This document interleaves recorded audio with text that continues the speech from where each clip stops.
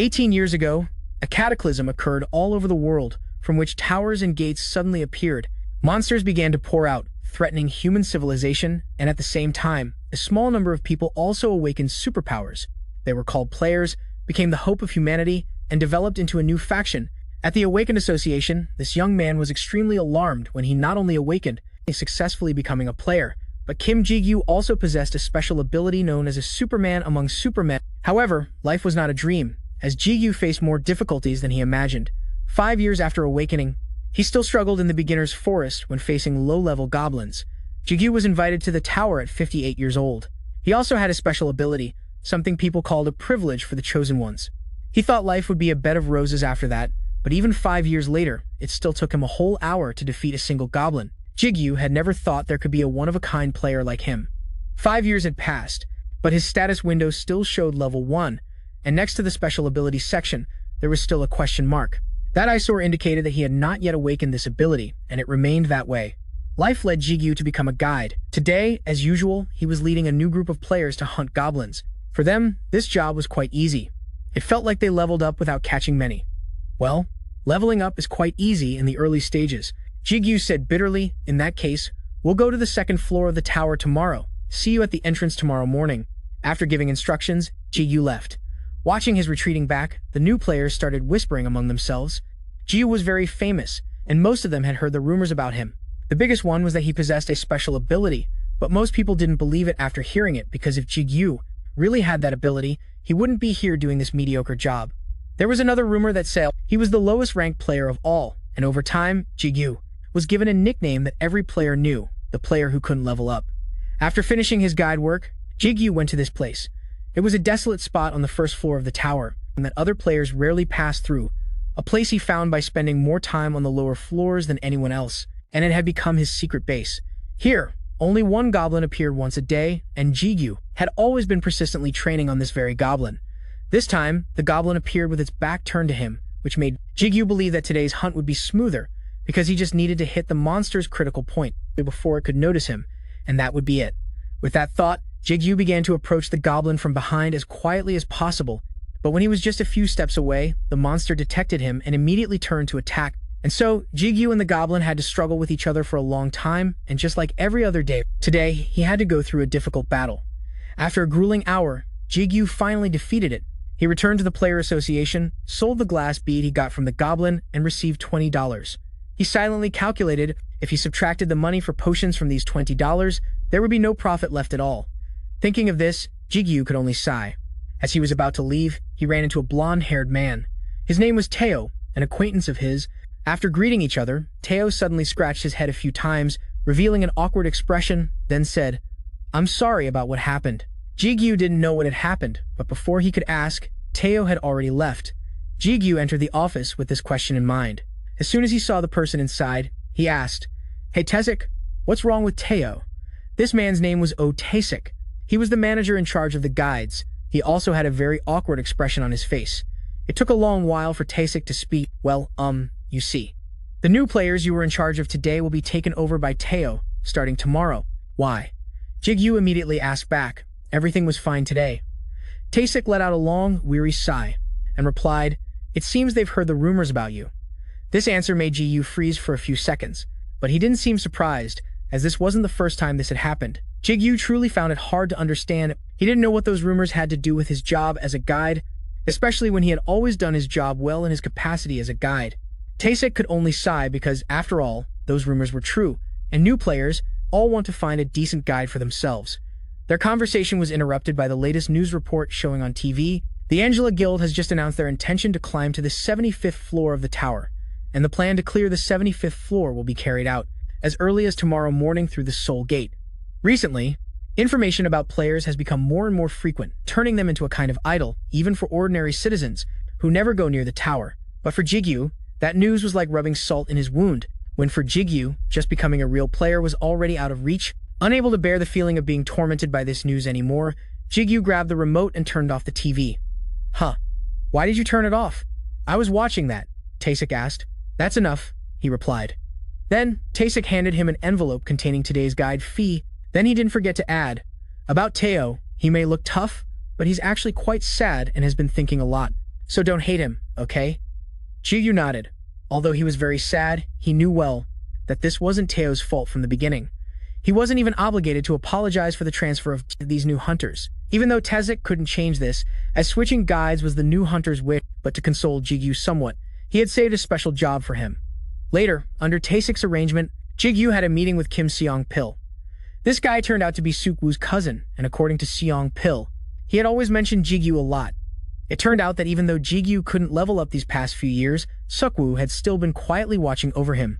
This time, Jigu was able to become the guide for Seong-pil's team thanks to Sukwoo, and the player who had guided Jigu when he awakened, speaking up for him. After that, he and the team members started to get to know each other. The only girl in the team was named Kim Han-yoon, the chubby guy with a bowl cut was Jun Seong-gu, and the other guy was named Jaegun. They were all quite open, so the atmosphere was comfortable. After the introductions ended, Jigu quickly gave instructions to them about the necessary things for this 5-day, 4-night hunt. The first day went quite smoothly. As sunset approached, the group began to set up camp to rest. With his experience, Jigu quickly finished this task, and even cooked a pot of incredibly delicious curry. The whole group sat down, ready to enjoy the meal. Suddenly, that guy Jaegun asked, "Oh right, Mr. Guide, I heard you can't level up. Is that true?" Seong-pil was startled and hurriedly tried to stop him, but Jigu didn't seem to mind at all and replied, "Yeah, that's right. Feel free to ask anything you're curious about." Jigun probably had many more questions, but when he saw Seong-pil's death glare, he didn't dare say anything more. They started to talk about today's hunt. Just like most other new players, the group of 4 felt it wasn't too difficult because the goblins on the first floor were poorly equipped and their movements were quite obvious. Seong-gu and Jaegun got a few scratches, but a potion healed them right away. Just think of this as practice, to get used to killing. If you stay alert and level up diligently, you'll be fine, as long as you don't run into a guardian, Jigu added. The people in Seong-pil's group were all new hunters, so they were quite vague about the concept of a guardian. Jigu then explained that they are the protectors of each floor of the tower and rarely appear. They are boss monsters that guilds or large hunter parties have to pour a lot of resources into defeating. To put it simply, they are like powerful gatekeeper monsters. Even though they give a lot of experience points and good items, at the same time, they are also dangerous enough that even rankers have to stay away. At this point, the people in Seong-pil's group all showed serious expressions. Jigu immediately reassured them, "But you don't need to worry too much. Their respawn cycle has already been determined, and there are guilds that specialize in hunting them. Not to mention, the guardians on the lower floors are defeated very quickly, so it's actually quite difficult to run into one." And so, after talking their fill, they went into their tents to rest up and prepare for the next leg of the hunt. At the same time, on the 4th floor of the tower, in the area where the forest and the wilderness meet, a goblin was running for its life from a creature, much more terrifying than itself. On the second day of the guide, the group started advancing to the 2nd floor of the tower. Here, besides goblins, there were also large orcs. The new hunters were all quite scared by the enormous size of this monster, but luckily they were quite slow compared to goblins. On the 3rd day, they advanced another floor. Here, the orcs and goblins started appearing in groups, but they weren't smart enough to actually coordinate with each other. And CEOP's group came up with a way to divide them with just a pebble. Han-yoon hid behind a tree trunk and threw a rock hard at an orc's head. They weren't smart enough to realize that a hunter was hiding behind the tree.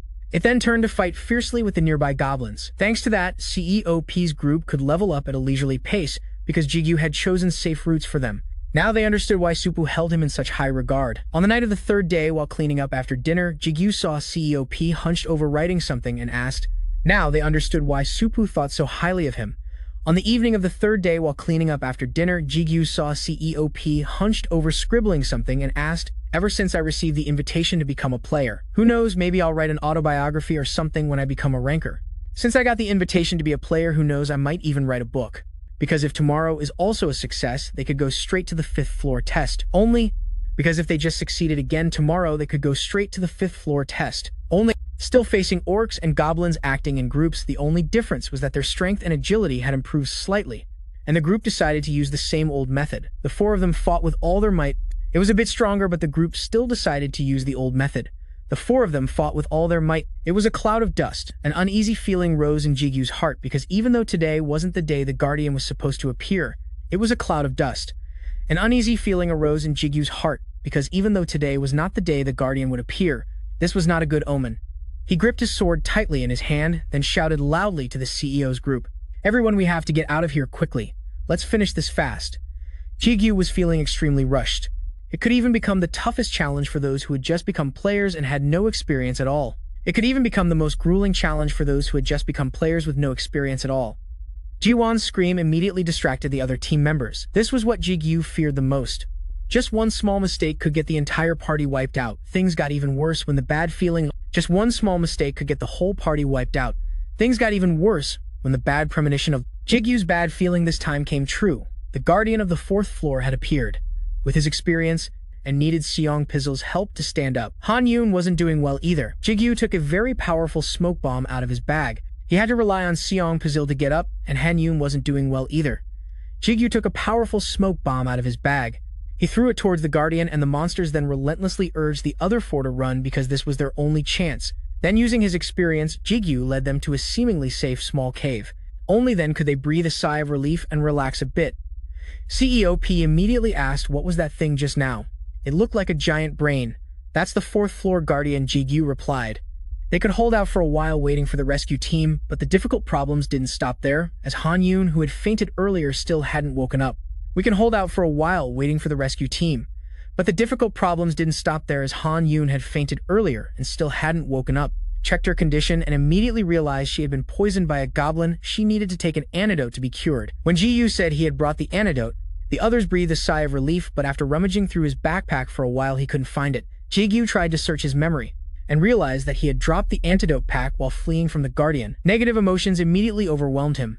Even though they were rushing to escape, Jigu couldn't believe he had made such an amateur mistake.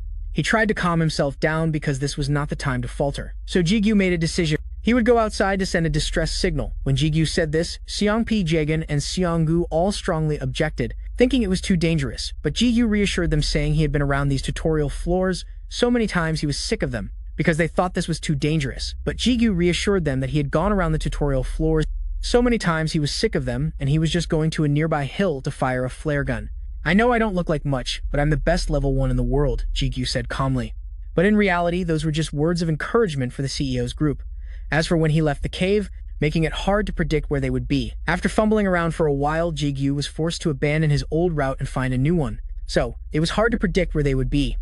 After fumbling around for a while, Jigu was forced to abandon the old route to find another way. Because too many brains were blocking the path, he only had one smoke bomb left in his bag for emergencies. At this rate, he would be there in about 3 minutes, and he had to fire the flare gun quickly, then return to the cave. At this speed, he would get there in about 3 minutes, and had to fire the flare gun quickly, then return to the cave. But what you fear most often comes first, because right after that, the fourth floor guardian suddenly, but usually what one fears most comes soonest, because right after that, the fourth floor guardian suddenly, and so he was hit by a powerful punch from the guardian sent flying straight into the cliff wall. Jigu coughed up a large amount of blood. His whole body ached as if all his bones were shattered, but he still had to throw his last smoke bomb to obstruct the enemy's vision. Then Jigu picked up the flare gun, aimed it at the sky, and fired a single shot. The mission to send the distress signal was complete. Now how to escape from the guardian. Jigu got up and started running. First he had to put some distance between them. Jigu understood this tutorial better than anyone, so he believed there had to be a way. And then the gate, leading to the 5th floor, suddenly appeared in front of him. The 4th floor test was a source of resentment for Jigu. That gate was something he always wanted to give up on everything to jump through, but he couldn't because of his family. Behind that gate was a place where it seemed only death was waiting for a level 5 person like him. Why did I come here? Jigu approached the gate and rested his forehead against it. He really wanted to cry right now. He was just someone who couldn't even handle the 4th floor. So how could he possibly go to the 5th floor? But behind him, the guardian was in hot pursuit. If he didn't go to the 5th floor, he would certainly die right here. Jigu gritted his teeth. Fine, staying here is certain death. But going to the 5th floor survival isn't guaranteed. Then I definitely have to choose the second option, because at least there's a chance to fight. But going to the 5th floor, he wasn't sure if he could survive. So he definitely had to choose the second option, because at least there was still a chance to struggle. And just like that, Jigu entered his first test. Jigu reluctantly entered the 5th floor. But after confirming the player's information, the tower announced that his abilities had not been confirmed, leading to the difficulty of the challenge being drastically reduced, and Jigu's first test was so simple. He just needed to hunt one goat. Jigu stood up and stared at the status window, seemingly unable to believe what was happening before his eyes. He only needed a single hit to take down the goat, and the tower immediately sent a notification that he had passed the test. At the same time, he received his first reward. Holding the sword in his hand, Jigu trembled uncontrollably. At the same time, he received his first reward. Holding the sword in his hand, Jigu trembled uncontrollably. But he never expected to only face a goat. While staring at the goat's corpse, Jigu suddenly sensed something unusual. coming from behind him. He turned his head and saw a thick black aura approaching him.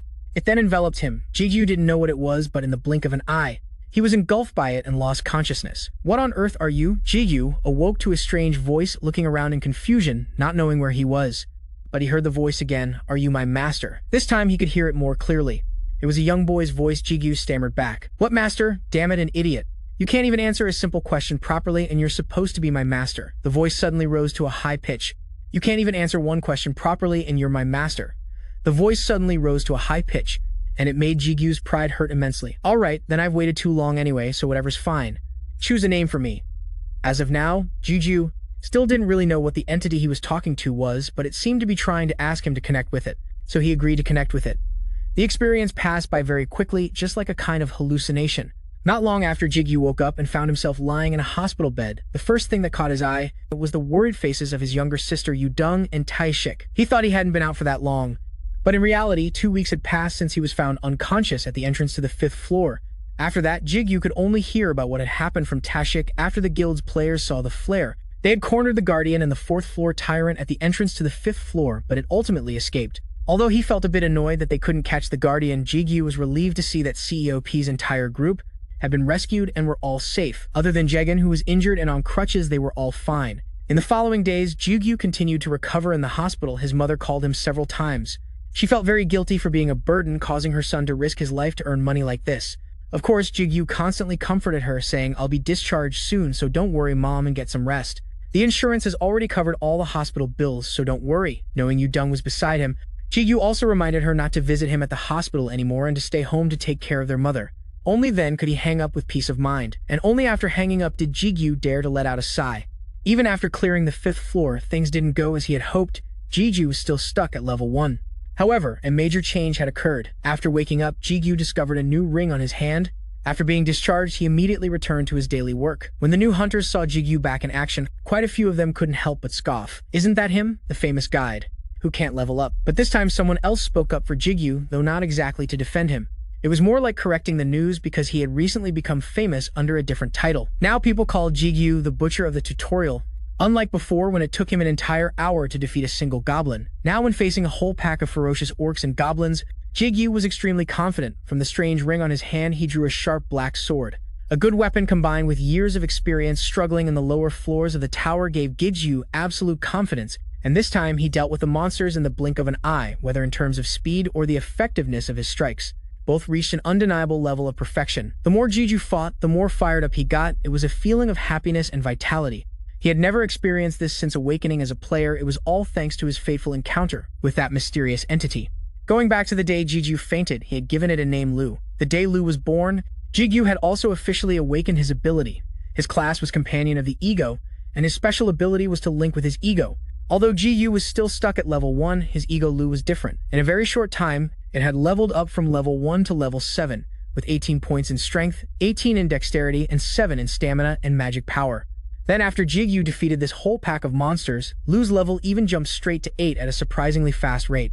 This refreshing feeling was hard to put into words. Just a while ago, Jigu was trembling in fear before a single orc, but now he was casually picking up a pile of crystals that dropped after defeating them. Going back 1 month when Jigu discovered he had awakened the special ability that had been a question mark for so long, he was so eager that he ran to the tower right after leaving the hospital, even though he could imagine his sister's fury at the time. But Jigu still decided to flash from his hospital bed to test his new ability. After all, he couldn't sit still when his status window had finally changed after 5 long years. At that time, Jigu still didn't know how to link with this thing called his ego. Thanks to reading web novels for over 180 minutes a day, he finally thought of a way striking a cool pose like a superhero when they transform.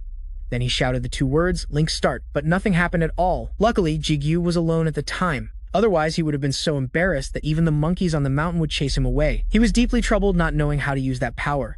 He had even given it a name, Lu, and yet, just when Jigu was feeling discouraged, a sphere suddenly appeared in front of him, along with a notification: ephemeral ego. Lu has been summoned. At that time, Lu didn't have a fixed form yet. Because Jigu's level wasn't high enough, his ego would be chosen randomly. To form a physical body, it would randomly absorb matter from the surrounding environment. After hearing this, Jigu was even more confused. What does randomly absorb matter from the surrounding environment mean? But the answer was quickly presented right before his eyes.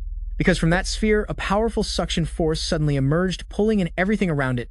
including Jigu and the equipment he was wearing. Jigu desperately held onto his equipment because these items, even the cheapest one, was worth up to 5,000 won. It's just that the suction was too strong, so in the end, Jigu could only watch as the sphere swallowed it whole. It even sucked up all his clothes, not even sparing his boxer shorts. Jigu had to desperately hold onto his waistband, or else he would have had to go home wrapped in banana leaves. It seemed to have absorbed enough surrounding matter.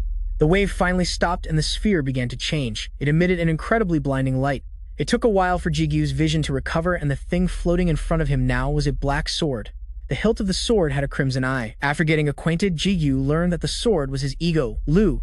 At first he was skeptical, but its insolent tone was identical to the voice he heard when he fainted on the 5th floor of the tower. So this news must be real. Jigu immediately made it explain a few things to him, because at that time, he didn't even know what an ego exactly was. Is an ego a soul?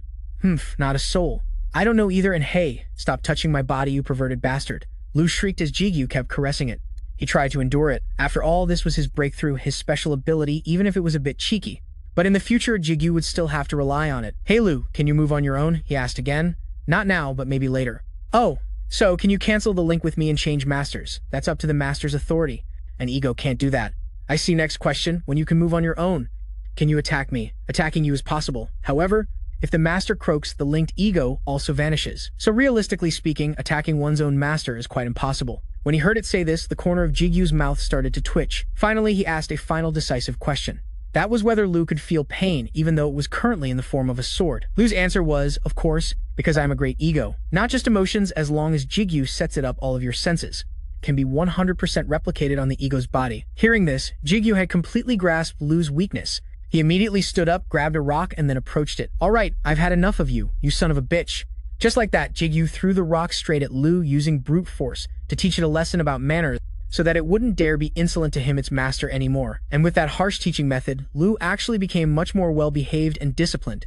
In the following days, it joined Jigu in raiding the tower, constantly absorbing blood and experience from the monsters to level up. Its stats also increased continuously. Jigu was extremely satisfied because this thing not only brought him power, but most importantly, it was now very well behaved. Today, their haul had filled their bags, so Jigu decided he'd head back and rest. On the way back, Lu whined again that it was eager to go outside. To indulge his ego's wish, Jigu decided that next time, instead of entering the tower, that he would enter a gate. However, when he got back, Taeshik advised him not to enter any gates for the time being because many abnormal gates had been appearing recently. And most recently, 4 high-ranking players had lost their lives in a gate in America. The abnormalities of the gates are not all the same. For example, a gate might be displayed as F rank but is actually C rank. Or some gates have a very strange structure. This has never happened in the past 23 years, but for the past month they have appeared continuously. After hearing him, Jigu felt a bit uneasy, because exactly 1 month ago was when he found Lu, but then Jigu reassured himself that it was probably just a coincidence, seeing he wasn't speaking. Taeshik continued to advise him, I'm not saying you should never enter a gate again, but I just want you to be safe during this time of current chaos. I know you're excited that you can finally use your ability, but please be patient. Jigu knew the other person only meant well, so he didn't argue back. After that, the two of them said goodbye, and Jigu left the headquarters to return home. Not being able to enter the gates made him quite frustrated. Pure crystals, rare items, or mission completion rewards, no matter what it was. Those gates clearly offered greater profits than the tower. Even though Taeshik had advised Jigu not to go, he had a huge debt hanging over his head, which forced him to quickly earn money to pay the interest. Anyway, abnormal gates were quite rare. Jigu didn't believe his luck was that bad, so he still went online to look for member recruitment posts. To enter gates together, after choosing a suitable mission, Jigu dialed the phone number to contact the person who posted the ad.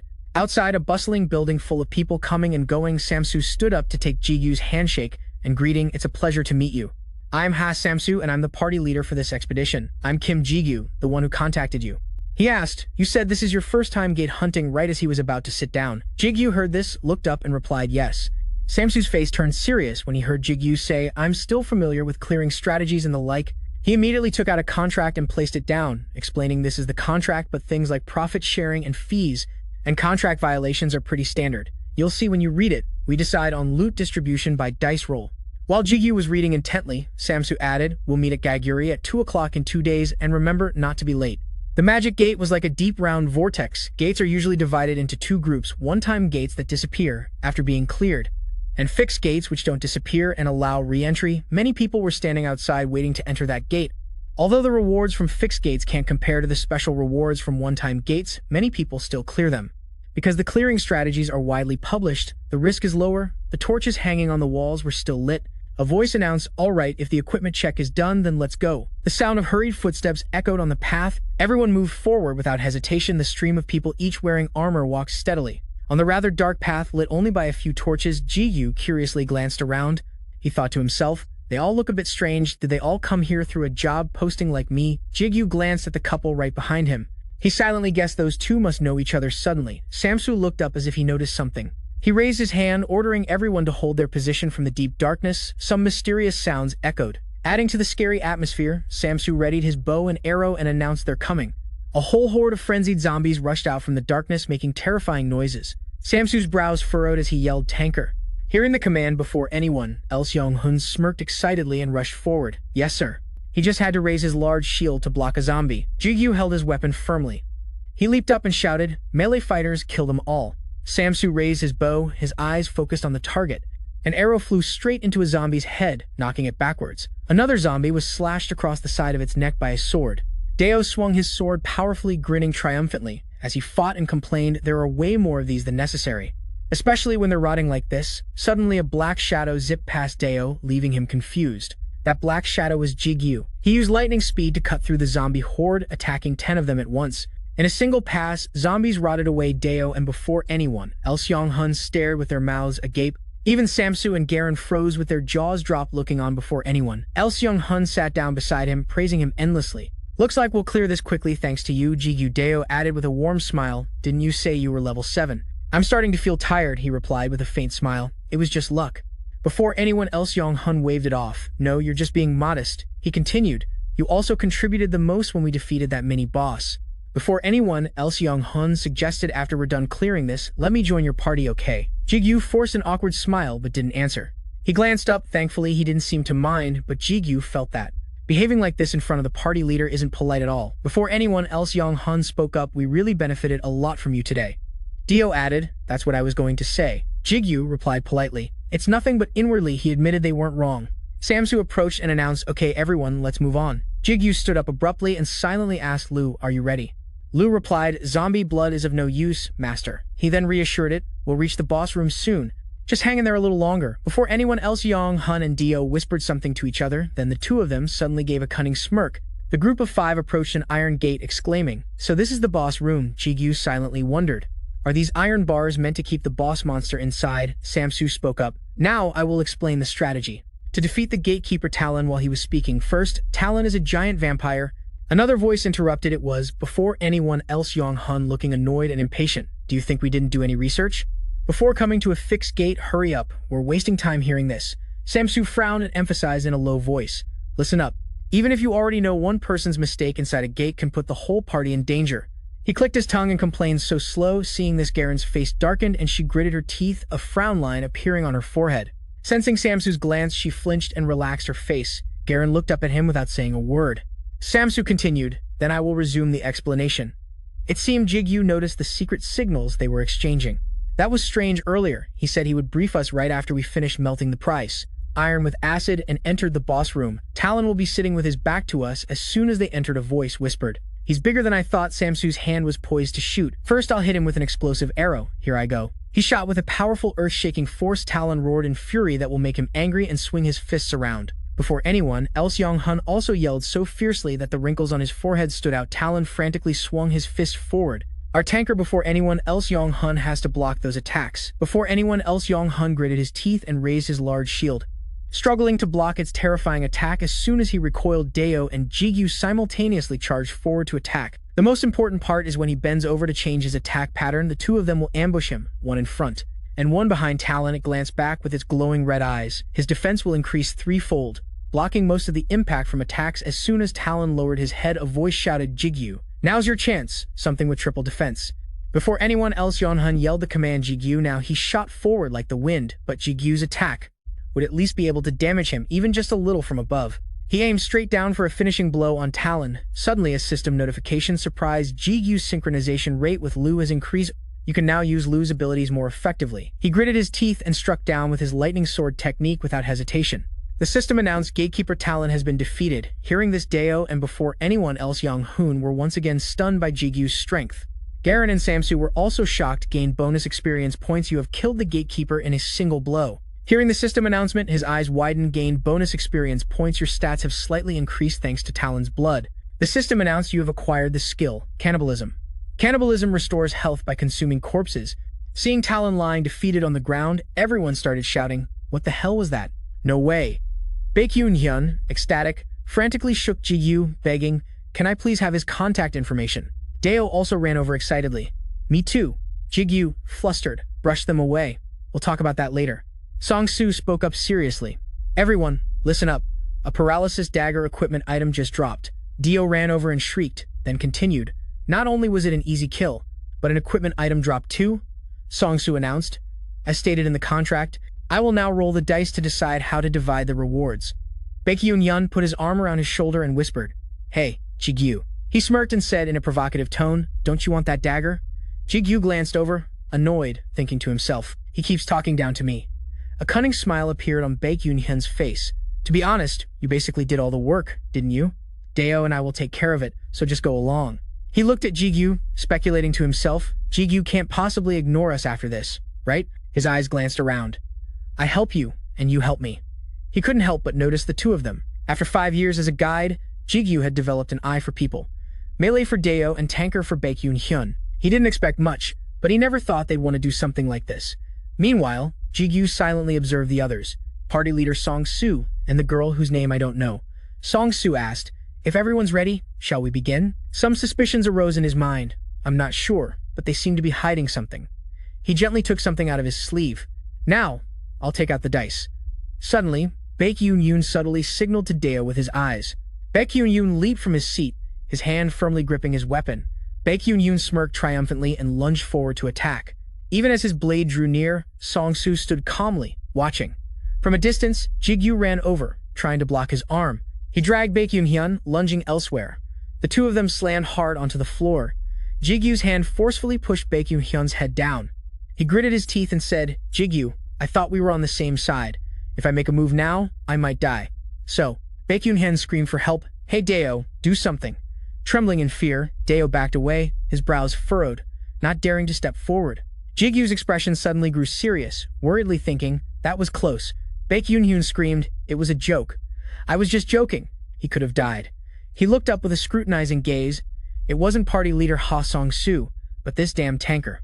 Suddenly, an image of Gazin with glowing red eyes and a terrifyingly sly expression appeared in Jigu's mind. I didn't even see her draw her dagger. At this thought, his expression darkened. He wondered to himself, isn't she a mage? So dangerous. Jigu glanced at Song-Soo, assuming Ha Song-Soo was the same. He recalled the moment he was calm at knife point. He didn't even flinch when the blade was heading for his throat. Instead, he just sat and watched. Suddenly, Jigu bluntly questioned, "Who are you two?" Song-Soo tilted his head slightly, a faint smile on his lips as he replied, "Actually, we wanted to ask you the same thing," while still pinning Baekhyun down. He pressed on, "What do you want to do with these guys?" Dio knelt down, scared, and confessed loudly. "He said I'd get paid as long as I did what I was told. I didn't know he was actually going to stab you." Song-Soo didn't answer, retorting instead, "Why are you asking me?" Jigu calmly replied, "After all, you were their target." He raised a hand to his chin, looking thoughtful for a long time. Then, Song-Soo turned and softly called out to Gazin. As if understanding his intention, Gazin immediately conjured magic. A jet-black aura emanated from her body. Her eyes glowed bright red. Jigu's eyes widened in disbelief at what was happening before him. In an instant, Gazin shot forward at the speed of light, getting close to Deo. She forcefully struck his back from behind. Seeing Deo about to fall face first to the ground, Jigu thought to himself, "Just as I thought, she's very dangerous." His eyes widened as he looked away. Suddenly, Jigu slammed Baekhyun's head hard against the ground, knocking him unconscious. After that, he shot to his feet in front of Song-Soo. Jigu raised his hand, a somewhat surprised expression on his face, wondering, did it work? He was about to bend down and pick up the dagger, proposing, "Anyway, I'll be taking this dagger." Song-Soo immediately asked why. Jigu replied nonchalantly, "Well, I saved your life, so I think it's fine for me to take this dagger." He was immediately shut down. "I think that's asking a bit much." Song-Soo's words had a hidden meaning. "An item of this level is worthless to someone like you, right?" Jigu looked up, somewhat wary and confused. He immediately questioned, "Do you know who I am?" As he spoke, he subtly glanced behind him at Gazin. "If you have someone like that as a bodyguard, it means you're not an ordinary person. I'm not interested in you, nor do I want to find out or get involved. Suddenly, Jigu's eyes lit up as he stated, I'll leave handling these two guys to you. I plan to hunt a bit more before heading back. Rue transmitted the information telepathically.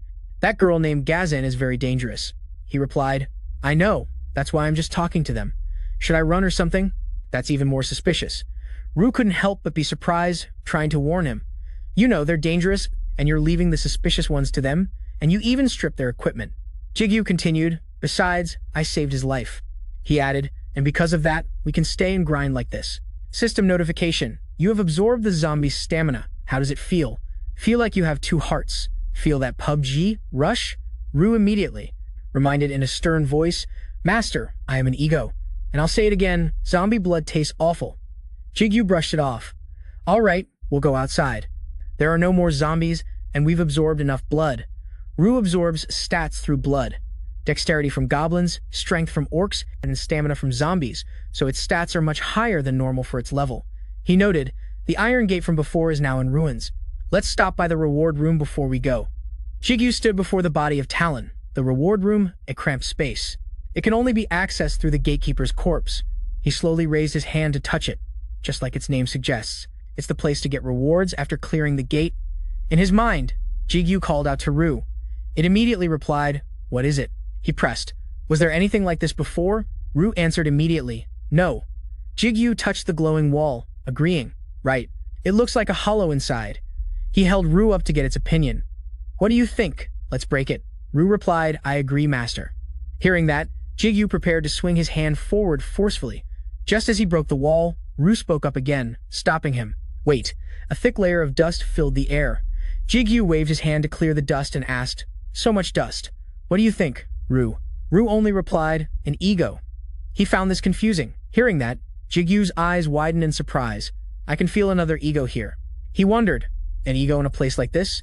An ego was glowing amidst the thick dust. Jigu kept wondering when he saw the ego emitting a cloud of gray dust. How is this possible? Are egos that common? Then what have I been doing for the past 5 years? Rue hesitated and replied, That's because, Master, you are a. He interjected, A, what? Rue tried to compose itself. It's nothing, Master. Just go find the ego first. It's somewhere in here. Stepping into the thick dust made Jigu cough a few times. He looked up, his eyes lighting up as he discovered. This gate is too old, there's probably nothing left, let alone a hidden item. Rue stated, I told you, I think there's an ego here. A shiny white sword. It also had a green gem that emitted a brilliant light. Jigu stood before the sword, feeling a sense of unfamiliarity. What is this? Excalibur or something? He asked, Should I take it? Less than 3 seconds later, Jigu grabbed the sword, intending to pull it out. Suddenly, the light from the gem shone even more brilliantly. The beam of light was so powerful, it seemed to want to swallow everything. A gentle voice rang out. Jigu's eyes slowly opened. Are you my master? He lifted his hands, a space tinged with pure white, similar to when I met Rue, but the feeling is very different. Jigu's whole body floated in the hazy, bright white space. He immediately asked, Are you the ego in this sword? The ego immediately replied, Yes, I have always been here, waiting for a master. Will you answer my call? Hearing this, he sincerely confessed, I'm not your master yet, but I want to be. The ego was silent for a long while, then suggested, Then please choose a name. Jigu emphasized, L. From now on, your name is L. Returning to reality, he was still standing there, tightly gripping the white sword. A faint light shone on him. Jigu looked up with somewhat dazed eyes. This second time, there was no longer a sense of unfamiliarity because I've been through it once before. Suddenly, a loud noise echoed, startling him, his eyes wide open. The ceiling began to crack. Small pieces of rock rained down. Less than 3 seconds later, large debris also began to fall. Rue shouted, Run! L anxiously urged, Master, you must run. Jigu looked around and shouted, Hey, I know. Rue immediately questioned, Who are you? L asked back in confusion, who was asking. Rue arrogantly and confidently replied, I am an excellent and great ego. Meanwhile, Jigu, busy escaping, angrily yelled, You too, shut up. As he stepped out, he suddenly stopped thinking, the color of the talent. I have to get to the reward room. Suddenly, a large rock fell, startling Jigu. His eyes widened with worry. The floor beneath Jigu's feet was on a very fragile boundary, seemingly about to crack. With determined eyes, he reached out his hand trying to grab on, screaming, Please.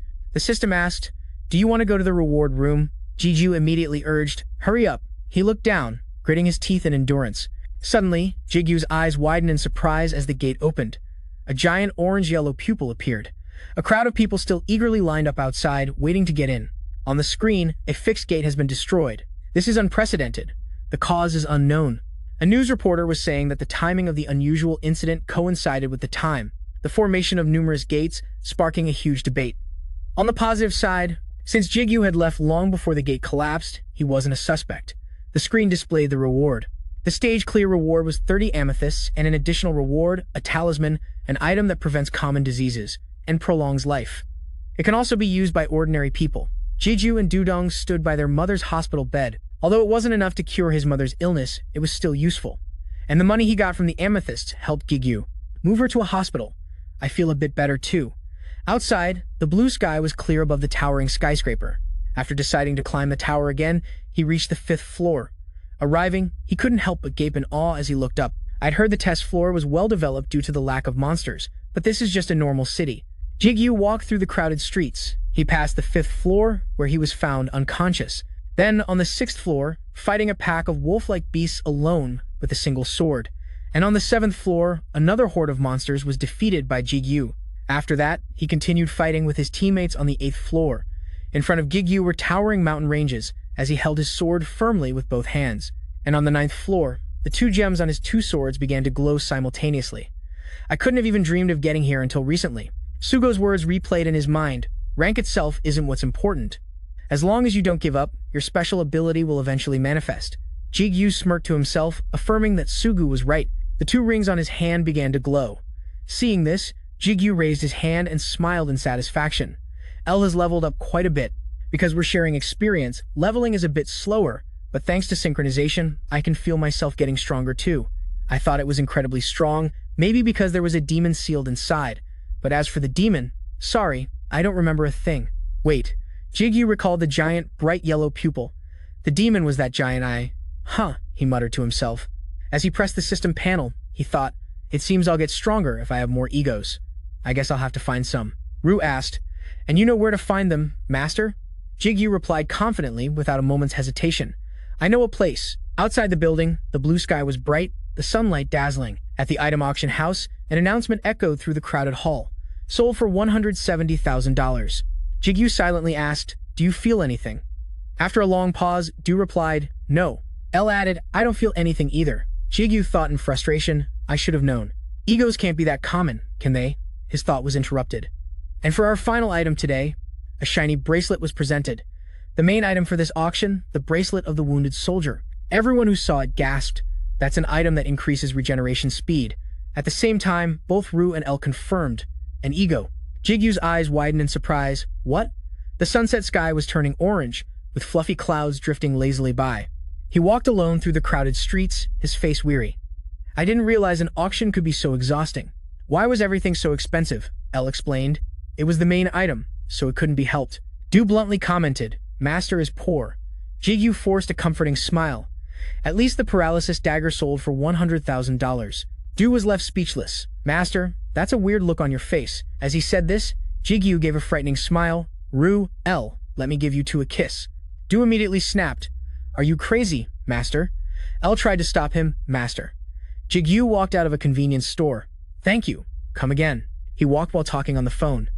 Yes, I'm on my way back now. Is something wrong? No? Well, actually, there's one problem. Jigu complained, it's so hard to find a party. I just got out of a gate, and players are more of a hassle than the monsters. The person on the other end yelled, What? You went into a gate? I told you to be careful. A frightened Jigu stammered. It was an F-rank gate, he confessed. You know, I'm only level 1 with barely any gear. I can't get a player ranking, so I can't go solo. The person on the other end sympathized. I know, there's nothing I can do. He added, see you later. The night sky had enveloped the city. Jigu didn't forget to add a reminder. Don't forget you said you'd treat me to a meal to celebrate your promotion, he continued. It's not that I don't like climbing the tower, but Du needs to drain blood, so our progress is very slow. He slowly walked up the stairs. Jigu's voice was soft, and the reward from the last gate was really good. He let out a sigh. I'm sure it'll work out one way or another. I've already taken care of the urgent stuff. Jigu smiled, lifting a bag, and I even bought some beef. L praised him endlessly. You are so humble, Master, even after making a fortune. Du immediately countered, more like stingy. Hearing that, he said in a threatening tone, "Ru, how have you been since the last time I had to discipline you?" Ru replied fearfully, "I'm sorry." Jigu was lost in thought. "I want to make a lot of money and move somewhere else. The sooner the better. I want Dudong to be able to go outside safely." He walked quietly up the stairs. Suddenly, Jigu noticed something. A small ball of light appeared in midair. "What is that?" The light flared, growing larger right before his eyes. Rays of light seemed to envelop the entire city. Jigu wondered. A gate? A screen appeared with the words, "Standard Gate Formation Protocol." 1. Remain calm. A newly formed gate is not inherently dangerous. Assess the situation after calling 112 or the association. 2. Maintain a safe distance. Entering a gate of unknown rank is extremely dangerous even for players. Entering a gate without the association's verification is punishable by up to 5 years in prison or a fine of up to $10,000. 3. Gather credible evidence. In cases where multiple witnesses are present before the association's verification, conflicts may arise. If you witness the incident alone, be sure to leave proof. Priority entry and special privileges will be granted to the first discoverer. Korea Player Association. Gate Monitoring Department. Head Manager, Tae-shik. Oh? Someone sat in front of a computer, staring intently. Let's see. He picked up his cup, moved the mouse, and clicked. Tae-shik smiled, picking up his cup with satisfaction and muttering, "Near Jigu's house." He sipped from his cup as he read a line of text. "Report sent by." Suddenly, Tae-shik choked on his water, spraying it everywhere. From outside, the other staff members couldn't help but notice his high-pitched scream. "Kim Jigu." Someone informed him, "If you don't enter the gate within 5 days, the conquest rights will be forfeited and put up for auction." The staff member added a careful reminder. "There are other conditions as well, so please keep them in mind." "Thank you for your prompt report." Tae-shik, who had been waiting, slowly approached him. "All done? You're working hard." He suggested to Jigu, "Let's talk for a bit." Jigu immediately agreed. "Okay." The two of them entered a nearby coffee shop. Jigu asked, "Isn't that too sweet?" Tae-shik replied while stirring his coffee, "Not at all. Coffee is meant to have syrup in it." After saying that, he picked up the cup and took a long drink. Then he slammed it down on the table refreshingly, causing it to splash. His Korea Player Association ID card was on the table. Tae-shik pressed him. "So it's another F-rank gate by coincidence, huh? Are you confident?" Jigu smiled and waved it off. "Come on. You shouldn't underestimate me. I'm a lot stronger now." Tae-shik's face was dejected. "I don't know about that, but I do know that you're stubborn." "Definitely." "Stop smiling. Damn it. What floor are you on now?" Jigu just chuckled lightly at his reaction. He then answered, "The 11th floor." "I just cleared the 10th floor today," Tae-shik asked again. "And your rank?" Jigu didn't reply, instead stating flatly, "You already know what it is." Suddenly, he spoke just one word that startled him for days. Tae-shik's eyes stared straight ahead with a determined look. His steely voice emphasized, "Finish your preparations within 4 days and come with me." Confused, Gyu immediately asked, "Why?" He just replied in a low voice, "I want to see if you'll be okay to enter. If you're not well prepared by any means, I won't let you go no matter what." Cut to 4 days later, the room was surrounded by prepared weapons. Only Gyuju's voice echoed, "I can't believe something like this exists in the building's basement. This is a training room, it's just not used much anymore." He looked up and thought to himself, expanding the space with protective barriers around the walls too. I must have underestimated the association. Tae-shik entered and questioned him. "What do you think?" That couldn't help but startle Gyu. He asked if he was interested in a position at the association. Tae-shik adjusted his cuffs and calmly said, "I think you'd make a decent intermediary, or another position would be fine too." Gyu immediately refused outright. "Thank you for the offer, but I have to decline." He scratched his head and shared shyly, "I don't want to settle down anywhere yet." Tae-shik's calm voice replied, "Is that so? You'll always be welcome here." "So just say the word." Suddenly, Gyu remembered someone and immediately asked about Tae-ban, the guy who disappeared when you were promoted, right? He continued while still rolling up his sleeves. "The Caravan Guild's gate. Isn't that right? I think he joined them. He's a far cry from the resilient kid I used to know." Gyu couldn't help but feel happy hearing that news. "Great, I'll have to go see him sometime, even though I've never heard of that guild." Somehow, Tae-shik's 2 hands were already bulging with veins. Gyu pressed him. "You said we're going to fight, but you're not getting a weapon." He was startled and exclaimed, "What?" Suddenly, Tae-shik's 2 eyebrows furrowed, his eyes looking disdainful. "Good grief, it seems you're looking down on me because I've been too busy with office work lately, huh?" As he reached out his hand, a small layer of bones suddenly dissolved in a circle as the wind gusted. Gyu still stood silently as it got closer and closer, making him widen his eyes in surprise. In a flash, a strong gust of wind arrived, making Gyu falter, unable to stand firm. Tae-shik's words and confident gaze rang out, "You can't hide your fear. Once an expert, always an expert. Don't underestimate a former high ranker," he said. His whole body was suddenly surrounded by a sinister aura. "Stop messing around and come at me." In his heart, Jigu thought, "I know I can't beat him," he decided.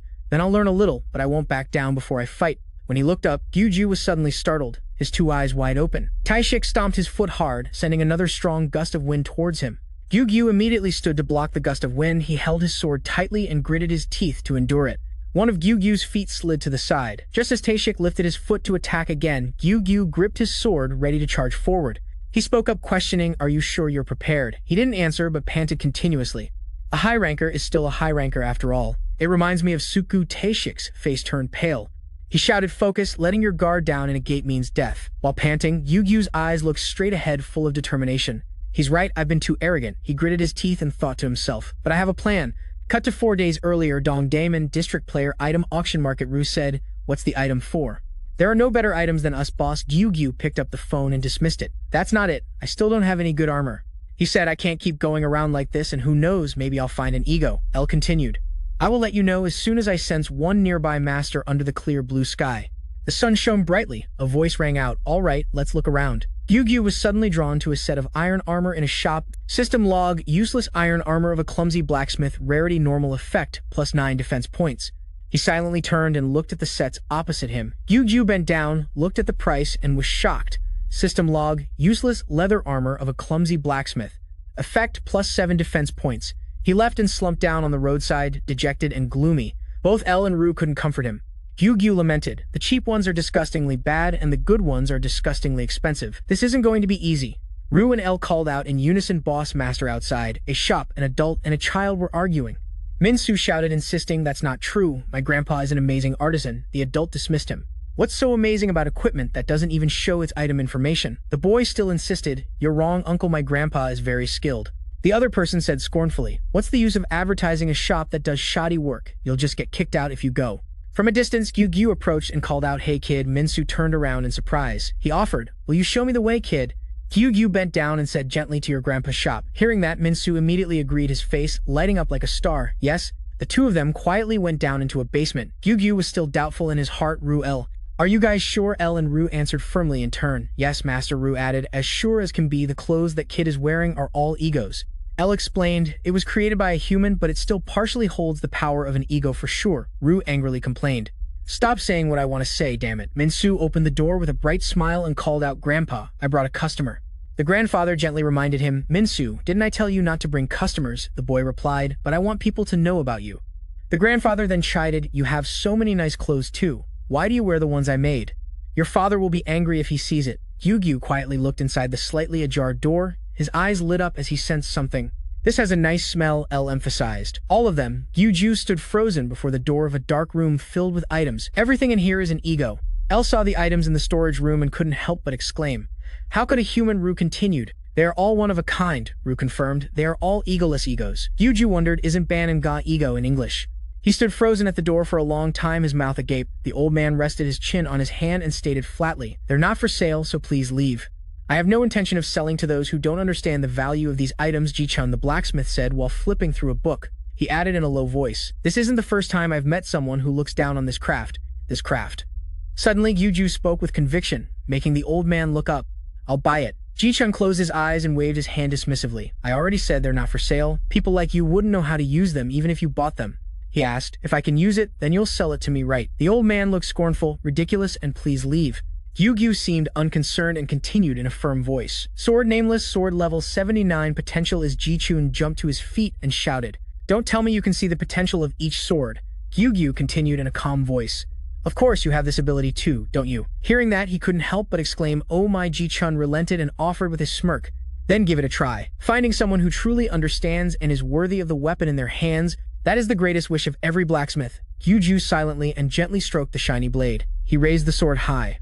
He decided, "From now on, your name will be Sadness." Seeing this, the old man's jaw dropped in amazement. Minsu was also very surprised and stared wide-eyed. But after a long wait, the sword didn't light up. The atmosphere became incredibly quiet and awkward. "L guessed, I don't think it likes that name very much." Gyugyu paused and wondered, "Is that so?" Gyugyu and Taishik stood facing each other, preparing for the fight. His eyes blazed brightly, emitting a murderous aura. In the blink of an eye, Gyugyu shot forward quickly.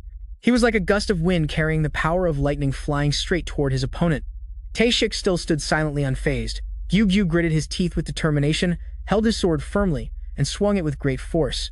The moment Jigu swung, he was able to block it effortlessly with one hand. Taeshik's 2 eyebrows furrowed, revealing wrinkles as he shouted, "I can still feel your hesitation when you swing the sword. Use all your strength and aim for the target. Do you think this tiny bit of force is enough to even scratch me, huh?" Jigu gritted his teeth to endure, his eyes blazing with spirit. His opponent was a fairly high-ranking person. He tried to remind himself to focus. Jigu swung his sword to strike, but Taeshik immediately dodged the blow. Then he continued to strike. Jigu slashed forward. Taeshik dodged backward. He turned to attack again, and was blocked once more. It seemed Jigu's slashes had no effect on him at all. Taeshik swung his hand for a punch. He immediately ducked to dodge the blow. Jigu swung his sword to strike again the moment he lowered his 2 swords. Taeshik backed away. No matter how hard he tried, he couldn't take him down. Tesk! Jigu's eyes widened in surprise. Taeshik looked straight ahead, seriously preparing to land a punch as his hand instinctively drew near. Jigu raised his sword to counterattack. Scene change. He lowered his head, wondering why I can't link with them. Is this another ego? Is it because of Ru, or are they just second-rate items? Not only that, egos are very picky when it comes to choosing a master. I'm not that difficult, but don't assume they can be like me. El immediately comforted. I like you, master. He decided, I'll try one last time, Vu said with a faint smile. Give up. Jigu questioned annoyedly. Since when did you learn to talk like that, huh? He seriously placed his hand on an item. Your name is Brandhart. Suddenly, a light shone out. That light stuck to him. The system panel announced link successful. You have just linked with an ego, Brandhart. Due to a lack of certain skills, you will not be able to use its full potential. Brandhart has lost most of its abilities. Scene changed back to reality. Taeshik's fist slammed hard into Jigu and a light immediately shone out. Brandhart level 7. Strength 15, speed 3, durability 40, mana 6, additional skill defense increase 12. Brandhart returns accumulated damage. His face showed clear confusion. A burst of power erupted and Jigu's whole body was sent flying straight back, slamming hard into the wall. His eyes rolled back into his head. He let out a painful dry cough. Then Jigu collapsed face first onto the ground, coughing continuously. As he struggled to get up, a water bottle was thrown in front of Jigu. Taeshik offered, drink it. It's a potion for internal injuries. He gave a faint smile.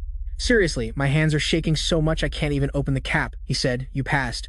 Jigu looked up bewildered. What? Taeshik smirked and confirmed, I just said it. You passed? I thought you wouldn't be able to touch a single hair on my head.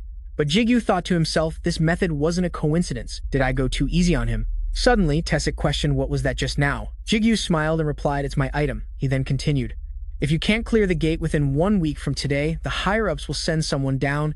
From now on, I hope you have good luck passing the gate. Taeshik turned and reminded him seriously, I'm only giving you 5 days.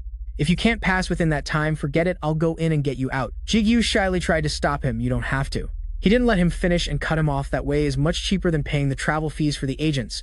Taeshik asked with concern, did you bring enough medicine and food? Jigu replied, it's all good. He then asked, what about smoke bombs?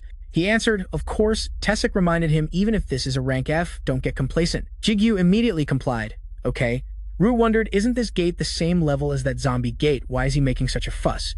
It doesn't look that dangerous. He smiled happily. He's like a father, so it's natural for him to worry.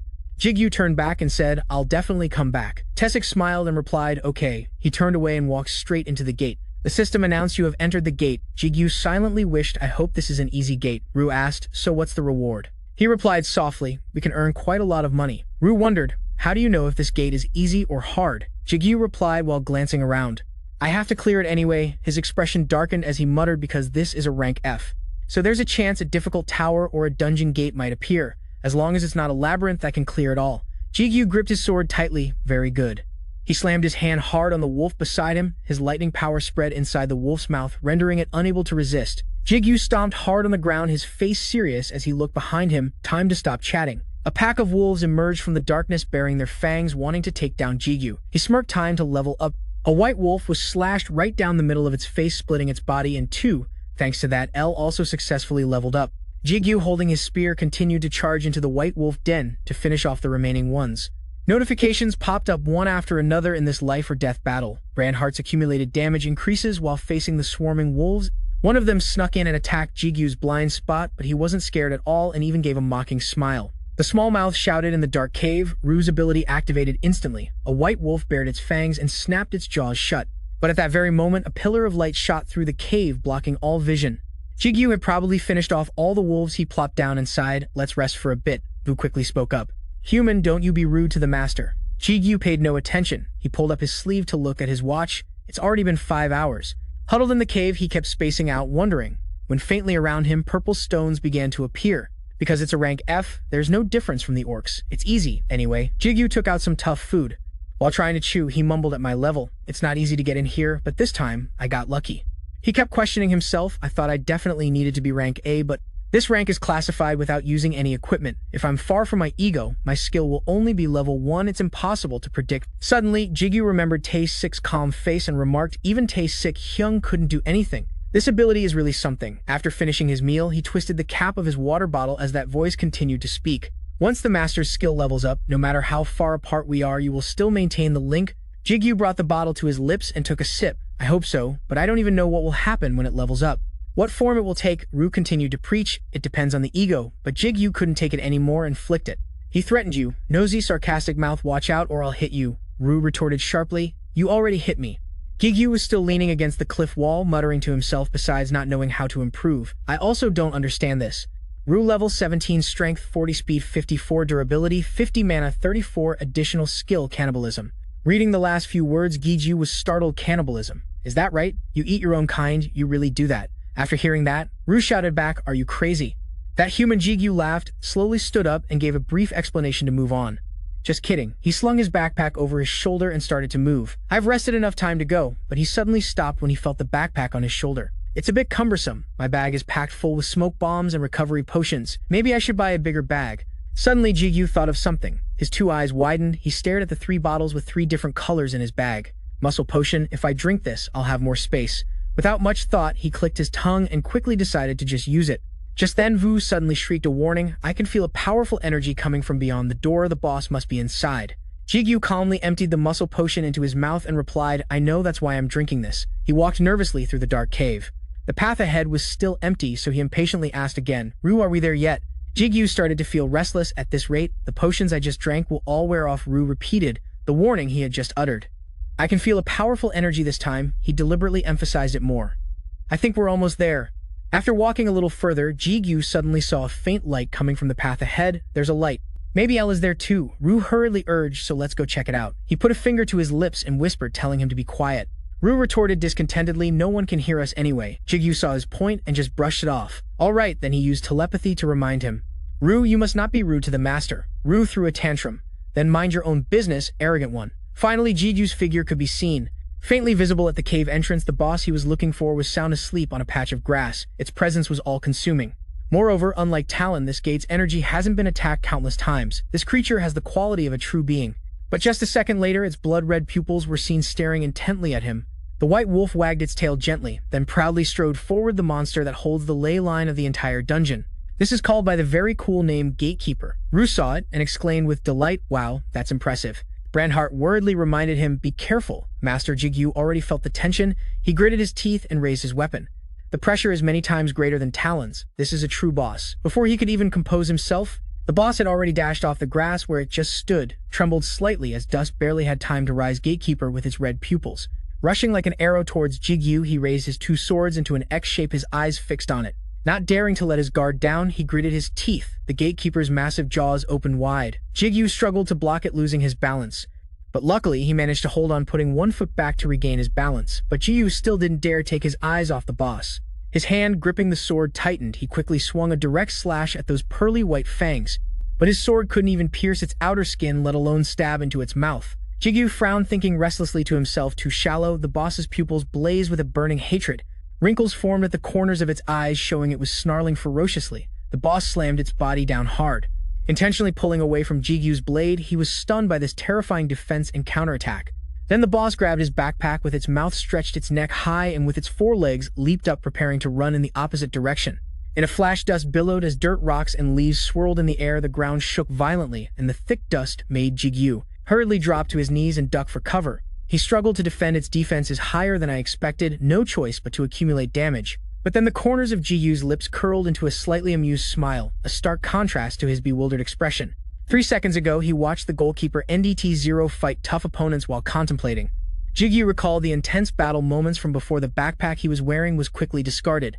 His body accelerated forward, then launched higher than the boss's head with 2 hands and 2 swords swinging powerfully, he declared. Fighting tough opponents is my specialty. A second later, the ground witnessed another terrifying impact. That tremor was caused by Jigu landing with intense energy. Now he and the monster were staring at each other. The boss let out a shriek. With terrifying howls, it continued to charge relentlessly. It lunged to pounce on Jigu, who quickly raised his two swords in front of him to block. The gatekeeper's fangs collided with the sword blades, creating a flash of sparks. What was more horrifying was that its sharp teeth had caused Jigu's black sword to break in two. The black fragments fell freely through the air. Jigu gritted his teeth tightly. His nerves stretched tighter than a guitar string. He constantly moved, looking for a way out of this dangerous situation. He slashed wildly at the boss. The sword's path through the air created intersecting streaks of light. Jigu slid a long way back. His body was covered in scratches. The boss's mouth was now wide open, drool dripping greedily, looking hideous. A moment later, the air cleared. Heavy panting could be heard. Jigu sat exhausted beside the boss's corpse. Panting, he felt lucky that was a close call. He walked over to the monster's corpse and thought to himself, the effect of the muscle potion just wore off, and without Brandhart, I probably would have lost. He was still convinced that even Talon was no match for this thing, even though he had just won. Jigu raised his black sword and gently said, "Goodbye, thank you for dying by my hand." The sharp tip plunged into its thick, furry hide. Black blood spurted out the system. Notifications popped up continuously. You have defeated the boss, Changkyun. You have received immense experience. Ru is absorbing Changkyun's blood. Ru has gained speed stats from Changkyun's blood. Ru has gained a skill from Changkyun's blood, rapidly recovers durability when taking damage. Finally, the predation skill has been activated. This made him a little uneasy. The lush green grass was now dotted with a few spots of black blood. The boss's corpse was laid in a pit. The black sword continued to stab deeper, causing blood to spurt out continuously. Jigu stared blankly without blinking. The atmosphere suddenly became eerie. Dense streams of magical power shifted in the air. The system sent notifications. Ru has absorbed Changkyun. You have successfully converted Changkyun into an ego. The boss's essence condensed into a blue stone. He asked confusedly, "What's going on?" Ru was also clueless and replied, "I don't know either. I've never heard of such a thing. A monster converting into an ego." Jigu was also tired and decided to put this matter aside to figure out later. He continued to ask, "What about you, L?" She honestly admitted me too, her voice filled with confusion. "I'm sorry, I can't be of any help, master." Jigu didn't show any annoyance, just asked softly, "Really?" Ru then asked, feeling hurt, "Why didn't you say anything to me?" So he quickly said, "Converted into an ego. Does that mean Ru now carries Changkyun's ego?" He immediately denied it. "No, I don't have anything." "Did you hear what I said?" Jigu still sat there, dumbfounded, muttering. "So, what is this?" Then L had never used this skill before, so endless guessing wasn't getting anywhere. He then commanded information window name Kim Jigu. Level 1 occupation, ego partner, exclusive ability link skill, ego synchronization requires Changkyun. After reading the information, Jigu's eyes widened in surprise. "I have it, so how do I use it, or do I shout out the skill name?" Suddenly, he remembered the image of himself struggling during the fight earlier. His eyes narrowed with caution and hesitation. Finally, he clicked his tongue, cleared his throat, and made a decision that puzzled the twin swords. "I'll try it later. I'll know when the time comes." Jigu dusted off his pants and stood up. "I have to figure out the use of predation." His face instantly lit up with excitement. "And I even got a blue crystal. That's better than a rank, a purple crystal, and with a size like this must be worth a lot of money." His footsteps were slow and leisurely on the grass as he walked. He muttered to himself in delight. Now it's time for the reward room, but no matter how wide Jigu opened his eyes and looked carefully, nothing appeared. So he panicked. "It's not here." The twin swords also anxiously followed him. What's wrong, master?" Jigu stood thinking for a moment to enter the reward room. "I have to touch the gatekeeper's body." But then he realized and screamed, "Ru ate Changkyun's corpse. There's nothing left." Ru sadly confided, "Why is it always my fault?" Inside the gate is a place where the sun never sets. On only the second day he had cleared all the stages. Ru asked restlessly, "Is it really necessary to search?" He didn't think much of what he was doing. "Don't you think this is pointless and a waste of time?" L also had a suggestion. "Going outside to ask for help is also a good way." Hearing this, Jigu firmly objected. "I can't do that. If something unusual happens like that time in Guri City, they'll start keeping an eye on me." He turned his head to look at the stone strip in front of him. "If there's no way to find an answer, even if I get out." With each passing second, his determination grew stronger. The gate appeared disrupted and caused a lot of casualties. "I have to finish what I started. I think I'm the cause, so I have to find a solution myself." Elle was full of admiration for her master. "I truly admire your sense of responsibility." Master Ru, as usual, spoke sarcastically. "That's easy for you to say, but are you sure you can clean up the mess you just made, master?" Hearing him say that, Jigu felt a lump of anger in his throat and cursed, "Shut up. Tasik Hyum will be here in 4 days, so we have to try and avoid the worst-case scenario." Hearing Tasik mention, Ru suddenly became interested. "That human is quite impressive," he admitted. "Of course, the best way is still for us to quickly solve this mystery before then." 2 days passed. On the 3rd day, he had searched everywhere on the grassland but found nothing. Jigu sat leaning against a tree trunk to escape the sun while eating candy. Sucking on it, he asked absent-mindedly, "Should we just kill all the remaining monsters?" Elle enthusiastically agreed. "I think that's a good idea too." Master Ru also agreed a bit simple, but not too bad. So they returned to the paths they had initially skipped and wiped out the remaining blue wolves until the 5th day. He continued his work as usual, wiping out the wolves, looking at the wolf's corpse collapsing before him. Jigu calculated in his head this is the last one. El excitedly cheered, "Well done, master," at that very moment. Jigu felt confused again. What now? He cracked his stiff joints and wondered Taesik Hyung should have been here by now. In times like these, Jigu often came up with bold ideas. Should I just destroy the whole cave or something? Suddenly, both El and Ru shouted in unison Master Mana. They both took turns pointing for Jigu to look towards the place flooded with light. All the energy is gathering. At one point, he stood stunned. What a second. Later, he yelled in panic, "Where is it?" The twin swords continued to point. It's the place of the wolf that guards the grassland gate, the forest space. The dense forest gave way to a modern world with tall buildings and a room. A reprimanding voice could be heard. If you were about an hour later, I would have gone in myself outside in the hallway. An automatic sound barrier generator was active in response to the scolding. Was an awkward laugh. Almost under the rushing water of the shower, a voice asked, "Why were you so late? I thought with your current skills it should have only taken 2 days. The two men were relaxing and chatting. I'll be honest, I beat the boss on the first day, but I ran into a bit of a problem. So Taesik was lathering soap on his hands. His eyes glanced at the person beside him since the boss was defeated. What could be the problem? Jigu wailed while struggling to wash his hair. The boss's sharp mouth disappeared, so I couldn't switch to the reward room. Taesik was extremely surprised. What he asked curiously. So what did you do? Jigu replied very calmly. I killed all the remaining monsters. Now, Taesik understood a little. So that's why you have so many crystals and are carrying them so possessively as if they're precious. Anyway, after killing the last one, all the gate's energy converged at the boss's location in the cave. At that moment, View kept urging Master hurry up. Jigu grimaced and broke into a sprint, running as fast as he could to the end of the cave. A great light burst forth, making it impossible to see ahead. The closer I got, the more blinding the light became. The scene then gradually unfolded. As Jigu arrived at the end of the cave, he looked up, his face filled with surprise. How could one describe the space before him? It was covered in segments by a layer of transparent glass. Each segment showed different colors, as if the entire world had shattered into pieces and converged in one place. A small sphere was slowly approaching Jigu. He held out his 2 hands to catch the sphere. It went straight into his palm before his astonished eyes at the same time. Jigu also received several notifications. You have obtained the ego fragment, redirecting to the reward room. Taesik listened to the story, his eyes wide with disbelief. What are you talking about? Jigu fell silent for a moment, looking down in thought. Then he confessed his speculation.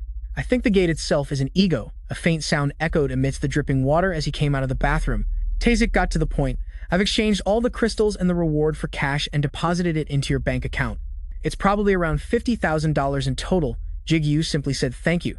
He put his hands in his pockets and walked slowly. You're welcome. Are you going straight to the hospital now? Jigu nodded and replied yes. I called her beforehand. But I should still go see her, or she'll worry. Suddenly, Taesik took out his car key, clicked it, then pointed behind him with a mischievous smile. Get in. I'll give you a ride. Jigu refused outright. I really don't want to hearing that. Taesik gave a faint mocking smile. What's wrong with you? If you're a real man, you have to try pink. Turns out Jigu didn't want to get in, because the car's girly style didn't suit him. Sitting in the car, Jigu cringed with embarrassment, but Taesik was extremely excited. With his hands on the wheel, he yelled, "This is what a real man is." The car sped off, carrying the driver's immense joy. Next to him were screams of fear. Inside hospital room 537, a voice said, All right, as long as you're not hurt. Sit up. Yu Young, get up. Let's go for a drink outside. Jigu and Yu Young turned to leave. He didn't forget to announce, I'm heading out first. You two continued talking after they left. Suji smiled gently from her hospital bed. Thank you for taking care of Jigu. He shyly scratched his head. It's nothing. I'm the one who received a lot of help from him. Outside in the hallway, the two siblings walked side by side.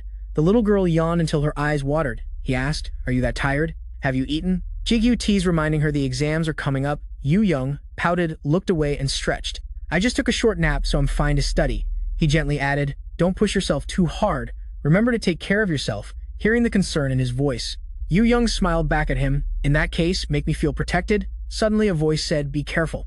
Someone with an IV drip in their arm approached. Are you Yu Young's brother? Young man. They were surprised to see the old woman. Grandma. The girl calmly approached. Why are you still awake at this hour? The old woman smiled at Jigu and explained, I came out to stretch my legs a little. I heard voices over here and came closer. Her eyes glanced over as if she noticed something, and then she approached. With a smile, she took Jigu's hand. It's thanks to you that Yu Young has become such a good girl. He replied shyly, It's nothing really. Her face was full of kindness as she held Jigu's hand tighter. You're such a vibrant young man. He could only go along with it. Thank you, ma'am.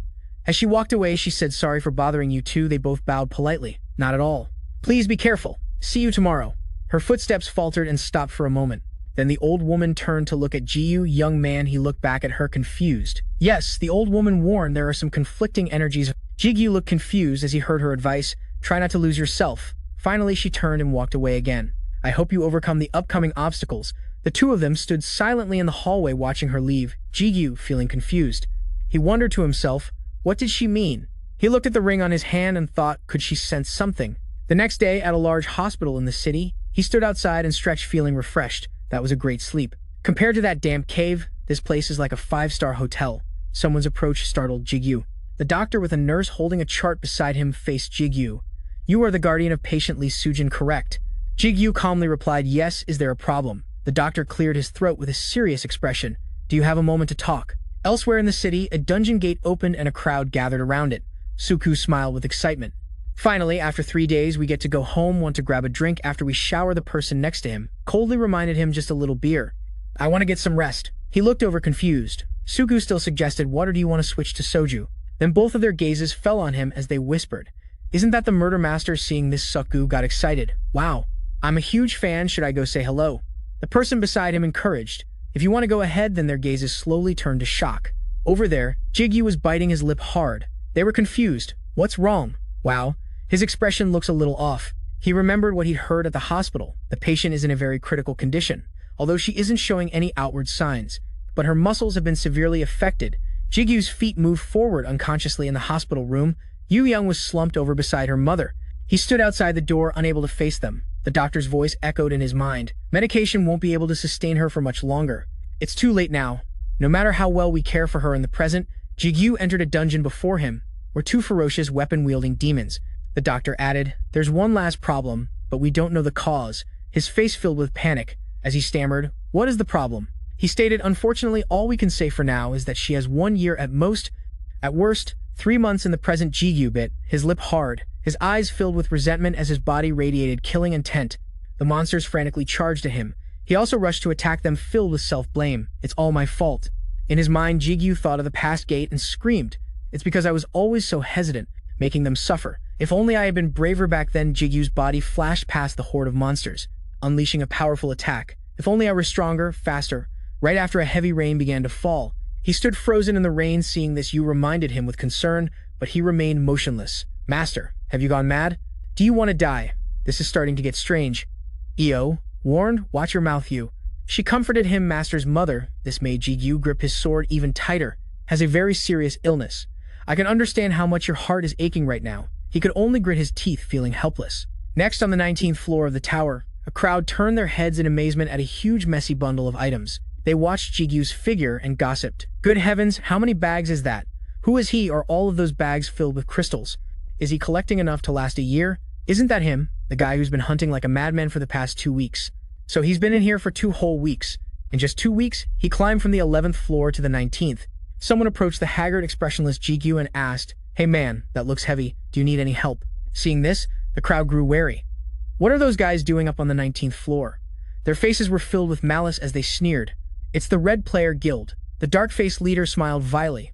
Let me help you carry that. Hearing this, Jigu's mouth moved, but no clear words came out.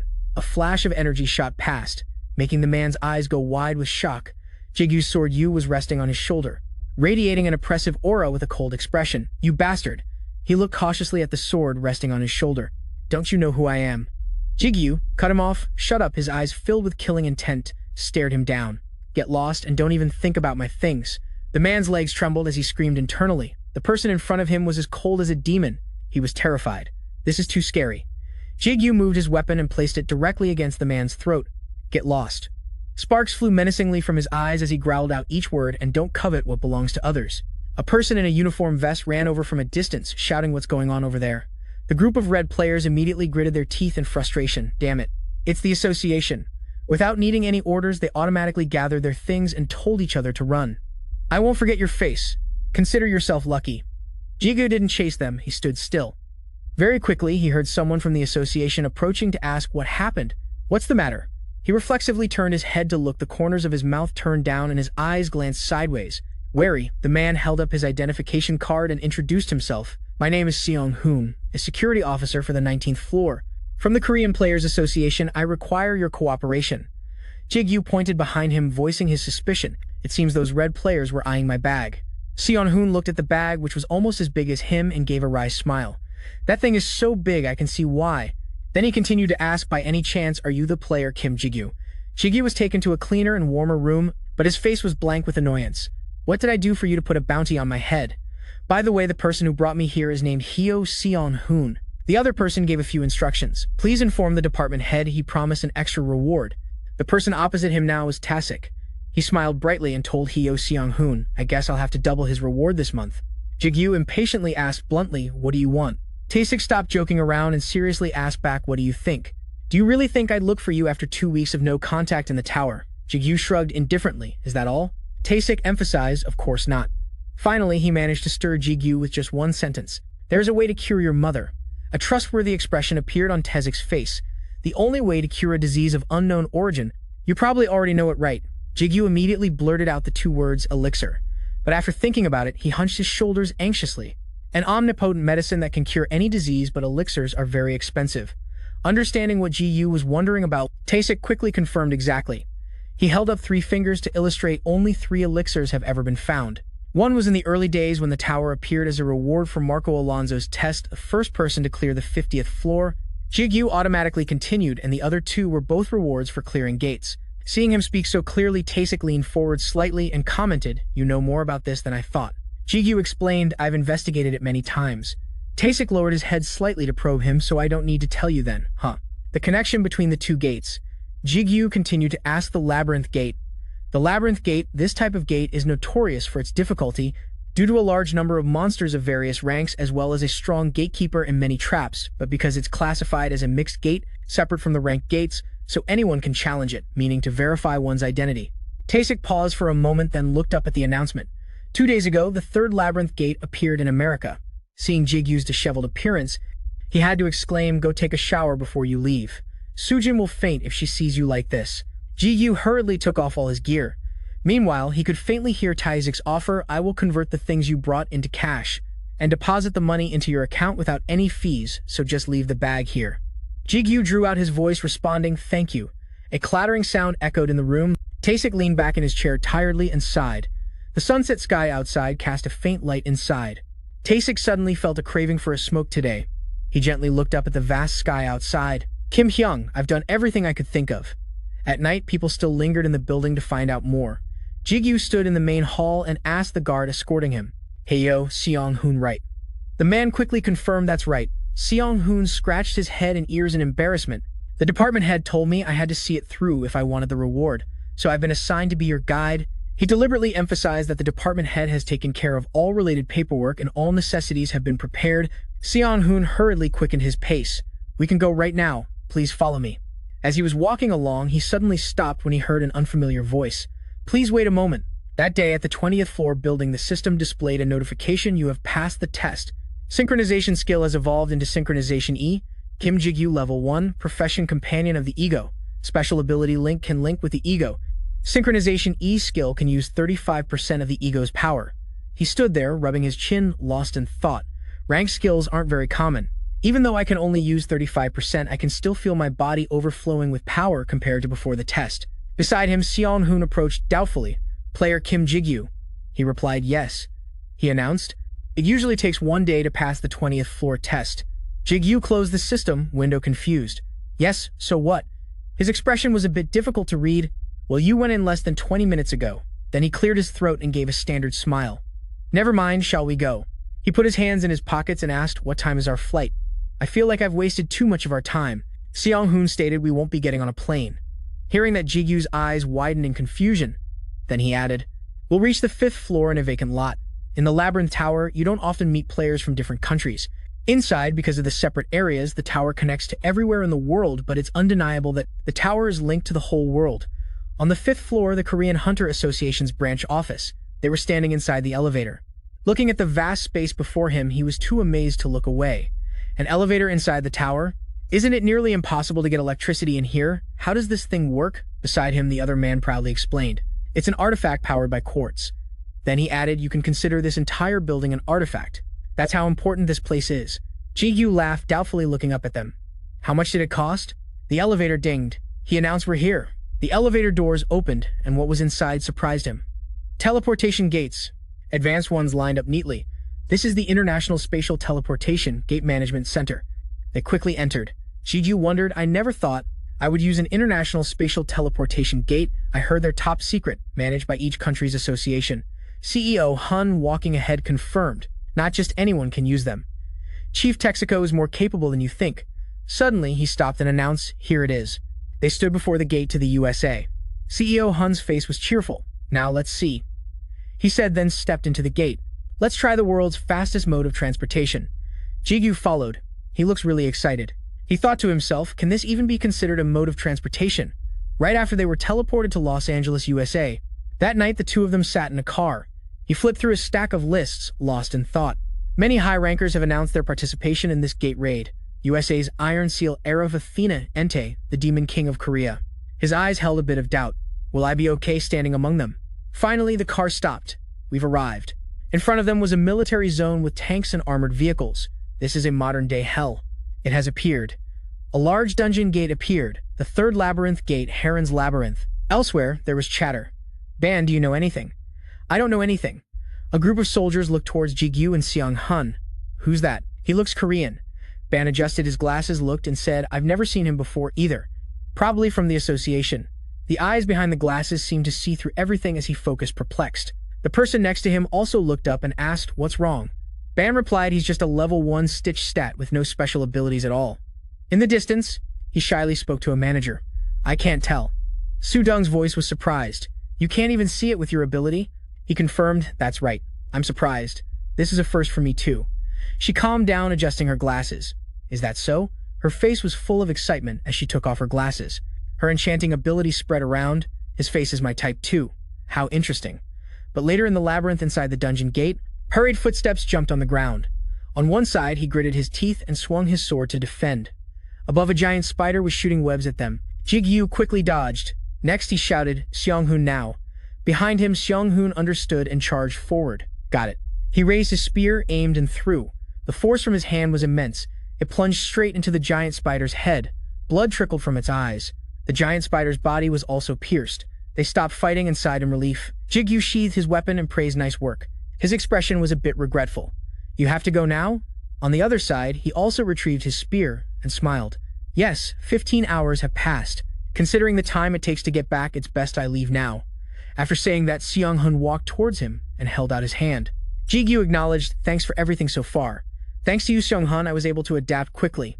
He also praised him. Your growth speed is amazing. If you want to thank me, treat me to a meal next time. They shook hands with a promise. I definitely will. Get back safely. I'll see you again in Korea. Inside the ravaged labyrinth, he confirmed, okay. Jigu walked alone, conveniently marking the wall with his hand. An X mark made with infinite paint to mark the path. It seems everything here is done. Behind him, a group of large spiders lay scattered about. A week has passed since CEO Hun returned. Now I can handle 3 giant spiders at once without difficulty. Next, he turned to leave. But being familiar with one type of monster means I'm stagnating. His eyes held a hint of anticipation. If I want to get closer to the boss room, stronger monsters need to appear. Jigu held an object in his hand. What's this? Earlier, Seong-hun explained, this is a Rax thread. It's an item that lets you return to the gate entrance once. It's a gift from Chief Texaco along with the message if you encounter a monster that's too strong, run. His voice still echoed in his ears. Don't save it. Nothing is more precious than your life. Jigu pouted and sighed, well, I don't plan on using it until I get the cure. Even if I have to die. Suddenly, a scream startled him. The 2 rings on his hand also reacted. They quickly manifested. He entered a state of alert, looking around. Jigu's expression was extremely serious. Did you hear that? A girl's voice. Vu reminded him, it's very suspicious, master. It's better not to go there. But he was determined to move forward. Even if it's a trap, it won't hurt to check it out. It could be a major threat in the future. Ru agreed, that makes sense. El agreed, as you wish, master. In a tree, Su Dong was tied up. Help! Jigu peeked out to look at the girl. She continued to cry for help. Somebody save me. He looked over in confusion. So suspicious. Over there, the girl's body was tightly wrapped in vines against the tree trunk. Jigu was filled with doubt. Why is a kid this small alone in a gate? And she's Korean too. She even resembles Dujung. Is it a polymorph trap illusion? He then imagined a whole story under the ocean. This situation reminds me of the stonefish. Finally, Jigu decided to peek out. It's best to pretend I didn't see anything. There are too many suspicious things. Vu said smugly, "What did I tell you?" He turned to leave, but a resentful voice echoed in his ear. "Mom." Jigu's body froze. The voice continued, "I'm sorry I can't pay for your hospital bills, Mom." Seeing this, he also gritted his teeth. Vu was worried. "Master, don't tell me," he scoffed. "Isn't that line a bit cliché?" Over there, Dujung kept her eyes closed, sobbing. "Mom," Vu remarked, "not even a 9-year-old would fall for that." Seeing Jigu's hand pause, he was also a bit doubtful, clearing his throat. "Idiot." Right after that, he leaped up and dashed towards the tree trunk. The wrapping vines were quickly cut. They fell to the ground. Jigu grabbed the girl and dashed out. Currently, Jigu was leaning against a wall. "Did you accidentally get separated from your party, kid?" Sudong sat in a corner sobbing.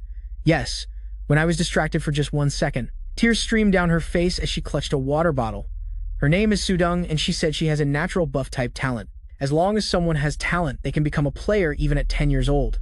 But it's a pain to have someone underage in the party. However, it's still worth it, because not many people possess a buff-type talent or are a natural. They are reluctantly put into those parties. That's why they brought her to such a dangerous place. This also made him fall silent. Then Jigu handed the girl a brown-colored block. His expression was serious as he instructed, "This is a safe zone installation kit. It's not a high-grade one, so it only lasts for 1 day. But someone who can help you will probably show up in time." But Sudong jumped up and shouted, "Mister." He was also startled. "What?" The little girl's eyes sparkled as she pleaded, "Can you take me with you?" Jigu coldly refused. "No." He looked at the girl with some hesitation and reminded her, "You should know this already. If you're a player, you have to be responsible for your own life. I can't help you with more than this, and I'm not old enough to be called Mister." But Sudong didn't give up, looking up and tugging his sleeve. "Please, I'm pretty good at support. I'll definitely be useful." The girl trembled and whined, "I just became a player, so my level is low. When I told them I had a natural talent." Jigu looked down at the girl, finding it hard to refuse. Sudong's voice trembled even more. "I went with them because they said they would give me a lot of money if I did." Finally, he turned his face away, determined. "My goal is to clear the gate, so I'm not turning back." Next, his voice also hesitated. "It will definitely be very dangerous, and even though we'll share the rewards, I can't give you the cure if it drops." Sudong hesitated. "You're taking me with you?" The girl let go of his hand. Jigu added, "I'm just telling you beforehand. But if you're not useful along the way, I'll hand you over to another party. I'm not your bodyguard after all." Being accepted, the girl shouted, "Thank you." He was helpless. "All right, because having support will make hunting much easier. It's definitely not because she said her mom was sick or because she reminds me of Dujung."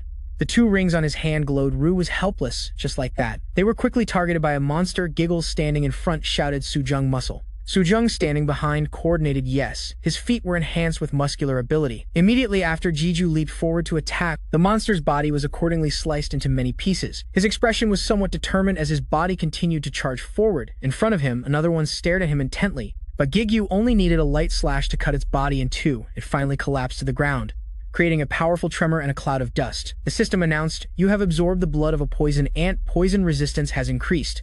One day, they were sitting next to a stone wall. "It's been 2 weeks since I met Sujung, and hunting has definitely gotten easier." Sujung's hand reached out to take the food. "Hey, my level went up again." Jigu replied happily, "Congratulations." The girl chewed excitedly. "It won't be long before I catch up to you." He glanced away a bit nervous. "I don't think that's possible." Jiju's eyes widened as he saw something. He turned and announced, "Shah, I sent someone." The girl still looked bewildered. He hid behind the wall, secretly observing. Behind him, the girl tilted her head and saw the people behind them. Jigu was a bit startled. There was a leader in full gear, and behind him was a dense crowd of people. He also recognized the giant guild led by a high ranker from America. Iron Shield. Jiju's expression was a bit wary as he ducked back behind the wall. If he's a high ranker, he must have sensed my presence. In the end, his gaze became firm, deciding to check one more time. He decided internally, "I could be attacked if I'm mistaken for a spy. I have to run fast." But something shot towards them, causing the wall to explode. He ducked to dodge in confusion. As the smoke cleared, Jigu opened his eyes and looked ahead. He winced, looking at what had just attacked him. Jigu sat on the ground, staring in fear at the blade stuck firmly in front of him. Meanwhile, Iron Shield on one side maintained his imposing posture. Seeing this, another guy was a bit confused. Guildmaster, why did you throw your Callion?" Hearing this, the other person immediately looked at the giant blade in the distance. He replied, "It's nothing. I must have been mistaken." Deep in a desolate ravine, 2 people, a man and a woman, were panting heavily and hastily. Sujung had a weary expression. "Why are we running? We didn't do anything wrong." But Jigu, kneeling on the ground and taking something from his bag, said, "We did do something wrong. It would be different if we met them normally. But we were following them. Following can lead to a surprise attack, so players are forbidden from doing that."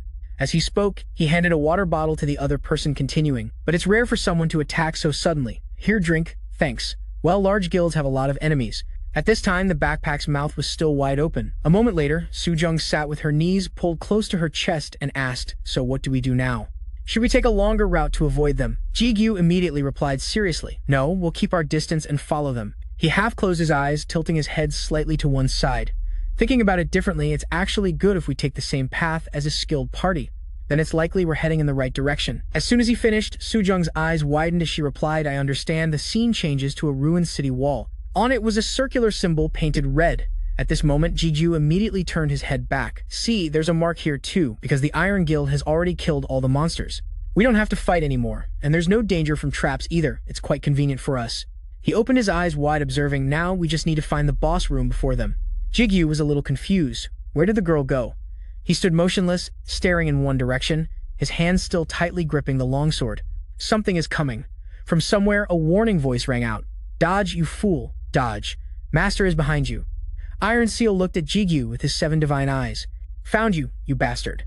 Only then did he glance back. Immediately, a hand reached out and slammed into Jigu's face. His face was pressed against the stone wall. "I can't." Jigu gradually lost consciousness and passed out. Scene change. A slap landed on his cheek. Along with it was a shouting voice.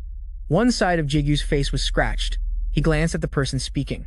"Finally awake, huh? Still not saying a word." Then the opponent grabbed Jigu's hair. Iron Seal leaned close to Jigu's face.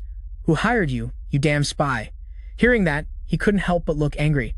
"Damn it, I don't know English. A spy? He knows I was following him." Meanwhile, Iron Seal kept questioning, "Who are you? How did you deceive my senses? If you are honest, I will kill you painlessly." As soon as he finished speaking, Jigu suddenly screamed, "Kill! Please don't kill me. I'm not a spy. Just hunting. Just hunting." At the same time, the other person seemed to realize the problem. "You can't speak English, huh? He might be acting, Guildmaster." He glanced and clicked his tongue. "Well, we'll see about that." Then that guy called for someone else. "Rogers." Immediately the person bowed respectfully and answered, "Yes, Guildmaster. That person is a player. The one who announced he would join the Ironstone Guild. The Korean-American, Rogers Han. Does he know that I'm Korean?" Rogers squatted in front of Jigu and spoke. "Hello. You know me, right? I'm pretty famous in Korea. I'm sure you know the club I'm with. I'll skip the introductions," he said while holding up a bag containing small bottles. He continued, "Ah yes, I know you are Korean, because of this in your luggage." "Wow, this stuff is expensive, huh?" Rogers said gently. "Sorry for the harsh greeting. Our guildmaster is in a bad mood." As he finished speaking, Jigu was completely stunned. "Oh, he's quite friendly, isn't he? Bringing a translator means he wants to talk, right?" A moment later, he began to probe. "So why were you following us? What group do you belong to? How did you deceive the guildmaster's senses?" Hearing this, Jigu immediately put on an innocent face. "Following you? It's all a misunderstanding.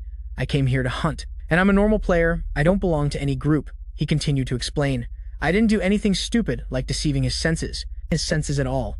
I thought you guys already knew I was there, so I thought you were okay with me." Immediately, Rogers gave a sly smile. Hey, I see." At that moment, a blade was drawn from its sheath. Rogers raised it high in front of Jigu. Then he suddenly stabbed down without hesitation. At the same time, Jigu broke out in a cold sweat, his teeth clenched tight. He cried out in pain. Seeing this, Rogers sneered. "Why is this guy so weak?" He relentlessly mocked him. "I don't know what brought a loser like you here, but how dare you try to trick us from the start, huh?" Rogers gave a demonic smile. "Hunting, huh? I'm sure you were aiming for the elixir, right?" In the background, the captain was talking to someone. Ruth took the sword and examined it. "It really is a strange sword. I can't see the sword's status window, and it's too dull for its appearance, so it can't cut anything, not even an orc's skin."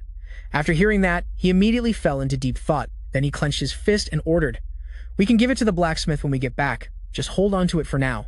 As soon as he finished, the man replied, "Yes, Guildmaster." Grupp couldn't help but praise. "Well, compared to your holy sword, Callian, this thing is just a piece of scrap metal." Scene change.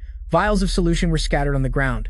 Rogers shook one and spoke. "Expensive potions heal fast, don't they?" He deliberately taunted him. "No matter how many times I stab you, you won't die." Rogers looked at Jigu's face and reminded him, "Don't make that face. I thought you were a big spender, so I'm just helping you use them, right?" His expression suddenly darkened. "So hurry up and spit it all out, you bastard. Whose dog are you?" But Jigu fearlessly replied, "I already told you. I lied about hunting, but I really did come here alone." Immediately, a heavy slap once again struck his cheek. Roger seemed to have lost his patience. You think we're joking? At this time, Jigu's 2 hands were still tied tightly. He continued to listen. We already used Inspect to check your stats before you woke up. Even the rope tying you up isn't a special item, it's just a regular rope. Rogers asked angrily. You think I believe that someone who can't even break free from a normal rope came here alone? Do you think I'm an idiot? Suddenly, a voice from behind called, Rogers, come here. Eat first, then continue. Hearing this, Rogers' eyebrows furrowed tightly. He punched Jigu in the stomach one more time. As Rogers left, he warned, You better stop acting, smart guy. Meanwhile, Jigu trembled uncontrollably. I won't get complacent. I've told myself that many times. I realize I'm still lacking in so many ways. After fighting Teshiro, he leaned his back against the stone wall, successfully conquering the labyrinth that I had almost a 0% chance of clearing. Jigu fell to the ground in an instant. Ru, who was flying above, immediately spoke. I already told you. Votus's ability isn't always effective. It needs time to recognize and interpret you think too much. He said confidently, those who constantly think about whether to use techniques or strategies, I understand their psychology completely. Jigu just smiled and replied, I don't remember you saying that your memories in my head say that techniques are not useless. After hearing that, Ru frowned slightly. Is that so? It seems you only understand half of it. Then he said that it's not wrong because after all, I could only become this strong by obtaining all the fighting techniques of those I've defeated, but his hand tightened its grip on his sword. Vu took the initiative and charged down at Jigu. He shouted loudly, above all, the question is whether you can do it or not. Vu had approached Jigu. His sword-wielding hand was raised, ready to strike down. This attack of his wasn't at full power to give Jigu a chance to block it. The 2 swords clashed, creating sparks. Ru still seemed to have the upper hand and continued to lecture. All of that will be ingrained into your body. Even though I knew it was impossible, I couldn't give up the thought that maybe I could do it. A rope was being knotted, tying his hands. When you fight as if you're on the verge of death, who knows how long it's been? The dark sky above seemed to be gradually brightening as the sun rose. At the top of the tower, Jigu was still lying in bed with his eyes closed. For some reason, he suddenly opened his eyes. The scene around him was confined to a tiny bed. Jigu was confused. Where am I? Not knowing when Elle had appeared beside him, she spoke up. Master. You're awake, the little girl, brown hair, also politely said. Master, he asked. Everyone with a headache. What happened? Elle immediately explained. You were exhausted after the fight with you, so I escorted you back to Jigu's tower to recover. We also helped you get a haircut. Jigu touched his hair and said, I see. Thanks. Long hair is a bit of a hassle. Over there, the person responsible for his condition also spoke. You're finally awake, so weak. Seeing him, he was a little surprised. Ru, you're here too. Ru looked a bit grumpy, sitting on the bed with his legs and arms crossed, and uncomfortably asked, What? What about my appearance? Jigu was very confused by his appearance. Why does Ru look younger? But everything I trusted was just some borrowed power. They just had to take away my weapons. Elle then explained the mystery. It's because during the fight, he used too much power, while his physical body couldn't handle it. So he ended up like this. Ru sighed in frustration listlessly. Brown head circled around and flew near Ru. The little girl gave a mischievous smile. Brown head said, Ru, you're so cute now, which made him angry, shouting, Go away, you nuisance. Before I hit you with a fly swatter. Brown Heart was very excited. Now Ru is just like me. Ru angrily waved his hand, shooing Brown Heart away. In another place, Chi-In was in front of Ji-Chun. Ji-Chun looked uncomfortable. Chi-In was seething, as was the fiery aura around him. Why were the two of them just standing in front of each other with their eyes shut tight, disappointed after all this time? Ji-Chun finally spoke first, his gaze stern. Is there anything to say? But Chi-In remained, still not moving, and later replied, I have no right to say anything. And there is nothing that can be said. Ji-Chun was a bit surprised by this. He just asked back, You don't blame me, I'm the one who turned you into this. Chi-In said understandingly, and I become useless like this. Now Jigu was alone in the middle of the field, in the distance. If you hadn't done that, Father, I would have brought death upon myself. Thank you, Father, for giving me a chance to atone. He even said, I'm sorry, Father. After hearing these words, Ji-Chun could only sigh. The one you need to apologize to is not me, but Misu. Remember those sins for the rest of your life. Chi-In obediently said, yes, time flies, and soon it was 1 month later. In the conference room, everyone was present in their seats listening to Jigu speak. All right then. Every person and creature was intently watching him speak. Jigu looked at everyone's serious faces and then declared, let's start the meeting. It discussed the attack against the Cavan Guild. Still, at that same building, the sky was still bright and clear, where a report on Gregory's activities was being presented by Hel Seong-hun. Seong-hun stood at the presentation board and spoke clearly. All right, now I will talk about the information we've gathered from the outside up to this point. Jigu watched with satisfaction. We are gradually getting modern items here. Mr. Hong is truly talented. There is nothing Father cannot do. CEO Hun continued his presentation. Currently, the Cavan Guild has surrounded player Jigu's house. Someone's hands curved to form binoculars. The girl with platinum blonde hair lowered her gaze and said, estimated distance. 2 kilometers. They are moving in a group of 45 players. The screen displayed the map, CEO Hun said. The image shows how they have been deployed surprisingly while many of them surrounded the area. No one has been able to pass a 500-meter radius around the house. Jigu thought for a moment after hearing this. 500 meters. That is the defense radius you set. When the defense radius is small, the defense power is increased. When the defense radius is large, the defense power decreases significantly. When Mr. Hong was revived as a guardian, he secretly glanced at Ji-chun sitting above, wondering if it was a coincidence. Then looked at Ju, who was focused on the formation. He seemed to have a plan, smiling faintly and whispering, "I see outside it was deserted with only a white sedan parked sitting in the car." Song Shu hesitantly asked the person who was smoking, "Can't we just charge straight in?" The other person gently blew out a puff of smoke and said bluntly, "They're dead." Song Su was immediately shocked. What the man continued, "Everyone who approached that house within a certain distance has died. The last radio message we received was about an old man and a zombie. I don't know what's going on anymore. We'll likely scout near the control point for a while." She turned her head slightly to look back. "What will you do, big sis?"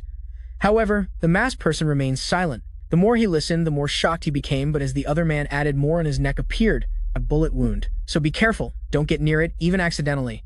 No one knows what will happen to you." As he finished speaking, he finally felt the pain in his own blood getting more and more painful. Song Su was also startled by his teammate sitting next to him in that instant, lost his head. The people in the back seat panicked more than ever. They screamed, "What was that? Are we being ambushed?" Everything was chaotic. "Grab your weapons, wait." My sword in less than an instant. Only red blood was left in the car. On this deserted street with not a soul in sight, blood from inside the car slowly trickled onto the road. No one knew who had eliminated them. All that was known was that more and more blood flowed from under the car, and a man's legs appeared next to the car, and a blade dripping with fresh blood. It was him, Hyung-chun. "I guess players these days are chosen randomly." Holding the feather in his hand, he recalled what Jigu's subordinate said, right? Jigu, covered in wounds, hung his head. Fingers and toes cut 27 times, bones broken 63 times, punctures and cuts 121 times. A pure white feather like that suddenly burned black and vanished. Demonic energy back to the presentation screen in the meeting room. An image appeared. It was a magic circle used by Hell. Ru was explaining it. To be more precise, the demons have placed it in certain locations, so it has the same effect as a magic circle. What's needed to activate it is demonic energy first. A potion is used to convert a player's mana into demonic energy. "I guess that's for the magic circle." Jigu wanted to know more. "What does the magic circle do?" Ru simply said, "I don't know either. Andress is stronger than we expected. It's best now to consider all possibilities." Perhaps Jigu looked a little worried after hearing that. Ru continued, "But I can somewhat guess what the activation condition is." Jigu was curious. "Condition?" He said immediately. "Your mana. That's probably what will activate it." Jigu was taken by surprise. He was extremely confused. Ru continued, "Your decision not to leave the house for the past month was a wise one because you were inside it and tortured many times, about 200 times.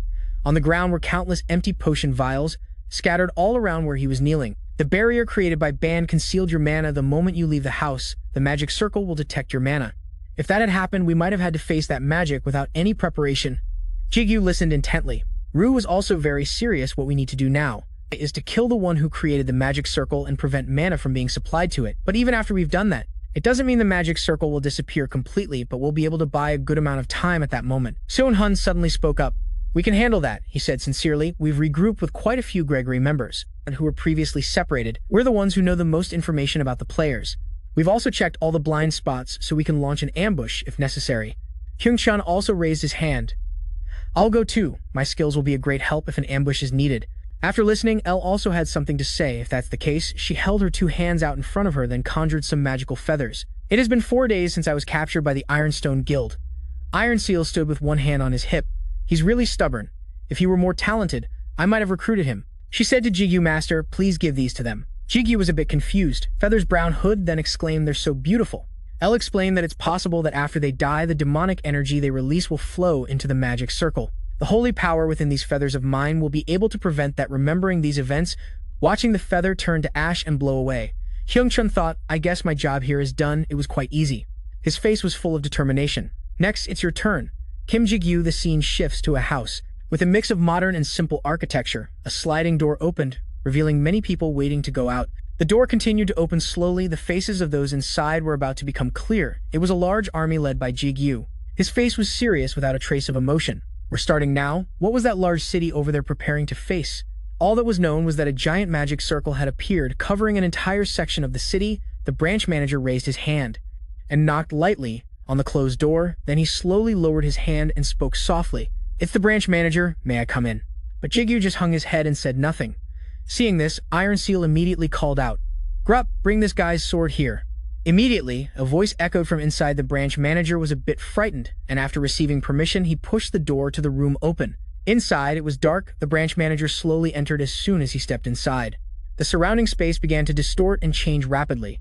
The surroundings transformed into a large cave. The figure of Du Hyung was sitting with his back to them in the distance. The branch manager stood still in place and looked over. "Report, I am here to report to you, sir. We have confirmed the target's mana. Kim Jigu, the barrier has been activated." He remained sitting there, completely still, not moving at all as he listened to the man speak Harris. As soon as the last word was spoken, Du Hyung's cold eyes slowly opened. He finally spoke and asked, "Is there anything else?" The branch manager hesitated and stammered. Images of the ambush appeared. He reported truthfully, "All the members supplying the dark energy have been killed, right on the streets as well. They were attacked and left lying scattered on the ground. They were all attacked at the same time. So we couldn't react in time. We believe Gregory is likely behind this incident." The other person was a bit confused. "Both of them?" Iron Seal quickly replied. "Just one is fine," he said while looking at the battered boy below. The branch manager finished reporting everything. The space around them fell silent once more at this point. Du Hyung's mood had darkened. His lips moved as he uttered, perhaps hearing the faint sound from him. The manager looked up worriedly and asked, "Sir?" Du Hyung remained in the same position without moving. A long blade appeared beside him. Suddenly the weapon flickered and then quickly vanished from its spot. Then that blade shot straight toward the branch manager, who stood frozen. His eyes widened in terror. Red liquid splattered directly onto his face. One side of his head had been pierced straight through by something, taking a piece of it. The branch manager stood stunned, unable to react, then his whole body fell limply to the ground and moved no more.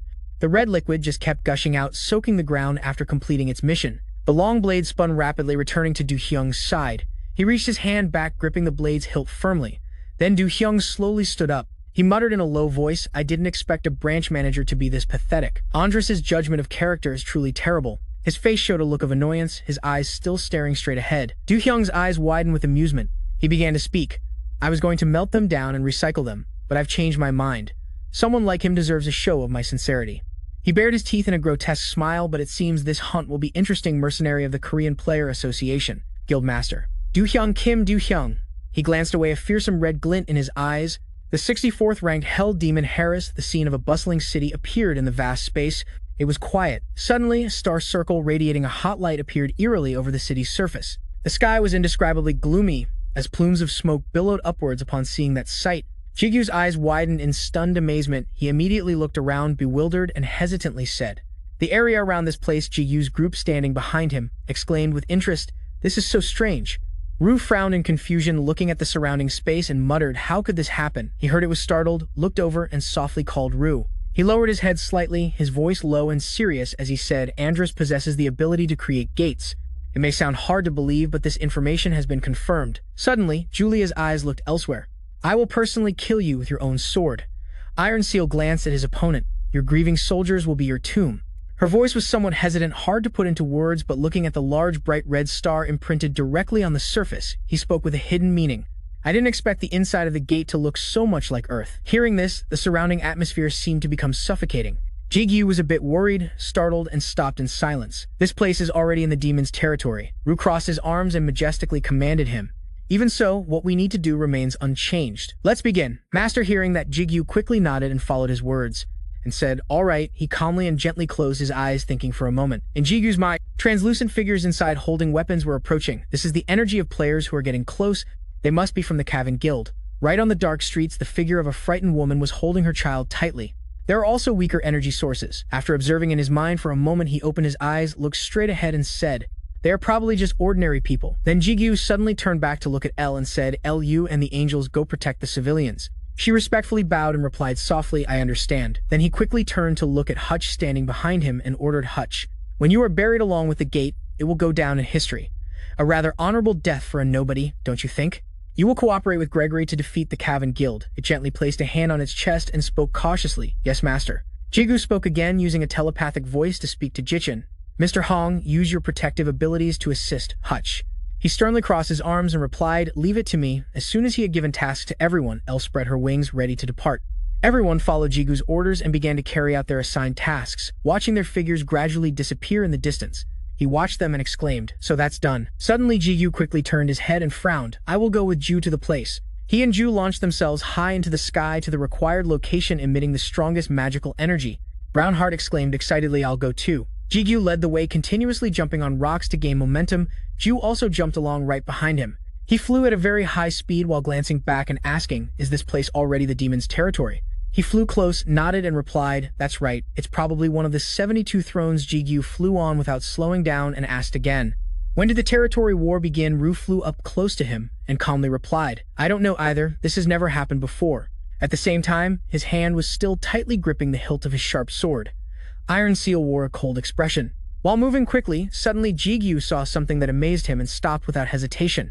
Jigu suddenly landed hard on the ground below. He also landed after him, but because they were flying too fast, when they braked suddenly, the two of them skidded a long way. He opened his eyes in horror and stammered, "This is Ju." Standing behind, looked up. Brownheart also spoke up. "This thing under the ground is an active lava lake constantly burning brightly. The lake continuously radiated a terrifying heat." The two of them immediately moved closer to take a look. Jigu hesitated slightly, glancing at the lava, and exclaimed, "Lava." He was standing far away there, saying, "I can feel the energy of the territory's master below." Brownheart whined, "It looks very hot."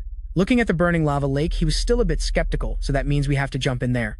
After a moment of internal struggle, Jigu sighed softly and said, "All right." Suddenly his whole body began to transform. A large flame engulfed Jigu's body, making him excited. "It's time to test the new skill I've acquired." The electronic system sound rang out. Lava element Ru remained silent, not reacting at all upon seeing Jigu's transformation. "I'll send you off quickly and neatly." After speaking, the tip of the sword immediately moved towards Jigu's body. He stood with his feet shoulder-width apart, preparing to thrust the sword. The red flame, just like that, spread all over his body. Right after that, without a single wasted motion, Jigu's entire burning body jumped straight down into the lava lake. The system sound rang out again, announcing that Ego, combined with Blue Beast, level 102 strength, 93, agility, 38 stamina, 119, magic 127, skills itemization, monsterization, mana recovery, increases bleeding damage, elemental master. Elemental Master allows the body to transform into any elemental spirit. The lava lake was still boiling red-hot relentlessly. Ru's voice rang out, "Hey Master, why is the lava element stronger than fire?"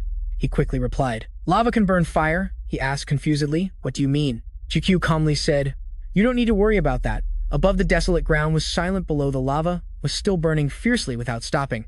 The lava lake was still burning fiercely. Flaring up deep inside the lava, Jigu's entire body was diving straight down. He let his body free, his two eyes shut tight, relaxing himself. "I can't see what's in front of me, but I can feel it. I know where I'm going right now." The surrounding space quickly transformed according to Jigu's thoughts. Meanwhile, Jigu remained motionless. Countless red lightning bolts appeared around Jigu. The link with the Ego L has been reestablished.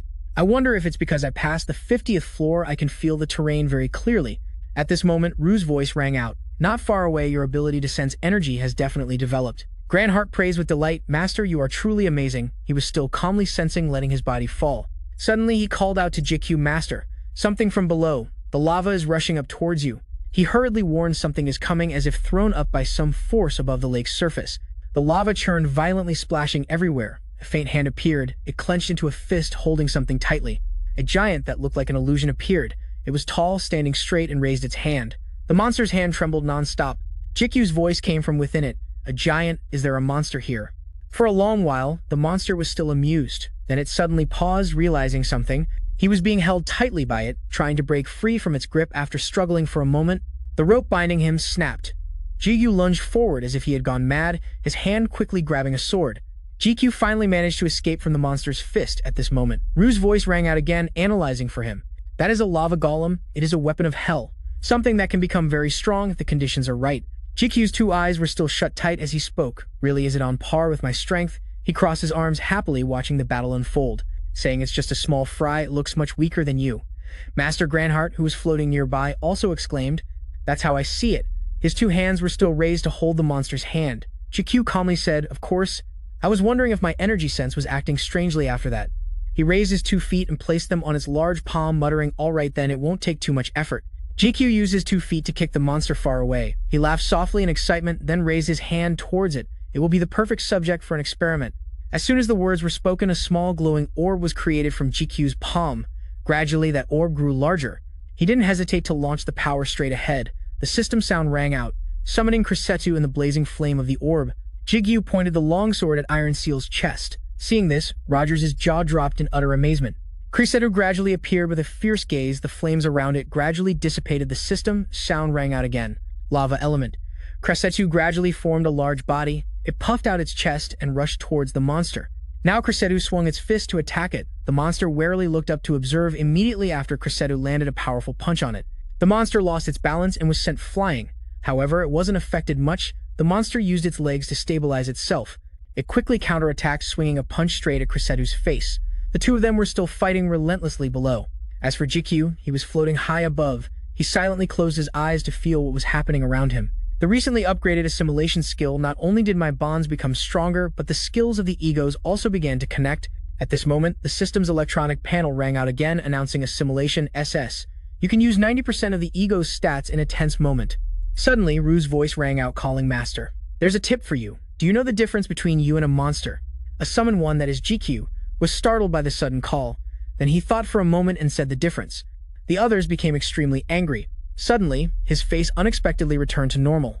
At the same time, Iron. At that moment, images of Graystu, Min Soak, and Rotor appeared in his mind.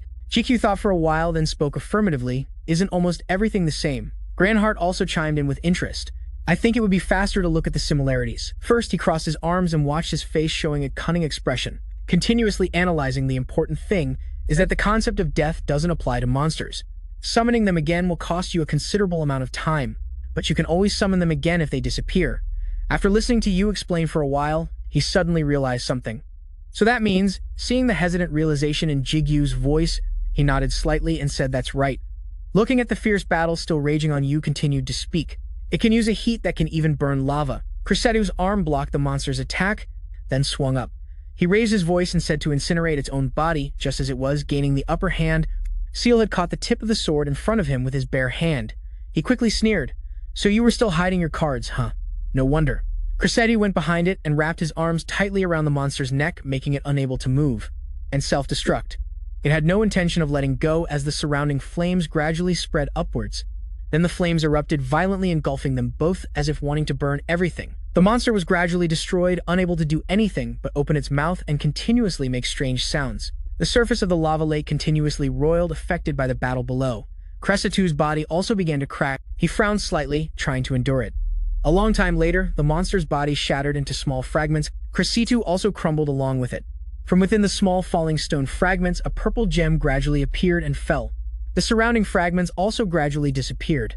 The gem fell straight to the ground. Jigu approached the spot. He gently reached out his hand to touch the gem. Jigu dazedly picked it up to examine it, muttering, "What is this? It doesn't look like a crystal." At this moment, Yu's voice rang out again. That is the core of a golem. You've picked up a pretty good item. I thought I sensed the Demon King's energy. It's not surprising that she's interested in you. He taunted Jigu relentlessly. He let out a small sound. Holding the gem in his hand, he thought the old man would probably like it. Jigu gave a command into the air. From the space, a portal suddenly appeared and opened. Suddenly, Jichun's worried voice came from the other side of the portal. What are you doing? He froze, looked in, and called out, "Old man." Lava shot out in all directions. He stepped back slightly and said hesitantly, "Lava is flowing out of the portal." Jichun's face showed disbelief and panic as he stammered, "What the hell is happening out there?" He gritted his teeth, realizing something. He thought to himself, cursing, "Damn it, I forgot I was submerged in lava." Yu's voice rang out, saying, "So foolish." Jigu looked at the spatial portal and then gave the command to close it. He looked up worriedly and asked loudly, "Han Jichun." "Old man, I'm sorry. Are you hurt?" Seeing this, Ranhot also asked, "Dad, are you okay?" He didn't answer the question directly, but changed the subject, "Give me more." Jigu was confused by Jichun's words, muttering, "What?" Contrary to their worries, he sat right by the edge of the lava and said excitedly, "It seems she sees you as a toy." A thought rose in his mind. He's not even flinching right now. Lava containing such pure demonic energy will be a very good material. Is there any more of this? If there is, give me more here. Hearing Jichun say that, he hesitated a bit and said, "What, I'm submerged in lava right now." Hearing that, he immediately stood up, turned his head to look around and said in lava, "This is not the time for me to stand still. Wait a moment. I'll do something about the portal." Below the surface of the lake, the hot lava was still steaming and active. Gradually it calmed down, but the heat's influence still radiated for a long time. After a while, the lava lake's surface was no longer boiling and molten. Suddenly, the molten lava erupted as if exploding. It surged and flowed outwards. Despite this abnormality, Jichun stood still with his arms crossed, watching happily, and said to himself, "This is enough." We'll probably never use it all. The lava flow like a river continuously poured out over a wide area. He stood upright, motionless observing, and exclaimed it was a really good decision to have Go Hyunshin dig a river. Votus was cowering in the distance. Jichun still hadn't noticed the abnormality and looked at the lava lake saying, Iron Seal spoke again. But how did you fool the inspection? Even the Demon King can't do that. I was planning to fill it with water and put a boat in it, but I never thought we would be this lucky. It sat close to the cliff, squinted its eyes and raised its head to look around, wondering about this place. The steady sound of dripping water from the stalactites echoed in the space. The brown-haired man wiped his sweaty forehead. His voice was full of fatigue. It's deadly hot. Discouragement almost took over his mind. How much longer do we have to keep doing this? Is it true that a high-level fugitive is about to pass through here? The man next to him spoke up. How should I know? I'm just following orders. Then he sat down and said longingly, I want to go home. Just then, the man standing near the lava lake suddenly noticed something unusual. He whipped around, his voice laced with caution. Hey, the lava level has dropped, right? The brown-haired man immediately retorted, Hey, I've only ever heard of a water level. What do you mean, lava level? The man sitting next to him wondered. Well, if you don't call it a lava level, what do you call it? The brown-haired man snapped. I don't know, damn it.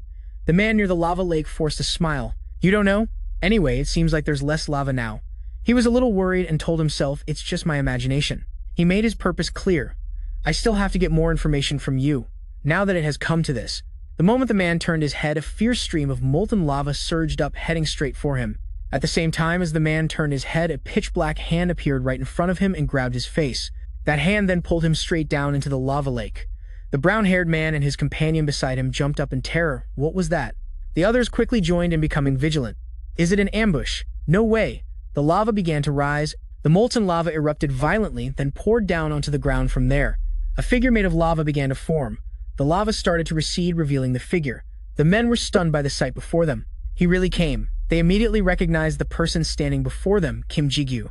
Both sides watched each other warily. No one dared to make a move. You commented they're completely different from the people outside. Ran asked curiously, are they strong? He asserted they're no match for you, master. But this location is a bit troublesome. You analyzed, if we use wide area attacks like death or chaos, this place will collapse. Jigu agreed with this opinion. That's right. Jigu clenched his teeth again. It seems I have no other choice but to use it. He asked confidently, but does it matter? From the beginning, Master's special skill is that part. You showed some interest. It's time to test that part. Jigu also gave a cold smile. That's right. His ankles emitted a blue light. The brown-haired man tensed up as he about to charge in. A pair of thin wings appeared at Jigu's feet, and they turned red. Finally, they emitted a dazzling golden light. Flash step. In the blink of an eye, Jigu vanished, leaving only a golden streak passing through the crowd. He was so fast that when he passed the group, they didn't even notice. They were all stunned, unable to process it. Jigu zipped past each person's back. He moved quickly to the end. Finally, Jigu stopped behind them. The group was still stunned. The next second, all of them collapsed. He sighed and glanced behind him. Yu was a little worried. How is it, master? How's your body? Grandheart exclaimed. That was incredibly fast. Jigu looked down at his trembling legs. It's still difficult, much harder than the first time I used Flash Step. Yu mused as expected. Using it more frequently is difficult. Basically, Flash Step isn't like speeding up or accelerating. It's more like an authority than a skill. Hearing Yu say that surprised Jigu. It's that amazing. The two were in an uneven confrontation. Athena, from a dark corner, coldly ordered, "Launch the attack." Immediately, an object was shot towards Iron Seal. Yu continued his analysis. Just now, it felt more like time had stopped, rather than your body accelerating. It must have something to do with your lineage. Jigu suddenly remembered Kronos. At this point, Yu suddenly mentioned the unconscious men. So what are you going to do with those guys? You have a reason for not killing them, right? Jigu smiled smugly. Right, the elder needs a few competent workers. The scene changes to outside the gate, where a horde of undead carried the unconscious people on their shoulders. They came before Jishun one by one. He said excitedly, "Welcome to work." At the same time, he also thanked Jigu. "Thank you. With this many people, we can develop the gate even further." He smiled awkwardly in reply. "That's great." At this moment, Yu suddenly spoke up. "But master, we've been wandering around for a while now, right?" Jigu agreed, "Of course. The path in here is like a maze, so using your brain doesn't mean much." Ranho wondered, "Then why don't we just break through the wall and go through?" Jigu reluctantly replied, "If there's no other way." It flew through the palm of his hand. Seeing this, his eyebrows furrowed tightly. He observed it closely and remarked, "An archer's arrow." Yu chimed in to remind him the cave will collapse. At that moment, something suddenly aimed straight for Jigu's chest. An extremely powerful force sent him flying backward. Jigu was overwhelmed by the surprise attack. He slammed hard onto the ground several times. His whole body trembled in pain. He gritted his teeth and tried to look ahead. What was that, an ambush? Grandheart exclaimed. That hurts. You, hissed, damn it. Now I know who the master of this land is. Even the master's own senses can't detect him. As his attacks came, Jigu began to guess who it was.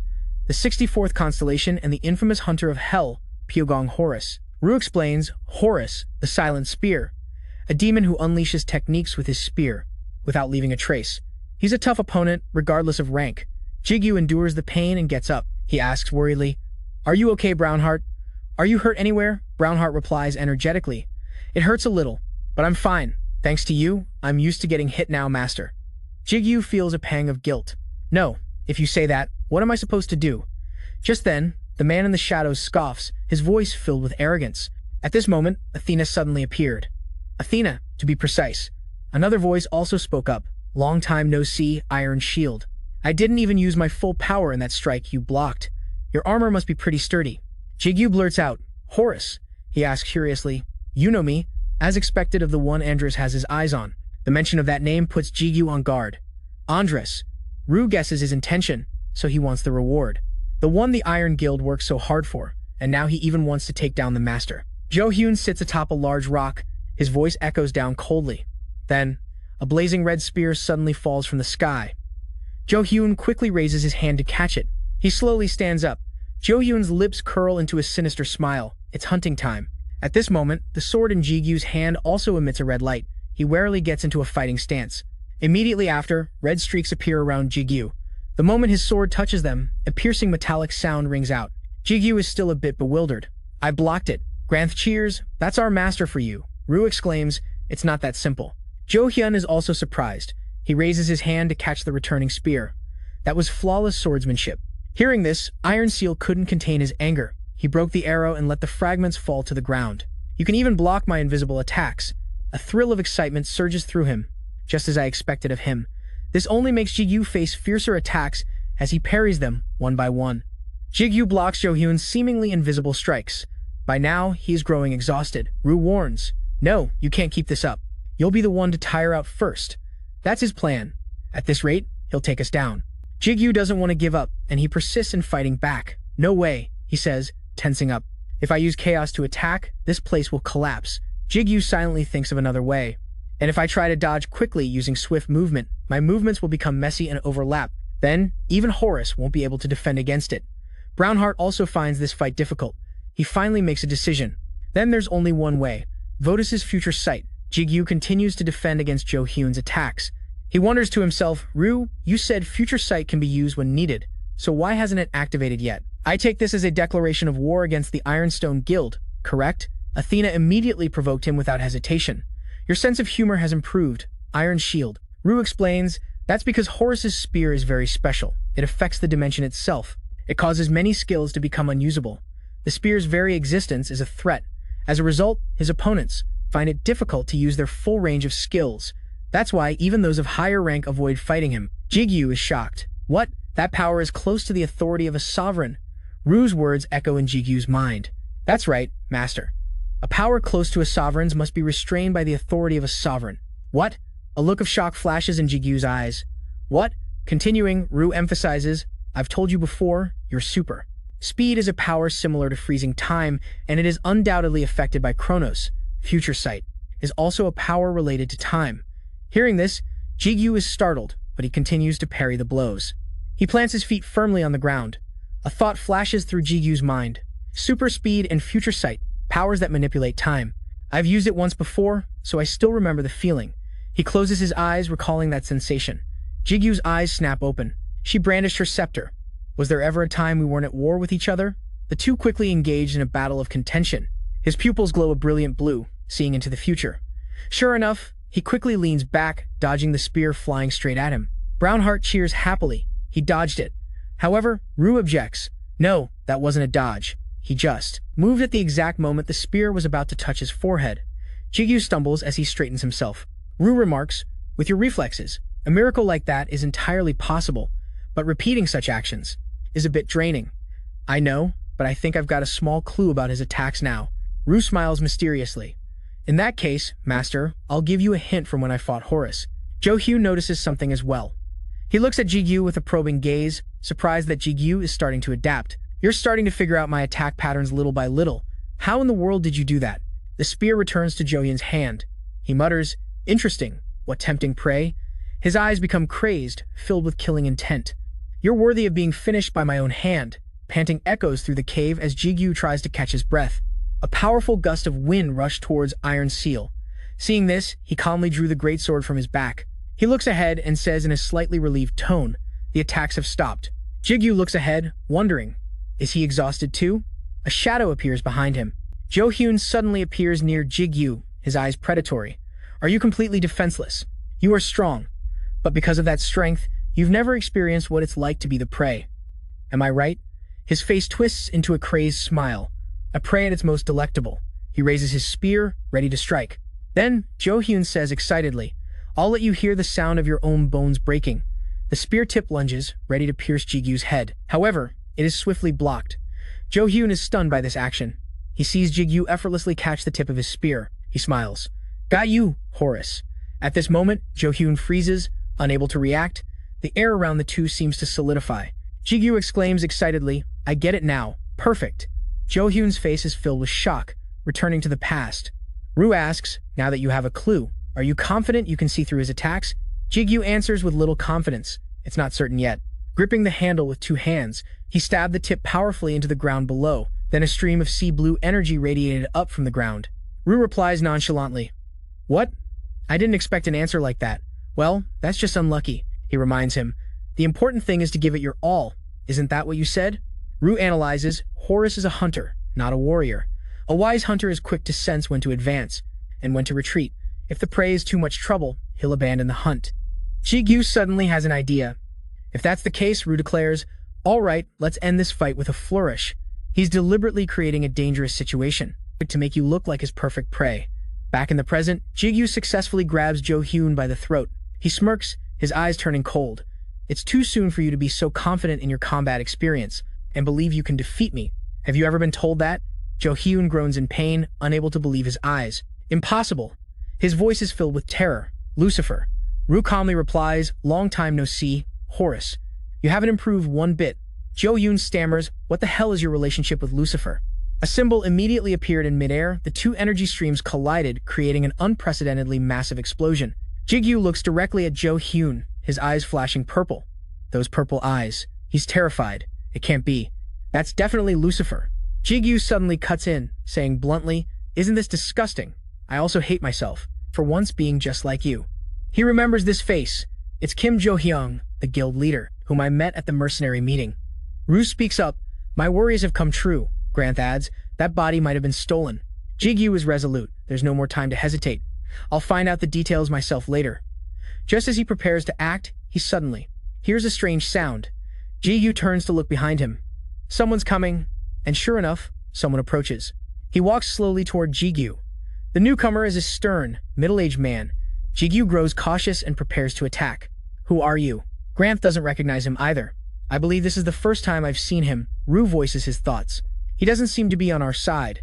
Just then, Jo-hyun starts to tremble. He questions the man in terror. "Why are you still alive?" "I'm certain I killed you with my spear." Jo-hyun shouts, "Branch manager." The large tree nearby was uprooted. A powerful gust of wind slapped the faces of the others a moment later. Iron Seal suddenly glanced back at Rogers. However, the man only gives him a cold stare. Jigu mutters, "Branch manager." "It must be the Cavan Association," Ru guesses. Jigu's attention is drawn to the potion the branch manager just took out. He observes carefully, a first-class strength enhancement potion. Right after that, the branch manager stabbed the vial of medicine straight into his thigh. The drug was slowly injected into his body. Immediately, a surge of power enveloped the branch manager. Purple veins bulged on his face. His eyes turned bloodshot as he broke into a crazed smile. In just a moment, the branch manager vanished. He rushed towards the two of them. Granth and Ru worriedly called out, "Master." Jigu responded softly, casually tossing Do-hyung behind him. Jo-hyun thought to himself, "What the I feel? Something really uncomfortable in my body." He observed Jigu. Holy power, why does he have the evil eye? Jigu took Jo-hyun's spear. He aimed it straight at the furiously charging branch manager. The spearhead easily pierced through him. The branch manager immediately coughed up blood. Jigu was also surprised at how easy it was. Why is he so weak? At that moment, he suddenly realized the situation and quickly looked back, but it was too late. A hand had pierced through Do-hyung. "Keep the scout alive. Capture him." After hearing that, Rogers didn't hesitate to reply while Iron Seal began to skillfully spin his two hands. Jigu's eyes widened in shock. Even Do Hyung couldn't react in time. The branch manager was now piercing him from behind. Jigu stammered, "What?" Brownheart spoke up, "It seems he's on our side." Rue continued, "But he doesn't look very friendly." Jigu turned his head. "No, I just saw something." He was startled by the sight before him. The branch manager who had just been pierced by the spear was nowhere to be seen. He had vanished. The branch manager laughed. "I don't know what you are, but how dare you underestimate me, huh?" His eyes turned sharp, mixed with a crazed look. "I have special abilities too, unique skill, doppelganger. You can summon an alter ego. It shares the same power as the main body within a 10-meter radius." The branch manager ruthlessly pulled his hand out of Do Young's body. He quickly collapsed. Jigu suspiciously called out, "Horus." He silently blamed himself. "I shouldn't have been so arrogant. While I was distracted, Jigu said angrily, "How dare you steal my prey?" But Rue quickly stopped him. "Master, wait, his actions are a bit strange." He reminded him, "Look." Jigu noticed the power being absorbed by the branch manager's hand. He swung the blade sideways coldly, his two eyebrows knitted together. "Today we will end this once and for all." "He's draining power from Do Hyung," Jigu realized. "That's Horus's power." Rue agreed. "That's right, he's absorbing it."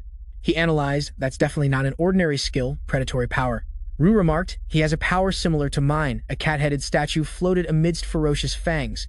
Even Ban's cat statue contains a terrifying devouring power, just like Rue. Of course, compared to Rue, it also has its limits and significant side effects. It can devour other demons. Jigu stared wide-eyed ahead and said to himself, "Ban has a devouring power like that too. Is this a common power?" Grant glanced at Rue while he was pondering.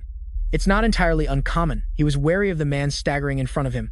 "Judging by his power, that bastard seems unusual." Jigu's eyes suddenly widened as he looked up in one direction, right in his line of sight. The branch manager, with a strange energy surrounding his body, was forcing himself to stand up straight. He pressed his hand against his body, bringing it back slightly to gain momentum. Immediately after, a slash was unleashed in front of him midair. The attack created a huge shockwave. Opposite them, Athena was also in a combat stance, her face showing no fear. She stood silently observing. Meanwhile, Iron Seal rallied the entire group to prepare for battle. It cut through everything around. Dust and smoke flew everywhere, completely blocking the view. A single footstep remained steady amidst the shockwave from the last attack. Jigu gripped the spear tightly in his hand, standing firm in the dust cloud. Jigu's eyes widened, revealing a clock face appearing in them. He stared intently ahead and said, "There was no warning sign at all. Is this the power of Hermes?" Rue seriously analyzed the manager's power. "Yes, a power that can devour an opponent's essence. It's definitely the same type of power as mine." Suddenly, Brownheart clenched her fist and spoke up firmly. For some reason, the little girl looked straight ahead and stated decisively, "I don't think he's a bad person." Just like Rue, Ruler looked at Brownheart with annoyance and contempt. He quickly commented, "You're just a little kid. You don't understand everything." Brownheart quickly retorted, "What does that mean? What are you talking about? This is so annoying." Jigu stood between them, looking into the space ahead. Ruler spoke up with certainty, "Master, this is a battle that needs to end quickly." Jigu stood between them, listening intently to him. Looking at him, he seems quite clumsy with devouring. As soon as the words were spoken, a chorus of sounds echoed clearly from the deep ravine. Continuous blinding flashes of light appeared. Power from others. He still doesn't know how to fully utilize the power of Hermes. His face hardened as he focused on Rue's every instruction. "But if we leave him like this, it'll be troublesome, Master," he said in a serious tone, frowning gravely. "Super speed, can you use it?" Jigu immediately replied to Rue, "Once, probably." Hearing that, he quickly answered, "That's enough." On Jigu's leg armor, a pair of dazzling golden wings appeared. Rue said, "Don't give him time to react." He threw the spear to the ground. Then he focused his power into his palm. A sword immediately appeared. Rue continued to lay out the plan. Pierced through him in one go, Jigu immediately launched himself forward at a dizzying speed. He shot forward with a huge surge of power. Terrifying, Jigu charged straight towards the branch manager with the sword in his hand. He immediately spurted blood as it pierced his chest. He decisively pulled the sword out of the manager's chest. He immediately lost control and collapsed to the ground. Jigu stood silently, watching him motionlessly. His eyes hardened as he stared and wondered for some reason. "He's weaker this time, isn't he?" A strange aura emanated from his body. Immediately, the manager vanished right before his eyes. Everywhere there were blinding halos of light. In another development, Rogers tilted his head slightly and said, "Just hearing it gives me the chills. They're real monsters, aren't they?" Jigu frantically turned around and shouted, "Damn it, it's the same ability as before." He looked all around, wondering, where did he go? "I can't sense anything at all." Rue watched the situation helplessly and spoke up. "I let my guard down. Please be careful." Master Jigu frowned in annoyance. His voice continued to ring out. "He's different now." He bitterly tightened his grip on the sword in his hand, standing frozen. Jigu stood there stunned without saying anything. He began to feel bewildered and wondered, why is there no response? He didn't bother to move and continued to wonder, could it be? Looking up at the space above his head, he silently guessed. He ran. Not just hurried footsteps, he dashed away quickly. The manager had quickly fled, leaving Jigu behind. He laughed with satisfaction amidst his confusion, thinking, "Are you crazy? You think I'd fight you head-on?" He recalled the previous battle and said to himself, "Just now, I killed Hermes when he wasn't on guard. There's no way I'd fight someone who could face him head-on and have the upper hand." He had a soulless look in his eyes sometimes. "I wonder if they're gods fighting each other." Looking at his opponent, Rogers asked, "Do you agree?" The branch manager looked proud as he ran. For now, retreating is the best strategy. Suddenly, he froze, his eyes widening as he looked ahead. He stopped abruptly and stammered what? A thick, dark aura emanated from someone. Jigu was emitting a terrifying, killing intent. He turned his back and said softly, "Now, I don't care about anything anymore." Jigu spoke nonchalantly without a hint of hesitation. Whether the cave collapses or not, he let out a crazed laugh and said, "Why don't we all just die together?" Brownheart showed admiration for Jigu, while Rue seemed a bit hesitant and said, "After training so many skills with me for so long, you're not going to use what you've learned?" He suddenly laughed menacingly and added enthusiastically, "But I like this move." A tremor occurred in the middle of a desolate wasteland, followed immediately by a shocking explosion. A bloody spear came from nowhere and pierced straight through another person. Attacked through the chest by the spearhead, he immediately collapsed to the ground motionless. Seo Yunkan panted heavily, exhausted after the attack. He turned his head to someone else and asked, "What are the damages? Are they okay?" He looked towards the people being treated and reported, 12 people are injured, 3 are seriously injured and need more treatment. At this point, he was still alone and continued, "It seems all you can do is stand. The guild master told me to let you live." Bodies were piled up everywhere. He continued, "As for casualties," Seo Yunan's eyes widened. He was surprised to hear him finish, "None, sir." He snapped his head to the side, pressing his lips together and trembling. Everyone immediately cheered loudly. Elle stood among them silently, looking in one direction. She gently turned and spoke. "It seems we've won." Elle used her mind to communicate with the others. "Haniel, Aniel, Camille, how are things on your end?" Haniel, holding a baby, replied, "The civilians have been evacuated with Elle's power. We've eliminated the dark energy." Aniel carefully observed her surroundings and reported, "This is Aniel. It's the same here." Next was Camille, who also replied quickly, "No problems here either." Elle scanned everything with her eyes and continued the exchange. "Confirmed, then we will continue to treat the injured." Suddenly, her eyes widened in terror.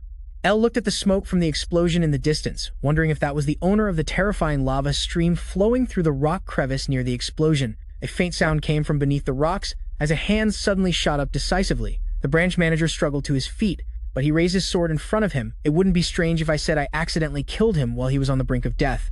With a groan, he angrily gritted his teeth and cursed under his breath, "Damn, it was this Kim Jigius doing it. If we confront him, we definitely won't survive." He glanced in one direction and reminded himself, "I don't have any more time. I need to escape before things get out of hand." Suddenly, a sharp sword tip pierced through his chest.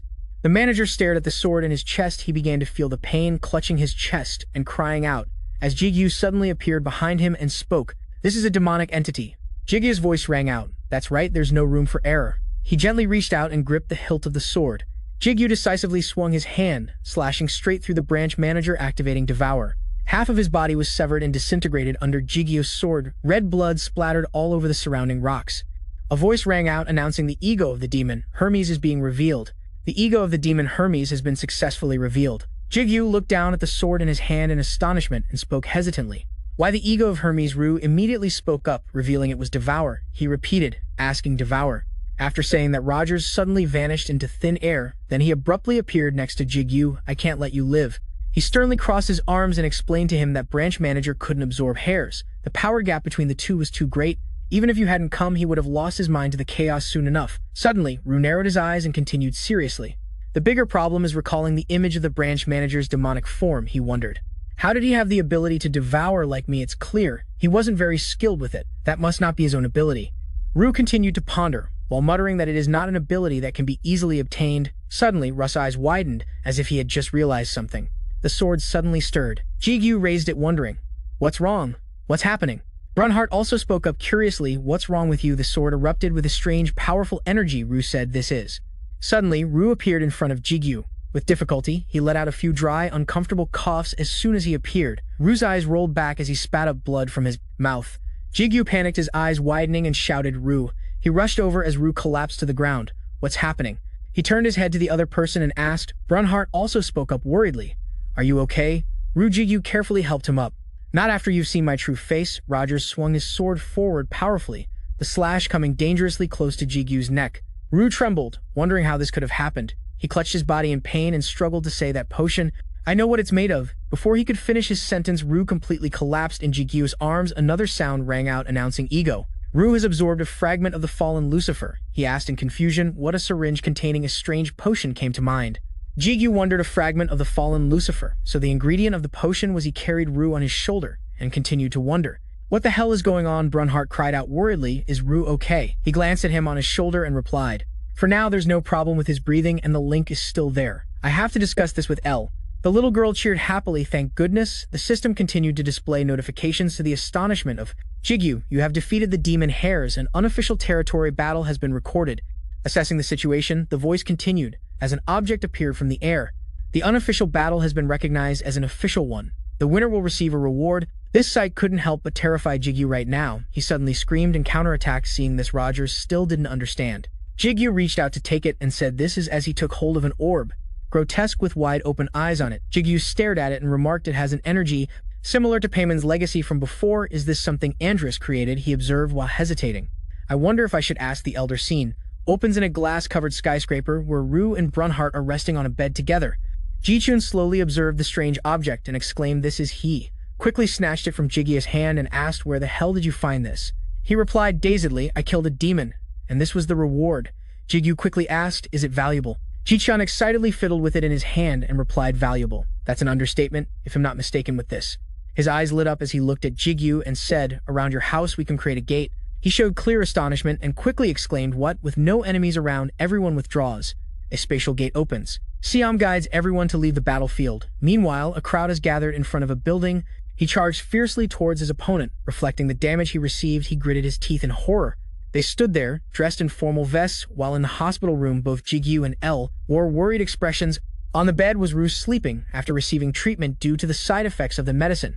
Next to him was the necromancer who had also fallen sound asleep, likely from exhaustion after the battle. Looking at the two of them, L turned and said first his condition isn't too bad, but it's not good either. It seems the reason for the loss of consciousness is the shock from receiving the corrupted fragment.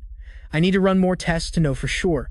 Jigu just replied softly, is that so? Then he became lost in his thoughts. In the end, there's only one thing to do. Andrus, to uncover all the secrets. There's no other way but to pursue the Caravan Guild at this moment.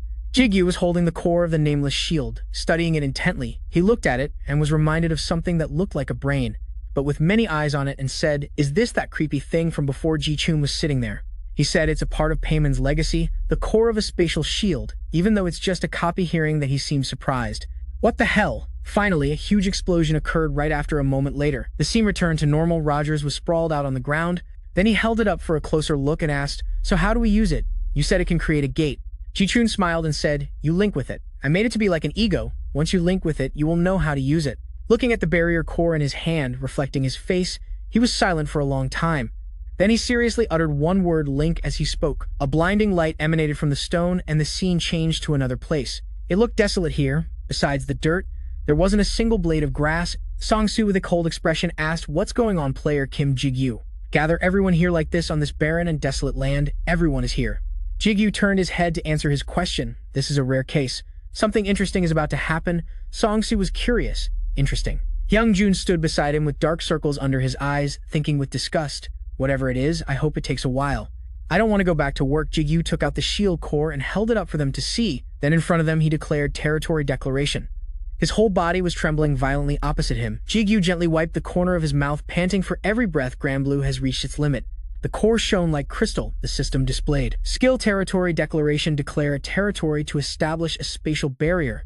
The powerful energy radiating from the stone stunned everyone, especially Songsu, Hyungjun, and L. L just stood there observing coldly without a word. The stone gradually floated from Jigu's hand into the air, rising to a certain height before stopping. Territory has been declared. Calculating distance. The gate is opening. A massive amount of energy began to radiate from the stone.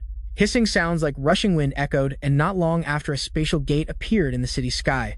The gate, activated by the power from the shield core, was expanding wider and wider. The people below were slightly panicked by the sight. A giant gate in the sky. The barren cliffs from before were being reformed. Then they were replaced by beautiful high-class houses. Watching the world around them change right before their eyes, it made them unable to believe their eyes. Songsu exclaimed, the surroundings are. Brunhart said excitedly, the buildings are returning to their original forms, but Jigu didn't think so. He thought to himself, no. Granblue is shattering. Jigu held the sword in his hand, looking disheveled. A notification sound rang out. Looking at the intertwined scenery around him, he thought they are merging. The original scene is mixing with the area devoured by hares, along with the environment inside my gate. Multicolored lightning bolts rained down on the city from above. At this moment, El spoke up. The auras of death and life are overflowing. Jigu, standing beside him, said, I didn't know. I never expected there to be so much power of death and life inside the gate. They didn't flow, but remained stagnant. Now that they've been stirred up, they are finally trying to expand their influence. Then El turned his head and pointed, saying, Look over there, except for those two who are unaffected. The others are trembling and clutching their chests. Shu said he felt like his strength was being drained from his body. Another person struggled to reply. Me too. Hyung-chun put his hand on his head. With a grimacing face, this feeling is so uncomfortable. El spoke up to explain. The master's power is being enhanced. While others grow weaker, the birth of a perfect fortress. Right after that, a familiar tower appeared before everyone's eyes. Brown Heart, while eating a cake, cheered. It's Jigu's tower. Just then, the system appeared before him, requesting, please name the territory. Grand Blue has reached its limit. Black blood spread, soaking his shirt. Grand Blue is shattering now. Jigu lifted his feet and walked towards the person lying on the ground. Jigu was puzzled, thinking a name. Let's see. Then he recalled Rue's words about Project Atom. It was a project to create the ultimate weapon. In his mind, the words ultimate weapon, the strongest existence, repeated. Then he thought to himself, I'm sorry, but this is where it's born. With determined eyes, he softly uttered the name L. At that moment on the city's news, a breaking story was being broadcast. A giant gate has appeared in the sky above Seoul. This unexpected situation has heightened everyone's tension. In addition, the center of the gate is located at the residence of Kim Jigu, a top-wanted criminal, and the Iron Guild is investigating the connection. A girl was watching the news on her phone. She let out a somewhat strange smile. She was propped up on her hands, sitting on a pile of corpses strewn across the floor. While watching, she said, just as expected from my student, announcing that you're alive in such a special way, huh? She turned her head, glanced at the guard behind her, and said, Call everyone. Our ray of hope has returned. At this time, under the bright sun within the perimeter marked as Jigu's domain, there was an announcement. Rue has awakened Jigu. Please come to Jigu's tower immediately. After waking up Rue, then he slowly raised his sword, preparing to strike down. Seeing this, Rogers showed a panicked expression and said, Wait a minute. He trembled and whimpered incessantly, Spare me. Was quickly given a carton of milk to replenish his energy. In his childlike form, he drank and commented, This drink called strawberry milk is pretty good. Until now, my meals were always just to fill my stomach. I never cared much about eating well, but enjoying delicious food is also nice. Brunhild cheerfully suggested chocolate milk is delicious too. Jigu cut off their food discussion and asked, So Rue, is your body okay? Rue glanced over and replied, Not at all. It's terrible, actually. The fragments of corruption in the bodies are still swirling inside me. Ji-chun looked at Jigu and said, I've spoken with that naughty boy. There are 3 ways to restore your state. Rue Jigu asked with concern. 3 ways. He said, First, collect 10 bodies of Satan. You see, Rue's current body was created from Satan's body. To eliminate the contamination, strengthening the body is the best way. Hearing that, Jigu propped his chin on his hand and said, But this method will take some time. Jigu nodded. Yeah, that's right. It's not something you can do just because you want to. Second, abandon the current body and temporarily seal Lu's body. As soon as he heard that, Lu shook his head vigorously. No way. It's not that I don't want to, but the current situation is too urgent. However, Jigu's eyes turned dark. He didn't hesitate to coldly plunge the tip of his sword into his opponent's body. Rue asked, Do you think this foolish master can handle this without my power? Hearing this, Jigu gave a forced smile. I know what you're getting at. You really like making sarcastic remarks, don't you? Then Jigu turned and asked, What's the third option? Ji-chun crossed his arms and said, Transfer the contamination to another person. In this case, the target would naturally be you, Jigu. However, there's no guarantee you can handle it. While the two were talking, a voice rang out. It seems you're in a difficult situation. Huh, want my help? This somewhat familiar voice stunned Jigu. This voice, Jigu wondered, is it Jupiter? Meanwhile, elsewhere, Dong He spoke up and introduced himself. I am Kim Dong He Guild, Master of the Morning Star Guild. And I am Kim Seong, by the Vice Guild Master. The man in front heard this, politely turned his head and replied, It's a pleasure to meet you both. I am Choi Chang-yong, Captain of the Reconnaissance Team of the North Han River Sect and Guild Master of the Blue Dragon Guild. Choi Chang-yong thought to himself, I heard you were a loser and arrogant. While Dong He felt he was more polite than he had thought. Then Dong He said regarding the guild participating in this reconnaissance, I heard you chose our guild yourself. Rogers' face contorted in pain, the whites of his eyes showed, and he coughed up blood. His weary groans echoed in the air. Is there a special reason? Chang-yong silently nodded. From now on, please answer by nodding. The other two looked at him in surprise. The rumors that Morningstar is close to the fugitive Kim Jigu, are they true? Seeing Chang-yong's behavior, the other two were confused and broke into a cold sweat. As the leader Dong He nodded as a signal, Chang-yong continued speaking with his thoughts. I am certain that this gate is the work of Kim Jigu. Everyone knows that he possesses extraordinary abilities, such as controlling gates. This is a widely known fact. The power he possesses is undoubtedly extremely dangerous. But I don't think he's the monstrous criminal that the Caravan Guild and the Iron Guild have labeled him as. Kim Jigu is an enemy of humanity, but what's more suspicious is that they use the association's absence to seize power. Then Chang Yang expressed in that sense, I'm willing to take a gamble. I'll bet everything on the possibility that he has not betrayed humanity. Will you join me? Silence enveloped them. The atmosphere between the three of them became tense. Afterwards, Dong He and Seong Bai nodded in agreement to join. Having received their cooperation, at this point Jigu finally collapsed. He rolled onto the green grass, his eyes half closed. Because I have Ru, the damage isn't that bad. Chang Yang said, in that case, the detailed plan will be presented later. Suddenly, a voice rang out, causing him to freeze. There you are. A man in a smart suit walked with both hands in his pockets, looking quite arrogant. He looked at the three of them and said, I've come to inspect the situation on site as the commander of this operation. He was the leader of the Iron Guild's Korean branch, James Lohan. Chang Yang looked at him and silently assessed James Lohan before coming to Korea. He was the vice master of the Iron Guild, right? No matter how much the association has fallen for a guild, not even in the top 10 to seize power. How ridiculous. At that moment, James spoke up and asked the three men, what are you discussing? Chang Yang stepped forward to answer, we were discussing operations before the reconnaissance since it has to start tomorrow. James frowned, feigning interest. Is that necessary? In any case, the area below the gate can't be monitored from the outside. Is there no other way but to go in? Hearing his question, the three of them stood still without saying a word. The atmosphere was heavy for a few seconds. Seeing this, James continued the Iron Guild's combat team. I was about to get my hands on Iron Seal, but the power of reflex is terrifying. I can't stop the bleeding anymore. Will also be deployed in this operation. Chang Yang felt like he was struck by lightning. He exclaimed in shock, wait a minute. We are carrying out the operation tomorrow. Why are you suddenly adding them? But James didn't see it as a serious issue. He asked, why is there a problem? More manpower is a good thing. His voice lowered, taking on a mischievous tone. Could it be? James leaned close to Chang Yang's ear and asked that there's something wrong with us joining in. Chang Yang looked at him with full vigilance. Has he sniffed something out? He couldn't possibly know, but seeing this reaction, a sly old fox like him, he must have figured something out. He said nothing, then turned and left. That said, I'm looking forward to tomorrow. I'll be going now. Watching James's back as he left, the three of them could only remain silent.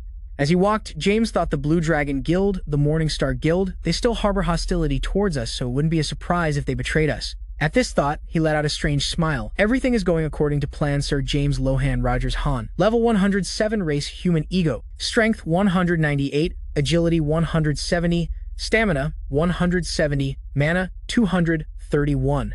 Skill usurpation. Usurpation can take over a corpse's body 3 times. Jigu's face winced slightly.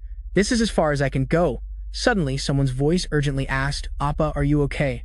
Uses 1 out of 3. Back in the hospital room, the conversation between Jupiter and Jigu continued. He spoke up and asked, it seems you're having trouble. Need my help? Hearing that voice and way of speaking, Jigu immediately realized this voice was none other than Jupiter's Ranho Seeing. Jigu's expression seemed to sense something was wrong. He leaned in and asked, Master, is something wrong? Ji-chun also noticed this and asked with concern, Jigu, is something the matter? Ru, sitting on the bed, frowned and uttered, Jupiter. The whole room fell silent. All three of them focused their gazes on Jigu. Jigu frowned, thinking, why did Jupiter suddenly appear? The system said his seal had been strengthened. Is the seal broken? Jupiter, knowing his question, immediately answered, no, I simply awakened due to an external stimulus. He gave a sinister smile, Lucifer, and the corruption that Ru has. He said there's chaos in it. Chaos? Jigu exclaimed in surprise. Jupiter continued, you might not be able to do anything about it, but for me this is very easy. So do you want my help or not? He offered. Jigu fell into deep thought. He knew well that someone like Jupiter wasn't the type to meddle in others' affairs for no reason. Before him was the dark silhouette of a girl constantly calling Appa. Seeing this, he stammered Dudung. So he spoke up and asked, what do you want? You wouldn't do this for free. What do you gain by helping me? Jupiter was amused by this directness. He laughed and said, you're not as stupid as I thought, huh? The chaos inside Lucifer's corruption is just like me. If I absorb it, I'll gain even more power and will be able to influence you. Ru, seeing Jigu tilting his head back and talking to thin air, was very curious and made a suggestion. Are you talking to someone? Let me join in. After Jupiter finished presenting his plan, he asked, do you understand now? After a few minutes of consideration, Jigu replied, all right, I accept. Jupiter smiled smugly, a wise decision. Then let's begin. At this moment, Jigu placed his hand on Ru's head. He was startled and asked in surprise, what is it? What do you want to do? Jigu said in a cold voice. I will explain later. It will be over soon. Everyone stared at Jiku's strange action. After that, the room became silent. From Jiku's hand, a stream of black energy was slowly transferred to Ru at the same time outside. All the players were standing there waiting for the attack. Chang Yang now felt a little anxious. Dudung, not understanding what he meant, explained, what are you saying, Appa? I'm Sudung. Then Jigu's eyes became lifeless. But as the team leader, he was not allowed to show it after regaining his composure. Chang Yang turned his head and said, all right, let's go. And a large force of players received the order and prepared to enter. Jigu was standing on a cliff, observing the situation. A voice rang out at this moment. Master, the scout team has entered. Receiving the information, Jigu said, well done, Rogers. I mean Lohan. Lohan is the body that Rogers has possessed. Thanks to the plunder skill standing in the office, Lohan observed everything through the glass window. He said, allow me to update the report. A total of 3 scout teams have just entered the Blue Dragon Guild led by Choi Chang-yang. The Morning Star Guild led by Kim Dong. He and Kim Soup and attack team number 1 of the Iron Guild's Korean branch. After getting some information, GQ said, all right. Turning to Chang Yang and his team, they were nervously looking ahead. Is this place inside the barrier? GQ then ordered, separate them. Chichun received the request. He cracked his knuckles, preparing to fight, and replied, understood. Immediately after a violent earthquake occurred inside the barrier. Everyone panicked, asking what's happening. Opposite him, the other person suddenly smirked. Dudung squatted down near him and spoke, hey, if I save you and heal your wounds. The ground is shaking. They shouted in fear. Amidst the shaking ground, someone suddenly looked ahead and was extremely surprised. Before their eyes, the path was blocked by tall rock formations sprouting up. Chang Yang was stunned. What the hell? A foot quietly stepped out from behind the mountain range. A person in a suit with a bow tie politely placed a hand on their chest and said hello. That person saw the surprise on Chang Yang's face and said, a familiar face. Its true form is a praying mantis, but it had a long tail wagging behind it. Then it introduced itself. I am one of the 72 demons. My name is Votus. Its eyes suddenly flashed with a glint of light. The sky was gloomy and suffocating, as if heralding a fierce battle to come. On the other side, another army was also fighting frantically. The strange thing was, they were not fighting people or monsters, but they were fighting against white skeletons. A sword cut through, severing the head of a white skeleton in armor. The soldier thought that was enough to destroy one, but those broken pieces were being enveloped by some evil energy that surrounded them and slowly levitated, then reassembled into a complete skeleton. As before, she touched her own cheek. What do I get in return in the deep valley? Dudung's voice still echoed. Witnessing this made the other person panic. He looked at it, gritting his teeth, and thought to himself, this is crazy. How many times have they revived? Something has been wrong from the start. My body feels extremely heavy, and these skeletons are strangely strong. What the hell is wrong with this place? Jigu stood aside, observing and listening as he thought, it seems they've started fighting over there. His gaze suddenly fell below near where he was standing, and he exclaimed, so who's that? The people from the Morning Star Guild were entering. Seeing him, they became extremely tense. Who wants to betray my family? I am one of the 72 demons. My name is Votus. A creature that was neither human nor beast appeared. Its eyes as big as car headlights suddenly lit up. Its long tail swept the ground. All the soldiers behind were very curious about this creature's appearance. He thought to himself, it seems it really is him. This power, this aura, is quite similar, although its appearance is a bit peculiar. It is the boss of that gate. Let's see. I'd love to sympathize with you, but letting you intrude here is not acceptable. Would you dare to sacrifice your life for me or live the rest of your life as my slave? Her face showed excitement. Instantly, its long, slender arms suddenly transformed into the pincers of a giant praying mantis. Appearing before all the soldiers was a praying mantis, even bigger than a gorilla and countless other terrifying-looking praying mantises. I will fight with all my strength. All the soldiers were now trembling violently. The leader was also extremely surprised and scared. He gritted his teeth and shouted loudly, everyone prepare to fight instantly. The back of that giant mantis suddenly blurred, fading into space. Damn it, it's happening again.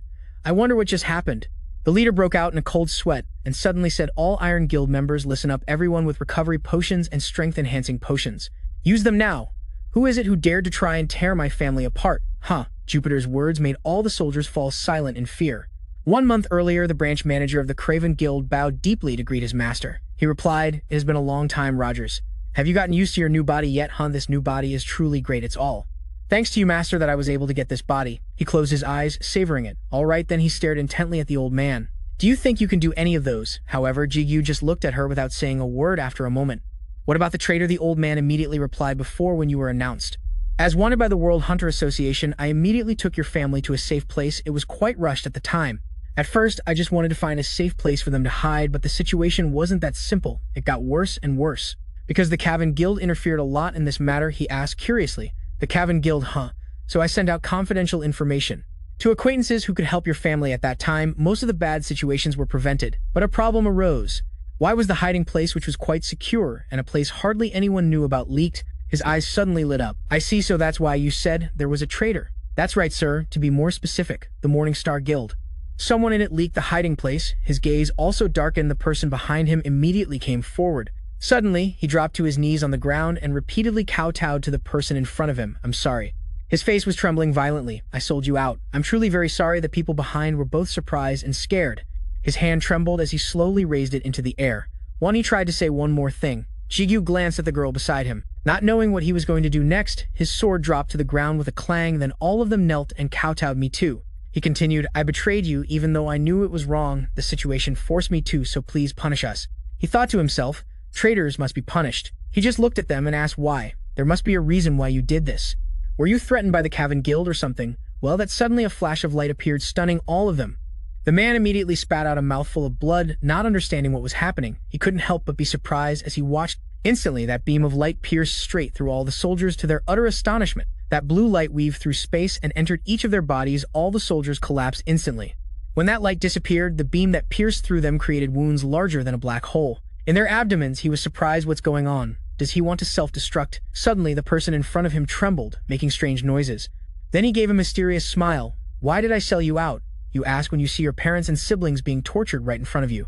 I can destroy Iron Seal, and at this point he clenched his fist. Destroy the entire Iron Guild. Meanwhile, Dudung stared wide-eyed at Jigu. You have no other choice. His expression and attitude changed completely. A dark purple aura enveloped his body. Lucifer, where is he? Jang. Yang wiped the sweat from his face and stared ahead, thinking. Looking at the muscular Votus before him, he thought to himself, his power is too overwhelming. There's no way I can beat him. Suddenly, he became aware of the time. How long have we been fighting? 1 or 2 hours? No, it might have only been a few minutes. Looking at the battlefield before him, surrounded by hordes of monsters and his defeated comrades scattered on the ground, he thought to himself, in such a short time the entire formation has already been broken. It's because I completely misjudged his strength. He blamed himself a little, gritting his teeth and thinking, I thought when I infiltrated this place, I would get Kim Jigu's approval, but I never thought there would be a great demon like this here. While he was wondering what to do, a gentle voice rang in his ear. It's okay. Jang Yang looked up in surprise. Before him was a girl in a white dress with long silver hair and large wings. He wondered, an angel. Isn't that 2 things you just said? Only 1, but never mind, let's make a pact.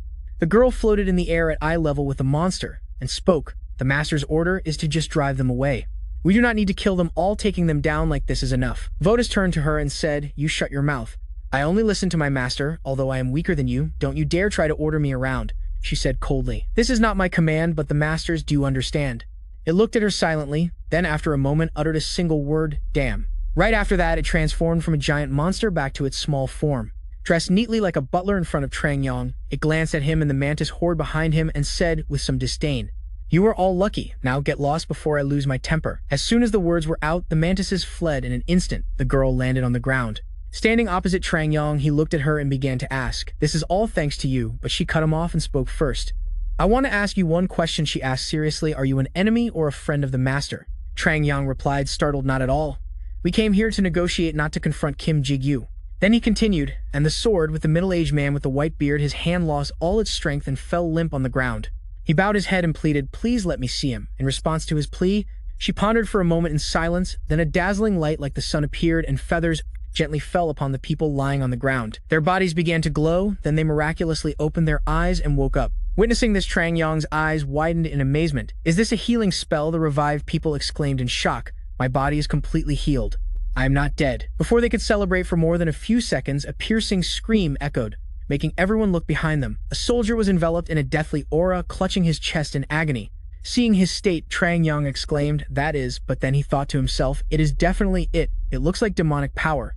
This is something I have seen before. Also, why are so many people possessed by demonic power? Among the 10 soldiers who were revived, as many as 8 of them are in agony from the demonic power. Seeing this painful sight, the girl said, you understand the current situation now, and just how dangerous it is. They have been turned into puppets, their bodies possessed and controlled by demons. Seeing this, Dudung was a bit puzzled. Why do you keep stating conditions behind them? Ban, who had just appeared, praised him.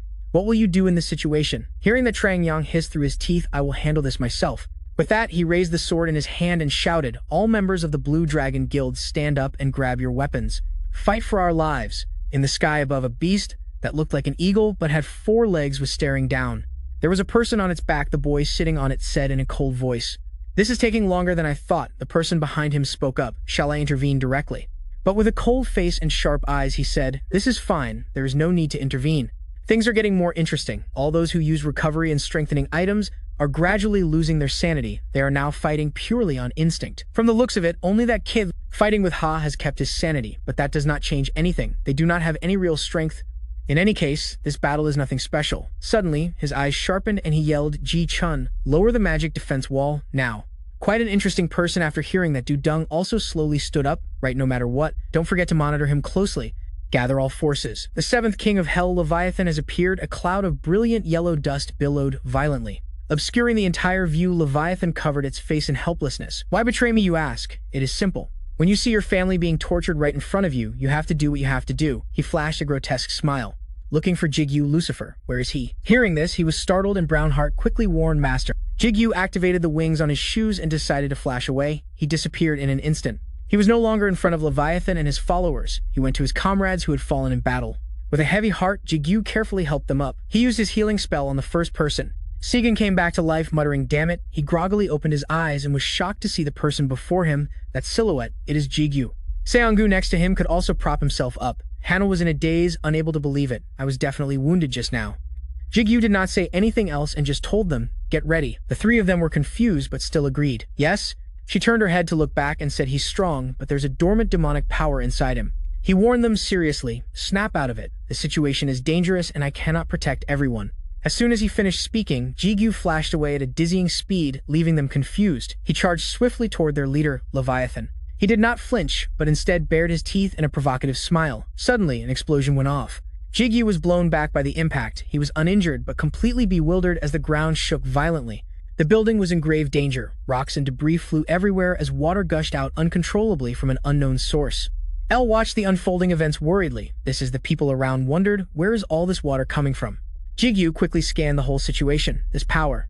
Inside the building, Cheon sensed that something was wrong. At this rate, Elle will be destroyed. He racked his brain for a solution. The only way is to detach the southern sector first. Instantly, a large sphere appeared in the southern sector. Where Jigu was, the water started to recede, leaving the area dry again. He looked around, stunned. It stopped, Grandheart said joyfully. The water has stopped flowing. Someone will make him reveal his true nature. Looking at the sword stuck in the ground, Du Dung continued. Jigu immediately contacted Ji Chun. On the other end, Mr. Hong received his signal. What is the situation? His deep voice came through the radio. You can already see for yourself. Ji Chun analyzed the projection screen.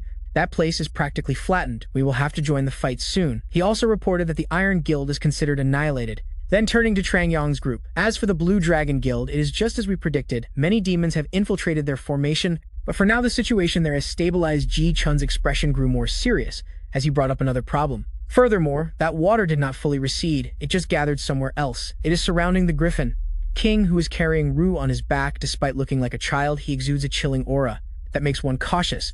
Leviathan reverted to its true form, baring its sharp teeth and standing arrogantly before Lu. It feigned friendliness and asked, "Long time no see, Lucifer." He nonchalantly crossed his arms and called out his opponent's name, Leviathan. It ignored him and said sarcastically, "You look so small and cute now. How has our king become this weak? Did you see when he killed that idiot just now? It wasn't an act done in anger."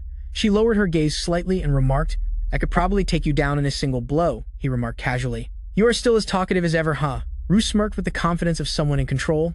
"But do not assume I have gotten weaker." Leviathan stared at him in surprise, failing to notice that Jigu had appeared behind it. What his eyes blazed as he channeled all his power into his sword for an explosive attack. Burst! Leviathan sensed the impending danger and turned its head, but before it could react, Jigu sliced its head clean off. Leviathan's face was still frozen with a look of astonishment. Its eyes went white as if clouded by death, but life is full of surprises. Leviathan's eyes instantly shot wide open, still perfectly clear. It turned back and shot a blast of energy at Jigu L, and Branhart frantically yelled, "Master, get out of the way." Leviathan's energy beam pierced through his body. It all happened in a few seconds, then the sky began to pour. He was still in shock from that last attack. What was that? She and he were preoccupied with worry. The head can still fight. "Master, are you okay?" Rue took the opportunity to send an important message to Jigu. He aimed precisely at a vital spot. This seems to be his first time, yet he's already so cold-blooded, while Ban just gently adjusted his glasses and listened. "Be careful, Leviathan in that state." From the cut on Leviathan's neck, a slime was secreted that reattached its head to its body. It is almost immortal. It looked at him with confidence. Jigu was speechless in this situation. It is a bit late for that now. He immediately contacted Ji-chun. Mr. Hoen gathered the survivors in one place and erected a barrier. He acknowledged the order, got it, and returned to Trang Yong. The ground began to shake again. Then Jigu gave another order to Branhart. "As for you, make sure the remaining survivors are not drawn into the battle." He quickly replied, "Understood, Master." After he gave his orders, a barrier was raised enclosing all the fortunate survivors. CEOP's group looked up at the sky, which was swarming with monsters. What is happening? They were utterly bewildered. Why are these monsters? The monsters were standing in neat formations, baffling everyone. Are they protecting us? Even Jang Ion was stunned, wondering who he was besides Theo protecting humans from the fight. After a 1-second hesitation, he was extremely curious. What can we do with that guy? Between Jigu and Leviathan, what kind of battle was going on? The scene shifts back to the main fight. Leviathan roared, "Give Lucifer back to me." It continuously launched its powers at him. Jigu didn't flinch, fighting the opponent single-handedly. The whole space was filled with steam that Leviathan spewed out. He reacted instantly, leaning his body to one side, then swiftly dashed behind it, narrowly dodging the attack. Jigu used his sword to slash the back of Leviathan's neck several times. Its head exploded once again, sending droplets of water flying and floating in the air. Instantly, the droplets gathered into a large mass, spinning in mid-air. In the blink of an eye, Leviathan's head gradually regenerated. Jigu was so shocked his face froze. What the hell? Even chaos has no effect. Ru sighed heavily. I told you so, he's practically immortal now. But he wanted to reconsider a few things, but it was true. Leviathan was using all its power from its prime. Its head has been fully restored. Even if it's not complete, it's impossible. His wounds seem quite serious, but he's a high-level character after all. As soon as he finished speaking, Du Dung coldly replied, for an ordinary person to match Leviathan's power, Ru connected it to other things. Moreover, Kim Dong-hee isn't even a ranker, considering that this whole thing seems very suspicious. Now Leviathan's entire body has returned to its original perfect form.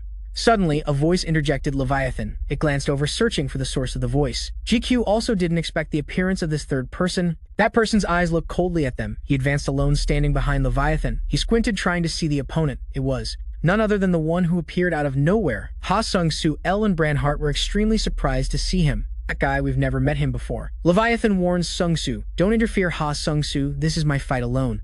He looked indifferently into the distance. It was hard for us to find a vessel for you. Are you planning to waste it? There are still many other opportunities. It didn't listen and growled back. Kill that kid, Lucifer's master. Then Lucifer is mine. Sung-soo's face was as cold as ice, staring at Leviathan. Suppressing his anger, he slightly closed his eyes, as if calculating something. Right after that, he landed a super-powered blow right on the top of its head. Just leave him be. He'll recover on his own, she said with an indifferent tone. Ignore him. If he can recover on his own, it means he still has. Leviathan's whole body swayed, its eyes dazed. Before it could react, Sung-soo landed another blow, knocking it down. Witnessing the whole event, GQ was stunned, speechless. Sung-soo's movements were clean and precise.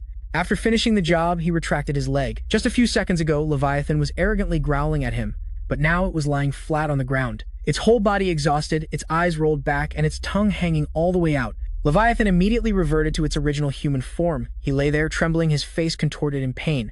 Sung-soo gently flew to his side. He grabbed Leviathan's collar with one hand and pulled him up. Sung-soo carried him on his shoulder as light as a feather. His gaze turned sternly to GQ. He flinched upon meeting that gaze, his face breaking out in a sweat. Sung-soo walked away confidently, leaving him a message.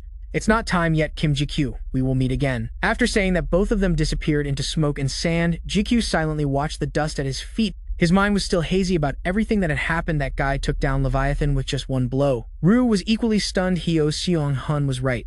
Elle was also bewildered. If he's that strong, I can understand. Value left. Du Dung gently closed her two eyes, so letting him live isn't much of a loss. Her tone was extremely satisfied. And why the others and the Otisik were defeated. He closed his eyes, trying to deduce. I don't know why he avoided conflict with Master. But it seems the situation here is over. Ru advised his master, and you should go to the people over there. Although I've had my subordinates protect them, it's better to be safe than sorry. The scene shifts to the survivors. An agitated person rushes forward. The guild master's seat must be mine. Jang Yong, who was caught off guard, was startled. What's going on? When he turned around, he saw the agitated person approaching him. Jang Yong quickly blocked his attack. He was stunned and confused. How can he still be possessed? Behind Jang Yong, there was also a brawl. Damn it, I never liked you from the start. The sound of arguing drew attention. If you've got guts, come and fight me. You weak nepotism, baby, you're useless. Jang Yong felt this place was starting to get out of control. What is happening? A soldier with a sword aggressively attacked Jang Ion, yelling, I'm the one who deserves that position. Hearing that, he immediately panicked and looked back. What? The soldier was rushing towards Jang Yong uncontrollably. With his skill and agility, he knocked the sword out of the soldier's hand and threw him away. Revenge is more interesting the longer you wait for it. Along with that was her sharp gaze. The Demon King is coming soon. These words slightly startled Ban. To everyone's surprise, even Jang Yong himself didn't understand what was happening. What? Are there still parasitic demons? From behind him came the sound of two other soldiers fighting. They were having a conflict with each other. This bastard, I never liked you from the start. Jang Ion stared blankly at them, arguing, if you don't like me, then come here and let's fight. Why should I be afraid of a useless guy like you? He broke out in a cold sweat, confused by the current events, and muttered, what on earth is happening this time? On a cliff, GQ's group looked down at nothing but chaotic, swirling sand and dust. He watched in surprise, not understanding the situation before him. What is this mess? With his knowledge, Rue calmly crossed his arms and explained, "It's due to Leviathan's influence. After all, Leviathan is known as the king of envy. Anyone near it will have their feelings of envy magnified many times over." Then he shook his head with a look of weary disappointment. The human soul is quite fragile after all. Rue looked up at Elle as everyone focused on her. "Let's try it. Elle, use your sacred power to drive away the evil forces of Leviathan. If they weren't directly affected, that technique might work." "Is that so?" Immediately Dudong reminded him. "Be silent, only the ignorant who know nothing would dare mention that name." Receiving no reply, he realized something was wrong, seeing Elle's face darken without saying a word. Everyone looked at her worriedly. Jigu called out Elle's face, became anxious, as images of the girls who had been intimate with Jigu appeared in her mind. She was startled back to her senses when she heard Jigu's call. "What's wrong, Elle? Are you hurt somewhere?" Amidst the surrounding chaos, Elle answered flusteredly. "That's not it, Master. In that case, I will destroy Leviathan's power right now," she said. She created a source of power glowing with golden light in front of everyone. It seemed Rue had noticed something unusual about Elle with his sharp senses. At the headquarters where everyone was resting, Rue's voice rang out. "Are you really all right?" Jigu sat on the bed responding to Branhart and Rue's concern and said, "Thanks to Elle's healing magic, I can take care of myself now. There's no need to rest." Rue wisely advised him, "It's good that you feel fine." Her long hair fluttered in the air. Dudong transformed into someone else and said, "I am the one who killed the Demon King. You use both acceleration and soul power. Even if you go now, you won't be able to find them," he added. "Master should take more time to rest." Branhart no longer remained silent and agreed vehemently. Exactly. Jigu put his hands on his head, hesitating awkwardly. Rue understood his mood and smirked, saying, "Don't worry." He then recounted the current situation to Jigu. Elle and the others have administered first aid to the injured. The wounded victims have been cared for at a temporary aid station. Rue didn't forget to mention an important detail.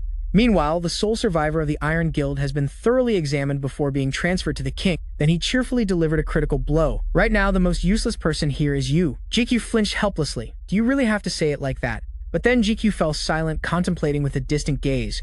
Rue was silent before Jigu's question. "How do you feel?" he hesitated, imagining himself standing before a monster like Leviathan. "Leviathan, if we fought to the end, would we have a chance to win?" Rue put a hand to his chin, hummed in thought, then opened his sharp, decisive eyes and said 50-50. Jigu was quite surprised by the answer and confirmed 50-50. Then Rue raised his hand to justify his point. "I'm not sure what method they used." In a box-shaped space, someone's thought echoed, "This is Jigu getting closer to that object. Oh, I remember." Now he looked around, examining the inside of his dream. For Leviathan to manifest in its physical form. Of course, since the vessel was Kim Dong-hee, it no longer had its full power. He affirmed firmly. "Even so, it's still a 50-50 chance." Jigu broke into a sweat and asked cautiously, "Not at full power, but still, at that level." Lu sighed, recalling the previous battle, and said, "I already told you when we fought Belphegor. This one is the weakest of the 7 demon kings, but it's still too early to clash with a higher-level demon." At this point, Jigu understood the problem and replied, "So that's how it is." Even so, Rue still encouraged him when he saw his worry. "Don't worry too much. Perhaps Leviathan has suffered serious damage, so it won't be able to appear for a while." He then added a cryptic remark. "Compared to that, isn't there something more important?" But Jigu didn't understand and asked directly, "What do you mean?" "Ha Song-su?" Rue calmly asked, "What do you think about this, sir?" As Jigu began to sink into thought, muttering, "There's something very strange." He had sensed Leviathan's terrifying power. "I definitely felt something dangerous just now." But the more he thought about it, Jigu figured Leviathan hadn't fully appeared yet, unlike when no trace could be found of its appearance. "The nightmare that has followed me for the past 5 years." Jigu saw the bars in front of him. He raised his hand, intending to touch them. That feeling wasn't a real entity, but merely an illusion. Reinhardt and Rue also felt there was a problem with this. Sharing the same thought, the three of them sank into a silent and confused space after a while. Jigu spoke up, catching Rue's attention. "In any case, it's clear you've made the decision that needs to be made. We have to climb the tower, whether it's to understand it better or to increase our own power." Rue looked at him confusedly. "What did you say?" He froze, seemingly not understanding Jigu's thoughts. Then Rue sighed with a helpless smile. "I forgot." He just now remembered something important. "Our master has only passed the 50th floor," looking at Jigu, who was sitting on the bed looking at him confusedly. Rue understood that fighting Leviathan with his current level of power was truly unreasonable. Time passed, and the fluffy white clouds drifted by in a flash. The sky had darkened. In another city being fiercely devastated. Everything around was desolate, in flames in a sealed room. "There's a surveillance camera." Jigu's voice rang out. "Hello, you two." He sat formally with his hands on the table, asking, "Thanks for coming. Did you two sleep well last night?" After meeting Jigu, it disappeared. Jigu's face suddenly darkened. He gripped the rope. "This thing, this bucket." CEO P and Trang Young, sitting opposite, replied, "Thanks to you, thank you very much." Without beating around the bush, Jigu got straight to the point. "I've received information from Elle that 2 teams want to join forces with me," he said, cutting in with a serious tone. However, Jigu, with his frightening energy, began to question them. How can I possibly trust you? On the top of a towering building was a windy patch of land, as if some kind of event was taking place there. Ru was standing there waiting. A figure approached. It was Elle. She showed her annoyance, calling out, "Is there a problem, Ru? We're not a couple, so why did you call me here to meet?" Her face clearly showed her grumpy annoyance as she complained. "Only the master has the right to order me. To be honest, I feel very annoyed." Ru wasn't pleased either, and replied rudely, "Elle, shut your mouth, you pigeon. I didn't want this either." He calmly turned around and asked directly, "You already know, don't you? Your current condition is unstable." Ru's eyes glowed with a bewitching purple light. Smiling with satisfaction, he said, "Under the angel's power, Elle, you've become human." Jigu half closed his eyes, lost in thought for a long while. A hazy scene appeared in his stream of consciousness. "I see now, even after getting past the wall." Elle froze as if stunned when he saw through her. Her eyes narrowed, as if she wanted to eat Ru alive. With a calm tone, he continued to taunt her. "So, how does it feel? Ha! Whatever you think or feel, it has nothing to do with me." Ru lowered his voice and said, "But let me tell you this." He exuded a terrifying seriousness, threatening Elle. "If it gets in our master's way, I definitely won't let it slide." Jigu was seriously discussing matters with Seongpi and Trang Yong. "So then, how can I trust all of you?" Hearing his question, they awkwardly lowered their heads. Seongpi hesitated before speaking up. "I'm sorry, Giguk. I'm sorry, even though we are shameless. We know this is extremely shameless." CEOP shamefully admitted, "We've already betrayed you once, therefore." Jigu was silent, hoping for a different answer from him. He sighed wearily at the situation. Jigu sympathized with them and said, "I know it was a situation where you had no other choice. Since you've apologized, you don't need to feel guilty anymore. If I were in that situation, I would have done the same as you." He implied they were misunderstanding the issue. "I'm still trapped in this place." Jigu gently tugged the rope. "But that's not the important thing I want to talk about." Trang Yong and the CEO listened intently, their faces tense. Jigu summarized the current urgent situation. Kim Dong-hee's body has been stolen by a demon. "There are many demons hiding in the area." He frankly stated what he didn't trust about them, also thanks to Elle. "I know for sure that there are still many demons in this area, but that's not proof that you're no longer working with them." Trang Yong and CEOP could only remain silent. Then Trang Yong spoke up, answering Jigu, "That's right." He suddenly pushed himself up to stand. He didn't hesitate to question Jigu back. "You're not wrong for thinking that way, although saying this might sound very arrogant. But we can't be sure that you aren't an enemy of humanity either," Trang Yong said, raising his thumb in front of his face. "However, we've decided to trust you this one time. This is how we'll show our determination." His finger moved closer and closer to his eye. Trang Yong ruthlessly gouged out his own eye. CEOP was too shocked to speak when he witnessed the act. Even Jigu himself was stunned despite being injured. Trang Yong remained firm and continued to speak. "Now even my dreams have become ridiculous." Thoughts constantly surfaced in his head. "Of course, I just need to simply grab the rope to climb up. I know this act of mine may not prove anything." Drops of blood dripped onto the table. But Trang Yong, with one injured eye, firmly made his offer. "At least it can make you trust us this one time." "Can it?" Jigu, baffled and helpless, asked him, "Why did you have to go that far?" "To be honest, it's not like you have any special feelings for me, right?" Trang Yong spoke humbly about his current situation. "It's true, I can't know what someone as powerful as you is thinking, but in a chaotic situation like this, who else can completely powerless people like us rely on to survive?" He did it to open a path to save everyone. "This is the only way we can survive when your life depends on someone else. Feelings like that don't mean anything." Jigu understood, nodding and smiling lightly. He joked the leader of the Blue Dragon Guild, saying something like that, people would laugh their heads off. Suddenly, he shot up with incredible speed. Jigu had vanished. Trang Yong. Before he could grasp the situation was already behind him. He whirled around in alarm, but Jigu just said, "Stay still. This isn't my own power, all of it comes from." Suddenly there was a voice from behind. He created a stream of magic with a soft golden light in his palm. Then Jigu placed that hand on Trang's injured eye. Yang stood still, though he was a little uneasy. As he did so, Trang Yong's injured eye gradually opened as if it had never been damaged. He was surprised and raised his hand to touch his eye. "My eye," he said, amazed. CEOP watched in awe as Trang Yong was still in a daze. How did he do that? He remembered when Jigu healed himself. Thinking back, Trang Yong looked thoughtfully at Jigu with many thoughts, from patching the hole in the ship after the battle to restoring his eye for him. It's clear that he now has magic power on par with a high-level healer, but he still felt his treatment for him was imperfect. "I still can't do it as well as Elle." This made Trang Yong even more suspicious. Just what is his identity and power? Kim Jigu. Not long after Jigu continued their unfinished discussion anyway, Guildmaster Choi Chang-yon has shown his determination, but I still can't blindly trust you all again. You failure. Your link was just broken. How long are you going to whine?" That person continued in a hellish tone. "However, for me to trust you, you'll need to provide some collateral." Hearing this, Trang Yong and CEOP were surprised. "Collateral?" Jigu looked pleased and smiled smugly, saying, "I have a proposal. The situation with the gates is very complicated right now. The gate has appeared under L's name. But before that, there were many other old gates. Originally, the path to the tower was in the basement, but the entrance to Kim Jigu's tower was placed at home. Now, the entrance to the tower is on the first floor of the building's parking garage. A voice reached Jigu. "So you're only now accepting the name Kim Jigu Tower," he said awkwardly. "All right, don't say any more."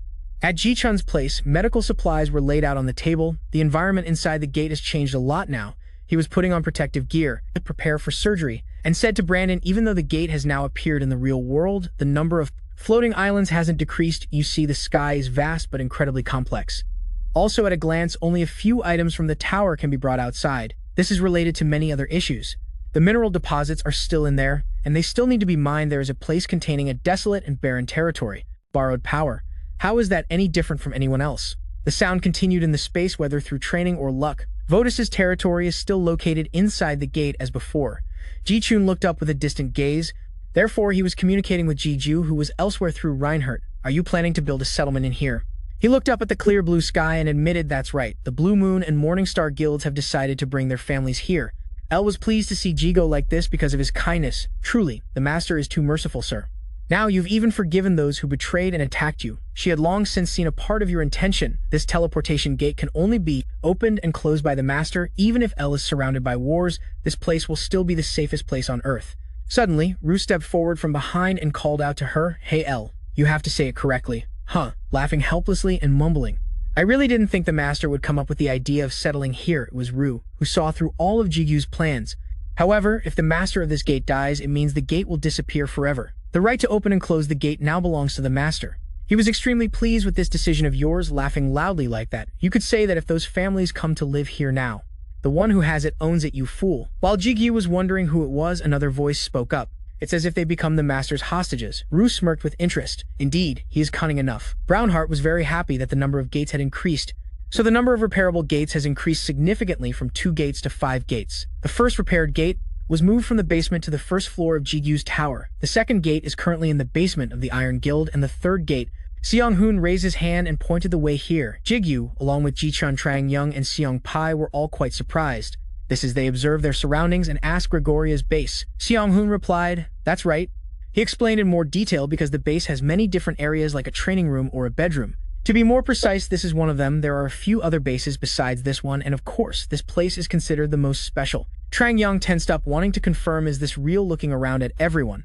Nothing seemed unusual, but the association and this place are connected. Seong-hoon continued to lead everyone on a tour. Specifically, there is a secret passage connecting to the association's basement. Its location has been very carefully shielded by a barrier. Luckily, it seems that both the Iron Guild and Cavan have not noticed it. "He's right, master." Immediately, he quickly glanced behind him. A girl radiating a blinding light continued. After observing, Ji-chun was quite satisfied and commented, "The barrier is well designed with just a few modifications. There's no need to worry about being discovered." A purple gate appeared in front of everyone. This is that gate, the one being repaired. Jigu stood in front of the gate, turned back, and said to everyone, "All right, from now on, we can teleport between the gates as we wish." Wanting to emphasize something important, he called out to Seong-pai and team leader Choi Chang-young. They listened seriously to what Jigu had to say. "Everyone outside thinks that your guilds have all withdrawn. Suspicion from outside enemies is inevitable. But just act as you normally would. Let everyone think you are wary of this place finally." He emphasized once more to everyone, "This is the front line of our base." Jigu assigned tasks to each person. "Mr. Huang, please reinforce the barrier of this place." He nodded. "I know now." For Seong-hoon, "Monitor the movements of the Cavan Guild and Go Hyung-jun."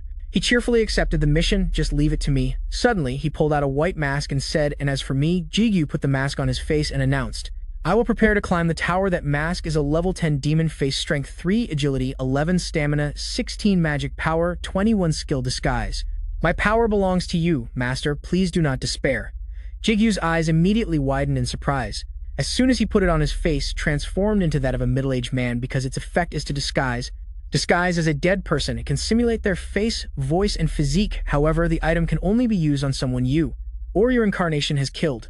The 51st floor of the tower is a dense green forest. A stone monster was being fiercely attacked.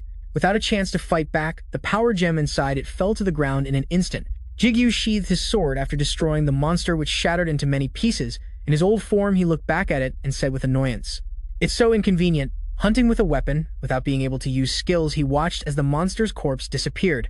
Ru praised Jigu. "There's no other way." Your skills are too unique, other people would recognize you. Brownheart, on the other hand, was very excited. Master is so famous. Jigu showed no reaction and looked up at the sky saying, but he watched the moving gate and the blue sky after observing for a while. Jigu wondered, I can collect a few crystals, right? There's no one around here while the Andes are collecting the crystals. Then he subconsciously sat up seeing this. Ban asked, oh, you're awake, while Jigu was extremely curious. Who is this? L stood with Rue and Brownheart and smiled lightly. The master is still the same as always, even though he has accumulated a lot of wealth. But he's still frugal. Rue maintained his nonchalant demeanor. I've already told you. You're too stingy. Brownheart, on the other hand, was very amused. Master is so thrifty. Jigu, hearing their words, replied cheerfully. They are all experience points. I can't let them go to waste, as he looked at the gate meaningfully. I think it's time to go out. Harris immediately. A figure stepped out of the gate. A leopard beastman solemnly knelt down. As you requested, Great Master, the beastman replied. This beastman is Hares. Level 127 strength, 202 agility, 256 stamina, 233 magic power, 298 skills. Disguise theft. Jigu also asked Hares in a friendly manner. All right. Do you like the new spear? This time he glanced down at the spear he was holding and replied, that spear. To his surprise, Hares criticized the spear. With all due respect, I can only say that.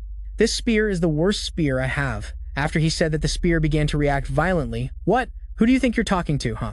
He thought of someone else. Sudong no, however, upon seeing the other person's smile, Jigu quickly.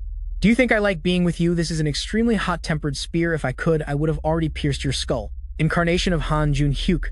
Strength 128 agility, 169 stamina, 119 magic power, 150 6 skill presence, concealment. Jigu was confused, remembering his previous form, Han Jun Hyuk, the head of the Cavan Guild's sole branch. I never thought that guy would also become an incarnation. Rue found this interesting and chimed in. It's quite possible the assimilation ability is unbelievably high after all.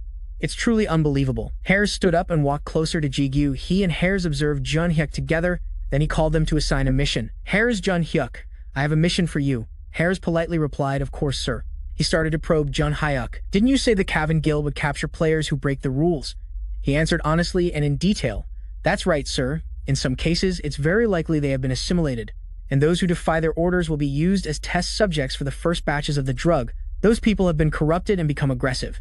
Because they all behave very crudely, they often become berserkers afterwards. Therefore, when we eliminate them, realized he was related to the Demon King.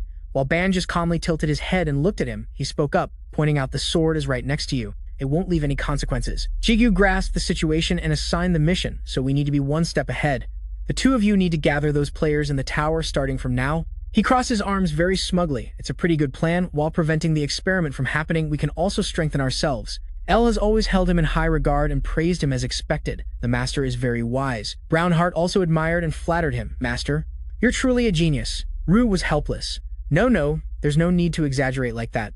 Suddenly, Brownheart called out, catching Jigu's attention. Master, he asked curiously, what is it? Brownheart transformed into another form and announced, the woman from L has arrived in a cafe. There was lively chatter. Ban, you think so too, right? Su Young appeared, took off her sunglasses, and said with a smile, Ha-Song Su has already moved, so I'm thinking of preparing to return to Korea.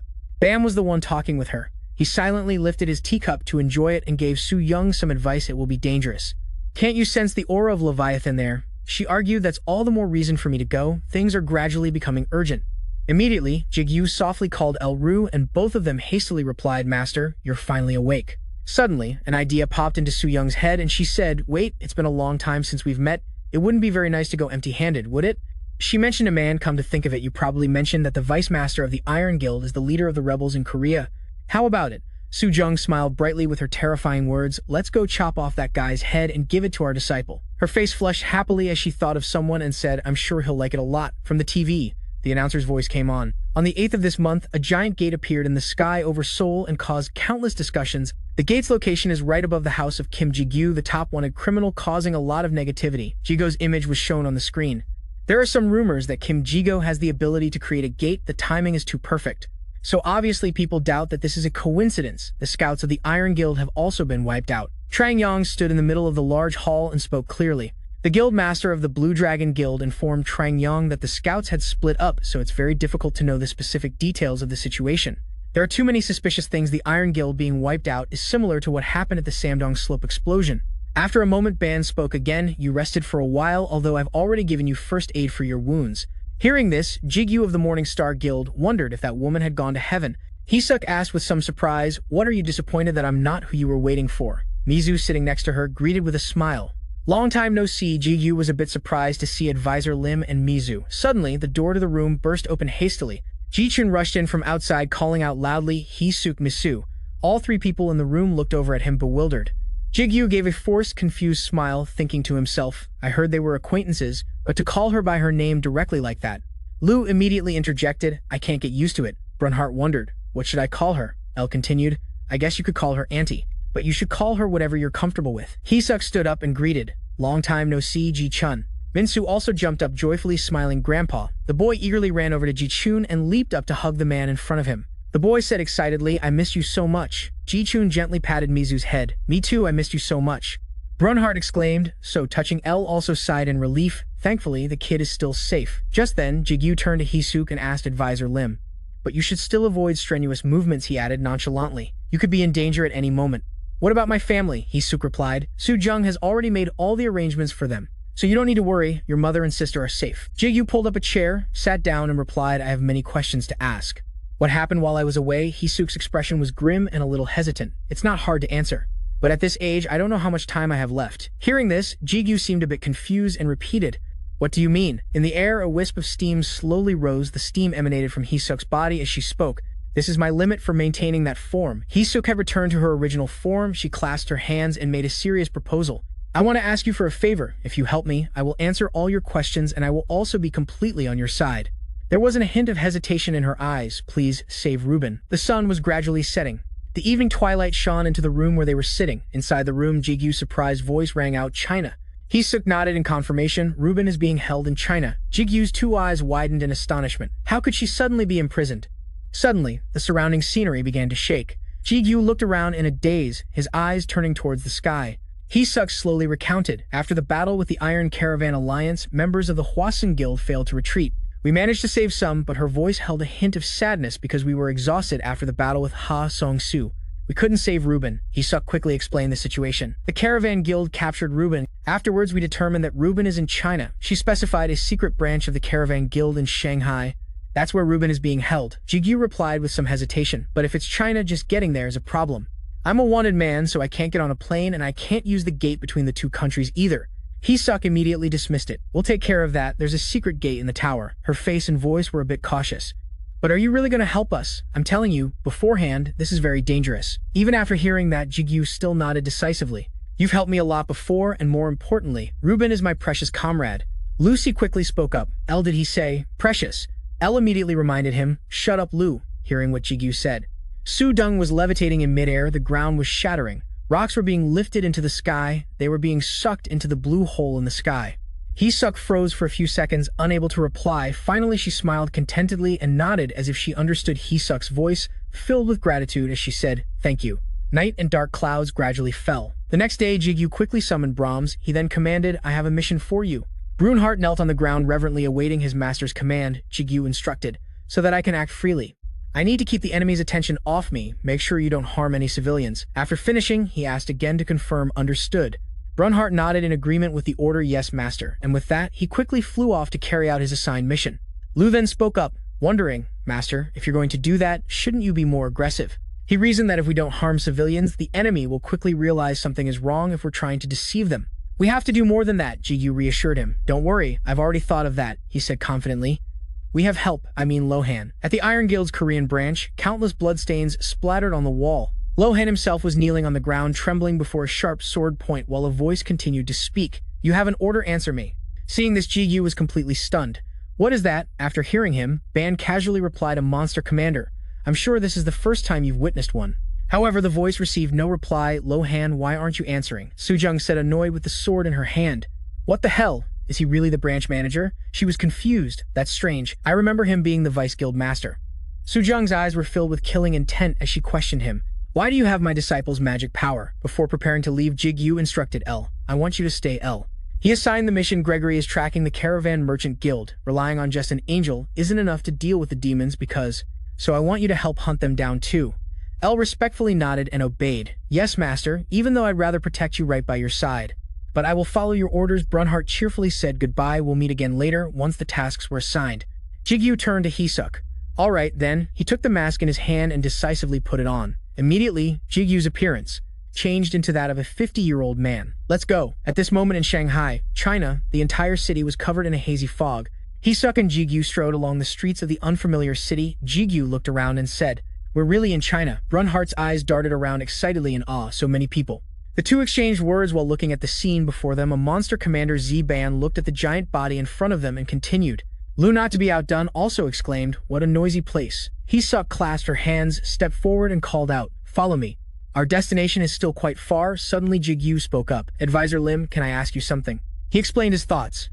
"I understand why you want to save Ruben, but I don't think she's just a simple member of the guild." After saying that, Jigu wondered, "What is your relationship with her?" Hisuk's word expression softened somewhat, her voice a little hesitant. "Ruben." The image of Ruben appeared in her mind. "To me, she is the most important person in this world. When I felt tired of life, she was the one who gave me a reason to keep living." It seemed Hisuk was about to say more, but she stopped herself in an instant. Pushing her vulnerable feelings back inside, Hisuk urged, "We'll continue this conversation later. We don't have much time." Inside the organization's hallway, the voices of the organization's members rang out. "How's the progress?" "Everything is going very smoothly. We're about to reach the final stage." Suddenly, one of the organization's men noticed something unusual. He noticed a sound ahead. "What's that over there?" "It sounds noisy." A pool of dark red blood flowed out in front of them. "This is the master of this labyrinth, the monster commander Heron." Looking at that muscular body, Jigu spoke up, the gatekeeper. Startling them from the darkness, a paw with sharp claws stepped out. Ren stepped out, growling with a corpse in its mouth, its eyes filled with killing intent. The organization members backed away in fear. "A wolf. Are we under attack?" He had just finished speaking when Ren's figure was no longer in sight. It shot forward as fast as lightning. Aiming for them, the organization members were still completely unaware of what was happening, their eyes wide with bewilderment. Just a second later, an ear-piercing scream echoed through the space. The organization member couldn't react in time. The two henchmen around him had completely vanished. The organization member turned his head and wondered, what just happened? In Ren's mouth were the corpses of the two henchmen, leaving him bewildered. "So fast, I couldn't even react." The organization member was terrified. In the blink of an eye, it killed two guild members, he thought to himself. Come to think of it, there were rumors that Kim Ji-yu from Korea is a wolf summoner. Just as he thought that, a cold blade was pressed against his neck from behind. Ji-yu asked in a cold voice, "Are you the one in charge of this branch?" Ban couldn't help but click his tongue. "Well, you're not wrong, a bit confused," he immediately thought to himself from behind. The branch manager was startled. He's speaking Korean. Is Kim Ji-yu really here? But when he turned around, he only saw an old man, which made him wonder, who is that? Ji-yu glanced to the side and asked Advisor Lim, "Is it him?" Hisuk nodded in confirmation. "It's him. Thank you for helping me subdue him." Her eyes narrowed, exuding a grim aura. Hisuk analyzed silently. He was strong to begin with, but now he's much stronger. Even though he has passed the 50th floor, his growth rate is truly astonishing. She frowned with a mix of worry and tension. But Hisuk wondered, is he unstable because of it? And what about the seal that exists within him? The branch manager suddenly recognized her. "It's the old woman who attacked us a few times before." "You're back?" Hisuk asked. "Where is the girl you kidnapped? If you cooperate, I guarantee I'll spare your life." Hearing this, the branch manager just let out a faint laugh. He brushed it off. "It's useless. The ritual has already begun." His words struck Hisuk like a lightning bolt. Ru, confused, asked, "What are you talking about?" Even Jikyu was curious. "I don't know either. They're speaking Chinese." Ranhurst agreed. "Does he mean I have to fight this thing?" Heron moved closer to Sudung. A large flame appeared surrounding it. "I've never heard a language like that before." Hisu could only grit her teeth helplessly. She quickly dashed off. "We have to hurry. At this rate, we'll be too late." Jikyu immediately shouted, "Come back." He raised his hand and summoned a spatial gate. A moment later, Jikyu mercilessly threw the security guard into the spatial gate, without any pity. Then they quickly sped away from the chaos there. Inside the hallway, the sound of hurried footsteps echoed continuously. Jikyu from behind tried to call out Advisor Lim. "You said we might be too late. What does that mean?" Hisuk kept rushing forward, shouting worriedly, "The ritual. At this rate, Ruben will become a sacrifice for the Demon King's descent." As soon as he heard that, Jikyu's eyes widened in shock. He wondered to himself, become a sacrifice for the Demon King's descent? Like Guildmaster Kim Dong-hee? Will her body be taken over by the Demon King? Suddenly, Ru's voice echoed in Jikyu's mind, "Master." At that moment, his feet suddenly stopped dead on the ground. It seemed both of them had seen something in front of them. Jikyu tensed up, looking up with a wary tone. Seeing this, Sujung's eyes became even more sinister. It seemed to have transferred energy into Heron's eyes. Now it looked more alive. "This is..." Hisuk, seeming to understand, replied, "You feel it too, right? This is definitely..." In front of them, a space filled with billowing, deathly energy appeared. It was the dark energy of one of the 72 great demons. Jikyu anxiously guessed, "Don't tell me we're already too late." Suddenly, Ru from within hurriedly denied it. Not yet, master. Hearing that, a glimmer of hope lit up in GQ's eyes. Ru slowly explained, this dark energy is Nibarius the 24th demon. He introduced in a solemn voice, the only demon who did not betray me. Images from the past began to flood back. In the middle of a battlefield, Ru reproached Nibarius. You're so foolish. He panted, wondering, why didn't you run? The traitors already have the upper hand. Nibarius respectfully replied, there is only one person I serve as my king. I will stay by your side until the very end. Hearing that, Ru struggled to let out a faint laugh. You really are a fool. He suddenly coughed violently. You're always like this? Nibarius, standing beside him, worriedly stepped closer. Master, master. She gritted her teeth, seemingly about to make a difficult decision. A moment later, Nibarius proposed, master. Its power skyrocketed elsewhere. Jigu could only stare wide-eyed. He couldn't help. Please devour me and use me to recover. Ru immediately refused. I won't. How could I do such a thing? Nibarius was a little surprised. Sir. Ru didn't answer right away, just took a deep breath to regain his composure. Ru slowly stood up with a bitter smile. I really can't believe I let my subordinate worry about me. From his back, wings sprouted once again. Look closely. Ru in his demonic form walked proudly. This is the master you once served. Returning to the present in front of GQ now was a three-headed wolf bearing its bloodthirsty fangs. He looked up at the giant creature with hesitation. That massive wolf brought a sense of horror, making GQ speculate Nibarius. Granhart continued, now it has 3 heads. Ru's harsh voice rang out, Andrus, that bastard. What has he done? He speculated she might have absorbed some archdemons. Now she's much stronger than before. Suddenly, Ru's gaze grew heavy and tense, but he stared into Nibarius's eyes, which radiated belligerence. Ru sighed. The price for that power is that she has completely lost her sanity. At that moment, Nibarius in front of them was aggressively throwing a punch down towards, but asked harshly, what the hell kind of gate is this? Immediately, Ban replied, looking away for even a second could get you killed. GQ. The two of them quickly jumped to either side, dodging the fatal blow. GQ announced loudly, Advisor Lim, I'll handle this. Please go help Ruben. Hisuk agreed, but still replied with some unease, I want to, but will you be okay on your own? GQ pivoted and jumped behind Nibarius, successfully creating distance. At the same time, he drew her attention. GQ shouted urgently, I'll be fine. There's no time. His gaze lowered slightly towards his hands, and he told himself, I have a feeling this is when I'll have to end everything. Ruben in the soul space didn't voice any objection either. Hisuk stood pensively behind, taking a few seconds to think. Finally, she made a decision. All right, then I'll leave this to you. As she finished speaking, her body, Hisuk nimbly leaped and dashed forward. Nibarius saw this and let out a deafening roar. However, Hisuk ignored it all and just ran as fast as she could to get away. On this side, GQ raised his leg, seemingly preparing to strike. He stomped hard on the ground, causing it to shatter. He clenched his fist, standing beside me. Blood continuously poured out and dripped down. A drop of blood seeped into the ground. From GQ's hands, the skill, Dark Element Bind, was activated. Countless dark chains poured out. They quickly wrapped around Nibarius's entire body. GQ smirked provocatively. Where do you think you're going? He challenged, your opponent is me. Ru from within the space called out, Master. He lowered his voice and proposed, I have a favor to ask of you. Ru's voice was full of urgency. Even though she looks like this now, she once swore loyalty to me. He proposed, therefore, I hope you will kill her as quickly and painlessly as possible. For a moment, Ru's request made GQ pause. He closed his eyes, thought for a moment, then agreed, all right. A second before GQ's foot was planted firmly on the ground, but in the next instant, the earth and rock around it shattered. That was also when he activated super speed. GQ's figure shot out like a flash, taking all 3 of Nibarius's heads. The system's notification rang out, you have defeated Nibarius, the 24th Archdemon. The sword in GQ's hand lit up. Monster's demonic energy absorption has been activated. Ru was restraining the activation of the gluttony skill. The system's voice rang out. Instantly, a strange black and red circle appeared around. Ban, a powerful gust of wind emerged and blew fiercely. Ego authority suppression has been activated. Inside the space, Ru lowered his head in thought. He clicked his tongue in praise. For a master, that was a decent finishing blow. However, Ru added with a slight reprimand, you're still quite clumsy. GQ retorted, annoyed. What did you say? I did my best to help you. Ranhurst spoke up, defending his master. Ru, you're so shameless. After that, Ru spoke again. Master, could you do me one more favor? He requested, I want you to destroy that body with chaos. If we leave it as it is, it will be used by the Kavan clan. Ru's voice was full of understanding. I know it's a big favor, and I know you've pushed yourself too hard and that we're running out of time. He was about to say more, but suddenly, GQ chuckled, cutting him off. What are you talking about? Why be so formal and serious? Ru was startled, confused, and stopped talking. From GQ's hand, a wave of pressure began to radiate. He announced in a serious tone, then I'll do it. Chaos. A blinding light from the pressure wave quickly illuminated the entire room. Nibarius's body gradually broke apart, dissolving into chaos.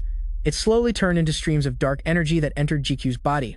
Seeing this, Jigu was extremely bewildered. This is a barrier. As soon as he finished speaking, Ban calmly said, "That's right, it seems you're not completely foolish." It was so fast that he was stunned. What? The necklace on Jiku's neck gradually devoured Nibarius. The system's voice rang out again. Ego has absorbed Nibarius. It announced evolution conditions have been met. Ego power begins to evolve. Jiku was a bit dazed, wondering, because it's evolving. Granhart exclaimed. The body disappeared. Rue rested his chin on his hand, surprised. What? That's unexpected. It doesn't seem like he did it on purpose. He speculated, could it be because they're from the same family? Jiku immediately replied, even if we are from the same family. But there's something about what you said. I'm right, aren't I? Suddenly, a hair-raising sensation shot towards Jiku. He turned his head and exclaimed worriedly, oh no. Jiku looked towards the darkness in front of him in Ruben's direction. From that direction, streams of dark energy gradually flowed over. Even Rue couldn't have expected this energy. He urged, hurry, master. That ritual seems to have reached its final stage. Jiku broke out in a cold sweat. Could it be that she still failed? As he spoke, his feet pushed off the ground hard. He immediately used all his strength to rush in that direction. Jiku moved as fast as the wind, but everywhere he passed, he left incredibly powerful footprints. Rue called out, master. Jiku understood and immediately responded. Behind the dense smoke and wind was Heron's tall figure. A dark aura continuously rose from him. Right. In front of them was a door with a large hole punched through it. He just charged straight for that hole to get inside. Jiku stomped his foot on the ground to gain momentum and jump. He nimbly leaped through the large hole, successfully getting inside the room. As soon as he landed on the ground, a terrifying sight appeared before Jiku's eyes. He froze for a few seconds, as if not believing his own eyes. In front of him, Hisuk was being choked, causing Jiku to call out worriedly, advisor. Hisuk trembled helplessly in Ruby's arms. Jigu realized something was wrong and softly called out to Ruben, but she remained silent in front of him. After a moment of silence, Ruben suddenly turned around with a pitiful expression. Honey, my body is not moving the way I want it to. Jigu's bewildered gaze did not waver. In an instant, he vanished from his spot. Wielding his sword, Jigu leaped forward, closing the distance to Ruben. He bluntly aimed his sword and thrust it forward. Seeing this action, Ruben stopped crying and her expression turned to surprise. A light flashed just before Jigu's blade could touch her. In the blink of an eye, Ruben appeared behind Jigu. He shot a tense, wary glance at her. Ruben clicked her tongue. You sure are quick on the uptake. An army from the underworld immediately advanced. Birds flapped their wings and flew into the sky. Sudong slightly furrowed, her brows, her lips curling into a smirk. Her eyes lit up and her expression turned sinister, as expected from the one who holds Lucifer. Jigu caught the unconscious Hisuk in his arms. Without replying, Jigu and Lu inside the space stared tensely at the being before them. Before them stood none other than Asmodeus, the Queen of Lust. Asmodeus greeted, It has been a while, has it not, Lucifer? I never thought you would become a tool for that human. Does that not hurt your pride? Hearing that, a flash of indignation appeared in Lu's eyes. But he did not reply. Asmodeus tilted her head, clicked her tongue, and let out an amused sigh. Ah, making such a disgusted face. You are so annoying. I want to see your face filled with shame.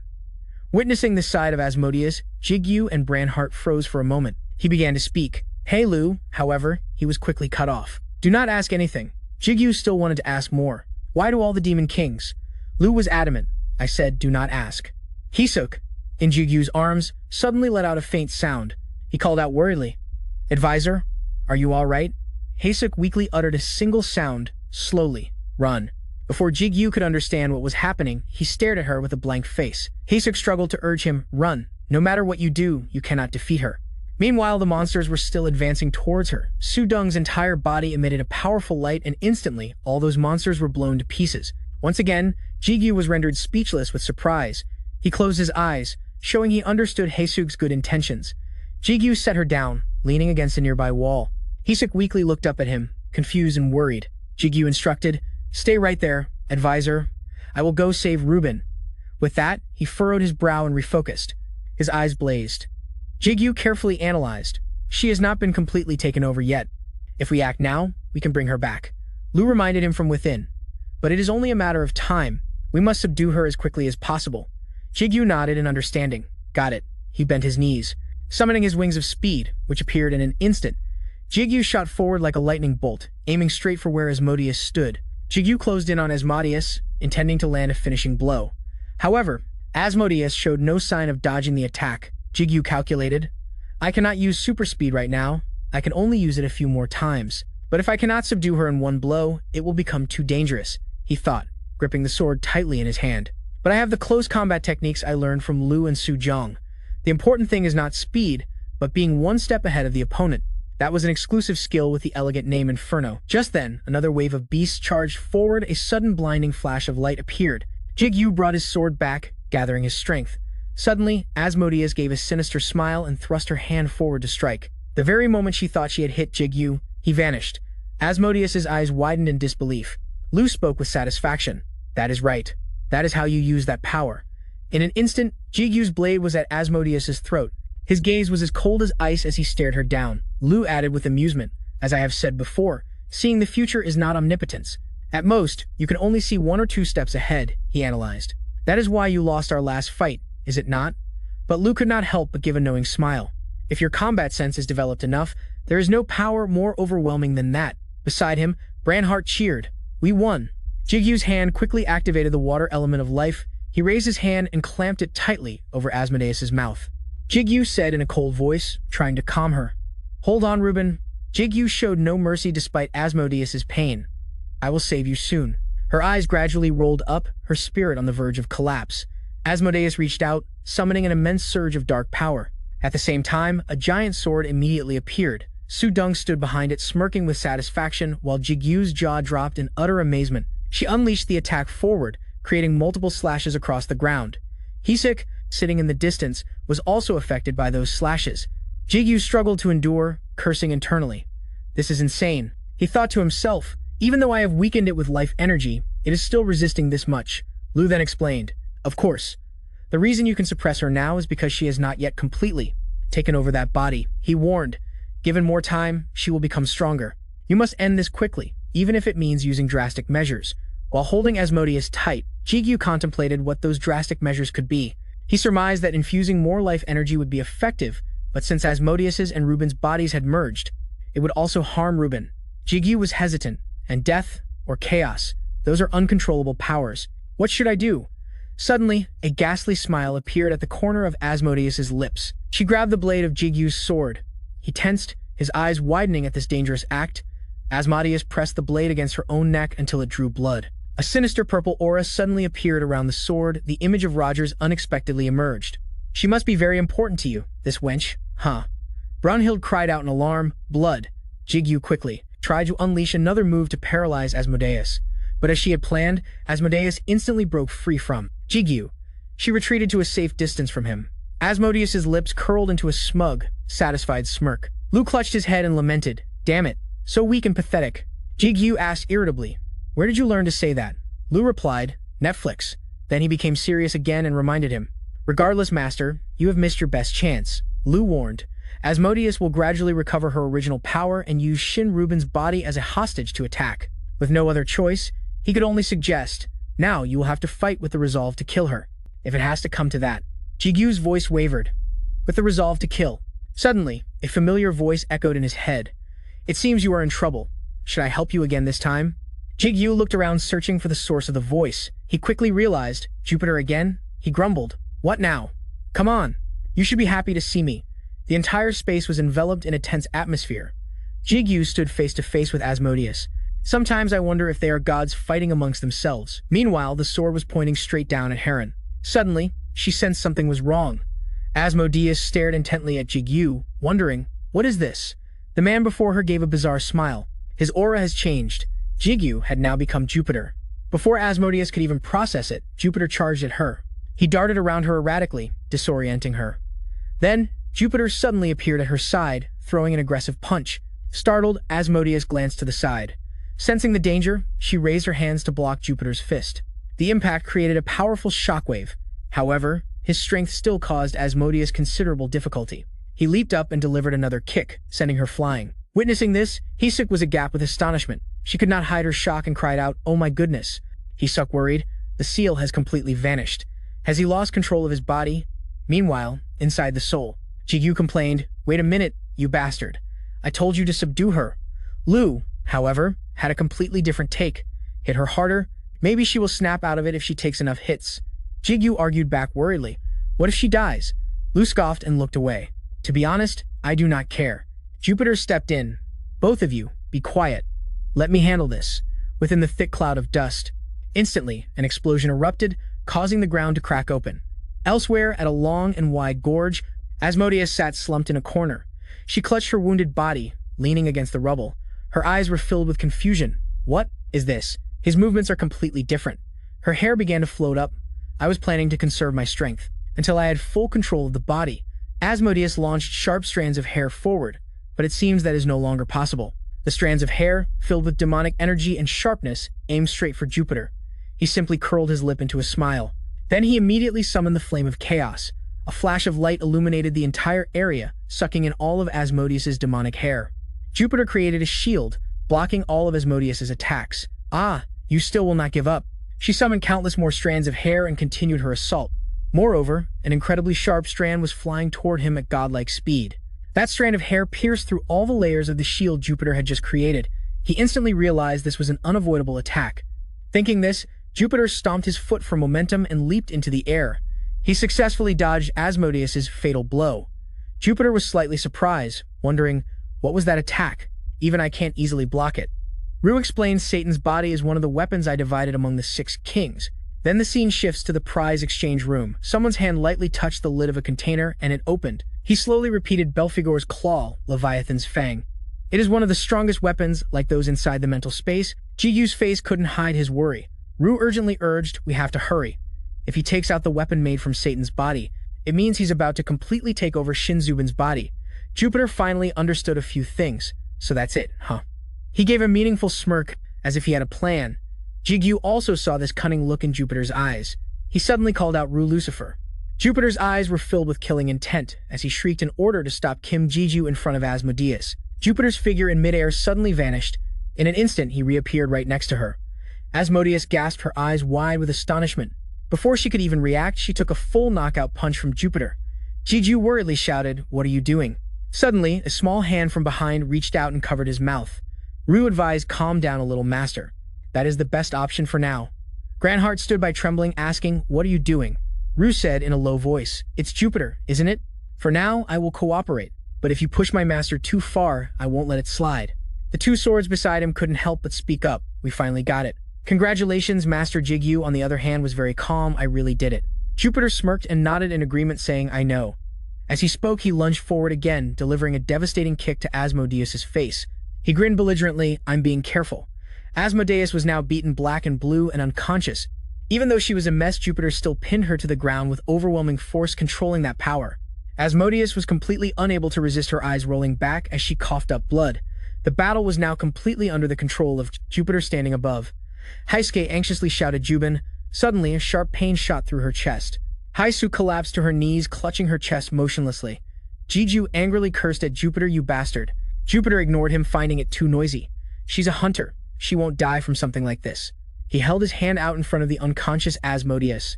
Now, Asmodeus's power inside Reuben's body slowly began to separate from it. It was gradually pulled out and gathered by Jupiter. Jupiter said arrogantly, let's see the face of the haughty queen. Asmodeus's body was now completely helpless, letting Jupiter force her to reveal her true form. Although this is the result of hard work, it doesn't feel very real. He felt more uneasy than happy. Asmodeus's face darkened as she spoke in a trembling voice. You! I despise you. Who are you? How? How can a human wield such power? Jupiter picked his ears and reminded her, be quiet. Maybe I'm not human. He called into the mental space, hey Kim Jigu. Jupiter's mouth formed a cunning smile. As promised, this is mine. Not understanding, Asmodeus fearfully asked, what? Jupiter's expression became terrifying as he moved close to her face. Don't worry, the pain will only be fleeting. Asmodeus realized something was wrong and tried to stop him. Wait, what are you planning to do? The next second, the surrounding space suddenly turned pitch black along with Jupiter's horrifying smile. He gleefully opened his fanged mouth wide. I will savor this. In an instant, only Jupiter and Reuben remained on the battlefield. The system's voice announced, you have defeated the Demon King, Asmodeus. A reward has been given based on your achievement. You have received Satan's body. Jupiter rubbed his stomach contentedly. Kim Jiju, I've done my part. He then added, just you wait. Jigu, still not understanding what happened, cried out, what? Before he could finish speaking, a mental shockwave hit him. A feeling of disappointment more than joy. At this moment, Sudong added, I've kept my promise. She glanced at the person next to her. Jigu's physical body suddenly froze completely still. Jupiter's blank white eyes. from before gradually faded. A few seconds later, Jigu had fully returned to his body. However, a sharp pain suddenly flooded his chest. Jigu collapsed to his knees in pain, clutching his body. He groaned a few times, making Granhart ask worriedly, "Master, are you all right?" Jigu's body trembled uncontrollably. "What's wrong with my body?" Ru frowned in displeasure. That bastard Jupiter, he recalled that he had pushed the master's body to its limit. That's how he was able to move like that. Ru analyzed. It's like he was using continuous super speed. Trembling in pain, Jigu couldn't stand up. That bastard, it's not even his body. Inside the mental space, Ru smirked and said, in other words, "It is all your power. Remember this well. Your potential is far greater than you imagine." Jigu took a breath to calm down. In all this chaos, at least I can be glad about that. Suddenly, he sensed a strange presence. He turned his head to the side and looked around. Someone was approaching from behind the door. A familiar energy was approaching. Footsteps echoed endlessly in the empty hallway. To be precise, you still have many people to take revenge on, but I probably don't need to get involved in everything, right? Jigu struggled to stand up and look outside. This energy. As soon as he said that, the entrance door was suddenly sliced into pieces by countless sword strikes. Debris flew everywhere inside the room. After the explosion, smoke and dust filled the small space. From within the thick dust, countless feet slowly entered. A group of people appeared face to face with Jigu. He raised an eyebrow and narrowed his eyes. He seemed to recognize them. It was none other than Tao Chen's group. He lowered his head and glared at Jigu silently. Suddenly, Tao Chen reached for the spear next to him. He shouted, "So you were here, you of the Cavan Guild." Jigu froze for a moment, not understanding what was going on. Ru wondered what he was saying. Jigu looked confused as well. "I don't understand Chinese either." Tao Chen was losing his patience. He lowered his head, glaring at him with hostility. He gripped his spear and charged forward to attack. A surprised Jigu tried to stop him. "Wait." He tried to speak again while Tao Chen's spear was ready to strike. "Wait a minute." His expression was ice cold. His eyes were devoid of humanity. The tip of his spear drew closer and closer to Jigu. He had no choice but to reach out his hand and catch it, stopping Tao Chen. Jigu was a bit curious. "Is your real name Sudong?" The other person immediately answered honestly. Jigu easily threw him aside, persuading him, "Listen to me," while Tao Chen was still disoriented. Jigu reached out his hand, saying, "Just listen first." He then slammed him straight into the ground, causing it to crack apart. Tao Chen's eyes rolled back as he let out a pained cry. The soldiers with him gasped in shock. The area gradually became quiet again. Jigu chided, "Seriously, I don't know what the misunderstanding is, but we know each other. Why did you attack without saying a word?" Ru suddenly reminded him, "Master, you are in disguise." After a thorough explanation, Tao Chen nodded in understanding. "So that's what happened." Jigu teased, "You seem a bit too trusting. I could actually be a member of the Cavan Guild, and I could be lying to you right now." Tao Chen didn't answer, but simply smiled gently. He continued, "But I know your power. If you wanted to, you could wipe out everyone here. That's undeniable." Tao Chen then turned to his soldiers and stated frankly in a slow voice, "Even if you were on the same side as Cavan, that is a risk we must accept. Our situation is just that desperate." Jigu was quite surprised by his words. Tao Chen began to explain the situation somberly. "Yes, Dung Sudong." A Korean Sudong looked at Ban and said, "Very good, mine is also a rare potion." "What about you, Ban?" "The Chinese Player Association will collapse." Jigu asked confusedly, "What do you mean?" Tao Chen didn't reply immediately. He closed his eyes and thought for a moment. Then Tao Chen started to speak. "The Chinese Player Association has fallen into the hands of the demons." His voice was desperate. "Please, I beg you to help us." Jigu was a bit taken aback. "Wait, you're asking me so suddenly?" Tao Chen kept trying to persuade him. "I know this is a sudden and shameless request, but we truly have no other way." He explained the situation. "We've gathered a small trustworthy force, but we don't know how deeply the demons have infiltrated the association. We are seriously lacking in power." Tao Chen lowered his head in worry. "This isn't just China's problem. It is a war between humanity and demons." He looked directly at Jigu and declared, "Morning Star, you are the hope of humanity." Hearing these words, Gigu's expression went blank. In the mental space, Ru couldn't help but snort with laughter. Humanity's hope. Granhart, on the other hand, praised admiringly. "As expected of Master, that's amazing." Only Jigu was frozen, not understanding what was going on. He sighed wearily and collected himself. Jigu turned and proposed, "All right, I understand what you're saying." After hearing that, he picked up the potion vial. "It's a potion too." Then Sudong held it out. "Here, take it. But this conversation could take a while. Can we discuss the details later?" He stated, "Right now, there's something more urgent." Tao Chen was surprised. "Something urgent?" Jigu nodded, then turned to his side and looked down. Lying on the ground, Ruben and Heisuke were still unconscious. Tao Chen realized and said, "I apologize, I was in such a rush, I forgot about the patients." Hearing this, Jigu slowly got up from his seat. He suggested, "Let's move to another location. If you trust me, then you will come with me, won't you?" Tao Chen seemed a bit confused by Jigu's request. However, seeing his determined gaze, he eventually had to follow. Jigu shouted open, and a space portal appeared. Tao Chen and his soldiers slowly stepped inside. He looked up and unconsciously let out a gasp. They stared at the tower before them in awe, wondering what on earth it was. This place is.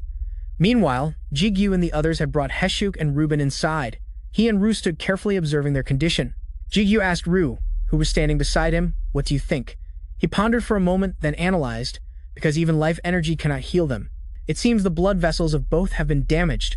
Ru glanced at Heshuk. The old woman overexerted herself. Then he shifted his gaze to Ruben, speculating. Seeing her give it to him, he was very surprised. "Why are you?" But Su-dong replied calmly.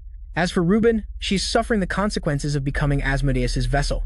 Jigu lowered his head, worried. If their blood vessels are damaged, Ru replied decisively, then there's only one way to treat it. Suddenly, Jigu remembered an item called the elixir. His eyes widening, he seemed to be calculating something serious. Jigu wondered, wait, can't L do something? Ru crossed his arms and answered, you know, L once produced something similar to an elixir. He recalled the time he healed a Texic. Ru raised an eyebrow and reminded him, I told you back then, that power isn't that convenient.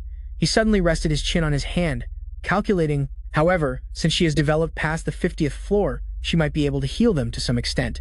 Having said that, Ru asked where Elle is now. Jigu recounted, I called her just now, she's on her way. He guessed she and the angels had gone very far, so it will take a few hours to get here. Jigu sighed, there's no other way but to wait for Elle. Suddenly, a figure approached from behind. A familiar voice rang out, I don't think we have that much time. Jigu was startled and turned around to see Su-jung. He couldn't hide his joy and called her name, Su-jung. She smiled, hi. Granth also chimed in. Surprise.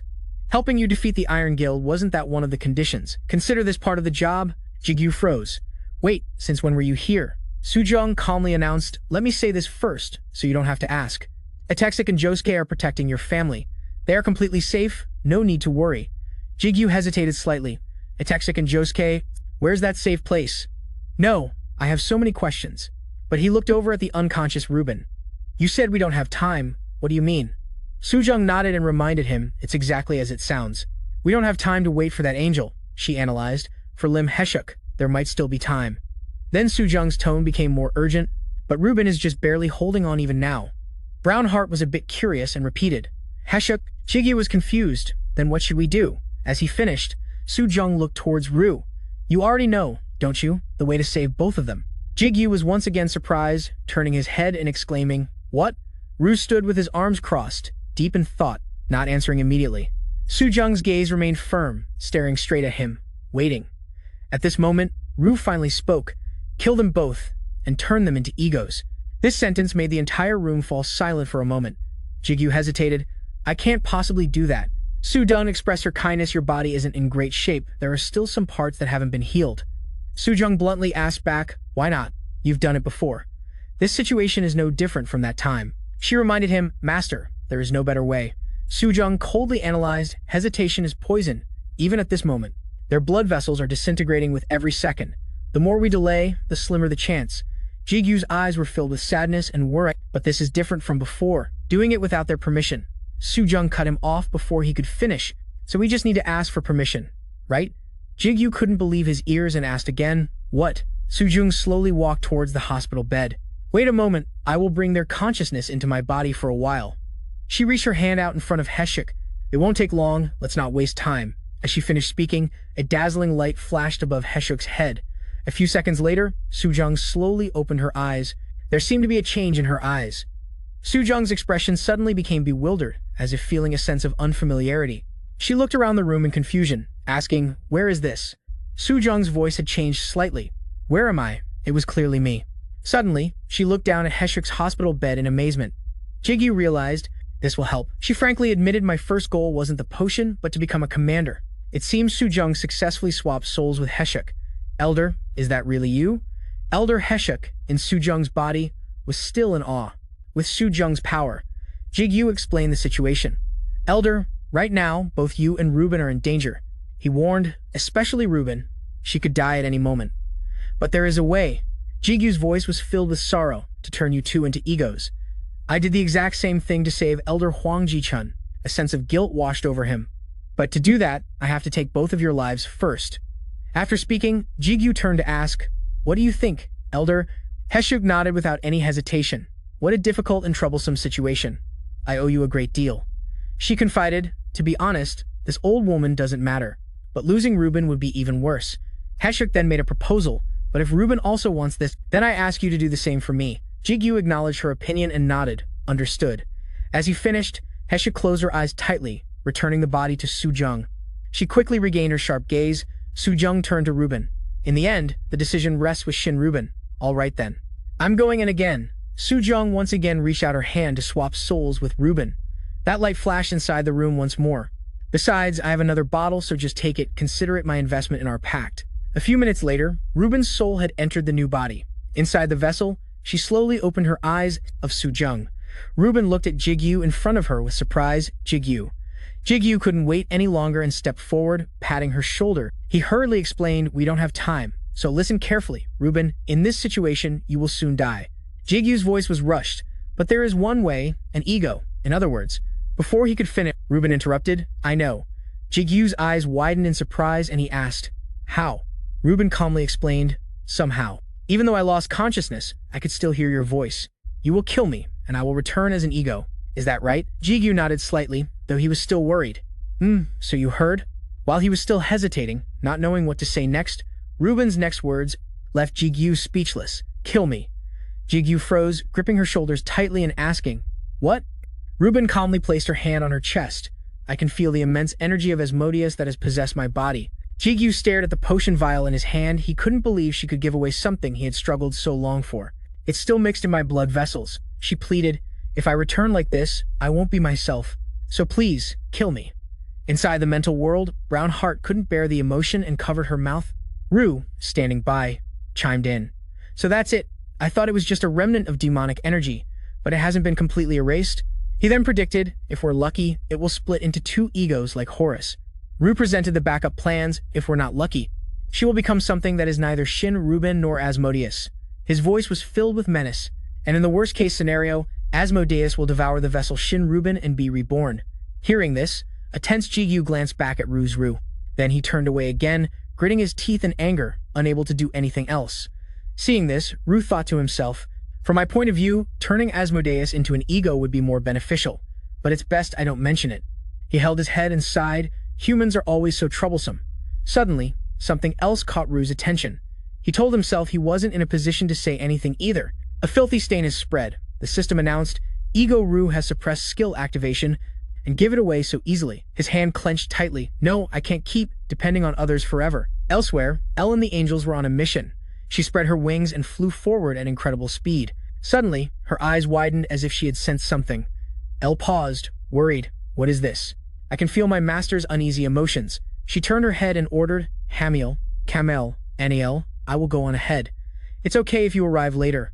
Hamiel looked at her worriedly and called her name Elle, but she no longer had time to listen. Elle unfurled her wings.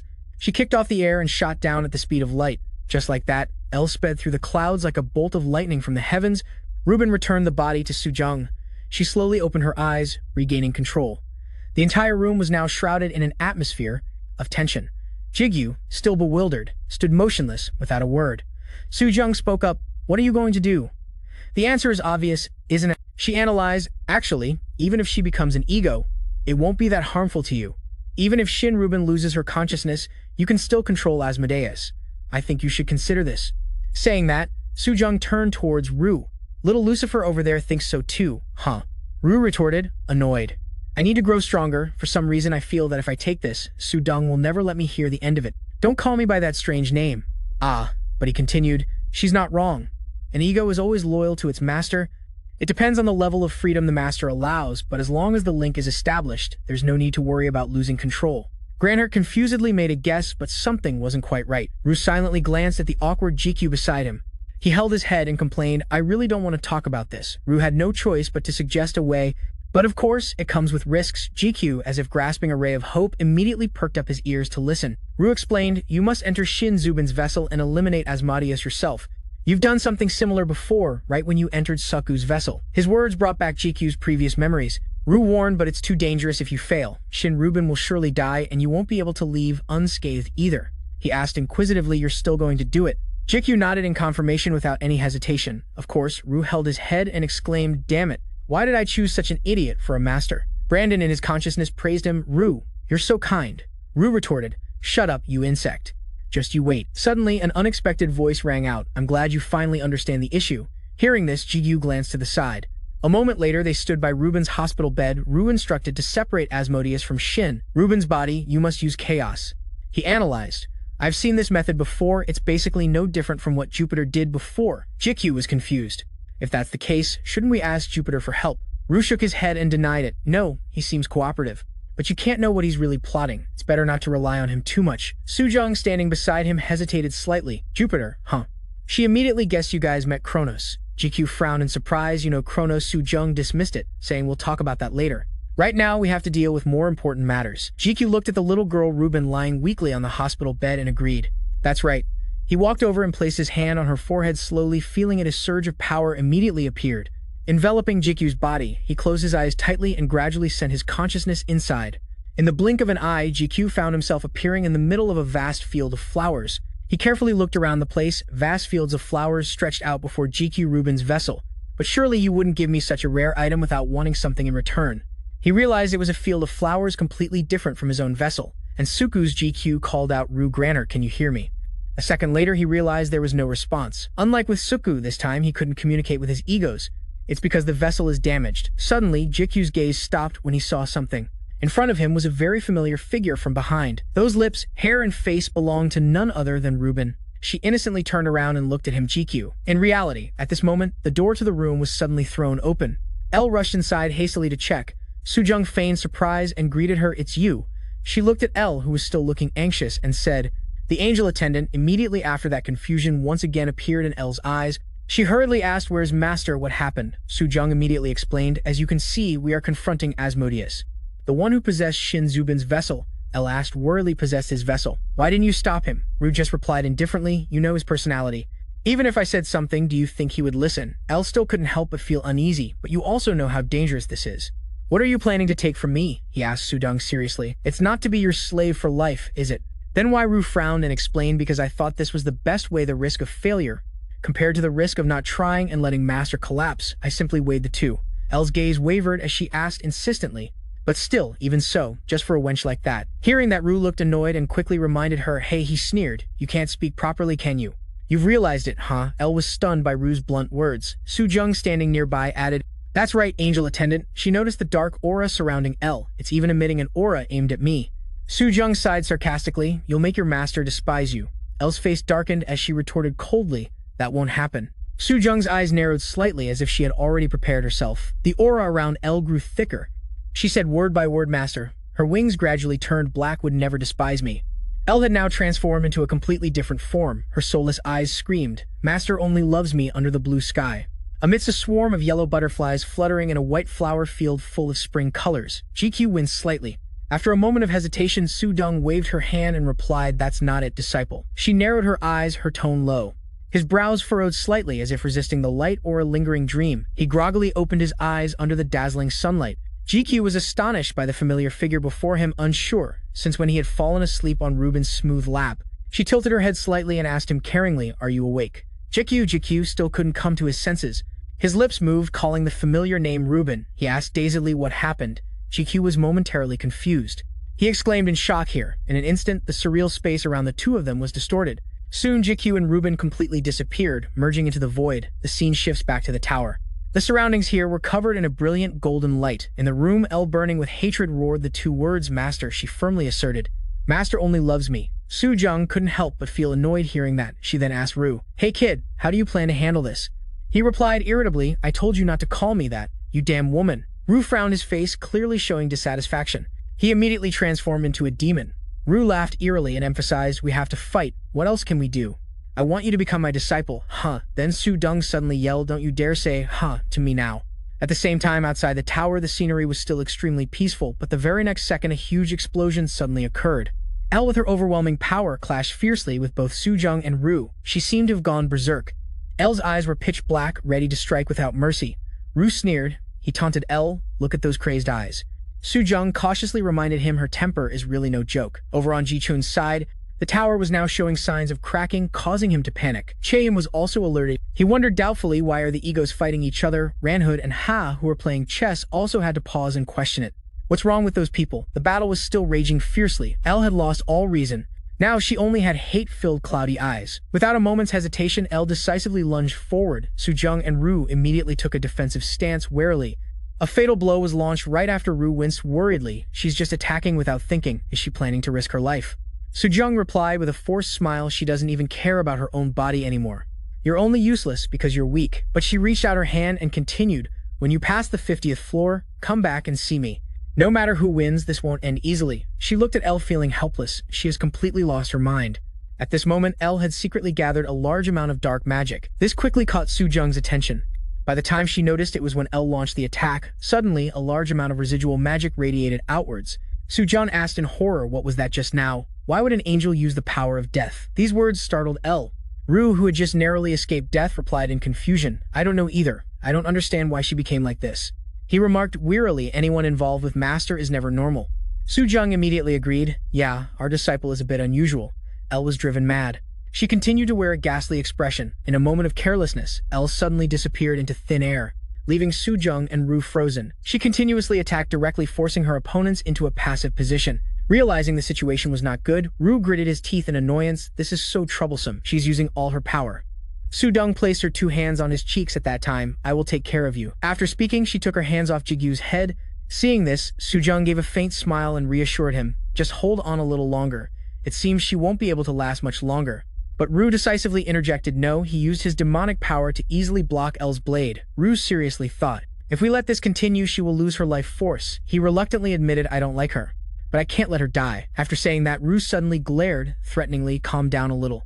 A sudden killing intent tore through the sky. It shot forward, aiming straight at Elle's soulless body. Chan closed his eyes tightly. He gathered all his remaining strength in his 2 eyes to support Ru. The powerful attack rushed forward, blackening a corner of the sky. It had terrifying destructive power. In just an instant, it destroyed everything. After the huge explosion, thick dust filled the air, obscuring the space. Elle was covered in injuries. She still stood firm with her eerie dark magic. Ru looked down from above and guessed, did she use the power of death to block that attack again? But she must have suffered considerable damage. He clicked his tongue in frustration. She was trying to conserve her strength, but now she has to waste it. A purple bolt of lightning suddenly appeared by his ear. Seeing this, Sudong slowly explained, this is the sign of our pact. A series of suspicious actions by Elle right after that left Ju speechless. What is she trying to do? He vaguely realized, is she really planning to use that thing? Just as he predicted, Elle used a forbidden dark magic. In her eyes now, only the fire of hatred burned. Chaos was instantly deployed. Elle quickly summoned a huge amount of magical power. Sudong was instantly overwhelmed, recognizing it without hesitation. Vu shouted in annoyance, hey you crazy woman. That power is not something someone like you can control. He tried to stop her in horror. Stop it. Are you planning to just disappear like that? Meanwhile, Elle had completely lost her reason. Streams of blood began to roll down from the corners of her eyes. Ru couldn't help but grit his teeth helplessly. He cursed angrily. Damn it, he thought in turmoil. She won't listen to a word I say. I can't block that spell with normal methods. A terrible vision appeared before Ju.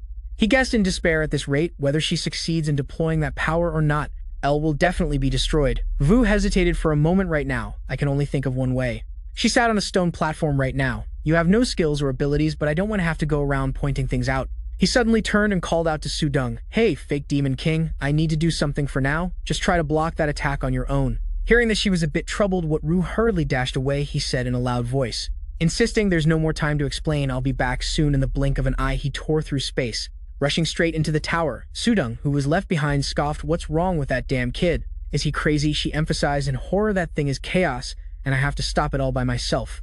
Sudong looked at Elle worriedly, thinking to herself, luckily, it seems she hasn't completely controlled it yet. What if I touch it and make it explode? After a moment of hesitation, she made up her mind to use her own blood. Should I temporarily create a shield first?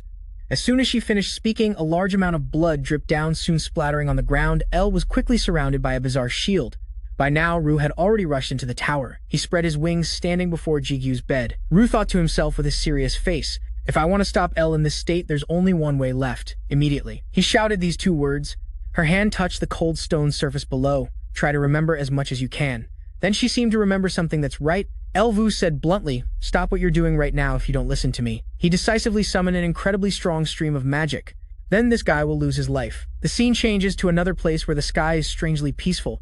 Jigu was still sleeping soundly on Ruben's soft lap. A small flower petal suddenly fell. Onto his handsome face, Jigu suddenly opened his eyes, waking up in a daze. Seeing this, Ruben gently asked, "Are you awake?" "What's wrong, dear?" Jigu looked at her confused and hesitated for a moment. No, it's just I feel like I've forgotten something." Ruben unconsciously smiled a gentle smile. She denied it with a smile. "That's not it, just get some rest." Jigu momentarily felt tired and drifted off. That's right, amidst the vast landscape, he relaxed his soul and thought peacefully. "It's been so long since I've felt this relaxed." Ruben suddenly spoke comfortingly. "You've been through so much hardship. It must have been very hard, right?" He honestly admitted it was very hard in Jigu's real life. He recalled with resentment. Enemies kept appearing past. "I don't even know about torments me and all the strongest people in the world. Come to think of it," Su-dung calmly added, "I've taken a look. The sword you carry is quite unique. Are placing their hopes on me in the end. Who am I?" He vaguely raised a hand to cover his face for a moment. "I just want to live happily with my family." Ruben gently stroked his head. "It's okay, dear. You can let everything go." She gently suggested, "Stay here with me forever." Jigu couldn't help but feel content and laughed unconsciously, and so a peaceful dream slowly unfolded. Under the tranquil sky now, only the two of them were together, intimately. A familiar voice suddenly rang out. Master, causing Jigu to wake with a start. He immediately sat up in shock. Ruben couldn't help but be stunned and called out softly, "Hey, Jigu." Jigu snapped to his senses and realized it's L's voice. A thought immediately flashed through his mind. "I remember now, the reason I came here." Ruben at this time still put on a fake concerned face. "What's wrong? Did you have a nightmare?" Jigu couldn't hide his anger. He glared at the other person. He suddenly reached out and decisively grabbed Ruben's neck. Jigu angrily declared, "The game ends here."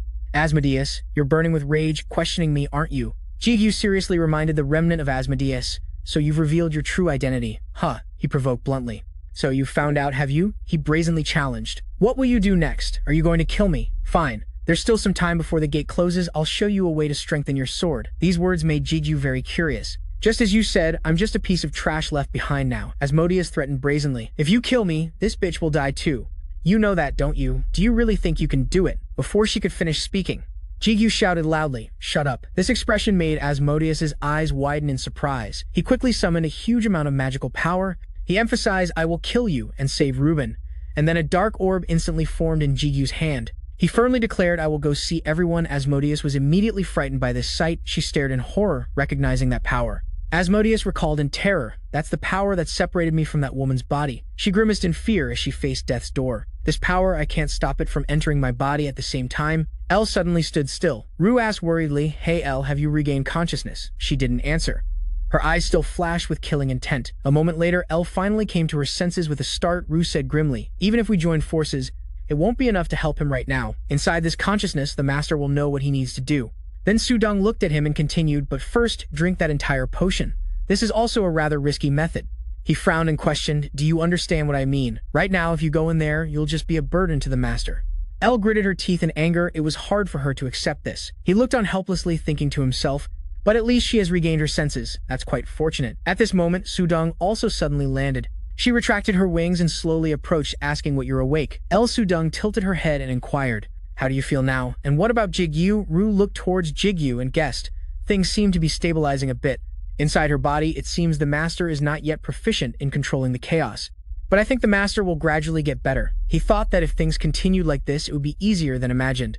Just then, Jigu suddenly broke out in a cold sweat. He showed a painful expression, and his magical power became chaotic at the same time. Rue was startled and asked loudly, "Master, what's wrong with you?"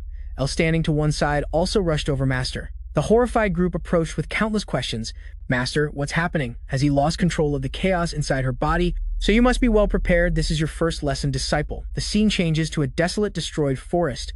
Rue was startled unconsciously. His eyes widened in horror. He broke out in a cold sweat and gritted his teeth. Rue bitterly emphasized, "We've been tricked, completely tricked." This made Su-dung freeze. What he guiltily explained, "The master is gradually losing his advantage and is losing his body to Jupiter," just as he predicted. At this moment, Jigu was on the defensive. Elle's face immediately changed. She bit her lip worriedly. Rue helplessly bowed his head. It was a mistake.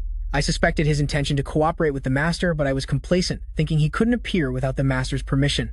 Elle couldn't believe it. She questioned, "But as you said, he was defeated by the master before. And the hierarchy was established then, so why now?" He answered with a serious face, "It's an intermediary method." Elle asked, confused. "An intermediary method?" Rue added grimly. "From the beginning, I should have realized something was wrong. When a fragment of Asmodeus was left in Shin Zubin's body, someone who can control chaos so skillfully, He helplessly asserted he couldn't have made such a trivial mistake. Normally, the fragments would be drawn back to the main body. The two sides were in a tense battle. The voices of two people rang in Jigu's ears. Master, that person is very dangerous. Just like how my corrupted fragments were reabsorbed by me, Ru suddenly lowered his voice, but he cleverly reversed that rule. The fragment of Asmodeus in Shin Zubin's body was just bait to lure the master in. Then inside, with his own power, he could manipulate everything. Hearing this, Elle fell into complete despair. She was speechless. Inside the illusion, Jigu was still fighting against Asmodeus. Jupiter suddenly appeared, whispering into his ear, "Come on, Kim Jigu." He gloated and urged, "Hurry up and transfer control of the body to me." After the chaotic battle, the tower partially collapsed. Elle clasped her hands worriedly. "So what should we do now?" Ru fell into thought for a moment. He made up his mind. "I will go in there." These words stunned Elle. What Ru emphasized seriously.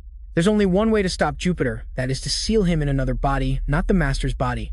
At this point, he accepts that I will be the one to make that sacrifice. I will hold Jupiter tightly within my body, seal or destroy me when he is contained. The atmosphere instantly fell silent. Elle was deep in thought, her lips pursed. "Don't trust her, sir. Master is losing control." His sword trembled violently. She suddenly made a decision. "I'll do it." Lu asked what Elle grimly admitted. "I can't go back to the way I was before. I was strong because of my purity, but now I've lost it." That's why she firmly declared, "So I will go. At least in my final moments, I want to remain by my master's side as a loyal servant." Jigu hesitated for a moment upon hearing that, but quickly agreed. "All right, then give it a try." Immediately after, the scene shifts to a dark void. Jigu was bound by chains. His eyes were shut as if in a deep sleep. Suddenly, Jigu's eyes snapped open. Jigu thoughtfully observed his surroundings and understood the chains, so everything has now been almost completely devoured by Jupiter. A demonic voice suddenly rang out. "You're right, Kim Jigu, but don't worry." A black speck appeared and made an offer. "I will grant all your wishes. If you agree to give me that body, I'll chop off the heads of anyone who stands in our way. I'll let you listen to their desperate and painful screams." He let out a cunning laugh. "You just need to stand there and watch. Everything that belongs to you will become ours." As soon as he finished speaking, "What should I do now?" In front of Jigu was Iron Seal, covering a girl's eyes. Jigu was instantly left in a dark void. He struggled with all his might, but was powerless. Jigu tensed up in rage, his whole body trembling. "Damn it, I can't move. These chains are also sealing my magical power," Jigu thought as he gritted his teeth.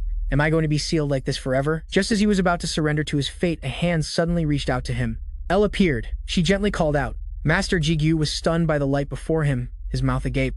By the time he recognized Elle, she had already vanished into the void. The tower was protected by a massive amount of magical energy. Lu asked again, "Are you ready, Elle?" He emphasized seriously, "Unlike the Master, you can't manifest your true self in someone else's body.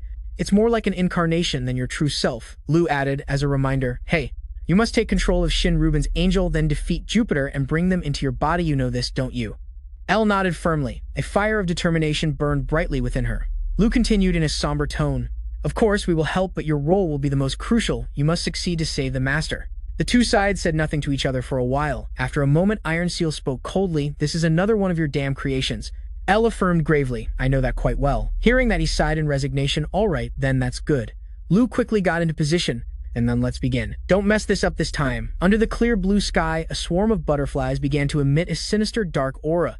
Asmodeus struggled with all her might, her magical energy becoming chaotic. Jupiter easily defeated Asmodeus with a smug smile. Soon that demonic power dissipated.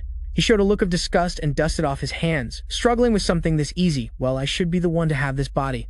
Jupiter glanced at Asmodeus. Then he slowly moved forward. Jupiter wore a cunning smile. "It's time to take its true self." At that moment, Rubin's body suddenly sat up, causing him to freeze in place. Jupiter was confused. He turned his head bewildered. Unbeknownst to him, Rubin's body had twisted to its feet and immediately leaped into the air. A fatal punch was suddenly thrown at Jupiter. Fortunately, he dodged it. He frowned in suspicion. "Shin Rubin, no." Jupiter wondered, "Is this Michael?" For a moment, the opponent showed a look of disgust. He laughed gleefully. "I get it." Jupiter calmly kicked his opponent. "You're here to save Kim Jigu," he realized with amusement. "I can't believe you dared to steal the boss while we were distracted." Instantly, Su Dong put her two hands in her jacket pockets. "I was never one of you to begin with. It seems the people outside already know what's happening inside. I thought that after I obtained the true self, the ego would follow my will. It seems I miscalculated." At that moment, an enraged punch shot toward him. Jupiter vanished in time, easily dodging the opponent's attack. He suddenly appeared from behind. His eyes flashed with killing intent. Jupiter decisively launched an attack, sending Rubin's body flying backward. A barrage of attacks followed relentlessly. He rushed forward to land a finishing kick. Rubin's body couldn't dodge in time. She was painfully thrown back, her face instantly turning pale. Her eyes were momentarily lifeless. A thick cloud of white dust instantly obscured everything. Jupiter couldn't help but feel smug. He stood still, admiring his prize. Jupiter sneered contemptuously. You can't even surpass Kim Jigu. What kind of confidence made you come here and challenge me? He took a step toward his opponent. Whatever, it doesn't matter. At least I've learned one thing. Jupiter quickly summoned a powerful stream of magical energy. He looked at her with contempt. It seems I need to teach you a lesson. As he finished speaking, Jupiter's expression changed. Ruben was cornered, lying miserably on the ground. First come, first served. She raised her fist to cheer. Go for it, disciple. Hurry up and use the method. I told you. Jupiter gave a strange smile and reassured her. Don't worry, it'll only hurt a little. An attack immediately shot forward. Ruben accepted her fate and shut her eyes tightly. Master, the atmosphere suddenly became strangely peaceful. Ruben had resigned herself to her fate, gritting her teeth. Noticing the sudden silence, she doubtfully opened her eyes before her Jupiter had stopped himself. He suddenly stood frozen like a statue. Ruben called out in astonishment. Master Jupiter also couldn't believe his eyes. Why? He roared in anger. The seal must have been completely reversed. He yelled, Why are you still conscious? Jupiter quickly fell into a state of chaos. He thought in agony, chaos. The chaos is getting out of control. Jupiter's face contorted. He thought resentfully. This can't be happening. This power should have been mine instantly. The stream of magical energy suddenly erupted in all directions and quickly formed into a giant dark sphere. Jupiter was pulled into a pitch-black void. He looked around blankly. Where is this place? Jigu slowly walked forward. Despite the chains binding his body, he declared, My revenge, my past, my responsibilities, my bonds. Could this person be a demon? Oh my god! Suddenly someone's voice called out, Hey Iron Seal. Jigu raised his sword with his mouth agape and yelled, I'll kill you. They are all burdens that I must carry. Jigu firmly stated, I won't give you any of it. Jupiter, he said, glaring resolutely at his opponent. Jigu firmly stated, I will not give you anything else, Jupiter. These words terrified him. Impossible. Jupiter wondered in shock. The seal. You destroyed it yourself, he yelled in disbelief. I don't believe it. How could someone like you do that? Jigu cut him off decisively. Shut up, startling him. From the thick darkness, chains suddenly shot out, instantly restraining Jupiter so he couldn't move. Jigu stared at him and growled, Jupiter seething with rage. Jigu yelled, Begone! Jupiter's hands were immediately bound by chains. His legs weren't spared either, and were quickly restrained. Jupiter struggled with all his might, but it was futile. He gritted his teeth in resentment. Kim Jigu looked at him with a cold, sharp gaze. Jupiter kept yelling in despair. One day, I swear I will take this body. As he spoke, Jupiter was completely bound by the chains. The scene of the clear blue sky with fluttering butterflies appeared once more. Jigu was momentarily overwhelmed by the sight before him. This action left Iron Seal a bit confused. He gave a deadly smile. Seeing this, Jigu suddenly hesitated. Should I go for it? He blankly called out the name of the girl before him, Ruben. Ruben quietly bowed her head and replied with a smile. You're all right, Master. Jigu. Unbeknownst to him, Ruben's eyes now had two different colors. Jigu realized in horror. No. He asked suspiciously, Did you two fuse together? She didn't answer, but just looked at him calmly and smiled. The scene shifts to the tower. The smoke and dust in the room had begun to settle. A massive stream of magical energy was still flaring up. Lu crossed his arms and asked, Seriously, did it work? Sudong, who was standing nearby, added, The chaos is subsiding, which means she must have succeeded. Lu admitted, Yes, I can seal L again now. With that, he glanced over and asked Sudong, Where's Ban? Didn't he come with you? She answered honestly. He went to investigate heaven. I've already called for him, so he should be here soon. Amidst the resounding sound of a hammer, a familiar voice suddenly rang out. Huang Ji-chun immediately paused as the voice continued. Gather all available resources and bring them to Gigu's tower. A great war is about to break out. He asked in astonishment. All of them, Lu replied bluntly. Yes, he emphasized in a grave tone. This battle will be very difficult, if we're not careful. Meanwhile, a spark shot forward. Iron Seal ran quickly towards Jigu, his face darkening. All of us could die. Suddenly, a brilliant golden light caught Lu's attention. What is this? He watched it silently for a long time. After a while, he sighed in relief. So that's what it is? Lu exclaimed in admiration. He broke through that layer of the seal by himself. This guy is insane. But Ru's brows furrowed as he suddenly remembered. He hesitated slightly. Ru said helplessly, It's time to go back, Master. You can't save them. He asserted L's unstable soul has already made her body unable to bear it. Then Ru looked at Ruben's body with sad eyes. Now she can only wait for death. In the illusion, Ruben gently asked Jigu, Do you know what the baby's breath flower means? Jigu didn't know how to answer. He stood frozen like a statue. Ruben smiled and explained, Purple baby's breath symbolizes a pure heart. Pink represents a moment of joy, she continued hopelessly. White means death, a tragic scene with a decaying flower. Gradually appeared before her eyes, Ruben emphasized painfully. Like us, the time we spent with you, Master, we were very happy because we love you. It turns out there were two souls in Ruben's body at this time. They admitted it with all their hearts. Jigu was momentarily stunned, unable to say a word. Ruben, you've changed. You've become that wench's person. Have you always been like this? The sword was swung in front of him. All right. Ruben gradually turned into flower petals. She smiled contentedly. This sight made Jigu freeze. Ruben continued, To be able to depart by your side, she happily affirmed by the Master's side.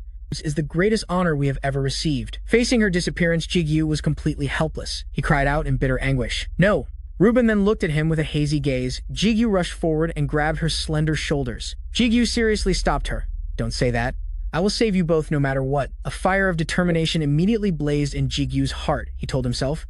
After learning to control the power of the seal, the power in those chains is not life force or death force, nor is it chaos. Jigu's eyes suddenly flashed with killing intent, if I'm right. At that moment, a series of danger warnings sounded. Warning: indeterminate energy detected. Indeterminate energy detected. He gritted his teeth and unleashed a huge amount of magical power. Please, Gaia, just this once. Jigu desperately screamed in his mind, I only need this one time. A barrage of warnings sounded continuously. It's not that important either way. You'll die by my sword. Iron Seal's face darkened as he swung his hand forward. You have changed. Indeterminate energy detected. But what was bound to happen happened. The notification Jigu had been waiting for appeared. Conditions for awakening have been met. You can temporarily use divine power. Ruben and El couldn't help but be amazed, Brother Master. Jigu's eyes lit up. He was burning with determination. Jigu thought to himself, it's still not enough. This is a power that transcends common sense, but it alone is not enough to restore the broken vessel. What I need right now is a material. Thinking this, he summoned more and more magical power. Jigu gritted his teeth and decided, I will use Asmodeus's ego as the restoration material. Meanwhile, Jupiter, who was sealed by the chains, couldn't believe it. He wondered hatefully, how could you figure it out in such a short time? The power of a ruler is hard to deny. The tower was still being protected by a powerful stream of magic. Jigu lay still on the bed, his eyes closed, unconscious. His facial muscles gradually relaxed. Jigu woke up in a daze. He quietly looked around. So you've become that demon's subordinate. He clicked his tongue sarcastically. Well, it doesn't matter. Two familiar figures appeared, faint and blurry. Jigu softly called out El Ruben. Ruben couldn't help but ask with relief. You're awake? El, standing beside him, also smiled. Master, suddenly a curse was heard. This bastard. Ruben laughed emotionally. You really did it. Sudong also agreed with satisfaction. It seems I need to reconsider treating you as my disciple. Seeing them, he immediately froze. Ruben, Sudong, Jigu let out a long, tired sigh. It's okay, he thought with relief. Good, so I succeeded in saving them both. Ru suddenly suggested, first, just get some rest. Jigu answered, honestly, I was planning to, he added grimly. Master, you must already know, right? Ms. Hisuk is still lying there. Hisuk, with a haggard face, was lying still on the hospital bed. Jigu, his whole body aching, sat up. I know. He suddenly froze as if he realized something. Inside Jigu's mind, a little girl suddenly appeared. He slowly called out the familiar name, Brown.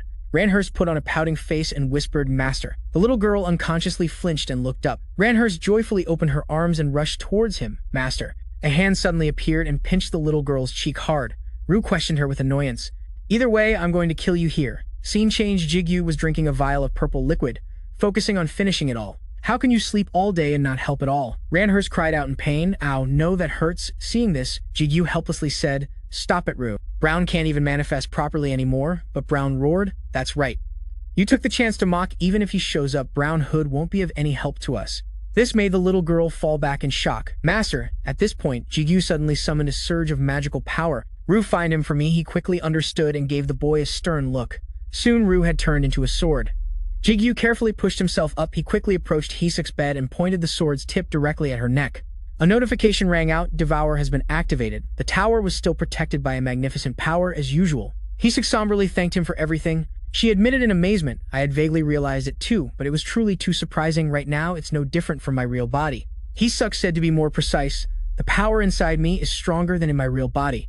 The information panel appeared. Lim Hisuk, level 100, 41 human ego strength, 212. Suddenly, the system displayed a notification. Foundation reset. Jigu's entire body transformed. His eyes widened and sweat poured down endlessly. Agility, 237. Endurance, 293. Magic, 371. Jigu replied politely, Please thank Mr. Hoang for that. As long as everyone is okay, that's good. Hisuk asked worriedly, How are Ruben and El? He replied kindly, They are both fine. Their perception is just a bit different from before. Jigu added, El has gotten rid of the dark magic. Now she is enveloped in the energy of life and has become much stronger, according to what Jigu said. She is the only angel to have overcome the fall. Not only that, he continued proudly, Ruben has now also accepted the power of Asmodeus because he absorbed a large amount of ego's power, so Ruben is now in a half-human ego state. Hearing this, Hisuk was somewhat relieved. Is that so? I didn't think things would turn out so well. I owe you for this. Sujong suddenly interrupted. All right, save the congratulations. For later, she reminded seriously.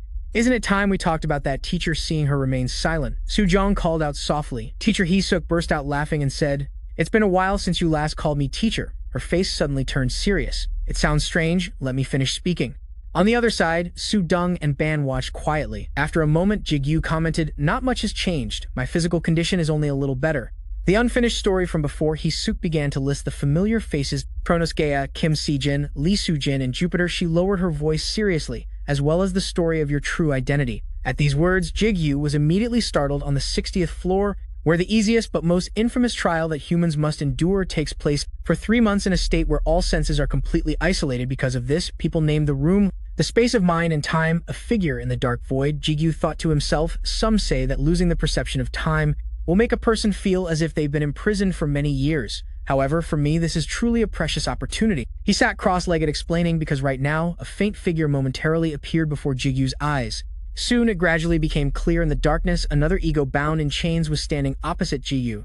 Noticing that he slowly pushed himself up from the ground, Jigu immediately glared at his opponent. Instantly, Su-dong sighed and chuckled. Of course, what changed are your abilities and your hidden potential. She got straight to the point. Jupiter crossed his arms and spoke.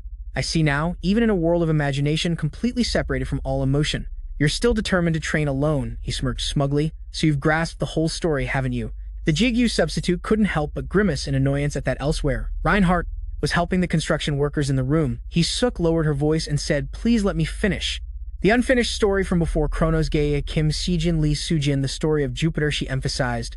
And the story of your true identity. Jigu, confused for a moment, asked, my identity? Hee-suk repeated seriously. You must have witnessed that scene on the 50th floor, right? Your father, Kim Si-jin. No, it was actually Kronos, the ruler of the human world, she added. Although he committed the crime of patricide and usurped the throne of his own kin, in the end, Kronos became an outstanding leader. Hee-suk explained grimly. And that happened because the previous ruler, Uranus, was a tyrant whose crimes are etched in history.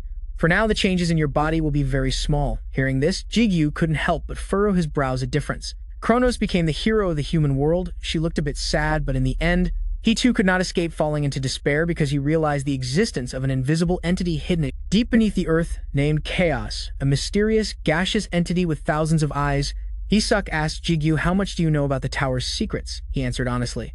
I only know a few vague things. Jigu vaguely recounted that the tower was built to suppress the gods and chaos, and that Kronos tried to seize all that power, he surmised, in order to become a god himself.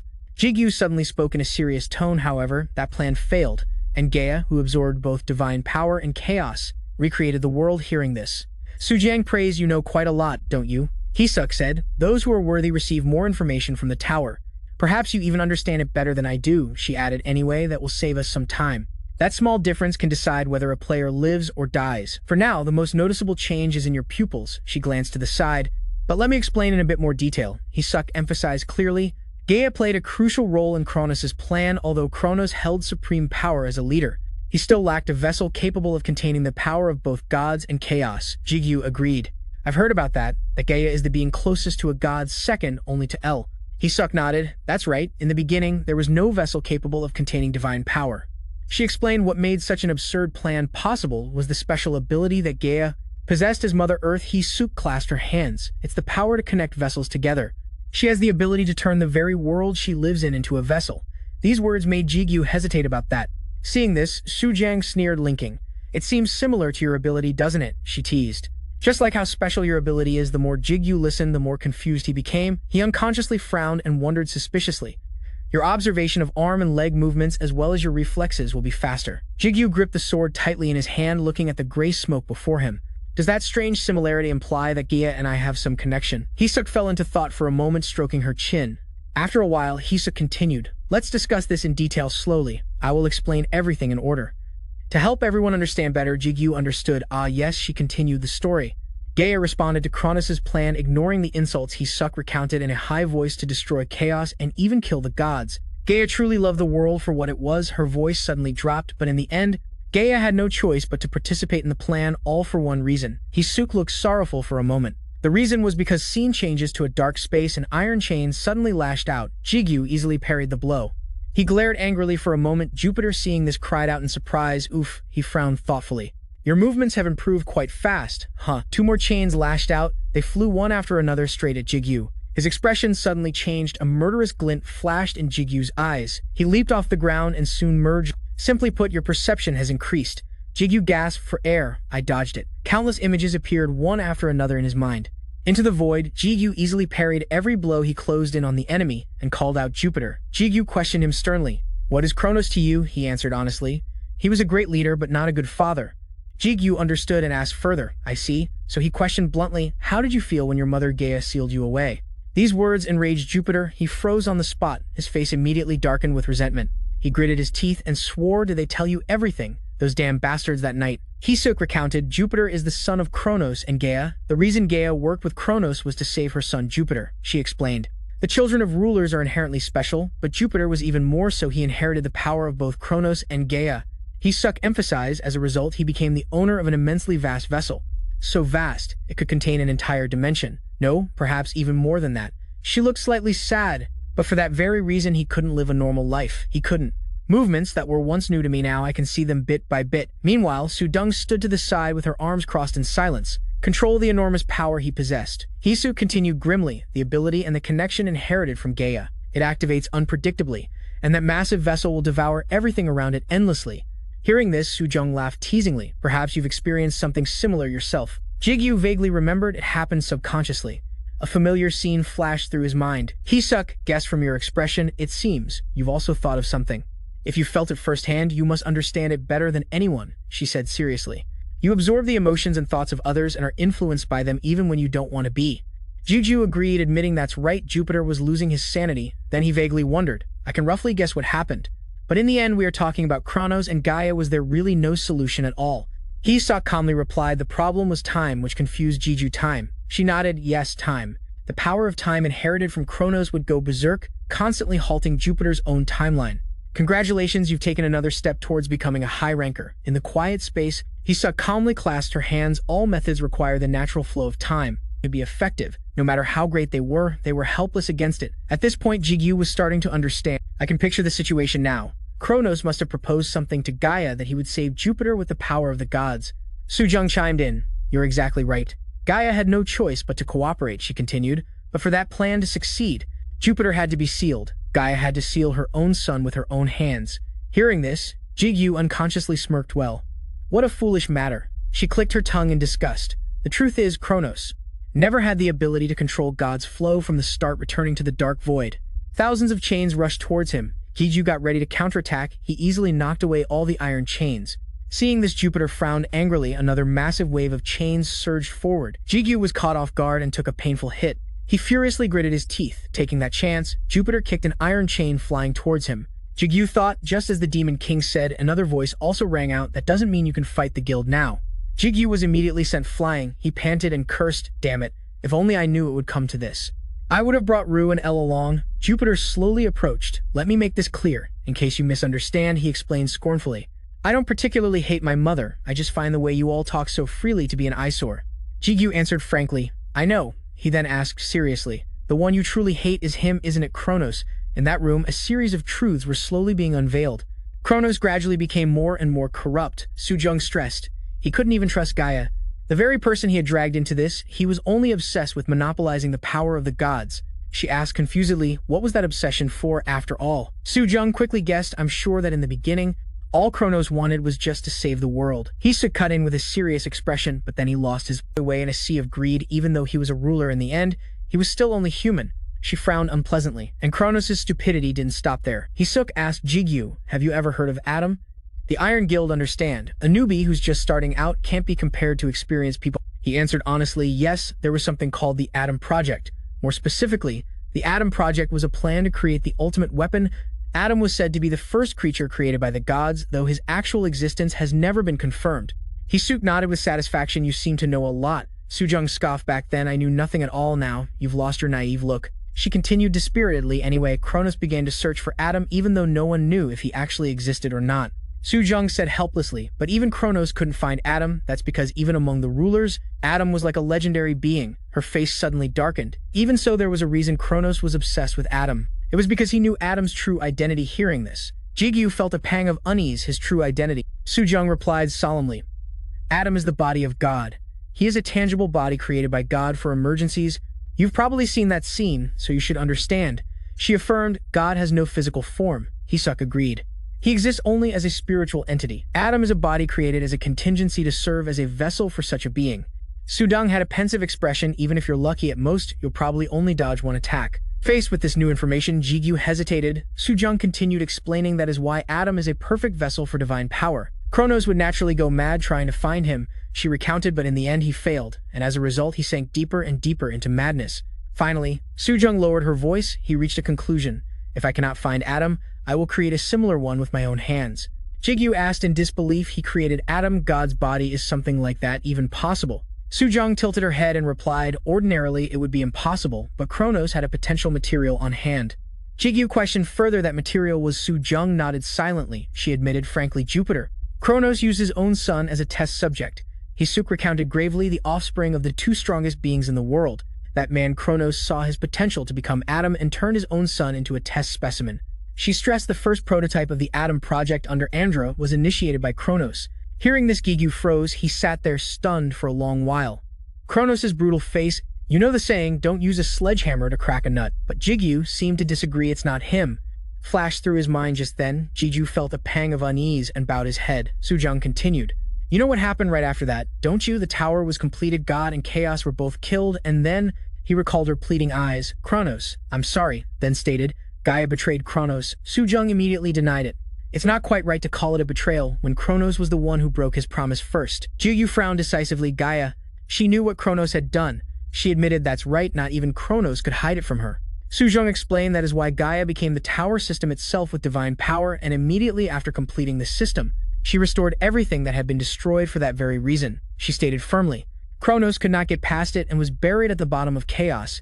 He was simply submerged at the bottom of the deep abyss. Hisuk's face suddenly darkened, but Gaia didn't know. She couldn't have foreseen. She recounted in horror that Kronos could crawl out of chaos. The scene shifts to a dark space here. Jigu quietly released a small amount of power in no time, being careless. He thought for a long time, but he's relaxed because he knows he's very strong. Iron Seal then lowered his gaze and called out, you. It enveloped the shackles on Jupiter's neck in the blink of an eye. All the shackles fell away. Jupiter froze for a moment. He stared doubtfully at the pile of chains for a long time. Jupiter couldn't help but ask confusedly, what is this? He asked Jigu. What are you trying to do? Are you undoing my seal? Jupiter growled. Kim Jigu then fixed his gaze on him. Jigu responded with a resolute look on his face. He offered, cooperate with me, Jupiter. Jupiter tilted his head in disbelief and asked what? Jigu stated, I will help you get your revenge in return. You have to cooperate with me. Stop your scheming. This left Jupiter flabbergasted. He stood there stunned for a long while. Only after some time did his expression change. Jupiter laughed excitedly, a strange smile on his face. He suddenly jumped up and shouted, if you, Jupiter, challenged arrogantly, can defeat me, then we have a deal. Finishing his words, he raised his fist and aimed it at Jigu. Jigu didn't waver. He calmly took the hit. In an instant, the attack was easily blocked. Jupiter went all out. He directly summoned a huge amount of magic power. Seizing Jigu's opening, Jupiter launched a direct attack on him. A massive earth-shattering explosion followed. Meanwhile, the other mysterious story was still unfolding. His face twitched slightly. I understand now. And in just one move, he was able to grasp your growth. After escaping, Kronos once again stole Jupiter's body, and as he gradually took control of it, he succeeded in taking it over. Sujong explained that is how Kronos came to Barbel and met Gaia, to seize the divine power. She remarked it was a well-matched fight. Hisuk bowed her head and cut in Kronos, who had acquired a near-perfect vessel, and Gaia, who had divine power but couldn't use it due to the tower's restrictions. She continued, but Gaia still won, and Kronos and Jupiter were separated again. Hisuk said confusedly, everything was a complete mess. If the tower was the only thing left intact, all dimensions collapsed. It was nearly the end of the world, she stressed. The only thing still salvageable was chaos, which remained silent. Somehow Gaia rebuilt the world one more time. But this time, not completely, instead connecting it to the tower. Jigu guessed because connecting to the tower meant. Hisuk frowned and admitted, that's right, the tower floors you know are fragments of different dimensions. Bound together with the tower, Jigu's face immediately changed. He froze. Sudong suddenly spoke up. The exchange with me and the elixir, he didn't miss a single clue. After a moment, he spoke up, so that's how it is. Of course, she wouldn't connect every world. There are two dimensions that even Gaia can't control. Her face turned serious. The world closest to the gods and the world beyond their reach. Sudong listed them one by one, the spirit dimension and hell, she affirmed. Those were the two places. Hearing this, Jigu was filled with questions. If those two were here, what would they know? Should I ask them no at that moment? Sudong lowered her voice anyway. That's not important. The most important thing is that history is repeating itself. She worried Kronos ignored everything and came back to life. Hearing this, Jigu couldn't help but curse persistent as a leech Sudong gave a faint sarcastic smile. Isn't it rude to talk about your father like that? Jigu was momentarily speechless. At this question, he felt embarrassed and coughed. Sudong continued, well, I was just kidding. Kronos and your father are two different entities. I'll explain that later. Then she pointed at him seriously. Anyway, Sudong revealed nervously, the resurrected Kronos has discovered that Jupiter's body is on Earth. After understanding the situation, he will attack a little more seriously. A light blue aura appeared on his sword. At this point, she pressed him. You know who that is, don't you? Jigu's face immediately changed. He realized, so that's my true identity. A stone statue gradually appeared from behind the thick smoke. The space was now obscured by smoke. Jupiter slowly stepped out of the mist. Not bad, right? You've improved a lot, Kim Jigu. He sneered for someone who was supposed to be a low-quality version. Jigu asked back a low-quality version. He frowned, looking towards Jupiter. In that room, Haesuk said a clone. A low-quality version, I guess you could call it that. She recounted about your family. You could also say they were created from Gaia's obsession. This confused Jigu. What does that mean? Hercules reminded him you said you met Kronos on the 50th floor. Right? Did he say anything to you about Kim? Sejin. Jigu suddenly remembered and quickly replied. Yes, he did. Those words instantly echoed in his head. The man who married Lee Sujin and had Kim Ju-young was not me. Haesuk emphasized just as he said. Kim Sejin is a new Kronos created by Gaia. She recalled nostalgically before Kronos shattered the Kronos who loved Gaia and whom Gaia loved. Ironseal's face darkened as he swung his sword, activating the power of the holy sword Kallian. Then he ran quickly towards Jigu. The obsession and desire to reform her old family Haesuk suddenly lowered her voice. But there is one thing I can say for sure, among everyone you are not a clone.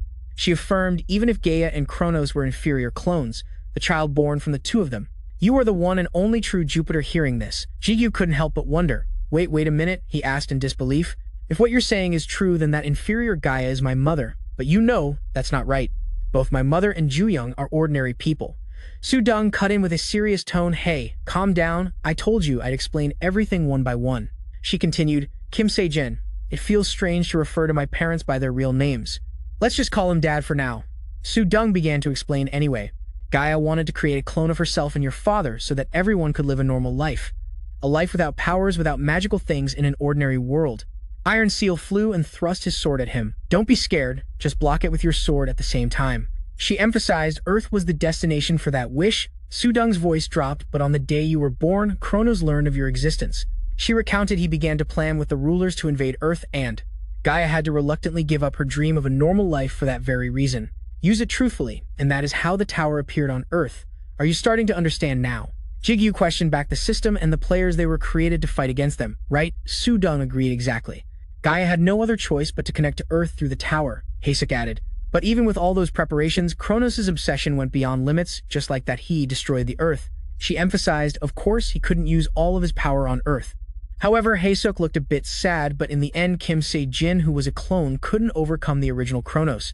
She suddenly remembered. You probably don't remember. But back then, Kronos once kidnapped you. This astonished Jigu.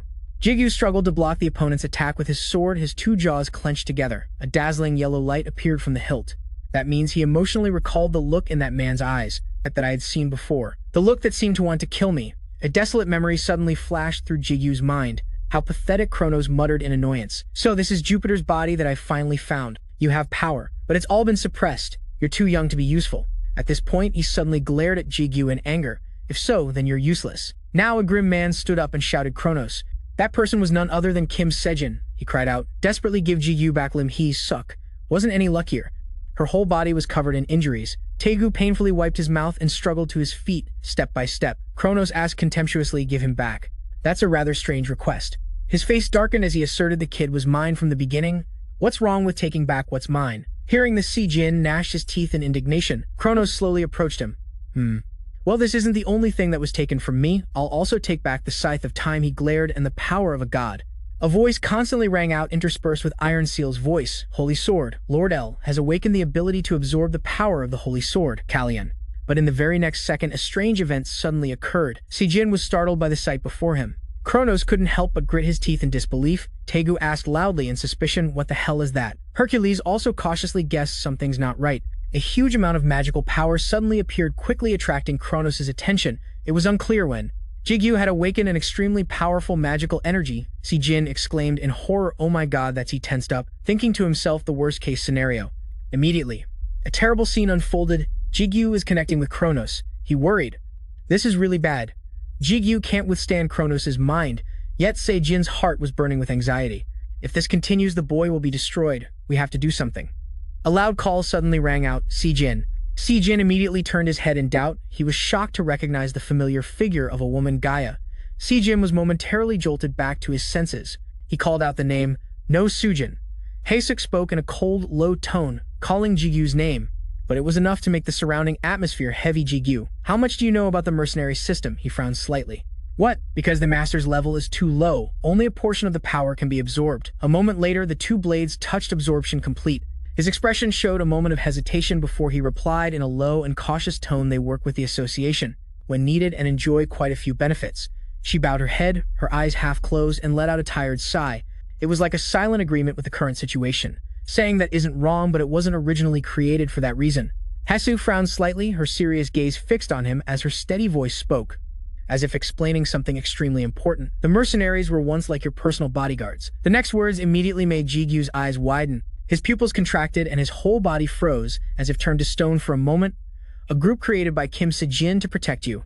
He lowered his eyes, a thoughtful expression crossing his face before he blurted out in a hesitant voice. My father. The memory of that day suddenly rushed back, making her voice choke up. Her lips trembled slightly as if she didn't dare to continue. I Tegu. As soon as the words were out, Tegu's stern face appeared in her mind, causing Haesuk to falter. Her eyes flickered amidst suppressed emotions immediately after a series of faces that had faded over the years appeared one by one. Seeing this, Jigu smirked faintly, taking advantage of the moment. He was confused, thinking that his attack couldn't be blocked. In her memory, causing her to speak slowly, her voice tinged with nostalgia and sorrow, and countless predecessors fell on that journey. Haesuk clenched her fists, her gaze determinedly fixed forward as her resolute voice rang out. We are all mercenaries gathered only to protect you, because if we didn't, the world would have been destroyed, flashing back to the past. Kronos at that time was straining to concentrate all his energy to lift Jigu high up, while Sejin with his injured body jerked his head back. His voice trembled as he called out the name in despair, Gaia, but as the smoke gradually cleared, Sujin's figure appeared in his arms. Hugging a child tightly, he froze, his gaze wavering in utter shock. Wait a minute, Sejin uttered softly, his voice trembling. Sujin couldn't believe her eyes while the woman panted, her lips quivering hesitantly, calling his name in a choked sob. Sejin's eyes widened in horror. His stuttering voice rang out amidst ragged breaths as if he couldn't believe what he was seeing. Why is she here? And Yujung too. At this moment, his legs, which were struggling to support his body, also began to tremble. He trembled violently, taking each difficult and desperate step forward. Sejin tightened his grip on the scythe in his hand, and taking advantage of the exhaustion from having his holy sword's power stolen would make him hesitate. He turned his back on him and shouted in a voice full of indignation and pain, Run, Sujin, I'll handle this. Extreme worry flashed in his eyes, his voice becoming urgent and almost pleading. Jigu, just leave it to me. But Sujin suddenly turned pale, her eyes wide with terror. She screamed with her mouth agape as if to stop something terrible from happening. Sejin, behind you. Hearing that scream, Sejin immediately furrowed his brow, his whole body tensing up. His wary eyes glanced quickly behind him at the same time. Kronos, with a ferocious face, burst through the hazy smoke and lunged forward. A firm hand reached out as if to grab him in that instant, his face contorted in a fit of rage. His eyes were wide and bloodshot sweat poured from his forehead, his jaw clenched so tightly it seemed his muscles would tear. His face radiated a frenzied and murderous aura. I must have them back, the scythe of time and space and the power of the gods.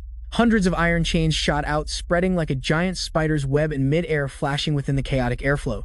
They all rushed forward, wrapping tightly around Kronos' body. The sharp clang of metal echoed in the air as he widened his eyes and roared in anger. Without hesitation, he jumped. Jigu looked at the person in front of him and made a plan to increase the distance as much as possible. His whole body jerked as he tried to break free, but it was useless. Kronos furiously gritted his teeth. His pupils contracted violently and veins bulged on his face. Ragged breaths and a hoarse, hateful growl echoed like a cornered beast. Again, you interfere in my affairs. His gaze swept past Sejin's bewildered face and locked onto Sujin, who was trembling from a distance trying to use her powers. He growled her name furiously. Gaia. Sujin held Kronos bound tightly in mid-air as he roared madly amidst the tangled chains. How long will you stand in my way? This is the only way to save Jupiter. Kronos glared, his eyes bloodshot and red. Veins bulged on his neck, his mouth wide open as he screamed madly. Give me the power of the gods. I will save Jupiter and fulfill your wish. As he finished speaking, Sujin's cold voice cut in. That is not Jupiter. He froze, stunned, stammering speechlessly. What? But she didn't answer, just slowly walked forward as if everything had been decided. Kim Jigu, who had been suspended in mid-air, was now slowly being lowered through the hazy smoke. Sujin smiled gently and reached out to take him, her voice soft. He slowly took something out from his clothes, and finally a memory fragment appeared. This was the item that would help him escape the gate, but firm as she refuted. "This is not Jupiter. This child is Kim Jigu." Her slender hand gently stroked the innocent sleeping face. She bowed her head slightly, slowly uttering each word with love as Soo-jin hugged the two children tightly. Her determined gaze fixed on Kronos, her decisive voice rang out without hesitation. "I am not Gale. I am Lee Soo-jin." Hearing this, his eyes widened and his pupils contracted. Stunned, he blurted out as if not believing his ears. "What?" But immediately after, Kronos' eyes bulged, veins popping out on his face. His whole body trembled in terror as he looked at the three people enveloped in a soft light. The emotions inside Kronos erupted. A loud, indignant roar erupted from his throat. "Stop it, Gaia! Are you trying to save that child with the power of a god? With your weakened body, you can't control that power." Seeing this scene, Si-jin's eyes widened in panic, his voice trembling as he shouted her name, Soo-jin. But right after that, his face suddenly paled, veins bulged on his neck, his trembling hand clutched his chest, and a pitiful cry escaped his lips. Jigu held the tiny thread arachnid's web in both hands. Seeing this iron seal couldn't help but furrow his brows. And then Si-jin tightened his grip on his scythe, his body trembling violently before he collapsed to the ground in extreme pain. He still tried to lift his head, his dull eyes looking towards the mother and children, his trembling, choked voice calling their names, Soo-jin, Jigu. Soo-jin said nothing, just silently bowed her head. After a long while, she gave a faint, sad smile and whispered, "I'm sorry." Jigu, tears streamed from the corners of her eyes, her hands tightening around the small body nestled against her neck. Her trembling voice spoke softly. "Mommy can't stay with you any longer, my son, my daughter. Mommy loves you." With that, Soo-jin's eyes closed, her eyelashes trembling slightly. A glistening tear rolled down her cheek, reflecting the pain. Too deep for words. She mumbled in a trembling voice, "I'm sorry, Juby." And in that very moment, an endless black space appeared in her mind. In the middle, Jupiter was curled up. A faint light enveloped that small figure. Kronos stared in horror, his eyes filled with bloodshot veins. Veins bulged on his neck and temples, his mouth agape, unable to utter a word. On the other side, Si-jin clutched his chest tightly. Countless white rings poured out, approaching him. However, Iron Seal was not afraid at all and shouted, "You think I'm going to miss?" His eyes widened in horror at the scene before him. In contrast, Soo-jin smiled gently, her tender gaze looking down at the two children sleeping soundly in her arms. Amidst the darkness, her gentle voice softly echoed, and like a fragile ray of light piercing through despair, "Please wait for Mommy just a little longer." Haesuk paid no mind to his stunned expression. She just slowly recounted the story of that day. Lee Soo-jin had tried to trade her life to save you, but the one who rushed in at that moment was Kim Se-jin, who was in critical condition. The image of him brushing aside Soo-jin's astonished gaze and resolutely transferring all his energy appeared in her memory, causing her voice to choke up. He sacrificed all his power and his life for Lee Soo-jin at that time. Se-jin had disregarded everything, rushing to hold the mother and her two children tightly. On his dirt-stained face, a strangely peaceful and satisfied smile bloomed. He managed to save you and push back Kronos at the last moment. However, as the memory of his body slowly disintegrating from his hands flooded back, Haesuk could only lower her head, her voice trailing off as she mumbled dejectedly. But the price was Kim Se-jin's sacrifice. Meanwhile, Jigu remained extremely calm. He raised his middle finger to mock his opponent. Seeing this, Iron Seal's face darkened even more. At that moment, the image of the watch on Se-jin's wrist suddenly lit up, its intricate engravings gradually aligning with Jigu's small hand, as if they were responding to each other. After hearing everything, he could only stand there stunned. His lips trembled, but he couldn't form any words. A whirlwind of emotions churned in his eyes. Jigu clenched his fist. His fingers trembled slightly, as if trying to release the overwhelming emotions surging within him. Seeing him remain silent, she sighed softly, then turned to look at Soo-jung. Her voice, light yet heavy, began to explain. Controlling a god's power in a decaying body has severe consequences. Despite Kim Se-jin's sacrifice, she wasn't left unscathed. She just nodded slightly, her expression calm. Her calm voice continued. "The elixir you used to save your mother from her critical illness, that was the price." At this, Jigu finally snapped out of his chaotic memories. He quickly leaned forward, his voice trembling with hesitation as he asked, "So my mother realized it from the beginning," but as soon as the words left his mouth, Jigu immediately frowned, hastily shaking his head in denial. No more importantly, remembering Yoo-jung's beautiful smiling face, his voice trembled with confusion and doubt. He held his sword and slashed, cutting through the threads. His brows were furrowed, and his teeth were clenched amidst the wild mountain forest. "Then what is Yoo-jung's true identity?" Haesuk frowned slightly, her tone calm but firm as she answered, "She is human, simply a human." Recalling the silhouettes of the two of them standing close together that year, she let out a soft sigh. Her voice lowered as she recounted Lee Soo-jin and Kim Se-jin wanted to live a normal life, just like any other human. At that moment, the image of Yoo-jung appeared before her eyes, causing Haesuk's voice to soften involuntarily, as light as a breeze. The result of that desire crystallized into Kim Yoo-jung, a normal human being. Hearing those words, Jigu's gaze fell. He responded dazedly with a small sound that almost vanished into the air. She paid no mind, calmly continuing by repeating Jiju's earlier question. And about your question from before, does Lee Sujin remember all of this? Haesuk paused for a moment, her gaze darkening before she slowly began to answer. Regarding that, even I am not sure. It seems she lost her memory. However, as she said this, her voice suddenly dropped. Her brows furrowed slightly as if the newly stirred memories weighed heavily on her, but she must have some recollection left. Iron Seal's growl echoed everywhere. Just then, Su-dung, who was standing behind him, spoke casually. So shall we talk?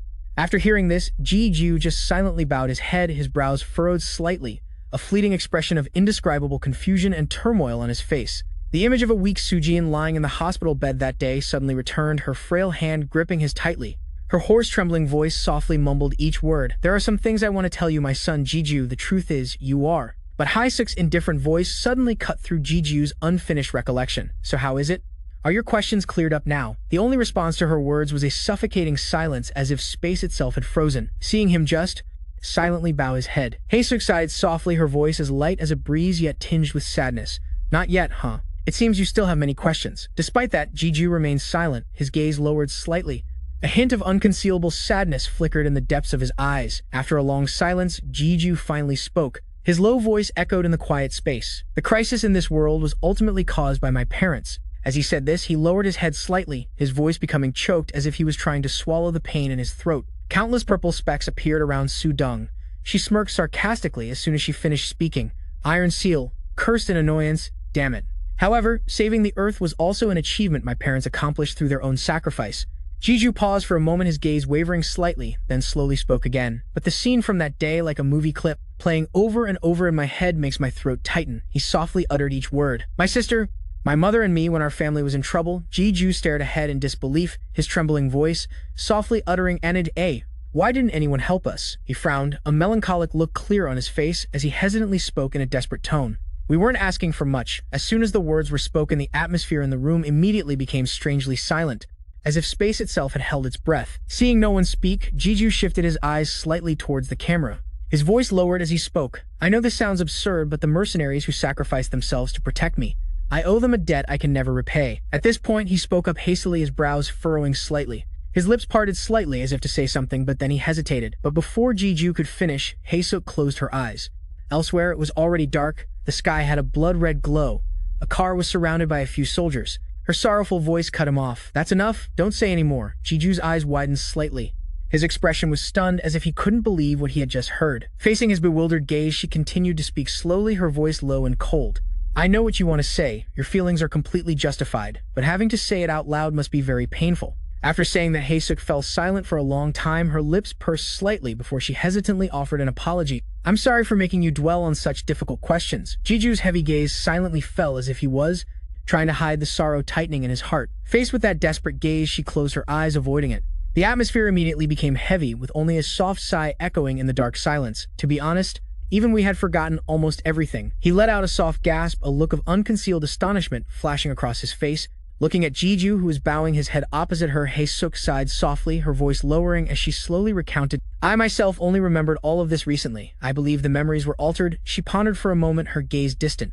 The door slowly opened. Seon-hun stepped out, panting. Suddenly, his face relaxed in comfort. Then she continued in a heavy, hoarse voice. The memories of you, Lee Sujin, and were not completely erased, but the important memories were strangely and thoroughly forgotten. Hearing that, he immediately looked up, his eyes filled with a mix of suspicion and confusion. Then his chairman Otegu the same. Haesuk didn't shy away, calmly stating the truth. It's almost the same as me. After all, his son Otasic has helped your family directly or indirectly, hasn't he? Her steady voice continued to echo in the room, causing Ji-ju to unconsciously stroke his chin in deep thought. I don't know how much of that was Otegu's intention, but I'm certain that the remaining memories played some role. His brows furrowed slightly. He looked down pensively, a storm of tangled thoughts seemingly swirling in his mind. I've heard that Tasik was my father's old friend. After hearing all this, I wonder how much Tasik knows. A thought suddenly flashed by making Ji-ju's gaze sharpen, but deep down he silently denied it. No, what's more important is why did Gaia alter everyone's memories? The moment the figures of the two women appeared, Ji-ju's thoughts, in front of Seon-hun were a few soldiers guarding someone. Ji-ju gave a friendly smile. Were instantly thrown into turmoil like a calm lake disturbed by a small stone. Even if Gaia and my mother are separate entities, my family was still formed from Gaia's will. So why would Gaia make such a choice even with the power of a god? Thinking this, he couldn't help but feel a suffocating sense of resentment rise within him. That decision pushed my family into misery for a long time. Sujung's soft voice suddenly echoed in his ear, pulling Jigu from the swirling thoughts in his mind. Perhaps she wanted you to live as a human. She rested her chin on her hand nonchalantly, her flat voice sounding as if she was just getting the explanation over with. Gaia wanted her descendant to live a normal life. Seemingly noticing his intense gaze on her, Sujung lowered her eyelashes and hesitated. Ah well. Anyway, that's just my speculation. But Jigu didn't reply, just stared at her blankly, something indescribable in his eyes. Seeing his expression, Sujung pondered for a moment, then slowly voiced her thoughts. I believe Gale and Lee Sujin shared the same wish. They sealed Jupiter, and at the same time sealed the memories of those involved. Recalling what happened next, her voice involuntarily grew heavy, preventing access to information. Darkness still enveloped the city. Outside seeing change, a voice suddenly rang out. IBC and Hun also helped bring my mother home. Perhaps in principle it's similar to the tower's punishment. He fell silent for a moment. His gaze flickered before he asked softly, I understand that, but even so, why now? Why did Gaia choose to remove the memory seal now? Just then, Hyosuk spoke up, interrupting the conversation and answering calmly. We began restoring the memories around the time you took the trial. On the 50th floor, her eyes met Jigu's bewildered gaze, her tone calm as she explained. Because you have earned the right, Gale decided to reveal everything, not giving you a chance to think or... Suk narrowed her eyes, her gaze sharp as she continued. The system of this world exists for you. Her last words immediately made Jigu freeze. Contracted, his mouth fell slightly open, too stunned to speak. You are the protagonist of this world. Just 1 month later, he frowned deeply, lost in thought. If you heard this, he would probably burst out laughing. Immediately, an image of you clutching his stomach and choking with laughter appeared in Jigu's mind. Anyway, she can't drink the elixir at the hospital. He slowly walked towards the door and replied, Z, let me know when you get to Korea. See you later, Tazik. Tears streaming down his face, not forgetting to tease, Master. Master is the protagonist, huh? But soon he dismissed the thought and turned his mind to something else. The system exists for me? No, perhaps its existence isn't just for me alone. In this moment, all thoughts in Jigu's mind vanished. Only one name remained echoing: Jupiter. Under a clear blue sky, a giant stone stele was carved with an image of light rays pouring down amidst swirling clouds. Like a sacred vision etched into eternity, wisps of white smoke swirled in the dark night, swept up by a strong wind. As if the entire sky was screaming in fierce chaos, Jupiter lay with an arm over his forehead, his face smudged and wounded. He winced slightly, then let out a weary sigh as if releasing a heavy burden. He just lay still amidst the thick smoke, slowly speaking in a subdued tone, as if he had just understood something. After all, so that's what this was all about. From behind the hazy smoke, he tightened his grip on his sword and slowly approached, while Jupiter lay there indifferently, letting out a lament as if unconcerned by the approaching danger. The two men took turns speaking. Thank you for your help, Sion. Hun replied, it's no problem, I'll be going now. In the end, I still couldn't defeat you. Now, there was no resentment left in Jigu's eyes, only sorrow and compassion welling up quietly. Amidst the dense smoke, Jigu stood there silently, listening to every desperate word from his mouth, as if each one carried the weight of an unhealable wound. Do whatever you want. Seal me forever or destroy me. It's fine. Jupiter mumbled softly, remaining in the same position. His weak voice seemed to dissolve into the smoke that was sweeping everything away. You have the right to do it. But he did nothing, just silently lowered his head, letting the silence envelop him like an unspoken answer. After a long, heavy silence, Jigu finally spoke slowly, his voice low, as if gathering all his courage to speak. You once said, I am you and you are me. The scene of him with an arrogant smile, pointing confidently at his own chest and declaring it, suddenly appeared vividly in his mind. I am you. Jupiter had ignored his dazed face, just smiling faintly and saying in a conceited and nonchalant tone, yes, take care. On the bed, a woman was lying motionless. She slowly opened her eyes. And you are me. Looking at the person lying hopelessly before him, Jigu frowned slightly and slowly began his rebuttal. His voice was calm but held an undeniable sorrow. That's wrong. I am me, and you are you. He frowned slightly, holding out his hand with a serious expression, and then spoke slowly, each word ringing out decisively, carrying an unshakable determination. So I will say it again. His resolute voice rang out. Causing him to pause, he moved his hand slightly, revealing a puzzled look mixed with rising irritation. Cooperate with me. Jigu only saw the system suddenly display a notification as a cold mechanical voice announced, you have completed the trial. Right after that, the door slowly creaked open. It emitted a deep, dull sound that echoed through the silent space.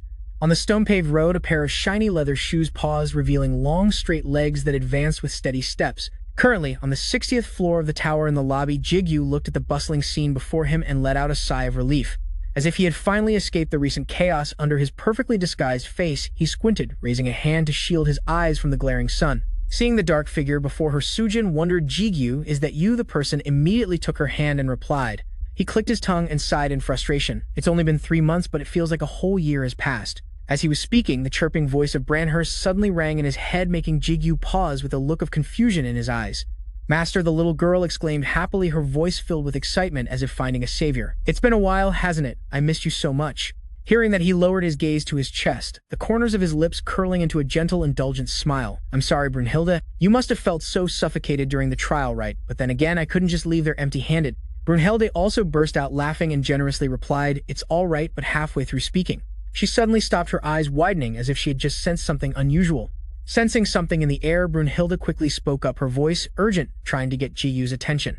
"Master, there's an emergency. You need to go there immediately." As the little girl's hasty, childish voice rang out, Jigu also immediately noticed the giant pillar of light ahead, where a crowd of people was rushing towards. "Right now, L is at war." "Yes, Mom, it's me. Are you okay?" Hearing this, Sujin stammered, "My son, I wanted to see you." Everyone's face showed clear vigilance, their eyes fixed on the dazzling pillar of light as if waiting for a command to charge onto the battlefield. Brunhilde hurriedly turned her head to look at the entrance, her voice full of worry as she urged him on. "It's dangerous, we have to go back immediately." The little girl's childish voice echoed in his head as if afraid a second's delay would cause disaster. Meanwhile, Jigu stood still, his gaze lowered as if silently contemplating something. "Right now, L is at war." He pressed his lips together, silent and expressionless, as if trying to hide his inner feelings. A moment later, Jigu suddenly looked up.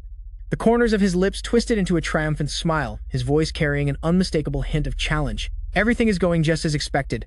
Under the brilliant light that dyed the sky, Golden Deo looked up at the towering skyscraper reaching straight into the clouds. It exuded a solemn majesty, making her feel anxious. She frowned slightly and asked inquisitively, "Are you going to start the 60th floor test now?" He paid no mind to the two people waiting silently behind him. He just calmly looked up at the tower and nodded in confirmation. "To become stronger, there is no better opportunity than now." Tears streamed down, falling onto the pillow. "One last time before I die. I really just wanted to see you one last time before I die." Deo frowned slightly, her eyes showing worry as she started to advise against it. "But Master..." But before she could finish, she was coldly cut off by Jigu with a question in an indifferent yet sharp tone. "Will you really be okay, leaving us behind?" Confronting that guy directly won't be easy. Jigu stood before the tower's entrance. Under the brilliant light reflecting off the bright stone slabs, he slowly turned around, his expression turning serious as he spoke. "That is something I must do with my own strength sooner or later," Jigu spoke calmly, slowly, revealing his speculation. His tone was composed but held in unshakable certainty. "Soon thousands of players will flood into L." Hearing this, astonishment was clear on both of their faces, and their gazes wavered for a moment. As if they couldn't believe what they heard, the resolute face of James Rohan, or perhaps Roger's hand, suddenly appeared in his mind. It made him frown slightly as he recalled, and then he slowly recounted everything he had heard from Rohan. Not just Iron and Cavan, foreign guilds and domestic players are planning to attack L. "Thank you, my son." As soon as she finished speaking, he immediately reassured her, "Mom, don't worry, everything will be okay now." Jigu looked straight into Deo's eyes, his expression serious, his steady voice ringing out as if to affirm something. "There's no denying that right now, we are the enemies of humanity to those on the outside. L looks like an unprecedented supergate." He raised an eyebrow, a hint of doubt in his gaze. After a moment of silence, he asked in return, each word carrying a probing tone, "Didn't you say you lost contact with Rohan?" Caught off guard, he seemed flustered for a moment, his gaze wavering as he hesitated, searching for an excuse. "Well, about that." Remembering Sujung's innocent smile, Jigu mentally apologized. "I'm sorry, my disciple, it's because I didn't know. Besides, that was a long time ago." Thinking this, he quickly changed the subject, trying to hide the fleeting emotion. "In short, I want everyone to stay and protect L. Try to hold out as best you can until I return." At this, Brunhilde lightly scratched her cheek. With a clear look of embarrassment, her eyes darted back and forth, as if searching for the right words before she hesitantly spoke. "Hearing you describe the situation, it seems like I've heard you say something similar." Before Jigu's expression remained unchanged, Sujin got straight to the point. "There's something I've always wanted to tell you, son." Jigu's hand tightly gripped hers. His gaze was firm and serious, and he concluded with a decisive tone that brooked no argument. "In any case, I need to go now. Brunhilde, do you want to test out our new power?" As soon as he finished speaking, the little girl clenched her fists, her eyes shining with excitement. She agreed immediately without hesitation. "Yes, Vi and I both evolved from this test." As soon as the reward box was opened, the system immediately displayed a notification. That scene now suddenly replayed. Clearly in his mind, Ego Brunhilde is evolving, Ego Vi is evolving. After that, Jigu quickly glanced around vigilantly, muttering softly as if assessing the situation. "First, I need to find a place with no people. We should open a gate and go straight there." Brunhilde replied promptly, "Yes, master." And immediately afterward, Jigu had been standing in the middle of the square. Only a wisp of smoke remained dissipating in the wind. In today's news broadcast, an anchor with a tense expression is seriously reporting on the giant space gate that has appeared above Seoul. The image immediately cuts to a fantastical scene. A weak voice spoke up. Jigu, actually, you before she could finish something happened to Sujin. Filled with shades of pink and purple where a towering skyscraper rises into the sky emitting a mystical light, as if from another world. It has been over 2 months since the Vanguard team entered the place known as L.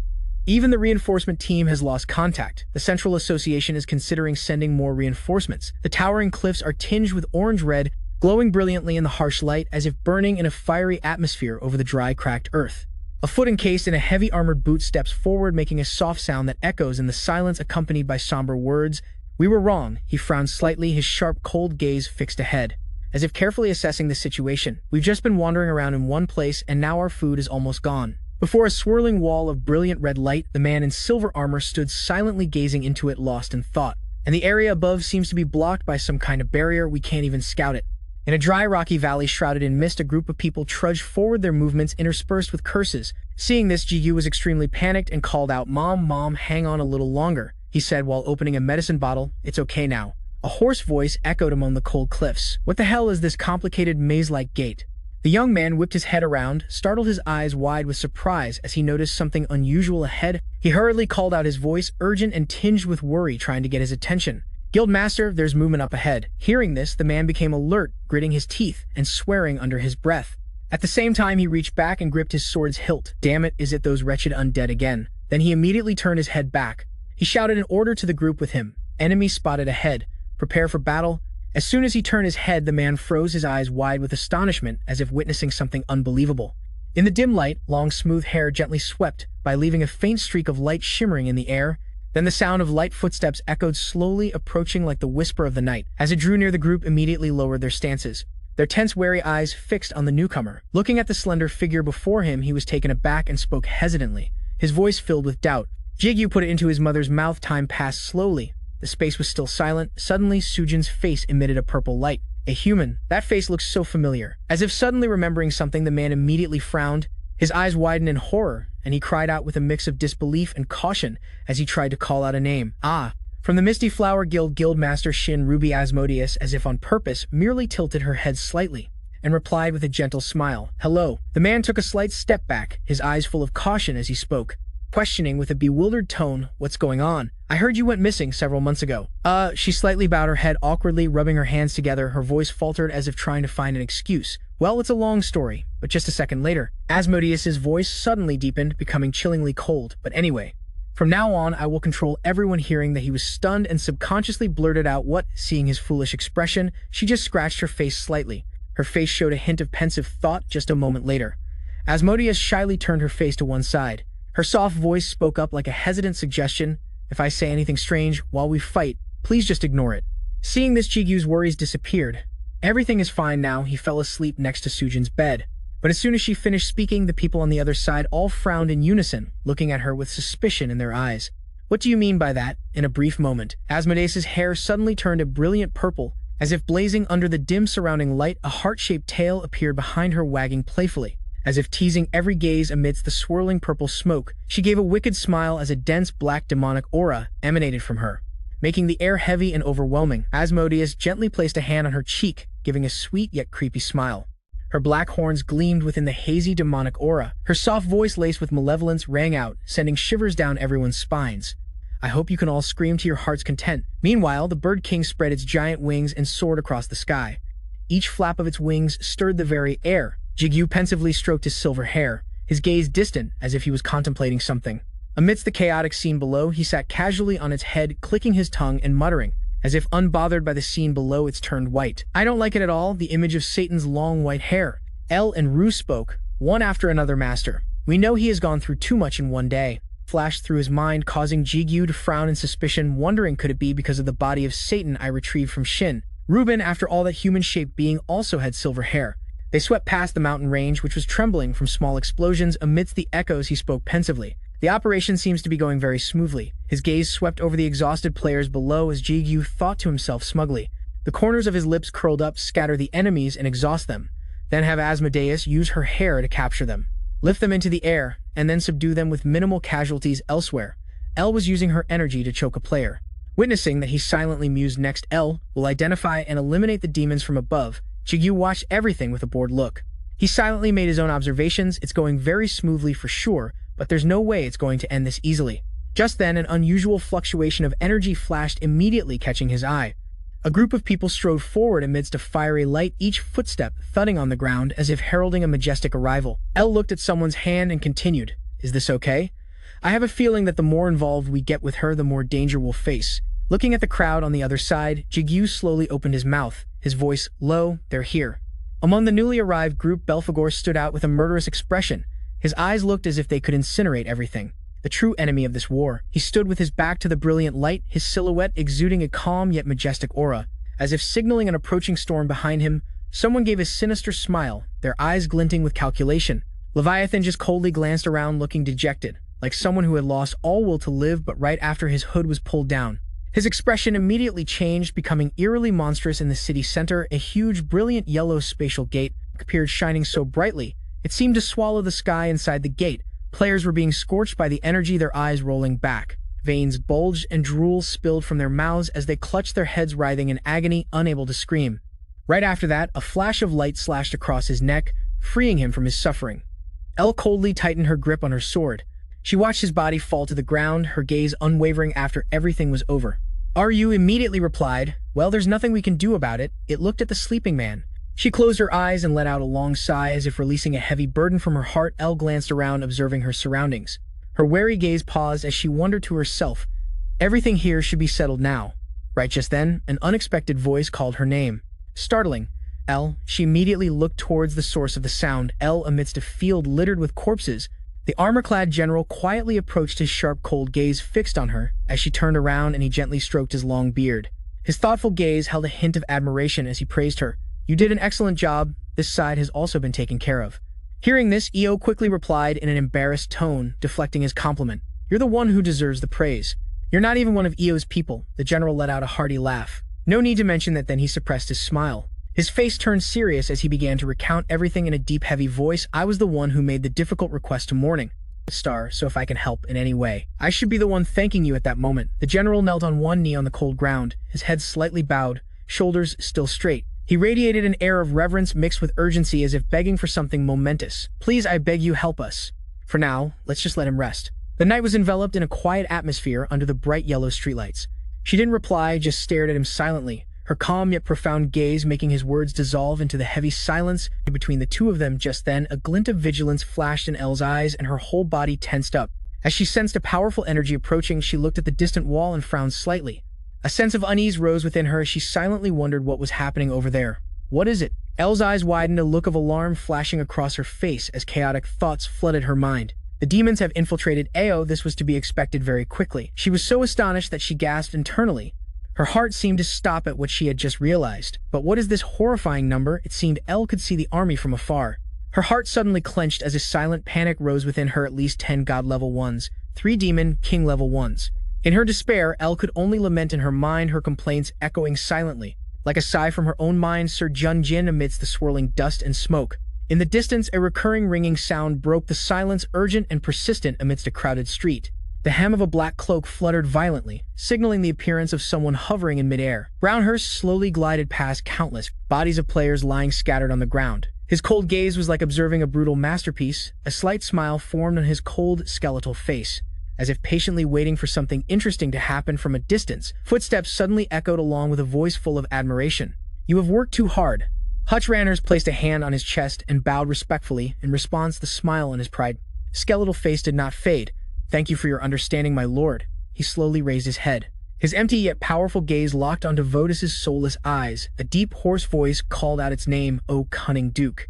Votus clasped his hands behind his back, his eyes as cold as steel as he spoke. A stern reminder, making the air around them suddenly heavy. "Preserve the bodies and take them away. That little angel just left." Brunhild immediately responded, "Yes, understood." And so the army of the undead began to move, each skeletal body silently bending down, and to start collecting the players' bodies that were scattered across the battlefield. It just stood straight.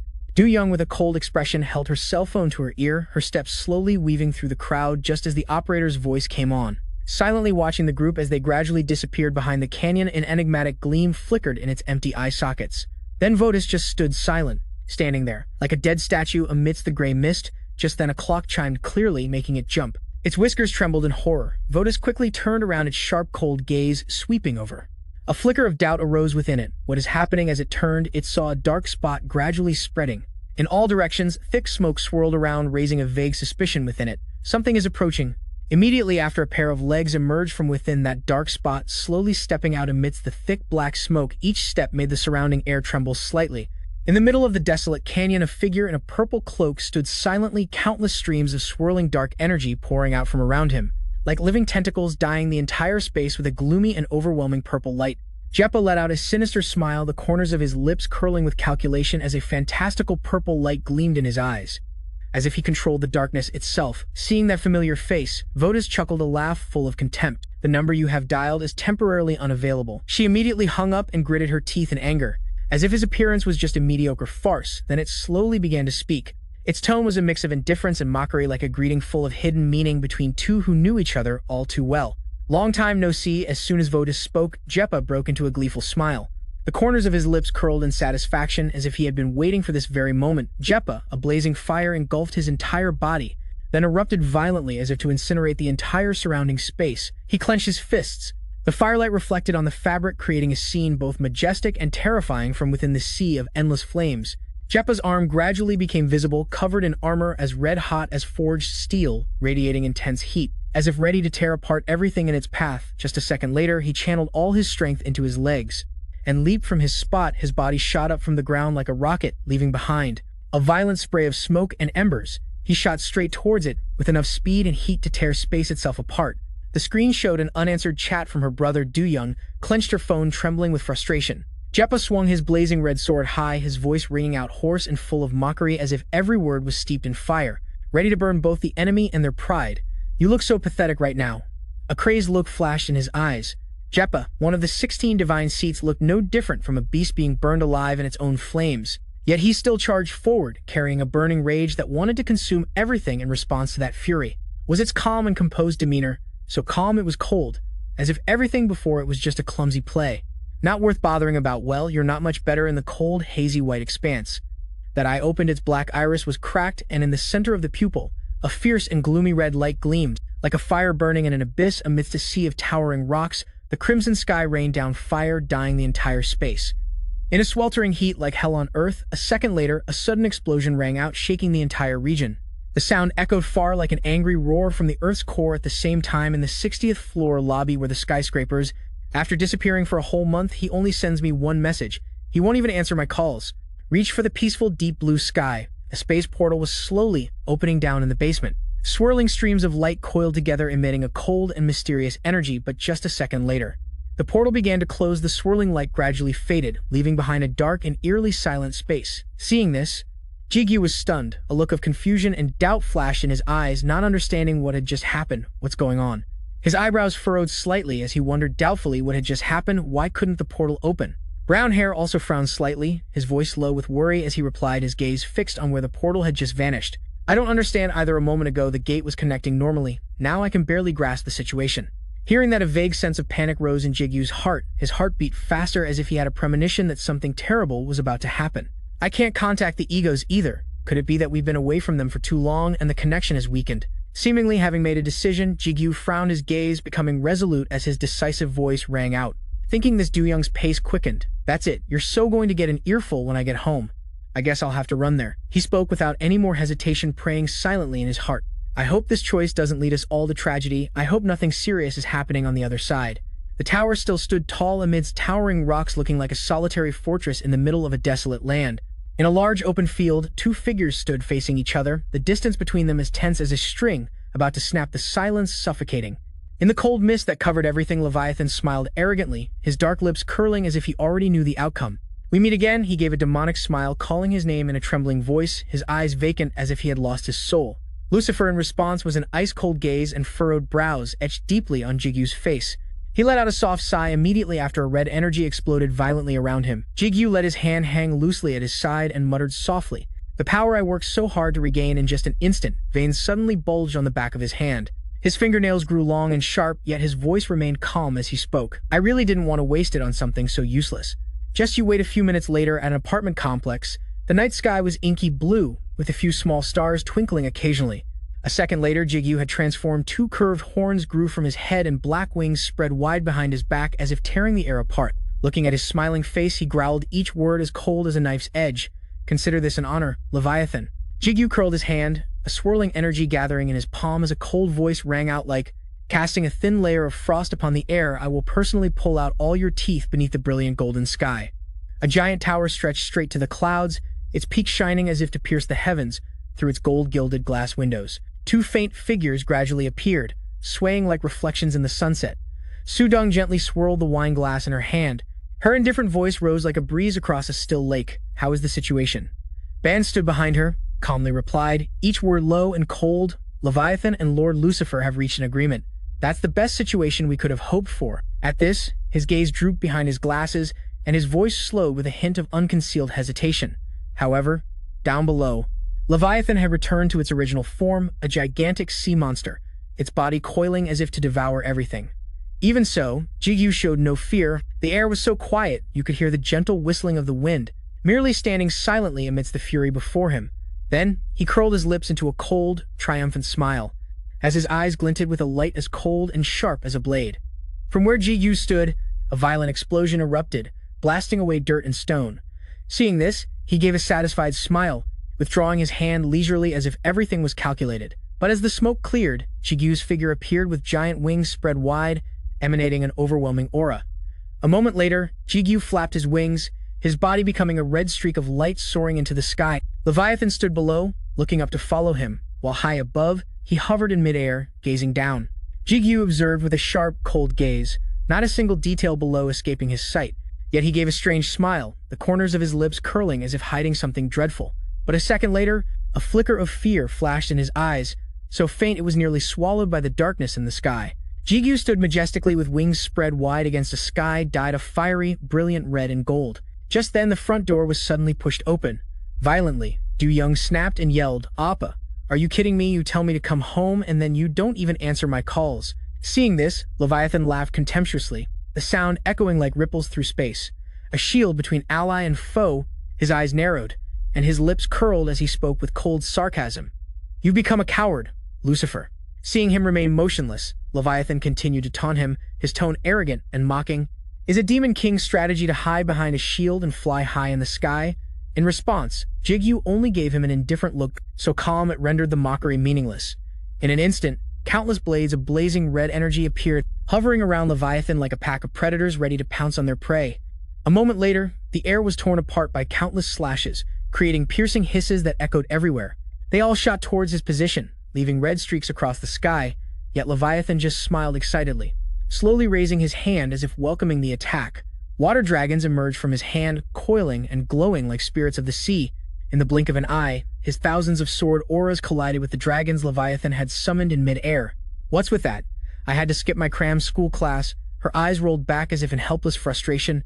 Do you know how worried Mom was? Making the air tremble and dust fly everywhere.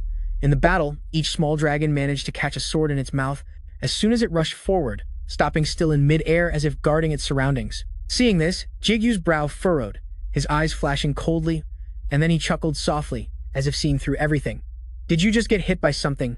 His gaze flickered towards him, who was laughing gleefully but looked skeptical, then muttered to himself trying to understand what just happened. You got quite a bit of energy. As he was thinking, Leviathan's mocking voice suddenly rang out, cutting through his thoughts, making the surrounding atmosphere tense. What's wrong, Lucifer? Didn't you say? You would break all of my claws. Leviathan turned slightly, his provocative tone a clear challenge. If you won't come here. His face instantly transformed, his eyes turning green as veins bulged on his face, baring his fangs with a growl as if declaring, then I'll come to you myself. As the words left his mouth, Leviathan, at that very moment a gentle voice suddenly echoed from inside, Is that you, dear?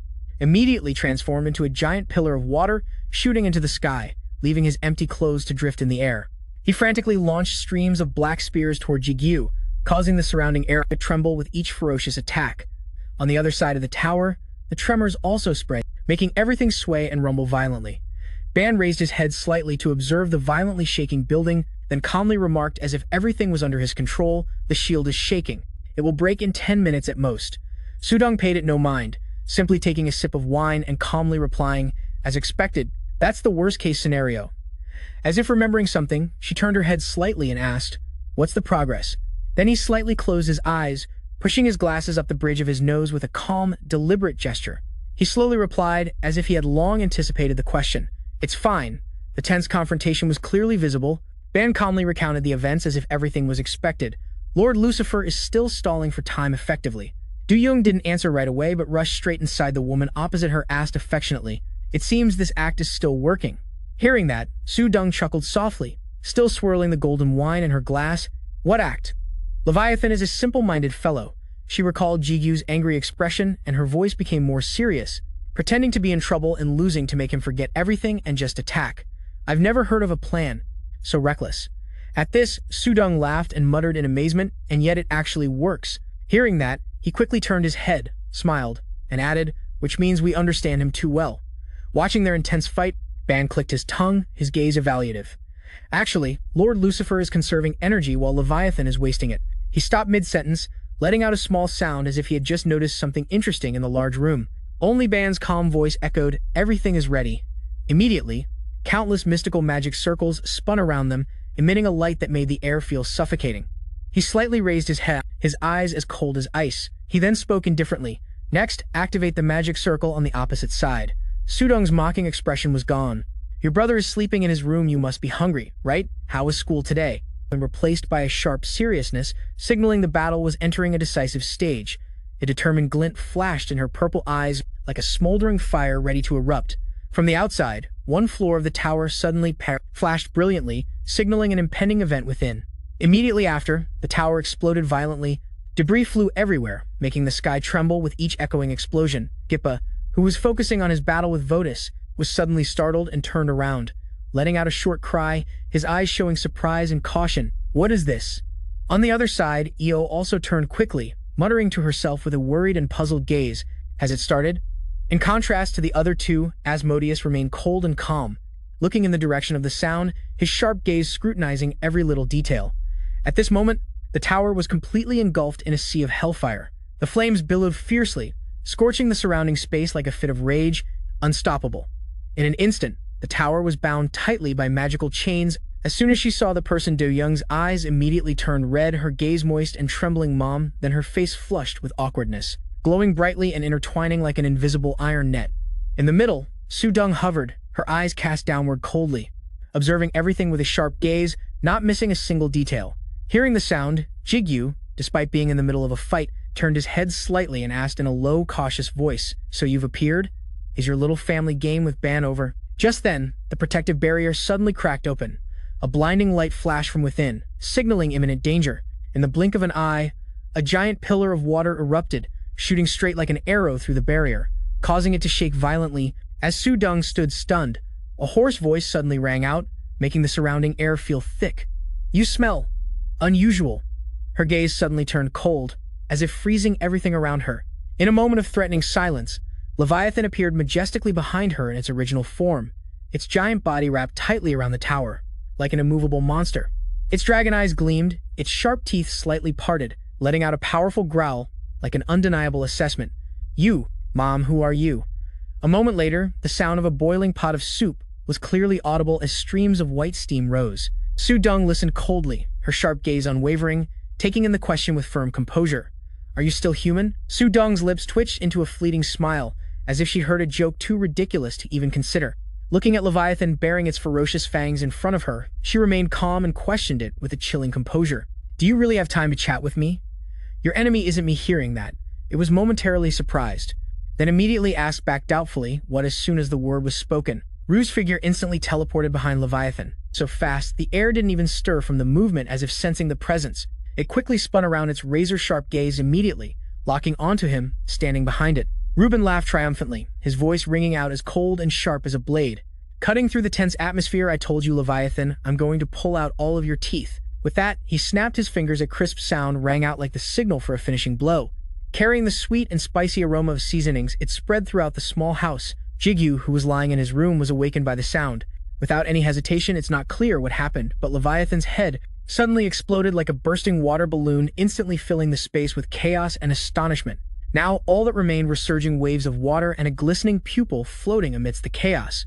Then in the blink of an eye, that mass of water began to stir and move slowly, regenerating its original form with a surprisingly intense vitality. It quickly gathered together, forming a majestic dragon's head as it regenerated. Its suspicious gaze probed ceaselessly. What's happening? Hasn't Lucifer already run out of power? The process was nearly complete. Leviathan's face suddenly turned ferocious, its eyes flashing with alarm as it thought of an unforeseen danger. Could it be that he has truly recovered his power, as if to probe? Leviathan softly called his name, its deep voice, mysterious and powerful Lucifer, before it could finish, chirping that woke him up. So, Appa, what happened? Then he groggily sat up.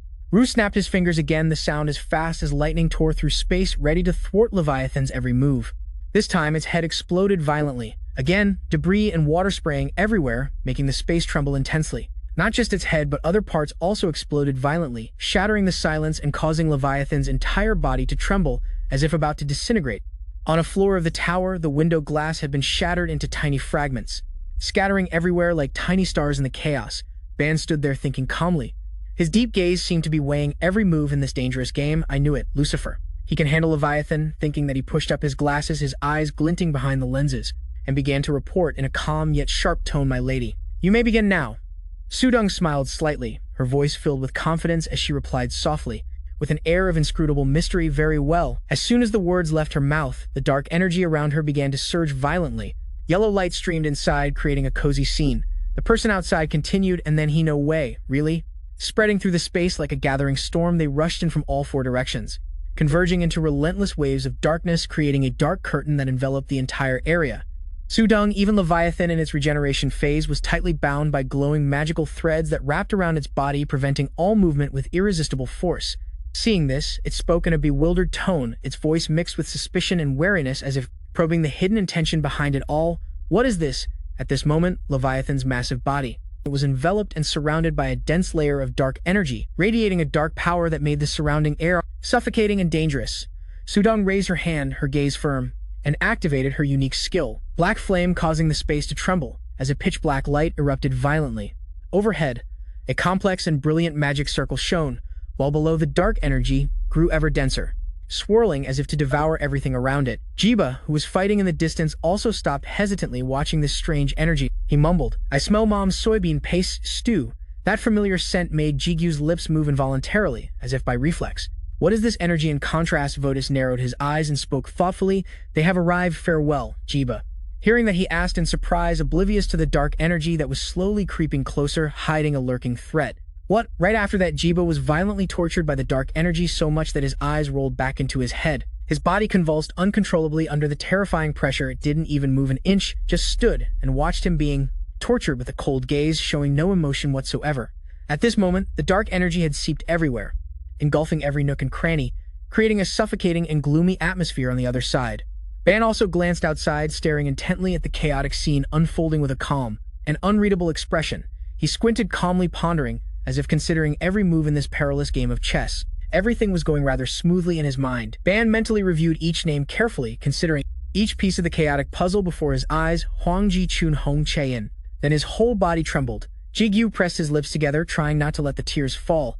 A thought appeared in his mind, combined to create this complete magic circle. Each of his thoughts seemed to perfectly match what was happening with Zephyr, making the atmosphere tense and full of surprises. Would this magic circle only burn enemies, or even Asmodeus, who was standing there stunned, his eyes full of bewilderment at the unexpected situation unfolding without harming allies?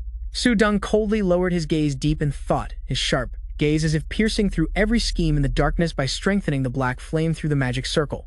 The demons were being fiercely incinerated. That sight made the suspicion in his heart even more firm and unshakable. Controlling the king-class demons is not impossible. They clutched their bodies in agony. Veins bulged all over their faces as cruel convulsions racked them in unending torment. At this point, Ban suddenly frowned, his eyes dark and pensive, but a doubt still lingered in his heart that remained unanswered. However, outside, Leviathan also noticed Sudong standing right behind him. "Behind that door is the scene I've been dreaming of for so long. The scene I'd be willing to trade my life for." Its sharp dragon eyes were cold and wary. It pondered for a moment, then spoke up, its voice filled with suspicion and challenge. "Are your methods?" This pathetic hearing that he remained expressionless, quietly pondering, his silent gaze, searching for an answer in the darkness. "I figured this magic circle wouldn't be effective against demon lord-class demons."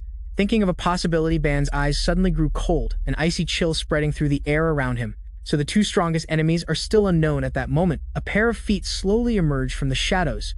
Each step was majestic and mysterious, making the surrounding air seem to freeze for a moment.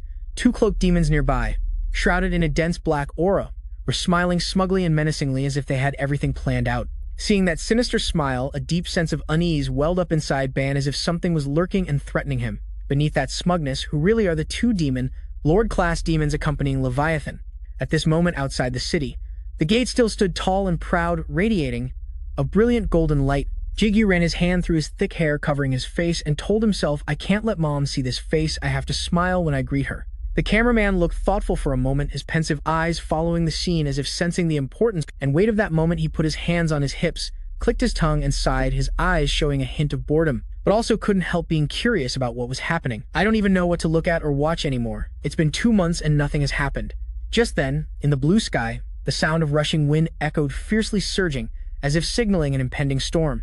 In the blink of an eye, a streak of light flashed past him at breakneck speed, leaving a faint trail of light like a shooting star's tail in the sky. The cameraman frowned slightly, glancing back with questioning eyes at where the light had flashed by, trying to find the source of that anomaly. But he was quickly thrown to one side by a powerful gust of air. His body reeling, unable to react to the sudden gust, the cameraman struggled to his feet, muttering incredulously at what had just happened, his eyes unable to hide his suspicion and vigilance. What is this? In the sky now, only streams of air were left, swirling and converging into a dense point, radiating a mysterious and overwhelming pressure. Thinking this, he decisively stood up and gripped the doorknob. Jigu cheerfully rushed out and shouted. They flew swiftly towards the gate while he lay on his back on the ground, his camera still beside him. The cameraman was stunned for a moment, unable to fully process what had just happened, his eyes dazed and unfocused amidst the chaos. He quickly sat up, his eyes scanning the surroundings, trying to catch every movement and understand the unfolding situation. The cameraman frowned and mumbled softly amidst the thick smoke, his voice a whisper, as if trying to find an answer for the mysteries enveloping the area just now. I saw green and red lines weaving through the rooftops, stretching straight to the gate. He was stunned, his eyes filled with astonishment, and couldn't believe what he was seeing. What in the world is that on the other side of the gate? The tower was completely shrouded in magic. Fantastical streams of energy swirled around the walls, emitting a shimmering, mysterious light. A frenzied Leviathan opened its mouth wide, full of sharp teeth. Roaring fiercely as if wanting to devour the person standing before it, it charged straight at Rue. Ignoring everything else, its muscles bulged like raging waves, ready to crush any obstacle in its path. Mom, did you sleep well? Mom, the fuck, who are you? Just then, Sujin had a completely different appearance. Seeing this, he frowned slightly and clicked his tongue, his eyes showing a bit of annoyance, but he remained composed and resolute.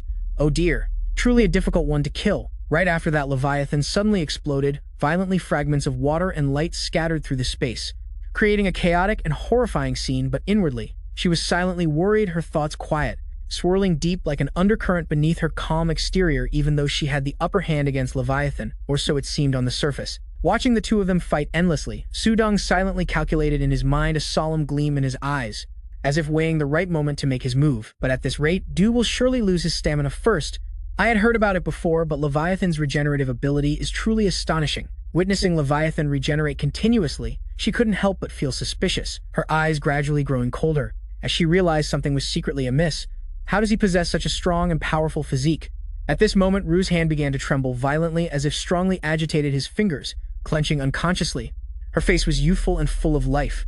You're awake. Sujin calmly placed the pot of stew on the table and urged, signaling an impending change. Sensing this, he frowned slightly, his gaze darkening. He hesitantly wondered about the source of the instability spreading around him. Is my life force about to run out? Indeed, possessing only a part of Satan's body has certain limitations. Watching it bare its fangs and claws before me. Vu thoughtfully answered himself in his head, his inner voice as cold as tempered steel. That's right, possessing only one piece of the cove, the body of Satan, also has its weaknesses. There must be a price to pay for appearing on this earth. From now on, this will be a race of endurance. Just at this moment, his gaze suddenly fell upon a fang gleaming with a strange light in Leviathan's mouth, sparking a sudden speculation in his mind. Sharp, unexpected, and dangerous. His fang, if it can regenerate and restore the body of Satan that I gave him, then this might be possible. But Vu quickly frowned, lightly shaking his head, silently dismissing the feasibility of that speculation. However, I can't act now. There are still too many uncertainties.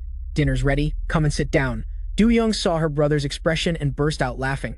Remembering those two intense auras, he began to calculate in his head, his eyes growing deep and sharp. Scenarios were silently constructed like a game of chess played out in the shadows, considering there are still 2 more king-level individuals.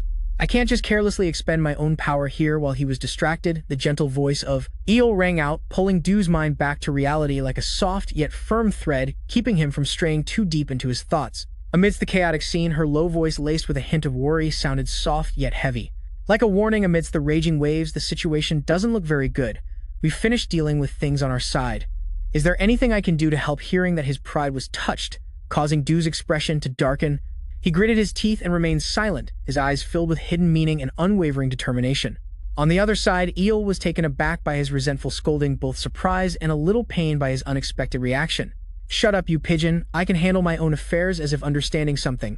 He's even more surprised than I was. The sky gradually filled with more stars after dinner. She gently closed her eyes in silent acceptance, her entire demeanor becoming quiet and pensive at this very moment. Rue's voice rang out, pulling Eel back to reality. She opened her eyes, her gaze becoming sharper and more focused than ever. "Ah, no, it looks like he's given up."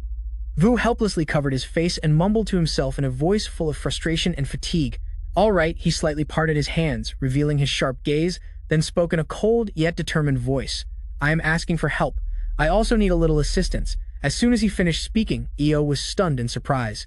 Her eyes widened with surprise and disbelief, her mouth curved into a mischievous yet confident smile as she replied, "Understood." On the other side, Leviathan coiled its giant body tightly around the tower, growling in fury. Meanwhile, its sides were tightly bound by Yu and Sudong's energy, leaving it with almost no way to escape. Just then, a brilliant stream of light suddenly flared up, tearing through the gloomy atmosphere. It illuminated the entire space, signaling an impending turning point. Even the fiercely growling creature had to stop in alarm. While the bowls and chopsticks were still messy in the sink, Du Young hesitantly began to speak, its eyes widened as it looked towards the light and stammered, its voice filled with utter terror and confusion. "What is that?" "It is holy power." Its vision blurred by the light, Leviathan suddenly paused as if it had just remembered something important. A memory long buried surfaced. "That is, right now I remember. You are here. You detestable little sparrow," it said. Then it whipped around its vicious gaze, locking onto Io in the distance, as if it had just realized something terrifying. Its killing intent surged violently. Seeing Leviathan suddenly change its target, he who was behind it laughed excitedly.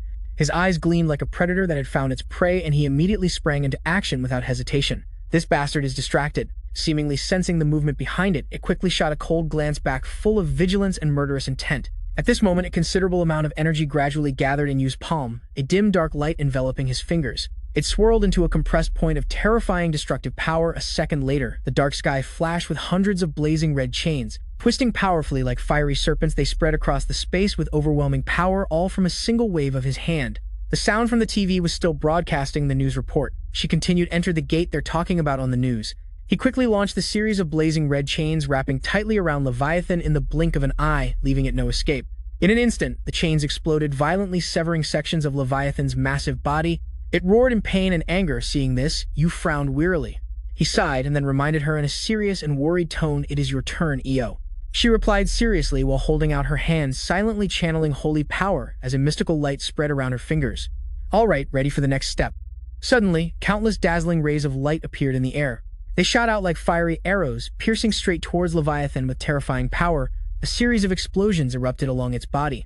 With just a decisive wave of Io's hand, the air trembled and flames raged. It let out a resounding roar. Its body seemed to crack violently, the fissures spreading before shooting out torrents of swirling water like a bursting dam.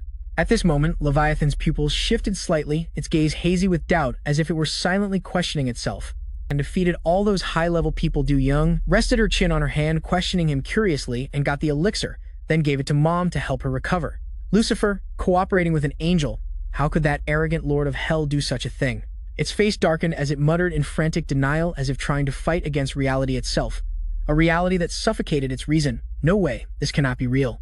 Then Leviathan suddenly fell silent, its teeth clenched so tightly they ground together. Its entire body seethed with rage, and then it opened its razor-sharp mouth wide and let out a powerful resounding roar, shaking the entire space around it. "My lord Lucifer would never do that.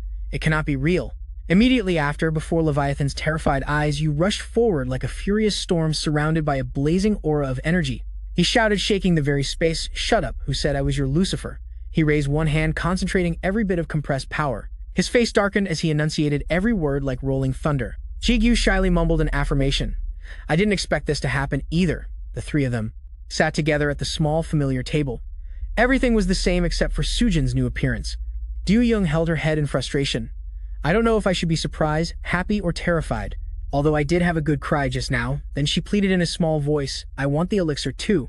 He immediately refused. That's asking for too much. Just then, Sujin suddenly patted her son's shoulder and called out Jigu. She smiled affectionately at him. You've worked so hard for me. Haven't you? I'm sorry, son. Jigu let out a laugh, his voice light as if it had never been a burden. It's nothing, Mom. It wasn't that hard. Just then, the night suddenly became more lively with the non-stop sounds of laughter coming from the small house. Jigu cheerfully joked, your son is amazing, you know? Sujin feigned surprise. Oh, is that so? In the blink of an eye, it was early morning. White clouds drifted gently and billowed in front of the building. Sujin's cheerful voice echoed continuously. It's been a while since you visited. Why don't you stay and have a meal with us? Tazik blushed with embarrassment. He politely declined. It's okay. I need to talk to Jigu privately. But thank you for the invitation. Sujin took the gift box, thanking him repeatedly. Remember to visit again soon. I'm very grateful to you for taking care of my son. Tazik laughed out loud. It's nothing at all. See you next time. His unusual expression at that moment made Jigu unable to look away. His gaze was fixed on him, on his every small movement, as if he had noticed something a while later at a barbecue restaurant. The aroma of sizzling meat spread continuously. As from inside, amidst the noisy chatter of people, Tazik tilted his head and called out his order in a loud voice. 4 servings of pork belly and a bottle of soju, please. The staff immediately shouted, coming right up now while waiting for the food. He calmly poured water into a glass. Jigu asked, it's still daytime and you're already drinking. Tazik replied casually, why not? We have a very good reason to celebrate. His eyes lit up as he changed the subject. Tell me, how did you get the elixir?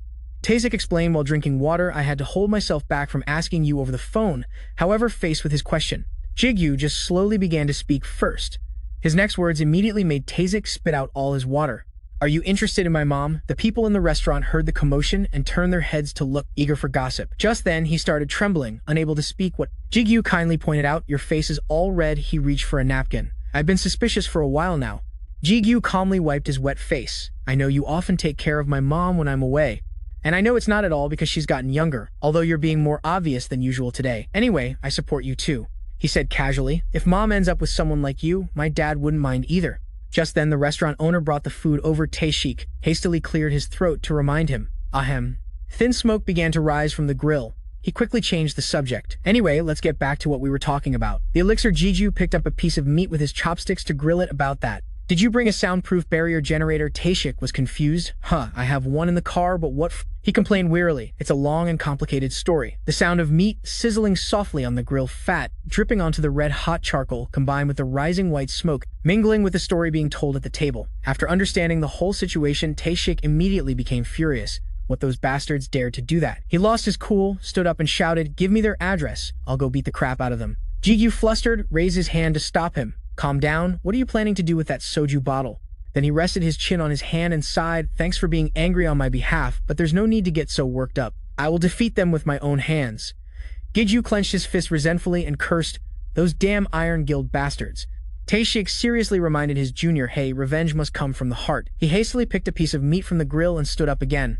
Speaking of heart, an army marches on its stomach. Eat some meat. Jigu shyly waved his hand. What are you talking about? Suddenly, he remembered something else. Speaking of revenge, I still have another debt to repay. At this point, Jigu asked in a loud voice, how's the guardian of the 4th floor? Taishik slowly recounted. A C-rank subjugation team was just sent out yesterday. His face was gradually turning red from the alcohol. There were 37 people in total, 70% of them were C-rank players. That kind of manpower is enough to take down a 30th floor guardian. So they'll probably report their success soon, he lamented regretfully. What a shame. I was planning to relieve some stress and get some exercise while I'm at it. The scene changes to a dark forest. The sound of hasty footsteps and ragged breaths echoed ceaselessly in the silent space. The man kept gasping for air. I have to inform the association. He tightly gripped his arm, half of which was missing, that the entire C-rank subjugation team. Suddenly, a giant monster closed in on the man. Its eyes glowed like a predator's.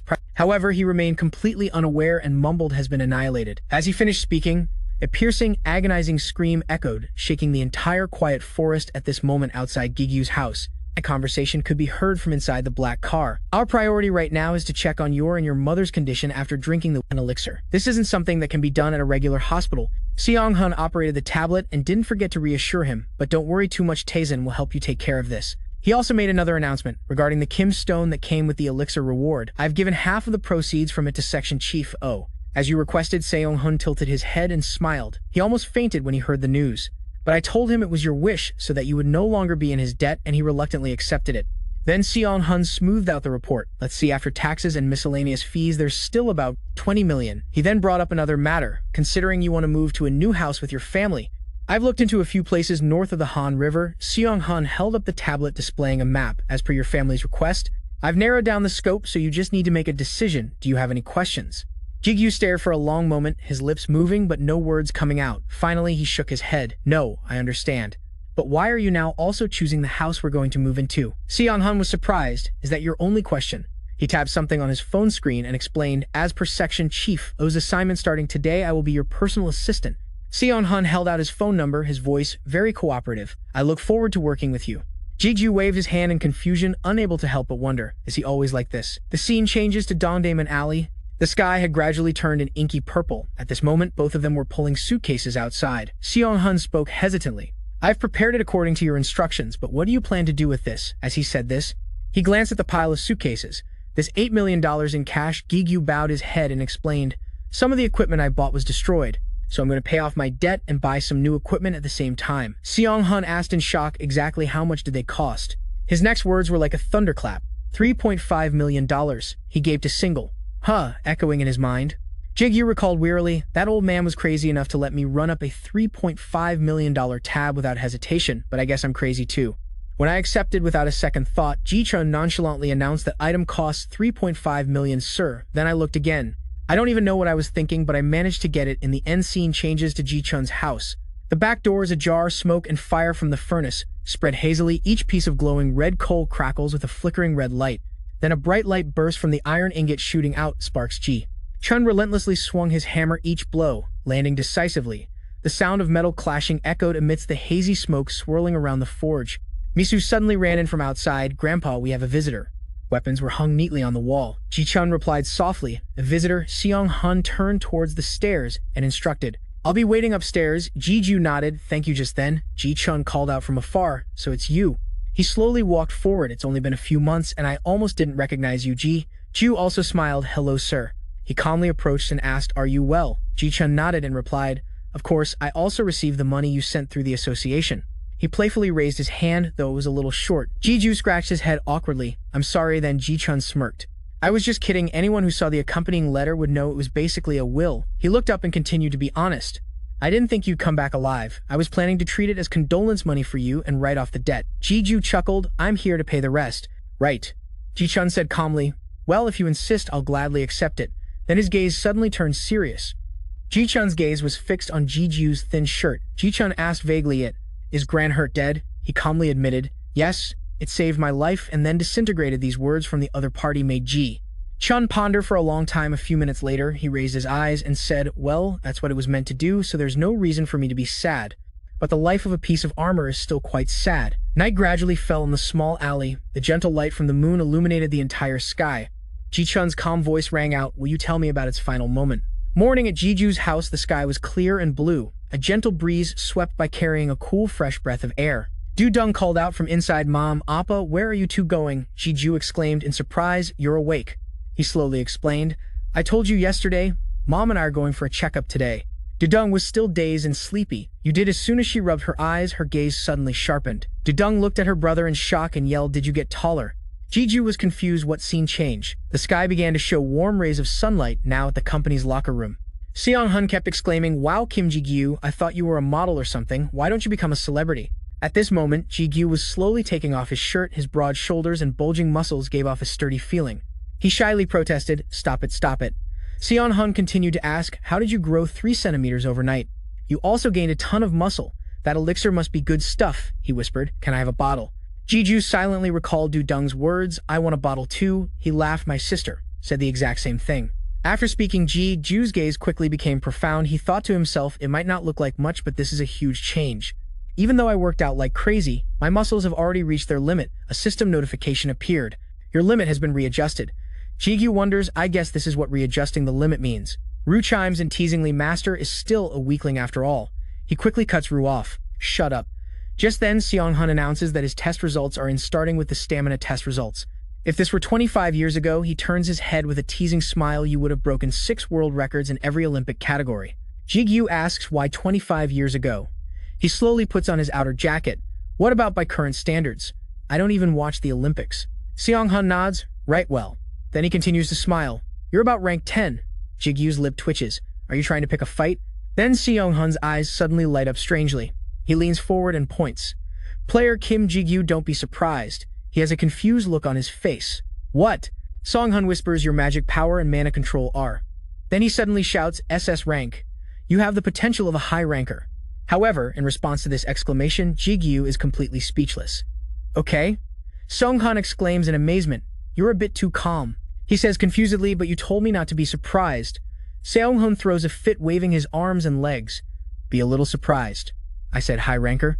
Jigu turns his face away and mutters to himself, it's old news anyway. Just then, the sound of a door opening is suddenly heard from afar. Taesik slowly walks in and asks, are you done? Jigu nods and replies, yeah. What about my mother? He announces in a loud voice, waving his hand. Not only is she completely healthy, she's even healthier than a normal person. Then Taesik suddenly holds up his phone. But the truly amazing thing is that even though she's an ordinary citizen, she can now use items. Jigu shouts in surprise items. His forehead is covered in sweat, but he still hesitates. Amazing. Taesik admits with interest, right? Finally, he changes the subject. Well, I'll give you the details later. I came to see you about something else. Taesik asks in a serious tone, you haven't been hunting these past few days, have you? Jigu looks bewildered. Hunting? No, I'm taking a break for now. His ringed hand is pressed against the wall. I'm still absorbing Kalian's power. So L says regretfully, I'm sorry, master. Jigu immediately shakes his head. No, it's okay, L. Taesik tilts his head and continues. When do you plan to start again? He raises his eyes and mutters in a week, maybe. Hearing this, Taesik rests his chin on his hand.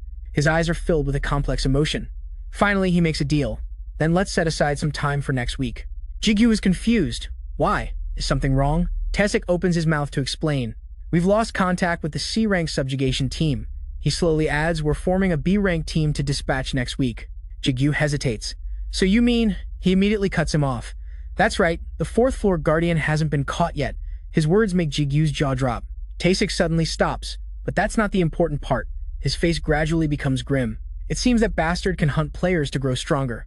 Jigu is so tense, he's sweating profusely.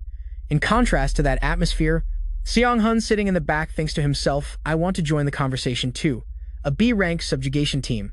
These teams have at least 30 members, of which over 60% are B-rank. A thought runs through Jigu's mind.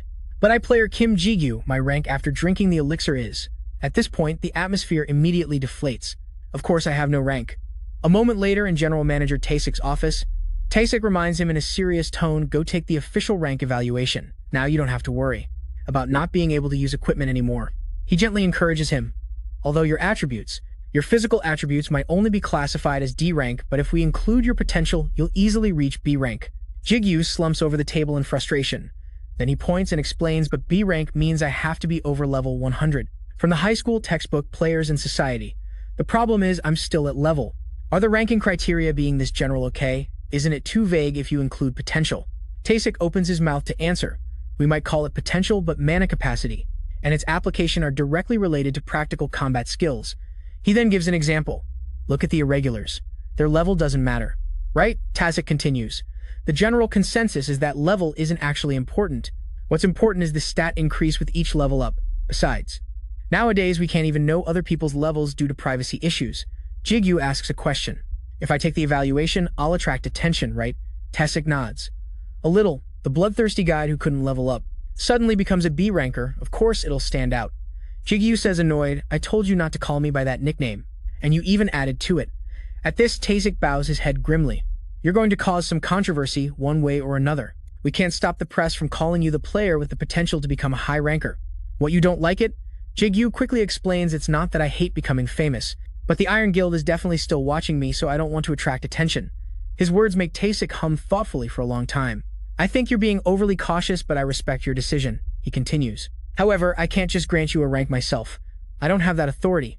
Jigu looks up in surprise and replies, you casually told me to make time, so I thought you had a way. Taesik doesn't argue. I didn't expect you to refuse like this. I thought you would definitely take the evaluation. In a world where having a high rank gets you treated completely differently, who would have thought you'd refuse? At this, Jigu sighs wearily and complains, what a headache. But just then, Taesik suddenly brings out a report. It's not like there's no way. Jigu looks at the chart on the paper and vaguely asks, what's this? He replies nonchalantly the list of guilds participating in this subjugation. Tasik offers a suggestion. If you temporarily join a guild, you'll be able to participate in the subjugation at least.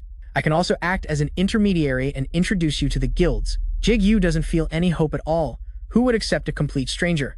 His eyes are glued to the list. Besides, if I leave the guild right after the subjugation ends, that would increase the number of departing members. And in turn, I'd hurt their reputation. Then, in a moment of distraction, Jigu's eyes suddenly widen in surprise. The fifth line seems to be glowing. The Morningstar team with Kim Saiwoo as the leader. Scene changed to a mountainous forest area. A young man with a serious face introduces himself. I have been appointed as the leader of the subjugation team for this raid. I am Dong-hee Kim of the Chai Guild. Dong-hee raises his hand and cheerfully announces we will depart as soon as the roll call is complete. I look forward to working with everyone. The guild members respond in unison. We also look forward to working with you. The sky is now very gloomy. Great clouds cover the entire area. The Morningstar team has also arrived. Jigu tilts his head and says thank you for accepting me. I know this was a big ask. Siwoo replies casually it's nothing. We all owe you our lives. Then he adds shyly, I feel bad that we can't do more to help you. We're just a C-rank guild here for support. Jigu smirks happily. You've already helped me a lot just by doing this. I'm just glad I don't have to be a porter. If I get the chance, I'll definitely join the fight. Hearing this, Saiwoo gives an awkward laugh. I'm not sure if our turn will even come. There are a lot of big shots here. He asks again, big shots? Their gaze turns towards the Chai Guild. For example, team leader Dong-hee Kim. There's a rumor he's about to be promoted to A rank. Their group is constantly training, A rank. That means he'll become a ranker. Just getting close to that level is amazing. Jigu is starting to have his doubts. He silently asks himself, is that really so special? I mean, compared to the Demon King or the Iron Guild. El suddenly speaks up. That woman is an exception. Ru replies confusedly, why are your standards so high? Just then Hanyun suddenly gets close to him. But Guide Nim, you look like you've completely transformed. Jigu is startled. What? Jagan also chimes in. That's right. Did you get plastic surgery or something? Seonggu quickly stops them. Hey, it's rude to ask that. Jigu silently thinks to himself, have I changed that much? Ru explains. Well, your aura is completely different now. You finally have something about you that can leave an impression on others. At this, he quickly waves his hands. It's not plastic surgery. It's probably because I obtained a skill. A dedicated skill on the 5th floor. I just got a little taller. Ru immediately curses what a crappy excuse. The group keeps exclaiming in admiration. Hanyun exclaims, I'm so jealous. I didn't know there was a skill like that. I wish I could get that skill too, Ru said contemptuously. Damn, they actually believe it, he cut and annoyedly shut up Ru. They moved forward together. The lively sounds of talking and laughing echoed endlessly through the forest. The Brother Guild on the opposite side found this scene to be an eyesore. A moment later, everyone arrived at the 4th floor of the tower. Dong. He announced loudly, the search team will now hunt for the guardian god, everyone else can rest. They quickly complied, understood at this time the other teams had also found a place to sit. And the Morningstar team sat gathered under a large tree. Jigu tilted his head, observing his surroundings. He began to name each person one by one. Seong Pai is the archer, Han Yun is the mage. Everyone immediately showed a confused expression, he continued. Seong Gu is the swordsman and Ji Gun is the tank. Right after saying that, Ji Gu asked naively, so why is the guild's name Morningstar? There's no one on the team who uses a morning star. Han Yun couldn't help but laugh until she trembled. Seong Pai shouted in embarrassment, hey, stop laughing, while Ji-won was also covering her mouth to hide a laugh. Seong Gu seriously explained, Seong Pai chose this name because of you, Mr. Guide. He began to explain when you left the cave to call for help. He said he saw you emitting a sparkling aura. Back then, you said I'm the best level 1 player in the world. Seong-gu exclaimed he looked like a morning star. As for Seong Pai, he was so embarrassed his face turned beet red. I told you to stop laughing. The atmosphere quickly became awkward. Making Jigu wave his hands to reassure them, he said cheerfully, anyway, just talk to me normally. I'm not your guide anymore, they all went. Ah, that's right, Seong Pai looked at him and spoke up. You're the same age as Seong-gu, right? Can I call you? Hyung Jigu nodded comfortably, of course. At this very moment, a figure suddenly appeared from a distance. Unaware, everyone continued to laugh and joke. You should also speak more comfortably with us. Hyung, he quickly agreed, okay then. That person suddenly approached and said sarcastically, the world has changed, hasn't it? He sneered contemptuously. I thought you guys came here for a picnic. 3 tall and burly men, a complete contrast to Jigu's group. He tilted his head and whispered, who are they? Seong Pai whispered in reply, B-rank player Jeon Suk Nam. He's from the Brother Guild. He's their representative in this subjugation. Hearing this, Jigu couldn't help but be curious. What are they up to? Seong Pai hesitated. You could say they're quite famous. He slowly recounted. They pursue strength, with the motto, the one who adapts is the one who survives. They also value traditional values and a class system. But above all, they always prioritize loyalty, Jigu said wearily. So in short, he concluded in a low voice. They're a bunch of old-fashioned geezers. He immediately nodded. I see. Then Jian-suk opened his mouth again. How useless.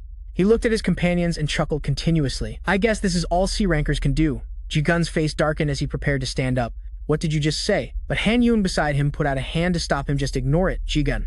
Jian-suk provoked. I asked, if you came here for a picnic, you must be feeling cocky. Because you got to join a B-rank subjugation team, right? He glanced contemptuously at each of them. You guys should be the most on guard. But instead you're lazing around and chatting here. At least you should be more useful than the porters.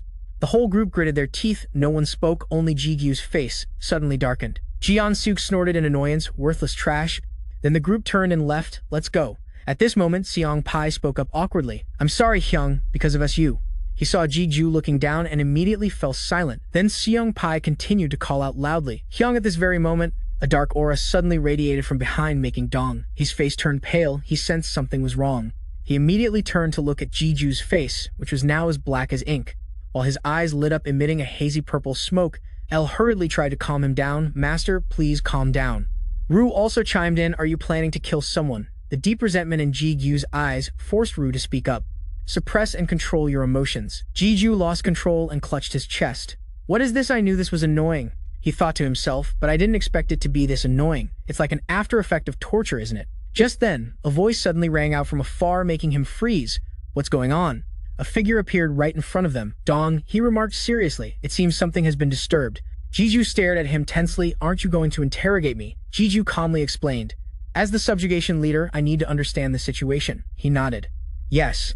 Then at this moment, Jigu suddenly thought of something. He spoke in a low voice, although there was a small conflict. Because of that, I want to ask the subjugation leader for a favor. He was bewildered, huh? What is it? Hearing this, Jigu slowly stood up. Yes, he pointed to the brother group nearby and said, I want to have a match with the player, Namjian Siuk. After all, it's better if the animosity between members of the subjugation team is resolved peacefully before the battle, right? The guy named Jian Sik heard his name and turned around confused, while the crowd around them started to wonder what was going on. Are they going to fight? Dong He hesitated at the suggestion, wondering if it was okay. The gap between a C rank and a B rank is more than just a single level. Jigu calmly raised one finger. I know. That's why I want to add another condition. As you know, Morningstar's C rank players are all reserve members. Then he shrugged and asked, and Brother's B rank player is the main attacker, right? But combat experience is far more important than rank, right?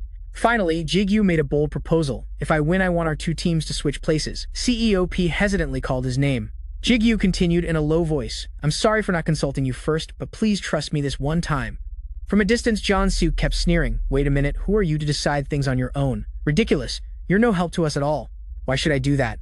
Then Jigu suddenly threw out a number to shut him up. 500 million. He confidently held up 5 fingers towards his opponent. If I win, you'll get 500 million. That's a pretty good deal, isn't it? Of course, Jian Suk. Hearing this number, he hesitated for a long while. A surprised team member whispered, really spending that much just to shut him up? Jian Suk turned and replied, you expect me to act dumb with all these people watching?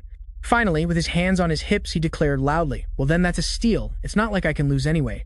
Dong He was now very conflicted. The match is coming up soon, and as the leader, I have to prevent any useless trouble. He recalled the feeling from earlier. If what I felt just now wasn't just my imagination, in the end, Dong He decided it would be good to prove it now. Thinking this, he spoke up. All right.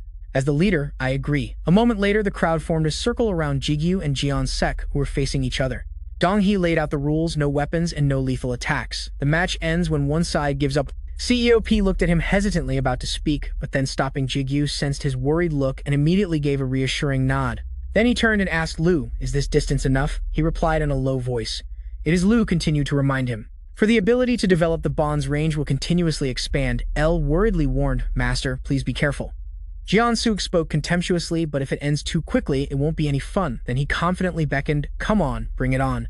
Jigu's expression became serious as he assessed his opponent. He's a B-rank player, judging by his build. He has a lot of openings. He's built like a mountain, judging by his physique. He's a typical strength-based melee dealer, or a tanker. Thinking this, Jigu quickly crouched down. He's B-rank, so he must have some hidden strength. Then he burst forward his powerful steps, kicking up dirt and sand that flew in all directions with each long stride. He ran straight ahead with all his might without any hesitation. First, I need to close the distance and take the upper hand. No need to test the waters, I'll trust in my enhanced burst ability. Jigu clenched his jaw. His backhand tightened into a fist. Then in that instant, he suddenly froze with doubt.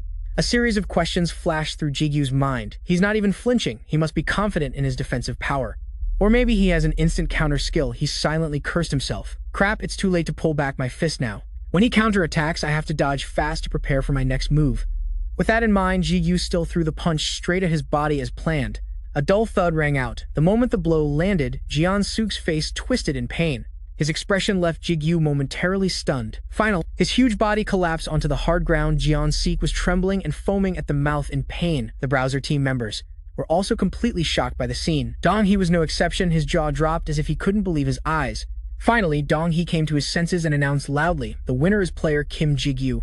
At his words, everyone erupted in excited cheers. Everyone's faces relaxed with relief. The Morning Star team crowded around Jigu. "Dude, since when did you get so strong? What level are you? What level are you now?" Meanwhile, the browser team rushed to their captain asking if he was okay.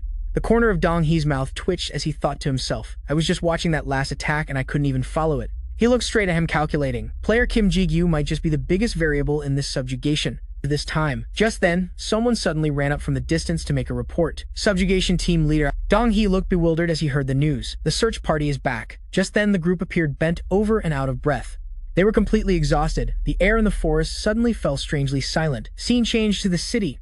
The sun slowly set over the city, painting the sky a brilliant, blinding orange. The mechanical hum of an elevator was heard. The screen showed the 43rd floor. In the chairman's office, Tae-shik stood at attention and confirmed. So that means a B-rank subjugation team was formed on an emergency basis and will depart on Friday morning. The chairman looked through the documents, humming in response. The names appeared one by one. Kim Seong-pi, Kim Jigu-yoon, Jae-jun, Kim Han-yoon. He suddenly raised his voice. Director Tae-shik immediately replied, "Yes, sir," the chairman continued. "The training room in the association's basement is a domestic transfer gate," he recounted. Recently, at the association's hospital for officials even, Hyo Sung-hoon's secretary was seen there. Finally, the chairman gently set the report down on his desk. His voice grew a little deeper. "It seems we have given the outside players far too many benefits." He looked down, his face hidden in shadow, revealing no expression. "Explain this to me." The chairman's eyes glowed with a sinister red light. Back in the forest, the sky was growing darker. The Morning Star team was completely focused on the trial. Before them, a giant monster with long hair was tightly gripping someone in its hand, letting out strange guttural sounds. Players have the highest mortality rate. Like it or not, you must get used to death. But when a fellow kinsman is just prey and no longer looks like a predator, it's naturally hard to accept death. Just then, Dong-hee stepped back, his hand tightening on the hilt of his sword. Finally, he jumped high, swinging his sword and shouting with all his strength as a massive pillar of water burst forth. Accompanied by a blinding light, it landed a direct hit on the ferret's backwater-cutting sword. Dong-hee crouched to the side, watching. The ferret was completely enraged by the attack. Dong-hee continued to shout. Subjugation team member. Hearing the order, everyone readied their stances. He shouted, "All units attack." Dong-hee swung his sword and yelled, "Water guillotine." This was the plan for the subjugation, a very simple one. The captain's attack is the signal. The ferret is nearly berserk. While we damage the guardian with our most powerful spells, we will drive it into a frenzy. It repeatedly stomped its feet, shaking the ground. Then the tankers from the rear will move up. Dong-hee continued to give orders. More earth walls. He yelled once more, "Stone shield." The ferret became enraged. It charged forward, slamming its fist into the stone shield. Now, by using defensive skills at the same time, they will block the guardian's attacks. They will then throw the explosives they prepared beforehand over the shield wall. Then, simultaneously, the ranged attackers will launch their long-distance attacks. This was their goal. A simple yet effective tactic. All the attacks flew straight at the bewildered ferret. Right after a massive explosion went off behind the stone wall, a flash of fire erupted, followed by thick black smoke billowing up into the sky. Everyone lowered their heads in silence. Not a word was spoken. However, Jigu anxiously clenched his jaw, thinking of the CEO. He quickly turned to warn him, "Be careful." Jigu sternly told him not to rush forward. Instead, stay behind and watch what happens. Seong-pi heard this and was extremely confused why we finally secured the main position. But at that moment, a sound from the distance made his face go pale. The stone walls could no longer hold. Cracks started to appear on them, and the dust cloud above became even denser. And then the wall could no longer hold. It burst open, sending large chunks of rock flying out from within with a deafening crack. Lord Dong, he gripped his sword tightly, his face filled with shock at the sight. But the biggest problem with this tactic, the ferret's foot began to appear. It stomped violently on the ground, making the entire scene tremble. Amidst the thick, hazy dust, its massive body slowly stepped out, its presence completely overwhelming the small group of people. The monster clenched its fist. It opened its mouth wide and let out an ear-splitting roar. Jigu continued to tell himself, is that if it fails, everything will spin out of control. Just then, a sword in the distance was suddenly knocked back. The young man staggered from the impact, gritting his teeth in pain then. The young man fell straight backward. His teammate screamed in fear, Junggu, Junggu, overwhelmed by the monster's power. His jaw was rattled, he lay sprawled on the ground, struggling to say, "You'll have to cover me." The teammate immediately replied, "Got it." As he spoke, he quietly uncapped a red potion in his hand. "How long has it been? 30 minutes yet?" The teammate wearily shook his head. "No, not even 5 minutes left." Junggu couldn't help but curse, "Damn it," after drinking it. He wiped his mouth with his hand. "Captain Kim Dong. He is amazing fighting a monster like that. He's on the other side." Dong, he was extremely focused on the situation, his eyes blazed with fierce determination as the ferret continuously roared in a frenzy. It thrashed its arms, dodging his water guillotine skill. Meanwhile, Dong he kept glancing behind him. Assessing its condition when he saw the ferret was completely unharmed, he couldn't help but click his tongue in annoyance. "Its wounds are healing too fast." A thick white smoke covered the mountain forest. Dong he shouted in order. Its regeneration ability is comparable to a high-level Guardian's main teams. 1 and 2 switch position, support team prepare for battle. Following the order, everyone started running forward. Seong-pil hesitated and looked at Jigu, reminding him in a low voice, "We should get ready soon too." Jigu calmly nodded, "All right, I understand." His attitude made Seong-pil worried. Hey, Jigu's small body was a stark contrast to the ferret's enormous size. Seong-pil shouted in fear to stop him, "Hey, it's too dangerous." Just then a strange light suddenly emanated from beside Jigu. His face darkened grim and cold just as the beam of light was about to strike near his shoulder. He immediately leaned aside and successfully dodged it. The impact kicked up clouds of dirt and sand from the ground, exploding everywhere. Jigu smirked in satisfaction, thinking, "Just as I predicted, I was right." He glanced back at the others. All the players who rushed through the tutorial wouldn't know that now every time the ferret attacked, Jigu could easily dodge. His body moved gracefully, leaping from place to place. About this guy's attack pattern, the ferret's eyes glowed like laser beams sweeping across, intent on destroying everything. The only differences are its physique and regeneration ability, if that's the case. Jigu recalled Sehun's question from before, "What do you plan to do with this?" "That $8 million in cash," he whistled. "I'll pay off my debt and buy some new equipment." Back to reality. Jigu ducked to dodge the ferret's swipes, then his sharp eyes glanced up as he decided this is the perfect chance. With that thought, Jigu pushed off and ran forward, deciding to test the power of his newly linked ego.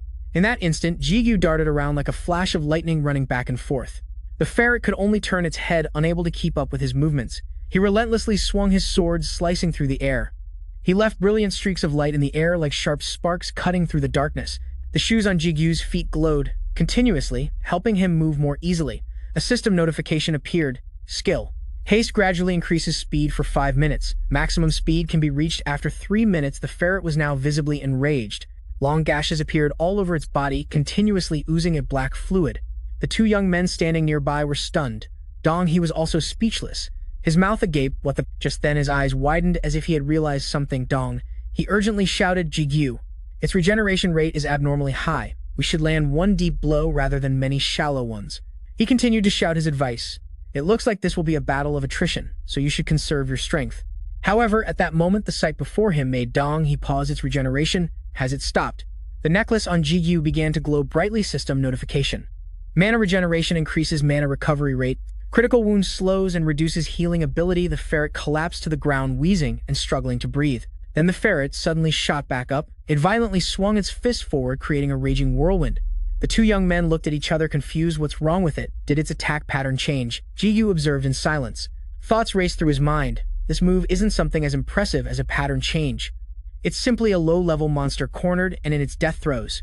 Then he suddenly gave a provocative smile. He quickly leaped forward, the tip of his sword already aimed at its target.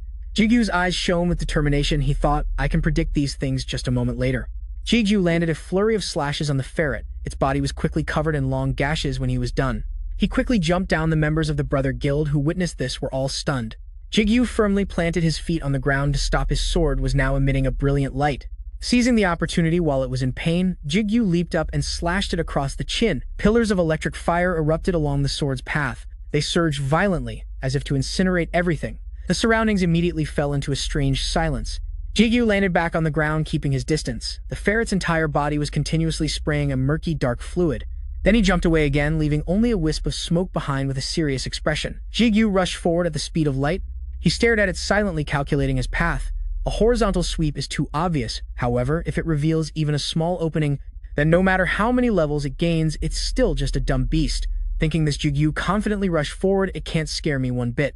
Jigu was now airborne level with the ferret. He swung his arm back for momentum, his eyes shining with hope and determination. Finally, he unleashed a relentless barrage of slashes, without pause each, a streak of light cutting through the air. The air crackled with sharp, powerful energy. All who witnessed it were left in astonishment. They couldn't believe their eyes. Jigu stood proudly with his sword before the monster's corpse as the crowd's astonished voices rang out. He took it down by himself. A mechanical voice rang out. You have defeated a low-level demon. Ferret Jigu's eyes widened in shock. A demon. The mechanical voice rang out again as a massive jaw appeared. In one bite, it devoured half of the monster's corpse skill. Demon predation has been activated. The others stared wide-eyed, their mouths agape. The monster's corpse was devoured right before their eyes, splattering dark blood everywhere. The mechanical voice sounded again. Arrogant ferret. It continued. The ferret's egotism has failed. He narrowed his eyes, looking down in silence. For a long moment, the voice continued to emanate from the black sword in his hand. The fragments from the ferret's failed egotism are being absorbed into Ru. The wind blew away the surrounding dust, revealing an empty space. Dong He, terrified and his voice trembling, turned and hurriedly gave orders. All injured members focus on recovery. Non-combat members start collecting the remaining supplies of the main party, he reminded them loudly. Don't let your guard down, stay focused. Everyone replied respectfully. Yes, sir.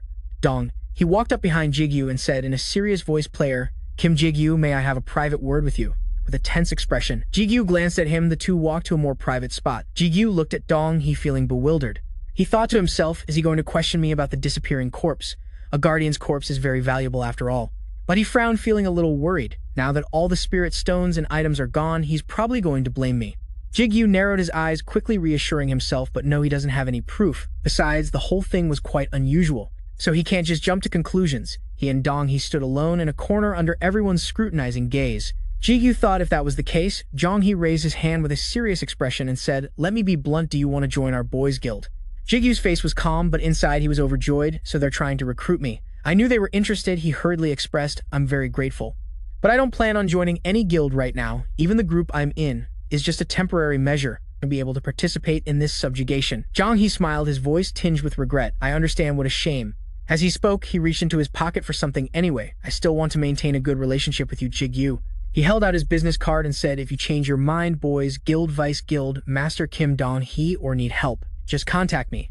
I'm sorry, it's a bit wrinkled from the fight. The evening sun was setting.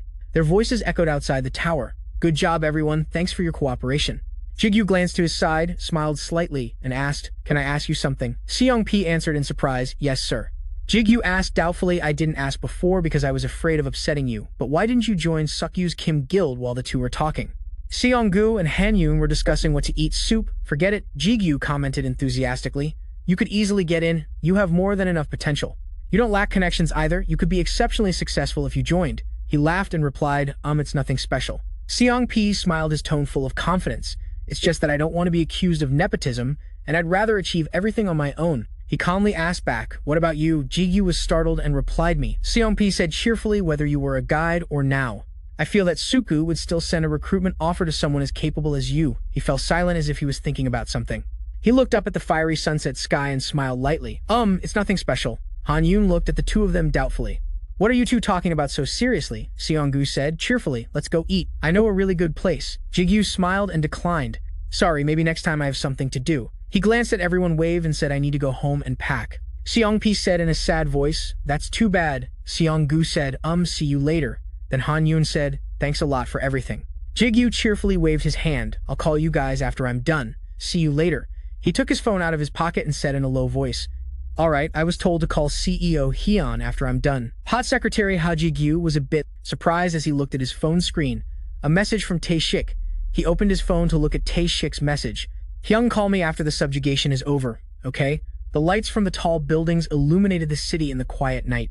A voice rang out. Sorry for calling you out so late, Jigu exclaimed in surprise. Tae-shik, his voice stuttering. That old man, you mean? He calmly announced, the association chairman wants to have dinner with you. He scratched his head a little confused and said, The association chairman, that's quite a surprise. I should have gotten a haircut first or something. I look so messy right now, he said wittily. It's fine. Don't worry about your hair. The image of the mysterious man standing in front of the towering skyscraper appeared before his eyes. Jigu thought with some curiosity, the chairman of the Korean Players Association. Besides that title, he is a self-made man. Information about this giant of the industry of Korean players is still a mystery. Jigu asked a little nervously, Why would someone like him want to see me? But this is your place. The elevator opened, he said calmly. 10th floor. That's right, he said he wanted to cook for you personally. He likes to cook, he asked doubtfully. Sure, but I mean why? At your house, the two of them stood in front of the door as he raised his hand and entered the passcode. The two of them entered, he said casually. We're here, old man, a voice rang out. You're finally back, oh Taeshik. He glanced at the man with a weary voice. How long are you going to quote that movie? It's ancient, the old man shouted angrily. Shut up, the old man said cheerfully. But you're back, just in time. What's on the menu? He looked at him with a worried voice. I don't think we have enough ingredients at home to cook. The old man's voice rang out. I bought ingredients, set the table. Jigu was a little surprised and silent for a long time.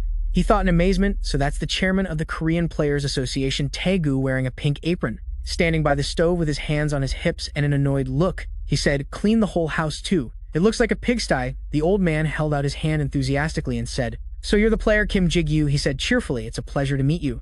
Jigu, with a tense expression, hurriedly reached out to shake his hand. Yes sir, me too. He smiled and introduced himself. I'm Jigu. Suddenly something passed through his body, making Jigu flinch.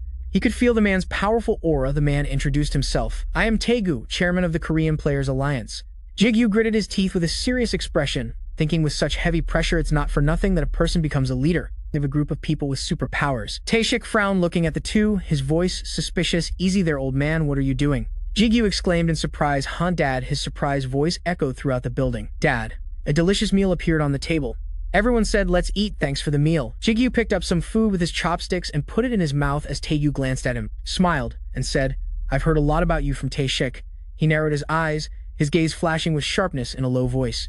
It seems he helped you a lot with his authority as a department head, huh? Jigu said while eating with a slightly flustered expression. More than a lot is an understatement, Taeshik exclaimed, his annoyance. Obvious, all right, old man, he's eating dinner. Let the kid eat. The old man disagreed, saying he can just keep eating. I'm just talking. He frowned and retorted. How is he supposed to swallow? Taegu crossed his arms, his tone serious. Anyway, I want to offer you a job. Do you want to hear it? Jigu hurriedly swallowed his food, then he raised his hand to cover his mouth, coughed lightly, and calmly asked a job. You mean the two began to discuss? The association wants to hire you? I've already told Taeshik, but Jigu smiled and replied casually, I have no intention of joining any organization. The old man interrupted. It's not like that. He looked at him startled and surprised. The old man made a serious offer. Do you want to become a mercenary for the association? A small two-story house was silently enveloped by the quiet night. Jigu was walking up the stairs, Taeshik's voice still echoing in his ears, even though the old man was a bit harsh. He doesn't intend to pressure or force you. Jigu remembered his words as he stood in front of his own house. It's just that he wants to give you a title, so you can comfortably receive help from the association, so you can help when needed and receive back what you deserve. This business deal. Jigu pondered. Affiliating with a party would also bring quite a few benefits. Even though it's not full-time, surely if Taeshik said so. He frowned, feeling a bit hesitant. An affiliation, huh? Jigu remembered Seongpi's words from the afternoon. What about you? He remembered the image of Suku along with countless other powerful members. He thought to himself, the Kim Guild. While I was messing around at level 1, Sugu has become the guild master of one of the 10 strongest guilds in Korea. Jigu thought worriedly. I've been indebted to him ever since we met. Suku's tall and sturdy back appeared before his eyes. Jigu encouraged himself. I can't be a burden anymore. I want to stand on equal footing with him. The image of the mysterious forest appeared in his mind, and Jigu's heart filled with confidence. See you later in the tower, Sugu. A flame hit a tree, causing an explosion as something nimble ran away. The mage holding a staff shouted angrily, Damn it, I missed. The other man held his sword high in front of his chest, his voice serious. Don't worry, I'll finish it. A fierce fire was blazing, he yelled. It's coming. A saber-toothed tiger leaped through the flames. It opened its fanged mouth and pounced on him. He swung his sword with all his might into the blazing red flames. The tiger fell to the ground motionless. He let out a sigh of relief. The mage asked in surprise, should we keep going? It's already dark outside anyway. He smiled and said, let's hunt 2 more. The 2 of them shivering approached. They discussed in low voices near the tiger. I think I'm about to level up. Is it getting colder? It's probably because it's night, but it's strange. He wrapped his arms around himself, shivering uncontrollably, his voice doubtful. Usually the 26th floor has a hot climate. The 2 stood on top of a hill looking down. A voice rang out. I think they're at the bottom of the hill. The mage was startled, his eyes and mouth wide open. Below the hill were countless animals frozen solid into blocks of ice. He cried out in horror. What is that? A vast area seemed to have returned to the Ice Age. Ice and snow covered the entire region. A voice rang out, Guildmaster, it seems it's not here. Sugu was sitting on the carcass of a frozen animal, he said. I understand. Sugu placed his hands on his knees and slowly stood up. He opened his mouth and exhaled a puff of white air, his voice casual. Then let's keep going on the screen now. An image and an audio announcement about the Player of the Week appear. A press conference is being held. Last weekend, the Angela Guild announced they would conquer the 80th floor, shocking the entire world. The Angela Guild master the world's #1 ranked player Lee Seo-ho and also player Shin Yubin, who was just added to the master list back in March, have reinforced the fact that South Korea is definitely a nation of strong players. The girl's voice continued so. We have prepared a special event for the Masters. A fierce image of a player appeared along with an introduction. The first one is the living legend Asura. The other editor added, even among the 5 great masters, who are considered the pioneers of the master world, information about Asura is still extremely limited. No one knows anything about him, his nationality is unknown, age, or even gender. That information was being relayed to Jigu. He immediately asked, are you telling me that Asura, who was once known as the world's strongest player before Seo-ho, is the president of the Korean Player Association? And also his grandfather, Taeshik, replied. That's right, Jigu exclaimed. Oh my, you're really rich. Beyond imagination. He reached into his breast pocket, took something out, and replied, ahem, well, don't let this get out. This is top secret information. Then Taeshik took out a ring, placed it on the table, and said, anyway, take this. He was startled and asked, what is this? A marriage proposal? I think you've got the wrong person, you're giving me goosebumps. His voice deepened as he scolded you. Idiot. Taeshik said seriously, it's an identification item provided to mercenaries. With it, you can receive authority equal to a director. Jigu's eyes widened in surprise, and he exclaimed, really? He smiled and said, Si-hoon will explain in more detail. From today on, he will be your secretary. A voice echoed in the dark room, you will receive the same treatment as a high-level player. Regarding matters related to the tower or clearing gates, and every time you complete a mission, you will receive a reward. The association can buy back the items you obtain during missions without any discount. He became more excited as he spoke. Furthermore, you have the right to refuse any mission. Got that. Jigu was frozen, unable to process it. A voice echoed in the tower, how wonderful. The light from a skyscraper illuminated the dark sky. This is New York, USA, the headquarters of the Iron Guild. Iron Seal stood facing the glass window and said in a low voice, so you wanted to see me. The man looked at his back in silence for a long time. He called out Rogers, he bowed respectfully, and said, yes, Guildmaster. He suddenly started coughing continuously. He glanced at him. He asked coldly, what's wrong? His eyes widened, they were bloodshot, and his expression was fierce as he gritted his teeth. Korea, please let me go to Korea. I'm begging you, Guildmaster. I'll do anything, I can give you everything. So he casually interrupted him. All right, he looked at him in shock. His voice was calm as he spoke. I will open a branch in Korea and make you the director. Do whatever you like, even get your revenge. Iron Seal continued, and I will grant you number 9. He froze in shock for a moment, then exclaimed excitedly, 9 you say? The Holy Sword number 9. He bowed his head and said hastily, thank you, Guildmaster. Thank you. His voice filled with joy. Thank you very much. Iron Seal glanced at him, a cruel glint in his eyes. He thought, that's right, Roger's hand. Be the stepping stone for my revenge. His face darkened as he thought to himself, and the Demon King. He gritted his teeth, his expression fierce as he whispered. The next time they met, the light from the lamp shone on his metal leg. He screamed wildly in his mind, I will tear you into 1,000 pieces. A notification board appeared. L title, Holy Sword. Lord.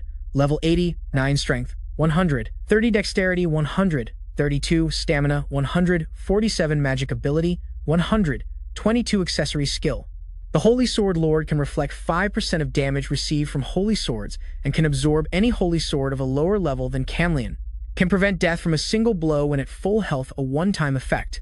Jigu sat in a car stopped at a red light. He thought, the Holy Sword, huh? It has gotten significantly stronger since absorbing Canlian. Jigu touched his chin doubtfully, but how do I find one? L, do you know? A voice echoed in his mind. I'm sorry, Master. Although I have awakened my power, my memories are still not intact. Jigu glanced at his reflection in the car window and asked in his mind, what about you, Ru? He remembered the ferocious wolf from before Jigu began to analyze. You said you still don't know how to use the ego fragment I took from Changkyun's ego, but you've already absorbed Fairies' ego. He asked curiously, how do you feel? Has anything changed? Seong-hun smiled and asked, did you get a haircut? Jigu replied, a little flustered, yes. I realized it was a bit messy, so I trimmed it a little. Ru's worried voice rang out. It's like he can hear us talking. She calmly reassured him, no way, what about the fragments? Ru replied, I don't know. His voice was dejected, what did I expect from it? Jigu ended the conversation with Ru and L. He turned to ask him, excuse me, Mr. Seong-hun, where are we going? He calmly explained a gate. A unique one in Yosu, the gate's measurement device keeps fluctuating between F rank and C rank. You just need to clear it. Jigu nervously touched his chin. This is my first mission as a mercenary. I'm a little nervous. The car sped down the road, he said casually. There's no need, because our first goal is just to gather information. The car sped past a billboard. He was startled when he saw it the rest area. Seong-hun said, I'll go in too. Jigu was startled, his heart pounding in panic. Oh crap, my baby potatoes, when did we get on the highway? Seong-hun continued. Oh right, have you heard? He smiled cheerfully. Mercenaries at the association will be given nicknames, while Jigu was still tearfully thinking. My baby potatoes. He looked at him in amazement and asked, a nickname, you mean like Demon King or Asura? Jigu replied, I haven't heard about that. Seong-hun explained it was decided in this morning's meeting. He asked in astonishment, why did they decide that on their own? He said calmly, your nickname is Finger Killer. Jigu's jaw dropped, his eyes flashing with confusion. The angry faces of Seong-gu and Han Yoon appeared in his mind. Jigu forced a smile. What a coincidence, huh?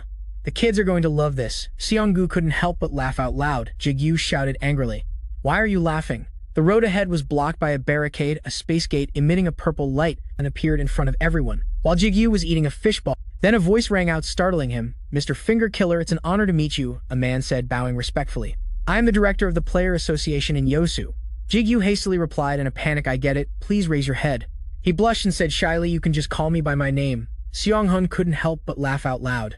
Jigu glared at him angrily and shouted, stop laughing. The two stood before the space gate, a voice rang out. It appeared a few days ago and was immediately deemed a unique gate. No one has entered it yet. Seong-hun touched his chin, thought for a moment, then said, so the first objective is still reconnaissance. As planned, what is our current manpower? He said seriously, we can assemble a B-rank subjugation team. If you request it, that's enough. He smiled and waved his hand. I have gathered the necessary equipment in the management office. As soon as you two are ready, we can leave immediately. Suddenly, he looked towards Jigu, his voice stuttering. Seong-hun saw this and turned his head back, doubtfully looking at him. The two cried out in horror. I mean, Mr. Kim, player Kim Jigu. The two rushed over to persuade him. Sir, it's a unique gate. It's dangerous to be so reckless. He looked at the space gate. Feeling a little worried, he asked again in his mind, Ru-el, are you sure? El affirmed, I am sure, master. Jigu raised his hand to touch the space gate. Suddenly, the quiet space gate turned violent. The other two shouted in panic, damn it, it's a gate crack. He quickly took out his phone to call for help. Contact headquarters immediately. Request support from nearby guilds, damn it. Why is this happening? There should have been more time. He was shocked as he felt the gate's violence. It really is, Ru said calmly. I told you so. A notification appeared in front of him. Accept link with this gate. Jigu raised his hand and touched the notification. Accept link. El cheered happily, an ego, master. It's an ego. Jigu was now standing in front of the gate. Emitting a dense dark aura, someone turned back and asked any word from headquarters, yet the member on the phone reported back. They said it will take at least 15 minutes. Everyone worriedly called out Hunter Kim. He gently raised his hand towards the gate. Where the link confirmation status was displayed, Jigu paused, thinking to himself, the gate is an ego. Huh, I had a feeling. But still, while everyone was still continuously calling player Kim Jigu's name, he just stared blankly. His hand about to touch the confirmation button. Is this really real? At that moment, Seong-hun arrived just in time, grabbing Jigu's hand tightly and pulled him back. He warned it's very dangerous, player Kim Jigu. The scene suddenly became intimate. He softly called Seong-hun's name. The others who saw this were momentarily stunned and gasped. My God, what is happening after that? The gate area was sealed off and carefully guarded. Scene change. A simple room had become a temporary office in a container. Seong-hun's cheerful voice rang out. How amazing, player Kim Jigu. He was silent, his expression a little tense. He rested his chin on his hand, a torrent of questions pouring from his mouth. Now you can even create a gate overflow. What's next? Are you planning to control a horde of monsters? Jigu averted his eyes, not daring to look at him. He scratched his head in confusion and said, I didn't know this would happen either. Seong-hun leaned back in his chair and sighed. He asked doubtfully, so what happened? Jigu stiffened. He was silent for a long time. Seong-hun recalled everyone's suspicion. He speculated it returned to normal, but was that really a gate overflow? I was a little worried. Jigu tried to choose his words carefully. I might have some idea of what happened, but this is a first for me too. I can't go into detail, but it's probably because of my unique skill. He frowned, his expression a bit awkward, and whispered, if it's your unique skill, it would be a bit rude for me to ask more. He took something and gave it to Jigu, saying, here, take this. Jigu was surprised. Taking the wooden mask in his hand, he asked doubtfully, what's this? He said calmly, it's a traditional Korean mask. I put the lipstick on myself. He remembered the countless players who appeared outside the gate because there were signs of an overflow. So now the area around the gate is full of players who were urgently summoned. He glanced at the gate not far away, then took out his phone, his voice worried. The reporters will be here soon too. Seong-hun frowned and showed Jigu his phone, which had a picture of the violent space gate from before. He said seriously, you don't want to be in the news, right? So wear the mask in front of others. Jigu said with some resignation, thank you. But your taste is really, he replied, flustered. Hey, this was hard for me to find. I mean, isn't the lipstick pretty? Jigu stood before the space gate discussing with them. After an hour-long meeting, everyone decided to let me enter the gate alone. He recalled the displeased faces of those players, but in the end, they just watched Jigu in silence. He guessed, although there were some objections, it seems the association took care of it. Jigu cheered happily in his mind. Mercenaries are the best. The association is the best. Seong-hun asked again a bit worriedly, are you sure you'll be okay going alone? Jigu replied calmly, since it's related to my unique ability, it'll be fine as long as everyone is prepared outside the gate just in case. The notification board appeared except Link. Jigu raised his hand, touched it, and said Link. A beam of light slowly engulfed his body. Jigu disappeared before everyone's eyes. The moonlight filtered down onto a dead branch. A crow turned its head, looking around warily. A man was walking hastily down a road. A voice rang out, checking your worthiness. He held his head, his voice dejected. Worthiness. Jigu took off the mask. He speculated with Ru and L. I just needed to name them. Maybe gates are different. Du said angrily, you're making us look so cheap. He put the mask into his bag, his voice doubtful. I'm not sure what's going on. But we just need to clear it right, he suggested. I don't know either, but it's best if you just destroy it. Everything, and see what happens. Jigu crossed his arms, trembling all over, and said in a scared voice, but anyway, this place is terrifying. We'd better clear it quickly. Ru and L cheerfully assessed. I can feel the presence of a damp and dreary magic. This place is fine, he said, while walking and looking around. First, let's find the place with the highest concentration of magical energy. Ru's calm voice startled Jigu. Master, I don't think that's necessary. He stopped as the ground beneath his feet trembled non-stop. In the distance, clouds of dust billowed up. Countless feet rushed across the ground as armored skeletons charged swiftly toward them. They charged in terrifying numbers. Jigu frowned, his expression becoming serious again as he said in a low voice, skeleton soldiers, huh? Suddenly, Jigu's eyes narrowed as if spotting something in the distance. A headless skeleton on horseback wielding a sword was charging at them. He exclaimed in surprise, That's a Dullahan. He cried out in shock, this is the first time I've seen the real deal. But come on, isn't sending out a sub-boss right at the start a bit much? Jigu put down his backpack and got into an attack stance. He called out Ru. The two replied in unison, okay, yes, master. Two streams of light, one yellow and one red, emanated from Jigu's body.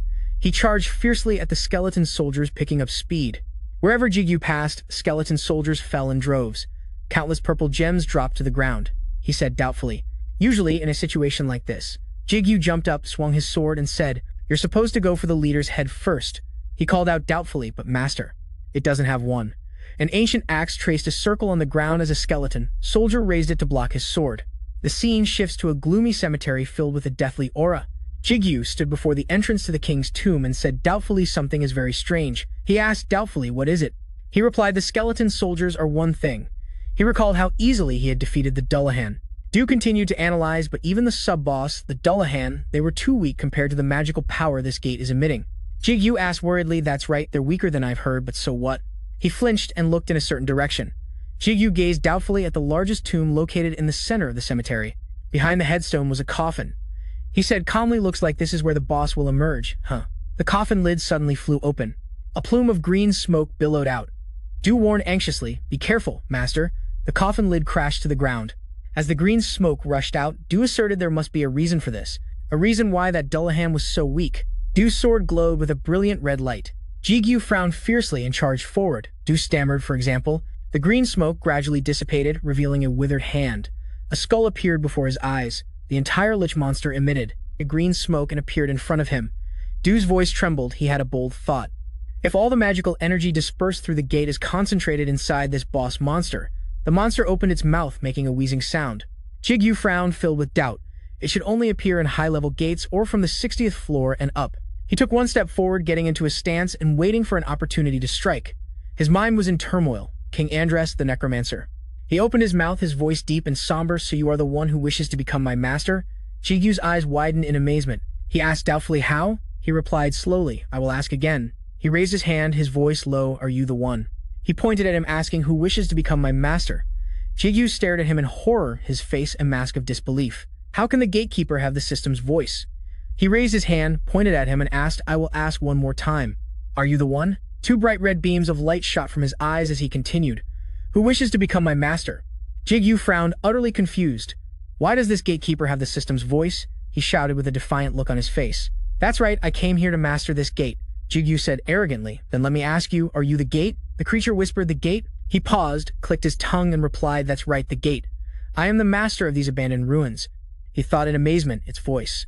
He raised his hand and green light began to condense in his palm. Jigu flinched, frowning and staring ahead. He thought urgently, Ru L, we have to act first. Ru and L replied in unison, very well, yes, master. A scepter appeared in his palm. He yelled, prove yourself worthy of becoming my master. A dark green light radiated from the scepter. A black vortex centered on him expanded without stopping. At the same time, a brilliant red beam shot from the scepter's tip. Jigu watched in horror as it rushed toward him. He gritted his teeth with a pained look. Damn it. Too late to dodge. A massive explosion erupted with immense destructive force. Afterwards, thick smoke and dust rose. Jigu coughed 2 times. His face darkened. He gritted his teeth and said, "Damn it." Du's voice came from within the sword. "Master, be vigilant. It's coming." He frowned and said, "I know." Jigu frowned, looking at him with a tense expression. He raised his 2 hands and countless sharp arrows materialized. He laughed scornfully. "Is that all you've got?" His voice was full of arrogance. "I haven't even started yet." Countless arrows flew towards him. The trembling sword lay not far away. The sword vanished. Countless arrows rained down. A rumbling sound echoed as dust filled the air. Jigu dashed to the other side. A large hole was bored into the rock where he had been standing. His voice called out, "Enhance." The rain of arrows rushed down again. Countless green arrows reappeared beside him. He said, "It's useless. Here comes another rain of arrows." Jigu dodged in a hurry, thinking to himself, "If I drop my guard for a second, I'm done for." Jigu gritted his teeth and said, "I'm counting on you, Ru." Ru asked in surprise, "What?" He reassured Ru, "Don't worry, I had a real knack for throwing grenades last time we practiced." Ru cried out in panic, "Wait, you mean? Hey, don't tell me you're planning to." Before Ru could finish his sentence, he was thrown by Jigu like a grenade. The sword stuck into the ground. Du couldn't help but curse, "Damn it, you son of a bitch, master." Jigu appeared beside him, smiled, and said, "Sorry about that." Du yelled angrily, "How can you still smile?" 2 streams of red and green light appeared as he took a running leap high into the air. With weapons in both hands, Jigu charged forward to attack him, slashing down with his sword. He thought, "Take this." King Andres calmly raised his scepter, easily parrying the blow. He said arrogantly, "Oh, you who wishes to become my master. This is not enough too." Jigu cut him off. "This was my true intention." He spun in midair as fast as a whirlwind. Then he landed a powerful slash directly on his chest. King Andres cried out in pain. A long gash of light appeared on his chest as a purple light corroded his body. After the attack, Jigu quickly used the momentum to leap away, widening the distance. He watched Jigu retreat and let out a low growl from his throat. King Andres touched the wound on his chest. He looked at the silver sword in Jigu's hand, which had a blue crystal embedded in it. Jigu remarked in a low voice, "That weapon is quite a nuisance. Looks like I'll have to avoid letting him draw out its power." Blue sparks appeared in his large eyes. Jigu frowned as the rain of arrows came again, but this time there were more arrows covering a wider area. His annoyed voice rang out, "Damn it. The range of the arrow rain has covered this entire area." El quashed the idea forming in Jigu's head, saying, "We can't dodge this one." El's voice was firm, "Master, swing me." "Master, I will lock it down." A volley of arrows started to rain down. Countless arrows flew toward his position. Jigu yelled, "Let's go, El." "Yes," Ru asked doubtfully, "and what about me?" His speed increased to the maximum. As if one person had become 2, Jigu swung his sword and deflected all the arrows. He told Ru, "Your attribute isn't a good match for this." Ru said, unconvinced, "What do you mean? Those dull dark blades are nothing compared to me." He explained to Ru while deflecting arrows, "I'm sorry, but this isn't the time to talk about maybes." Jigu frowned as he seemed to realize something. The arrows were getting faster and faster. He thought, losing a bit of confidence. "They're getting faster. Can I hold on?" He gritted his teeth, making a clanging sound, his expression resolute. Jigu asked Ru again worriedly, "Are you sure?" Ru answered with conviction. He glanced at Ru and said, "I trust you." He took the sword Ru and cut an arrow. When the green arrow touched Ru, it instantly disappeared. Ru said Ru was absorbing the dark energy. Ru continued, "Ru has begun to awaken the Lord of the Dark Blade." Jigu asked doubtfully, "What lord?" Ru said, "Seriously sacrifice something so it can fully awaken." A red light spread out from the eye on the sword. The eye emitted a brilliant radiance, and a powerful surge of red energy burst forth. He stared in shock at the scene before him, stammering, "How the hell can a mere mortal king?" Andres was slightly surprised, gritting his teeth and growling. His voice rang out, "It seems you're not all talk, but I haven't fully accepted you yet." He raised his hand and green smoke spread everywhere. Suddenly, the ground cracked open as if something was about to emerge. He said, "Let's begin the final test." Inside the cemetery, the corpses underground suddenly came to life and crawled out. The undead crawled on the ground and slowly stood up. He stood atop a mountain of corpses looking down at Jigu, his voice full of confidence. "I still have many things to ask you about that lord or whatever.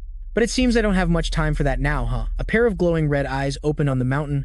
The mountain of corpses had turned into a giant monster. Jigu's eyes widened in horror as he whispered a living golem. It raised its fist, preparing to strike. The fist descended with incredible speed and tremendous force. A large crater appeared and dust filled the air. It stopped and searched around. He calmly analyzed, "If I'm at an elemental disadvantage, I'll just overwhelm it with this terrifying weight." In this case, a flash of light appeared in the thick dust. Jigu said, "Enhance." He was startled and glanced up. Jigu's speed was also incredibly fast. He slashed continuously from its hand up to its arm. The monster's arm was destroyed. He shot up into the air and said in a challenging tone, "How about this gate?" Jigu smiled confidently and said, "Am I worthy enough now?" He let out a startled cry as he swung his sword across his body. At the same time, he replied, "I accept you, O my master." A voice rang out, "The gate has accepted your link. Please name it." In the center of the cemetery, smoke swirled everywhere. The necromancer's body was smoking as a voice rang out. "The gate has accepted your link. Please name the gate." The black smoke gradually dissipated as Jigu whispered a name.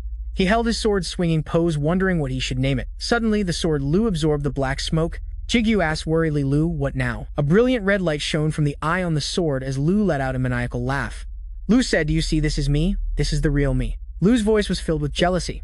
"Did you think I would just stand by and watch that holy sword get stronger than me?" Lu continued to laugh maniacally. Jigu cried out in alarm, "Hey, what's wrong with you?" The red light grew increasingly blinding, and Lu's laughter became more terrifying. Jigu screamed, "Lu!" His face still full of shock. He looked at Lu worriedly and asked, "Don't you think you went a little too far?" "What's wrong?" Lu asked confusedly. "What did I just do?" El said casually. "He's flustered." Master Jigu looked at the sword in amazement. El said, "Flustered."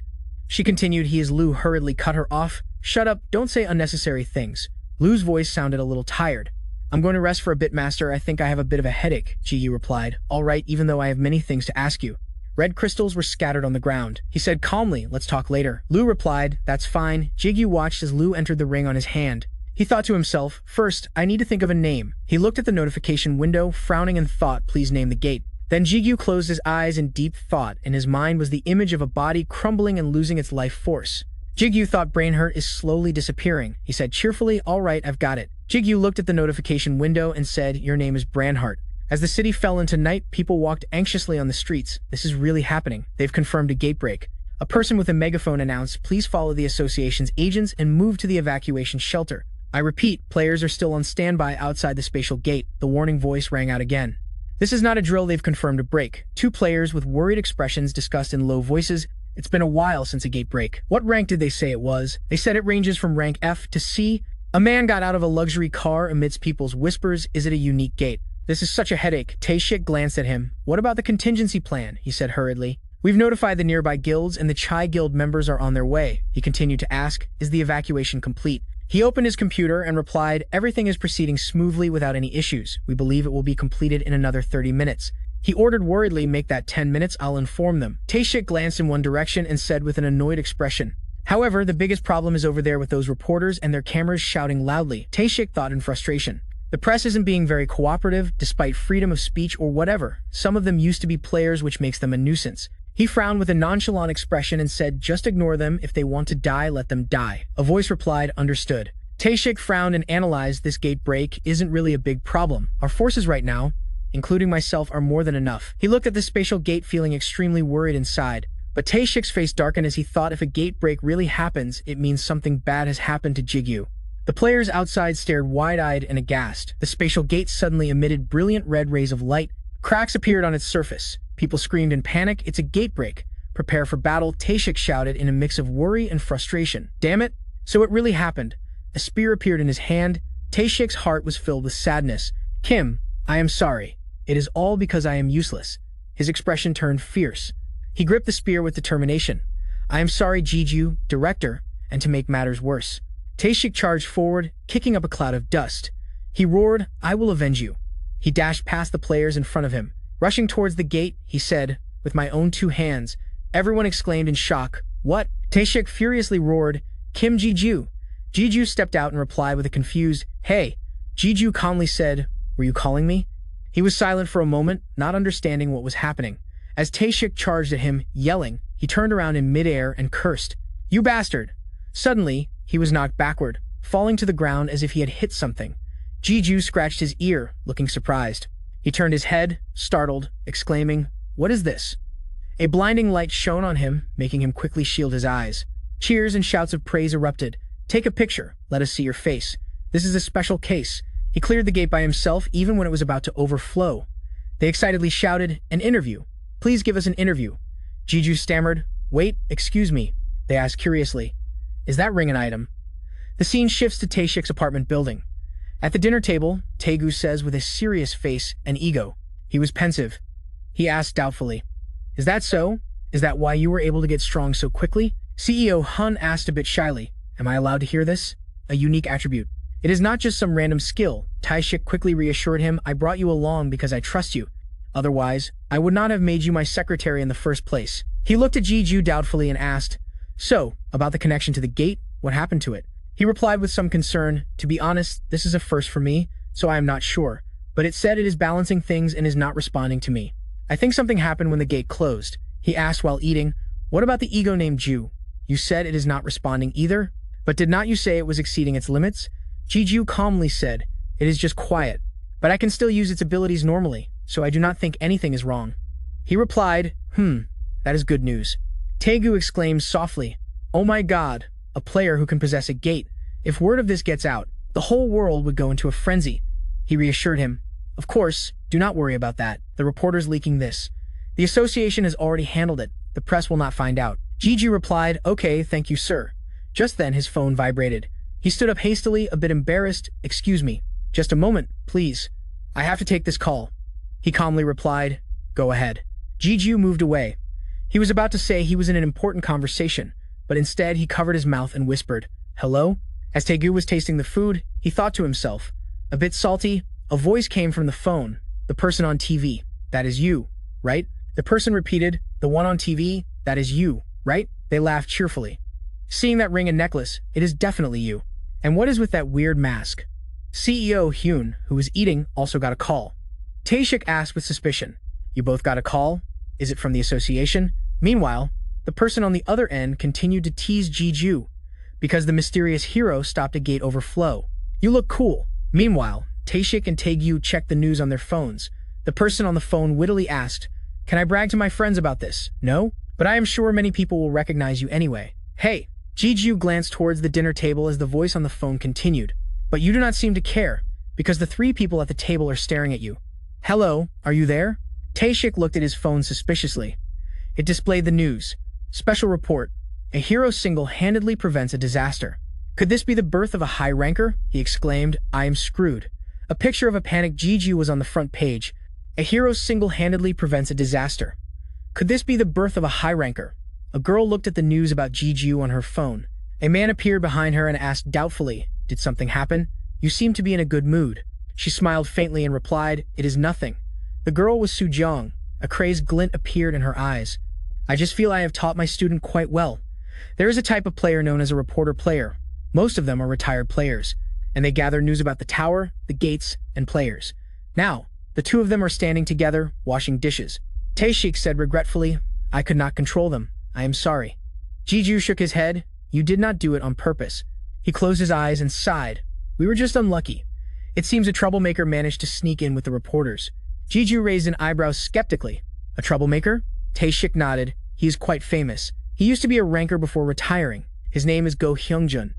He was ranked quite high, even among other rankers. Taishik warned seriously, but you should not get involved with him, so be careful if you run into him in the future. Hearing this, he slowly replied, all right. The scene changes to Dongdaemun, at Senior Huang's shop. Soft sunlight streamed down. Just then, Lu's scolding voice echoed in Jigu's head. So now you are interested in collecting 10 items. Such a bad habit, you, selfish master, craving another ego. He closed his eyes and smiled wryly. Ju would probably say that if he were awake. Jigu walked around the room, looking at his surroundings. It is pretty empty without him here, is not it? Elle spoke apologetically. I am sorry, master. But I could never talk to you like that, she said timidly, full of fear. How could I dare? Jigu replied wearily, you do not have to be like that. Someone asked, seeing Jigu's puzzled face, what are you muttering about? Jigu scratched his head sheepishly and chuckled. How have you been, senior? Resting his chin on his hand, he could not help but comment, I saw the news. You are quite famous now, are not you? Jichun glanced forward. The necklace. I recognize your Terre and Hermes. Then he playfully teased. Should I be paying you an advertising fee? Jigu smiled and explained, actually, that is why I am here. Jichun muttered in surprise. You are really asking for an advertising fee? Jigu, flustered and sweating, said, now that things have turned out this way, I do not think I should stand out so much, so I need something to hide my identity. Hearing this, Jichun's expression turned grim. So, you are looking for a mask? I have to admit, the one you wore in the papers was really ugly. Jigu immediately refuted. That is not it. Jichun continued in a low voice, I am sorry, but I do not think my shop has what you are looking for. Jigu quickly repeated, I said I am not looking for a mask, and it is not like I bought that other one. He asked in confusion. Huh? Then what is it? Jigu looked down at the 2 rings on his hand, his voice slowing down. As you know, egos and masks are pretty recognizable. For the mask, I can just stop wearing it. He recalled the online articles. The rings look quite rare, so I tried to look them up, but there is no information on them. It seems he wears about 3 or 4 of those things. He really has a lot of good gear. The ring on his ring finger is a mercenary ring from the Union, the Players' Union. I have seen it before. I think I have seen someone wearing rings like that in Seoul not too long ago. Jigu continued, luckily, the tear has not gotten much media attention yet, but the problem is the rings. He calmly explained his issue. I cannot be without them, so I am looking for a way to hide them. Jishun went, oh, is that it? That is no fun. Then he pointed to a shelf behind him. There are gloves and gauntlets over there, and there too. Go take a look. He added, I have made a few, but not that many. Jigu followed his advice and looked around. I managed to successfully link with Brandhurst after a few failed attempts. But linking with the Tear and Hermes was easier, he thought to himself. If I remember correctly, is it because my ego possession ability has increased? Hearing this, Elle immediately spoke up. Yes, master. She then shared her thoughts. Before, your possession ability was only enough for me and Rue, but you are much stronger now compared to back then. Not that I am saying you were weak or anything. Maybe it is because the egos did not like the names you gave them. Jigu cut her off dejectedly. I do not need your comfort, Elle. He hesitated, looking at each item one by one. Thoughts raced through his mind. They all look fine, but I should not pick anything with a flashy design. However, at that moment, something caught Jigu's eye. He reached into the shelf and muttered, all right, I will pick you. Jichun saw his action. He smiled, thinking to himself, good choice. Jigu began to speak. Link, your name is. The moment he put it on, a stream of light burst out from within it. The system announced, Oberon. You have successfully linked with the ego Oberon. You can now access Oberon's information. Jigu wiggled his fingers in delight. While he kept gasping in amazement, Jichun asked how they were and he tilted his head to reply. It feels a little strange, but I'm sure I'll get used to them. The system started displaying the necessary information. Oberon level, 27 strength, 40 dexterity, 30 health, 12 magic power, 8 skill. Disguise force, Jigu thought to himself. It has the perfect stats for a gauntlet, force and an instant strength boost. Then he suddenly wondered. I wonder if I can summon Rue and Elle while wearing it. Regular gauntlets always break when I summon them, so I can't use regular ones. Thinking this, Jigu decided to speak Rue-El. As soon as he finished, the 2 rings on his hand immediately lit up and powerful electric sparks shot straight out. The air hissed violently. A moment later, 2 sharp swords materialized covered in brilliant red and yellow currents of electricity, as if coming alive in his hands. Jichun, who witnessed this, couldn't help but gasp in admiration. Nice weapons. Jigu looked at the 2 familiar swords and felt relieved, thinking to himself, alright, the summoning works normally. But the most important part is whether it can hide the rings. Even though this gauntlet is just an accessory at this point, he decisively shouted, disguise. As expected, the Oberon gauntlet immediately stretched out completely on command. Covering the 2 rings inside, Jigu was extremely satisfied with this result. I think I can even use it daily. He praised enthusiastically. It's amazing, senior. What's the price, however? Jichun suddenly shook his head in refusal. All right, you don't need to pay, then he continued. But in return, if I need your help at any time... Jichun rested his chin on his hand seriously, looking at him with great anticipation. You can help me just once, can't you? In the blink of an eye, it was the next day at a tall building. Jigu was standing in the Union lobby on the 1st floor when a noisy crowd suddenly appeared in front of him, making the atmosphere chaotic. Is it true that they are Union secret agents? Please answer us. He had a confused expression. What's with this commotion? Seong-hun started to explain. These reporters have been bothering us a lot lately. He closed his eyes and sighed in frustration after the news about that day got out. They come here every day. They're here for the masked rancor. The more Jigu heard, the more shocked he became. His eyes widened. Not knowing what to say, he continued. The one who went pretty wild on his first mission. Jigoro said thoughtfully, I think I should stop climbing the tower for a while. Maybe I should go check out some gates. However, Seong-hun immediately rejected it. No need for that. He smiled and explained, the reporters think the player Kim Jigoro is a high ranker and they are waiting for you on the upper floors of the tower. Saying this, Seong-hun suddenly burst out laughing gleefully. But it's not a problem for me because the reporters looking for the masked rancor are all on the lower floors. Jigu's lip twitched. Are you mocking me? He shook his head, of course not morning at the tower's 1st floor. The harsh sunlight shone down on the area. Jigu's gloved hand was covered in a sticky black liquid. Behind him, a goblin's body lay unconscious on the ground. As Jigu walked, he recalled Jichun's words, if I need your help at any time, you can help me just once, can't you? Jigu pursed his lips and thought, The senior doesn't underestimate the value of the items he creates at all because he takes great pride in his products. He walks slowly, step by step. The request will probably be very difficult at this very moment. A low voice suddenly came from behind Jigu. "Are you there, master?" As the voice finished, he hurriedly turned his head to look around, however nothing unusual appeared. Jigu called out doubtfully. "El, did you hear that?" she asked, puzzled. "What are you talking about, master?" He opened his mouth and mumbled. "I think I just heard someone say something about a master." The strange voice continued. "The one who calls himself their master. Call my name." Jigu repeated, "Did you hear it this time?" El also didn't know what it was. Could it be Ru awakening? He shook his head and disagreed. "No, the voice is very different. It's telling me to call its name." Then at that moment, Jigu suddenly remembered something. Could it be Granhart? As soon as he finished speaking, a shiny sphere like a mirror suddenly appeared in front of him.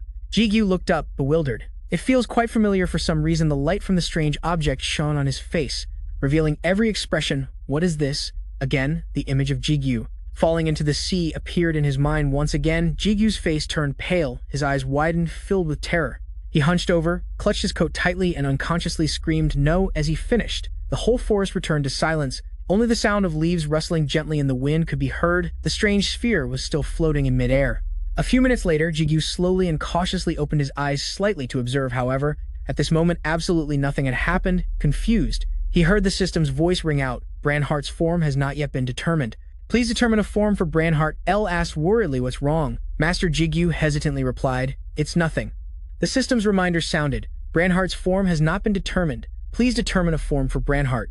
At this moment, Jigu's face showed hesitation. He mumbled, "It's a bit different from Ru's time, isn't it, El? Do you know what to do?" El slowly instructed, "Place your hand on the sphere and imagine the form you desire." He slowly moved forward but still felt uncertain. Will this really work? At this point, Jigu gently placed his hand on the sphere above. He pursed his lips tightly, silently imagining what he wanted. Then Jigu slowly closed his eyes and his heart. He began to share some words. "Branhart, we've only been together for a short time." Jigu recalled the old moments. "But you saved me time and time again until you died. I just hope you can continue to protect me as before." Back then, Branhart had shielded and saved Jigu from a fatal attack. He thought to himself, "I want you to be by my side and protect me." As soon as he finished speaking, the floating sphere suddenly shot out a strange energy. Brilliant blue lightning bolts quickly snaked out from within to Jigu's astonishment and shot straight towards his chest, forming a brilliant sphere of light. The air was now so quiet, you could hear the crackling of electric sparks.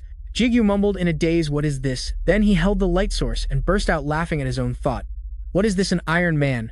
However, just a moment later, a joyful voice rang out from somewhere. "Master, I am so glad we can be together again." "Master." After hearing this, Jigu still didn't understand what was happening. But together again, he lowered his head and slowly whispered, "Could it be Branhart?" The system appeared with a notification. "Branhart ego with inherited memory." Jigu repeated doubtfully, "Ego with inherited memory. Is this really the Branhart I know?" Branhart hurriedly replied, "Yes, I am the Branhart you know," he exclaimed cheerfully. "I am very happy to see you again." "Master?" His forehead was covered in sweat as he played along. "I'm happy too." "Branhart?" On the contrary, Jigu felt it was very strange. Quite different from the image I had of Branhart. I imagined him as a kind of knight, silently protecting me. The voice seems quite childish. Then Jigu spoke. "Request merge." As he finished speaking, a stream of light appeared and surrounded his body. El calmly greeted, "Nice to meet you, I am El." Branhart replied with delight, "I remember you. I'm very happy too." Jigu's face was pensive as he stared at the system window and thought to himself, "A merge, not an accessory. So this is the result of applying my wish to it." Speculations kept popping up in his head. It inherited the memory from that name, and it also has the reflection skill that Branhart originally had. Branhart E-rank Ego Gate. Strength, 30 agility, 30 stamina, 30 magic power, 30 skills, merge reflection, absorption, domination, open, close ego with inherited memory. He figured the new skills were probably its abilities from when it was a gate. Jigu couldn't help but praise, "You're very impressive." Branhart laughed excitedly. "I did well, didn't I?" At this point, he raised his voice and asked, "All right, then let's test it out a bit." Open in the blink of an eye, a week had passed. Jigu was still training. I spent a week climbing the tower, while focusing on learning about the states of each ego, including Branhart. First, the new skills. Open and close. They have the ability to open and close a gate. A monster from inside the gate rushes out. He thought to himself, even though this is my skill, I still can't actually enter it, and the monsters inside don't follow my orders either. At this moment, the monster raised its weapon, preparing to swing it forward powerfully. However, before it could do anything, Jigu used his sword to knock it aside forcefully. A blinding flash of light immediately shot out. He watched with satisfaction as the monster broke into many pieces. But this skill is really useful because I have the ability to create a gate break if I want to. Jigu couldn't help but feel conflicted. If I could completely control this ability, I would just shout close, and then assume that the power I have would surpass what any single person could possess. The next skills are Absorb and Dominate. They are skills related to Branhart's development. The system displayed the Absorb information panel. Branhart can develop by absorbing other gates. Dominate. Branhart can absorb a lower-ranked gate and dominate it. Jigu began to understand. Reading this, I get the general idea. Branhart quickly reminded him, it only works on gates you already own, Master. His words made Jigu ponder, but it seems this skill has its limits. At that moment, a shadow suddenly fell over his face. Jigu calmly said, I want to try it now, but perhaps I should save it for later. First, in front of him was a giant tiger, growling like rolling thunder, its two eyes blazing. It shone with a primal power that momentarily froze the air. His low voice rang out, I need to take care of this guy first. This monster is the guardian of the 28th floor, the saber-toothed great bear. Its enormous size is a complete contrast to Jigu's small frame. He could not help but remark, I've only been hunting weak monsters all week. As he spoke, the great bear instantly swung its powerful arm at Jigu. He continued confidently, as if cheering himself on. So I need a challenge every once in a while, right? Just as he saw the great bear's razor-sharp claws an inch from his body, Jigu immediately shouted the command, Increase physical strength. A moment later, a violent explosion erupted from that spot, shaking the entire space. Dust billowed up thickly, as if something had collided with destructive force. Jigu planted his feet firmly on the continuously trembling ground. Dust and debris flew everywhere. At that moment, he gripped L and Ru tightly to block the great bear's giant paw. Then, Jigu looked up and smirked confidently. This is enough for a warm-up. As he finished speaking, he immediately spun and unleashed a brutal slash. The gleaming blade tore through the air, striking the great bear's arm and leaving it defenseless. Immediately after taking the full blow, its paw began to tremble violently. A dark liquid started to seep from the wound. The great bear went berserk. It opened its mouth wide, revealing sharp fangs, and let out a roar like thunder splitting the sky. The monster's expression made Jigu smirk in amusement. The great bear slammed its fist into the ground at the speed of light. The blow, carrying all its weight and fury, caused the ground to explode. However, Jigu managed to jump away in time. He then dashed to the side, repeatedly slashing at its enormous body with his sword. Red and yellow lightning crackled around the great bear's body like swirling energy rings, binding it tightly. Below, clouds of dust billowed endlessly. At that moment, it frantically raised its claws again, preparing to grab Jigu. However, not giving the great bear the chance, he quickly activated Brahms.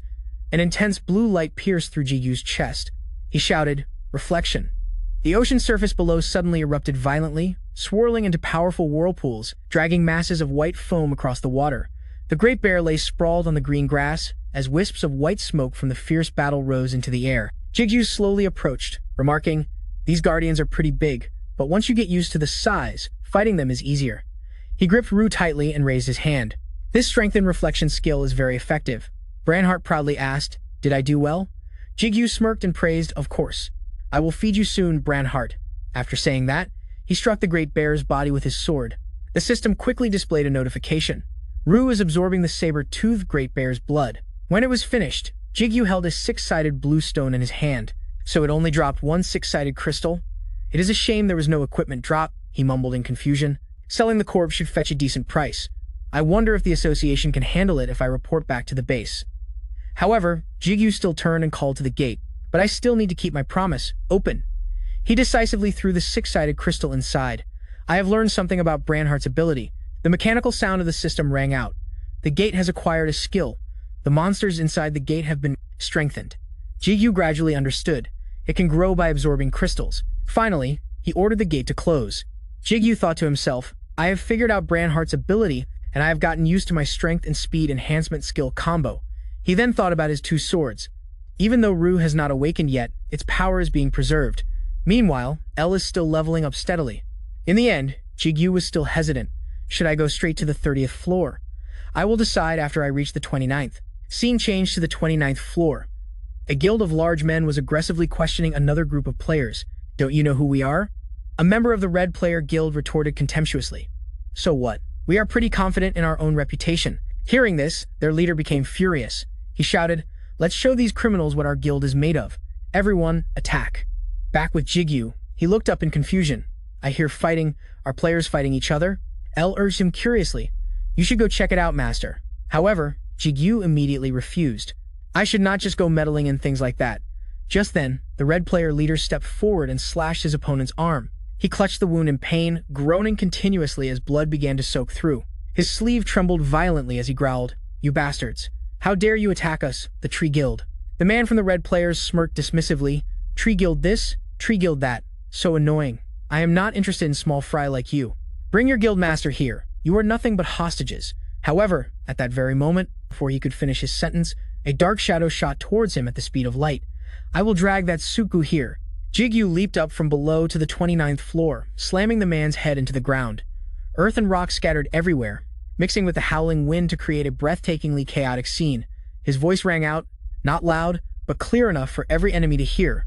"What did you just say you were going to do?" At that moment, Jigu's heart was pounding breathlessly, as if it would burst from his chest.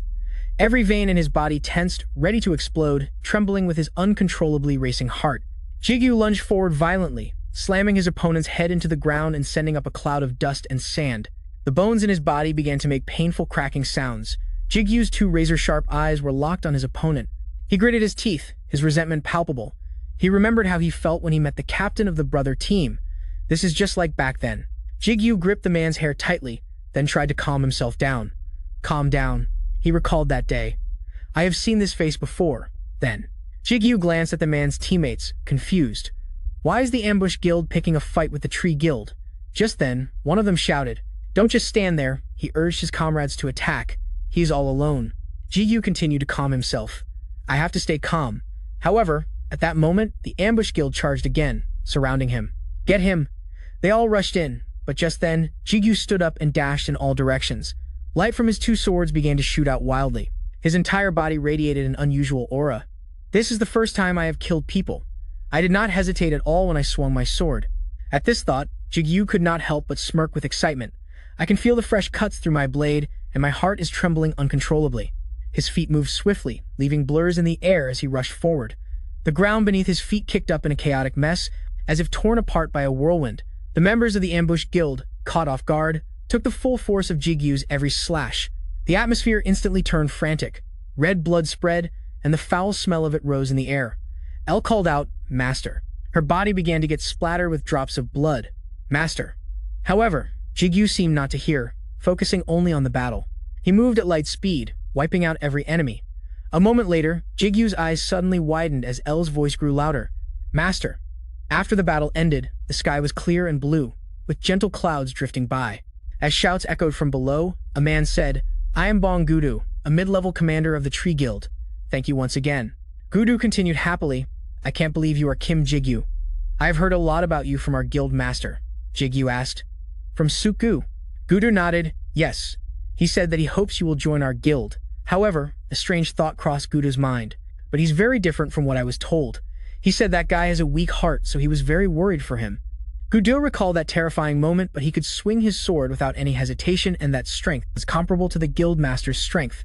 Just then, Jigu changed the subject anyway. "What happened between you all and the Ambush Guild?" "It seems they were targeting us." Gudu hesitated before speaking. "I'm not sure the guild master isn't the type to make enemies. The members of the Ambush Guild have been tied up," he continued. "I guess we'll find out after we interrogate them. Red players get killed anyway. We'll consider torture depending on the case." Gudu blurted out, "Even if the association allows it, this is something we're not particularly fond of." Hearing that word, Jigu mumbled to himself, "Torture, huh?" A few minutes later, after separating from the group, he stood in a bush, tilting his head and looking around. Jigu muttered, "When I joined the Guardian Punitive Force." He recalled how he couldn't control his emotions back then. "It's strange, I thought it was trauma from being tortured." Jigu stared at his hand full of doubt, "Because I also have issues with pressure. But when he talked about torture, I didn't feel a thing." Jigu frowned and wondered to himself, "Is it because they're criminals?" "No, I never had any trauma to begin with." He then speculated. Then questions formed in Jigu's mind. Why couldn't I control myself back then? He immediately dismissed the thought. No, that's not the most important thing. Jigu couldn't believe what he'd done. Why did I think killing was fun? Just then, Elle spoke hesitantly. "Master," he replied, "I'm sorry, Elle Grandheart, I made you worry for nothing." Then Jigu decided to turn back to the noisy crowd and reassured them. "You don't need to worry too much about this. I have my own plans." He silently recalled the Demon Lord. Jigu suspected she must have done something to him. Just then, seeing his figure, Gudu quickly stood up. "Player Kim Jigu, you're back." He said awkwardly, "Oh my goodness, I'm sorry you had to see that." Jigu nodded, indicating it was fine. "I understand it was the situation. Then he quickly asked, "Did you find out anything?" Gudu looked at the crowd behind him. Not much except that they were following orders from their superiors. Jigu replied softly, "I see." He frowned and continued, "It seems they're the lowest-ranking members, because they know nothing and their skills are below average." Gudu was sweating nervously, "It seems so." He thought to himself, "Or maybe it's because you're just too strong." Gudu continued his report, "We'll start heading down from here, although it would be great if we could contact the guild master and have him meet you, but there are many things we need to handle." However, at that very moment, Jigu suddenly stopped. "Wait." He turned his head, looking around with suspicion. "I feel something." In the distance, the sound of many footsteps could be heard slowly getting closer. One by one, they all headed in the same direction. On their chests was the familiar logo of the Ambush Guild. Of course, Gudu recognized it too. He muttered in horror, "The Ambush Guild." All of them formed a circle surrounding Jigu's group in the center. Why are there so many, he wondered. It looks like there are more than 100 players. Did the entire guild show up? Or do they care that much about their comrades? He glanced at the person beside him with an unhappy expression. "Mr. Gudo." Jigu thought to himself, "This is dangerous, but why am I?" He asked in a serious tone, "Did you send anyone to contact the association or the guild?" Gudu turned and replied, "I sent someone to report the incident, but I didn't ask for reinforcements." Jigu's body felt strange. "Why am I?" He immediately turned around. "I'll create a path. Prepare a messenger and fire." Jigu's eyes lit up like a burning ember. Enhancement. Am I getting excited at the thought of a fight, he wondered. His expression quickly darkened, confusing the members of the Ambush Guild. Then, just as they were about to charge, Jigu vanished, leaving only strange bolts of lightning in the air. Jigu had already leaped onto a palm tree behind them, causing the ambushers to yell, "What the hell? What's happening?" However, while they were still looking around in a panic, he immediately leaped down. "Damn it, where is he?" Intense beams of light shot out from Jigu's body like spears. The brilliant and powerful light tore through the surrounding space. Instantly, he used 2 swords and a flurry of slashes. The crowd descended into chaos. They screamed incessantly, "Die, he's all alone." At this moment, Gudu couldn't help but gasp in amazement. Right after he ordered his teammates forward, "Let's go support player Jigu." His attacks filled the air with the stench of blood. Jigu thought this isn't much different from killing monsters. Guilt? Pressure? I don't feel anything. At that thought, he smirked. No, actually. However, before he could finish the thought, from out of nowhere, suddenly a fierce fire erupted, scorching the entire area. Everyone watched as the forest burned, accompanied by billowing, suffocating black smoke. Everyone was stunned. No one could look away from the chaos in front of them. The fire was like a vortex from hell, roaring madly through the forest, sweeping away everything in its path. It blazed so intensely that even the rampaging Jigu had to stop and retreat by a meter. Just then, from the middle of the fire, someone's amused laughter rang out. He stood straight, staring intently at Jigu. Then he said, "You dodged that. This item is pretty expensive." "Well, I stole it from someone else." Gudo immediately recognized this person. He muttered in fear, "The guild master of the Ambush Guild," and it was none other than the fallen ranker murderer Choi Min-sek. At that moment, he couldn't help but remark, "You smell just like us." His eyes were empty, soulless. His gaze was lost in the sea of fire and smoke.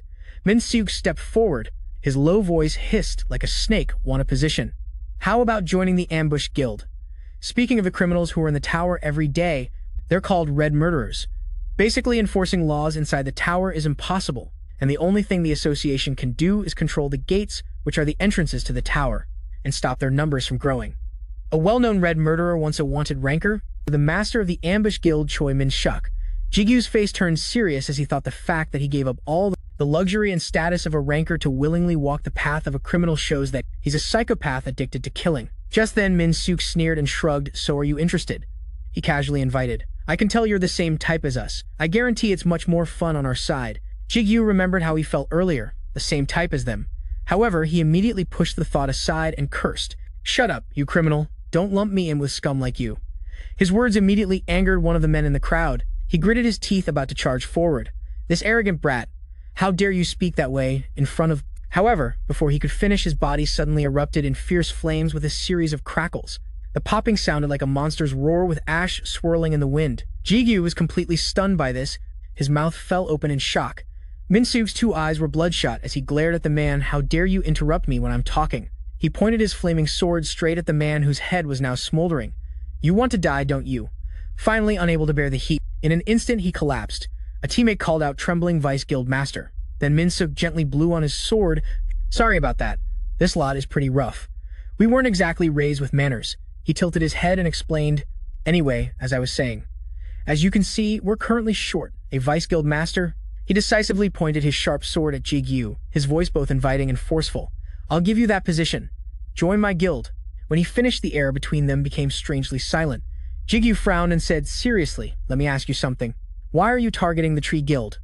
This attitude immediately displeased him. "Instead of answering, you're asking a question." I suppose there's no reason not to answer." Minsek's eyes lit up as he began to complain. "We're getting out of this tower. We're sick of being stuck in here." Then Minsek pointed his blade at Gudo. "That's why we need to have a word with your guild master." Gudo asked in confusion, "What does getting out of the tower have to do with our guild?" He probed, "Are you planning to use us as hostages?" Hearing this, Minsuk didn't bother to speak anymore and just smirked slightly at this moment. Jigya's face gradually became impatient. "How do you know about that?" "That is Sukwu's secret, his second unique attribute." Minsuk feigned surprise and let out an "Oh, you know too." "Huh." Then he grinned sinisterly. "You are interesting." At this point, Jigu couldn't take it anymore. He quickly lunged forward while shouting, "Shut up." Jigu glared fiercely, ordering, "Answer me now." However, as soon as he saw his eyes, he immediately became excited. "It is those eyes." Minsuk's hand clenched the rising flames as bright red sparks shot through the gaps between his fingers. Like burning threads wrapping around his flesh, he didn't hesitate to rush forward and whip them straight at Jigu. "I told you, you are the same kind as us." A smoking burn wound appeared on his face. Jigu thought tensely, since when was he using dual blades? The air quickly became hotter than ever, the sound of clashing weapons and shouts. The sound of footsteps on the scorched earth blended into a chaotic mess. Minsuk's eyes lit up with overwhelming pressure. He opened his mouth as if to warn, but there must be a pecking order as he finished speaking. He swung his sword straight ahead, creating a giant flame that spread like a hurricane, incinerating all obstacles in its path. The members of the ambush guild were also stunned. Stunned by the heat, Jigu hastily planted his feet on the ground, trying to stand firm while his mind was racing. "I have only skirmished with him a bit. This doesn't even count as a real fight." He gritted his teeth, tense about the current situation. "But this feels very different from past battles. I have faced dozens of high rankers like him. But this guy is fundamentally a master manhunter." At that moment, Minsuk was so excited he laughed out loud. He rushed forward relentlessly, delivering a barrage of slashes at his opponent. The ear-splitting sound of clashing and screeching metal filled the air. Minsuk taunted, "You think I will let you rest?" he thought to himself. "I am a bit slower than him."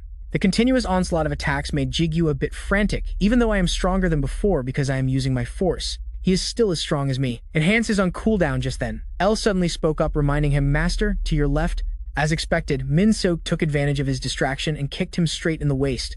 Jigu winced in pain. His whole body felt like it was about to shatter. His body slid across the ground, followed by clinging flames that chased after him. Jigu stabbed his two swords into the ground, trying to regain his footing. He wondered in confusion. He suddenly got faster as skill. El immediately refuted, "No, master." She hastily explained, "His movements have not changed at all." He speculated doubtfully, "So that means?" Minsek calmly and skillfully spun the hilt of his sword in his hand. He sneered, "Looks like it is taking effect. Huh. It seems my fire energy has scared you, but that is not the full power of this fire finger." Then Minsuk opened his mouth to provoke him. "It accumulates damage on the enemy you are dueling. That means the winner was decided the moment this battle dragged on." He repeated in a low, forceful voice, "You can't beat me. If you surrender, I will at least let you join the guild." Jigu muttered to himself, "Accumulates damage." He used all his strength and shouted angrily, "You should have said so sooner." As he finished speaking, Jigu seemed to go berserk, charging straight at his opponent. Enhance. Minsak was also surprised by his attitude. "Look at you hiding an ace up your sleeve." Huh. The flames erupted fiercely, swirling into a crimson vortex, engulfing the surrounding space. Sparks shot up to the sky, incinerating everything in their path. Minsuk raised his hand and shouted, "Then I'll also use all my fire energy, limitless fire." However, in this situation, Jigu didn't falter and continued to charge forward, his whole body drenched in sweat. The heat is terrifying. Thanks to this, I can finish him off. As soon as he saw Jiku's figure, Minsi's face immediately showed a stunned expression. He stubbornly used his sword to strike hard against Jiku's sword. It accumulates damage against the enemy you are dueling with. The air flared up red. From within Jigu, a strange green light suddenly spread out. Counter. System announcement. Granhart has reflected the accumulated damage onto the opponent. That blinding light made Minsuk unable to understand what was happening. What? The fire tornado swirled higher and more violently. It rose in columns of thick hot steam, blurring the scorching sky. The space became extremely suffocating and chaotic. At that very moment, a strange but powerful pillar of light suddenly shot out from within, causing the entire ground to shake. The members of the ambush guild looked around in shock. What's that? A body plunged straight forward. The speed was so intense that the ground beneath cracked with each step as chunks of earth and rock were thrown up, as if torn apart by an uncontrollable force. A moment later, Minsik lay completely unconscious on the ground. His eyes rolled back, showing the whites losing his initial powerful appearance. Jigu tightly gripped Rue in his hand, looking straight at his body. He sneered, exposing your own weakness like that. Are you a newbie? In the quiet space at this moment, the mechanical sound of the system rang out, activating. Finally, a faint pink light emanated from Min-suk. Absorbed player Choi, Min-suk. Absorption process successful. Jigu looked in surprise at Rue, which was emitting sparks, and wondered, it can absorb people too. But what are the conditions to activate it? By now his legs were trembling completely. I guess my legs can't take it anymore. As expected from a ranker. Things could have been much worse. Jigu continued to tell himself. But I can't let them see me being weak, because there are still members of the Smart Guild here. But their guild master is dead. Maybe they will surrender. However, at this very moment the area behind him suddenly began to shake violently. Jigu glanced suspiciously. The members of the ambush guild continuously whispered, the guild master is dead. That guild master was killed by him. Their words were filled with extreme rage. The vice captain is also dead now. Jigu slowly turned his head back. The members of the ambush guild mumbled to each other, if we can kill that bastard. But where is the leader's body? Elle hurriedly reminded him, Master, run away quickly. She urgently and fearfully called out, Master. But Jigu still lingered. It's not because of us, it's probably because of some skill. He recalled an old moment. That skill is counter, but it doesn't mean I don't take any damage. If I want to reflect damage, then I have to take it first, just like what happened at the Harrian Labyrinth. The damage I take will be greater because of that counter skill. Thinking of this, Jigu gritted his teeth in discomfort. My whole body is throbbing with pain. If only I could rest for about 10 minutes. No, a few minutes would be more than enough. Seeing this expression, the ambush members suddenly became timid and slowly backed away. His eyes lit up with a brilliant purple, like two burning ghostly flames. The guy with the scar on his face twitched his lips and thought I understand why the guild master liked him. In front of him, a hazy smoke rose from the opponent's body. He wondered in confusion, how can a player who isn't a red rank be this terrifying? Who is this brat? However, at this moment, the scarred-faced guy still smirked slightly. He confidently thought, it doesn't matter, we have the advantage in numbers. It doesn't matter how many die as long as I'm the one who deals the finishing blow. Thinking of this, all of them frantically charged forward, bright flames covering their swords. Carrying an overwhelming heat, the ambush team shouted to each other, he's tired, let's take him down together. Just like a normal hunt, at this moment, Jigu silently assessed the situation. But just then, his expression suddenly froze. Then Jigu calmly smirked too late. After saying that, a howling blizzard rushed in, blowing up the ground and lashing into the air like 10,000 blades. The ice quickly froze all the members of the ambush guild, making them unable to move. Jigu then breathed a sigh of relief. He smiled at the person and said joyfully, you're here. Suku, standing on an iceberg, calmly called out to Jigu. He also smirked and replied gently, long time no see. A moment later, the mountain forest scene returned to its warm atmosphere. A shrill scream rang out. The Gudo guild shouted in astonishment, Guildmaster. The young man opposite them was no less surprised. Suku.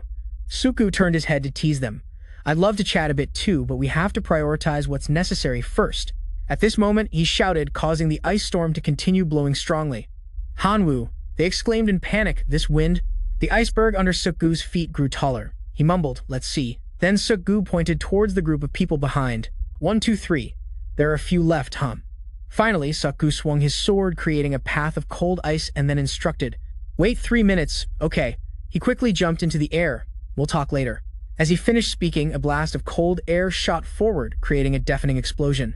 Suku gracefully swept through the crowd at the speed of light, leaving them no time to react. Then he used his sword to completely slash them, making the space immediately reek of blood. The slash of the ice sword tore through the air, chillingly cold and terrifyingly sharp. The surrounding scenery became filled with a dazzling red color. Jigu watched his technique and thought to himself, that's Suku for you, as expected. He stood in a corner, resting and drinking water, feeling admiration in his heart. He's still the same, no, he's even stronger than before. Jigu paused in silence for a moment, but now his gaze gradually became sharp and confident. The distance between us isn't that great anymore, my friend. Jigu then raised his hand to wipe the water from the corner of his mouth. Expensive potions really are the best. A shard of ice slammed hard onto the ground, creating a chilling resonant sound. The ambush guild members couldn't react in time to the attacks. In these attacks, while they were still screaming, Suku had already slipped away and hidden behind the ice. What the hell is this? He smirked amusedly. Then the two of them cooperated perfectly. Suku shouted, I take it back, 1 minute is more than enough. A moment later, all the members of the ambush guild were tied up. Suku then slowly approached Jigu. He couldn't help but exclaim, you've changed a lot. I almost didn't recognize you. Suddenly, Sugu asked curiously, but what's with your eye? Jigu heard this and was surprised, what's wrong with my eye? Suku asked back, you don't know. Your left eye is purple. These words immediately made him suspicious. I felt a bit of heat, but how did it change color? Jigu remembered Sujung's action and had a vague suspicion. He explained awkwardly this is probably because of his skill. Sugu slowly sat down and cleared his throat. Is that so? He continued. It seems you haven't just changed your appearance. Huh. I heard you've gotten stronger, but I didn't expect you to get this much stronger. Suku's steady voice rang out. Even after CEOP told me, I still couldn't believe it. But I never expected the masked ranker to be you.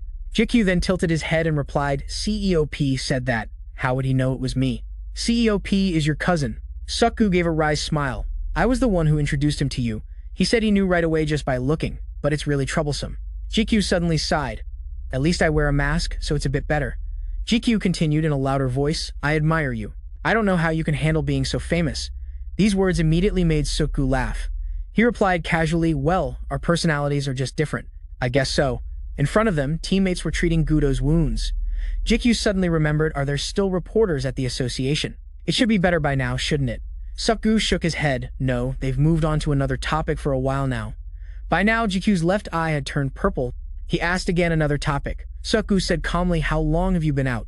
You should have checked the news at some of the checkpoints. He explained in a serious tone the association president has already revealed his identity to the press. Jigu mumbled under his breath, the president. He started to feel suspicious. At a time like this, did he do that for me? In the end, Jigu had no choice but to close his eyes and accept it. Maybe I shouldn't see this as a favor right now. Sugu spoke up, it's great to see you again. I'd like to invite you for a drink, but... Sugu stood up regretfully, not forgetting to dust off his pants. It seems a bit difficult. Jigu calmly reassured him, this is a big case, you'll be a bit busy. Sugu hummed in agreement, but a cup of coffee is still possible. I don't want to say goodbye like this either. Then he suddenly held up a brightly shining ring full of hidden meaning. We have a lot to talk about. Jigu asked Sugu curiously. You're a mercenary too. He explained slowly, there are many people. I'm pretty sure everyone recognizes you. Because of that ring. Then Sugu reminded him, be careful. Just because we're all mercenaries doesn't mean we'll protect each other.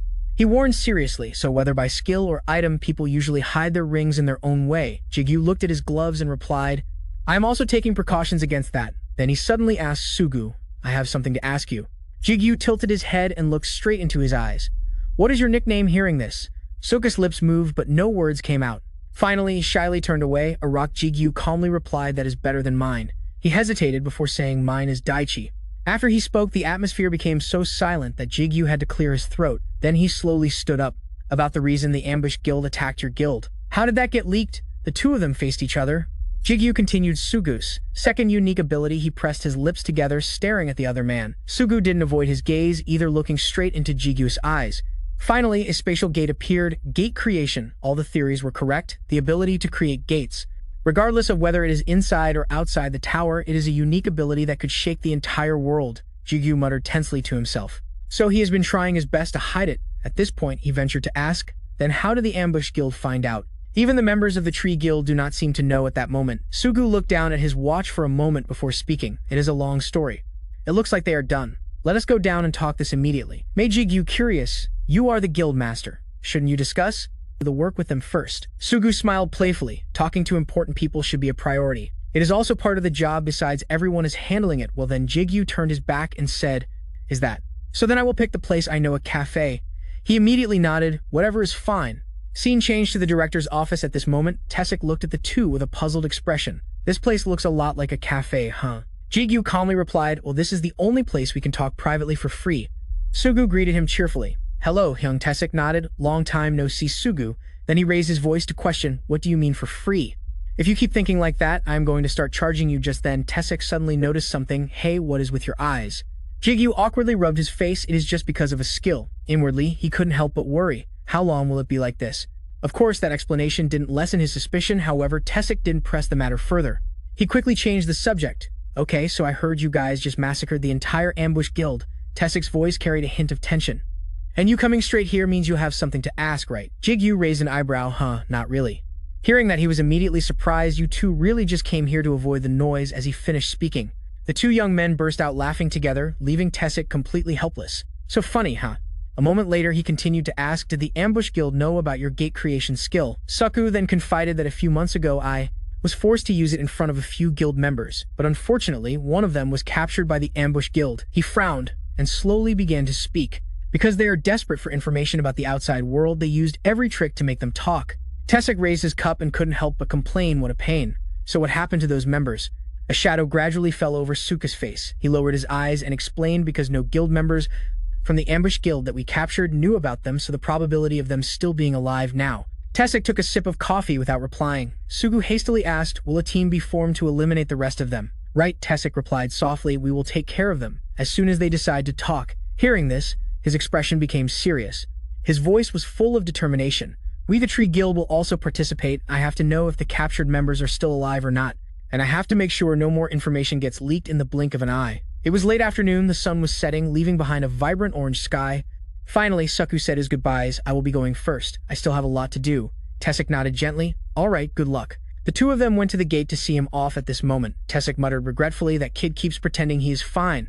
Jigu was also silent, agreeing with him. He may look like that, but he is probably a mess inside. Tessic always knew one thing. Because Suku sees his members as family at this point, he hesitated and turned to ask, are you okay? Jigu replied naturally, I have used a few potions and got healed by someone else, so I am fine. Tessic immediately shook his head and explained, no, I mean mentally. This is your first time killing someone is not it. He mumbled softly that Jigu glanced to the side and began to explain. Calling it the first time is a bit complicated because before I was determined to kill Roger's Hama no matter what. Then he lowered his head, his gaze fixed on his hands. My enemies all deserve to die and I have no reason to feel guilty. I feel perfectly fine now too. As he said this, Jigu clenched his fists. His voice gradually became faint. The problem is when I kill people I enjoy it. These words immediately made Tessic fall silent. He pressed his lips together and turned his head away, his eyes filled with a complicated expression. Tessic kept patting Jigu's head, which confused him. He smiled reassuringly. It's not really that important, more or less. In this line of work, many people may seem fine, but they're quite dark on the inside. In the end, Tessic concluded with one thing, the only thing that truly matters is whether you can control it or not. At that moment, Jigu regretfully closed his eyes to think, can I control it? The next morning, on the 29th floor, the sound of leaves gently rustled in the wind. A fragile layer of ice had formed on the surface of the leaves. Jigu looked down and exclaimed, still frosty, huh? He broke it off and mumbled to himself, typical Suku. I wonder what his level is now. Jigu turned his head back and thought, thinking back, he killed countless people here yesterday. I still can't believe it. In front of him was an indented patch of ground. Actually, I'm not shocked anymore. But I'm more surprised that I wasn't like that. Jigu vaguely raised his hand to touch his eyelid, and this eye also didn't change back to its normal color. Have I completely changed? Or was I always like this? Then T6's words echoed in his head. The only thing that truly matters is whether you can control it or not. Finally, Jigu stood before a giant door that radiated powerful energy, his voice filled with determination. Let's go. To the 30th floor. Then, Jigu couldn't help but recall that he had been through the test floor 3 times and, the system announced, the first test was to successfully hunt a goat. After that were floors 5 to 10 and floor 20. The second test, successfully hunt an orc. The third test, successfully hunt a minotaur. I was given simple tasks with the message, the difficulty has been significantly reduced. Thinking about this, Jigu's hands immediately began to tremble. It had always been this way, but his fingers trembled uncontrollably, as if something was draining his strength from within. Jigu bowed his head, panting, my hands are shaking. At that moment, he felt a doubt in his heart. Is my body warning me? Then a thought flashed through his mind. Never ignore a player's intuition. Jigu thought in confusion. Rue is still silent. Oh, right. It usually talks to me at times like this, and things are worse now that my senses have been enhanced. After drinking the elixir, he suddenly recalled someone's back. Then, Jigu took a gentle breath in and exhaled, as if releasing all his tension. His gaze quickly sharpened. Why hesitate? Let's go. El spoke encouragingly. I will go with you anywhere, Master. Brunhart also shouted excitedly. Me too. Master is the best. After that, Jigu cautiously pushed the door and stepped inside, his face full of tension. The last test just upgraded my skills, but who knows? This time, both the test and the reward might be different. As soon as he entered, the system's mechanical voice rang out. You have entered the 4th test room. You have met the requirements. You are worthy of participating in a special test. In front of Jigu was a scene shrouded in hazy dust. The sand was so soft that it left deep footprints. He frowned, shielded his eyes, and guessed. It said special, so it's probably different. I guess I have to enter that castle. El started to say, Master. However, before she could say anything, Jigu cut her off. Yes, I know. As he was walking, the ground suddenly began to shake violently.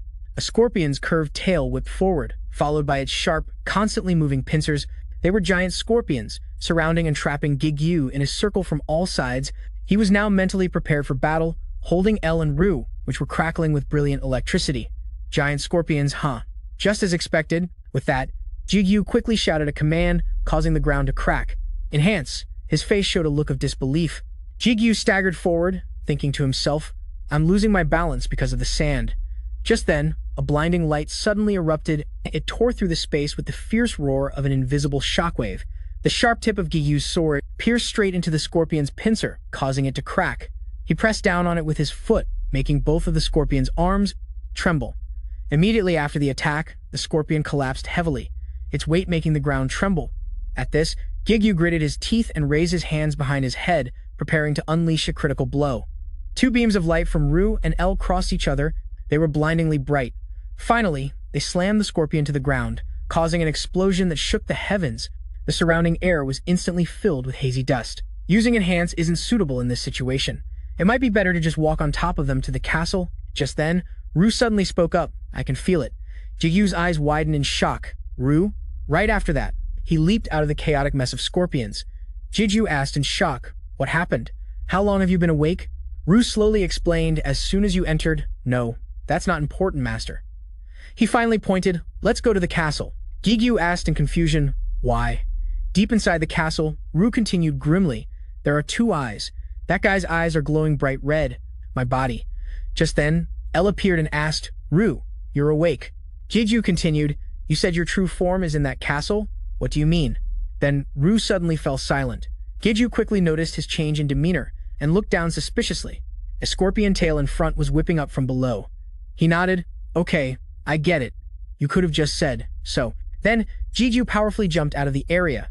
A moment later, Jigu squatted on Ru, leaving him very confused. Master, what is this? He smirked playfully. What do you think? I'm using you as a foothold. Now that you're back, get to work. Then he gazed into the distance. The scorpions were still stubbornly trying to follow, but they can't reach us. Look at them. Trying to defeat them is just a waste of energy, and I don't even know if there are more inside the castle. Or not, though it's a bit of a pity. Immediately, Jigu planted his foot, releasing energy at light speed. I'll go straight to the castle. Ru screamed in fear, save me. As he shot forward, he apologized. Sorry, Brunhart, I don't think I have time to collect 10 crystals. He replied calmly. I'm fine. Master, Ru said with dissatisfaction. What's with that tone? Jigu continued to shout. The ego. The gate is an ego that received the old Brunhart's memories. Ru said wearily. Yeah, so now everything has an ego, huh? Then, Brunhart cheerfully introduced himself. Nice to meet you, Ru. My name is Brunhart. You're my senior, right? So I'll treat you with respect. This made Ru laugh. Senior, huh? Do as you please. Jigu smirked to himself. Looks like he likes it. Finally, he narrowed his eyes, observing the situation ahead. As soon as he arrived, Jigu dug his heels in to slow down. He looked up at the giant tower in front of him. We're here. Ru saw the scorpions were gradually approaching. He urged, stop trying to look cool and hurry inside. A moment later, Jigu cautiously pushed the wooden door, making it creak. Then he brushed the dust from his hair. The door behind him quickly slammed shut. The scene inside immediately made Jigu gasp in awe. He stepped closer and exclaimed, a boss room, so even the statues look huge. On the wall were 2 torches with brightly burning flames. Ru urgently said, this way. Master, my body is inside that door. Jigu nodded in agreement. Now that I'm closer, I can feel it. His eyes were fixed on the door ahead. Or at least, I'm certain there's something behind that door. In that instant, the ground began to shake violently. Dust particles on it bounced up and down. The sight made Jigu's eyes widen in surprise.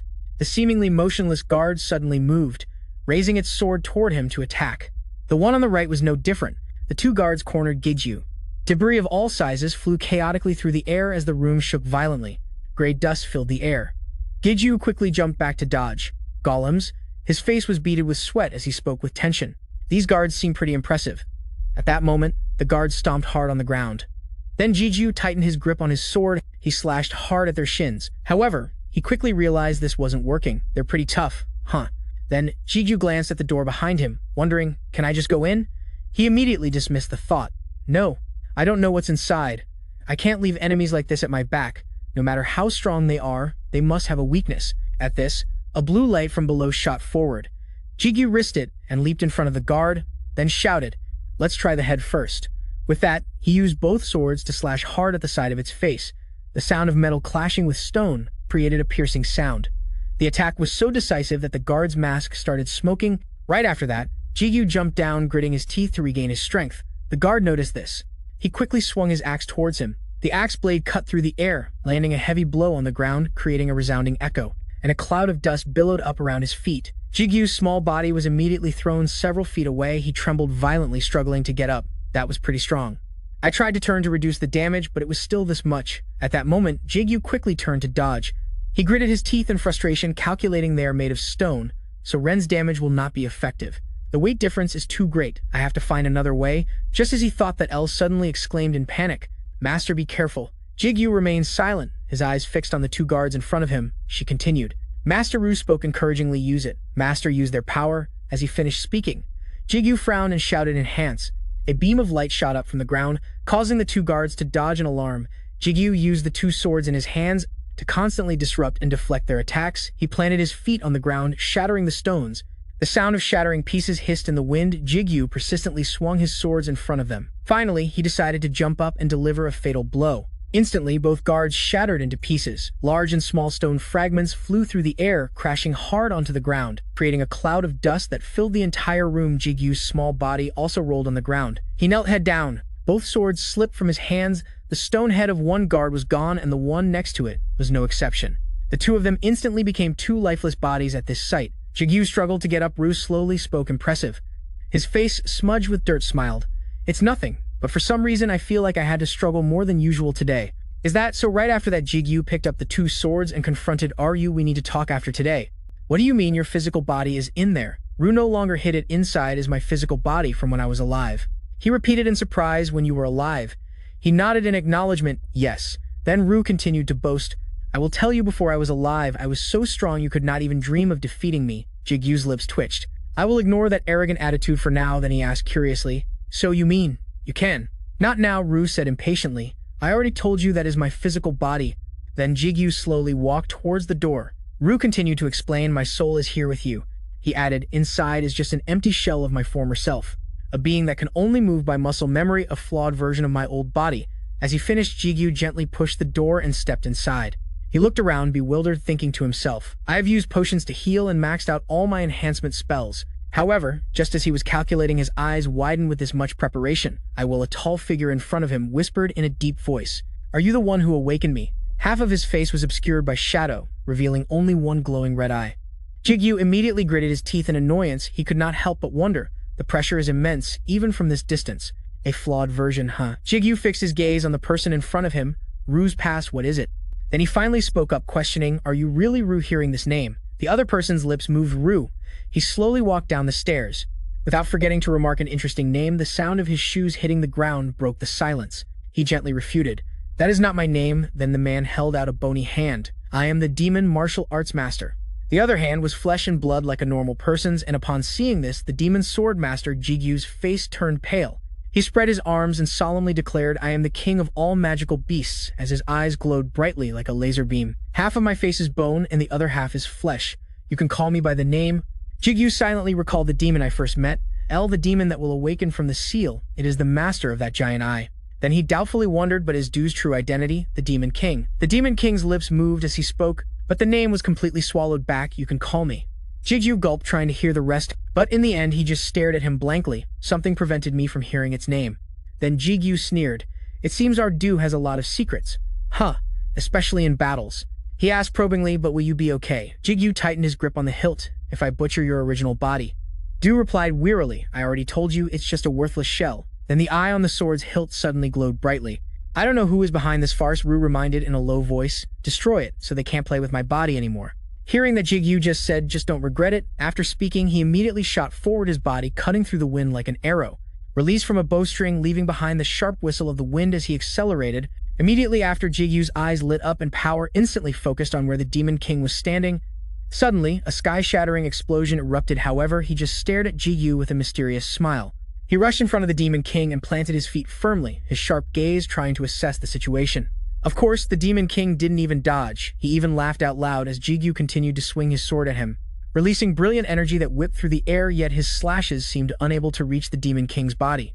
The Demon King stood still as a statue without flinching, then his eyes suddenly widened as Lu warned him to be careful. As soon as he finished speaking, a series of brilliant red beams of light shot straight towards Jigu. He immediately jumped backwards, successfully dodging the attack. Jigu stood still, watching the thick black smoke fill the air and gritted his teeth, thinking it's strong, I can't get complacent. The Demon King, standing behind a row of sharp swords, couldn't help but exclaim, "Oh, guest." He continued to provoke, his voice sharp, but with just that you won't even be able to leave a scratch at that moment. Du hummed in agreement. Those words immediately reached Jigu's ears. "Hey, you always talk like that, huh?" He gritted his teeth and muttered helplessly. "I'm annoyed, but he's not wrong. A huge problem right now is the endless walls of swords. At this rate, I won't be able to get close to it." Then the Demon King smirked, rubbing his chin, and asked, "Is that all you've got?" Finally, he suddenly snapped his fingers, mysteriously. Then this time, a moment later, the swords stuck in the ground suddenly floated into the air. The Demon King excitedly said, "It's my turn now." This sight made Jigu hesitate, as the swords seemed to share a single will. Instantly, they all shot forward at once, cutting through the wind with a murderous whistle. A violent, eardrum-shattering explosion erupted. Dust and smoke billowed in thick, suffocating waves, stained with the fiery orange glow of embers. The swords all struck the same spot, but Jigu was no longer there. Even the Demon King had to gasp, "Oh God." In a flash, he appeared behind him, raising his sword for a fatal blow. But the Demon King quickly noticed and calmly sneered, "Are you really that foolish?" As he spoke, Jigu slashed repeatedly but couldn't touch the Demon King at all. Moreover, those swords had turned back towards him. Jigu squeezed his eyes shut and screamed in pain, but still managed to leap backwards under the Demon King's gaze. Jigu slammed his two swords into the ground as Elwood called out in panic, "Master," and Bronhood asked, "Master, are you okay?" Then Du hurriedly urged, "It's coming, get ready." As dozens of swords rushed towards him again, Jigu continued to slash repeatedly. He blocked their path amidst the thick smoke and the harsh clang of metal, gracefully dodging and moving as lightly as the wind, and weaved through the close-range attacks. Jigu thought tensely, "This attack is much more annoying than one powerful blow. It's like I'm facing dozens of swordsmen at once." At that moment, he recalled the Demon King's words. "I am the master of demon swords and the king of all demons." Thinking of this, Jigu hurriedly shouted, "Ru, they're demon swords, right?" Ru replied, "They are low-grade, but they are all demon swords," as he frantically blocked them. Jigu asked, "Like how El absorbed Carlion. Can you try to do something with them?" Du replied dejectedly, "If I could, I would have done it long ago." Then he explained helplessly, "Right now I can't do much. This place provides a lot of power." The Demon King's eyes were filled with provocation. Du bitterly emphasized, "To that body more than to me." Hearing this, Jigu was shaken and couldn't help but curse. Damn it. Those swords continued to multiply, growing more and more numerous. Then Du suddenly offered an idea. "But since this place is special, perhaps I can lend you some of my power." Jigu felt like he grasped a lifeline and asked, "Your power?" Ru continued to urge, "Just give me some time immediately." Jigu mumbled time, and as he finished speaking, the ground beneath his feet suddenly gave way, causing him to slide back. Then Jigu brought his sword behind him, you think. He gathered all his strength and swung forward, forcefully striking back to block the path of the sharp swords. "It's that easy." Jigu's gaze became extremely sharp and serious as he gritted his teeth, trying to observe the situation. Finally, Jigu quickly ran in circles to distract the swords. Behind him was a dazzling blue mass of energy. The Demon King stood motionless, watching the scene before him, then let out a breath as his eyes lit up mysteriously. How interesting. Jigu's face was now tense as the swords continued to rush madly towards him, and he quickly ran. Dodging the blazing flames that chased him to buy more time, he hurriedly asked, "How much longer do you need?" The king hesitated and said, "Just a little longer." Jigu's eyes filled with panic as he urged, "Hurry up." The Demon King seemed to be watching a comedy, his swarm of swords a stark contrast to Jigu's small, lonely figure. He was still falling and couldn't stop. Finally, Jigu shouted, causing Bronhood to glow brightly. As he spoke, an explosion erupted, sending the swords flying everywhere. The Demon King saw this and let out a surprised "Oh!" They all fell scattered to the ground, creating an ear-piercing metallic sound. Jigu tightened his grip on El, which was stuck in the wall. He struggled to hold on, thinking, is it effective? Just then, the swords began to regain their strength and continued to rush forward. Seeing them aim straight at him, Jigu cursed, "Damn it," and impatiently pressed Ru. "I don't think I can buy any more time." "Are you almost done?" At that moment, Ru spoke in a low voice. "Well done." The system announced sensitivity to magic is increasing. Assimilation rate has reached level C. Jigu smiled brightly as if grasping a lifeline. "Come on, I was about to die." However, the Demon King still didn't understand what was happening. He looked at the source of power above him in amazement as the system continued. "You can now use the ego ability more effectively." The Demon King's eyes widened and he stepped back a few meters. How can that human use that power? In the smoke, a dark figure gradually appeared. "You have learned death magic from Ru." His eyes lit up with a deadly glow. "From now on, you can use death magic to a certain extent inside the vast space." The announcement rang out, "You have learned Death God from Du. From now on, you can manipulate death to a certain extent." The swords gradually appeared from behind the mist. The The Demon King below looked at them doubtfully. How can an ordinary human use that power? Impossible. Opposite him, Jigu charged down with his sword. The Demon King looked up at him in a panic. Jigu gritted his teeth looking at him and biting his lip in anger. The Demon King trembled among the swords. No way. He screamed madly with resentment. That is mine. Immediately after, the swords rushed forward like a mad vortex. They cut through everything in their path. The swords sliced into flesh, mixing with blood as he stood in the vortex of swords. Looking at him, he screamed madly, tear him into 1,000 pieces. Immediately after, the swords poured down. Seeing this, Jigu calmly raised his sword, focusing his power into it, his eyes filled with determination. In front of him, a powerful vortex of swords rushed forward, the energy radiating from it glowing a fiery red. On the other side, red smoke also billowed out from the hole and began to dissipate. Branhart asked doubtfully, Jigu, did you take him down? Hearing that, he was a little startled. Behind him, the Demon King's silhouette was still slowly approaching. Jigu was still standing in the smoke. Confused, he wondered why she said that. Behind him, the Demon King raised his hand to summon a weapon, his skeletal hand trying to release a stream of blood. Finally, the Demon King raised his sword, energy radiating around him. How dare you? He glared and roared in anger. A mere human like you dares. The stream of energy was quickly slammed down, followed by a slash that struck straight into the ground, causing the ground to shatter. He immediately jumped up to evade the slash.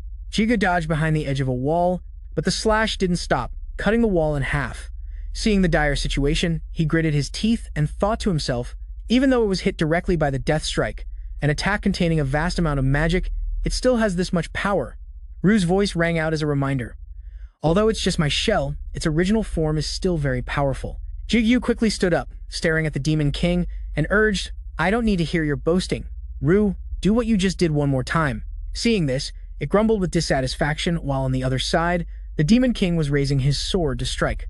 Do you think it's that easy? Although I'm in a special place, I can only do it one more time. You'll reach your limit. If you overdo it, your body won't be able to handle it. He gritted his teeth, his brows furrowed, staring vigilantly ahead. One time. I think that's enough. Rue was confused. What? Immediately after, Jigu leaped up, his sword cutting several paths through the air. The Demon King stood watching, his hand gripping his sword tightly. He muttered, I suppose so, then calmed down. He raised his hand, the sword enlarging above his head. You don't learn, do you? He said, matching Jigu's timing. The slash came straight down on his head, shaking the ground. Jigu's feet sank into the earth as the surrounding dust and smoke slowly cleared. He reached out, blocking the slash with his own sword, his face contorted in a struggle as he gritted his teeth. The Demon King looked at the trembling Jigu. He calmly pressed his sword down. A bug is just a bug, no matter how high it jumps. What will you do next? His expression was ferocious as he stared at him and laughed. Are you trying to test your own limits? Immediately after, his eyes widened in shock. He stared at Jigu's hand and the sword that was blocking his slash. That human. Only then did he notice the glove on his hand emitting energy. Where's his right-hand sword? Suddenly, a sword shot towards him from behind.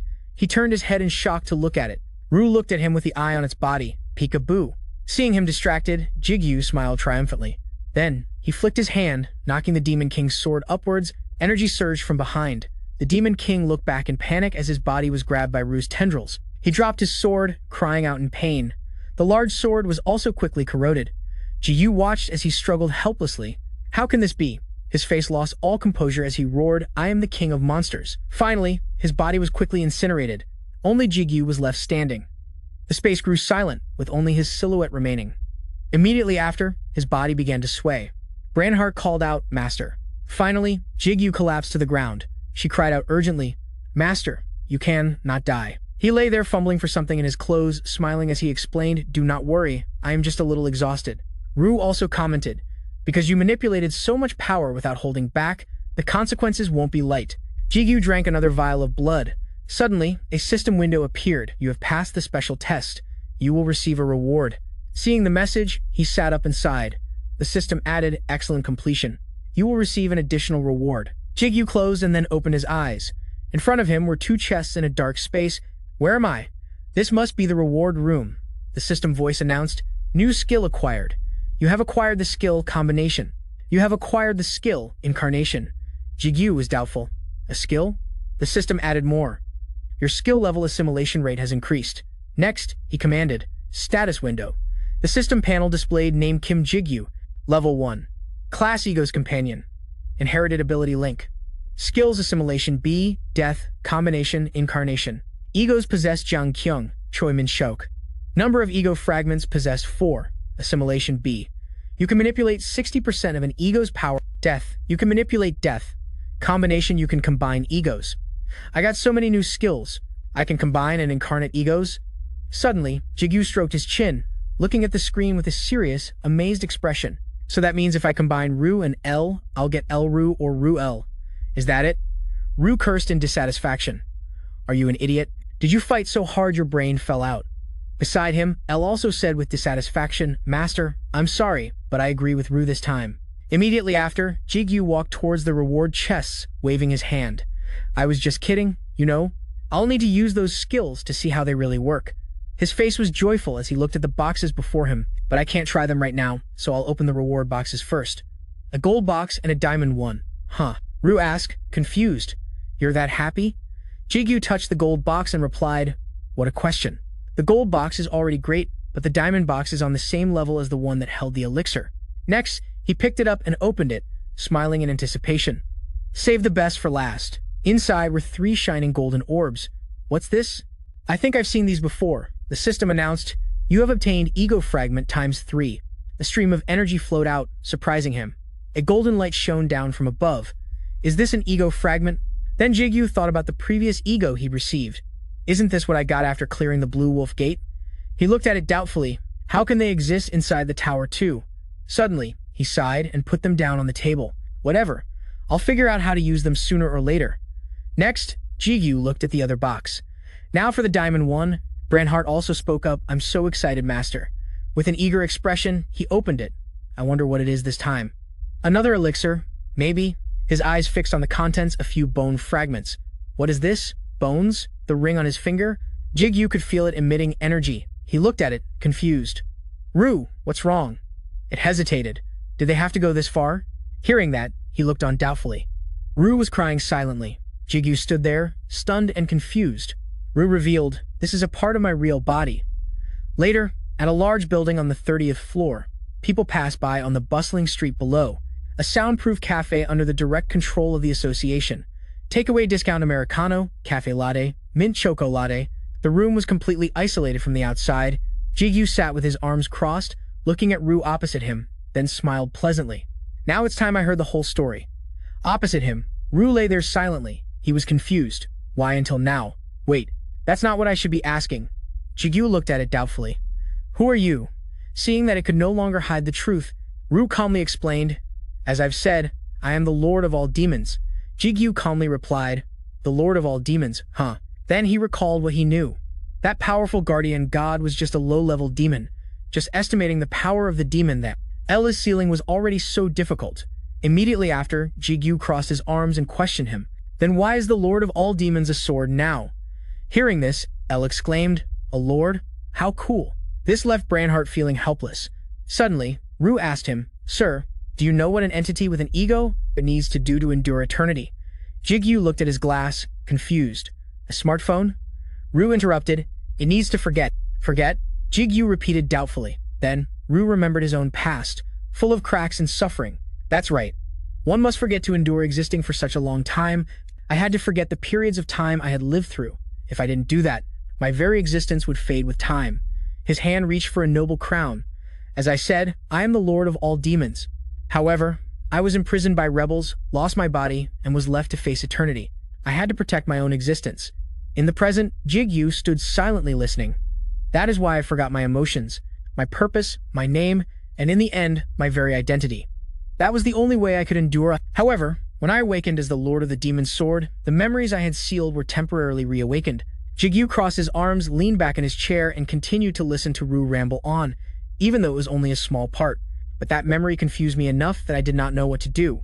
His gaze fell on his reflection in the sword. His brows furrowed in doubt, so I decided to forget everything again outside. The sun was gradually setting. In the end, I did not get much information from my conversation with LVL. Jigu stepped out of the gate outside. The crowd was still talking. He was lost in thought because Ru chose to forget again. He could not answer many of my questions, and because I did not want to see Ru in pain, I did not ask anything more. I have chosen to postpone deciding what to do with Ru's body parts. He then looked up and outside, thinking to himself, no matter what his past was, Ru is still my first ego, the one who gave me hope.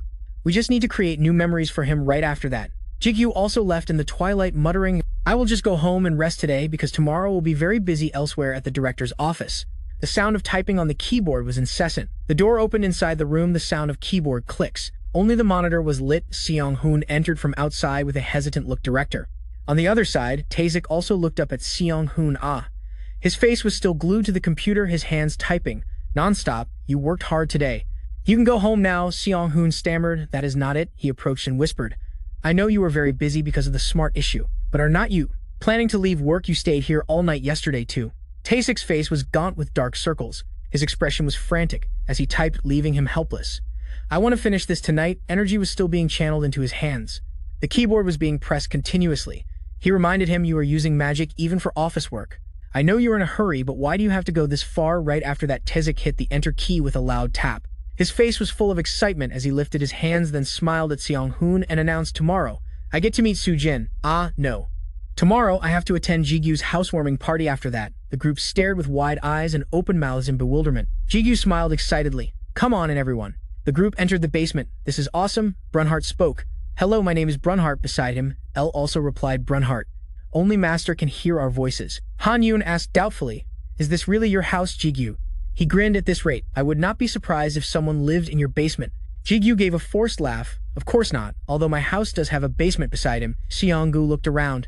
"But your house is really amazing," he added. "So, compared to this place, our guild headquarters is just an abandoned building." Beside him, Siwoo also complained, but looking at them, he could only give a forced smile. Jigu's hand touched the doorknob, urging, "Stop arguing and come in." The door opened. Inside, Soo-jin smiled at them.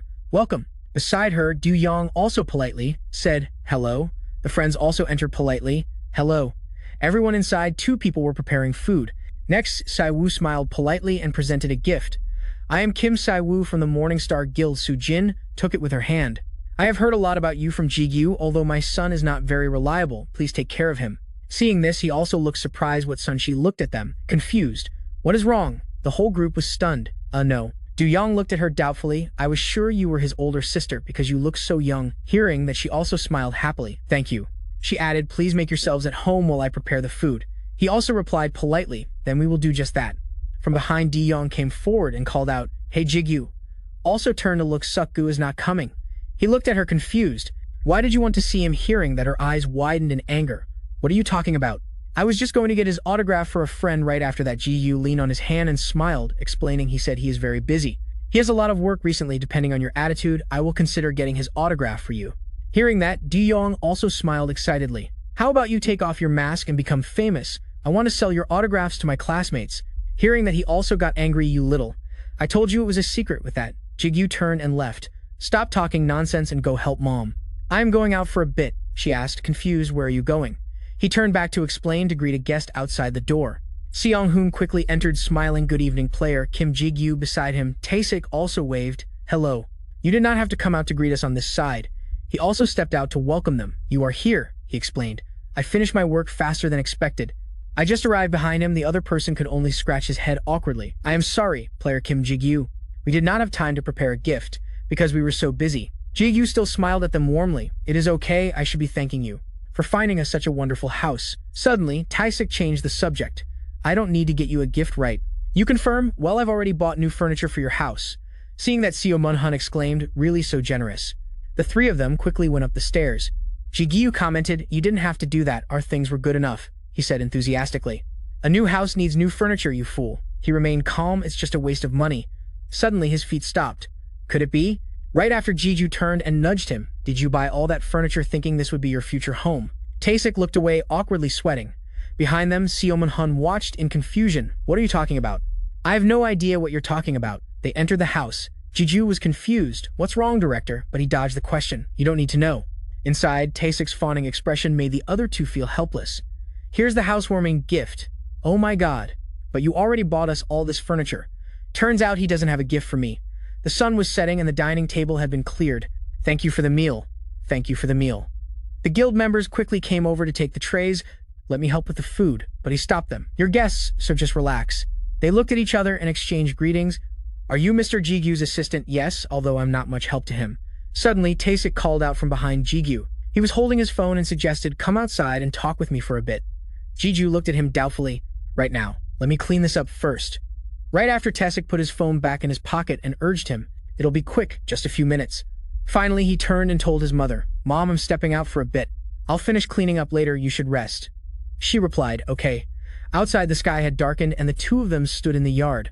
Jigu asked, puzzled, "What did you want to talk about that we had to come outside for?" He propped his hands up and added, "The association will make an official announcement soon, but I thought it was best to let you know first." Then he calmly delivered the news, leaving him stunned. "The Iron Guild has opened a branch in South Korea." Gigu's eyes widened. Tessic explained with a sorrowful look, "The association was against it, but the Angela Guild interfered. It seems they've made some kind of deal." Then he recalled the battle and added, "As you know, the association can't just ignore the Angela Guild. The name value of the country's top guild is no joke, but we've already voiced our opinion." Tessic rubbed the back of his neck, troubled. Anyway, that old geezer, the association president, has already faced the media over this. Then he turned to look at his expression. After that, Tessic turned to leave. "I'll do the cleaning. Make sure you cool down before going back inside." Jigu's body radiated an oppressive killing intent. He reminded him, "Don't release that aura in front of your family." Jigu's hand clenched tightly. Blood even trickled out. Elle reminded her master. Vu was also helpless.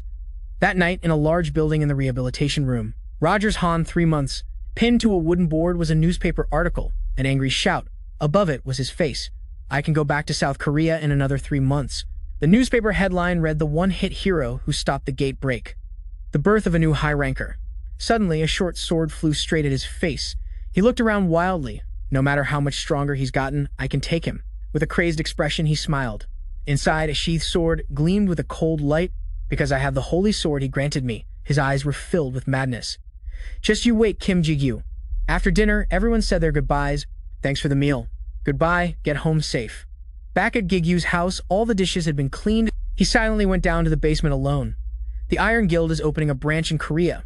The quiet space echoed only with the sound of Jigu's footsteps. Thoughts raced through his mind. This will happen in 3 months, and the branch manager is Rogers Han. Jigu carefully pulled the doorknob. "My chance for revenge has come sooner than I thought." He slowly stepped inside.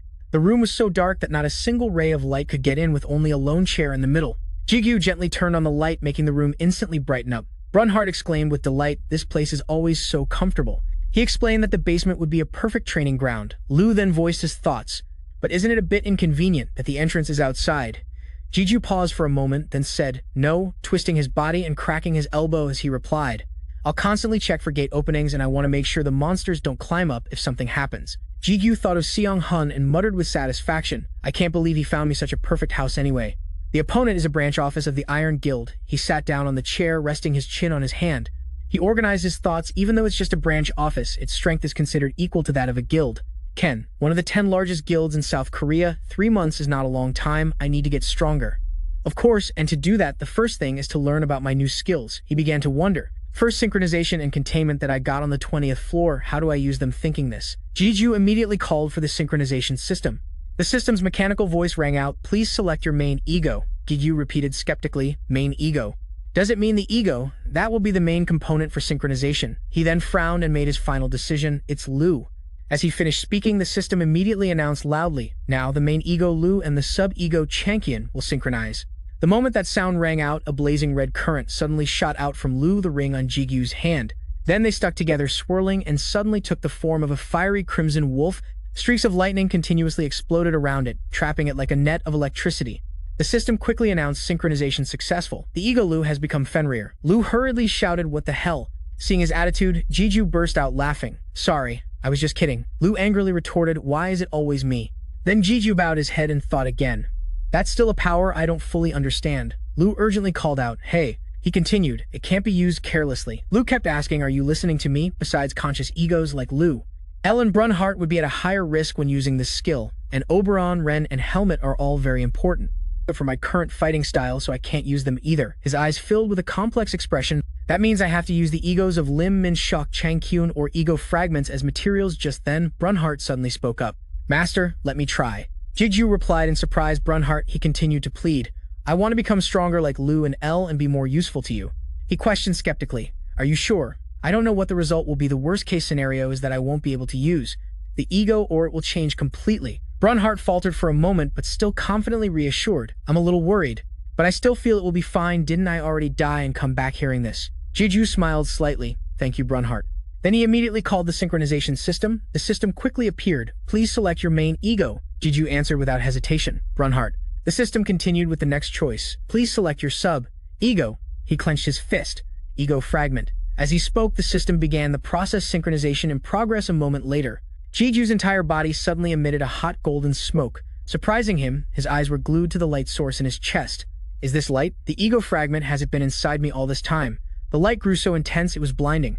A few minutes later, after the light had faded, Brunhart finally spoke up. Master. Jigu replied. Brunhart, he continued to repeat. Master, seeing that something was wrong, he hurriedly shouted. Brunhart, wait, cancel synchronization. However, just then a system notification appeared. You will now be transported to a gate. Before Jigu could process what was happening, he was moved to another place. Scene change. It was nighttime. The sky covered in gloomy clouds. The mournful cawing of crows echoed from the distance, signaling a bad omen. Jigu looked around in a daze. The ground was littered with scattered tombstones. He stammered, this is L guest. It seems like the gate from before. Lu was also curious. So, are we inside that kid? Then the system's mechanical voice sounded again. Brunhart and the ego fragment have successfully synchronized. Brunhart's gate may be affected by the ego fragment. Jigu tilted his head, not understanding, affected how Lu quickly reminded him it seems the answer is over there. As he spoke, something was suddenly reflected in Jigu's eyes. Flashing brightly in front of him was a coffin, emitting a strange aura. Placed right in the middle of the path, Jigu curiously walked slowly towards it. That's the coffin where a corpse appeared last time, right? Lu made a soft sound. Jigu reached out his hand, wanting to touch it, then pulled back. Finally, he gathered his courage and touched it directly. As soon as he placed his hand on it, a system notification appeared. This gate does not have a guardian. You can create a gatekeeper using the synchronized ego fragment. Please set up a gatekeeper. These words made Jigu freeze in bewilderment. He closed his eyes and thought to himself, monsters are appearing in my head. Do I have to choose one of them? He recalled the choices available to him. Goblins, zombies, skeleton, knights, vampires. It seems they are all undead. Perhaps it reflects the characteristics of this gate. Then Jigu suddenly remembered something, a higher-level monster. Just as the coffin lid slowly creaked open, he calmly let out a breath as expected. A corpse. As he finished speaking, a corpse slowly emerged from within. Accompanied by a swirling golden light, the system continued. You have chosen a corpse to become the gatekeeper. The synchronized ego fragment has been consumed. Finally, it concluded, the gate will now be managed by the corpse. The corpse from inside slowly stepped out and knelt down. It bowed its head very low in reverence as a deep voice rang out. Greetings, great master. This action immediately made Jigu's face darken with fear. It's greeting me so respectfully after I beat it. How strange. Then he asked, you're the gatekeeper now, right? King Andes nodded. Yes, from now on I will manage this gate. Jigu continued curiously, so you can also manage the monsters in the gate. They'll listen to your orders, right? He immediately refuted, that's not it. Hearing this, he felt confused. Why? Aren't you the gatekeeper at this moment? King Andes slightly moved his finger. Please wait a moment. He raised his hand and summoned a notification panel in front of Jigu. Only then did he begin to explain, the gate control level is low, so I cannot control the monsters. The screen displayed gate control level 1%. King Andes continued. From now on, if I or the Great Master defeat the monsters in the gate, the control level will increase. Then I can summon and control them. Jigu was beginning to understand. So you mean? Then he suddenly turned his head to the side, listening. Ahead, a crowd was rushing towards them. Jigu asked curiously, they'll listen if I beat them up? Huh. He couldn't help but think that sounds just like Lu. Lu angrily snapped, hey. Right after that, Jigu tightened his grip on his two swords, which were brimming with power, then said confidently, anyway, this is a gate I've already conquered. Fighting it again will be a piece of cake. Lu warned seriously, but don't be careless. It has absorbed a crystal, so it will be stronger. He smirked and muttered, stronger, huh? As he finished speaking, Jigu immediately dashed off, leaving a long streak in the air. Me too, he didn't hesitate and plunged into the chaotic crowd ahead. Scene change, a clear morning with a cool breeze. Taeshik was talking downstairs. Jigu hasn't been in contact for 4 days, has he? Sujin hesitantly nodded. Yes, I know he sometimes stays in the tower for weeks, but he always sends a message before he goes. She clenched her hands worriedly. I hope nothing happened. Taeshik blushed at her expression and cleared his throat. I'm sure he's fine. You know, he's very strong elsewhere. Seong-hun looked around suspiciously. Is this the last place he visited? So please calm down. Yu-jung gently replied. Yes, he continued. Rest assured we will help you just then. Yu-jung suddenly recounted, Big brother told me I should never go in there. In the end, Song-hun decided we'll try going in first. Both he and Taeshik quickly moved inside. He calmly said it's a basement. Seong-hun also nodded. It really is a basement. Taeshik glanced around dejectedly. It seems there are no clues here. Then he turned his head and joked. Besides, it's absurd for someone to disappear in a place like this. There's no way a gate could suddenly appear. Just as he finished his sentence, a glowing circle suddenly appeared in front of them. Seeing every detail on his face, both of them stepped back in shock. A real gate. Taeshik couldn't believe his eyes and muttered to himself. What is this magic power? Just then, a familiar pair of legs quietly stepped out. He was still scared, telling himself it's too dangerous. What's inside that gate? Jigu's steps became unsteady and dizzy. He wearily complained, "I'm so hungry." Jigu's face had many scratches. Just then, he suddenly looked up. Jigu, hunched over, staring at them blankly. "Why are you here? Why does it feel like I'm at work?" Just then, Jigu came to his senses and questioned them. "Why are you here? And Seo, who too?" Both of them started talking at once, not letting the other speak. "What's with that magic power? What's with that gate? Wait, first of all, were you in that gate for 4 days? What the hell is that gate? Did you conquer it?" Tesik lost his patience and rushed to grab his collar. "Stop talking, you idiot. One person at a time. You've come at just the right time. I was about to call you. I wanted to ask you for a favor." Tesik angrily walked over, pinched his shoulder, and cursed. "A favor, my ass." Jigu winced and shouted. "That hurts." He urged, "Explain yourself, you punk." Then he quickly blurted out, "The gate from last time I linked with a gate. Remember, I just stepped into that gate. Now I can control it." These words immediately made Tesik's face freeze. "You can control a gate?" Both of them had their own thoughts. Tesik muttered to himself, "That means he can control monsters and cause gate breaks at will." Meanwhile, Jigu was painfully rubbing his ear. "Why does it hurt more than being stabbed by a sword? Is this the pinching power of a high ranker? What's more terrifying is that it's like a power that can control natural disasters." At this moment, Tesik asked probingly, "Besides us, have you told anyone else?" Jigu shook his head and replied, "Not yet. This is the first time I've used it. Actually, I was planning to keep it a secret until I fully understand my abilities." Hearing this, he breathed a sigh of relief. "Okay, let's leave it at that for now. So what was the favor you wanted to ask?" Jigu immediately remembered. "Oh, right." Then he began to explain, "I just want to spar." Tesik was surprised. "Spar?" Jigu stated his intention that, "I want to test my new power, but I don't have anyone to fight with." He angrily questioned, "What am I then? A test dummy?" Jigu pleaded in a small voice. "Come on, I'll treat you to dinner with my mom." At that moment, Tesik cleared his throat. "If it's a favor you're asking, then I guess it's okay." Finally, he laughed out loud, trying to act calm. "We'll talk more later. You need to go see your family first. They've been very worried since you haven't been in contact for 4 days. Jigu hesitated and mumbled, "I forgot hearing this." Ru quietly scolded, "Idiot." He recalled the old scene in his mind. "It took me 4 days to raise the control level to 100% longer than expected, because the monsters got stronger after the gate absorbed a crystal, but since I could handle them with my own strength, it wasn't too difficult." Jigu also remembered that corpse. "I named the corpse Hurt, taken from the name Bran Hurt, even though I originally planned to name it Brun at that time. Everyone unanimously objected." "No way. What a shame that name is." "Absolutely not." He thought to himself. There were objections. In the blink of an eye, it was the next day. In the morning, white clouds drifted lazily in the wind. Just then, Jigu softly said, "Thank you." Tesik nodded and then reminded him, "Right, don't forget your promise." Then he slowly took off his jacket. "Forget about other things. Let's start releasing magic." As he finished speaking, a blue energy source suddenly emanated from Jigu's feet. Releasing magic. It refers to releasing all magic power without holding back. He lowered his head. The amount of magic power doesn't just increase when leveling up, but the proficiency in concealing it also increases. That's why when strong players release their magic at this point, Jigu's whole body emitted a smoke that enveloped the entire room. It will overflow like a broken dam. His 2 eyes glowed brightly, containing a terrifying power. Tesik thought to himself, "I knew my feeling from yesterday wasn't wrong." Finally, he smirked slightly. "It seems I can't back down now." At this moment, Tesik reached behind him and summoned a blade. Its sharp tip continuously shot out a mystical smoke. He spoke excitedly, "This time I'll fight you for real." Just then, downstairs, someone's coffee cup started to shake slightly. He looked at it in surprise. Not understanding what was happening, a colleague at the next table hurriedly asked, "Did you feel that shaking?" The other person replied blankly, "Shaking." Then he suspiciously looked up. "I don't know. Earlier, I saw the director go to the training ground. Maybe this tremor is him." Back on the upper floor at this moment, Tesik's expression was extremely focused. However, Jigu was no exception. He pressed his lips together without any hesitation. Both of them rushed forward to attack the sound of metal clashing, creating an extremely ear-piercing sound. At this moment, Tesik's blade suddenly shot out a pillar of light like a dragon breathing fire, extremely fierce. Smoke spread throughout the room. A girl immediately retorted, "No way.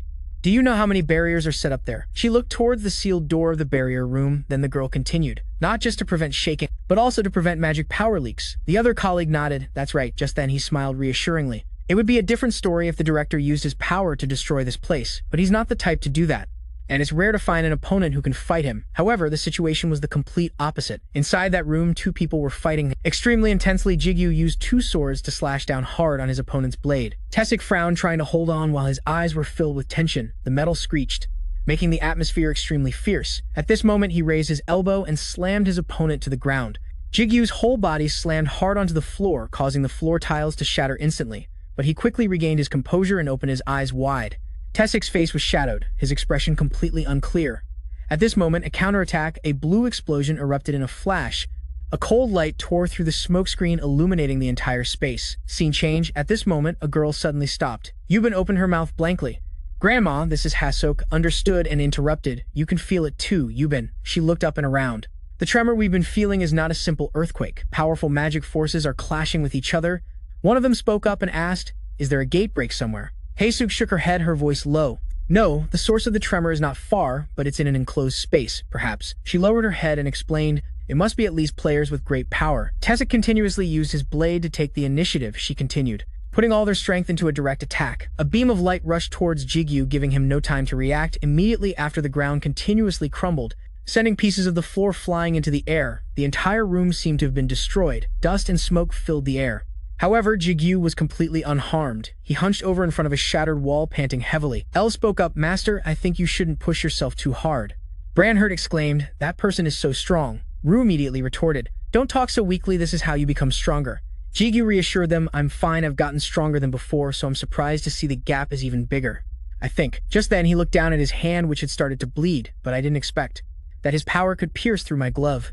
Jigu thought nervously. He took the full damage. The counterattack and the increased injury effect of rain also took effect, but his movements haven't changed at all. Tessic slowly approached. "My god, Jigu, this is no joke. Is that all you've got?" Ru also agreed. "That's right. Normally, he would be dead already." Jigu resolutely rushed towards his opponent again because he won't die. "So I can go all out without holding back." His arm whipped out a bright red light. Jigu's whole body lunged to one side, muttering, "He must be able to read my surprise attack by using his divine speed." Ru replied somberly, "And your movements are also quite simple." Jigu was so nervous he was sweating bullets. Tessic is indeed a former high-ranker behemoth, and the reason he has that nickname. At this moment, Tessic held his blade and flew straight forward. The legendary weapon Thorn of Behemoth. The light from the gem on Ru glowed. He thought to himself, "Ru, I'm going in." He asked blankly, "Are you really going to kill him?" "I may not be as strong as when we were on the 30th floor, but I'm not weak, you know, master." As he finished speaking, a stream of red liquid covered the entire room. A deafening explosion tore through the air, as piercing as thousands of steel fragments clashing. A brilliant red light erupted fiercely, surging like a blood fire, devouring everything. The high-rise building shook violently as a result. A moment later, the outer door slowly opened. Seong-Hu looked inside blankly. The walls in the room were covered with slash marks, showing a horrific battle had taken place. Tessic lay exhausted on his back. "You're here, Seong-Hu." Jigu was no exception, lying flat on the floor. In front of CEO Hun was a wrecked room with a giant hole in the middle. He hesitated. What the hell happened? The door outside the room was also shrunken and wrinkled. Tessic shook his head. "I don't know either. Bring me the medicine." Jigu also said to CEO Hun, "Follow me." A moment later, after Seong Hun brought the medicine, Tessic poured it straight into the wound without hesitation. He said in confusion, "Do you have a curse skill or something? It seems like the medicine isn't working." Jigu replied wearily, "I have a similar skill, called wound aggravation."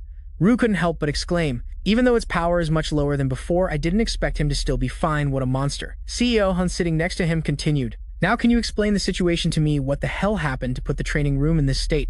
At this moment, both of them looked at the rubble. Tasic rubbed his neck, not knowing where to start. "As you can see," he muttered, "from what I see, someone wanted to tear this place down. The infrastructure team will be scared to death when they see this." Jigu tilted his head back and chugged the water bottle in his hand. A moment later, he tried to move and cried out in pain. Then Jigu ventured to ask, "What do you think of me? I'm pretty strong now, right?" Hearing that, Tesic squeezed the water bottle hard and sighed. "Kid, you still have a long way to go. Your movements are very poor because you got strong too quickly." He began to analyze. "You might be able to fight 100 weak enemies, but it won't be easy when a strong enemy actually appears." Jigu bowed his head and recalled, "That's right." Tasic continued to teach. "First, understand your opponent. Second, you must make it so your opponent can't see through you." Finally, he asked again, "I'm asking you to practice more techniques, understand?" Jigu nodded in understanding. Vu continued to voice her thoughts. "Master, you seem a bit clumsy when using dual swords." Jigu smirked and muttered, "Techniques? Huh. Does he mean I can only learn through real combat?" Tasic pursed his lips and thought to himself, "A person can't even use half of the power they possess if they don't have the necessary techniques to go with it." But now, Tasic suddenly noticed something. It was a nick on his blade, a legendary weapon, a scratch on an item whose durability you don't have to worry about. He recalled the fight. If he can make that power his own and control it, then cutting off his thoughts. Tasic spoke up, "All right, let's go register you." Jigu opened his mouth, bewildered. "What climbing? This attitude of yours made him angry." "I said, register, you punk. It's time for you to get a ranker title for yourself." A few minutes later, the repair team arrived on site to inspect. Jigu asked curiously, "A ranker? Then won't everyone know who I am?" "Didn't we agree not to do that?" "Yes," Tasic nodded in agreement, "right? But you don't need to worry about your identity being revealed." CEO Hun was constantly on the phone. Yes, please help us take good care of it. Then he reminded him, you are a mercenary before you are a ranker, and protecting a mercenary's identity is the top priority. There's no way the association will reveal your identity. Jigu muttered, even so, but before he could finish his sentence, he was cut off. Yeah, and you don't know what will happen if you're a masked ranker, but after our fight today, I think you'll be fine. Seong Hun instructed, please charge the maintenance fee to CEO Taesik. Jigu asked in surprise what Taesik continued to advise, even if the Iron Guild has its eye on you, it seems you could protect yourself now. His words made Jigu pause for a long moment. Finally, Jigu's two cheeks flushed red. He cleared his throat. Yes, I get what you mean. CEO Hun thought to himself, he's embarrassed. Taesik also smirked. What's there to be embarrassed about? Vu immediately asked. Are you embarrassed, sir? While L teased. Look, he's embarrassed. Finally, Jigu wondered, but is having a title really that important? To the point of taking risks, I feel like being a mercenary already gives me enough authority at this moment. Taesik's limbs were exhausted. He heard CEO Hun say, give me the details. I'll get this over with and go rest. I'm dead tired. The elevator display showed the 83rd floor. Taesik advised you should also go home early and rest today. He nodded, yes. In the blink of an eye, it was morning. At this time, CEO Hun began to explain. First, there are two major benefits to becoming a ranker. He began to advise. First is the ability to influence the association's decisions. You will also have access to more information. Then Seong Hun didn't forget to add, but things you can only do through me and the authority of a director, you will be able to do yourself. Jigu asked curiously, what's the difference? He said what he knew. I heard that mercenaries also have the authority of a CEO or a high ranker. CEO Hun smiled and replied, that's only when you're on the battlefield. Administrative matters are a different story. In general, it's very complicated. The higher-ups have their reasons. Their car gradually accelerated. CEO Hun continued, the more important thing is the second benefit. What I just mentioned is just an added benefit, he continued to add, as you know. The ranker and ranker level titles are not established by South Korea, but by the International Player Association, while mercenaries only have authority in South Korea. Rankers hold authority worldwide. Saying this, Seong Hun glanced at him inquisitively. From being a street boss to establishing a constitution, isn't that pretty cool? Jigu tilted his head and vaguely muttered, global, he explained nervously. Actually, I don't feel it's that big anymore, because the scale has gotten wider. CEO Hun suddenly burst out laughing. I can guarantee you will step onto the global stage in the not-so-distant future. Finally, he concluded confidently, I'd bet on it. Jigu said awkwardly, even if you praise me like that, nothing will change. L spoke up, I also think Master will play a big role. Vu exposed him. Look, Master, your ears are red at this moment. Jigu opened his mouth and hesitated, but if you say so. Then he raised his hand and clenched it tightly. Piece of cake. I will become a ranker CEO, Hun replied vaguely while driving. Piece of cake? Becoming a ranker is a piece of cake? He said wearily. Then what does that make me? How am I still alive like this? Jigu hurriedly explained, that's not what I meant. Hearing this, Seong Hun suddenly grinned. CEO Hun explained, anyway, being a ranker only has advantages. There are no disadvantages or troubles at all. Oh right, actually there is one trouble. He brought up some news. You have to participate in an unofficial ranking match one time. Jigu asked again in surprise, a ranking match? Seong Hun nodded. Usually a ranker gets their title from fighting public ranking matches, right? He explained seriously. In your case, being unofficially registered this time, even if the association acknowledges it, it doesn't mean the other rankers will.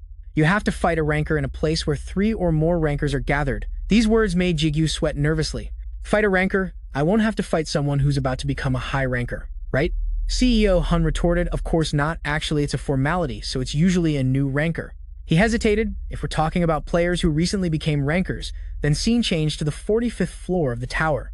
A red dragon opened its mouth wide, revealing sharp teeth, and was roaring furiously. It flew towards a group of people standing in front of it. Ruben pursed her lips, her expression extremely calm. It kept running forward, screaming in everyone's faces, making the air seem to tremble. Finally, the dragon lunged forward and snapped its jaws. Its eyes lit up with a faint light as if it had discovered something. Ruben stood calmly on its head, making it look around in bewilderment. Smaller dragons are more stupid in return. They have very tough skin, meaning compared to fighting them head-on immediately. She powerfully twirled the sword in her hand. It's better to jump on their heads. In saying this, Ruben aimed straight for the glowing eye, attacking their eyes immediately. A stream of bright red blood flowed down from its head.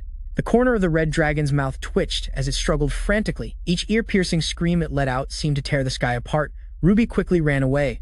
In case things don't go as planned, she nimbly leaped behind its back. Then Ruben continued with a serious face, you can slash the back of their knees. That way you can hunt them much more easily. At this moment she jumped very high, but of course, Ruben used her sword to unleash a series of slashes forward. Red blood sprayed continuously from its body, making the dragon writhe in pain.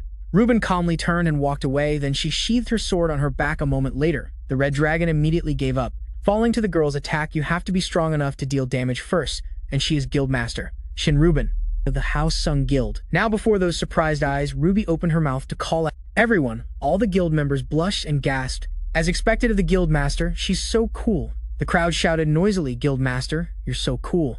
Let us review it, Ruben replied shyly. Next time, everyone should do it. Scene changed to another area now in the locker room. Hisuk suddenly asked Ruben, don't you think from now on we should let the other guilds handle the guiding? She gently replied, I do it because I like it. She smiled and explained, my late father said that compared to ranking up, guiding those who come after is more meaningful. However, before she could finish, Ruben suddenly paused. He always talked about the guide who helped him so much when he was a rookie in unofficial ranking match. She immediately turned her head and asked her, what's an unofficial ranking match? I only know about ranking matches. Hisuk quickly explained it's a procedural match for those who have become rankers in the association. It seems someone internally has just become a ranker. Ruben frowned in displeasure. What, so this guy is getting special treatment?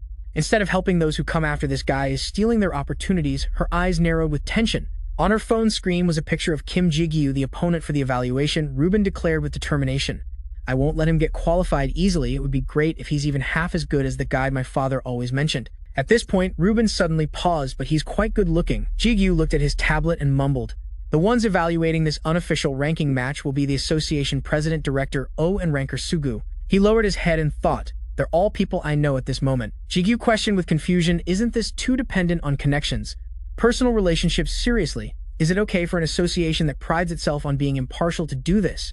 CEO Seon-hun shrugged and explained, why are you being like this? I told you from the beginning, this is just a formality, he continuously reassured him. Didn't you already know they're not the type of people to let emotions interfere with an evaluation? And more importantly, your skills have long reached the level of a high ranker at this point. Seon-hun said in a low voice, to the point where we were wondering who to put in the ranking match. He hesitated. Is that so? Then Jigu suddenly exclaimed, oh, that's right, my opponent. He busily operated the screen. Who am I fighting against? I forgot to ask the most important question. CEO Seon-hun reminded him, scroll down a little more. As soon as he saw the person, Jigu read aloud, commander of the Hwaseong Guild, a small-scale guild comprised of elite female rankers, ranker Shin Ruben of Hwaseong. This person immediately made Jigu ponder for a long while.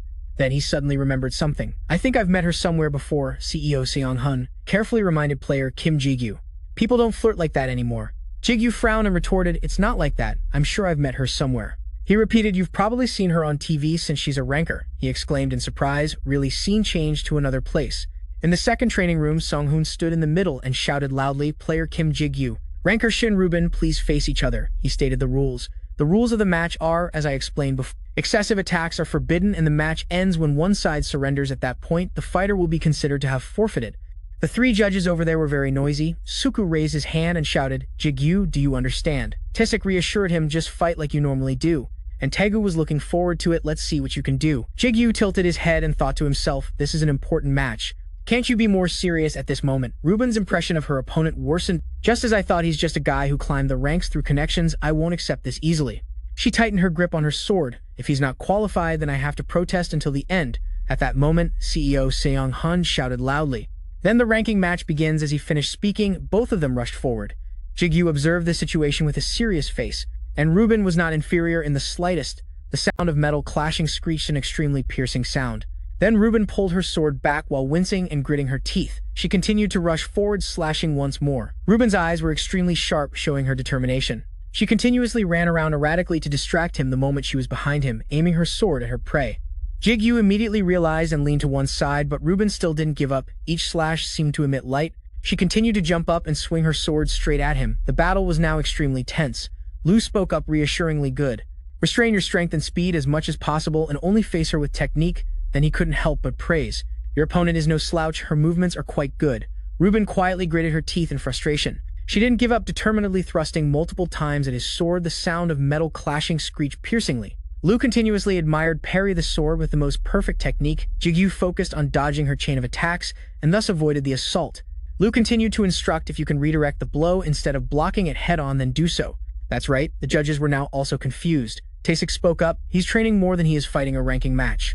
Suku was confused. Are ranking matches always this gentle? There was one thing the judges had to agree on. Both of them were amazing by now. Ruben was also starting to become more timid. He's too strong. Her feet continuously stepped back. I judged him too hastily. This person didn't cheat. The fight was so intense that even someone like her was breaking out in a cold sweat.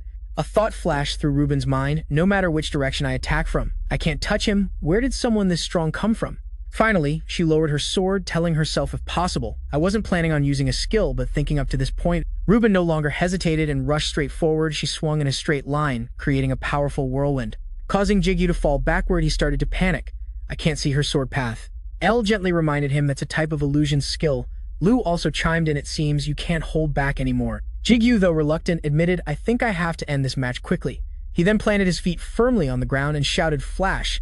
As he finished speaking, his speed immediately increased, making it impossible for Ruben to keep up. She bit her lip in surprised confusion. Finally, Jigu swung his sword backward with immediate force. Ruben couldn't react in time and took the full brunt of his attack. Her sword was immediately knocked out of her hand and flew backward. The sword hit the wall hard, then slowly rolled on the ground. The judges also watched the match's progress tensely. CEO Seong Hun also didn't expect this result. Ruben's face was covered by shadows. Her lips trembled slightly. She lowered her head to the ground and admitted, I surrender at that moment. CEO Seong Hun immediately raised his hand towards Jigu. The winner is Kim Jigu. Because you have won, you are accepted to rank up and become a ranker without a point evaluation. Ruben resentfully clenched her fists so tightly they trembled. I completely misunderstood him. I even lost in such a humiliating way I can't even lift my head. However, at that very moment, a hand suddenly reached out towards Ruben. He smiled warmly. Thank you, Ranker. Shin Ruben, it's been a while, hasn't it? Ruben was surprised and didn't dare to extend her hand. But you know me.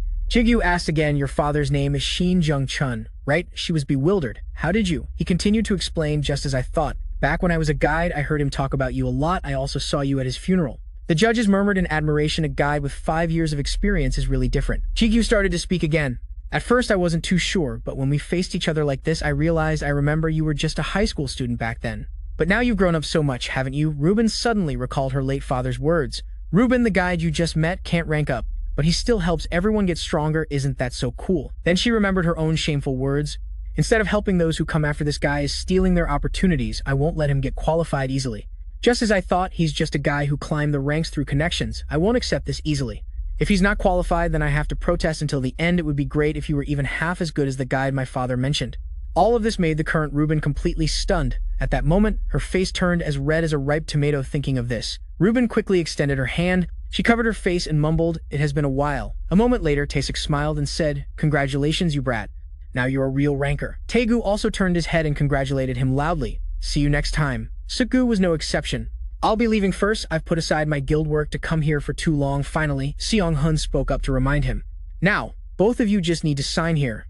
He carefully instructed, Jigu, that's right, there. Please write down your full name now. Ruben suddenly hesitated to speak.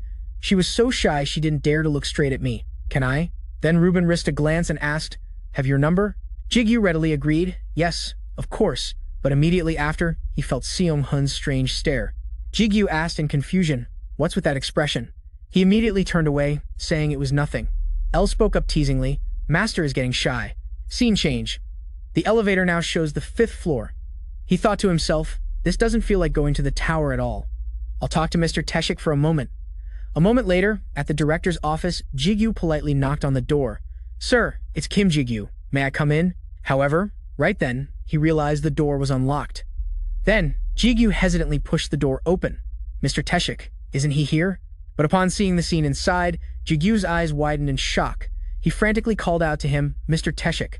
Taesik was hunched over, clutching his stomach in pain. The corner of his mouth was stained with blood. Jigu quickly ran towards him. Mr. Taesik, are you okay? He vaguely observed his body and asked softly, you're bleeding. What happened?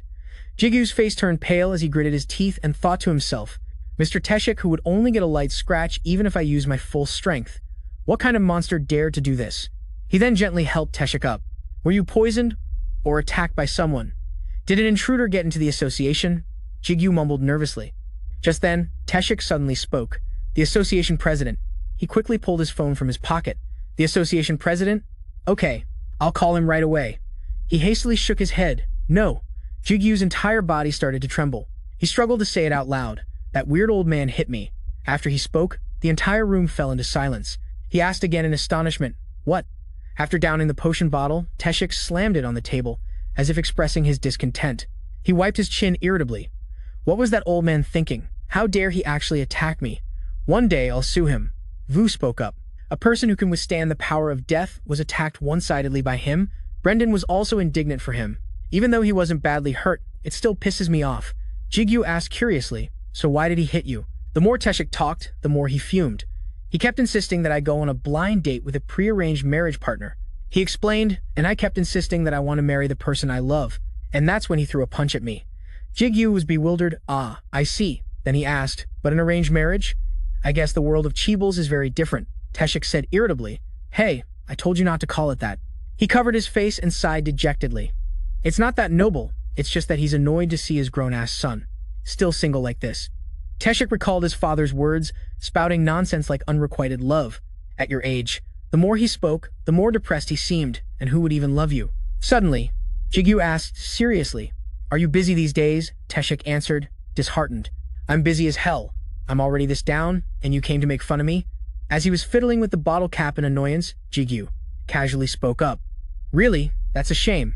Well, recently, because of the Iron Guild, I've become very worried for my mother and sister's safety.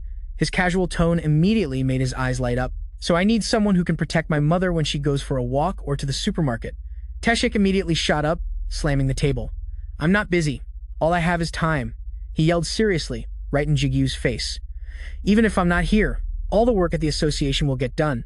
And if all my vacation days combined aren't enough, I'll make them enough. I don't care if I have to face that old man again. A startled Jigu cut him off. All right, I'll be counting on you then. Finally, he calmed him down. Now just sit down. Jigu began to present his problem. But I didn't come here just for this. I want to continue our earlier conversation about the Iron Guild. Is there any news related to them establishing a Korean branch? After listening, Teshik leaned back in his chair. It will be officially announced tonight.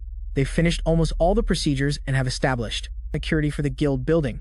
He asked hesitantly, so does that mean there's no chance of it being called off now? What was the IPA's reaction? To this, Teshik explained, actually, the IPA has a non-intervention policy. It's a policy that if a conflict arises, they won't let the organization get involved with any national association. He continued, the problem is. Jigu immediately cut in, the Incela Guild. Teshik didn't deny it. Suddenly, they are supporting the establishment of the Iron Guild's branch. From the information we've gathered, it seems that once the branch is fully established, they won't interfere anymore. He paused at this point. But the most annoying part is that the two guilds have no interaction with each other, and on top of that, their relationship isn't very good, are secretly negotiating. It's none other than Iron Seal and Lee Sungho. We suspect the two guild leaders are cooking up some kind of deal. Jigu bowed his head, thinking, a deal between two major guilds? Teshik asked curiously, what are you planning? Jigu looked up and answered, what? He looked straight into his eyes and continued, revenge. I won't deny it's a rare opportunity, but I can't support it. Of course, it's something that still has many risks. Suddenly, Jigu spoke up. Coincidentally, the establishment is happening right now, he slowly stressed, in Korea. And the manager just so happens to be Roger's Han.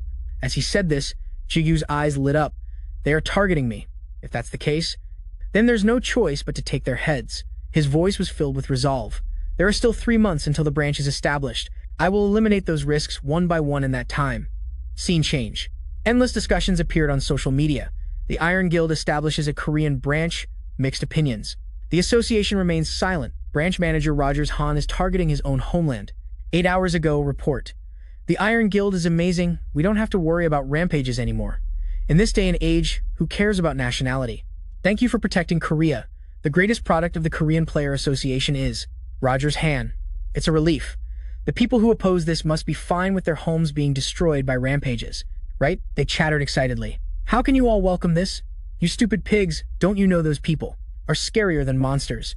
How can you happily accept foreigners bringing weapons into our country? What is the association doing? Are they just letting this happen? I want to place my hopes on Rogers Han's mustache. Jigu stared at the screen with a complex expression.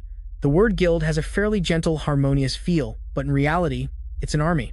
Some people welcome them, believing it will reduce the risk of rampages occurring, but others oppose the stationing of a foreign army. A foreign one.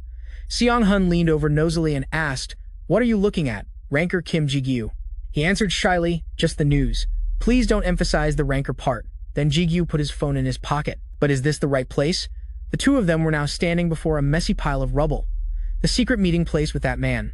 Rue commented, not bad taste in locations. Brownheart exclaimed in surprise, what strange taste. Rue teased, he's always like this. He looked around and thought, a city destroyed by a rampage. The piles of rubble made Jigu wonder. With so many beautiful places, why pick this one? Sung-hun spoke up, this is definitely the place, but he's late. Jigu reluctantly accepted, it can't be helped.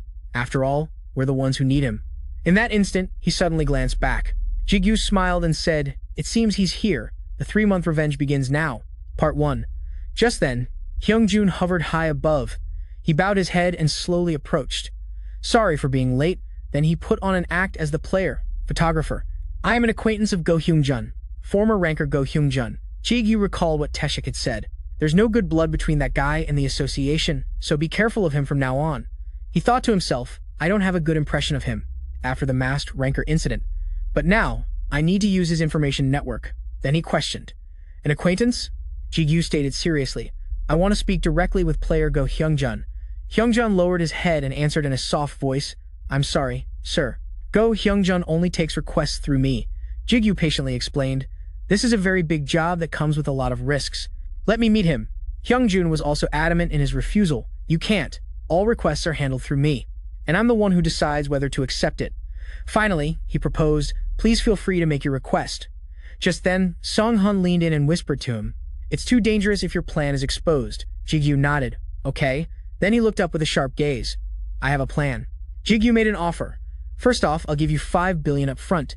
If you bring me the information I need, I will give you another 10 billion. Hearing this, Hyung-chun immediately perked up. He cautiously asked what the request was. Jigu continued, gather information. When the Iron Guild was establishing its Korean branch, there's a high chance they were in business with the Angela Guild. This request quickly changed Hyungjun's expression. He trembled as he backed away. Are you crazy? Then Hyungjun decisively turned to leave, rejecting the request. No matter how much money you offer, we can't risk our lives. As soon as he finished speaking, he jumped into the air. Hyungjun flatly refused. I'll pretend I never heard any of this. Just then, Jigu managed to grab his ankle. Hyungjun turned his head in shock. Jigu slid across the ground and spoke. Do you think I'd let you go that easily after hearing all that? His voice was soft but filled with menace. You came here of your own free will, but leaving is another story. Hyung-chun trembled uncomfortably. Let go. A dark glint appeared in Jigu's eyes as he warned in a low voice. Get down here if you don't want to fight and stop the act. Hyung-chun tensed up, breaking out in a cold sweat. What are you talking about? As soon as he said that, he was immediately yanked downwards. Jigu violently slammed him onto the hard ground. In the next instant, an explosion erupted, sending dust and smoke everywhere. Jigu calmly continued. I held back a lot last time. Thanks to you, I've managed to vent some of my anger. Jigu leaned in close to his face. So let's talk nicely. His eyes lit up as if he saw right through him. Mr. Go Hyung-chun, Jigu said. Let's have a talk, shall we, Mr. Go Hyung-chun? His eyes widened as if he'd realized something. Jigu silently clenched the black cloth in his hand, lost in thought. As the smoke and dust cleared amidst the rubble, a voice could be heard from inside. Hyung-chun shouted angrily. Why are you doing this to me? If you keep this up, I won't let you get away with it. Jigu spoke as he paced back and forth. As expected from the famous Dan Ko-hum, Mr. Go Hyung-jun, he replied in surprise, What are you talking about? I'm not Go Hyung-jun. Jigu said, Stop playing dumb. With an icy gaze, Jigu said, I have my ways of finding out.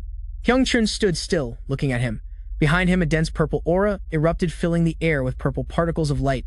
His hair stirred as the light enveloped his body. One day earlier, the system window had appeared.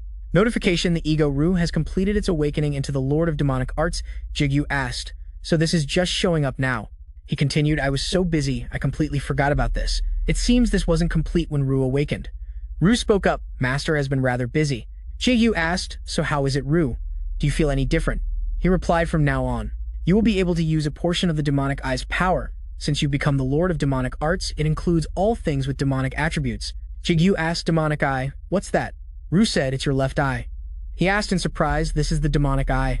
Why are you only telling me this now? He replied, well, you never asked. Besides, I wasn't sure before. An ordinary person can't obtain the demonic eye that easily. I have no idea what that woman, who called herself the Demon King, did either. Jigu fell silent, deep in thought. He then asked, who is she to possess such immense power? Ru continued, anyway, the demonic eye can see the true nature of all things, though its full power has yet to be unleashed. But well, you should be able to see other people's names. Jigu looked at the ring on his hand and said smugly, pretty useful, huh? That is if I had something like a death note. Ru asked, what's that an item? He waved his hand and said, it's nothing. Information window blue. Title Lord of the Demonic Sword and Demonic Arts, level 95. Strength 136. Dexterity 155. Stamina 108. Mana 185. Poison resistance 10%, fire resistance 5%, physical resistance 6.7%, heat resistance 10%. Mana affinity has increased. Skills accessorize cannibalism, indomitable will, demonic arts. The demon has absorbed a part of ferret. The system window continued its report. Demonic arts can grant demonic power to an ego. Jigu looked at the screen and said, grant demonic power to an ego. Huh. Does that mean I can grant skills like Ren's grievous wounds, Hermes' flash, and Oberon's empower? Ru replied, that's right. You can grant skills that are compatible with the ego's nature.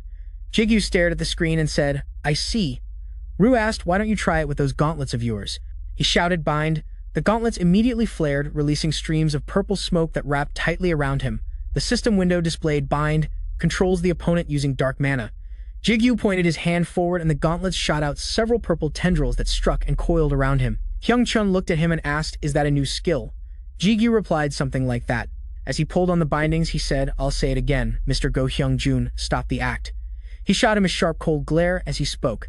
This is your final warning, Hyung-jun said in shock. The demonic eye. So you really are connected to the Demon King. He continued, if that's the case then. He gathered his energy as white smoke billowed from behind him. Jigu and his companions stared with wide, surprised eyes. Before they could process what was happening, Hyung-chun snapped the bindings around him. His glowing red eyes flashed from within the thin smoke. Jigu stared intently as the man slowly emerged with a new appearance and said, now I'm interested. I'll listen to what you have to say. Jigu looked at Hyung-chun and said, this appearance of yours is much better. It's not a mission, it's more of a deal. Let's negotiate the terms. Before them was the scene of the ruined building with rubble scattered about. He sat across from him and asked, 5 billion upfront and 10 billion upon success. I already told you that, didn't I?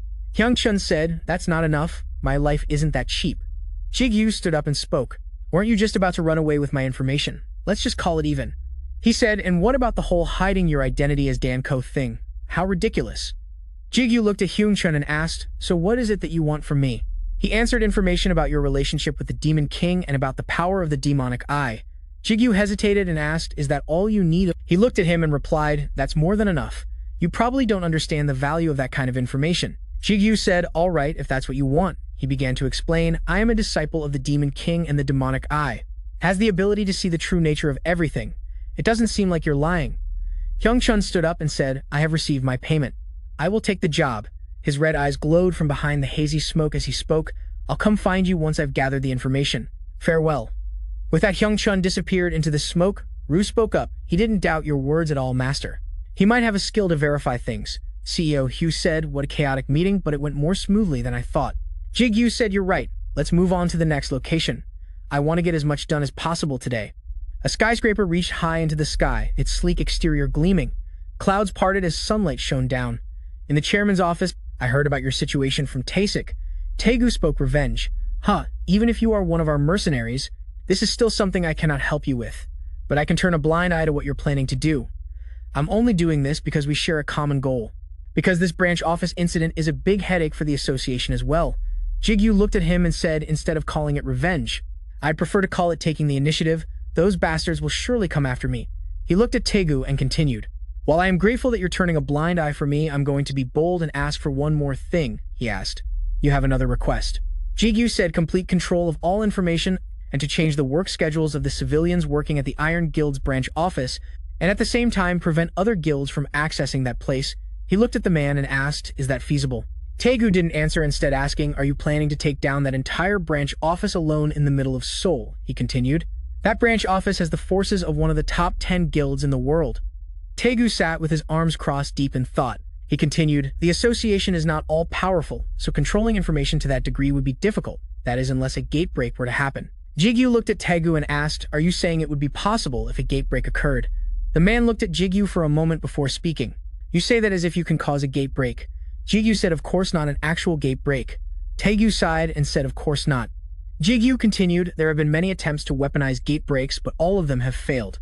It's not a power that a single individual can wield. He put a hand on the back of his neck, speaking hesitantly as if in thought.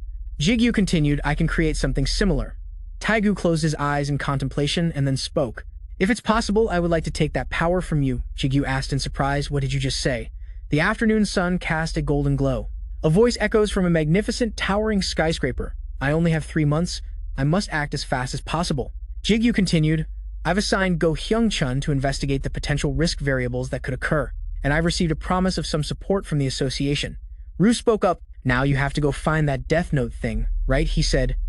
Unfortunately, you can't. You have an unnecessarily good memory. Jigu continued. I still need one more thing. Even if I can control a gate, I still can't match their forces. Brownheart asked. Am I that useless? Oh no, that's not what I meant. You've helped me a lot, Brownheart. He looked at it and asked, the gate becomes stronger by absorbing more crystals, and that's not your only power, right? It laughed and replied, I'm just kidding. Jigu spoke up. The opponent is one of the 10 strongest guilds. No matter how strong I get in the next 3 months, I still can't face them alone. A young man entered and spoke. I'm sorry, the association can't directly support me in battle, he asked. What are you doing here alone after sending all the guild staff home? The other person said, You're here. I need a force that can match them in terms of numbers. Sorry for making you come all this way. I'm a bit busy right now, the young man spoke. What's there to be sorry about? Everyone in this country knows Josuke is a busy man. He laughed loudly and said, Long time no see. Actually, it hasn't been that long. I'm going to create an allied force. So what did you want to talk to me about? To fight alongside me, Saku said. I see. So that's what happened. This is the first time I've heard the details. Jigu spoke. It's not exactly a pleasant story, he asked. So what are you planning to do? Jigu crossed his arms and fell silent as if in thought. Saku continued, Our guild owes you a huge favor. I'm willing to do anything you ask, but you know, right? This matter. Jigu smiled and replied, Yes, this is extremely dangerous. Jigu continued, That's why I'm not here as a friend. But to make a proposal, he spoke up. Most of the benefits that arise when the Iron Guild's branch office disappears will be handed over to the Cane Guild by the association. Jigu spoke. Actually, that's a given. If I were to add one more condition, he said in a surprised, stammering voice. Jigu raised one finger, causing Sogu to be extremely surprised. He continued, One time, if the Cane Guild needs my help with anything, I will help once. No questions asked. Ru said, I can't believe you're using yourself as a condition. You become too arrogant. Jigu angrily shouted, Shut up, master. How can I be as arrogant as you? Suku said, It feels like just yesterday. And he was trembling before a single goblin. He asked, That's a very tempting offer. What exactly would we have to do? Will we have to fight the Iron Guild members at the branch office? Jigu replied, Yes, that's more than enough. Sugu stood up and said, All right, although I can't decide on such a serious matter by myself. But this is enough for me to persuade the leadership. He extended his hand towards Jigu as if to shake it. Suku spoke up. We will consider your offer. Mr. Morningstar, Jigu said, I will wait for everyone's response. Aura keeps his lips slightly pursed, chin slightly tilted, a silent expression, the corners of his mouth slightly upturned, a distinctly slender chin. The door opens and a voice rings out. Let's stop humiliating each other like that. Establishment Day of the Iron Guild branch office. D53, Suwon City, Gyeonggi Province. In the middle of a stone-paved courtyard, a swirling purple portal opens. 2 people stand watching. One is on the phone, saying, You're so late. The man asks, Who's late? Seong-hun replies, Kim Jigu, that Morningstar guy. He's taking a bit long today. He looks at his watch in surprise and says, But he's been inside for less than an hour. He looks at the portal and says, This is a B-rank gate. The other person looks on in surprise. Seong-hun's lips curl slightly as if he's plotting something. Jigu steps out, his feet covered in blood. He looks quite tired, covered in blood, and continues to walk out. Elle speaks up. Good job, Granhart exclaims. Oh, master, this monster blood is so sticky. Ru speaks up. Your combat skills are now what I'd call passable. The man sees Jigu and says in amazement, he clearly went in alone, yet it would take a guild several days to conquer it. He looks at them and asks, Did you all come to pick me up? Song-hoon walks towards Jigu and says, You've worked hard. You're not selling the crystals this time either, right? He replies, Of course, I'm going to use the reward money to buy more crystals too. Granhart says, I'll eat them all. Jigu stretches tiredly and asks, So where's the next gate? The other person replies, There are no more. He turns back in surprise to look at Seon, who starts to speak. You've conquered all the gates that the association assigned to you on the entire Korean peninsula. There are no difficult gates left. Jigu asks in shock, Really? Granhart says, Oh my god, does that mean I don't get any more crystals to eat? Ru speaks up, Finish eating what you have before asking for more. Jigu turns and asks, So for now, I should just go home and take a shower, right? He hesitates as if he just remembered something. Jigu continues, After that, let's go have a few drinks. Han River, Seoul. Evening falls, the sun sets in a fiery red. The water glitters like honey. He opens a can of beer, the popping sound breaking the tense atmosphere. The two of them clink their cans. Seong-hoon speaks up. There are only 2 months left. He turns and asks, "What do you plan to do in the remaining 2 months?" Jigu replies, "I don't know yet. I don't plan on going as far as buying gates or flying abroad to find crystals. Maybe climbing the tower to get crystals isn't a bad idea either." He raises his beer can and says, "I haven't fully absorbed the power I've obtained yet." Jigu speaks, "And while I'm busy handling this and that, 2 months will pass by quickly, won't they?" Seong-hun speaks up, "That's true. I'm sure you'll do well," he asks while eating. "Oh right, didn't that person say he would meet you?" Jigu speaks up, "He'll probably appear from behind us while we're talking like this. He did that the first time we met too.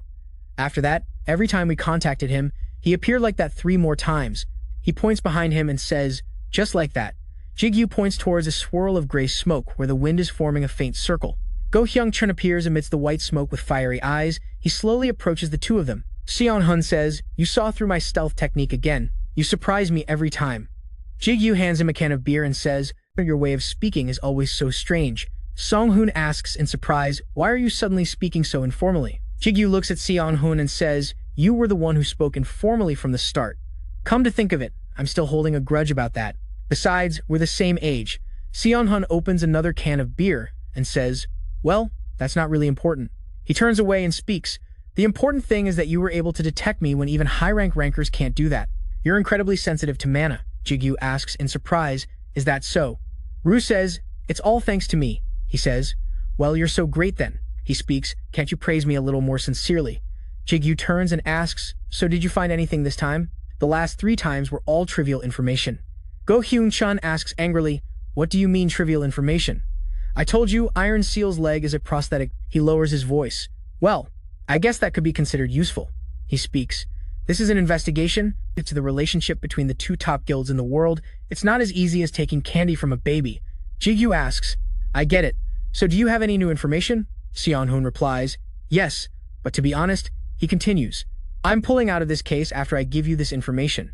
He sits in silent contemplation. Jigu frowns and asks, "Is the information that important?" Seong-hun replies, "Of course." He asks, "First, have you heard the rumors about Lee Seong-ho that have been spreading recently?" He asks back, "Lee Seong-ho was injured while conquering the tower, right?" Seong-hun replies, "That's right, it's true. I don't know the exact type of injury, but I heard it's quite severe." He speaks up, "That's why I've heard he's in need of an elixir." A dark door opens a crack, a glowing blue orb falls onto the grass. Jigu thinks, the last known place to have an elixir was the Heron Labyrinth. If the information about me and the Demon King hasn't leaked yet, everyone would naturally assume that the Iron Guild, which participated in that conquest, holds the elixir. He wonders, so he used the elixir, something he doesn't have, as bait to make a deal? No, even as the Iron Guild, he wouldn't dare do that, when the other party is Lee Seong-ho. Besides, Lee Seong-ho wouldn't be fooled by such a trap, if the 3 elixirs found in the past are all known to have been used, which means this deal must be related to the Demon King. Jigu kept thinking, but what kind of injury would require an elixir? El said his meridians must have been damaged. He asked meridians. She replied, "Yes, you've experienced it before too. The elixir helps restore meridians. Your meridians will be restored. If he needs that effect, then it's highly likely his meridians have been damaged." Jigu spoke. "Damaged meridians, huh? El said it would be good if we could meet that Demon King girl." Ru spoke. "She said to find her after conquering the 50th floor, right? Even for you, that's going to be difficult." Brownheart called out. Master Jigu asked in surprise, "What's wrong, Brownheart?" He hesitated and said, "I'm too full. I can't eat anymore." Ru spoke up. "I already told you. Finish what you have before asking for more." Purple stone fragments flew around, shining brightly like falling stars all over the floor. Brownheart said, "I can't eat anymore." He just spoke. "Let's put aside the things we can't figure out for now. Let's go do something else, shall we?" He called Master El Cutter. "Your voice has become colder." Giyu held a necklace with a shining blue stone pendant. The system window showed level 51 strength, 19 dexterity, 25 stamina, 67 mana, 25 skill accessorize, mana, recovery, grievous wound. "Please select the main ego." He brought the necklace closer and said, "Synthesize." The main ego is Ren. The sub-ego is, the system prompted, "Please select the sub-ego." Starting synthesis process. The blue stone glowed brightly. The ray of light exploded like a miniature sun. The light burst in the middle of the room. A green wind swept through the surrounding space. Incheon International Airport. The terminal roof curved long under gray clouds. The tracks and people were packed tightly. Under the wide terminal roof, the crowd moved quickly, boots clacking on the floor. Jack Lemmon said, "So this is Lisa's country." He coughed. Rudder said, "Who cares? I just want to fight right now." Callan stared around silently, as if in thought. A voice rang out. "Please say something," someone asked. What will be the guild's operating policy from now on? The other person spoke up. What is Mr. Iron Seal doing right now? A cold, sharp gaze swept across the crowd. People held up signs and phones, showing a warm welcome. The pride of South Korea, Rogers Han. He thought angrily. How dare you? Consider me a compatriot just because we have the same skin color. I'm on a completely different level from you lot. A little girl holding a flower wreath timidly approached Rogers. The girl lifted the wreath and said shyly, "Please protect South Korea." His eyes widened, his pupils trembled slightly, his breath hitched. He looked at the little girl angrily. She opened her brown eyes wide, her lips parted, her face bewildered and confused. She flinched and turned around when someone touched her. A man swiftly lifted the girl onto his shoulders and shouted, "Come on," the reporter shouted. "It's the association president. Take pictures quickly." He frowned, casting an annoyed look at everyone. Jigu approached, lifted the little girl onto his shoulders and looked at him, saying, "Branch manager Rogers Han, you don't know how to build an image at all. What's wrong with these flower wreaths?" He looked at him and thought, the president of the South Korean Player Association. He's not someone I can afford to offend. Rogers said loudly and angrily, "Is the South Korean Association this careless? Why are there so many civilians in an official area?" Jigu looked at him and said, "It seems the South Korean branch manager of the Iron Guild also doesn't know how to judge others' abilities, huh?" he asked. "What kind of trouble can a child like this cause?" Rogers gritted his teeth in anger. Glaring at him out of the corner of his eye, he suddenly rushed forward and snatched the flower wreath from the girl's hands. Rogers frowned and reluctantly uttered, "I am very honored to receive this gift." Jigu laughed triumphantly and said, "You should say that to this little lady. The association has prepared a welcoming ceremony. I hope you will attend." The little girl stared at him with wide, bewildered eyes. Rogers angrily threw the flower wreath of flowers falling and scattering everywhere. He gritted his teeth angrily and said, "Damn monkeys and their tricks." Rogers ordered irritably, "Let's go straight to the branch." Iron Seal turned back and asked, "Aren't you going to the South Korean Association?" He said, "Why should we do as they say?" "We must prioritize inspecting the branch building first," he replied. "Understood." The car sped down the road, heading straight for the branch. Rogers thought to himself, Kim Jigu is so strange, most of the information about him is restricted. He continued to think, but that makes sense since he's related to the Demon King, but it's fine. Rogers looked at the information about the girl, Kim Yoo-jung, on his phone and said, "Because I can easily get information about his family." Rogers gave a sly smile under the blue light of the screen, his eyes gleaming with calculation. He thought to himself, "I wonder what kind of expression he'll make when he sees his relative's corpse." The car stopped at a row of high-rise buildings. A voice called out, "We're here." Rogers got out of the car and looked ahead in surprise. He asked, "Shouldn't there be a main street nearby? Why is it so quiet?" A loudspeaker suddenly blared. "A gate break has occurred. All civilians, please evacuate immediately. This is not a drill. I repeat, a gate break has occurred." Roger frowned, his sharp, cold eyes staring intently ahead. Both Jack Lemmon and Roger looked towards the loudspeaker with interest. CEO Hyun said over the phone, "The evacuation and blockade are almost complete. You can start now." A voice replied, "Understood." He continued, "Yes, this will be the last time I contact you." Establishing a barrier, a halo of light spread out like a wave covering the entire row of buildings below. Jigu stared intently at his phone screen. "The best secretary, Hyo Sung-hun, the call has ended." He said, "This way we don't have to worry about witnesses anymore. Now open the gate." A brilliant purple vortex swirled loudly in front of him as he stood still. As if preparing to step through, everyone stepped into the purple vortex. When the gate opened, the two sides confronted each other. Brownheart emerged from a green vortex and moved quickly forward. He hurriedly knelt before him to pay his respects. Brownheart said, "Greetings, Great Master." Jigu looked at him and asked, "Yeah, you know the plan, right?" He continued, "Those with red armbands are allies. The rest are all enemies. As soon as you encounter an enemy," Jigu cast a cold, sharp gaze at them and continued, "destroy them." Ranho bowed respectfully and said, "As you command." Jigu continued, "Then everyone get into position. Remember to follow the plan." Suku looked at Jigu and thought he really created a gate break.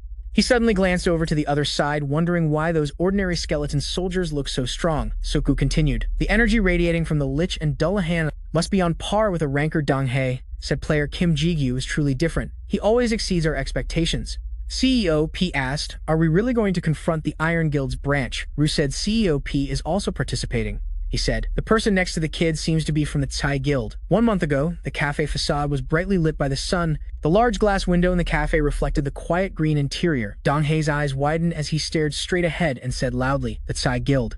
CEO P also spoke up, introducing the Morning Star Guild. Both of them looked at him and said in unison, "We want to form an alliance with you, Jigu," with player Kim Jigu. He asked in surprise, "An alliance? But why did you two come together?" Donghae said, "We started contacting each other more after the Guardian subjugation." CEO P spoke up, "I guess we got closer after talking about you, Jigu. It's all thanks to you." He laughed and asked, "So what's this alliance about?" Donghae said in a low voice. To explain from the beginning, he looked at Jigu and continued speaking.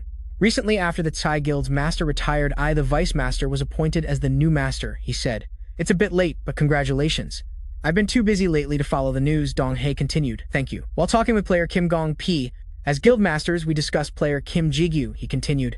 We believe that all parties will benefit from an alliance, so we decided to meet here together.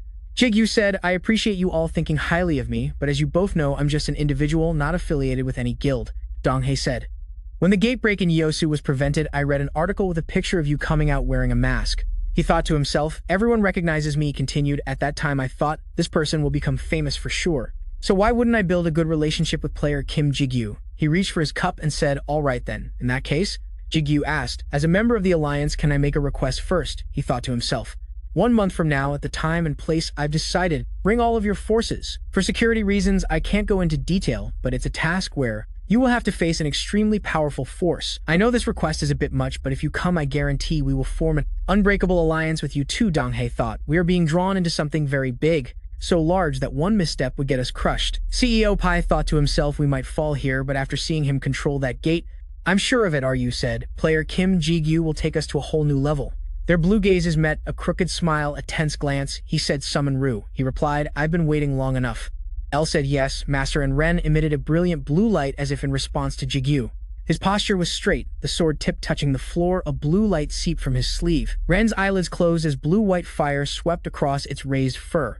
Golden eyes snapped open, a beam of light sweeping across. It began to awaken. Jigyu, holding 2 swords with a cold gaze, stood beside it and spoke. He looked straight ahead, his eyes cold, and said, let the revenge begin. A system notification appeared at Ego is synthesized with Blue Star level 81, strength 77, agility 102, stamina 91, mana 98, skills accessorized, monsterized mana recovery. Severe injury, hemorrhage, fire element, water element, dark element. The ground was dark and rough as a light drizzle began to fall. An oil drop fell, spreading into a slick. The pitter-patter of rain tapped on the road as a curtain of rain tore through the sky. 2 figures stood still, staring intently ahead, Tegu said. It's starting. Taesik stood silently, lighting a cigarette as the rain whitened the road. A group trudged forward, their blades swinging in the pouring rain. A line of zombies with dark empty sockets advanced, Tegu said. At first I had my doubts, but it turns out to be true. That kid has an army or something close to it. He stood silently, startled, a half-burnt cigarette in his hand.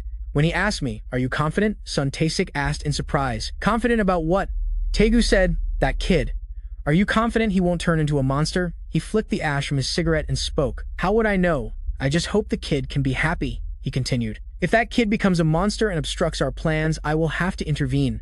Taesik stood silently, side-eyeing Tegu. The rain continued to fall. A man suddenly appeared behind the father and son. He said, Director, the chairman is ready. He gave an order. From this moment on, don't let anyone enter this place, be it a player or a civilian. Don't even let a single mouse get through. Taesik looked forward, his cold eyes filled with emotion. A voice rang out. We are betting the honor of Gregory on this. Sugu dashed through the heavy rain, splashing water to his sides, his eyes fixed forward. As if he had detected something, Sugu furrowed his brow with a tense expression. He thought to himself, this energy is different from a normal player's. Despite the rain on his face, Sugu kept rushing forward, his expression contemplative. No wonder they sealed off such a large area. On the surface, Gregory seems to be affiliated with the association, but in reality, they are soldiers who only follow the orders of the association's chairman and Taesik. He continued to think, their origin and history are a complete mystery. I've heard they're an organization created to protect South Korea and save humanity. But that's just hearsay. The man next to Sugu said, Guildmaster, they're ahead of us. He stopped in the rain, looking straight at the other group. His hard landing sent rainwater splashing all around. Roder and his comrades were there. He smirked, a terrifying look in his eyes. Suku thought to himself, the Iron Guild. They don't know our plan yet. A surprise attack from the air will be more effective than a direct assault. He quickly swooped down. Sugu landed in the middle of the wet road, staring straight at his opponent. He spoke. Pleasure to meet you. I am Rose Sugu of South Korea's Kane Guild. We're the reinforcements here to help with the gate breach. Sugu's eyes widened, sensing something was wrong. Roder silently and suddenly swung his sword at him. Sugu exclaimed in shock, what are you doing? A blade of ice shot towards him, making the road gleam white. Sugu quickly backed away, ice crackling under his feet and sending up a spray of water. He managed to duck and dodge it, Roder asked. You dodged that. South Korean players are pretty tough, huh? He raised his sword, slashing at the flying ice shards. Roder looked at Sugu and spoke. I don't give a damn about a gate breach or reinforcements. Rogers told me to just eliminate anyone who gets in the way. So he said with a wide-eyed grin, let's fight. Fighting you guys will be way more fun than handling some gate breach. He's the captain of the Iron Guild's second squad, he thought, Vu exclaimed. That psycho. The rain was still pouring. Jigu, riding on Ren's back, stood atop a tall building, observing the scene. He called out Reinhardt. He replied, "What do you think I got super cool after eating all those crystals?" Right? Jigu smiled and said, "Yeah, thanks." Reinhardt smiled with delight. Jigu remained on Ren's back, gazing into the distance. "So we're really starting now," Jigu said. "The forces of the Iron Guild's South Korean branch are as follows. Branch Manager Rogers Han is the Commander-in-Chief, Captain of the 1st Squad. Charles Mont, Captain of the 2nd Squad. Rotor, Captain of the 3rd Squad. Cullen," he thought to himself while riding Ren. "And my job is—" Jigu frowned and thought to divide their squads so they can't regroup. He shouted, "Water Element."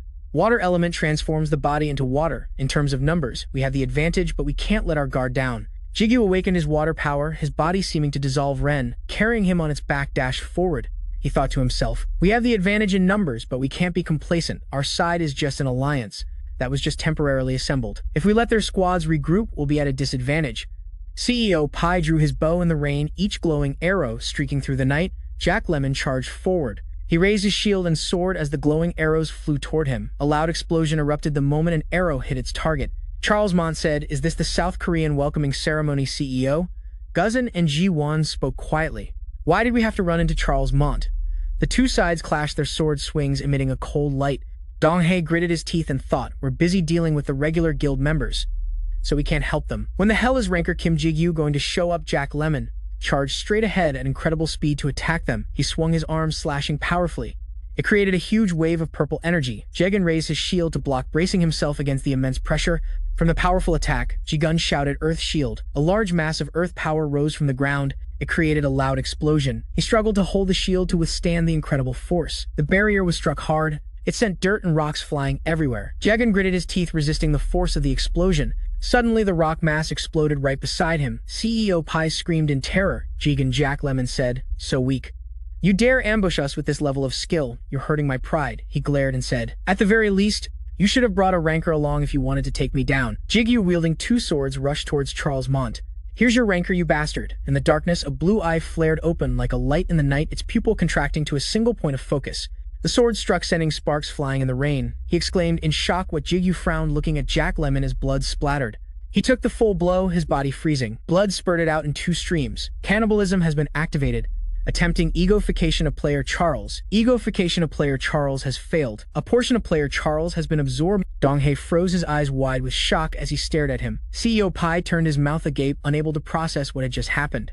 Cannibalism has been activated. Attempting egoification of player Charles. Egoification of player Jack Lemmon has failed.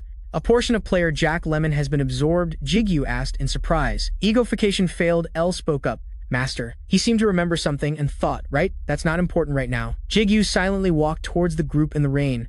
The rain was relentless, pooling at his feet. He asked Jagan with concern, "Are you okay?" He let out a soft groan. Jagan said, "You're late." "Sorry," Jigu replied. He put his hand into a vortex of intense blue light. "Here," he said. Jigu held out his hand to him. "Drink this mana potion," Jagan asked. "Where did you just pull that from?" Reinhardt said, "I'm not a storage space, you know." Everyone gathered in the quiet, rain-soaked aftermath of the steel storm. A man exclaimed in shock. "The captain was taken down in a single blow." Dong-hae spoke. "Ranker Kim Ji-gyu." The man stood in the rain, eyes wide with surprise, frowning as he stared ahead. He asked, "Why did it suddenly get so dark?" Suddenly, Ren appeared before him. It swooped down as if to devour the person in front of it. Ren lowered its head and snatched the man into its mouth. To everyone's horror, someone asked, "What the hell is that?" Dong-hae shouted, "A monster." He wondered, is it an enemy or... Jigu turned to Dong-hae and winked, giving a signal. He watched him intently, understanding the cue.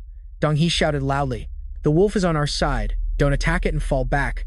Ren's entire body was enveloped in water energy and it bared its fangs. It charged at the people attacking it. Two men angrily aimed their weapons at Ren, preparing to attack. A slash crashed onto the wet ground, causing earth and water to explode. Billowing black smoke concealed its body. It looked up and howled, swirling water in the middle of the yard as white foam shot high. Everyone gasped in shock as Ren suddenly vanished. The group searched desperately. Someone asked, "Is it dead?" Ren, surrounded by water, energy opened its mouth and let out a mighty roar. It charged toward the people, the wolf's mouth wide open in the rain, its white teeth flashing like shattered ice. Someone shouted, "It's heading that way. Attack now." A man asked, "Their rear is exposed. Should we attack and create a pincer movement?" Dong-hae replied, "Stay calm. If we rashly join the fight, we'll get caught in the crossfire." A raindrop traced a path down his cheek, his lips pressed tight, his insides churning. Someone said, "A moment ago, Jack Lemmon's body vanished as if it had been devoured by something. It's just like during the subjugation, the Water Guardian." Rain streamed down his face as Dong He frowned, his eyes fixed ahead. Amidst the gray rain, everyone swung their swords, a wide sweep of light. Someone cried out, "I can't see a thing." Ren lunged forward. The water energy engulfed all enemies. Someone yelled, kill it now." A loud shout was heard, damage reflection. Dong He watched Ren stand in the middle of the smoke and fire. He was silent, deep in thought. Dong He spoke, "What the hell is this? I can't see a thing." A flash of blue light grazed the soldiers' collars. Terrified, they leaned back to dodge. Rogers laughed loudly and said, "For a mere gatebreak of this level, they have to rely on us." A blue slash swept past a head, sending it flying from the neck. Our side kept rushing in wave after wave. A mass of blue water shot from his hand, hitting a purple speck and exploding in a brilliant flash. The impact was blinding in the rain. A yellow streak struck a black arm. The armored figure screamed amid the rain and glowing dust. The one who had just set foot in this country. What an underdeveloped country. Brownheart watched intently, then said, "I have to hold this group back on my master's orders." Someone said, "He's very strong, not to mention that weapon is our natural enemy." Rogers dashed through the rain, his blue pauldrons flashing. His sword sliced the air, his cape shimmering as it billowed in the rain. A skeletal hand raised a staff glowing with a soft blue light like night moss. Suddenly, from the sky, numerous beams of light surrounded Rogers. He looked up silently. Brownheart smiled, blue smoke coiling like silk around his fingers. Rogers, alone with his sword, annihilated the soldiers before him. He rested the blade on his shoulder, raindrops sliding down the steel, his icy gaze directed forward. Rogers frowned, a smirk on his lips as he said, "It's useless." He leaned into the sweeping blue light, his iron armor glinting in the rain. The distant buildings were dyed blue as the sweeping light made the glass windows rattle. Brendan let out a grunt as the blue light struck him. Rogers shouted angrily, "You fool, you're underestimating Nye's power." Startled, she glanced over at Rogers. "I can handle Cullen myself. Go regroup with the other teams," she said loudly. "Branch manager." "I don't think that's necessary," Rogers said. "No," he continued, "you can tell just by watching this fight. Their movements are different from ordinary monsters." Rogers frowned, his eye twitching as anger welled up. A voice said, "I have a bad feeling about this." Rain poured from a white sky. Bodies were scattered everywhere, hands lying limp on the wet ground. The group stood in silence, gazing intently forward. CEO Pai spoke. "Was that blue light from the Iron Guild?" Dong He said, as expected. "The scale of a battle between rankers is on a completely different level." Jigu stood silently in thought. He wondered, could it be what you said?" "That's right, Master," she said. "Yes, I sense something very vile from that direction." L said, "It's a holy sword." He exclaimed in surprise, "A holy sword," she continued. "However, I sense an energy different from Ran Hood's," she said. "Master, the skeleton soldiers have all been wiped out." Giju exclaimed in shock when he looked forward. He said, "Faster than I thought." Jiju turned to it and ordered Ren, "Let's go." A water droplet bounced, sending a ripple spreading across the stone. Riding on Ren's back, he turned and said to the others, "I'm going to support another team after everyone has treated their wounds and reorganized the formation, then regroup together." Having said that, Jigu and Ren sped off like the wind. Everyone stood silently, watching him as he zipped past the tall buildings. Leaving streaks of light in the sky, rain pattered on the glass droplets, sliding down like dewdrops. An angry man clenched his fists and said, "How could the association do this?" Someone spoke up. "This is clearly an act of oppression. A gate break occurred at Sam's Slope, but they kicked us out, even though we are the guild in charge of that area." Manchin said, "We, the Hephaestus Guild, will not let this slide." Hephaestus Guild, Master Kang, Manchun. Zhang Yang also said the association has never acted so tyrannically before. "This is indeed very strange." Blue Dragon Guild Master, Cho Jangyang. He stared ahead, deep in thought. Zhang Yang looked at the chair and spoke. Du Suk-gu's absence is also very suspicious. Du Hyung spoke up. Figure Guild Master, Kim Du Hyung. "We have all spoken now. I want to hear the opinion of the leader of the 10 Great Guilds Alliance."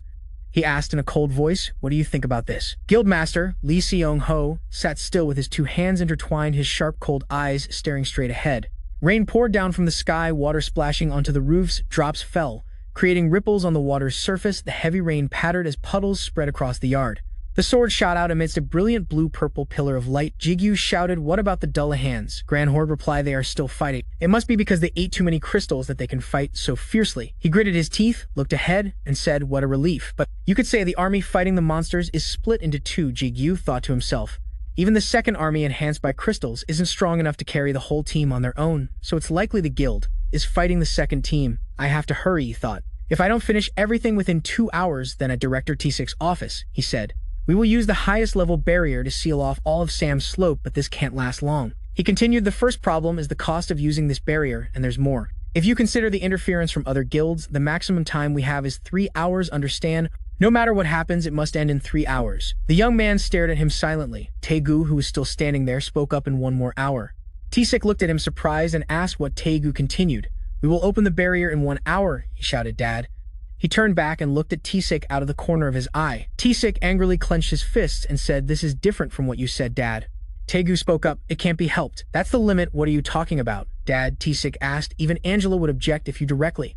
Taegu continued, Lee Seong-ho himself is coming here. He looked at him helplessly. Taegu ordered, Call Gregory. T6 silently looked at him without answering. Taegu gritted his teeth and said, It's time to fight. An explosion erupted, sending dirt and rocks flying.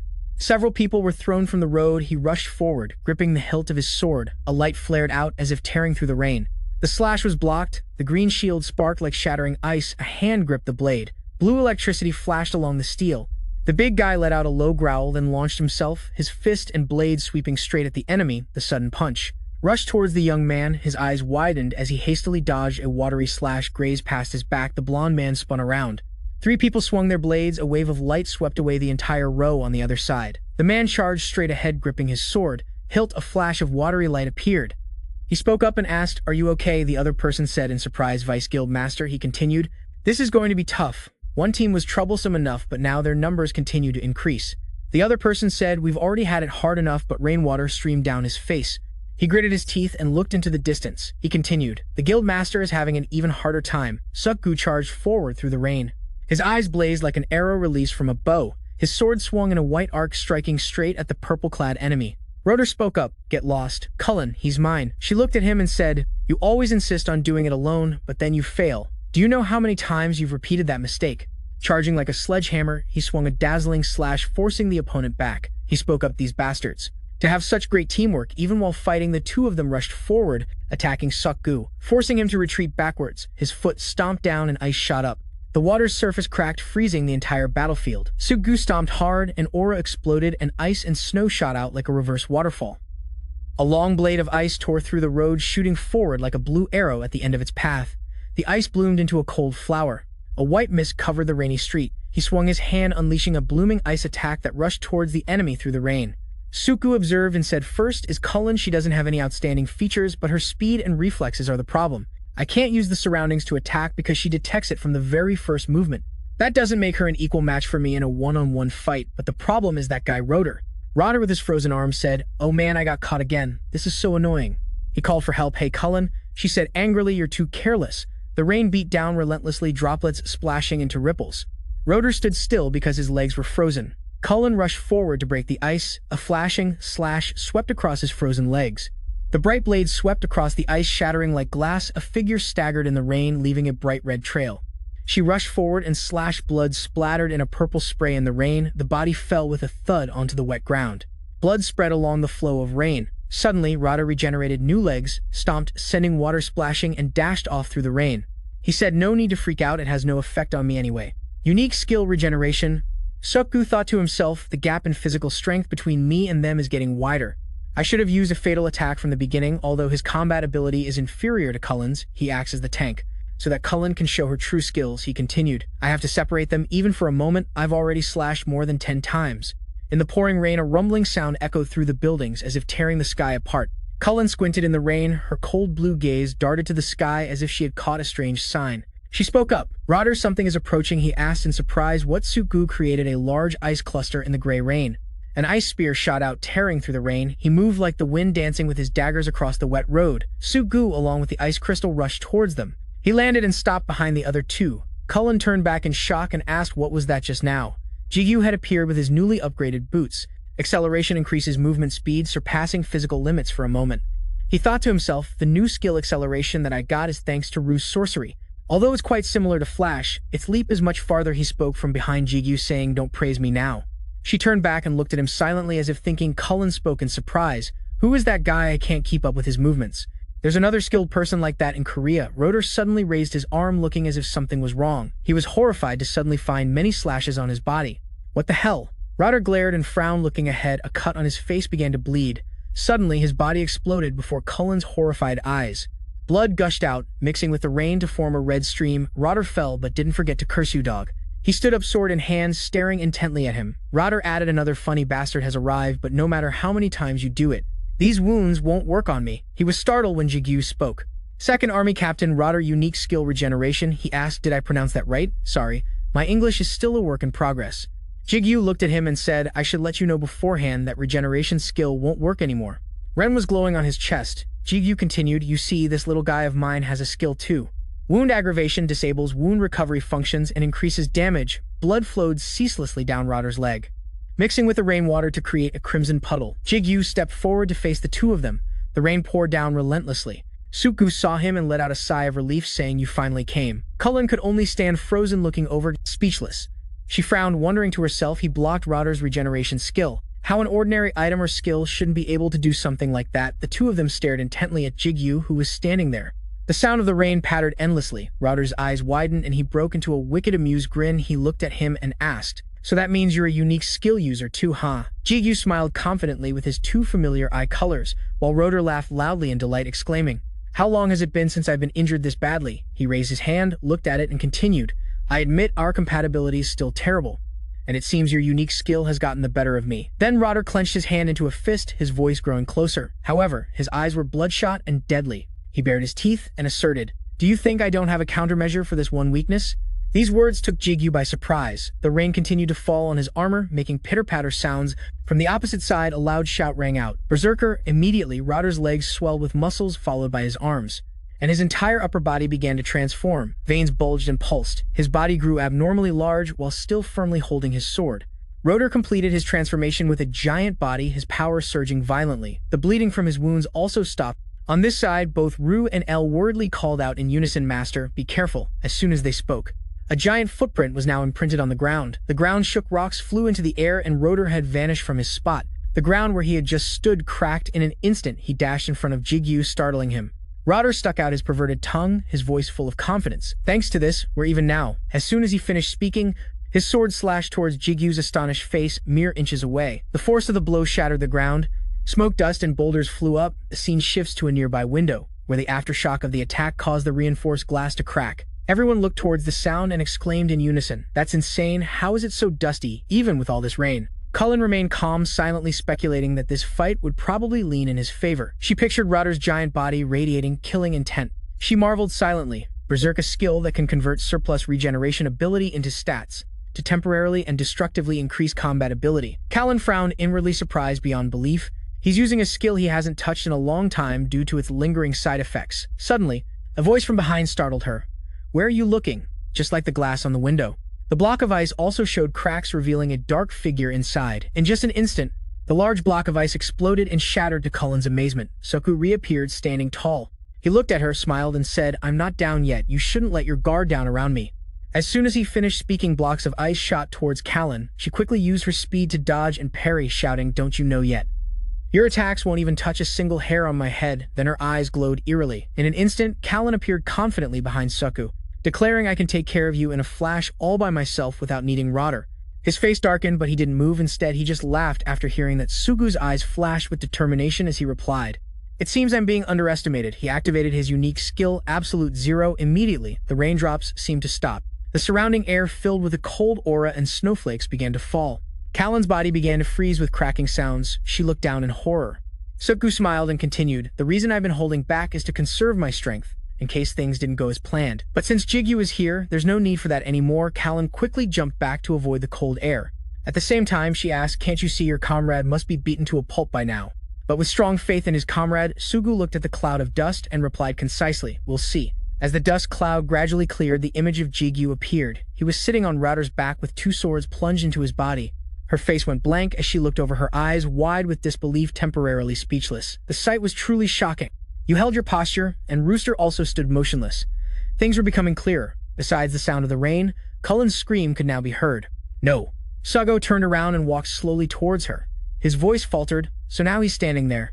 The air around them turned to mist. Cullen began to worry. She frowned, gritting her teeth. Suku took out his weapon. He raised it and continued. Try this on for size. Ice formation. Everything was now focused on Cullen, but she was still frozen in place. Cullen's eyes widened. She raised the sword in her hand to her chest, her body almost completely still. From the depths of Cullen's eyes, the image of a massive block of ice appeared, hurtling towards her. In the blink of an eye, a giant ice block the size of a mountain appeared in the middle of the ruined city. The warriors who were fighting there gaped in astonishment.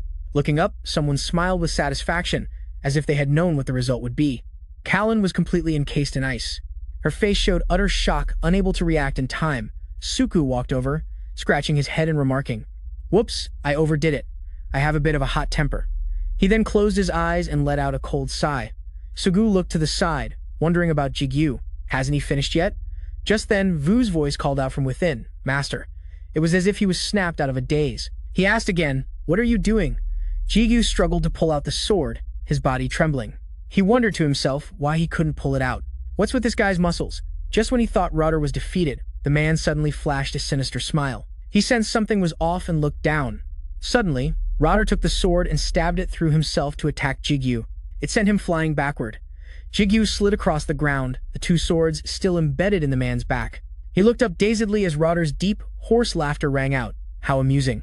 The sword was then pulled out, blood running down the blade and dripping to the ground from the stab wound in his abdomen. He stepped forward and said, "I thought this country had nothing to be proud of besides the Demon King and Lycaon." He coughed, his face twisting into a Joker-like grin as he looked at him and exclaimed, "I didn't expect to find two players who've reached this level." He spread his two arms wide. He declared, "Let the real battle begin now."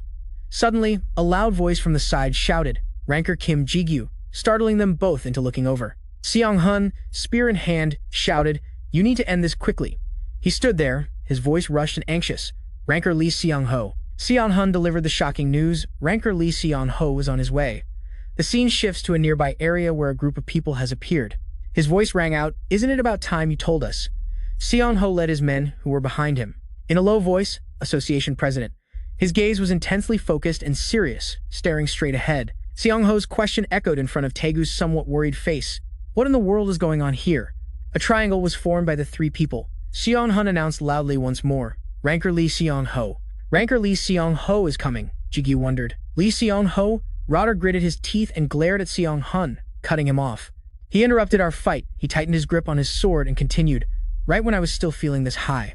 Rudder unleashed a slash towards him and yelled, "Stay out of this." Realizing he was the target, Seong Hun could only stand frozen in place with a look of terror on his face. Instantly recognizing the danger, Jigu swung his hand and cast his spell, binding, Tendrils of Energy, shot out instantly and restrained Rudder's movements. Rudder looked down and roared in anger, "This bastard." Jigu turned and yelled a warning to Seong Hun. "Take this chance to get out of here. I'll wrap this up soon." Hearing this, he hesitated for a moment, thinking. Although the association had decided to stay out of this fight as much as possible, after a moment, Seong Hun rushed toward the crowd and yelled, "I will assist the Kane Guild." The situation has changed. He paid no mind to the chaos behind him. Rudder snorted coldly, looking down at the thing wrapped around his body. He narrowed his eyes and shouted, "A pathetic little skill like this is nothing." Rudder flexed, blasting away the energy from Jigu. Jigu struggled a bit, affected by the backlash. As his own power recoiled on him, before he could even regain his composure, the man's hideous face appeared right in front of him. Rudder said coldly, "So, now that the nuisance is gone." He raised his greatsword high with his muscular, sinewy arm and laughed. Rudder swung his sword, yelling, "The battle has only just begun." Suddenly, his face froze, looking dumbfounded as a flicker of worry crossed it. In front of him was empty space. There was no one there. He looked confused, wondering, did he just disappear? Jigu appeared on a traffic light pole behind him and spoke, "I hate to interrupt you while you're having so much fun, but I don't have much time." Rudder, startled, immediately spun around to look at him with a bewildered expression. His boots had been enchanted for speed. Jigu stated firmly, "I have to end this as quickly as possible." His voice grew deeper as he cast Dark Element. Instantly, a dark aura began radiating from his chest. The scene shifts to the other group. Seong-ho's voice rang out, "Isn't it about time you told us?" Association President. He stood with his men facing Taegu, demanding, "What is going on here?" Seong-ho tilted his head to one side and asked, "Gregory, right?" The group of men in black suits remained standing at attention behind him.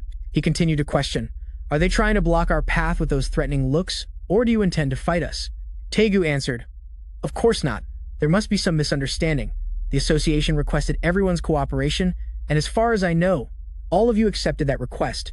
Seong-ho rested his chin on his hand and retorted, "Cooperation? It's not quite right to call that a request for cooperation." He asked the person beside him, the guildmaster of the Hephaestus Guild. "The guild headquartered here received an eviction notice, didn't they?" Manchun immediately nodded.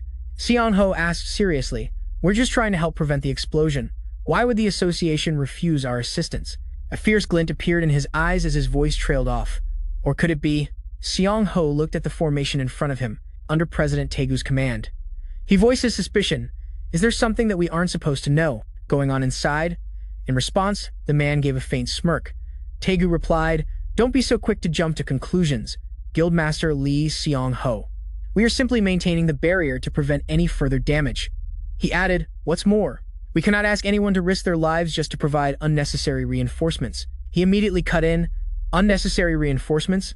Seong Ho's face went cold as he glared and demanded, "Am I just a spare guard to you?" The two sides maintained their formations, facing off against each other. A brief silence fell over the area. Seong Ho then posed a threatening question. "If we say that we're forcing our way in, do you intend to fight us?" Taegu frowned at him and answered with a single word. "Yes." The answer left everyone there completely stunned. They looked at him and began to murmur. "Association President, why at a time like this?" A hand appeared in front of Seong Ho's group, causing them to fall silent. Tessik stood there, one hand in his pants pocket, the other summoning his weapon. After twirling it in the air, he slammed his weapon down onto the ground. Tessik's expression was grim. He looked at them defiantly. The newcomers immediately recognized the weapon. They stirred, calling out its name in strained voices. Do Hyung, standing behind them, spoke up, "All right, let's move." Seong Ho cut in, offering an idea. "Then what about this?" He placed a hand on his chest and said, "I'll go in by myself. No one else will come with me." Just then, a voice was telepathically transmitted to Taegu. "Don't worry, Lord Asura." Seong Ho raised a hand to his mouth and continued the telepathic message. "I will not breathe a single word about anything I see inside. On the contrary, I'm on your side." The scene shifts back inside. A notification appeared. Dark element can transform the body into shadow. At the same time, Jigu's body began to change. As he stood there, tendrils of black energy appeared and gathered before Rotor's amazed eyes. The man looked up with a dazed and bewildered expression. Jigu unleashed the dark elements towards him, simultaneously shouting, binding. Tendrils of pitch-black spiritual energy shot swiftly towards Rotor. He was still frozen in place, unable to react as they bound him. Rotor laughed confidently. "You've seen with your own eyes that this skill doesn't work on me." But the next moment, as he tensed up to struggle, he realized, "I can't break free." Jigu remained standing there calmly. Dark element may look like only its appearance has changed, but what's more important is its second effect. That is the effect of strengthening demonic arts with similar attributes. As a result, Rotor's body was lifted into the air. He gritted his teeth and cursed to himself, "Damn it, I'm being pulled towards him." Jigu tightly gripped the twin swords in his hands. As he was about to attack, Rotor let out a long scream. Jigu's sword had pierced through his head. Rotor's eyes were wide open, his mouth agape in horror. Blood mixed with the rain dripped onto the ground. His greatsword fell. At the same time, cannibalism was activated. Jigu stood there enveloped in darkness as a notification appeared. Player Rotor's echoing has begun. Player Rotor's echoing was successful. Immediately after the streams of dark energy began to return, the rain continued to fall ceaselessly. His figure gradually became clearer as everything stabilized. Jigu plopped down inside. "This thing puts a huge strain on my body. I really tried my best not to use it." El spoke up. "Given the situation, you couldn't avoid it." Ru mocked, "What a weak master." He added, "You know you can't rest for too long, just because you're tired, right?" Jigu replied wearily, "I know, stop nagging." Then Jigu glanced down. The group below was looking at him. Suku raised a hand signaling that everything was okay. He thought to himself, "Looks like they've wrapped things up too." Jigu gave the command, "Let's go, Ren." The sapphire immediately lit up in response. Ren appeared, carried him on its back, and moved downward. Jigu looked to the side and called out, "Water elemental." It immediately shot off at a very high speed. Ren leaped across the rooftops, moving swiftly and leaving trails of light behind. In midair, his voice asked Brunhild, "How are Dullahan and Hart?" It replied, "They're still holding on." Jigu asked, "Where are they?" Brunhild gave directions. "Just go straight a little further." As soon as Ren's feet touched a puddle of water, it announced, "We're here." Ren's figure shot up into the air. Below was the battle where Dullahan and Hart were. A deadly glint flashed in his eyes. He smiled coldly and greeted, "Long time no see, Rogers." Hearing this, Rogers immediately looked up, his face contorted with worry. Rogers frowned, gave a bitter smile, his voice low as he enunciated, "Kim Jigu. Over here." Upon realizing it was Jigu, Hurt's axe swung up. A flash of light from the axe swept past Rogers. He looked up in astonishment at a dark figure descending upon him. ART slammed his axe into the ground, creating a terrifying shockwave, forcing Rogers to jump back quickly. He gritted his teeth in disbelief. His opponents are just a Hart and a Lich. Rogers retreated, thinking, "The weapon in my hand is the Holy Sword." Normally, even a whole bunch of creatures like Art and Lich would be no problem. Filled with anger, Rogers swung his sword, horizontally cursing, "Damn, you small fries." Light flashed from the sword. He growled and shouted, "Don't underestimate me." In contrast to Roger's agitation, Dullahan stood calmly watching Roger's attacks. Then it screamed and swung its scythe to counterattack. Suddenly, a loud explosion erupted, shattering the space. Dullahan was pushed back a few steps by the force. Rogers frowned, affirming RT and Lich are not ordinary monsters. Because if they were truly intelligent monsters, they would have attacked the moment he was vulnerable after that terrible attack. Rogers speculated that Hart didn't attack but waited for the Lich to recover. It seems they don't intend to defeat him and just want to stall for time. On the other side, Ren was approaching at a very high speed. Rogers suspected, "Just as I thought, the timing is very strange." Then Rogers realized this was no ordinary explosion. Finally, Ren carrying Jigu had arrived. From above, Jigu greeted him. Hearing someone greet him, Rogers immediately looked up, wondering who it was. He instantly recognized Jigu, who had just landed. He ordered Ren to return to the bracelet. Below, upon seeing Jigu's appearance, Rogers panicked and shouted his name, "Kim Jigu."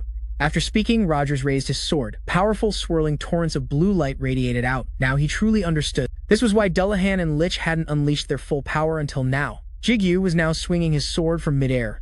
Aiming straight for Rogers, his face showed clear panic. His two sharp eyes radiated dense, killing intent as he took a counterstance. But suddenly, Rogers remembered something. He had been warned to be careful of his sword, recalling Iron Seal's words, "If it's true, it can absorb the power of the Holy Sword." He moved back to avoid Jigu's attack. Seeing this, Jigu knew Rogers had figured it out. El told him, "It seems Iron Seal gave him a clue." Ru urged, "Hurry and do something." His feet stopped moving. Jigu turned to praise Hart and Lich. "Good job. Thank you for holding out for so long." Both of them bowed their heads respectfully, saying it was nothing, and that they felt honored to have completed the orders he gave them. He opened a portal for Artie and Lich to rest. After he spoke, they both vanished inside. Jigu recalled them into the necklace as well. Rogers on the opposite side witnessed the scene but didn't understand what was happening. His face scrunched up, wondering what that power was. "Were you the one who caused the explosion?" But right now, that wasn't his concern. What he cared about now was how you got so strong in such a short amount of time.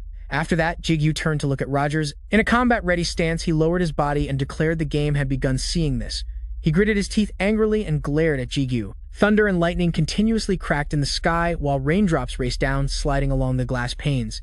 On the ground, streams of water flowed endlessly into the drains elsewhere. Suku and Seong-hun had just arrived. Seeing the two of them fighting, Suku let out a sigh of relief. He rushed here without thinking, but it seems there's no need to worry too much. Seong-hun was a little confused by what he meant. Suku commented that he only looked away for a moment and Jigu had already gotten much stronger. Jigu's relentless attacks left Rogers unable to keep up. His eyes filled with panic, still not understanding what was happening. Rogers had to both parry and dodge the blows. Jigu lightly twirled Ru's sword in his hand, then aimed straight for Rogers' thigh and stabbed. Blood splattered everywhere. He smirked triumphantly, mocking him for being a weakling through the pain. Rogers recognized the same words he had once said. Ru urged him to stop playing and finish it quickly. Jigu pulled his sword back, saying okay, but he wasn't done yet. He then swung L's sword, pointing it straight at Rogers. One attack after another forced him to dodge left and right. Rogers gritted his teeth, his face filled with rage as he cursed. "Damn it, not long ago you were just a pathetic insect. Nothing at all." He then swung his sword to block Jigu's attack, but it was too late elsewhere. A lighter flickered, lighting a cigarette that was brought to Iron's lips. He was discussing something. He guessed that Rogers must have arrived in South Korea by now. Brooks looked a little worried.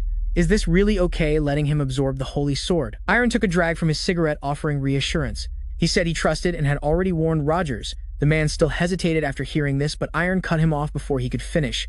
"There's no problem at all." As he exhaled a cloud of white smoke, his expression hardened and his brow furrowed deeply. He smirked. The sword he gave to Rogers was no ordinary Holy Sword. He'll realize it when he's on the brink of death back at the fight. As he struggled to withstand Jigu's attack, Sugu and Seong-hun suddenly noticed something strange. Even Jigu sensed something was off. He immediately pulled his sword back and retreated, seeing Jigu stop so suddenly. Rogers was also confused. He looked at the sword in his hand and realized something had just happened. Something was just absorbed, and it was very different from Kaniel. Ru admitted he'd felt something strange earlier. El realized the sword was no longer a holy sword. She stated bluntly that the sword had been tampered with. He questioned if the holy sword was tampered with. El confirmed it was no longer a holy sword but a demon sword. Rogers sneered, "And here I thought you were so tough." His face twisted into a ferocious expression, his eyes wide as he spoke to Jigu with a scathing tone. "This is how it should be." He said he would kill him in the most painful way possible, seeing him seethe like that. Jigu asked Ru again if there was anything he could do if it was more like a demon sword. He confirmed that the sword was no simple matter. Jigu sighed, thinking this would be easy to deal with. Rogers, standing to the side, saw this and asked what the hell he was muttering about. He suddenly got into his stance and asked with a mocking, sarcastic tone if he was actually delirious. The raindrops started falling harder. Rogers angrily gripped his sword and charged at Jigu. El saw this and called out, but he paid no mind. Rogers suddenly let out a horrifying laugh that echoed through the area elsewhere. Iron's cigarette had been stubbed out in the ashtray. Brooks commented that it was an ordinary holy sword he looked at, Iron stating that he trusted and had high hopes for Rogers. "That's why you gave it to him." Hearing this, Iron smiled faintly and admitted that you could see it that way. Back in the fight, Rogers thrusted his sword's tip straight at Jigu. He swayed to dodge, a look of clear surprise on his face, mixed with a bit of confusion. Sung-hoon saw this and was about to rush in to help, but Sugu held him back. He realized something was wrong as Jigu's sword tip dug into the ground. He used the momentum to swing his leg and kick Rogers in the face. The kick sent him flipping backward and he fell, sprawling on the ground. Jigu was confused.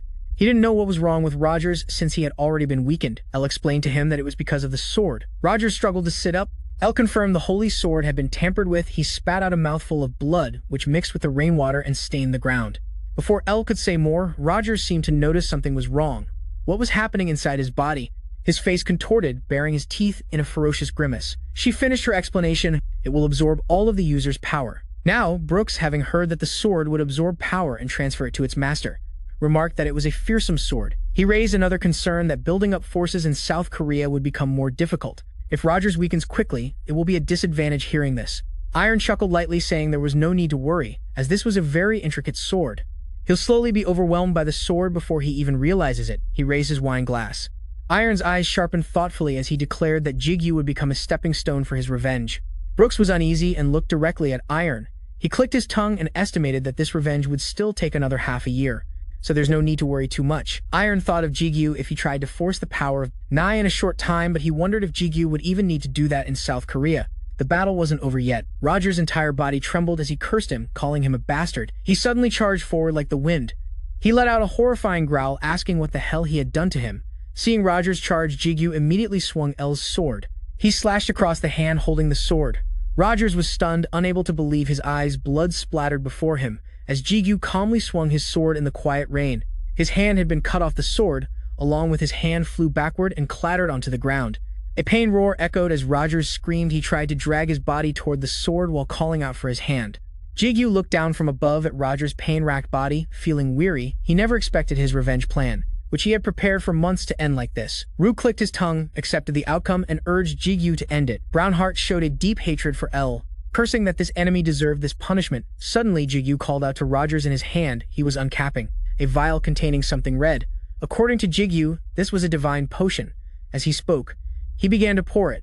The red liquid from the vial spilled out, flowing down onto his hand. Rogers turned back with a slight smile. His smile slowly grew into a loud laugh. After pouring, Jigu tossed the vial aside. He knew he had figured it out and threatened to oppose the Iron Guild, saying there's nothing good about it. Rogers suddenly spoke with a hint of triumph. But it's ridiculous that he at least spared you. Jigu looked at him with contempt and told him to check his status window. Ru cursed him for being a madman, saying he went crazy after being helped. Rogers checked his status window. Rogers panicked when he saw he was at level 1 and all his skills were gone. He screamed, "How the hell am I at level 1? Jigu stood there listening to him ramble on about his level, comparing him to a fly. He lost his patience and squeezed his eyes shut. Unable to take it anymore, he swung his fist and punched him in the face. Jigu cursed as he relentlessly punched and kicked Rogers' face. Brownheart spoke up, asking why he was so furious. Ru chimed in that it was because Jigu had a sad past being level 1 himself.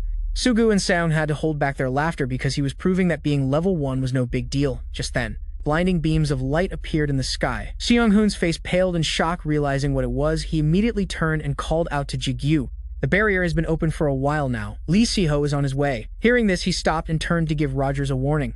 Consider yourself lucky. As soon as he said that, he opened a portal. Jigu pushed Rogers into it. He ordered Hutch to use the divine potion he had obtained on him. After all, he couldn't hold on much longer. Jigu didn't forget to remind him to take care of the holy sword as well. Hutch obeyed and supported Rogers. Ru and El called out to Jigu simultaneously. He replied that he knew a golden light appeared before him from which a powerful surge of mana could be felt. It was immense. A few miles away, a figure faintly appeared in the middle of the light. It was none other than Siho. As soon as he arrived, he confirmed that his suspicions were correct. Siho recognized that he couldn't treat this as an ordinary explosion. His gaze fell directly on Jigu as he asked if he was Kim Jigu. When asked how he knew him, Siho replied nonchalantly. He wasn't bragging, but the Angela Guild's information network was something to be proud of. Siho shifted his gaze. He wanted Jigu himself to tell him what happened here. Suddenly, Seong-hoon called out to Siho. He introduced himself as Heo, some gun from the association. reporting that the explosion was nearly dealt with, but unfortunately, some members of the Iron Guild have sacrificed themselves. Seon-ho chuckled lightly. Quite the joke, making Seon-hyung flinch. He reached out and commented that everyone here had also managed to handle them, but he was negotiating with the Iron Guild. Seon-ho mentioned they said they would let him meet someone who possesses the thing he wants. Hearing Seon-ho say that, he immediately thought of the elixir pill. He stroked his chin, saying that currently, only one person possesses it. Seon-ho's expression suddenly turned cold, and he said in a threatening tone, "If you don't want to see your successor get chopped into pieces, then show yourself." His words stunned all three of them. Just then, a sarcastic voice echoed from a flash of light. "You brought this upon yourself, calling yourself a disciple of a god?" Then, from behind Jigu, rays of light appeared, revealing Ban and Su-young as she spoke mockingly. "The reunion I've been waiting for so long has been completely ruined." He turned around in surprise to look. He saw Su-young smirking at him. Everyone around watched them warily. Seon-hyung was stunned, in disbelief. The Demon King? For real? Su-young crossed her arms and smirked. "Your friend seems quite surprised, huh?" Jigu's eyes darkened as he thought. She was so close. But he hadn't sensed her presence at all. He thought about how he was in Su-young's hands, and that he was her enemy. Sweat dripped down Jigu's face as Lu noted that her stealth ability was on a completely different level. Su-young turned away, dissing his reaction as boring as hell. She had hoped to make Jigu surprised. She clicked her tongue and added, "Whatever, we can talk about that later." Then Su-young turned to look at Seon-ho with a bewitching gaze and asked, "You need the elixir pill, right?" Seon-ho replied coldly, "That's right." Seeing that, she clasped her two hands behind her back and said softly, "To be honest, his vessel is already contaminated." Su-young smirked. "Besides, we're not close enough for me to just hand over the elixir pill that easily." Hearing this, Seon-ho remained calm. He said coldly he wanted to make a deal with Su-young. She asked innocently, "And what if I don't want to?" Just then, countless golden lights shone down from the sky. Su-young continued, "Even the elixir pill can't stop his contamination. At best, it will only slow the process." Su-young winked and held out her hand. It'd be a pity for the elixir pill to be used for something like that, when it's so precious. Seon-ho lowered his head slightly, his voice dropping, "If that's the case." Suddenly, his back flashed with light. A sword appeared, shimmering with golden light. Seon-ho declared that there would be no other choice. Suku and Seon-hun were both shocked when the light appeared. Ban stood silently while Su-young smirked. Jigu thoughtfully watched Seon-ho, who was looking at him. He asked in astonishment, "That white sword, could it be?" Ru said nonchalantly, "That's the holy sword." Elle was a little wary. "They're even stronger than her now." Seeing Su-young drawing closer, he stood still and said provocatively, "You think you can handle this sword?" She drew even closer. Her purple eyes stared straight at Seon-ho as she spoke coldly. "No matter how strong you are, fighting me and Ban alone, wouldn't that be a struggle?" After saying that, Su-young reached a hand behind her, asserting that this place would also be engulfed in a sea of fire. "Don't you hate bloodshed?" She turned back to lock eyes with Seon-ho. He said he didn't have time to argue. To this, Su-young agreed, "Fine. After all, you never bothered to distinguish between right and wrong anyway." She suddenly vanished, leaving a purple mist around Seon-ho. In a flash, she appeared next to Ban, reaching a hand behind her toward him. Ban reached into his clothes for something and then handed her a purple vial. Suku and Seon-hyun stared at the vial, stunned. "It's the elixir pill." Su-young tilted her head and smirked. "Let's see how Seon-ho negotiates this. What will you give me in exchange for this bottle of elixir pill?" He averted his gaze. "Your successor." Jigu flinched slightly, looking at Seon-ho. He added grimly, "And the others, everyone here gets to live." She closed her eyes and said arrogantly, "That's a threat, not a negotiation. You're no different from a street thug."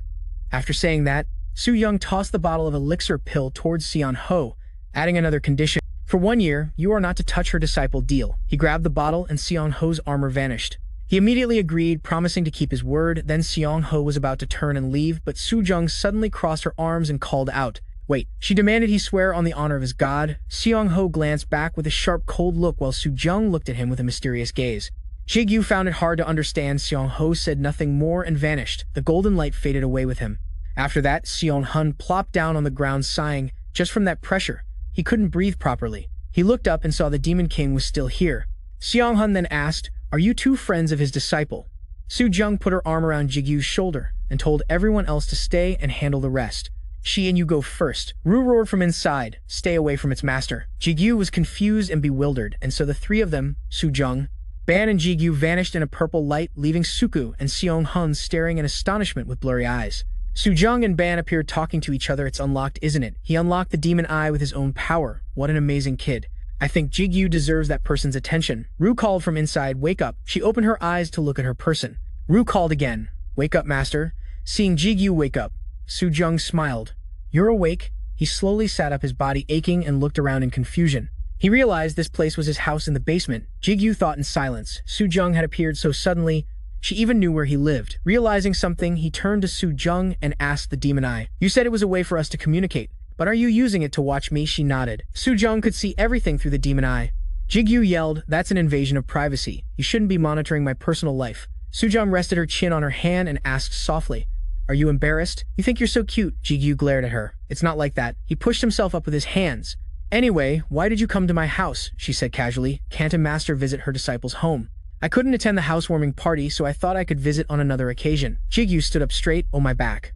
Anyway, he owed her a lot. After all, she had used 3 elixirs for him. He looked at Sujung and asked, who are you to possess the demon eye? Moreover, Xiang Ho. Before he could finish, Sujung told him to stop. She looked at Jigu thoughtfully. You must have a lot of questions, but now is not the time. I'll explain when the time is right. Holding out a cup, Sujung continued. There's something more important, Jigu pondered. What could be more important than the demon eye, the elixirs, and Xiang Ho? Hugging the cup, she said softly. Listen, Sujung looked up at Jigu with sparkling eyes and made a suggestion. Let me live here. He froze, stunned. Just then, Jigu yelled what, and cheerful laughter erupted from his house. Sujung was flattering Jigu's mother, Mrs. Sujin. She complimented her rosy white skin, saying if she claimed to be a young maiden, she would believe it. Sujin, pleased with the compliment, beamed with a smile. Sujung then turned to praise Dudong for being as beautiful as Mrs. Sujin. Flattered, she expressed her thanks. She kindly asked Jigu where he found such a beautiful girl. Dudong chimed in, saying she almost thought he was into men. He couldn't understand how it turned out like this. Dudong and Sujin curiously asked Jigu how he met Sujung. He frowned in distress, then his eyes widened. He had to find a way out of this situation, because Jigu couldn't satisfy this mother-daughter pair with such wild imaginations. He frowned, sweating, wondering what to do. Looking at Dudong, he knew anything he said now would sound ridiculous. Things would only get more complicated. Jigu felt the problem was very difficult, and prayed to the universe for help. Suddenly, he remembered something, and his eyes widened. Then he suddenly stood up and called out, Puppy, making Dudong's eyes go wide. Puppy? Jigu ignored everyone's questioning gazes. He bolted outside using the excuse that he had just adopted a puppy. He ran straight out and stopped panting. Sujung's voice came from behind. Wait, where are you going? Jigu held up the bracelet and asked Ren, can you transform into a smaller form? El called out, Your Majesty, aren't you being desperate? And the bracelet glowed at his plea, and Ren appeared in an extremely cute form. Seeing this, Sujin and Dudong came from behind and showered it with praise. Dudong came closer, picked Ren up, and asked a series of questions. What breed is it? Its fur isn't dyed right. She turned to Jigu and asked, What's its name? Can I name it? Jigu raised a hand to his forehead, wiped his sweat, and answered in quick succession. It's not dyed, and it already has a name. Its name is Ren. Dudong was happy. She held Ren and spun around in the yard, praising him. You're the best. I finally see you being cool for once. Hearing that, Jigu felt a little sulky. For once? What about all the years he earned money to support her? Sudong appeared from somewhere and praised, It seems you know how to use your brain now, huh? He frowned in annoyance. Whose fault do you think it is that I had to do this? She stretched completely relaxed. Sujung wanted to talk with Jigu. She told him that Ban had already found a suitable location. At a cafe, Jigu called Seong Hun. He apologized for leaving early and asked him to handle the cleanup. Then he expressed his thanks. After hanging up, Jigu let out a sigh of relief. He thought back on how he had left the cleanup to others. After causing so much trouble, he felt really bad. Sujung noticed his dejected expression and teased him. He asked, Can you read minds? She denied it. It's just a guess. Based on your face, she reassured him. Don't worry too much. Those guys are all experienced, so you don't need to worry. You probably wouldn't have been much help there anyway. He denied it. That's not a comforting thing to say. But most importantly, you're the one who caused the trouble. Jigu asked if a cafe this close to home was really okay. He still thought they should meet at the cafe with the soundproof barrier inside the tower. Sujung told him not to worry. Ban's barrier is much better than those other cheap things. She guaranteed that the people around them couldn't hear what they were saying. Nor could they sense their presence, El added. This barrier couldn't have been erected by an ordinary person. He nodded. I know. Sujung rested her chin on her hand and agreed to answer his questions. Jigu pondered thoughtfully. He had many things he wanted to know, but the feeling was different.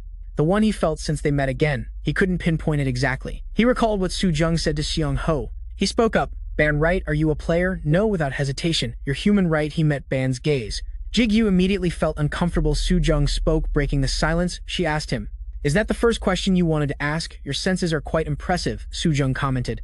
Why don't you ask about your sword first? Ru whispered to Jigu. Ban is a demon, Ru added.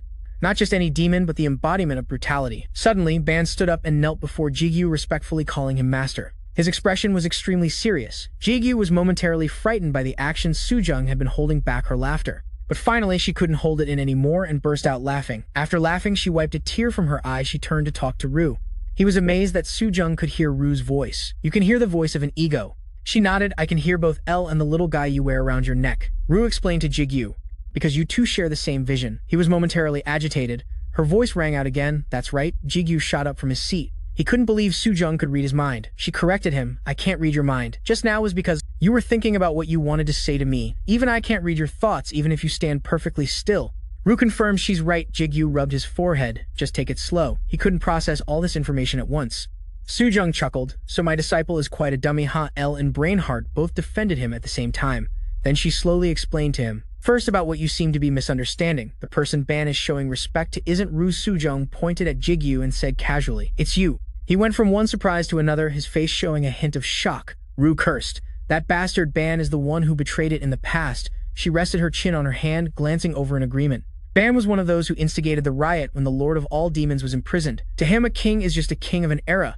He shows respect to you for taking someone like Ru as a subordinate." Ru cursed. "Damn bastard." Meanwhile, he calmly drank his tea. Sujung clicked her tongue. "Let's put the reminiscence aside and get back to the main point." She kept her chin on her hand and said, "Let's talk about the demon eye first, shall we?" He looked up a little suspicious but focused on listening. "She guessed. You have a lot of questions. Perhaps you haven't had it awaken for long. Even Ru doesn't know. However, I really want to ask you something." Hearing that, Jigu became curious. She crossed her arms, looking at him thoughtfully. "How did you awaken the demon eye in your eye?" Sujung didn't let him answer and continued. "After all, the demon eye is the symbol of all demons." At this, Jigu, with a bewildered face, asked again, "You mean this demon eye isn't the power you gave me?" Ru spoke up again, emphasizing the important information I already told you, Your Majesty. "That power isn't something a human can trade for." He was utterly bewildered, putting a hand to his face. "Then where did it come from? Is this a power I've had from the very beginning?" Seeing Jigu's state, Elle tried to reassure him. "The power that woman transferred to you might have been a catalyst, but the one who truly unleashed it was you, Master." Sudung crossed her arms, confirming her thoughts. "That's right. I never thought you could manifest the demon eye." Hearing this, Ru asked with curiosity, "Are you a demon's descendant or something?" He still couldn't believe it, repeating the key point. "What are you talking about?" "You've met my mother. She's human." He immediately spotted an opening and asked directly, "Then what about your father?" Hearing this, Jigu seemed to realize something, murmuring, "My father?" A hazy image of a long-haired man appeared in his mind. He lowered his head, his eyes suddenly becoming somber. I'm not sure." Seeing the tense atmosphere, Sudung waved her hand reassuringly. "It's not a big deal, but really, the demon eye is no ordinary ability. Only demons of a certain level can possess it." She had noticed the precious color of Jigu's eyes long ago. "But among them are a few special types, and your purple demon eye is one of those special types."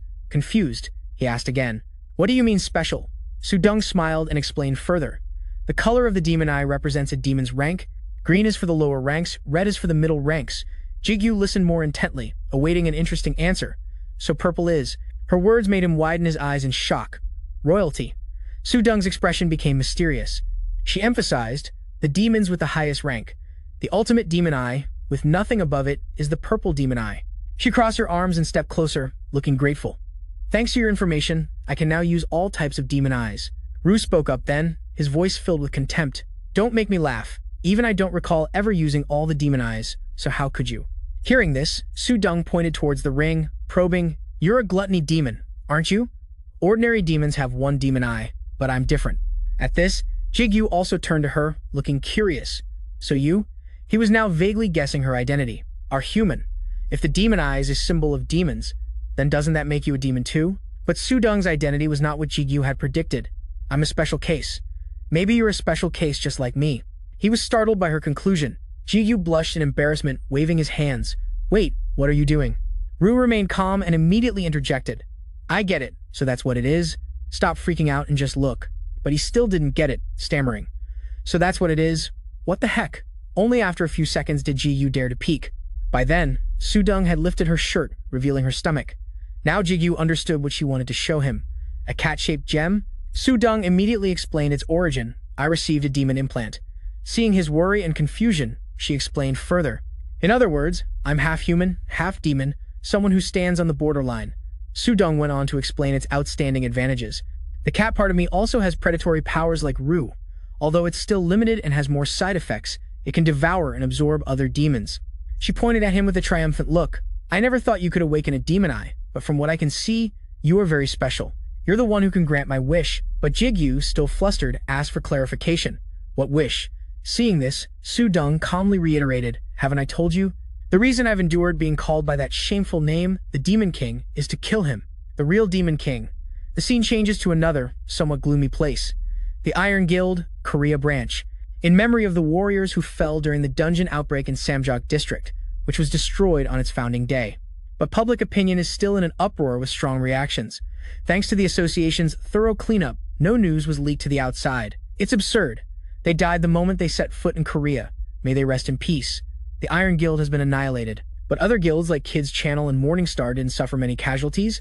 Does this make any sense? There must be a conspiracy. This is insane. After this unbelievable event, the reaction from the press and the public absolutely exploded. Fortunately, they managed to find a way to de-escalate the situation. But Lee Se-ho's testimony helped to calm public opinion. The words of a high-level PR representative carry immense weight with them. The other side, on the other hand, had no over-the-top reactions. Iron Seal, however, reacted with unbelievable calmness. He must have had his suspicions, but all he did at the press conference was to offer condolences to the fallen. Thanks to that, this incident is gradually coming to a close. Since the involved parties acted this way, public opinion in the US has gradually cooled down, and the event concluded with only a few sporadic controversies. The funeral was held with solemnity. Many people came to pay their respects before the memorial altar. The sunset sky turned a beautiful, mesmerizing shade of purple. Jigu returned home with a heavy heart. Although our side didn't suffer many losses, my heart is still heavy. Because of the unavoidable casualties, L, full of sympathy, spoke up to emphasize. It's not your fault, Master. Rue had to agree with that sentiment, encouraging him wholeheartedly. Master, even though you were the one who made the proposal, all of them made their own decisions. Brunhild shouted with an excited voice. That's right. Jigu was startled the moment he stepped inside. I'm. Su-dong, chewing with her mouth full, noticed him. Welcome back. He let out a helpless sigh. Do you really treat this place like your own home? Since she was eating, her words were a bit muffled, but very confident. What else am I supposed to do? I have nowhere else to sleep. Jigu was speechless and quickly reminded her about her manners. Don't talk with your mouth full like that. Hearing him, Su-dong swallowed and then repeated clearly. Well, what else am I supposed to do? I have nowhere else to sleep. He wearily took off his jacket and asked, so where did you live before this? Suddenly, Jigu's expression changed completely. Now, the more he thought about it, the more restless he became. In the end, I still don't know many of the details. On that day, those two still hadn't revealed anything more to Jigu. You are not yet qualified to hear this. I will tell you once you pass the test on the 50th floor. Even now, Jigu still couldn't find an answer. What kind of condition is that? He then looked out and asked, where are Yu Jong and my mom? She was focused on the TV but still replied, they went out to eat.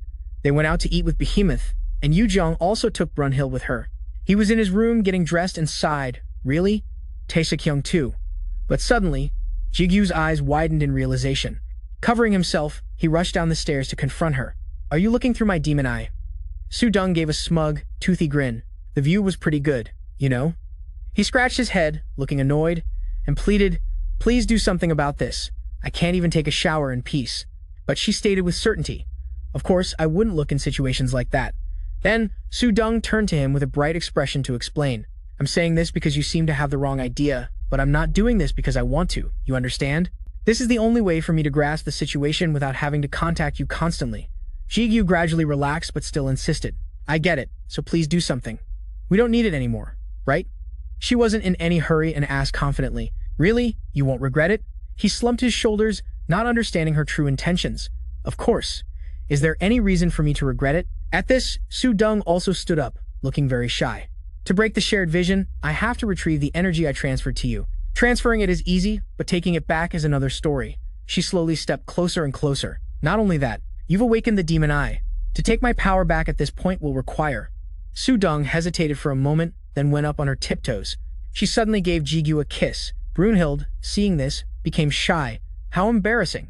Rue, not expecting this turn of events, cursed, you bastard. He finally snapped out of it, stumbling back in a panic. What are you doing? Su-dong leaned in close, her face full of amusement. Such a big reaction. Was that your first kiss? Jigu remained silent, covering his mouth in thought. She didn't expect to be right on the mark. Ah, that look on your face means I was right. doesn't it? Sudong crossed her arms and explained further. Anyway, the shared vision has been removed. Your eyes will gradually return to their normal color. You haven't lost the demon eye, but since it was previously enhanced by my power, it will now return to its original state. Then she added another positive point. From now on, I can't hear the voices of your egos either. That's a shame. It was fun listening to them. Upon hearing this, Elle's reaction changed. It was not fun. Brunhild quickly grasped the situation. Is Elle angry? She became even more cheerful and continued to tease. I didn't realize it was your first kiss. My bad. Jigu's mind was going wild, wondering, should I just close my eyes and give her a good thrashing? But Ru spoke up just in time to stop him. Hold back, my lord. You'll lose. Just then, Sujong turned and walked forward. Well then, shall we get going? He stood there, confused. Go where? She quickly reminded him with some more information. The basement. Ban prepared something for us. The moment Jigu stepped inside, his jaw dropped in amazement. He couldn't believe his eyes as he took in the view. Is this really our house's basement? He kept looking around. What the hell is this? The clever Elle recognized this as spatial expansion magic. Ru also had to praise his skill in this area. I have to admit, he's really the best at this. She explained from behind, confirming it with certainty. Impact nullification has been set up as well, so there won't be any problem if you and I fight. I get it, even if you and I fight. Hearing that, Jigu turned and pointed to himself, asking irritably, a fight? But Sujong just calmly nodded. He, in disbelief, asked again, you and me? She enthusiastically confirmed it again. Jigu didn't seem to like that and asked why. Sujong understood and pressed back. What do you mean why? She conjured a purple divine flame and questioned him back. Does a master need a reason to fight her disciple? Suyung's eyes grew cold as she declared, come and fight, my disciple, I will help you level up. Ru began to worry about her master, but Jigu, drenched in sweat, said, shut up. I know what she's talking about. The purple flame flared brightly. Sujong drew a sword and said, to be honest, right now, there's not much I can teach you. But passing the test on the 50th floor is a different story. She further explained the difficulty he was about to face. The 50th floor is considered the second advancement floor. It's a special floor for those with unique abilities. Suyong smiled brightly and carefully instructed, strengthen your unique ability, and you might get a chance to acquire a second one. She brought up Jigu's friend whom she had seen, just like that friend of yours. At this, he started sweating as he began to realize something, so she overheard my conversation with Su-gu. Then, Sujong pointed her sword forward and stressed, but it's not that I have absolutely nothing to teach you. She immediately commanded him, first, raise your sword, my disciple. I prefer not to teach with words alone. Jigu's eyes darkened. Suddenly, he rose onto the balls of his feet to gather power. Then, he charged straight towards Su-young. Jigu launched a two-stroke diagonal attack with his sword, but a figure had already faintly appeared behind him. Jigu was still completely unaware. Su-young's voice rang out from behind him. That was pretty easy, wasn't it? Her eyes grew more sinister and taunting. How does it feel? Jigu was incredibly tense, admitting, she's too fast. At this, Ru had to speak up to reassure him. No, she's not as fast as you think, my lord. She's simply matching your physical capabilities. Elle then explained Sujong's combat method. You only feel that way because she knows your blind spots. Master, I'm quite annoyed by her, but I must admit her fighting prowess is truly exceptional. Hearing that, he asked in confusion, annoyed? Why? But Elle had no intention of answering. Be quiet, Ru. Su-young now stood at a distance, my combat ability and experience. She smiled smugly, eagerly anticipating the fight. You know that well, right? I'll let you experience all of it. Sujong took aim right where Jigu was standing. He focused all his attention to predict her movements, but she appeared in an unexpected place. Where are you looking? Sujong's movements were truly hard to predict. I'm over here. No sooner had she spoken than a sword nearly slashed across Jigu. She moved all over the place, sharing a story. Li Xianho and I are like cats and dogs, mortal enemies who can't exist under the same sky. Of course, if the two of us clash, neither of us will walk away unscathed. Regardless, Su-young still had to lament. We've had a hard time maintaining a balance. But she continued to launch a barrage of attacks. Your existence, my successor, and the interference of Iron Seal have shattered that balance. At this, Jigu struggled and asked, why are you telling me these things now? But Sujong only gave a cryptic reply. I'm just getting straight to the point. You need to become far stronger than you are now. She gripped her sword tightly. We made a pact for a period of 1 year. Sujong's tone grew progressively more serious. If you don't become stronger than Iron Seal, her eyes grew chillingly cold as she stressed, you will end up dead. Then, Sujong transformed into another form. Her unique ability, Demon Flame, two powers clashed intensely. Beneath her feet, another stream of demonic energy surrounded the two opposing forces, creating a massive explosion. Smoke and dust flew everywhere, small cracks appeared on the ground. But right after, those cracks slowly sealed up. Su Jung's hair tie snapped at that moment. Jigu was now lying on the ground, exhausted. She brushed her hair back and had to admit, "Your final attack was quite something. You truly are my disciple." But Ru interjected, "On the contrary, you're the amazing one." Just then, Su Yung suddenly glanced in another direction. "That's right. I forgot to tell you this." She leaned in close and shared an interesting piece of information. "You and I are the same age. So from now on, let's talk casually, okay?" But Jigu didn't look happy at all. "Why are you talking like that at a time like this?" In the pitch-black forest at night, something was being dragged on the ground. Rogers was exhaustedly pulling something large forward. Someone was watching from up high. Brown Hood appeared from behind and softly called out Rogers' name. He took out a very dirty loaf of bread. "Your food." That loaf of bread was thrown straight onto the ground. When Rogers saw it, his eyes lit up. He pounced on the bread incredibly quickly. Rogers held it with 2 hands, biting and chewing greedily. Granhart watched as if it were a good play. "Look at you, eating so ravenously. Aren't you happy?" He then started lecturing. "It seems someone like you is still desperate to live, even though you deserve to be drawn and quartered. But it's only because of the great master's kindness that you're still like this. Never forget that debt." Brownheart then carefully reminded him, "It's also thanks to his mercy that your wrist was reattached." He took out his familiar whip. "If you know what's good for you," Brownheart cracked the whip forward while emphasizing. "Then, get back to work, Rogers." He fell in pain, lying flat on the ground.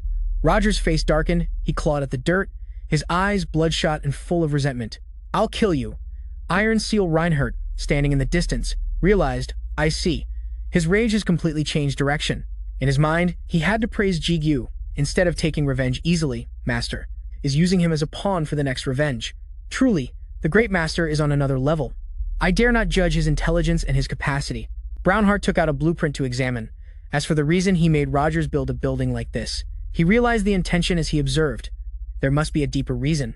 Jigu was also watching, very satisfied. It seems things over there are progressing very well.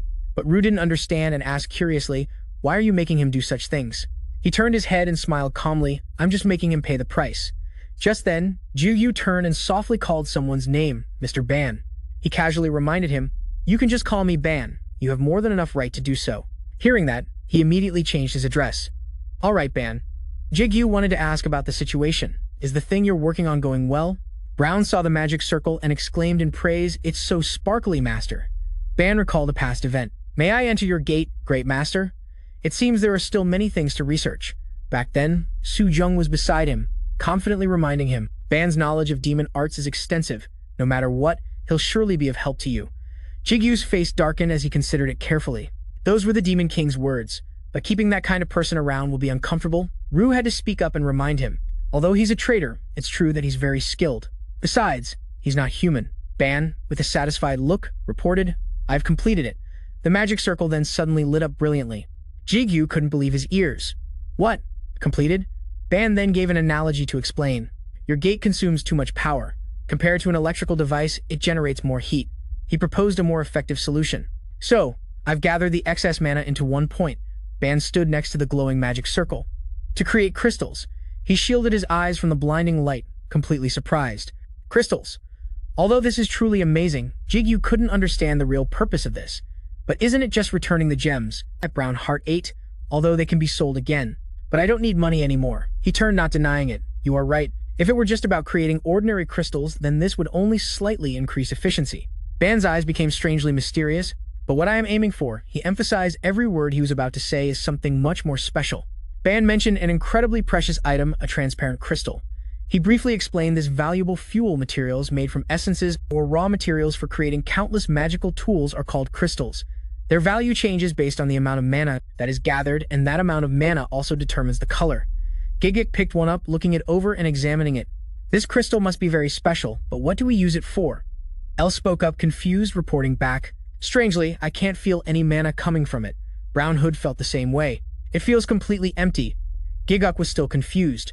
"A transparent crystal?" Ban already had a plan and affirmed, because this type of crystal is very rare, it will quickly become valuable.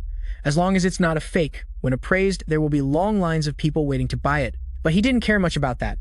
Making money is good after all, but he turned back with a mysterious smile. When they learn its true value, even 1 billion won't be enough to buy it. Jigu's face froze when he heard that. He stammered and asked again, true value, but Ban didn't give an answer. Right now, you don't need to know. You'll find out when you need to. Yu, who was very curious, immediately interrupted. Then just tell us already. But Jigu understood this person's temperament well. Ba is a man of few words, even though he calls me Great Master, but he doesn't seem very cooperative. He feels like a friend of a friend, even though that demon lord lady isn't my friend. If he doesn't want to, he won't provide any information.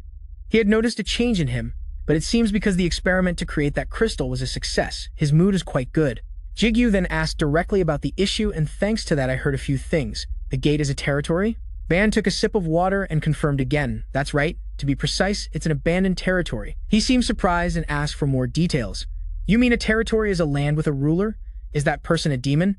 He put down his glass and emphasized, it could be, but it also might not be. It's not just demons who own territories. The more Jigu listened, the more confused he became, asking rapidly, so who else is there? And why did they abandon their territories? More importantly, why did it appear on Earth? He let out a tired sigh. It seems I have a lot to say. Ban closed the flask and corrected the information. It's not that they wanted to abandon them. It's just that some territories are desolate. He also added his own prediction, and there will surely be territories that aren't desolate. If you want to know more, Ban gave some interesting advice. Climb the tower. Once you obtain new abilities after clearing the 50th floor, I will tell you more about this story. There was a strangely isolated door. Suddenly, a loud explosion erupted. The gray smoke gradually billowed out from the opening. Jigu was forced back a considerable distance, then he stopped to regain his balance. Sudong now spoke smugly, questioning him. When a girl like me approaches you, how long are you going to keep running away? He wasn't one to back down and retorted, Aren't you the one approaching me in an unusual way? I have no other choice but to run away from someone like you. Hearing that, her expression immediately changed.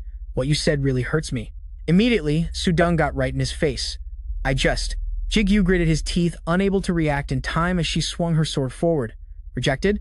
Sudong moved in close again and reminded him, shall we continue our lesson? He also didn't mind a confrontation in battle. Please teach me. As she rushed forward, she asked another question. Although death is a very powerful skill, it's not a finishing blow. What will you do if you can't defeat your opponent in one hit? Yu then quietly spoke up, reminding him, Jigu, be careful. Those are just the basic moves. Sudong's close-range attacks were terrifying, leaving him no time to react. Jigu was knocked straight to the ground. Sudong from above carefully remarked, your attacks are too simple and full of openings, because you only focus on using your new power when you attack. Do you really think something like that can defeat Iron Seal? Hearing this, Jigu frowned in annoyance. Iron Seal. He immediately regained his composure and flew back up, trying to close in on Sudong.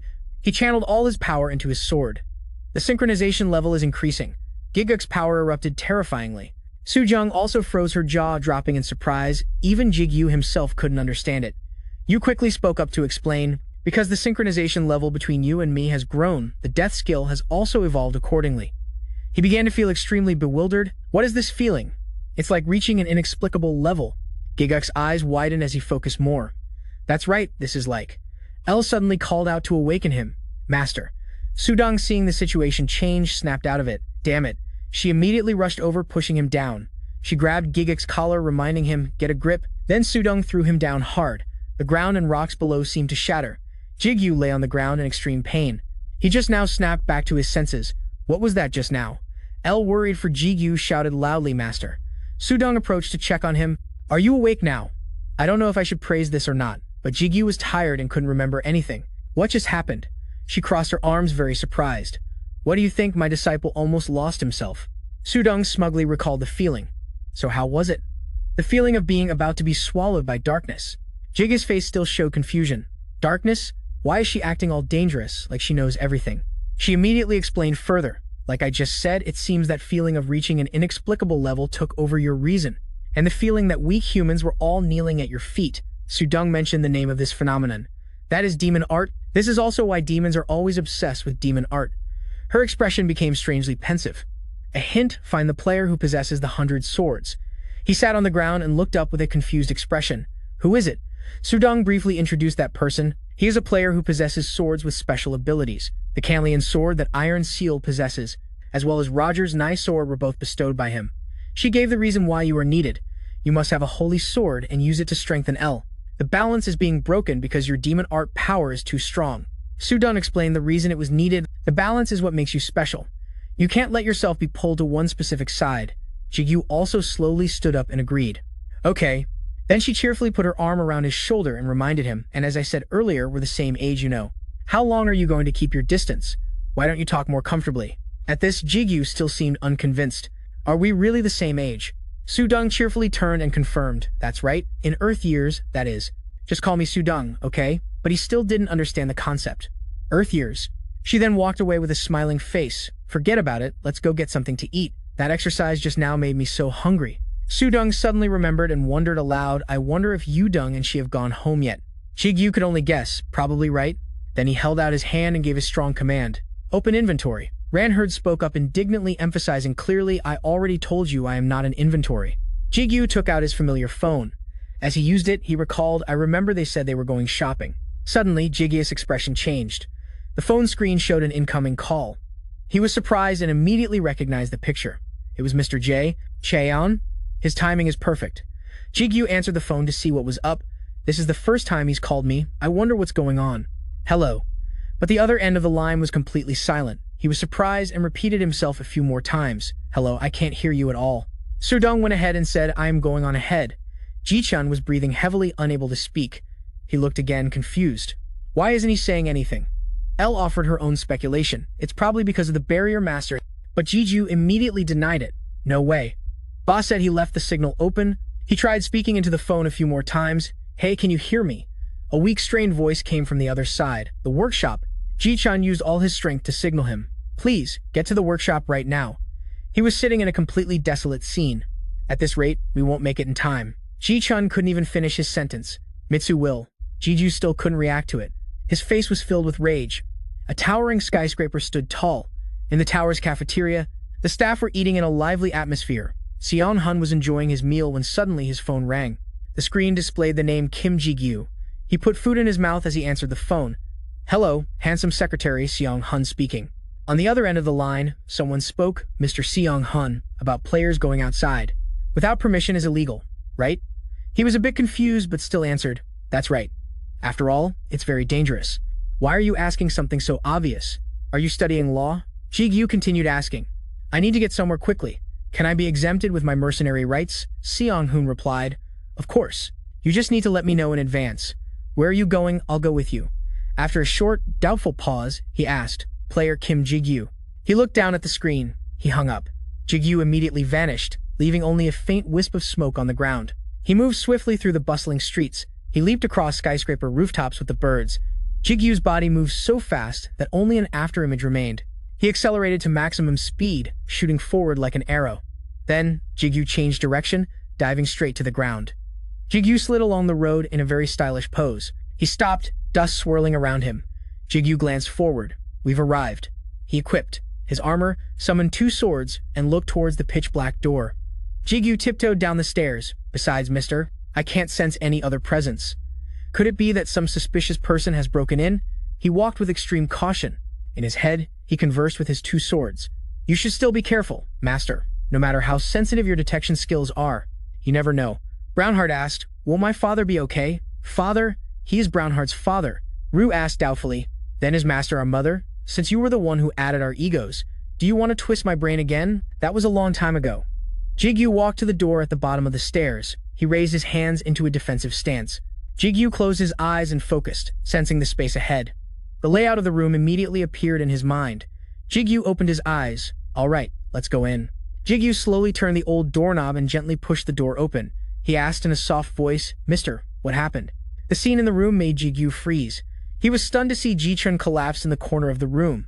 Jigyu rushed over, shouting, Mister. He grabbed his shoulders and shook him non-stop. Mister, are you okay? Father? Jigyu glanced down at Ji-chun's hand. He fell silent when he saw his hand. That hand, a mess of blood and flesh, was completely crushed. Jigyu looked around. The equipment was all gone too. What kind of monster did this? Ji-chun's groan brought Jigyu back to reality. Mister. He raised his eyes, sighed, and said, You're here. Jigyu quickly fumbled in his bag. Drink this elixir first. I'll take you to the hospital. But his words made him pause. Forget it, Ji-chun said weakly. I know my time is almost up. His strength was completely drained. Rue said coldly. At this point, even an elixir won't do anything. Jigyu didn't believe it. No way. Ji-chun began to speak. There's not much time left. Can you listen to me? Jigyu listened intently as he spoke of the request I made to you before. He recalled Ji-chun's previous request. Someday, when I need it, will you help me just once? Jigu agreed. Okay. He closed his eyes and said, I am one of the pioneers, or whatever you kids call it. Jigu was shocked. You're a pioneer? Recalling the past, he continued, Yes, I am a pioneer. As you know, we are the ones who became players at the same time the tower appeared. A young Ji-chun struggled to fight goblins. In the beginning, the tower was a place that no one understood. We knew nothing. It was so difficult that even hunting goblins was a struggle. He let out a soft sentence. Many of us died. Even so, my comrades still fought to save humanity. Ji-chun's voice held a hint of regret, but to be honest, I had no desire to become stronger. So, although I felt very guilty towards my comrades, I decided to stop climbing the tower. A violent coughing fit cut him off. Jigu called out worriedly, Mister. Ji-chun comforted him. I'm fine. I just sneezed. He continued to sink into his memories. Back then, I was a tanker, had nothing to do with blacksmithing. But before becoming a player, I had walked the path of a blacksmith, he continued to tell, and I could craft some equipment of a certain level with the player's ability and the blacksmithing skill. Of course, back then, I could not create the special equipment like I can now. Ji-chun made some basic gear, and then an event occurred. Jigu cautiously asked what event. Ji-chun lowered his head and recounted. When I was about to reach the 50th floor, I entered the tower once again. To prepare for my second advancement, I wanted to find clues on how to upgrade my blacksmithing skill as it had reached its peak. He looked up at Jigu and asked grimly. At that moment, a question popped into my head. Have you ever thought about these things? About the reason why we have to climb the tower? Jigu stood there gaping speechless. Ji-chun posed a series of questions. Does the tower only expand upwards? What is in the tower's basement? Is the first floor truly the first floor of the tower? Questions like that. He did not answer those questions but continued speaking. I spent many years searching for the tower's basement. Ji-chun recalled his journey. As a young man, I wandered all over the first floor to find places I had not set foot in yet. He fought countless monsters and explored places no one had discovered before, and he traveled countless paths. Perhaps no one knows the first floor better than I do. Jigu listened to the story intently. After all of Ji-chun's efforts, there was a result. I finally discovered something. He looked at Jigu and said, It was a door leading to the basement. He was astonished. A door to the basement. A sharp pain shot through his head. Jigu, in pain, supported himself with his hands on the ground. A few drops of blood from his nose fell to the floor. Ji-chun's words made his brain ache, and the place I arrived at after stepping through that door was a completely different world.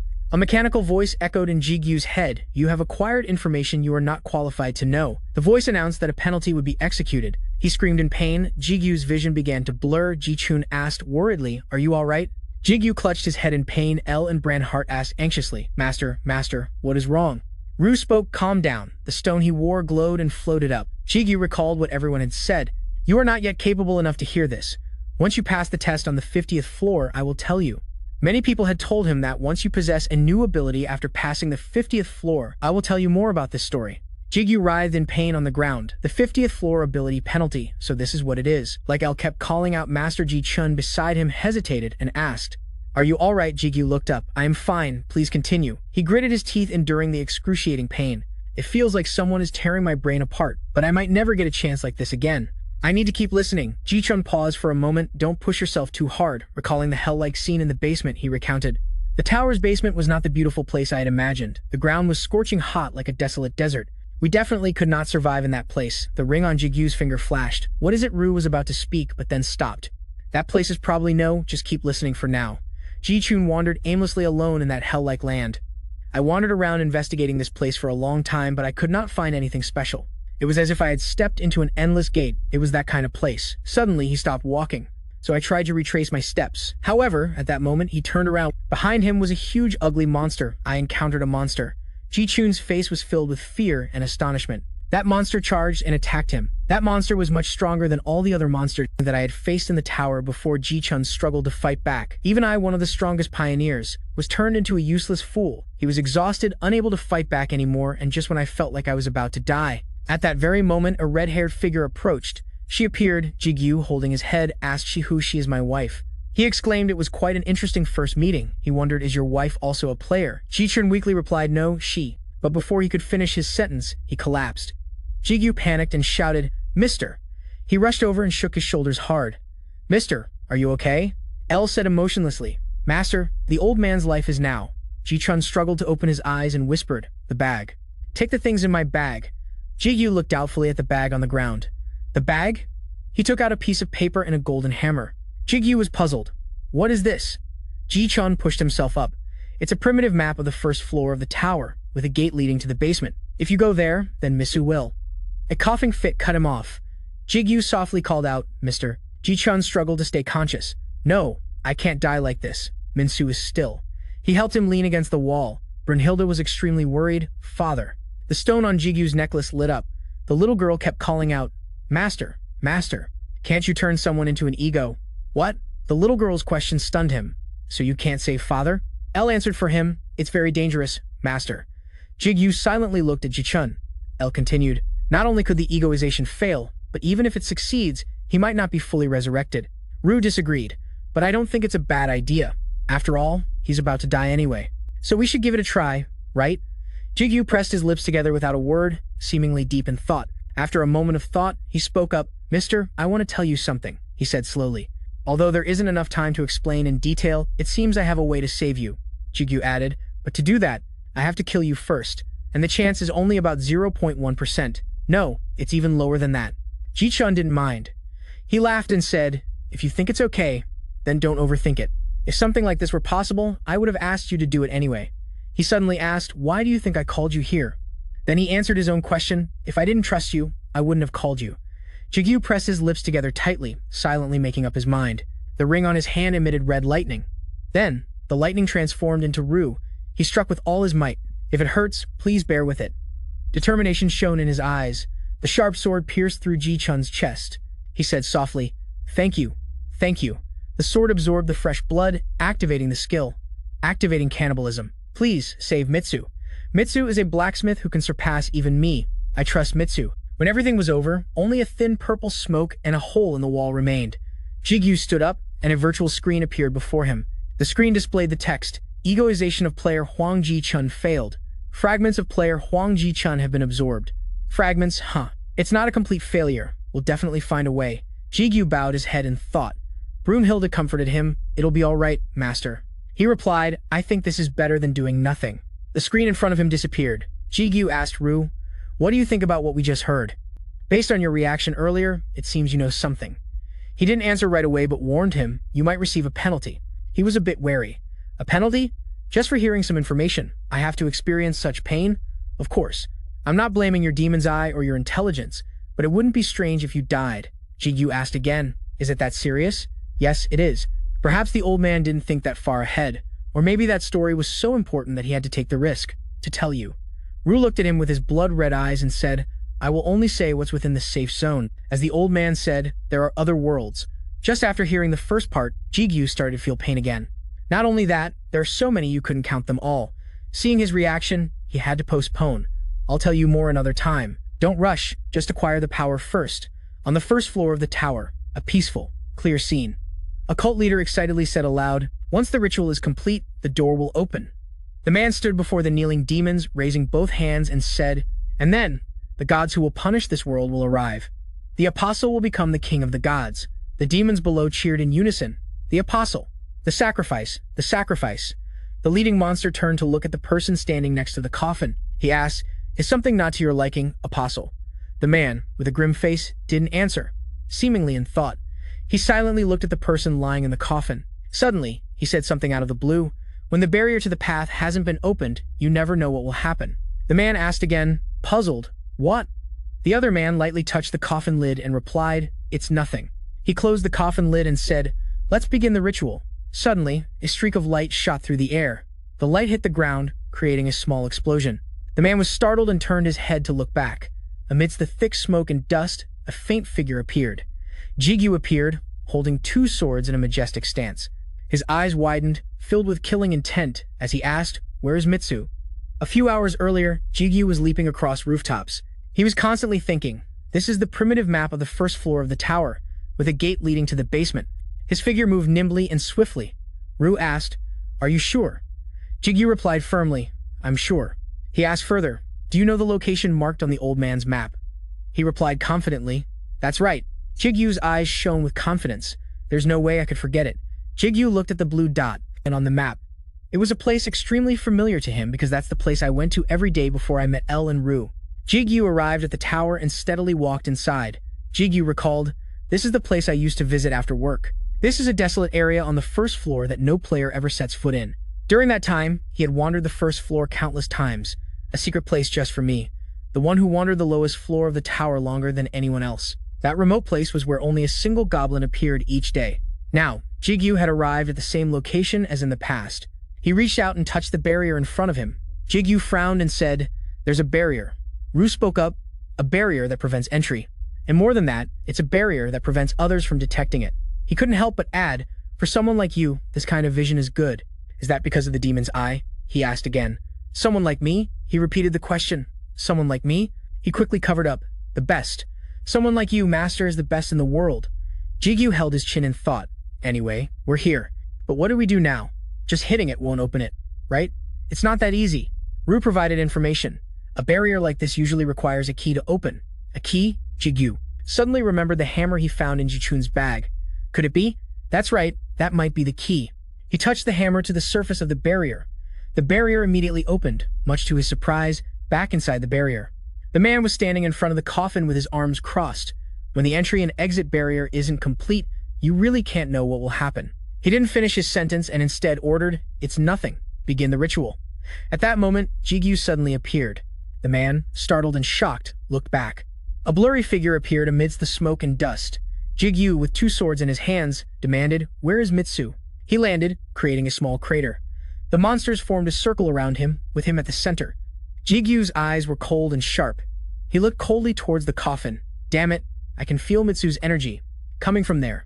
Before coming here, he had killed a group of demons. I took information from a guard on the way here." Jigu organized the information he had just gathered. First, they are members of the Cavan Guild, and their target is the stone coffin inscribed with strange patterns to sacrifice Mitsu, who possesses blood similar to the Guardians. To open the gate, to open the door connecting to another world, Jigu thought to himself, the Cavan Guild. I feel like I've heard this name before. He glanced at the demons in white robes. Most of them are mid-rankers. Like Guildmaster Kim Dong-hee, there's even quite a large number of rankers. He looked towards the leader here. But the most dangerous thing is, Ru warned, based on the power I sense from him, it seems he's on par with you. Master, please be careful. Jigu carefully considered, if I confront the rest of them, he will have a chance to attack me. The stone on his neck suddenly glowed. A blue light emerged and transformed into a spirit beast. The surprise attack caught the demons off guard. What is that? A warrior of a god? The cultist said in disbelief. Impossible. How can a mere mortal possess a god's domain? Is he also an apostle of a god? He mumbled to himself as if trying to convince himself. No, it can't be. Jigu stood majestically amidst the smoke and fire. That guy must be pulling some kind of trick. He angrily summoned his weapon. You bastard. He charged straight at him. Don't interfere with our ritual. The cultist's two eyes flashed frighteningly as he struck a powerful blow at Jigu, but he easily tilted his head to dodge it. He looked at him with contempt and scoffed coldly as the cultist launched a series of attacks. You insolent bastard. How dare you offend a disciple of God? Jigu nimbly dodged all of his attacks. He taunted him. You're just a little mouse. Keep dodging my attacks. Try dodging this one too. Jigu gripped his sword tightly and lunged forward as fast as lightning. Jigu and the cultist attacked at the same time. For a moment, it was hard to tell who would win. Blood dripped from the cultist's chin. He pulled his sword out forcefully, and fresh blood splattered out. The cultist collapsed to his knees, constantly muttering why he fell hard in front of Jigu. A disciple of God, even just before death, the cultist still tried to ask again, stopping the ritual for him. His voice whispered the last words. Lord Andras. Jigu found the name somewhat familiar, Andras, but Ru had a strong reaction to the name Andras. Could it be that bastard? He asked worriedly. You know him. I can feel Ru's overwhelming rage. His memory flashed back to the 30th floor. Even when facing my own body on the 30th floor, it didn't get this angry. Ru didn't want to worry him, so she said, We'll talk later for now. Let's focus on the enemy in front of us. Jigu's gaze returned to its cold sharpness. I know amidst the loud noises, Jigu looked straight at the man. He also looked back at him with an icy gaze. The two of them watched each other. Warily beside them were the loud noises of the cultists. Jigu was a bit wary. He's not even moving. He was so tense he started sweating. So should I make the first move? But this... El spoke up. I don't sense any killing intent from him. He asked loudly. What is your purpose? Aren't you their ally? Why are you just standing there? The man finally spoke. I didn't want to witness this either. His back looked a bit lonely, witnessing his son being treated like this, hearing these words. Jigu was stunned. He stammered and asked, So you are? The man's face gradually became clear. Minsu's father. Amidst the chaotic scene, the two of them still talked calmly. Recalling the images of Minsu and Ji-chun, he asked in disbelief, You're Minsu's father and the son of old man Ji-chun. Cheyenne chuckled lightly and joked, Are you taking a census in a situation like this? That's some productive work. He asked as if he already knew the answer anyway. You managed to break into my barrier, so my father must have sent you here, right? He placed his hand on the coffin lid. Answering your question, that's right, I was the one who harmed my father and kidnapped my own son. Brunhart couldn't believe it. How could you? Chayan turned away and said, I'm not on their side, but I did all this because of my own will. If I said this was unavoidable, it would sound like an excuse. So empty. Ru questioned, Master, doesn't he look too old? Well, he is Minsu's father. He continued, you said the tower only appeared about 23 years ago. And now Jigu realized the problem. Hearing you say that Chayan was puzzled, the number of years doesn't quite add up, does it? Jigu said directly. The old man said the time he met his wife was when the tower appeared 23 years ago. He asked doubtfully, aren't you about the same age as me? But considering Minsu's age and your appearance, he chuckled lightly. You're wondering about that, are you? You know about the existence of other worlds, right? Jigu replied, yes, a little. The flow of time there is different from Earth. Jigu recalled what Sujung had said, we're actually the same age if you consider our Earth age. So that's why she said that. Chayan continued, unlike my father and Minsu, who were born on Earth, I was born and raised in another world. His face turned grim, and those who belong to another world will suffer a penalty. A great one for their existence, so I thought for a long time. A small crack appeared on his face. Whether I should return or not, and what I should do to return, he noticed something unusual. There was something just now. Ru, you saw it too, right? Chayan covered his face and tried to speak, but my father stopped me from continuing to belong to my world any longer and completely cut ties with me. Jigu thought to himself, so for some reason he became estranged from his son after sealing the gate to the other world. It seems so. He coughed lightly. Although it was very painful, I still endured it for my son's sake. But Chayan's face became frightening. Andres told me that I should only live for myself so that I could become the king of that place. Jigu's expression was serious. Andres, I just heard that. Chayan explained. It seems you don't know at all. He is the commander of the ones your soldiers just fought. Or, while he was speaking, he suddenly became strange. You could say Jigu wondered why is he behaving like that. Ru explained it's a psychological attack. Andros' special power. Countless cracks appeared on Chayan's face. Spreading rapidly, he looked down at his hand. It seems he has some resistance to that attack. But this very thing has become a poison. The prolonged, incomplete brainwashing has created a whole new perception. I will become a king. Firelight began to appear from those cracks. He was still muttering, open the gate, sacrifice. Chayan's face was completely engulfed in flames. He kept uttering meaningless words. Become king, Father Minsu.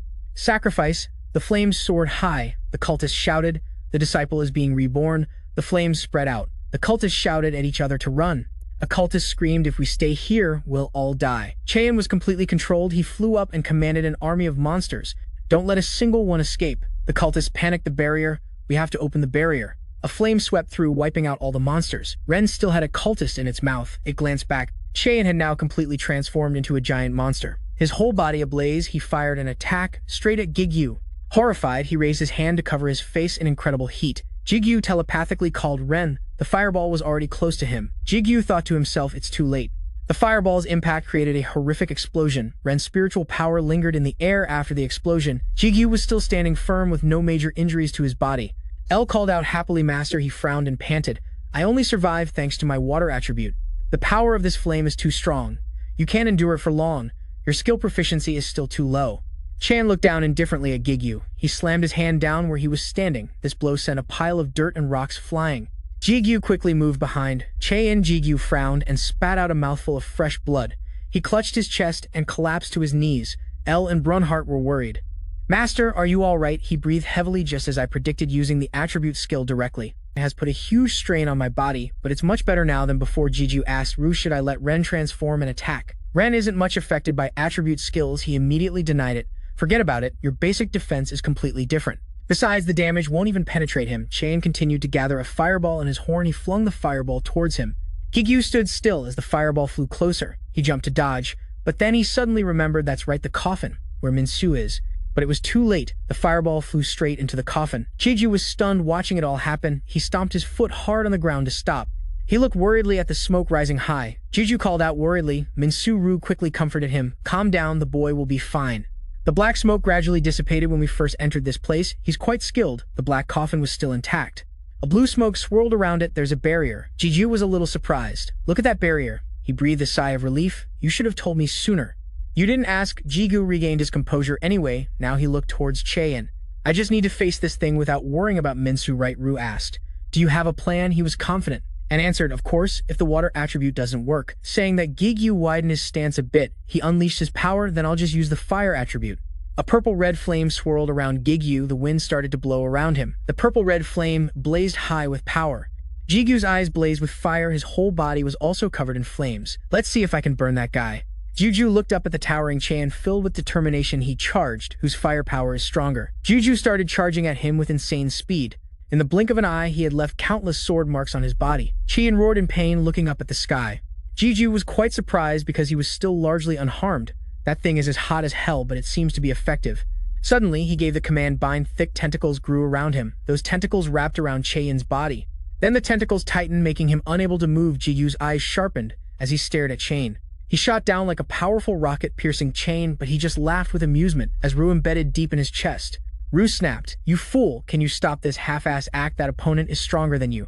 We have to end this quickly while we still have the chance." But Jigu couldn't bring himself to do it, but he's still. Mitsu's father, L, spoke up. "He's not human anymore. He's turned into a demon controlled by evil spirits." As the words were spoken, Jigu's eyes flashed as he looked at Chain. He counterattacked, sending his body flying like a leaf in the wind. He crashed to the ground. His two swords were also knocked from his hands. Jigu quickly backed away, dodging Chain's attack. The armor on his bicep was pierced with a large hole. The damage was getting worse. If he delayed any longer, it would be dangerous. Jigu used the skill, Demon Eye, a skill that had disappeared after the Demon King. No, after Sujung retracted her power, but that power was slowly returning to his body. He stared at Chain. "Now that I can see with the Demon Eye, I can see that the giant is both human and not human," Ru asked. "What do you mean, Master?" Jigu replied, "I don't really understand it myself." He took a stance and said, "But now I know what to do." A memory began to surface in his mind. "Death doesn't just mean destroying something. Expand the depths of your imagination." Jigu recalled Sujung's words. "You'll surely be able to use it more versatilely than before." Jigu looked up at Chain and sighed. He's not Mitsu's father, just the fire giant. Chain threw a fireball at him. Dirt and rocks flew everywhere, obscuring everything. Fireball emerged from the cloud of smoke and dust.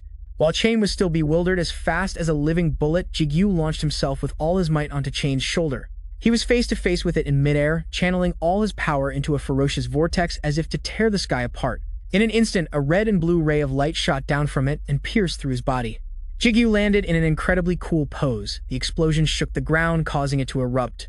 Flames flared up, sending dust flying in waves. After the aftershocks passed, monster corpses lay scattered on the ground. L spoke softly. "I was afraid the fire would spread all over the first floor. Luckily, this tower is amazing." Chain had returned to his human form, his entire body blackened, lying collapsed on the ground. His breathing was faint. Jigu approached and asked, "Are you awake?" He gasped. "My name is..." His parched lips parted. "My name is Huang Chain." "Another one of my names is..." Chain closed his eyes. A faint red crown appeared above his head. Descendant of Paimon, Ru suddenly remembered. "I know," Jigu asked in surprise. "You know him?" Paimon is no. "That's not important." He didn't finish, but changed the subject. "Now ask him about Andres." He knelt on one knee and asked Chain, "Andres, can you tell me more about Andres?" Chain said weakly, find the Caravan Guild." Chain's voice was intermittent. "Andres will," L said. "His life force is fading." Master Chain tried to raise his hand, pleading, "Please take." He looked at Jigu with pleading eyes. "Care of Misu." Jigu frowned at him, not answering. He lifted his sword from the ground. He still struggled to say, You personally take care of her." Jigu didn't answer, but just raised the sword. He stabbed down hard and Chain. Fresh blood stained a patch of ground. The system's voice rang out, activating cannibalism. Egofication of the fire giant in progress. Egofication of the giant has succeeded. Chain turned into a puff of purple gas, gradually drifting away on the wind like a freed soul. Jigu looked down at his hand. Swirling energy emanated from his palm. His face a mix of emotions, he said. "In the end, I killed both the father and the son with my own hands." Hearing this, L spoke. "You did your best," Master Ru reminded him. "You had no other choice. Now what we should be thinking about is how to get the kid out of there." He turned his head to look at the barrier coffin. "Can't I just break it with a hammer like before?" Ru replied. "Unfortunately, no. Its operating method is different now. That bastard band could probably help, but he's in the basement now." Jigu slowly approached the coffin. A figure stepped forward and called out, "Great Master." He reported, "We have dealt with all of them." Jigu turned his head and saw the Legion wearing skull masks kneeling in rows behind him. "Once you're done cleaning up, you can return." Hearing this, the demons replied in unison. "As you command," and turned to clean up the battlefield. Jigu looked at the coffin and ordered, "The rest of you, move that coffin for me very carefully." The coffin was carried by 4 people through the spatial gate. A soft sound was heard. He noticed the angry face of a goblin. Holding a spear, Jigu asked it. "You are?" Then remembering, Jigu waved at it. "Is it time? It's been a while, hasn't it?" The goblin gritted its teeth, staring at him. Suddenly, it turned and ran for its life. Jigu watched its retreating back, confused. "What's with that?" "Why did it act like that?" Ru explained. "Its instincts must have told it that it couldn't defeat you." Jigu's lips twitched, a clear smile forming at the corners of his mouth. Really? He picked up a small stone from the ground. Jigu chuckled and flicked the stone at the goblin. The stone flew straight and hit it on the head, making it fall flat on the ground. Jigu laughed with satisfaction. For some reason, that felt really good, Rue said. How fortunate for you. In an instant, a brilliant flash of light appeared behind him. Ellen Branhart called out to him, Master, just now. Rue asked, did you feel it too? That was. Jigu stared blankly at the shining light, the aura of an ego. Morning in a vast forest. The early sunlight filtered through the tall canopy, casting streaks of silky golden light onto the ground. In that tranquil scene, Jigu was walking slowly on a small path covered with dry leaves, lost in his steps amidst the quiet forest. Jigu suddenly stopped. In front of him, among the dense trees, a cave faintly appeared. He moved closer. He touched the cave entrance and couldn't help but exclaim, a cave. Come to think of it, I did guess there was a place like this. Jigu thought as he walked and assessed it. Could this be the entrance to the tower's basement that the old man mentioned? He spoke aloud as if answering his own thoughts. I don't feel anything like that. Jigu thought of himself in the picture. At that moment, a light flashed and he thought, but that thing just now was the aura of an ego. He thought again. What am I thinking? There's no way I'd be wrong about my own senses. The other thing, as if it were himself, replied, I think so too. Jigu thought again. I don't think we'll find anything by searching a small cave like this. As for me, I think he won't react immediately. He decided to sit down. Pushing some rocks aside, he said to it, perhaps so. Then before we head back, it was a flashing light that appeared beside him that Jigu was talking to. Let's talk for a bit, Rue, while I recover by using the elemental skill. As he drank water, he asked the light, what have you learned? Tell me. But the light said, did I do something to offend you? Why do you keep asking only me? After finishing his water, Jigu continued, because you keep acting like you know something. Earlier you mentioned oblivion or something. Is that all you remember? It replied, that's not it. I only recall some related memories when something special happens, he said reproachfully. You always act like a know-it-all, so no wonder you're no help at all, it said. Hey! Jigu looked at the red ring on his hand and asked, the story about Andras or the incarnation of Paimon, is that all there is? A voice from the darkness spoke up. Andras and Paimon are demons. They both hold positions among the 72 seats of power. He wondered, seats of power. They are the great demons who hold seats directly under the true demon king. Not the fake demon king that Sujung or whatever called herself. It continued to explain to Jigu, those great demons are ranked from the first seat to the 72nd seat. Among them, Ban is the one who holds the first seat. It continued as if telling a story, describing a powerful but ambitious person. Andras was once considered the most evil demon, even though he only held a low-ranking seat. Not the strongest, but the most evil. His personality is just a pile of trash. He thought again, don't all demons have personalities like that? At this point, it continued to talk about someone who held a higher position. Paimon holds a higher seat and is one of the two guardians of hell. He is also the best blacksmith in hell. Hearing this, Jigu exclaimed, a blacksmith. But then he continued to think, Huang Chein, the old man's son, is the incarnation of Paimon, so that's probably why the old man's equipment is so special, huh? After hearing that, he thought so too, and didn't know what to say to the thing in the ring that was speaking, so they both fell into a thoughtful silence for a moment. Jigu was silent for a moment, then said, continue, Rue. It didn't know, and asked back. What? Jigu raised the hand with the ring to his mouth and asked, explain further. Explain, it repeated, I just told you. He was surprised that the information was so scarce. Is that all you know? You don't know anything else? He hesitated and said, I don't remember. Jigu whispered, truly useless. But he got angry and said, hey, I heard that Sudung crossed her arms and said you've got some nerve. I can't believe you turned me down for a date. She kept her arms crossed and raised her head to look Jigu straight in the eyes, and said, you arrogant, incredibly arrogant man. Jigu avoided her gaze, quickly turned away and said, what do you mean? A date? We were just going to get something to eat. She smirked and said, you're good at dodging my advances, aren't you? Jigu pretended not to know what she meant. His voice made a sound as he spoke. Ru Jigu went up the stairs as if thinking about something, then turned back down to say to Sujung, didn't I tell you before we went out something urgent came up suddenly? But she wondered, so what? What happened? But he just said it's nothing. Jigu saw that she seemed clueless. No. I should tell you. He hesitated for a moment and said, it's a long story. At this time on the table were 2 glasses of water, belonging to the 2 people sitting opposite each other and talking. Sujung's face was serious, her expression grave as if she had heard something of great importance, and said, is that true? Jigu's expression also became serious, as he nodded gravely. She asked him again about what she had just heard. So what about that kid Mitsu? He replied. I already handed the coffin over to Ban before he is breaking the barrier inside the gate. She placed her hand on her chin, thoughtfully saying, I see. At that moment, her eyes seemed to stare into an empty space, no one knowing what she was thinking. Then she spoke again, come with me to meet someone. The sky had darkened in a large apartment building. Jigu was sitting with an awkward expression. He was glancing at the person sitting next to him. He looked to his side at Sudung. She was crossing her arms. and smirking at the person next to him, he thought to himself the Demon King Sudong sitting opposite them was the association chairman On Tae-shik. He said, "What kind of combination is this?" She turned to Jigu and asked, "Why are you staring like that? You didn't expect me to know them, did you?" Taegu, seeing their exchange, spoke up. "We have no ill feelings towards the Demon King, but I am not sure what she thinks of us." But instead of answering him, Sudong turned to Jigu and said, "I am a mercenary too." At that moment, she raised her hand. On her hand, there was also a ring. It seemed to be the same as his, and she asked, "You have one of these too, right?" Jigu looked and couldn't help but blurt out a mercenary's ring. She laughed and wiggled the finger wearing the ring. "I thought you already knew this, but he is looking for people to increase his forces." In that desperation, Sujung turned to look at Taegu and said, "We are just helping each other out whenever the other needs it, similar to your relationship with the association." Hearing this, Jigu thought, even if you two are allies, the way she talks and points at him is a bit. She should respect her elders. The invisible entity seemed to hear his thoughts and replied as well, "She doesn't know any manners." Jigu's expression changed in surprise, his mouth agape as he thought, could it be? He stroked his chin, his face grim, and said, "That's right, the flow of time in other worlds is different from Earth's." Sudong said, "We are the same age if you consider Earth years, so maybe she's around the chairman's age." Hearing that, Sudong didn't let Jigu finish and said, "Wait a minute, you might have misunderstood something. It's not like that, you hear me?" She angrily pointed at him and shouted in front of Jigu, "I only act like this because I don't like that old man." Seeing her lose her composure, he said, "I know, just calm down." As if she didn't hear him, she angrily continued, "It's not that I am old, I am just a bit rude." The more she spoke, the angrier she got. She threw a punch at Jigu's face and said, "Why did you make me say things like that?" "Ha!" He cried out for help. "Master." "Master." At this point, he said, "So weak. Stop talking nonsense." She calmed down, crossed her arms, and said, "More or less, you two heard about it from that call, right? The Cavan Guild has started to make its move." Hearing her seriously mention something, James exclaimed, "The Cavan Guild." Hearing James' question, she turned to the two of them and said, "It seems your son doesn't know much about them. I thought since you two are pioneers, you would both know." Hearing Sudong, Jigu, and he both thought, "I thought all the so-called pioneers were old. All of them. It was only 25 years ago.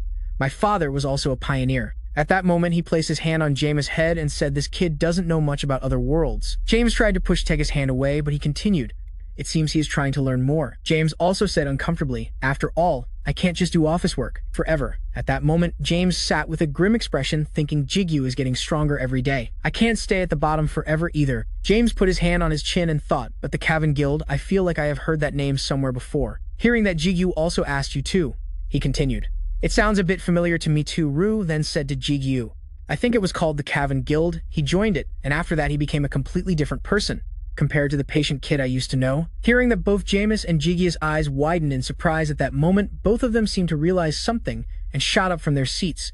They said in unison, "The guild that Theo joined." He and Su Dung, not understanding what was happening, looked bewilderedly at the other two, who were facing each other with wide-eyed astonishment. At this moment, his ring asked, "Who is Theo?" but he replied nonchalantly, "You have never met him." Jigu thought someone I used to work with back when I was a guide. At this moment, he remembered Theo saying Jigu, then he seemed to think of something else, uncomfortably scratched his head, and decided not to say more. Theo gave up and had to say, "I am sorry," to Jigu. Hearing the two of them, Tae-shik said, "As for Theo, he may seem patient on the outside, but he is really not, so don't hate him, a close ally." Jigu bit his lip at that moment and thought, after recalling that past memory, could he be among the people I killed? No. I checked every single face. She crossed her arms again and continued, "I think you know someone in the Cavan Guild, don't you?" Instead of answering directly, Jigu asked, "It seems Su Dung." "No. The Demon King and the chairman know about the Cavan Guild, right? What kind of people are they?" He hesitated for a moment before saying, "I don't know where to begin." But then he looked at Jigu with a dangerous glint in his eyes and said, "You know." He then asked, "How much do you know about the tower?" Jigu could only gape and say what. At this moment, a cosmic sphere appeared wrapped in countless chains. The other worlds are innumerable. The tower is the bridge that connects and links those worlds. It is also the chain that gradually erodes the worlds it is connected to. At this moment, the tower is the bridge that connects and links each world. It is also the very chain that gradually erodes the connected worlds. The gates that appear along with the tower are proof of that. Hearing this, Jigu seemed to freeze. "You have learned information that you are not yet qualified to know. A penalty will be executed." He felt as if something had entered him, and he could only let out small groans from his mouth. At that moment, Jigu stood up, clutching his head because of a voice screaming inside his mind, causing him immense pain. As the word master echoed in his head, both Jim and Taegu saw him and immediately jumped up, asking Jigu what's wrong. She seemed unsurprised and said in a helpless tone, "I forgot about the penalty." He, as if realizing something, said without surprise, "Could it be that you haven't passed the 50th floor yet?" Taegu continued to ask, even though he was clutching his head fiercely. Unable to hear any of their concerned questions, you are still not qualified. At that moment, the entire room fell silent. No one said a word to each other. They just watched Jigu struggling in pain. He thought, why aren't they saying anything? I am sorry. I didn't expect there was still someone unqualified. I can't listen to the words of a loser who hasn't even passed the 50th floor. How dare you ask when you haven't even passed the second advancement? He imagined everyone's words just now and thought that's not it right. Seeing Jigu calm down, he continued to ask, a growth rate like yours is truly unbelievable. You are this strong, so I just assumed you had passed the 50th floor. Hearing him ask, Jigu immediately replied, I understand.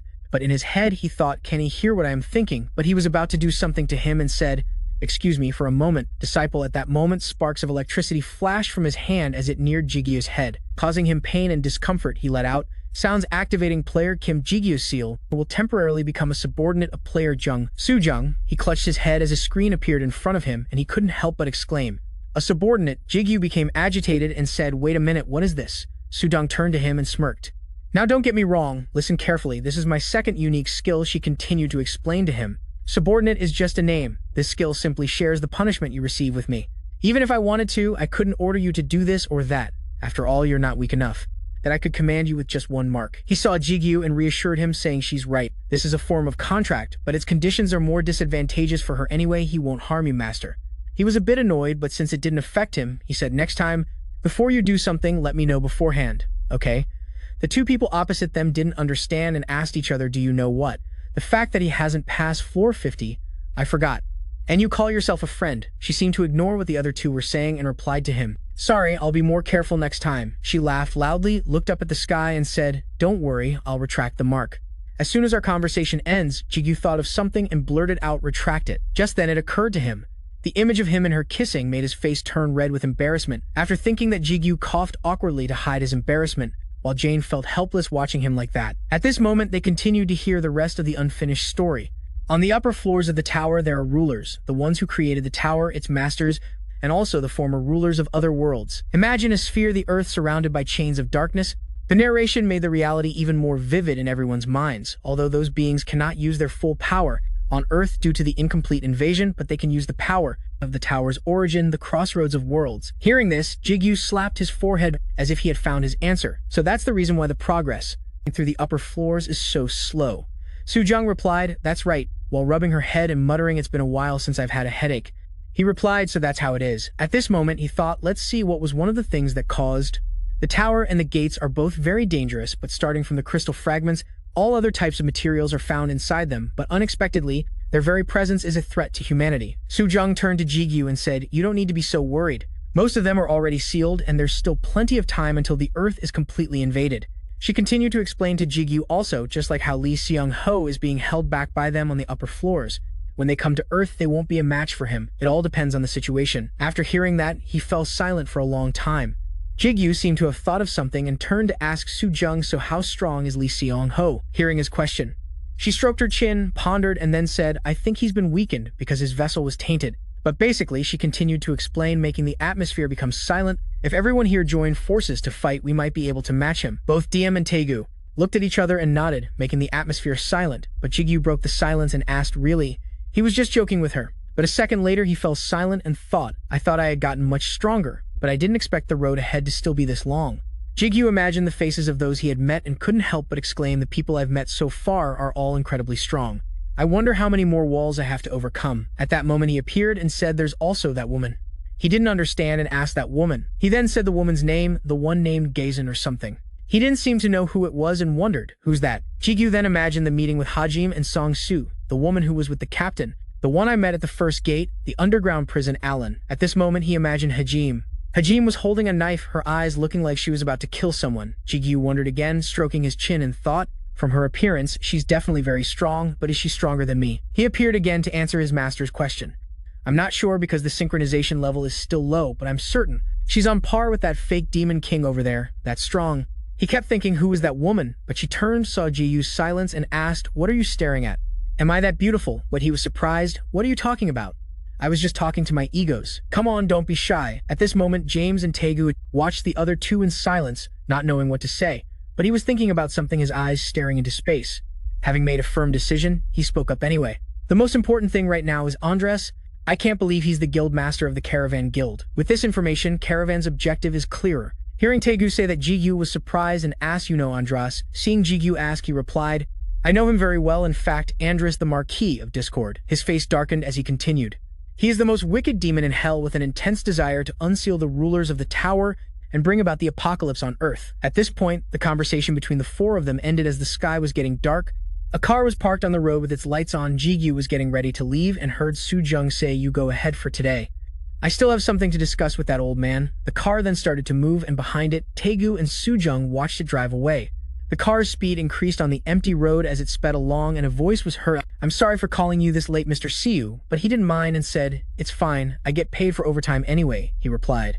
Siuan felt a bit awkward. How fortunate, Jigu thought. I'm so tired, so much happened today, and I learned a lot of new things. You've worked hard. He heard his master's inner thoughts and said, Master, you should get a long rest after you get home. But hearing that, he put a hand to his chin thoughtfully and replied, I can't rest right now. Jigu thought, I still have something to do at home. I still have something I must do. When he got home, his hand was clenched so tightly that it was bleeding profusely onto the ground. It dripped down, forming a pool of blood in front of a magic circle drawn on the floor. At this moment, Jigu and another person were standing in front of a flash of light. The light flared up, making him exclaim, a barrier. Jigu turned to ask Ban. The person next to him, was the underworld open with this? He replied, yes, that's right. Ban then turned to ask him, would you like to check? At that moment, a streak of light flashed in the space. In the middle of the darkness, it seemed to open up a space. Jigu was opening something on a face, which made his face turn serious and solemn. It turned out that what was fully open was a large stone coffin. Inside was Misu. The boy was lying with his eyes closed, looking very peaceful. Seeing this, Jigu couldn't help but call Misu's name. He turned to ask Ban, why hasn't he woken up yet? A light flashed in his eyes. Ban's glasses showed multicolored rays of light as he looked at Misu's body. Looking at the boy's body, he replied, his body has no abnormalities. There are no charms or curses either. At this moment, the entity inside Jigu said, Master, use the elixir. He took out a vial of red liquid and prepared to open the cap. Jigu brought it to the boy's mouth and poured the red liquid, known as the elixir, into his mouth. At that moment, Misu's body showed a slight reaction. Immediately, the boy opened his eyes despite being motionless inside the coffin. Jigu saw Misu sit up suddenly and was alarmed, trying to stop him, calling out Misu. Seeing the boy had no reaction, Jigu asked again, are you awake? The boy then turned to look at Jigu with a blank expression. Seeing the boy like that, he became more alarmed and asked Misu, do you remember me? The boy just stared at Jigu with a dazed look as if thinking. A moment later, he uttered dad, which made him freeze. He asked again, as if he had misheard what. The sky had grown dark and he had arrived home. In front of him were Sujin and Juhi standing stunned, their jaws dropped, staring ahead in surprise. Behind Jigu was Misu, the boy hiding fearfully behind him. Jigu didn't know how to explain. He could only avoid the gazes of his mother and sister. Juhi, surprised, exclaimed with her mouth wide open, you brought a child home. Hearing that was like a thunderclap for Sujin. She asked him, my grandson. Since when and from where? Jigu. He did not know how to explain to his mother. He scratched his face and said shyly, no, it is not like that. It is a long story. Hearing that, Jigu's sister Yujung said excitedly with a thrilled face, you just brought Sujung home a few days ago. Isn't this a bit too soon? I cannot believe I have a nephew. Hearing that, he pinched his sister's ear and said, shut it, Yujung, that is enough. Sujin, she calmly turned and asked him, so what happened? Meanwhile, his sister Yujung was muttering curses at Jigu. A player using violence against a civilian is a serious crime, you know. Jigu looked troubled and lowered his head, not knowing how to explain to his mother, and stammered, well, it is like this. In the end, he still gave a reason, so his mother would not be suspicious. He is the grandson of a benefactor of mine. Jigu covered his mouth so his mother could not hear and said to the boy, can I borrow your ear for a second? Then he whispered to his mother, Sujin, so the boy would not hear. He lost his family in an accident, and it seems he lost his memory due to the shock. The more she listened, the more she felt sorry for the boy. He thinks you are his father, she could not help but exclaim, the poor thing. At this point, she sat down and asked the little boy, what is your name? The frightened boy finally managed to say his name, Misu. Seeing the boy so scared, she did not ask anything else and just said, all right, Misu. Then she cheerfully said to Misu, you can call me Grandma. Wait. Hearing her say that, Jigu said, Mom did not, you hear what I just said? At this moment, inside a room, the lights were on. Surrounding that room was a dirt path. A clear track, as if a car had just passed by, was visible. Now on that empty patch of land, there was a barrier, and the coffin from before was still on the ground. And a voice spoke in such a deserted place, I am breaking out in a cold sweat. The being inside Jigu appeared and said, if you were planning to run away like this, why did you even go home earlier? Hearing that, he asked back, I need to eat too, do not I? Jigu thought about his mother again, but the look in my mom's eyes, I guarantee it was the look of someone who wants a grandchild.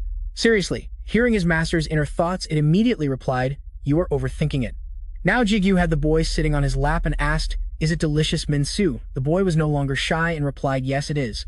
Seeing Minsu like this, Jigu thought it feels like his mental age has regressed, then it appeared again and replied, "To your inner thoughts. Did not you say the boy witnessed his own biological father murder his grandfather and even kidnap him?" Hearing it say that, he pondered thoughtfully. Post-traumatic stress. So what should I do now? Jigu then thought of a plan. Won't his memories come back? If he sees a place or an object related to his grandfather, then it must be the Jenny workshop. Let's go there. He will just be more traumatized. At this moment, it called out to Jigu, "Master the hammer." He immediately called out to the boy Misu. "Look at this." Jigu took a golden hammer out of his pocket. The entire head of the hammer was gold-plated. Minsu was surprised to see it.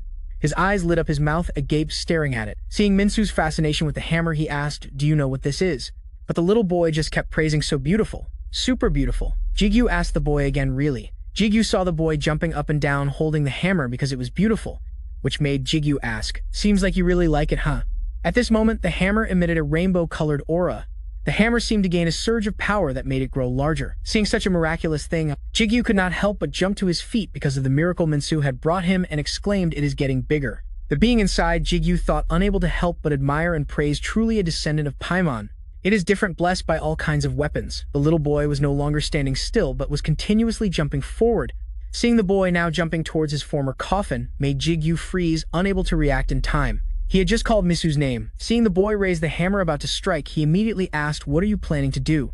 Not hearing what Jigu asked him, the boy slammed it down. Flashes of light like lightning appeared.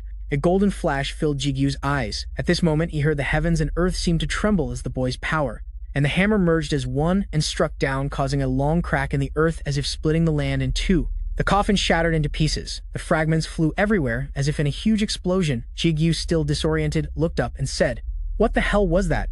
Seeing this, his eyes widened in astonishment, looking at the spot where the explosion had just occurred. Seeing the boy still holding the hammer but the coffin was gone, he could not help but exclaim, "The coffin is." It appeared again and said, "If you look closely, it is true that he has inherited the bloodline of Paimon." The kid, quick as a flash, jumped around, trying to smash all the remaining fragments, but that wasn't quite it. Jigu was surprised. He's sculpting with just a hammer? Don't people usually sculpt with a hammer and a 7-star weapon? He appeared and replied to Jigu, "Don't think according to human standards. Paimon is on a different level compared to ordinary blacksmiths." Seeing that, Jigu said, "I don't usually see you praise anyone this much." He replied, "It's because he is one of the very few demons who did not betray me." Another explosion occurred, rocks and everything else flew around, and the kid's face was no longer normal. It turned bright red, surrounded by the hammer's aura, and the light still hadn't faded. It glowed red over a large area, still not dying out. The sky had turned to morning, and the sun was rising. There was no sign of last night anymore. In Jigu's arms, Misu was sleeping soundly after the long night. Seeing this, he said worriedly, he must be so tired, using a hammer that's bigger than himself, and he was focused on sculpting for 9 straight hours. At this moment, he thought, impressive stamina. Truly a descendant of Paimon. Jigu saw the boy was tired but also heard him continue. The way elixirs work on his body. No, the fact that he could enter the tower proves he's not an ordinary person. He continued as if gaining momentum. Whatever it is, that kid is definitely something else. I now understand why the old man said he was a more talented blacksmith than even himself. Seeing Jigu's thoughtful face, Ru didn't stop and continued speaking. "A person with no memories," he said with an even more admiring tone. "For someone as talented as Misu to be able to sculpt the statue of his grandfather so accurately." Just then, there was a call.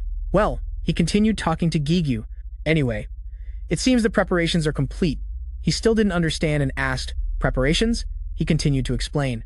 "Are you not going to do anything with that statue? Do you think he made it just for display?" He retorted, "It's a vessel." Hearing him say that, his eyes widened in amazement. "What do you mean?" As if seeing Jigu had realized it, he continued, "That's right. We will resurrect the old man with that." Jigu gently held Misu upright. "A vessel to contain an ego?" He recalled the notification screen. "But the ego of Mr. Lu confirmed for his master." "That's right, only a fragment remains." His slow steps were silent in the quiet space. Elle voiced her opinion. "Although it was destroyed, the brain heart has inherited their memories." Jigu walked closer to where the petrified Ji-chun was. She wisely said to him, "As long as the ego doesn't completely disappear, then there is definitely a way." Brainheart agreed with Elle. "That's right, she's correct." Jigu said nothing more, his cold gaze observing the stone statue. He reached out and touched the old man's head, cautiously connecting. A brilliant light radiated from Ji-chun's body. The link was established. Jigu pondered for a moment, just as I thought. This is an egoless self, just like the equipment from Mr. If I place the ego into this, perhaps he will truly be resurrected. But he unconsciously said out loud, is it really possible to restore a fragmented ego? Suddenly, Ban appeared out of nowhere. His presence startled Jigu, and his trembling voice was lost in the air. He hesitantly uttered the name of the person opposite him, Ban. He carefully took the soundly sleeping Misu to the bedroom. Jigu used a spatial vortex to move between the two places. He returned to Ji-chun's stone statue, a truly magical vessel. As expected from a descendant of Paimon, Ru spoke irritably. You always hear these kinds of words, don't you, you demon? Jigu was calmer, politely asking the one who was busy showing off. So, are you sure there's a way? He assessed the situation and gave an ambiguous answer. About 50%, I can't say for sure. Ban turned to look at him coldly. Because your very existence is unprecedented, and because it has never happened before, I can't be 100% certain. Hearing this, Jigu was at a loss for words, while Ru was still annoyed with him. He says that, but if he mentioned it, he must be quite certain. What an arrogant bastard. He curiously asked about the process of returning Ji-chun to normal. So what do we do now? Ban mechanically replied. First, we have to restore the old man's ego. He smiled and raised one finger, and right now we have all the materials. Ban pointed out the necessary things, the ego fragment and an ego piece that you possess. When you unify those two things, you can restore a flawed ego. Suddenly, Jigu wondered about something. Wait, how do you know about the ego fragment and unification? He casually replied. I heard Miss Sudong talk about it. Hearing that woman's name, Jigu felt helpless. Damn, demon I have to exclaim. She's too much of a gossip. Ban returned to the main problem that needed solving. Then you will be able to restore the ego to its original form with that, but it doesn't mean you can restore its complete nature. An ego is not something that can be easily restored. He snapped his fingers loudly. That's why you'll need this immediately. Ban materialized a sword and introduced the holy sword Nai and the transparent crystal. He turned into a talking machine, presenting everything about the item he just took out. The holy sword is a sword imbued with life force. Thanks to that life force, I am sure it will be able to fill in the missing parts of the ego. As for the transparent crystal that I successfully crafted, although it has no mana and is considered useless, but it is a perfect item to use for a special power like yours. If I explain in detail, it's a bit complicated to understand. Simply put, it plays an important role, like what humans call a clean slate. Jigu was extremely confused. Wait, what slate? Even if you explain it like that, I still don't understand what you're saying. Hearing his response, Ban coughed lightly and said sorry. It seems I was a bit long-winded. Jigu was speechless, feeling like he was turning to stone. Was he like this before too? Ru grumbled a few words. Those researcher types often get hung up on this stuff, but I more or less understand. After hearing him explain, he took the opportunity to explain it again to his master. I will explain it to you, as simply as possible. In common language, please pick up the holy sword Nai and the transparent crystal. Jigu approached the sword and picked it up, looking at it. Nai had been completely transformed into a demon sword. It might be that Bangai's doing the shiny blade of the sword reflected his face. But for you, it will be easier to control like this, because you have linked with me, the leader of the demon swords. Ru finished his detailed explanation. Now unify the ego fragment with the ego piece, and let Nai absorb them. This sword already has the ability to absorb, so it will do it automatically. Jigu raised the sword and issued the command to unify Hong Jigun's fragment and the ego piece. It immediately received the request. It started to glow and shake, unifying the main ego, Huang Jichun's fragment and the sub-ego. The ego piece, the sword shone like a star.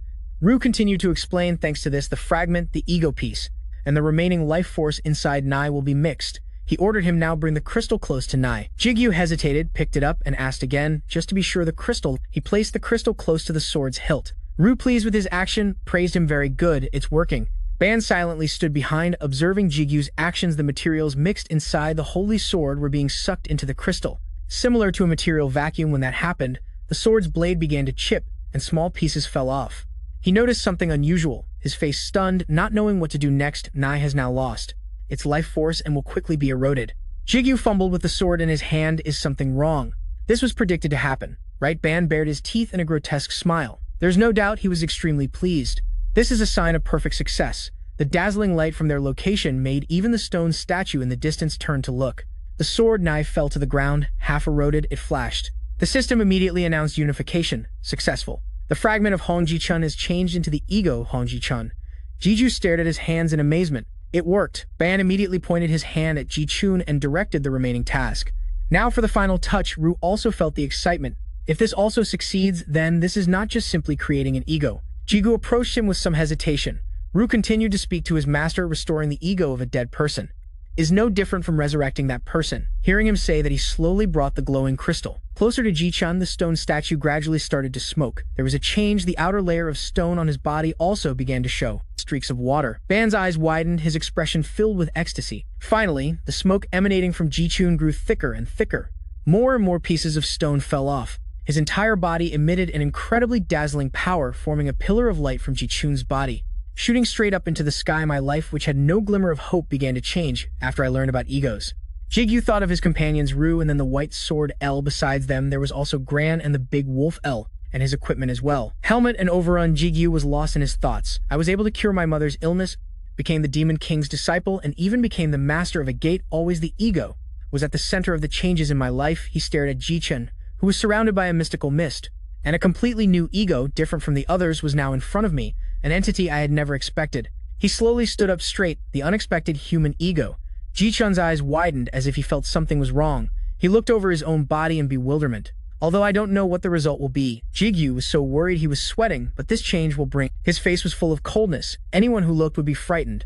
The system announced, "Congratulations to you. The Guardian has been completed." Scene changed to New York Iron Guild. Iron Seal stood quietly by the window. Looking down below, a few abnormal gates will soon appear in Korea. Jigu was talking to someone. Our guild will use that as a justification for expanding into Korea once again and target the Demon King. Receiving the other party's information, Iron Seal immediately agreed. I understand if everything is as you say. It is certainly the most logical scenario. After a while of discussion, he then asked for the other person's name. But what did you say your name was? The other person gradually emerged into the light. I am the guild master of the Caravan Guild. He formally introduced himself. Ras, just call me Raz. 23 years ago. The tower and gates suddenly appeared. Jigu stood proudly alone, facing a horde of giant monsters. Monsters poured out from them. His eyes were sharp and glowing red, preparing his fighting stance without warning. Both sides aggressively charged at each other. The monsters overwhelmed Jigu in numbers, but he didn't flinch at all. A few people awakened with supernatural powers, known as players. Jigu gracefully weaved through, taking them down one by one. These people trained and leveled up as if playing a game. He leaped high to face the biggest monster, and could train to become stronger. When fighting monsters, its long arms reached out, aiming for Jigu like prey. Suddenly, his eyes flashed like a bolt of lightning, but it would leave a shocking after effect among the players there, and then a fierce and resolute slash was brought down. A person not even treated as half of others, the slash created a vertical line splitting the largest one in two while leaving a shockwave that shook the ground. The monster disintegrated along the cut. A flash of light appeared as if space itself was torn apart. A notification from the system appeared.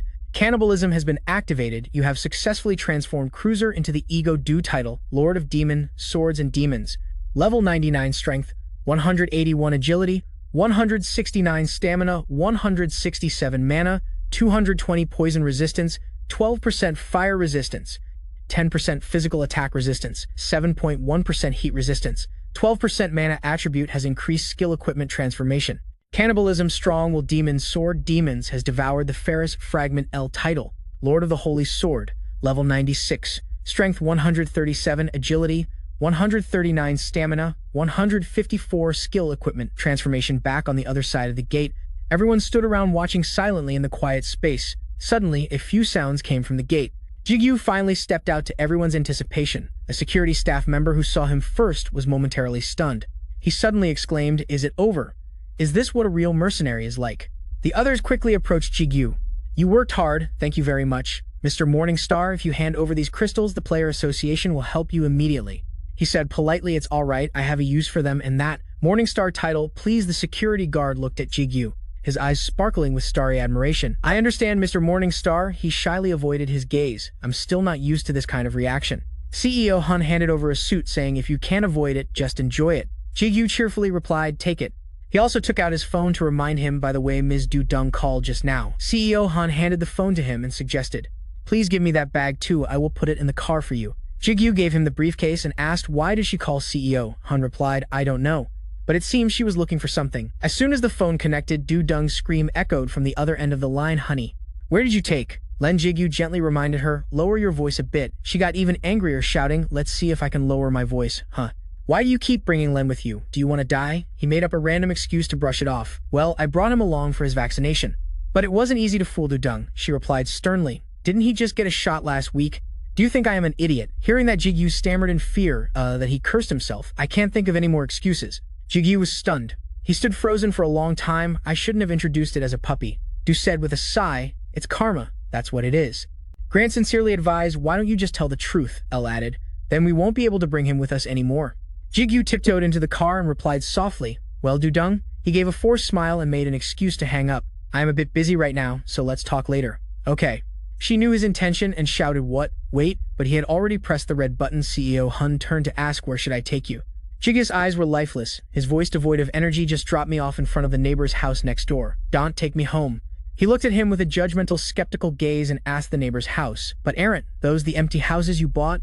After we announced that the gate experiment would be conducted in this area, CEO Hun's eyes grew cold, as if he already knew the answer. "Don't tell me you started living with the Demon King in those houses." Jigu fastened his seatbelt, looked at him, and replied, "Shut up." He immediately reminded his ego, "If you say that to CEO Hun, you will be in big trouble." The voice inside immediately explained, "The Demon King said that, not me." A voice rang out, "Someone new has moved in next door." Soon Jigu was at the house. He raised his hand to ring the doorbell, calling for the owner and also to open the door to the house. A voice from inside the house called out, "Who is it?"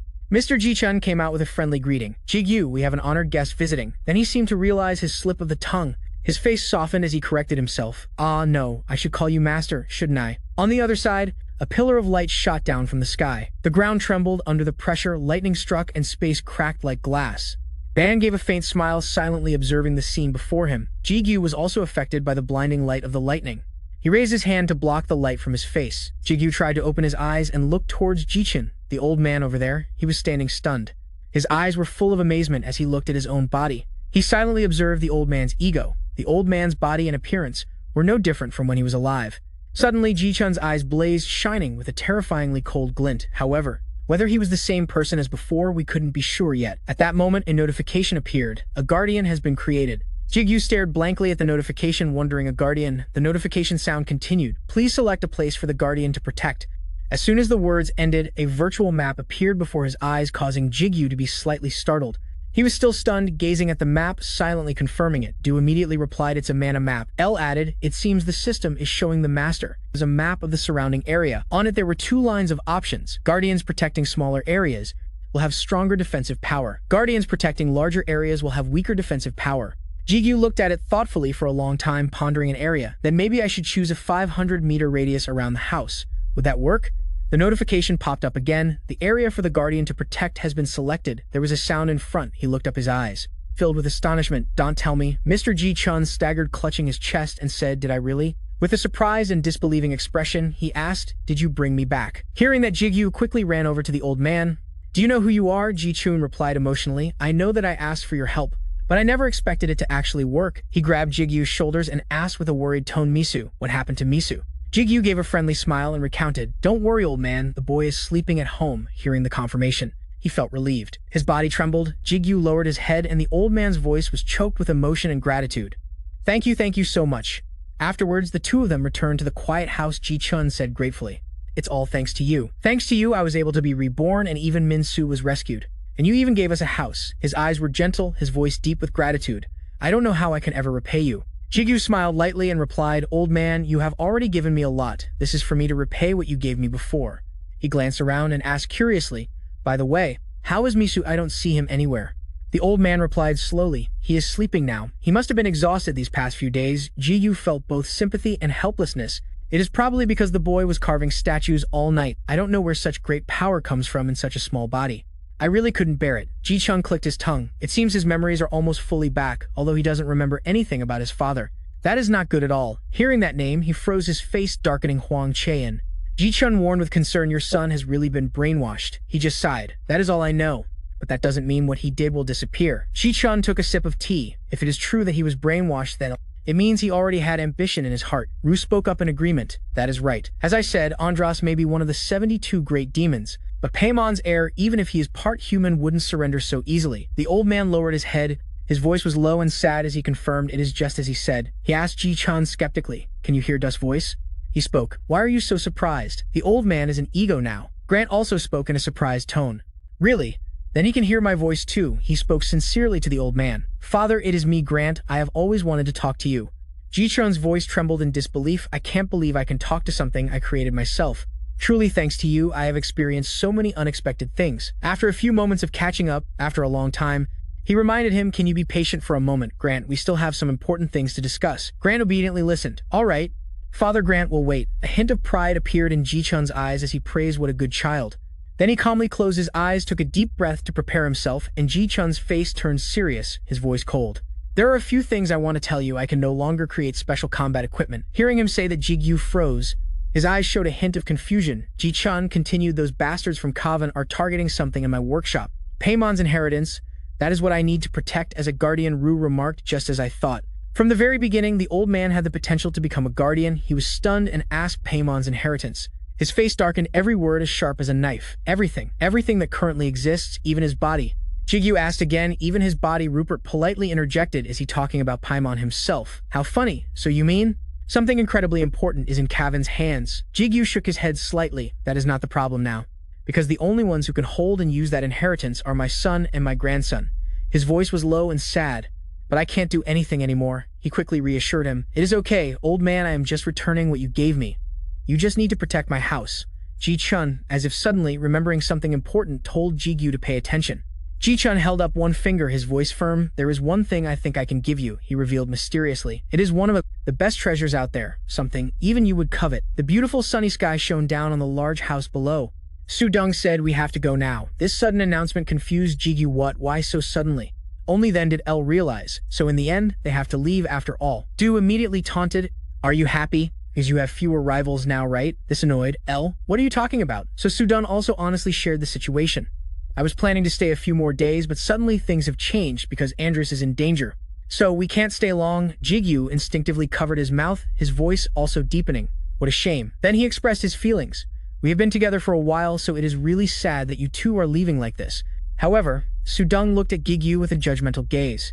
She had seen through the world. Is that how a sad person expresses themselves? Right now, Jigu was dazedly holding the key in his hand. "A treasure that even I desire. Is this the key to that storage place?" Then he looked up at the house in front of him. "But this place looks so shabby." Ru said, "I don't feel any special energy from it at all." El was similar. "Me neither." After that, Jigu walked straight inside.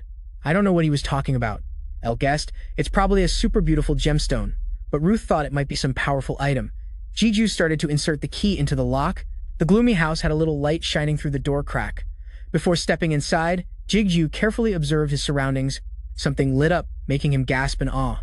In the room were piles of supercars in gold, silver, and jewels. Jigu's eyes were struck by the dazzling pile of gold. Then they moved to the shiny supercars. He was momentarily stunned. "Personal items?" Ru wondered. "Is that what these things are called?"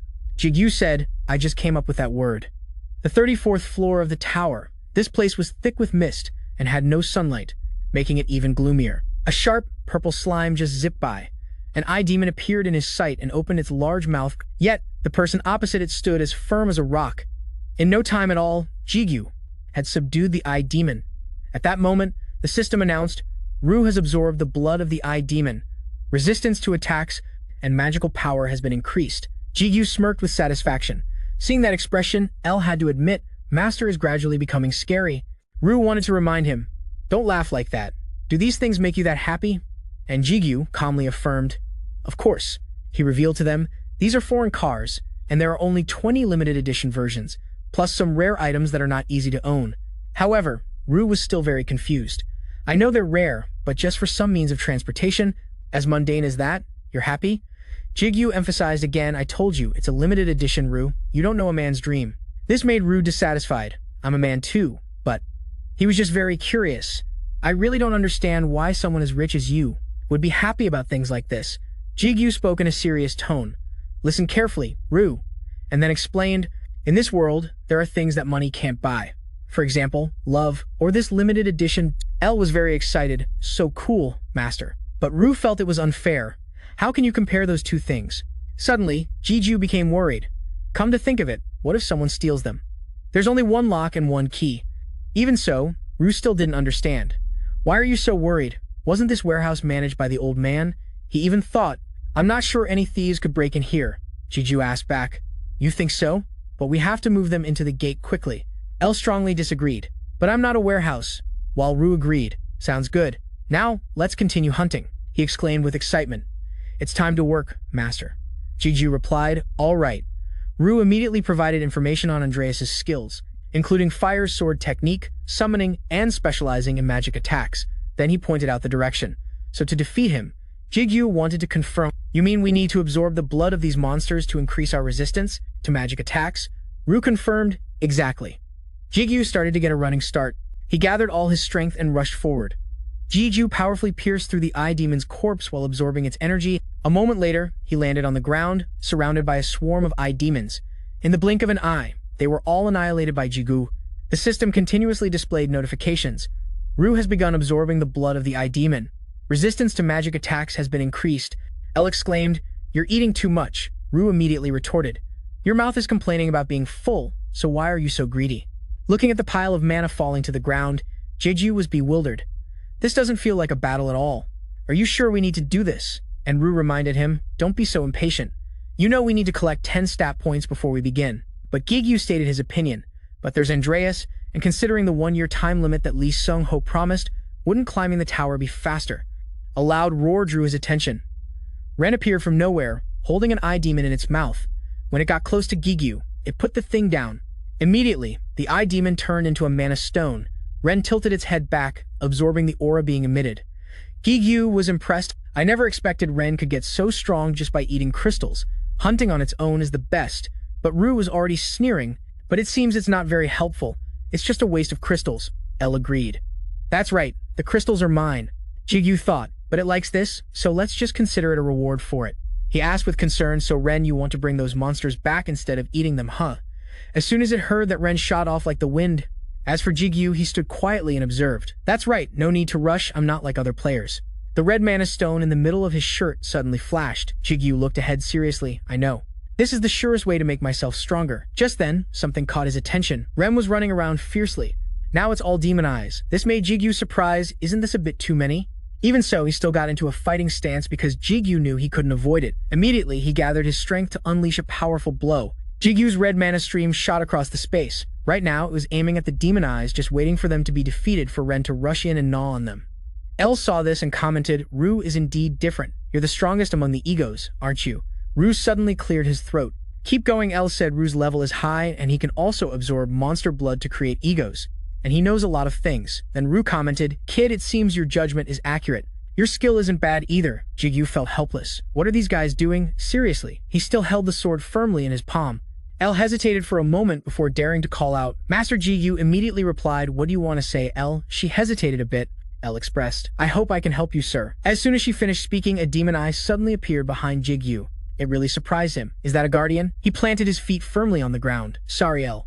Then he gained momentum and charged forward. "Let's talk later." Just as the demon eye opened its huge mouth, Jigu jumped straight into its mouth. His serious face showed clear determination. Meanwhile, the demon eye was still aiming for Jigu. A few seconds later, he was completely inside its mouth. At that moment, Jigu pierced through the Demon King's body. Its body began to show signs of decay. Soon the Demon King shattered into blood. The system immediately announced, "You have failed to transform the Demon Eye into a Demon King. You have received a Demon Eye ego fragment." After destroying the Demon Eye, Jigu landed gently. He turned and walked away and let out a sigh of relief. Then Jigu reminded, "Can't you do better, Ru? If the ego transformation fails, then I can't get any items." He was very indignant. "Is it my fault?" Now Jigu remembered. "That's right, El. What did you want to say earlier?" She's been hesitating this whole time. Just then the system window suddenly appeared. Ru has reached level 100. An abundant stream of power immediately flowed into Jigu's body. Ru has met the conditions for evolution. Jigu couldn't adapt for a moment. "Evolution, huh? Ru, tell me how you feel." "My body feels strange. It seems to be heating up." The system window vibrated again, signaling new information. It showed the information for Ru's first evolution. Ru's body part 1 out of 1 ego fragment, 10 out of 10 ego-eyes souls, 3 out of 3 demon fragments, 1 out of 1 blood monster. Now Jigu understood, so these are the evolution conditions. Everything is sufficient. The system displayed some information. First evolution condition, Ru's body part. Ru's body parts appearing on the 30th floor must be for this, so Jigu wondered, "El, will your body parts appear on the 40th floor?" El replied, "I'm not sure, but it's possible." The system showed a few more lines of text. Next was, Jigu pieced it together regarding the ego fragments. "I collected 10 in the dungeons before the conflict with the Iron Guild." He remembered very clearly the ego-eyes soul was Guild Master Smart Choi Min Sok. Not only that, there was also the Devil Rudder. Next was Mizu's father Huang Chain, and finally the appearance of the Gatekeeper, Krisedu, that I recently defeated. From that, Jigu analyzed if I need to use them, then I should take the other 3 and leave out Huang Chain's soul. After all, one day I'll be able to resurrect him. L spoke with annoyance. I hate that old man, but I'll forgive him because I'm the older sister. Ru immediately denied. No, you're younger. L still tried to argue back. If he's resurrected, he'll only be 1 year old. Ru retorted, your father is also 1 year old. They kept bickering back and forth, so Jigu was confused. What are you two doing then? He continued reading the information on the system. Finally, the demon fragment and the blood monster. Jigu guessed that the demon fragment must be Ferret, the gatekeeper of the 4th floor. From that, he raised a question. And the blood monster said that because there were so many, Jigu was silent for a long time to focus, and he recalled. Up until now, 5 egos have successfully been formed, including Lam Thu. I still don't know what the exact condition is now. Jigu was a bit hesitant, so he didn't know if he should use all of them, or the egos in this evolution. I need to be more careful, but suddenly he raised his voice and asked, you want to evolve, right? Ru looked away, hesitating a bit. Well, I think so.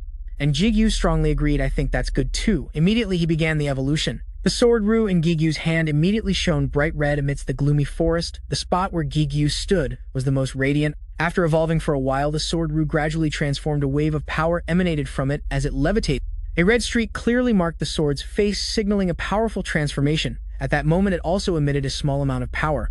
Current information updated. Ru title, Lord of the Demon Sword and Demon Species, level 100 strength, 190 agility, 173 stamina, 182 magic power. 231 poison resistance 12%, fire resistance 10%, physical attack resistance 7.1%, heat resistance 12%, magic attribute increased, skills equipment transformation, cannibalism, devour, strong will, amplify summon death demon sword, demon species devoured none, players devoured Charlemagne's fragment, devour the demon king's fragment, egos Rotter Choi, Minseo Cresitu. Finally Ru returned to Gigu's hand. Looking at all the text in front of him, he exclaimed, the status window is so damn long now, wonderful. Jigu commented, it looks like you gained a lot. Ru, you look different too. How do you feel? But Ru replied, I don't feel much different. He continued, it'll probably take a while to digest all this new power. Finally, Jigu set the matter aside. All right, then let's head back for now. Suddenly he remembered something. That's right. Jigu asked, L, you have something to say, don't you? L immediately denied, nothing, master, nothing at all. A sleek supercar stopped at the red light. Seon-hun was extremely excited. I can't believe I'm driving a car like this. I'm so glad I decided to be your manager. Jigu shared, honestly, this is my first time riding in a car like this too. Seon-hun was a bit curious, but Ranker Kim, Jigu, you don't drive. I love it because I get paid more, but Jigu explained, I have a license, but I never use it. Besides, riding with you is more fun than going alone. A wicked thought appeared in Seon-hun's head. Let me tell you beforehand, I like women. His words made Jigu extremely indignant. Me too. On top of that, Ru started teasing. You can be honest with us, Master L. Also join in. What do you think? Master Jigu was furious. You're going too far. Ru, don't be influenced by him. Brownhead Seon-hun changed the subject. That's right. Last time you got Ranker Shin Rubin's number right. Have you contacted her yet? Jigu replied, we're still in contact. He continued, but I don't know how to reply. Ru had to admit it. Even an ego like me can see it's not working. L called out in a long voice, Master. Then Rubin sent a message. Do you have any plans yet? Jigu replied with just 2 words, the tower. Even so, she praised him. You're so hardworking, you probably only know how to hunt, huh? What are you doing this weekend? Jigu replied again bluntly, the gate after reading it. Seon-hun really wanted to judge him. Excuse me, but have you never dated before? Jigu immediately shut him up. Please be quiet. What's with that tone? This time Ru sided with Seon-hun. Surprisingly, you're a good judge of character, while Jigu was very annoyed. Is there a way to shut them up? I wonder. A while later, the car stopped. Seon-hun announced, we're here. Ranker Kim Jigu just stepped out of the car and was amazed. I heard they had merged. But I didn't expect it to be this grand. Jigu read the words on the building, Morning Star and Child. Then he went to his scheduled meeting room. CEO Park brought in some drinks. I'm sorry, we're the ones asking for a favor, yet we made you come here because of the merger. We've been incredibly busy lately, so Jigu replied in a soft voice, it's all right. I also came to see the guild building. You said you're the co-master, right? Where is Guildmaster? Kim Dong-hee. And CEO Park said he's out. He's had a lot of work that requires travel recently. Then Jigu got to the point. I see. What is it you need help with? Park hesitated for a moment. I'm not sure if I can ask you this, but finally he brought it up. But is it possible if I could borrow your skeleton army a few times? Jigu's face went blank, not understanding the situation. Park explained honestly. The thing is, we've recruited many new members recently, but we don't have enough instructors for everyone, and they're still very scared of monsters. So I thought borrowing them would be great for training unexpectedly. Jigu decisively agreed, sure. The CEO exclaimed in surprise, really? Jigu confirmed again, do you think I'm lying? Because he thought, I'm also partly responsible for the loss of your guild's members, and I haven't properly repaid you yet for helping me with the Iron Guild matter. So Jigu clearly understood his responsibility, and a stronger guild is also good for me. We're allies, aren't we? CEO Park smiled that his request was accepted so easily. Then he returned. Jigu's fist bump, absolutely. L started to complain storage space and now a training tool, huh?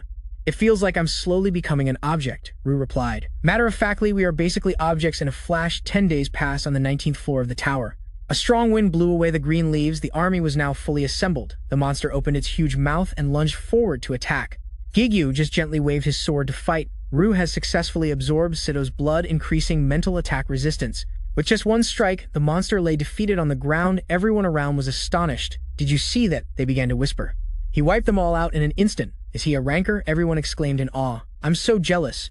System information updated. L title, Lord of the Holy Sword, strength 140, agility 142, stamina 157, magic power 132, skill equipment. Transformation. Jigu began to wonder. Again, L evolves at level 102, right? Should I let it evolve before attempting the 40th floor? Ah, no. When Ru evolved, it also needed a body part. So that's when Ru reminded him, Master, don't you want to hide your identity? That's why you're always wearing that ugly mask. Jigu confirmed, that's right, but things have changed. He analyzed the situation. Iron Seal and Lee Sung-ho already know my identity. As long as they're watching me, there's no need to hide anymore. Ru clicked his tongue. If you say so, then fine. L agreed, becoming famous is good too. Jigu looked up at the sky, so now, you're mentally prepared. Let's begin the trial of the 40th floor. Jigu felt it was exactly the same as the 30th floor. My hands are trembling with fear, and he assured, just you, wait, LU, might evolve after we pass this place. L didn't forget to say thank you for your consideration. Master, the door to the next floor was opened by Jigu. L spoke slowly, but it might not be as you expect. Now Jigu stepped through the door. Sensing a player, it slammed shut. You have entered the 15th trial area. Sugu was carrying documents when someone suddenly called out, Guild Master. He replied, what is it? The staff member said, please take a look at this. Then he held up his phone screen. Look, this is about your friend from the Samdong Slope incident. Right on the forums, people are talking about seeing a ranker on the 39th floor. He was hunting alone with just 2 swords. So cool. After only 1 day, he stopped because there were no more monsters. I should also say the title is just clickbait. I don't know if he's really a ranker. Oh yeah, I saw him too. Are you the hunting instructor? He's so hot, high level, or handsome. You can only pick one, at least make him bald or something. Sugu immediately thought of the familiar name Jigu. He suddenly let out a small smirk. He's finally made up his mind at the imposing skyscraper. A gentle breeze blew by. Jigu looked seriously in the mirror. It seems he's chosen to show himself. Jasek replied casually. Now that he has the power, it was only a matter of time. Besides, he's been hiding himself for far too long. But Jigu was skeptical. I'm not so sure about that because I've known him for a very long time. But I don't think he's the type to show off his power for self-satisfaction. Zigu's feet moved slightly. Maybe he wants to show them. He expressed his opinion. He wants his comrades. Jigu emphasized to see what kind of person they are following. The system announced, you have entered the 5th trial. Meanwhile, Jigu marveled at the new power in Oberon's hand. Then he continued to upgrade Ru's weapon. System update, you have met the requirements. This time, Jigu didn't forget his other comrade, L. The system stated you have met the conditions. Finally, he summoned his powerful companion, Ren. The system announced initiating special trial. Jigu observed the space where he was standing this place. Ren was a little confused. There's nothing here. Even Ru found it strange. It's completely just a white space. It's making me uncomfortable. In this situation, Branhart was still being jealous. Master, you haven't called my name Branhart. Jigu was startled. You're in armor form now, so... Branhart wanted to prove his ability. I can open the gate. I can be useful to you too. Jigu wanted to know one thing. This trial is a good opportunity to do something with L. Do the undead have a disadvantage here? Ru said it's possible. Jigu wanted to hear more opinions. What do you think, L? Do you feel anything different after entering? But after waiting for a while, there was no response from her. Finding it strange, Jigu called out again, L. Just then, something in front of him caught his attention. The current scene made Jigu extremely shocked. Shadows. Not only that, from high above, objects were rushing down like the wind. Thousands of swords came rushing towards Jigu from nowhere. He couldn't grasp the situation for a moment. The swords. They kept pouring down like rain with no sign of stopping. What's more, they grew in number and rushed straight to the ground. The target of these swords was Jigu. After understanding the situation, he stomped his foot firmly on the ground as usual. Too bad for you. I'm an experienced person. Jigu assessed these kinds of simple attacks many times before. He gained momentum to prepare for a precise strike. The swords now landed on the ground simultaneously, so the dust flew everywhere due to the heavy pressure. Yet Jigu didn't have a single wound. Looking at the pile of swords stuck all around, Jigu was even surprised they all missed. Huh, the target wasn't me. You only have a little knowledge of the current situation. Huh, that's fine. This is exactly like when I fought against Ru's physical body by controlling the magic sword. Then for sure, L's physical body that controls these swords is also nearby. Ru immediately denied it. No, this time it's different. Master, prepare to fight. As soon as he finished speaking, all the swords began to glow simultaneously. It plunged the entire space into a brilliant yellow color. Jigu really couldn't open his eyes, he had to shield them with his hands. Now they moved the light beams into the air so Jigu could slowly open his eyes. Something appeared that made his eyes widen in amazement. A one-winged angel was floating in mid-air. Not just one, but a whole bunch of angels were surrounding him. Jigu said in shock, could they be? Ru confirmed immediately. Yes, and then he emphasized clearly, they are angels. Jigu unconsciously furrowed his brows. Angels, if there are demons, then there must be angels, but in this grotesque form. He had to admit about these things. They were a bit different from what he had imagined. Even Ru wasn't sure, he didn't know why they looked like that. But anyway, it seems this will take a while. The angels suddenly swooped down in anger, like arrows. Now Ru could confirm they are fallen angels. All this time the sword L has not made a single move. Meanwhile, somewhere else in the familiar luxurious house, Ji-chun was intently observing the sword in his hand. He concluded a broken sword. I guess I know what I should do. Ji-chun let out a sigh. But right now, my abilities are also limited because the sword's life force is depleted. How great it would be. If only I could analyze a perfect holy sword right now. Something made him stop. Ji-chun looked in shock as the sword moved on its own. It was trembling. With his experience, he realized immediately. If that's the case, then the sword is feeling fear. At this moment, the sun was blazing over the arid desert. Someone's hand had just crushed a mask. Sujeong tensed her sturdy hands, squeezing tighter and tighter. In just a moment, the other person was defeated, along with their remaining comrades. After finishing them off, Sujeong dusted off her hands a few times. Then she reported, it's all done. Read their memories. But she didn't hear the other person speak for a while, so Sujeong called out again, what's wrong? After staring into the distance for a while, he turned his head back. You could feel the tower shaking and the ground started to show some cracks. A cold wind blew past the man standing proudly. Gong Ho, being sharp, knew immediately that thing had awakened. Right now, Jigu was still very confused. What are they? Are you even? Exclaimed Angels Brunhart. There are so many of them. Since he had no experience with this type, Jigu wondered. Are angels strong? Aryu said, looking at them now. They're probably not as strong as usual. He also added a reminder, but they won't be easy to defeat either. Jigu remembered something. Oh right. He turned to ask for her opinion again. What do you think, L? This time she replied, I agree with Aryu. Jigu noticed something unusual. L usually doesn't talk much, but it feels like after coming here, L talks even less. His eyes hardened with seriousness. Oh no, Jigu noticed. It seems it started from that moment he recalled L's denial. It's nothing, Master. Meanwhile, the demon angels were still pouring down below. Jigu also prepared himself for battle. As always, he stomped his foot hard on the floor. Alright, I get it, Jigu understood clearly. This is probably going to be tough. He dashed forward, swiftly attacking with all his might. Jigu swung his sword, destroying each demon angel. Not only that, he also combined punches to increase his attack power. Jigu's usual triumphant expression appeared again. So you're enjoying this? You managed to block one, huh? Immediately, Jigu signaled his familiar companion to come up. Hearing the call, it rushed forward like the wind. Ren gained momentum, then leaped as high as the demon angel. It opened its huge mouth, terrifying her. And Ren fiercely bit straight into the demon angel's shoulder. It aggressively pushed her down to the ground. The demon angel now vanished into thin air. But countless others remained. They continued to charge forward. Ren didn't fear any of them and fiercely met their attack.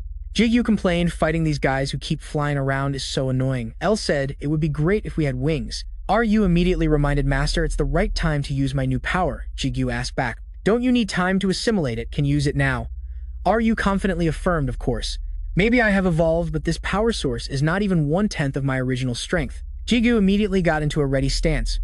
Alright, the new skill you've received is Devour, combines Spirit, Amplification, and Summoning Right. Some information appeared. Mental attack resistance, 9.3%, increased magic attribute equipment, transformation skill. Cannibalism, Devour, combines Spirit, Amplification, Summoning Strong Will. Death Demon Sword. From that, Jigu wanted to know, what should we do now? Ryu replied, huh. Before he could finish his words, Jigu cut him off. Wait, let me get away from this guy first. He immediately shouted an order. Ren, come back. It obeyed and in a flash went into the stone on Jigu's necklace. The system announced Brunhart has reflected the attack. The blue light overwhelmed the angel horde. The overwhelming force of the wind made them stop moving accordingly. Jigu discussed, so what do we do now, Ryu? He suggested summoning Master. It seems it will be effective now. Jigu started the process. Alright, summon. The system updated. The summoning status can summon the form of the devoured ego. The sword Ryu was immediately absorbed, a huge source of power. A stream of crimson aura mixed with black surrounded him. After a while, it radiated power, flying everywhere, then transformed into a giant monster, and dealt with the demon angel horde with its huge hands. Now Ryu's aura crushed them in one go. They were being destroyed one by one, turning into dust. Ryu's giant monster also quickly stomped them to pieces. In just a moment, half of the demon angel horde was gone. An image appeared in Jigu's mind. Cruiser. While he was distracted, Brunhart suddenly shouted, Master, look ahead. The sword Ryu was summoning two more figures, something was rushing fiercely through the space, and it was aiming at Ryu's giant monster. However, the monster still stood strong in a fighting stance. The two figures that were just recreated were Minsock and Rotor. In the sky, there was still a demon angel spreading its wings and swooping down. It stabbed right through Rotor's form, but he licked his lips gruesomely with delight.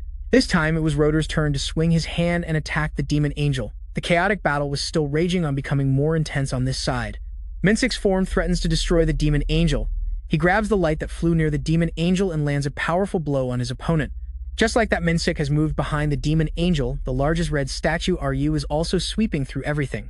Meanwhile, Jigu is reeling from the current situation. Choi, Minsock, and Rotor, they were summoned from the egos that were devoured after Ryu evolved. Then Ryu clears his throat pretentiously, ahem, while Brendan exclaims, "That's amazing, Ryu." Jigu starts to regain his motivation, "So I can't just stand by and watch." Right, he prepares to charge forward again. "Here I come." Jigu's side is completely overwhelming the horde of demon angels. They are gradually returning to their sword forms and falling to the ground like rain. Jigu silently observes the scene. He speculates that the angels' bodies have returned to their sword forms. So their origin is holy swords, huh? Ryu says it is a little different. The angels are not holy swords, but holy swords are angels. But Jigu feels, what's the difference? There's something that has been bothering him. Anyway, I think we need to talk. Jigu gets straight to the point. Since you were once the lord of the holy swords, you should know more about the holy swords and those angels. Reveals honestly. These angels have royal status. She reveals further. They are angels of high rank who were abandoned after failing to find anyone to summon them. They are members of the royal family, guardians of the angels' domain. Jigu is surprised again. Members of the royal family with royal status. So this is the angels' domain, huh? L denies it. No, this place is just a graveyard. They must be very grateful to you, because thanks to you, they can finally rest in peace. She slowly says, "Now I'm starting to remember about my duty and about them." This surprises Jigu. Duty, huh? Immediately, the sword L begins to shine brightly.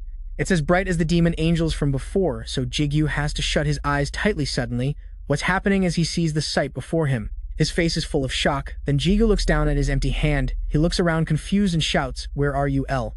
Instead, it's Ryu's voice. Master Branhart also speaks up. Master Jigu immediately whips around. "Why didn't I notice before?" A woman's long hair flutters in the gentle breeze. The sword in her hand emits a brilliant light. Looking at the person hovering before him, Jigu realizes that since coming here, L has never called him master. So his words come out a little hesitant as Jigu doubtfully confirmed, "You are L, so does this mean I'll have to face you?" CEO Ho is standing in the middle of a cold training ground. After sensing something ominous, the two swords in his hands suddenly begin to vibrate. CEO Ho then speaks, "Are you too happy now? It makes sense." It turns out he sensed L's presence. "Because your king has awakened." CEO Ho's eyes are full of scrutiny. Changes are beginning to happen, but he confidently asserts that he alone and productive enough to serve the god. Jigu slowly speaks, "So you are L, huh?" Even Granhart is surprised. "She's different from usual." He then asks, "What do you mean by face me? Come down so we can talk first." Without a shred of patience, Ryu suddenly gets angry. "You bastard, get down here." A furious blow is unleashed, shaking the ground. Jigu is shocked, never thinking his comrade would turn out like this. Fortunately, he managed to get a safe distance from the blast. Jigu can't understand the current situation at all, why the aloof L says every angel has a mission, and I'm the same. She slowly says, "My mission is to destroy now." L has completely transformed into a demon angel. Granhart is bewildered. "L, what's wrong?" Ryu blurts out a curse. Damn it. At this point, he has no choice but to get into a fighting stance. L's power is far beyond the demon angels from before. Jigu focuses all his attention on observing his opponent. He plants his feet firmly on the ground, preparing a familiar move. Jigu gathers momentum and dashes toward L. She immediately raises her sword at him, then unleashes a wave of mana to attack Jigu. He reacts quickly, instantly, using the sword Ryu to block. The two sides collide, creating a massive explosion. Jigu does a somersault and lands safely. Ryu is furious. "Traitorous bastard, I knew this day would come." These words catch Jigu's attention. "Ryu, you understand the current situation." Ryu is really angry now, but I understand why this is happening. Because he was betrayed by a subordinate in the past. Jigu flies up again, preparing for an attack on the other side. As soon as L sees her opponent, she makes a move. She strikes like lightning, crashing down across the ground. Ryu can't hold back anymore. Master Death, use death, tear that bitch limb from limb. Jigu tries to calm him down. "Calm down, Ryu. If you keep acting like that, I won't be able to stay calm either." It doesn't stop there. A powerful bolt of lightning appears in the sky. The moment it strikes, he instantly uses his reflection skill. This time, the destructive force from the two sides is even more terrifying than before. Jigu has to plant the sword Ryu to support himself. His body is struggling. Because L keeps using long-range attacks from the air, I can't get close. Ryu gets angry again, commenting, "What an idiotic fighting style."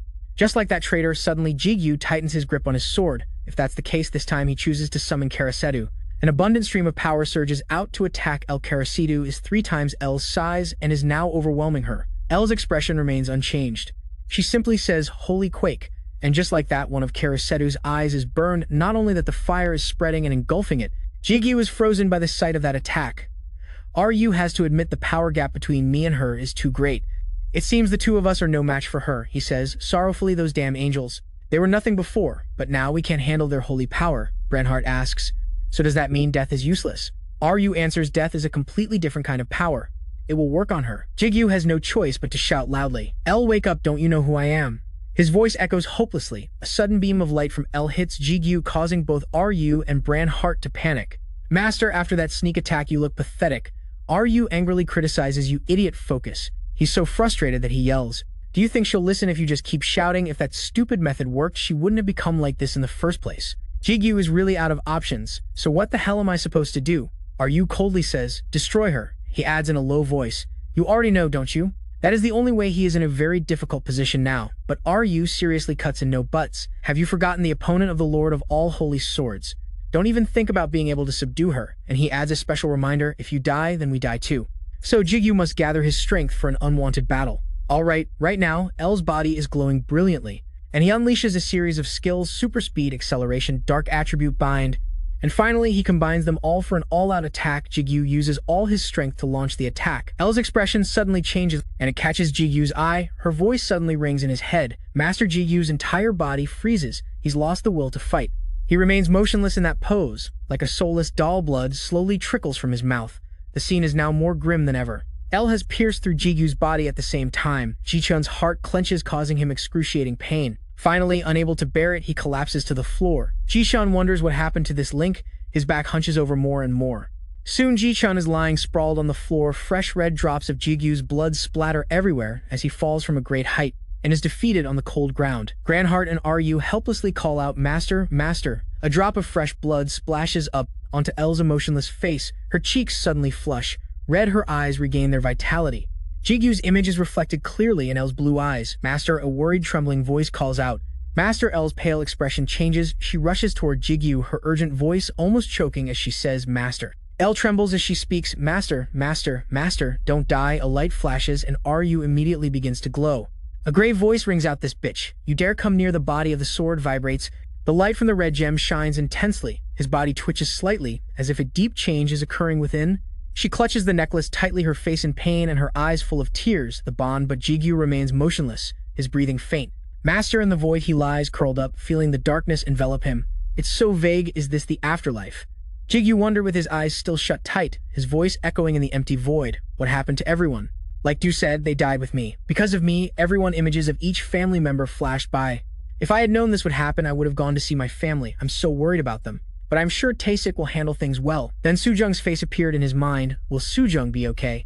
If it's announced that her disciple is dead, she'll probably be in trouble right away. I still owe her 3 elixirs too. I can't pay her back now. Memories flashed by his 3 closest friends appeared before his eyes. Sugu, Seongpil, and Donghae too. I wanted to be a useful ally to them. Then, like a whirlwind, other faces flashed by in succession. That guy, Iron Seal, I still haven't gotten my revenge, and also Lee Sung-ho, who wants to be my enemy.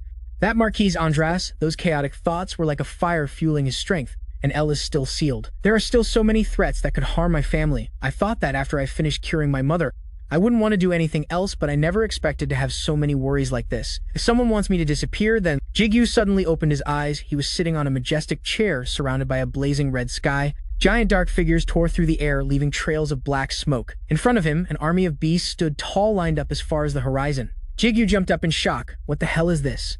In the air, giant dragons twisted amidst fiery clouds. Dragons are flying in the sky. And monsters I've never seen before. On the ground, thousands of beast warriors stood silently, countless more warriors beyond them. Angels with radiant wings were standing separately on the other side of the sky, and there are angels standing over there too. He turned his head trembling and was stunned to see a jet black chair behind him carved with demonic runes.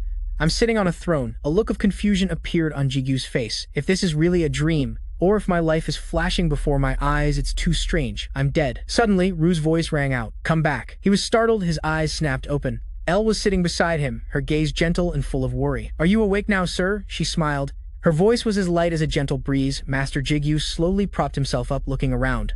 The scenery before him was so peaceful, like something out of a painting. Is this heaven? Elle bowed her head, her voice gentle yet sad. Not yet. This is the trial floor. He sighed in relief, gently ruffling his messy hair. I thought so too. How could I possibly go to heaven? I should be going to hell instead. Jigu's gaze sharpened. But why am I not dead? In that moment, the image of the sword absorbing Kalian's energy flashed. It must be because of the ability Elle absorbed. The system immediately announced Lord of the Holy Sword can reflect 5% of damage from holy swords and can fully absorb holy swords weaker than Kalian, can block one fatal attack instantly. He gave a slight wry smile. Thanks to you, I was able to survive. But it was because I fought you that I died. Saying this, he suddenly froze. Jigu looked over and saw Elle's gaze darken. Her expression was tinged with sorrow and her voice lowered. Let's take a little walk. The two of them slowly walked on the soft grass.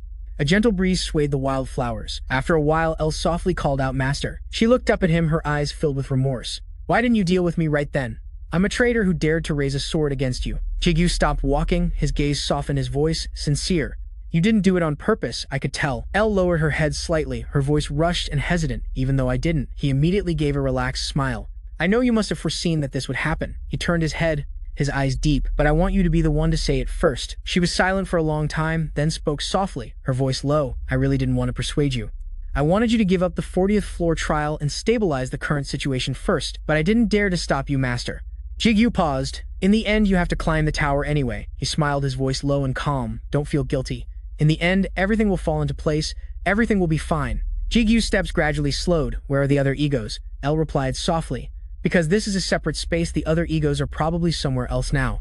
He frowned slightly, a hint of worry in his eyes. Have your memories returned? She paused pensively, partially, but they're still very fragmented.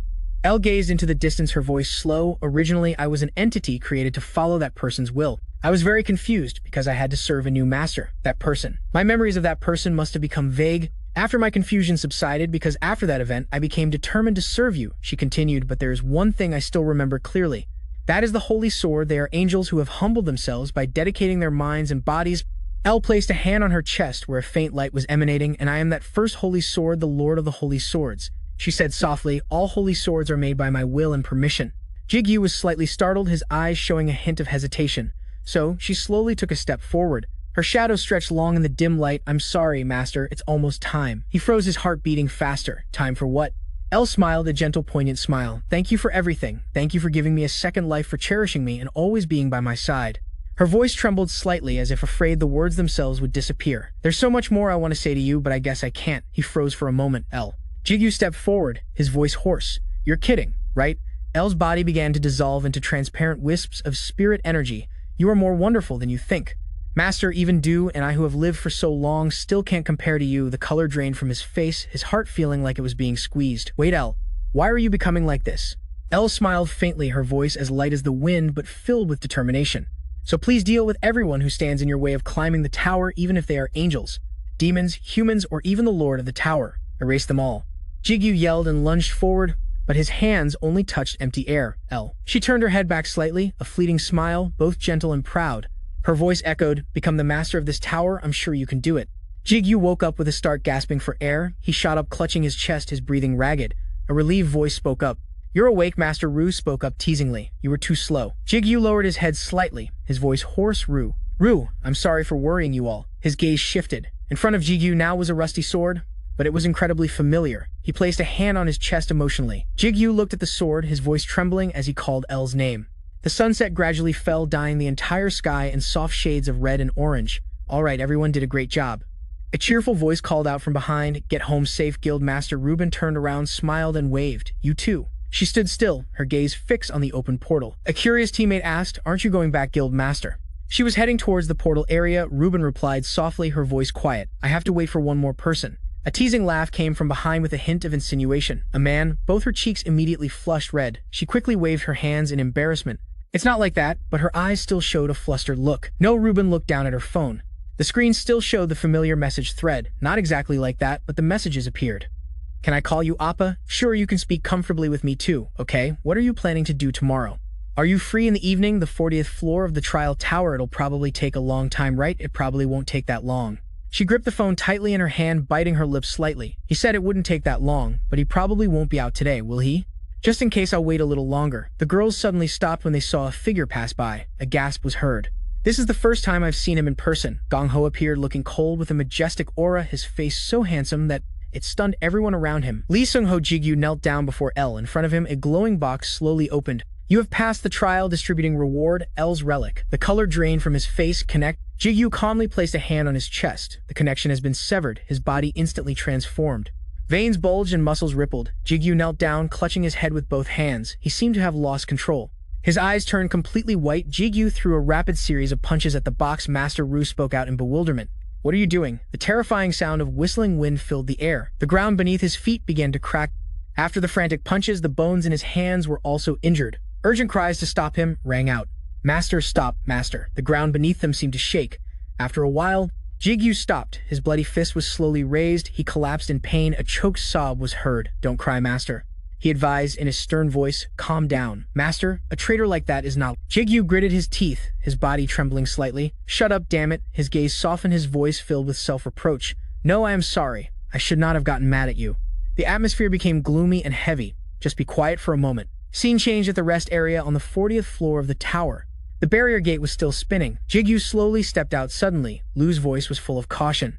Be careful, master. There is a spatial barrier. The surroundings are unusually quiet and deserted. There is no one in the rest area. Lee Seon-ho slowly approached. I came here just to be cautious. He then spoke in a mocking tone, but it seems this trip was a waste. A sharp aura emanated from him. Lee Seon-ho's eyes immediately turned cold and sharp, looking at your state. Right now, the master of the holy sword must be Id. His expression flickered. Lee Seon-ho's spiritual energy appeared from Jigu's hand. Lu appeared in the form of a sword. Seeing this, he nonchalantly turned and walked away, waving his hand. Relax. I already made a promise, so I have no intention of harming you. I simply wanted to come and confirm things. Lee Seon-ho's footsteps stopped. His voice immediately became sharp and mocking. However, all I confirmed was your pathetic state. Lee Seon-ho smirked slightly. I cannot believe you could not even treasure a single sword. Hearing that, Jigu froze. Lu hastily reassured him. Master, calm down. Jigu silently closed in behind him. Do not do anything rash. He leaped forward. No. The sword flashed in the cutting wind, but just as the blade was about to touch Lee Seon-ho, Jigu suddenly stopped, frowning slightly with a worried look. His hand nonchalantly rose to block the blade. As if it were just a joke, Lee Seon-ho appeared completely at ease. His cold eyes looked as if at a weakling, struggling in vain. Jigu was thrown back, crashing hard onto the ground. He gave a faint sarcastic laugh. I will not touch you for 1 year. Lee Seon-ho paused for a moment. His voice deepened with a hint of warning. I am not asking you to do the same for me either, because in my eyes you are not even a threat. He glanced at Jigu with contempt and continued to think that someone who calls himself her master, but is in this state, it is an eyesore. His eyes filled with resentment. The tower does nothing without reason. Lee Seon-ho coldly turned away. That is the only thing I can tell you. Jigu's gaze gradually darkened. He bowed his head in thought. The twilight gently fell, silently dyeing the sky in shades of red. Then dark clouds gathered. The sky turned gloomy and rain began to fall. Ruben looked up with a slightly worried expression. I ended up waiting until night. She walked silently through the rain, completing the trial in a single day. Must have been a bit too much. For him, it is too late. I guess I should just have dinner and go home. It is fine to eat dinner alone. From a distance, a panicked voice shouted. What a player! A crowd gathered with panicked expressions. Is not he dangerous? Maybe we should call the police. In the midst of the rain, a figure staggered forward. Is that a bloodstain on his shirt? Is he injured? Call the association. Ruben, shocked, rushed over Jigu Appa. Her voice trembled. Oh my God, what happened? Jigu looked up, his eyes tired and sorrowful. Ruben, then his body leaned forward and then collapsed into her arms. Ruben was stunned, the call catching in her throat. Appa. She was stunned, the call catching in her throat. Brother. Jigu's eyes were half closed, his consciousness fading. My head feels so heavy. What happened after I left the tower? I think I met someone. He moved his lips slightly, his voice hoarse. Ruben Seo Seon-hoon appeared and spoke nonchalantly. Unfortunately, I am. Seo Seon-hoon. Jigu struggled to sit up, feeling a bit dizzy. CEO Hoon, you are awake, master. He looked around the unfamiliar room filled with a pale light, bewildered. Where am I? He replied calmly, this is my house. Seo Seon-hoon spoke slowly, his voice composed. You are going to ask anyway, so I will keep it brief. You were in the arms of Shin Ruben on the street. A memory of the rain flashed by, and I helped her support you. Then I took you to the association's doctor for a diagnosis. If I had taken you home, your family would have been worried, he continued awkwardly. And I was also the one who took off your clothes and gloves. Jigu smiled faintly, his voice calm. I see, thank you, in her arms. Suddenly, he seemed to remember something, his voice urgent. Wait a minute, you were the one who helped me. Seo Seon-hoon raised an eyebrow, the corner of his lip curling slightly. Of course. We could not just sit idly by our VIP. Guest left the association in that condition.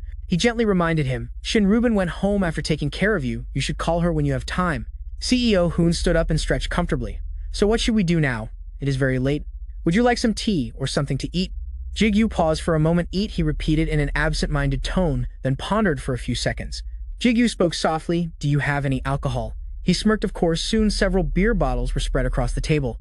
The soft yellow light shone on the faces of two men with different wounds sitting together in silence. He tilted his head slightly. Are not you curious? Seong-hoon blinked. Huh? Jigu slowly put the beer can on the table, his voice trailing off about what happened. You did not ask anything. He leaned back in his chair with a faint laugh, gently spinning the beer can in his hand. I am sure you will tell me yourself when you want to. No matter what happened, you probably need time to sort things out. I can not intrude on that. He was silent for a moment, then took another sip of beer and said softly, thanks. Jigu looked around the room. By the way, your house is huge. Do you live alone? Song-hun burst into hearty laughter. Yes, I am still single. Jigu frowned. Ah, that is not what I meant. I was asking if you live here by yourself. He replied slowly, his voice turning more somber. My mother is in the hospital for treatment. On a cabinet, an old photo frame was visible. A photo of a mother and son smiling brightly in the sun. My family story is not very interesting. A sick mother and a single-parent family. Seong-hun took a big gulp of beer, his voice hoarse after all the hardships. I was finally lucky enough to become a player, but the disease has progressed to the point where it cannot be cured even with money, so you could say that. He bowed his head in somber silence. My life was exactly like that. He raised an eyebrow, his gaze showing a hint of surprise. Is that so? Jigu did not answer right away.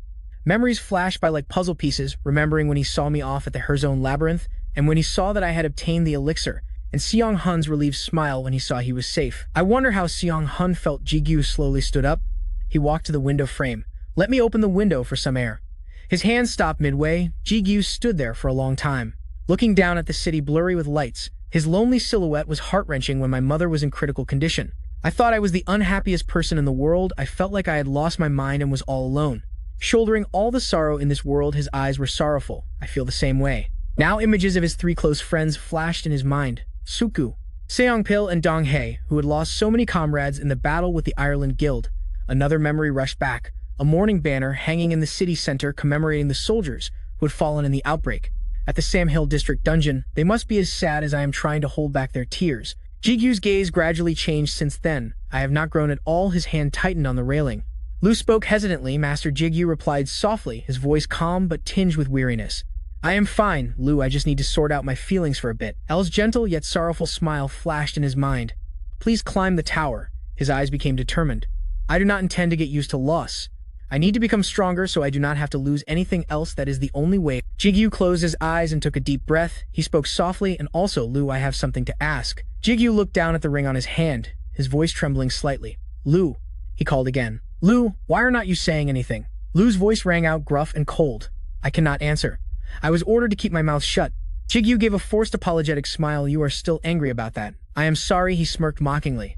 What kind of loss as an apology means you will be forgiven? He frowned. You were speaking normally when we were with Lee Seon-ho. Lu replied stubbornly, that was an emergency, so what did you want to ask? Jigu said in a low voice after collecting his thoughts. I have thought of a possibility, he said in a serious tone, his eyes grave. There is a way, right? A way to resurrect L. He spoke in a mocking tone. It took you long enough to ask that two swords, Lu and L, appeared. Lu, Lord of the Demon Swords, and L, Lord of the Holy Swords. I do not think becoming the master of these two completely opposite egos was a coincidence. The important thing is that the properties of these two swords are perfectly balanced with each other. The gift box that appeared was just like our used parts. The reward from the 30th floor was used for its evolution. Right after that, L's memento also appeared. So L's memento, the reward from the 40th floor, might also be an item used for evolution. Jigu recalled what CEO Ho had said. The tower does nothing meaningless from what he said. L's death on a floor with an evolution item is very contradictory. Ji-chun carefully examined the sword. It's possible. He jumped up, his voice full of excitement. Really, the old man said in a low voice. I've had the chance to observe the holy swords through Nai. Judging by its appearance, the repairs won't be a big problem. Ji-chun's expression was calm, but his voice carried a bit of weight. But as I said, that's just its appearance. I can't bring back its ego. Jigu hesitated. It's okay, I'll do that part, but the old man, he suddenly paused. Is your body still all right? Ji-chun recalled the moment he lost control. His hands trembled slightly. You're talking about what happened before. Then he smiled, his voice hoarse but warm. Thanks to you, I got to experience something interesting, but I don't want to experience it again. He then gave a forced smile. I'm sorry, Ji-chun said slowly. Can I work inside your gate after all the mana density? There is also very high, and it will surely help a lot with my work. Jigu immediately held out his hand. A barrier gate appeared. Magical light spread, of course. You can open up, he ordered in a serious voice. Brunhart, make sure he has everything he wants. If he needs anything, tell the skeleton to get it for him. It immediately replied. As you command, he waved goodbye with a gentle smile. So now I'll go and follow your orders. Jigu gave a wry smile, his voice low and warm. Please take care of it for me, old man. Ji-chun slightly raised an eyebrow curiously. The hammer and anvil over there. He was pensive. So what do we need to do now? Are you from the ring? Ryu's steady voice rang out. First of all, Elle died because she lost her origin. She sacrificed her life to save you, her master. Because Ryu possesses the ability of carnelian, you would still be in a critical condition. Hearing that, Jigu was slightly surprised. So you have to restore that origin, right? He continued. The origin of the holy sword is life, contrary to the demon sword like me, which is death.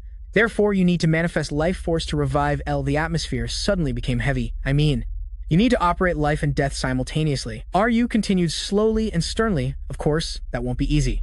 Theoretically, operating life and death simultaneously is possible. No, it's almost impossible. So Jigu clenched the sparkling necklace. From now on, you must perform something that's close to the realm of a god.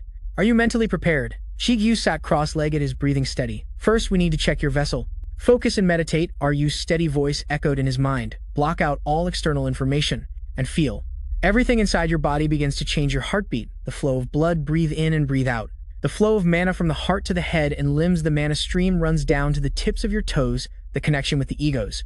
In other words, the connection. He closed his eyes, focusing on each beat, concentrating on listening to himself. Suddenly, Jigu's body shook violently as if a current of electricity tore through him. A tremor spread throughout his body, causing his consciousness to shatter into 1,000 pieces. Jigu opened his eyes, his throat choked, his breath ragged.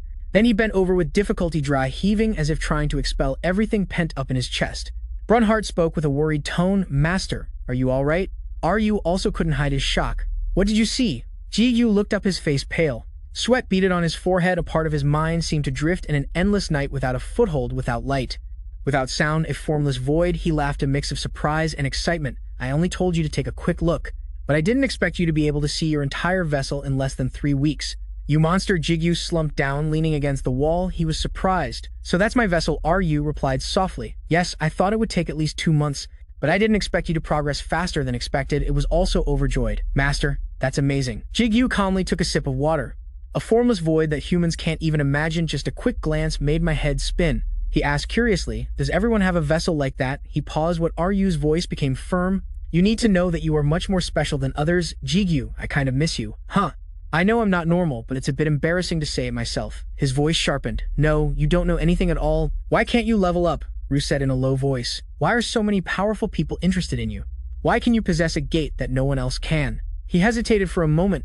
His voice trembled slightly, and he leaned forward, his eyes narrowing, and what Ryu immediately stuttered. No, if I say more, you will be punished.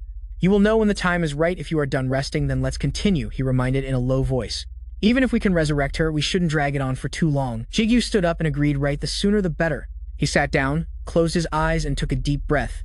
What you need to do now is to search for the power of life in the vessel. Ryu continued, as I said, when Elle sacrificed her own life force to save you, so its remnants must still be inside of you. His voice was firm and decisive. Find it. Jigu mumbled life as he closed his eyes tightly. Ryu continued in a cautious tone. I'm not telling you to observe the entire vessel like before. Just find a small part. Find the object that occupies that space. Jigu fell silent for a moment. Object endless darkness opened up before him. Jigu was floating in the thick darkness where light was swallowed in the center. A swirling mass of dark red and black smoke was spinning slowly. That must be death right then in an instant. His eyes flashed strangely, as deep as if reflecting his own soul. That's right, this ego. Ryu exclaimed excitedly. Very good. You found me. You found one object, so the rest will be easy. Try to find the other parts. He glanced around, searching, and whispered, other parts, huh? Suddenly in the dense black space, a small point of light flashed. Could it be that light gradually took a faint, misty shape? Ren, no. It waved its hand. That's right, master. It's me. Jigu smiled faintly, his eyes showing a mix of amusement and emotion. So the egos exist in these forms, huh? Interesting. Let's see. A silver wolf shadow flashed by. The ego in the form of a wolf must be Ren. Right after that, 2 blurry human figures appeared in the distance. And those 2 egos with unclear shapes must be Hermes and Oberon. Perhaps. His eyes searched intently. I wonder where the old man is. Suddenly, a point of light flashed. Jigu turned his head. A familiar figure was forging iron in silence. The hammer struck down hard. Sparks flew the light, illuminating Ji-chun's resolute face. He moved closer. I wonder if I can touch him. Just as his fingertip was about to touch the light, Ru's voice rang out sharp and decisive, "Don't touch that." He said sternly, "That's also a link to reality. No one knows what the consequences of that action will be. Can you handle that?" Jigu sighed, scratched his head, and forced a smile. "You should have told me sooner." In the darkness, he spoke softly, his voice tinged with despair. "Also, I can't see the life you mentioned. How can I find it in this space?" This vast space, he paused when he heard Ru reply softly, "You can feel the power of life." He said seriously, "You have used the power of life one time before, however, it was only indirectly. When you restored the old man's ego through Nai." Jigu nodded slightly. His breathing slowed. "Remember that memory?" He floated in the void.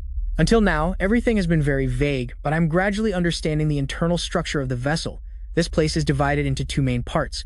The egos that are still present, the territory of death, where Ru stands, and the territory of the other egos." And also, Jigu's determined voice rang out, "I found it." Ru chuckled, his voice clearly excited. "I knew you could find it. But I didn't expect it to be this fast anyway." It's not that surprising. At that moment, a point of light appeared.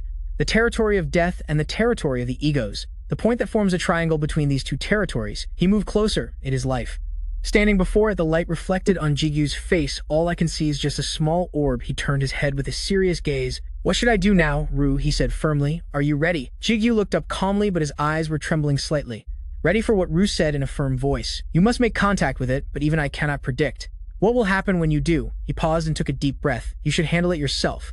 Jigu approached the glittering orb. "I have to do it anyway. There is nothing to be so afraid of." As his fingertip touched the surface of the orb, "Let's just get this over with." A blinding light erupted as a brilliant halo appeared.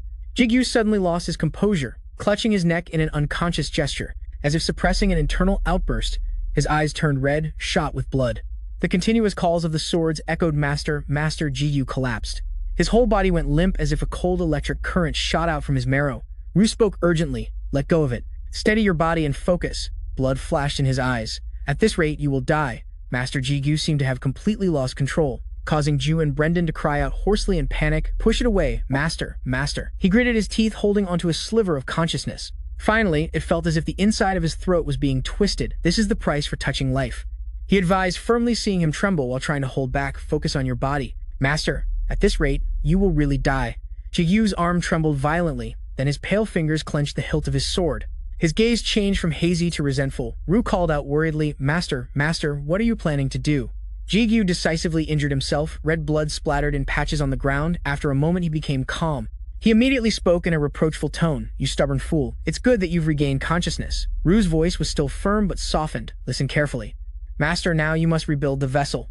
Jigu paused for a moment. "Rebuild." Two streams of light, one brilliant, one dark, collided, intertwined, and then exploded violently. Right now, life has overflowed and is conflicting with death. It's like oil and water that can't mix. No, it's even worse than that. No wonder you're in so much pain. Ru said in a low voice. "So now you must build a wall between those two things." He staggered. His eyes hesitant and trembling, he asked, "What must I do?" He answered, without flinching. "Change the order of the egos to death, to the domain of egos, and finally, life. If not, you will lose your life." As soon as the words were spoken, Jigu's body convulsed violently again. He screamed hoarsely, "So I have to." Granhart called out in alarm, "Master." The pain was so great that he collapsed, his whole body cramping up. Granhart shouted worriedly, "You can't die." Master Jigu trembled. With two hands on the ground, he tried to push himself up, his breath ragged without his consciousness. Ru remained coldly calm. "No, just stay like that, Master." He looked up, his eyes a mix of fear and doubt. What? In that very moment, the egos are moving. They are moving. And then everything gradually blurred. A golden color appeared, enveloping everything. Scene changed to morning. A clear blue sky, the afternoon sun stretched out, and silence reigned. Jigu relaxed, took a deep breath, and closed his eyes tightly. When he opened his eyes, breathing heavily, Ru and Brunhart spoke in alarm. "You're awake? Master, Master?" Jigu blinked slightly, sitting up in confusion. "Was I unconscious? What happened, Ru?" He spoke calmly. "Check for yourself. Look inside your vessel." He took a deep breath and closed his eyes again, slowly directing his consciousness inward. All right, Jigu floated in a hazy void. Before him were two opposing egos. He was astonished to realize that within that chaotic flow, two familiar figures appeared. The space grew heavy. Ren and Oberon are holding back death, while Brant and Hermes are holding back life. Brant grinned smugly. "Didn't I do a good job?" In the center, the image of Jichun appeared, and it seemed the old man was helping both sides from the middle. System notification assimilation level has increased. You have recognized life name Kim Jigu, level 1 class, partner of the egos. Unique ability, link skills, assimilate death, synthesize life. Egos possess 9 pieces of the fire giant emperor. Egos possess 14.5. You can use 80% of the ego stats. Life, you can control life. Jigu was stunned, then burst out laughing, his voice trembling with emotion. I've learned life. Ru couldn't hide his admiration. You are truly lucky. He slowly explained the egos resolved the conflict themselves, along with the remaining energy of the elixir that you couldn't fully absorb, which helped prevent the vessel from being destroyed. Ru continued. Furthermore, your vessel has also expanded compared to before, so I think this is more of a blessing. He was slightly surprised as his wounds were healing on their own, the elixir's energy, so that's why my wounds healed by themselves. Jigu struggled to his feet, so what do I do now? Ru calmly offered his opinion. Now you need to practice controlling it. I'm sure you will succeed quickly because you've controlled death before. Immediately after, he reminded him seriously. But even so, you must not take it lightly. He calmly observed his arm, which was radiating a sparkling aura, like this. Seeing that Ru stubbornly spoke up, damn it, at least wait until I've finished talking. You're starting to get cocky. Jigu raised an eyebrow. Is that a compliment? Then it also spoke flatteringly. Master is truly a genius. He gave serious instructions. Next, you need to practice to control it more precisely. Just like when you controlled death. Ru suddenly paused, his voice sarcastic. Never mind, forget it. It's probably because death and life are now completely separate. What I was hoping for didn't happen. Hearing that, his eyes widened in shock. What? He replied calmly, it's nothing. In short, just keep practicing. It'll probably take the old man a long time to fix the sword, so you still have plenty of time. Jigu spoke slowly. That's right, he said it would take quite a while. An image of Ji-chun flashed by, but sadly he said he couldn't reference an intact holy sword. Ru replied curtly, that's why you need to practice. He paused what he ordered in a stern voice. Brant, fetch it. He immediately replied, yes. An image of a sword piercing through a barrier, and then more and more swords appeared through the gate. Jigu's eyes were bewildered, his voice hesitant. Are those the rusted holy swords from the 40th floor? Ru spoke calmly. That's right, while you were unconscious on the 40th floor. We ordered the skeletons to collect them. His expression changed slightly. Now it's time for you to practice. In front of Jigu, hundreds of rusted swords lay in a mess. Revive all these holy sword corpses with the power of life. Scene changed, sunlight pierced through the clouds. Sujin's face showed a hint of unease. Will you be all right without my help? Taeshik smiled gently, his voice firm. It's fine. He casually walked into the kitchen, putting on an apron. I'm just repaying you for what you've done for me. Just sit there and rest. She still hesitated, flustered. But Taeshik's gaze was steady and reassuring. Don't worry, I may not look it, but I'm very confident in my cooking skills. I'll whip up a magnificent lunch in the blink of an eye, he chatted casually. By the way, is Jigu still in the basement? Hasn't he come back yet? I haven't seen him in a long time. Sujin replied, that's right, it's been over a month. I hope he's still eating well. Oh, Taeshik laughed cheerfully, his hands skillfully cooking. I'm sure he'll be fine. He's not the type who can't take care of himself. A moment of silence passed, his gaze turned serious. Don't lose focus, oh Taeshik. You won't get a second chance like this. Taeshik fixed his gaze intently on her. The only chance to show my feelings to Sujin, I'm counting on you. I've been asking Jigu to create this opportunity for me every day. He had seriously studied cooking. I even learned to cook from the chef who holds the title of Pure Palate, the player, Big Jung-won. Thanks to the association's connections, it's time for my efforts to shine. Taeshik's eyes glinted with determination. Looking at the sharp knife in his hands moved nimbly and professionally, chopping at high speed. When the stove was lit, a fragrant aroma spread through the kitchen. The prepared ingredients were taken out and dropped into the eye-catching bubbling broth. A sprinkle of green onion added a special touch. He calmly assessed his creation. Taeshik's expression suddenly darkened. This is terrible. He stood there, bewildered and dazed. Where did I go wrong? I have to fix it. Cuckoo is a version of a famous Korean rice cooker brand.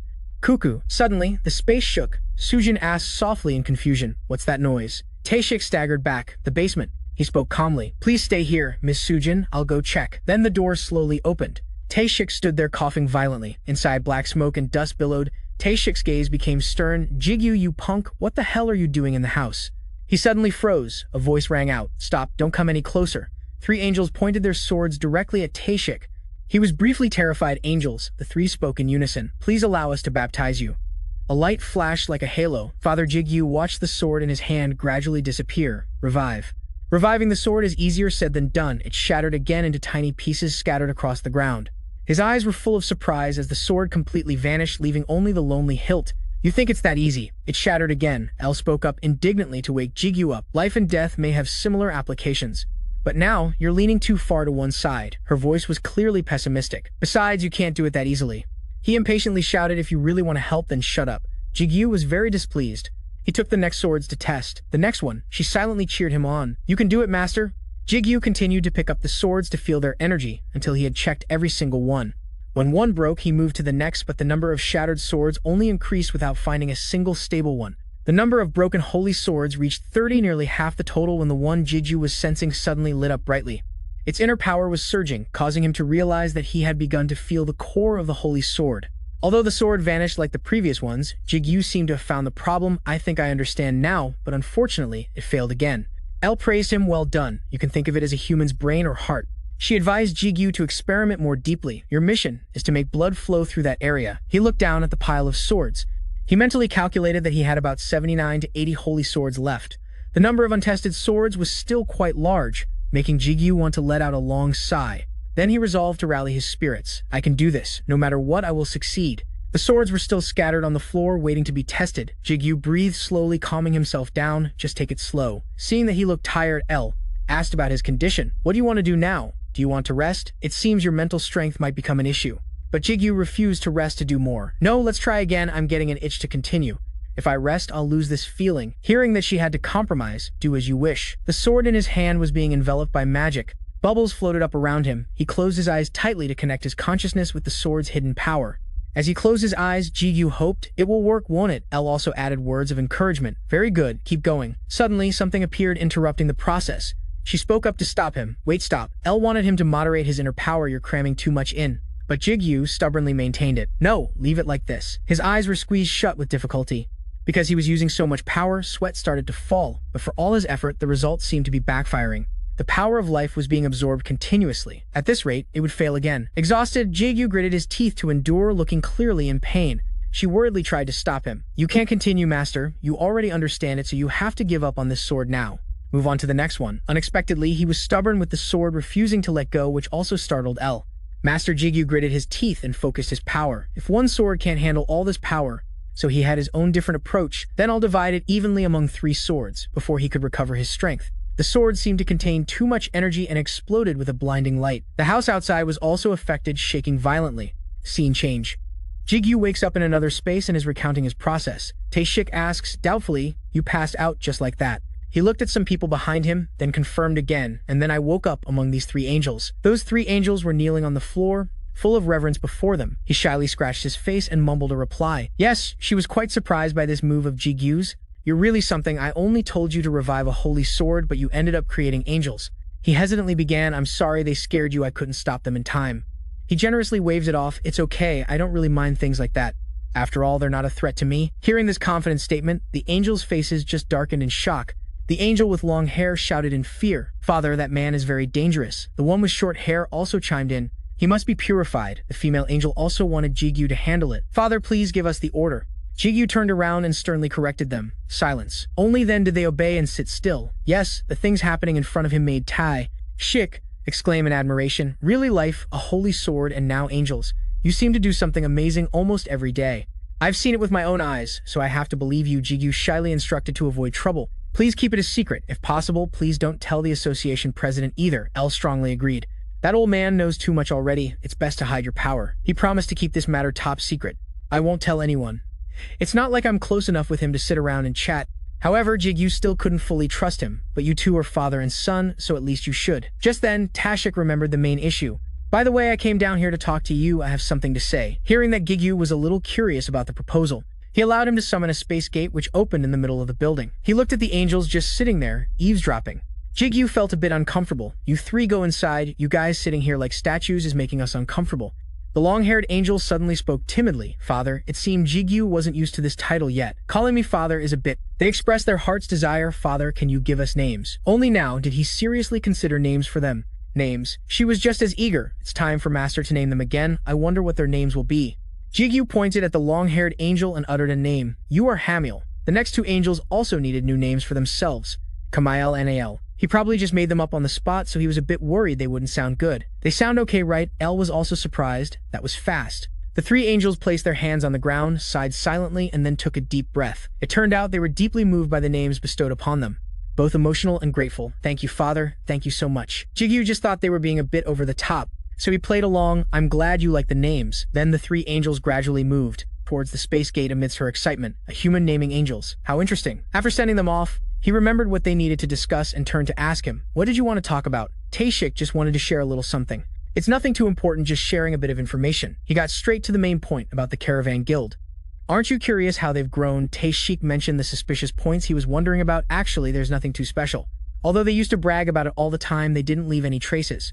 And their activities aren't just banned in our country, so even if we put all our effort into searching, we can only find a little information. This is understandable since the Demon King was sent to the associations to cooperate. That's why we need cooperation from associations of countries all over the world. Currently, the Demon King is handling that. Compared to the incumbent, which is me, her influence is much greater. Jigu found the Demon King's current position a bit funny. Incumbent. Who would dare say those words to Behemoth, the Demon King? He suddenly remembered Tae-shik's recent activities and asked curiously, "Didn't you say you were climbing the tower recently?" He replied lazily, "Caravan or whatever. I don't care. You're always doing things that even I don't know about, so how can I just stay in one place?" But in reality, he was secretly sizing Jigo up from head to toe. Watching him develop step by step like this, Tae-shik also felt somewhat relieved. At first, the reason I chose to work in an office was to take care of Jigo, the one who couldn't level up. Now I don't need to do that anymore. He suddenly switched to a new topic. There's one other thing. Actually, this doesn't concern you. Tae-shik provided some information on recent events, but lately gates have been appearing continuously. There are even a few unique gates. This news seemed to have made Jigu more bewildered. Unique gates. Do you want to link? He didn't expect his chance to transform would come so quickly. It's finally time for me to level up. Jigu eagerly took the job for himself. Hey, are there any guilds that want to enter the unique gate? If not, let me handle it. He has no reason to stop you anyway. You can go in there, but no normal person would want to kid. Once their discussion was over, Tessic left saying, "Well, then I'm off." Jigu cheerfully replied, "All right. Enjoy your time with my mom. Wipe that expression off your face." He watched as his back slowly disappeared from sight. After the door closed, he returned to normal and started thinking. Jigu considered every possibility. The unique gate Brunhart has a skill that can absorb those gates. Elle excitedly chimed in, "My gate can get even bigger." He was considering a completely different approach. Absorb the gate. As Giyu approached the spatial gate, he analyzed the possible outcomes. The internal structure of the gate might change, and the monsters probably will too. He calmly stepped through the gate, teleporting to a new space. My gate seems a bit desolate, so it would be good if I could change the atmosphere here. In another dimension, Hamiel was aggressively dealing with his opponents. "Father sent us here to purify you undead. I will personally cleanse you filthy creatures." The living dead were no less formidable. They swarmed forward like a storm. "How dare lowly beings like you set foot upon our great master's territory? I will break those wings and tear your hideous faces apart." Coincidentally, as the two sides were locked in a fiery clash, it was also when Jigu entered and witnessed the battle. Seeing the hot-headed angels declaring war, he could only stand there helplessly. After their rampage, the three of them were being punished by hanging upside down to repent. Beside them, the Death Knight also had to do a handstand. With a frighteningly stern face, Juju looked at each one of them. A cold silence enveloped the place. He thoughtfully called out an angel's name, Hamiel. He trembled as he answered, "Yes, father." Next was Brunhart. Even he was being called out. Brunhart could only obey. "Yes, great master." Gigyu got straight to the point and demanded they explain themselves. "Explain." Anael's reason sounded quite convincing. "I only wanted to purify this filthy place. This evil mana must be coming from that hideous bunch over there." He countered with his own logic. "I was just trying to eliminate the hypocrites who trespassed on your territory. Those winged beings entering your territory will defile this place." After hearing their explanations, he only felt a bigger headache. Lu was there laughing at Giyu's misfortune. So foolish. Of course the undead with their powers of death would hate angels. It's your fault for not anticipating this. He silently cursed him in his mind. That guy knew and didn't tell me. Then he calmly forgave them. "All of you stand up." As if they were waiting for that very command, the four of them replied loudly in unison. "Yes." Jiju started to seriously lay down the rules. First rule, no fighting. He mediated between the two sides, both the undead and the angels. "You are all my subordinates." However, Hamiel found it unfair. "But father, why don't you make those Jiju cut him off and continue to state the important rules?" "That's enough. I'm not forcing you to get along, but remember that you are comrades, so don't speak to each other that way." He wanted a certain amount of respect between them, so he emphasized seniority. "If you still won't listen, then remember, they have been my subordinates longer than you. They are your seniors, you know." Upon hearing this, the angels felt dejected and began to cry. Jigyu hurriedly clarified, "I'm not asking you to treat them as seniors." But they sorrowfully agreed, understood. Their over-the-top reaction made him hesitate. "Wait, why are you crying?" Hamiel even knelt down, clutching his chest in anguish. So humiliating, so shameful. "But if that is what you command..." Brunhart stood there and teased him more. "Hey, are you crying? Really crying?" Jiju could only wearily reprimand him. "Brunhart, stop provoking him." Only then did he stop. "I understand." He sighed at Brunhart's mysterious nature. "He's just a skeleton, so how can I see his expression?" Suddenly, a voice rang out. It was greatly surprising. "Giju, can you hear me?" It was the old man Ji-chan. He marveled to himself. Amazing, is this what they call telepathy or something? Jigyu also had a vague realization. Now that you have an ego, this is great. Lu mentally calculated the time. It's been 2 months since his resurrection. Ji-chan asked about the situation. Also, why is the gate so noisy? What happened? Giju could only laugh it off. It's nothing. Just some brats causing trouble. The group being interrogated froze on the spot. He wanted to summon him. "All right then. Can you come here now? I've finally finished." The quick-witted Jiju understood immediately. It meant Ji-chan was ready. I have prepared the sword. Excellent. Holding the gleaming L so polished he could see his reflection, he could only gape in surprise. Jigu stared wide-eyed at the sword, while the other two were busy praising it. Excellent. It looks even cooler than before. He seemed very pleased with his work this time. I only succeeded thanks to the holy sword fragments you collected, he said cheerfully. I am very pleased. Jigu took the sword and said sincerely, thanks a lot, old man. How can I ever repay you? Ji-chan shook his head, asking for nothing. There's no need. He was easygoing about it. Besides, I owe you my life. This is nothing compared to that. I have fulfilled my duty. The rest is up to you. Ji-chan asked curiously, when will you be ready for the next step? He planned to start immediately. Jigu looked at the sword thoughtfully. Starting now would be good. I can get the hang of it as I proceed. Lu gave him a more suitable suggestion. That's fine, but you should prepare first. Practicing with life force inside a gate with this much demonic energy isn't a good idea. It will cause you to become disoriented. If you want to be safe, can't you think of anywhere else? Let's go to the basement. Jigu nodded, agreeing with his suggestion. He's right. He politely asked for the old man's opinion. Would you like to come with me? Ji-chan immediately agreed as if it was a matter of course. Of course, I want to see how the power of life looks when infused into the sword I just finished. He thought it was a perfect arrangement. That's good. If anything happens to L, he can fix it right away. Lu also suggested bringing trustworthy allies. You should also take the angels with you just in case. If a problem occurs while you are controlling the life force, they will be useful. Brunhart curiously asked, what should I do? Lu unintentionally shut him down. You're most helpful when you just stay still. They moved to another space. Along with him were the old man and the three angels. Jigu carefully gave instructions to each of them. Hemiel, Camiel, Aniel. If something happens to me, stay by my side and help. He also didn't forget to tease Lu. Remember to follow Lu's instructions. He's scum, but he's reliable. Anael was still not used to working under beings from another world. She hesitated, but father, I can feel demonic energy from him. I cannot take orders from someone like him. He pinched the bridge of his nose. Here we go again. He then calmly tried to persuade them. Just listen to me and bear with it for now. Although unwilling, they obeyed. Jigu, yes, father. From the side, a suppressed chuckle was heard, making him turn his head. It turned out the laughter came from Ji-chan, who was covering his mouth. He was trying so hard to hold back his laughter that he was shaking. Trying to act normal, he said. It's nothing, I'm not laughing because they call you father, don't worry. Being teased, he blushed in embarrassment, but Lu found it perfectly normal. What's the matter? It sounds good. Can I call you father too? That sounds great. Then you'd have two fathers. His embarrassment turned to anger, and Jigu quickly issued an order to change their form of address. From now on, you are not to call me father, but father. The angels started to argue their case. You are the one who created us, father. How could we call you anything else? Why won't you let us call you father? It's cruel.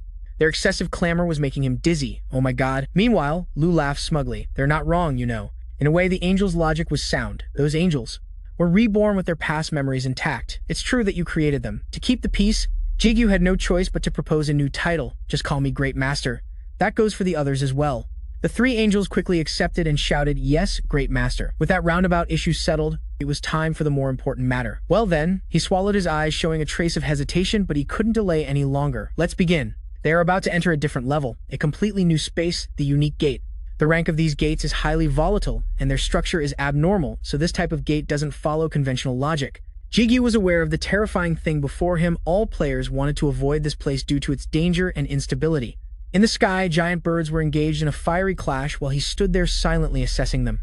But to me, they're just food for Brandon. He then decided, I want to absorb this gate quickly. Jigu even commented with amusement. They fight well. He took a step back to gain momentum. Most people would avoid such a fierce battle. Jigu was completely calm in this tense situation, but it's nothing to me. Black streaks appeared and spread across his face. Dark attribute allows the body to become shadow spirit fusion. It can combine skills by merging spirits of the same attribute. Jigu accelerated and dashed forward. The ground trembled with his movement. Magic formed into wings, allowing Jigu to fly easily. He gallantly attacked the large birds with his spear. Ru suggested he maintain this advantage if you use the dark attribute to fly, sir. You will be able to utilize your skills more effectively. He went on nagging about his own merits. Don't forget that the spirit fusion skill was something I obtained during my evolution. You know, he found Ru a bit conceited. All right, you're really good at praising yourself. It seems Jigu was getting distracted from the fight, so he had to refocus. Enough talk. Master, you shouldn't just stand and watch while your subordinates are fighting. He surged with power, charging forward with vigor. Let's go. The massive eagle seemed to be in pain from the blow and shrieked in agony. Jigu's slashes were like lightning bolts across the sky, piercing straight through his opponents. The large birds were mercilessly sliced apart. Severely wounded, they fell to the ground. Power gathered from him into a magical vortex, blowing away everything that stood in his way. They shattered into sparkling stones scattered across the ground. He landed gently as his wings gradually disappeared. The black streaks also vanished like smoke. There was nothing left around. Jigu now looking at his empty hands with nothing to hold. He found it strange. This feeling of emptiness is so real. I can't hold anything in my hands. Brendan sorrowfully comforted his master. He had no choice but to accept it. You'll have to get used to it. Sir Ru said regretfully, L is no more. Suddenly from behind came a voice that was both strange and familiar. I have brought the materials from the gatekeeper. Hearing this, Jigu was startled and looked toward the source of the voice. It was the incarnation of L. She stood atop a large bird, stepping forward like an angel master. L smiled as she approached him, her eyes filled with reverence. A happy expression also appeared on Jigu's face. He gratefully said, Thank you, L. The monstrous bird knelt down. Standing on its head was L as she reported to Jigu. I have brought the materials from the gatekeeper, master. He remembered holding L in his hands in Ji Chun's workshop. The goal of resurrecting L, which he had started 2 months ago, had succeeded beyond expectations. As Jigu looked down at the sword, she had asked, How is this possible, master? And at that very moment, he knew she had been resurrected, transcending the form of a sword, and then the sword L in Jigu's hand suddenly glowed. The blinding light made him shield his face as Jigu called out her name. L. She stammered, Master. Even Brunhilde couldn't bear it. It's too blinding. Ru wondered, could it be?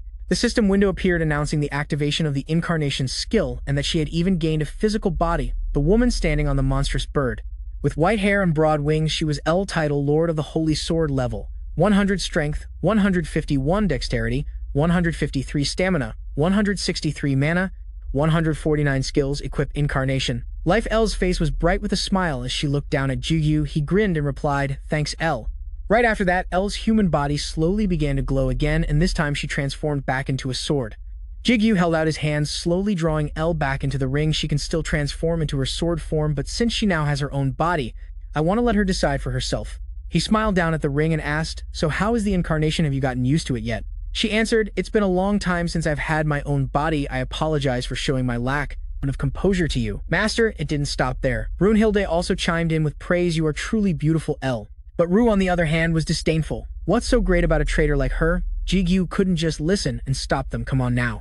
Ru, stop it, L said softly. I have no excuse for what I did back then. Jigu told her, You too, L. Looking at the huge monstrous bird before him, he mused, considering your still childish appearance.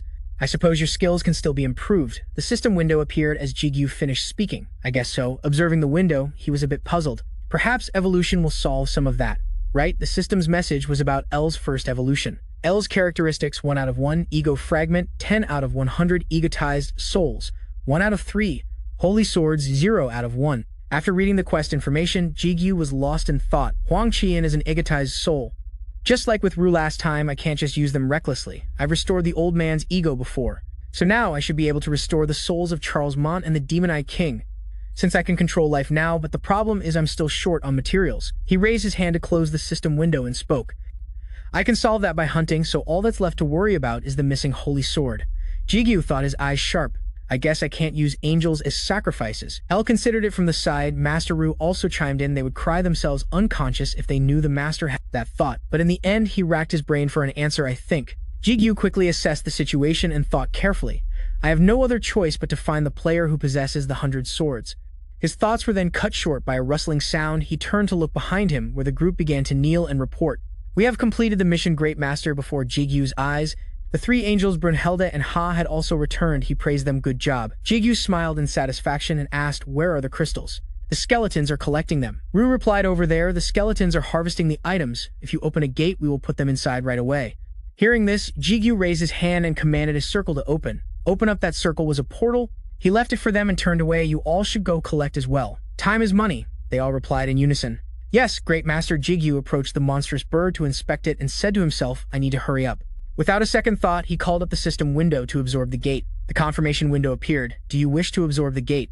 While I was resurrecting, L3 unique gates appeared in Korea. If possible, I'd like to absorb all 3 of them. But since 2 of the gates showed signs of exploding, I had to concede them to other guilds thanks to the lesson I learned from the tremor caused by the connection between me and the gate. This time I used my mercenary privilege to raid it. The dungeon without being noticed by anyone. After a moment of observation, Jigu thought carefully and successfully absorbed the dungeon without any trouble. Of course, absorbing just 1 gate is not enough. The system window showed the text dominance rate 0%. Just like with the undead, I need to kill them to increase the dominance rate. But up in the sky, the angels were fiercely battling the monstrous birds among them. Ha and Brunhilde also joined the fight. They were easily defeated one by one.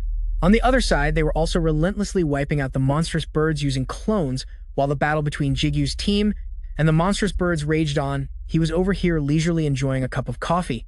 Right now, there aren't enough gates to do so. A while later, the system showed a notification dominance rate 100%. Jigu finally closed the window and stood up. It's finally done. The surrounding area suddenly began to shake abnormally. The world seemed to be remade. The bodies of the fallen monstrous birds were also retrieved. The world shook violently, clashing against itself from the sky that was covered in dark clouds. A patch of warm, sunlit sky slowly opened up. The color of the sky quickly cleared, and the wings of a huge, monstrous bird spread wide. It soared peacefully through the sky. Then Granth was quick to say, "It's gotten bigger." El remarked, "What a beautiful view." But to Rue, everything was just as dull as before. Jigu looked over his brigade and said, ignoring Judy's weird taste, "Now that the gate is equipped, all we have left to do is..." The system panel says, "Please appoint a sub-manager," which is why he told everyone we need to choose one. Grant immediately volunteered. "I'll do it," but Rue scornfully cursed. "You are the gate itself." "You idiot." Jigu had to think silently for a bit before the next step. First candidate. One is Hamiel. He seems to be considered the eldest among the angels because he received the first name. Hamiel placed his hand on his chest and said loyally, "If you entrust that responsibility to me, I will surely devote my life to the task." And next is candidate 2, Dullahan. He can speak thanks to his intelligence-boosting ability in the developing dungeons. He spoke confidently. "Please decide." "Great Master, I am ready to accept this mission." The shadow of a huge monstrous bird slowly flew over, covering the ground, and candidate 3, Jigu, turned his face, showing no fear. The monstrous bird aimed for where he and the maidens were standing. It flapped its wings powerfully and began to slow down. Then it landed below, kicking up sand and dust from the wind. Candidate number 3, is it the Griffin King, the gatekeeper I just absorbed? The Griffin King's eyes glowed dangerously. Even Jigu was startled by its enormous size, but size doesn't necessarily mean it's ferocious. The Griffin King acted like a pet bird, constantly rubbing its head against him. All right. I'll play with you later." Jigu felt awkward seeing it behave this way and thought, it does look reliable. However, communication is a bit difficult. If I let it rule this place, it'll probably be covered in droppings everywhere. While the Griffin King continued to pester him, Jigu was still wondering, should it be candidate 1 or 2 over there? The figure of Brunhart sat there looking very gloomy, radiating a fierce killing intent with a dark and scheming face. He observed them and thought to himself, no matter who becomes the sub-manager, they will all be under my authority. Dullahan has always been my subordinate, so he'll be easier to manage, but if I become the angel's superior, that wouldn't be bad either. But Brunhart continued his selfish thoughts. "Oh well, I'll benefit either way. This is interesting." A while later, on a floating peninsula under a darkening sky, Brunhart was sitting curled up with Hamiel standing beside him. He rubbed his 2 arms and remained silent until the other person spoke first. "It's cruel, but that was the master's decision." Brunhart looked up at Hamiel but said nothing, then looked down again. Sadly, he patted his shoulder to comfort him a bit. "But at least you still get to be the sub-manager of the gate, Huang Jichun," he said confidently. "Just leave it to me. I also enjoy doing things like designing and managing." Rue wondered at that time, isn't it unfair to choose someone who wasn't on the candidate list? Jigu could only click his tongue. At that time, I hadn't thought of the old man. Hamiel seemed to have no objection. He is the most perfect person for this position. As for Brunhart, he said cheerfully, "Dad is the best scene change to a skyscraper at night." A voice spoke out. The unique gate appeared in Korea. That person was Iron Seal. He was scrolling on his phone in surprise. Unbelievable. Can you really create a gate anywhere? But that just made Iron Seal even more suspicious. What kind of monster are you? When he looked up, the person sitting opposite him was Andrus, the one Iron Seal was consulting with. Andrus held his bewitching smile for a moment, then rubbed his chin, pretending to think. What a boring question. What could you do even if you knew? He took out a cigarette and replied, "That's true. But let me ask." While lighting it, Iron Seal thought to himself, "That's right, it doesn't matter who that person is. As long as he's useful to me, that's all that matters. I'm even willing to deal with any demon to get my revenge." But as he exhaled a puff of smoke, Andrus finally said, "It's a bit early to be surprised." Iron Seal, he leaned back on the sofa looking very calm. Everything so far has just been an appetizer, but with his sinister eyes and malicious smile, Andrus's intentions were clearly not good. The real fun is just beginning. Inside the gate, staff were busy setting up temporary tents. Each person took a corner and worked carefully. Jichun and Jigu stood in the middle of the tent. He stepped forward. He raised his hand and shouted, "Gate map." Immediately, a 3D model detailing the entire landscape appeared on the empty ground. He exclaimed, in admiration, "You can do this too," Jichun boasted proudly. "For a manager like me, doing these things is only natural." He looked at the model described in detail, down to its roots. "All right, then let me explain. You already know the basics about the environmental changes of the gate, right? The environments of the new and old gates are merging." Ji-chun pointed to a spot. In a serious tone, he reminded him, "The most important thing to note is that there are 3 mines formed near the border of the gate." He earnestly told Jigu, "A crystal mine and rare materials. You might not need money, but they are extremely important to me. If I can get those rare gems, I can craft amazing items without spending any money. Plus, I will do it for you for free." Suddenly, Ji-chun rubbed his chin thoughtfully, but the space in this gate is not being used very well. He looked at an empty spot on the model where the only things were a few trees and a ruined structure and said, "See that? Besides that pyramid, there is nothing else. It seems you are not planning to sell it or do anything with it. Huh? Are you just going to leave it like this?" Ji-chun complained in frustration. Not only that, but even though it looks like a pyramid, the inside is a complete mess. "I have to clean it up quickly," Jigu said with a gentle smile. "But isn't that Roger's job?" Looking at the simple hut, Ji-chun sighed in frustration. "We also need to build a permanent base instead of this temporary hut," he grumbled wearily. "In addition, we also have to build a prison and a hunting ground." Not understanding why you need to build those things, you asked. "A hunting ground, a prison." Ji-chun was annoyed with Jigu's denseness and spoke with exasperation. "So, how do you plan to deal with your enemies?" "I am not trying to scold you or push you to do illegal or violent things in a world that is already full of evil like this. But you cannot just kill them all the time." Thinking about how prisoners could be used for labor, he advised, "At the very least, you should give them a chance to atone. But not everyone is as easy to control as that Rogers guy, who has already lost his power. That is why we need to build a place to lock them up." Indeed, these words troubled Jigu. He muttered thoughtfully, "Build a prison inside a gate." Jigu recalled the common rumor that in this society, prisons were everywhere, holding players who had committed heinous crimes. Gehenna, of course, that terrifying prison is currently located somewhere inside a fortified gate, he thought to himself. It seems that is not just a rumor. Then Jigu said seriously, "I understand. So what about the hunting ground?" Ji-chun raised a finger and calmly and patiently continued to explain to Jigu. "The biggest advantage of this gate is that monsters are generated for free, of course. You could also use them as your own forces, but then you would not be utilizing them to their full potential," he suggested. "If you build a hunting ground for other players to use while also harvesting from it, it would be like killing two birds with one stone." Remembering that CEOP had said it would be a good place for training, Jigu replied, "Aha." He clicked his tongue, feeling overwhelmed by all the work that needed to be done. "It seems we cannot handle everything at once. Let us just solve things one by one." Brown Hood was squatting in a corner dejectedly muttering, "I can do it." The skull monsters appeared. This gate has gotten stronger, and so have the monsters. Therefore, the skeleton monsters have been classified by level. Jigu hesitated, looking ahead and thinking silently, observing the army of Dullahan before him, all of them helpless without their heads. "I have more Dullahan now," he said hesitantly. "So which one of you is the one I know?" Brunhilde exclaimed. "They all look exactly the same." Elle agreed. "I cannot tell them apart at all." One Dullahan raised its hand and called out, "It is I, Great Master." Having confirmed the one he was looking for, Jigu said, "I know." He rubbed his chin, calculating. "I guess I will have to name you guys now," Elle said contemptuously. "Do not be so dramatic. You will come up with their names in less than a minute anyway." But Jigu did not mind and snapped his fingers, deciding, "All right, you are Haru." "See," Elle said disdainfully. Brownheart praised, "That is a cool name." The newly named one's two eyes glowed from behind its helmet. A gruff voice said, "Thank you." Jigu was startled to hear that voice continue to call out, "Thank you, Great Master." Ha's helmet flies off his head, as a flickering blue flame takes the familiar shape of a Dullahan.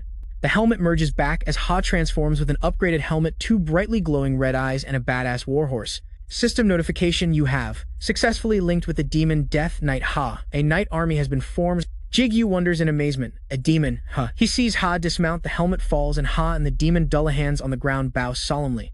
"I will continue to serve the Great Master to the best of my ability." "Great Master." His face went pale as he replied, "All right." Jigu couldn't help but think to himself, "I can not only create angels, but also demons." Ru also exclaimed, "Unbelievable, what the hell did you do?" he said defensively. "How would I know?" Ru said in a serious tone, "This isn't good. I need to find out what just happened. Use the demon eye." Jigu wondered, demon eye, huh? Without much thought, he quickly did as told. Jigu stared at Ha. He thought to himself, use the demon eye to see the inner essence. I still can't see anything. He quickly increased the level, more details, huh?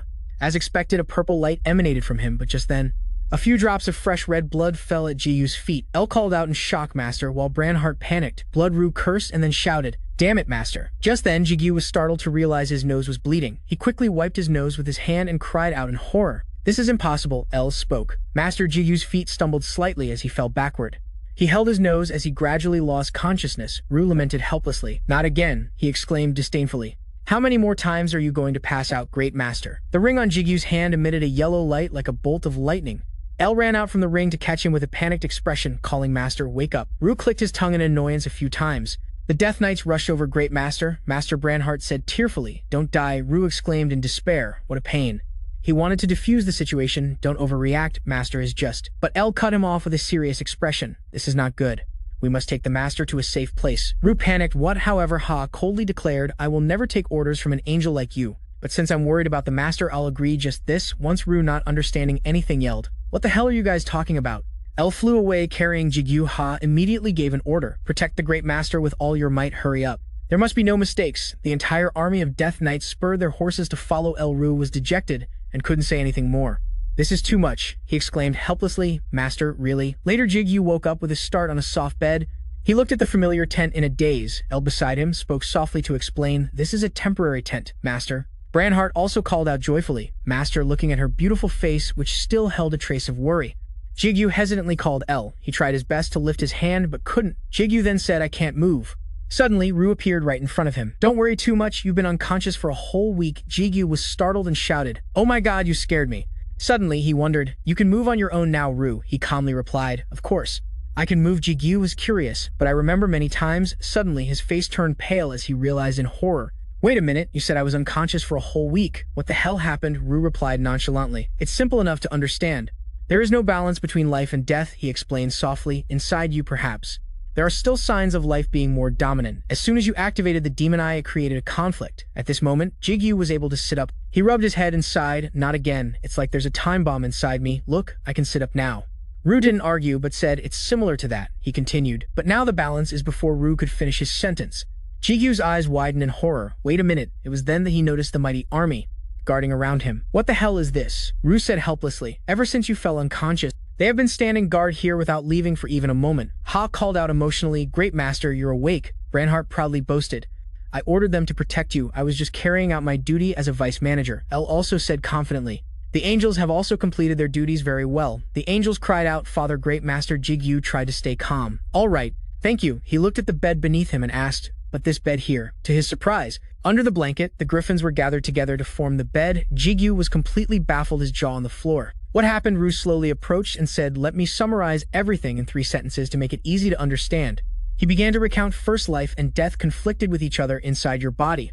You remember fainting and being put to bed. Second, you were unconscious for a whole week, and during that time, the 2 sources of power have somewhat balanced out. Before Jigu's wary gaze, Ru continued, and finally, he glanced at the mighty army surrounding the bed and then said, This is the result of the bickering among your subordinates. Jigu held his forehead helplessly and said in a tired tone, I get it. I'm very grateful that you all worried about me so much, but he shouted at the whole crowd, You're all fired. With this many people, how am I supposed to draw? Ha asked confusedly. What do you mean, Master? The author's inner voice had to speak up. You don't need to know. As the army trooped away, the temporary tent became quiet. Jigu rested his chin on his hand and wondered, I've got the gist of it. Can you explain it in more detail now? Ru said calmly, There aren't any more details. That's all there is. Suddenly, he hesitated thoughtfully. If there is anything unusual, it's probably due to a fragment that broke off from life during the conflict. I'm worried about where it is now, he asked curiously. You're worried about that? Ru ignored his question and requested, It's best if you see for yourself. Activate the demon eye. Jigu refused, saying, I won't pass out again, will I? He reassured. No, we'll do it quickly. Unable to refuse, Jigu closed his eyes and replied, All right. Very quickly, he opened the demon eye. The purple light in his pupils was dazzling. After a long while seeing nothing, Jigu turned to look at Ru and asked, But nothing has changed. He helplessly tried to contain himself and then calmly suggested, It's because you can't see your own face. Tell L to transform back into her sword form, then you can see your own reflection. My body is black, so you can't see anything. Hearing that, Jigu turned to ask L, Can you help me? She immediately agreed. Her glowing hand took his as she said, Yes. Master L transformed back into a sword in Jigu's hand. He looked at the shiny sword, which could reflect him in his hand, and wondered what's changed. Suddenly, Jigu realized in horror. This is Branhart cheerfully exclaiming, One of your eyes has turned gray. One of his eyes, which should have been purple, had turned gray. Looking at the peaceful scenery outside, Jigu's mind was in turmoil. The color of the demon eye has changed. This is definitely something I can't interfere with. But I still decided to pay attention to it because both Ru and L know nothing about this. Jigu's face was serious, looking down, his lips moving. So he uncomfortably observed Rogers kneeling with his face to the ground. Father asked, You have something to say to me, Rogers? Rogers repeatedly kowtowed and begged, Please give me a chance. His body trembled, his eyes full of hatred, his mouth endlessly muttering. A chance to take revenge on Iron Seal. Witnessing this scene, Jigu's expression remained emotionless. He just thought to himself, Looks like Hess taught him well. All the hatred accumulated inside him has now been directly transferred to Iron Seal. Suddenly, Jigu hesitated, thinking to himself, but he asked directly, What can you do? This question made Rogers freeze. He hastily clung to him and said, Level up. I just need to level up, that's all. Rogers was as if obsessed, ceaselessly. I guarantee I will become stronger than before, as long as I get stronger, no stronger than before. In just an instant. Suddenly, Jigu patted his head and retorted, No, you can't get any stronger. His eyes were full of contempt. Along with that was a firm declaration: even if you go hunting the power that he took from you, it can never return. You no longer have the ability to level up. A purple light flashed in his eyes. It seems Jigu was using the demon eye, he thought with disgust. One look and you can tell Roger's body is now like something that has rusted from overuse. He said to himself, Roger's vessel has been completely destroyed, to the point that it's a miracle he's even alive now. Suddenly he mumbled corruption. Rogers played his trump card to negotiate. I know all about his corruption. I know a lot of information that could ruin him. Jigu tossed him aside, saying in an indifferent tone, this might be useful. Rogers didn't realize the meaning behind it, so he excitedly spoke, but his next words plunged him into an abyss. But how can I trust you? Rogers panicked and exclaimed, but no matter how hard he thought, he couldn't come up with a rebuttal. He could only bow his head and stammer. That Jigu thoughtfully glanced at him, still sitting on the ground in despair, when he suddenly made a suggestion. I'll give you a chance, Rogers. Are you willing to do anything? Rogers quickly raised his head with a fawning expression, pledging, of course. Any command you ask, but something slashed across his neck. Rogers watched the blood spurt out in horror. He only heard the notification cannibalism activated. Rue asked curiously, Master, if you were planning to use cannibalism, then why didn't you do it from the start? Jigu calmly explained, nurturing his malice to grow stronger is very important, although when he becomes an ego, he will obey any command, but if he clearly knows his purpose, then he will be even more useful. He stood before the gate hesitating and said, besides, I think that's not very important right now. He only saw Ha standing there in high spirits. A knight's mission is to protect the great master. Wherever you go, I will always be by your side to protect you. Beside him, Hamiel declared, we vow to follow our master. Even if it's outside, we will still serve you. Looking at the lineup of subordinates standing behind him, Jigu helplessly asked, are you guys crazy? You want to follow me outside? Ha knelt down, showing his determination to follow. If we cannot protect you, then our existence is meaningless. Hamiel also hurriedly said, the same goes for us. We are willing to sacrifice our lives to protect you. Jigu rubbed the bridge of his nose, looking helpless. They are competing to see which side gives me a bigger headache. Vu laughed and teased, why are you like this? At least they won't betray you.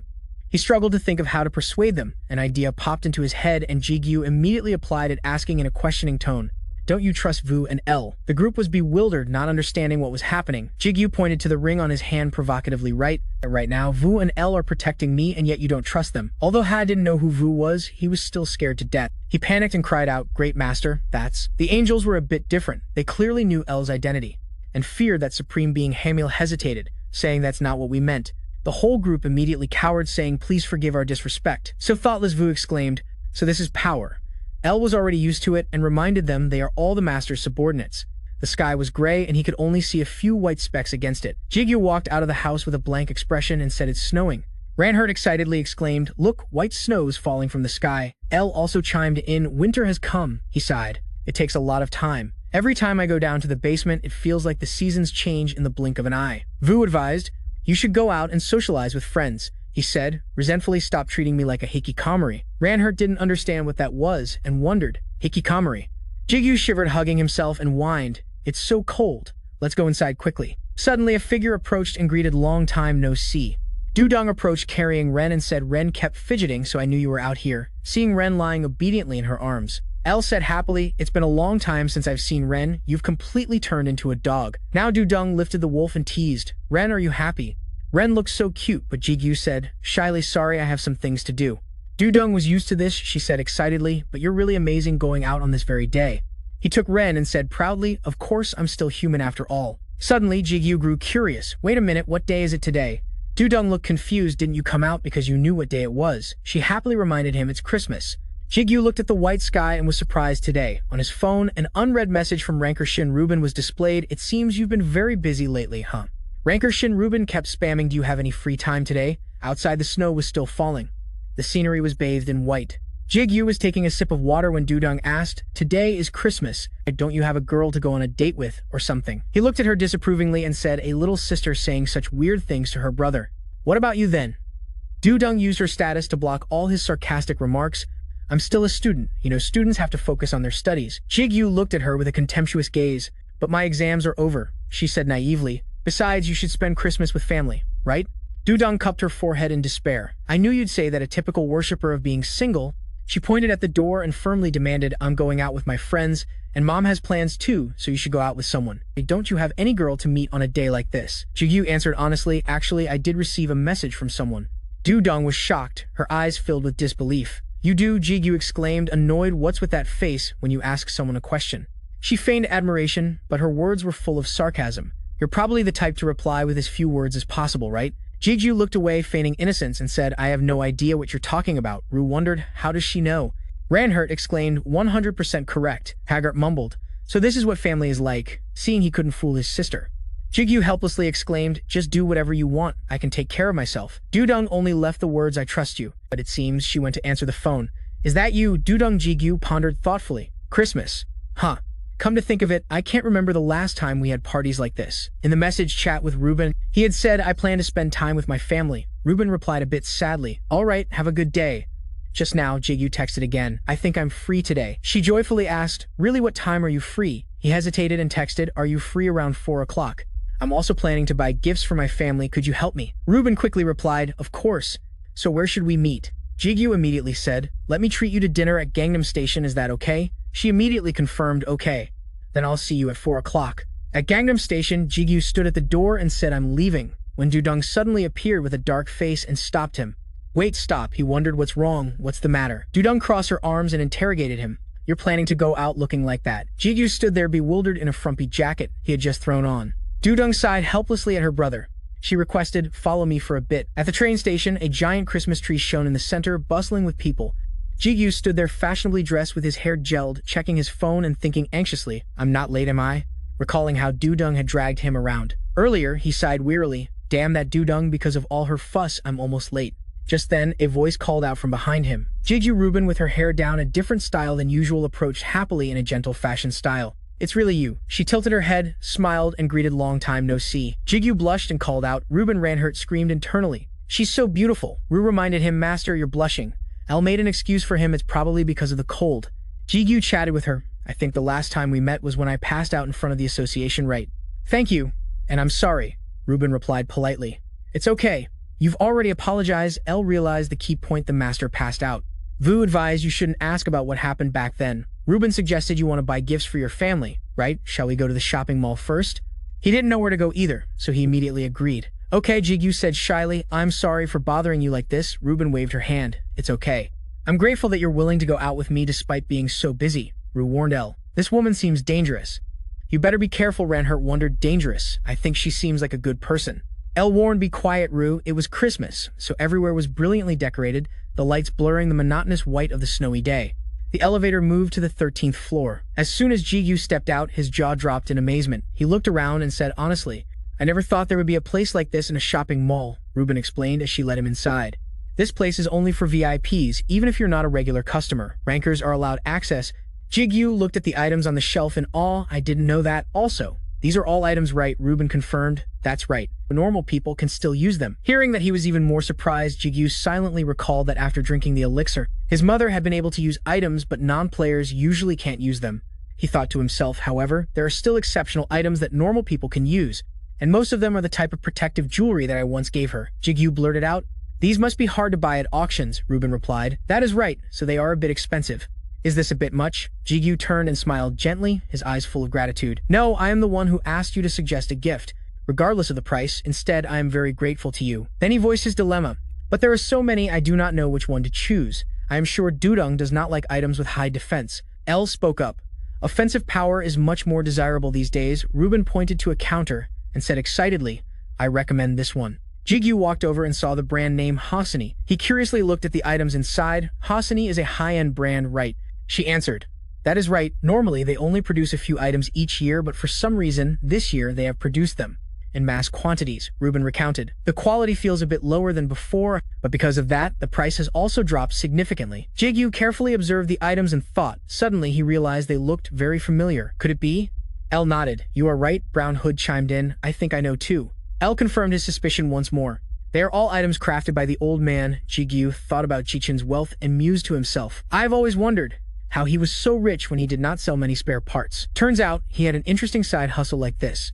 No wonder he kept working so hard even after reviving Elle. Just then, Ruben came over and asked, have you chosen anything yet?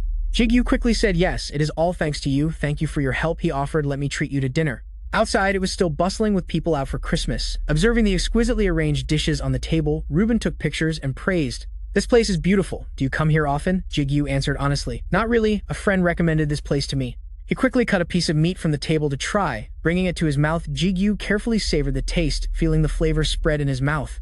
He nodded in appreciation. This is delicious. I will bring my mother and sister here next time. Ruben looked at Jigu with a slightly somber expression.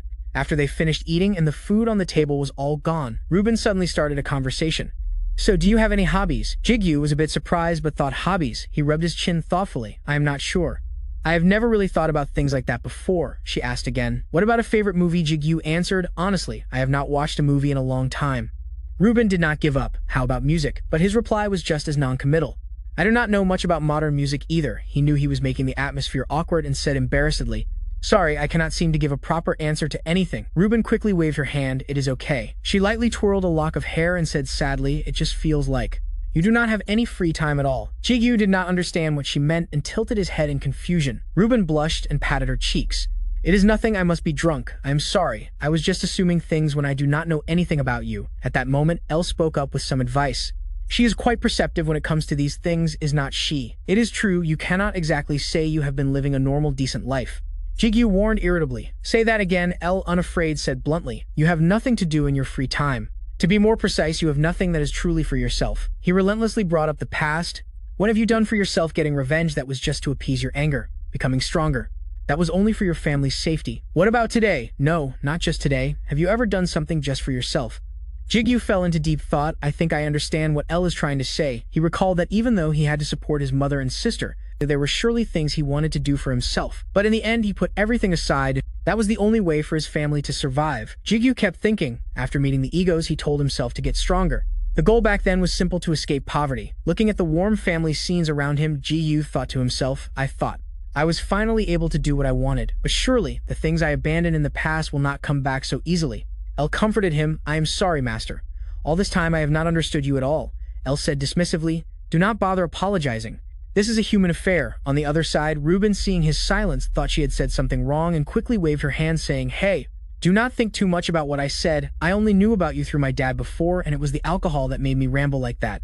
Suddenly, Jigu spoke up again. Thank you, Ruben asked, bewildered. What for? He just smiled gently, his expression full of sincere gratitude as he spoke. Thank you, Ruben, for your concern. Ruben's heart pounded at his beauty. Her two cheeks flushed red. She shyly said, It's nothing.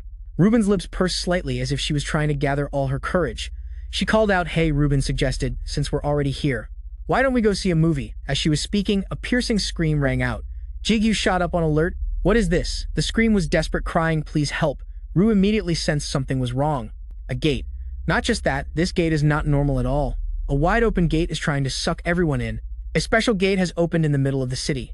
Teams gathered around the newly opened gate, including Jigu and Ruben. The people nearby whispered amongst themselves. Have the victims been rescued already? I can't believe that on Christmas Eve something so terrible would happen. Ruben asked worriedly. It looks like a unique dungeon, right? Jigu assessed the situation. Probably. He slowly observed, thinking cautiously to himself. Gates usually appear in the suburbs, but they don't normally have enough mana to knock people unconscious. Jigu recalled how he and Ruben had moved the victims to another location earlier.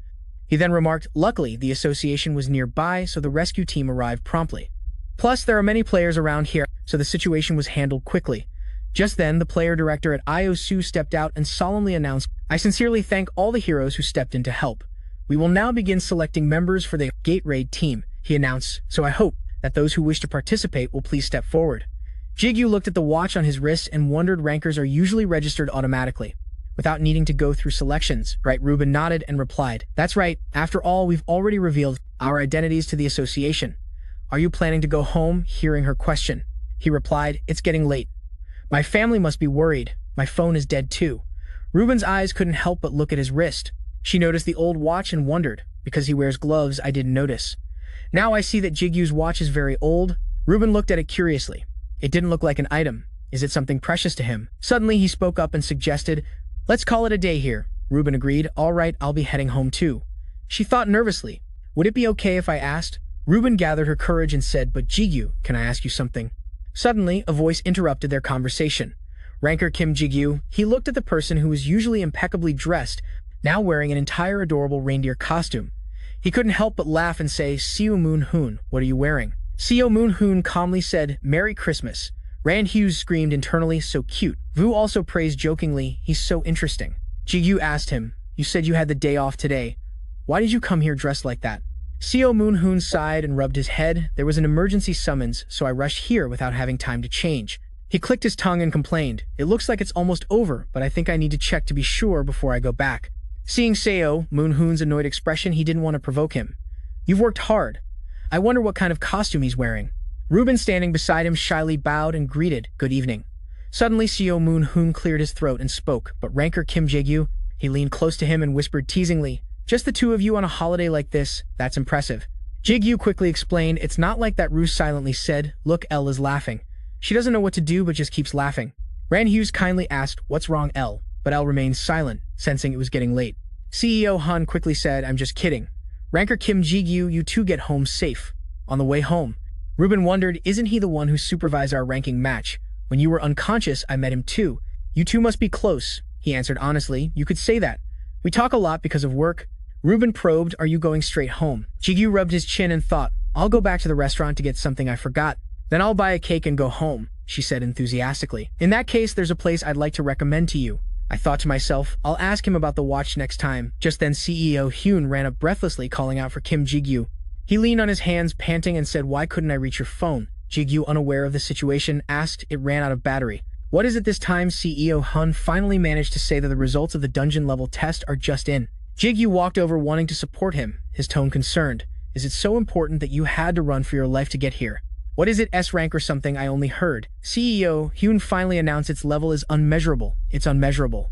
Designer shopping bags were neatly arranged on the floor. Do-yoon's two eyes sparkled brightly as she mumbled Hosani. She looked emotionally at her brother. "Are you really giving this to your loyal servant?" Jigyu couldn't understand her reaction. "Why are you talking like that?" Do-yoon replied emotionally. "Because I'm so grateful my language center is paralyzed." Sujin asked, a little confused, "Is this stuff very expensive?" Taesik also gave Mom an item from that brand. "This doesn't feel right at all." Jigyu tried to cover it up. He probably just gave it to her out of gratitude. "Mom cooked for me. I'm going to my room to change." His slender hand closed the door. Only then did Jigu's face show a pensive expression. His mind was constantly thinking about the recent gate, the unmeasurable level dungeon. They are dungeons higher than S rank. Imagining the piles of corpses, he couldn't help but worry. They rarely appear, but when they do, they claim countless players' lives. Jigu muttered to himself, "And not only that, it's also a unique gate. I wonder how dangerous it is."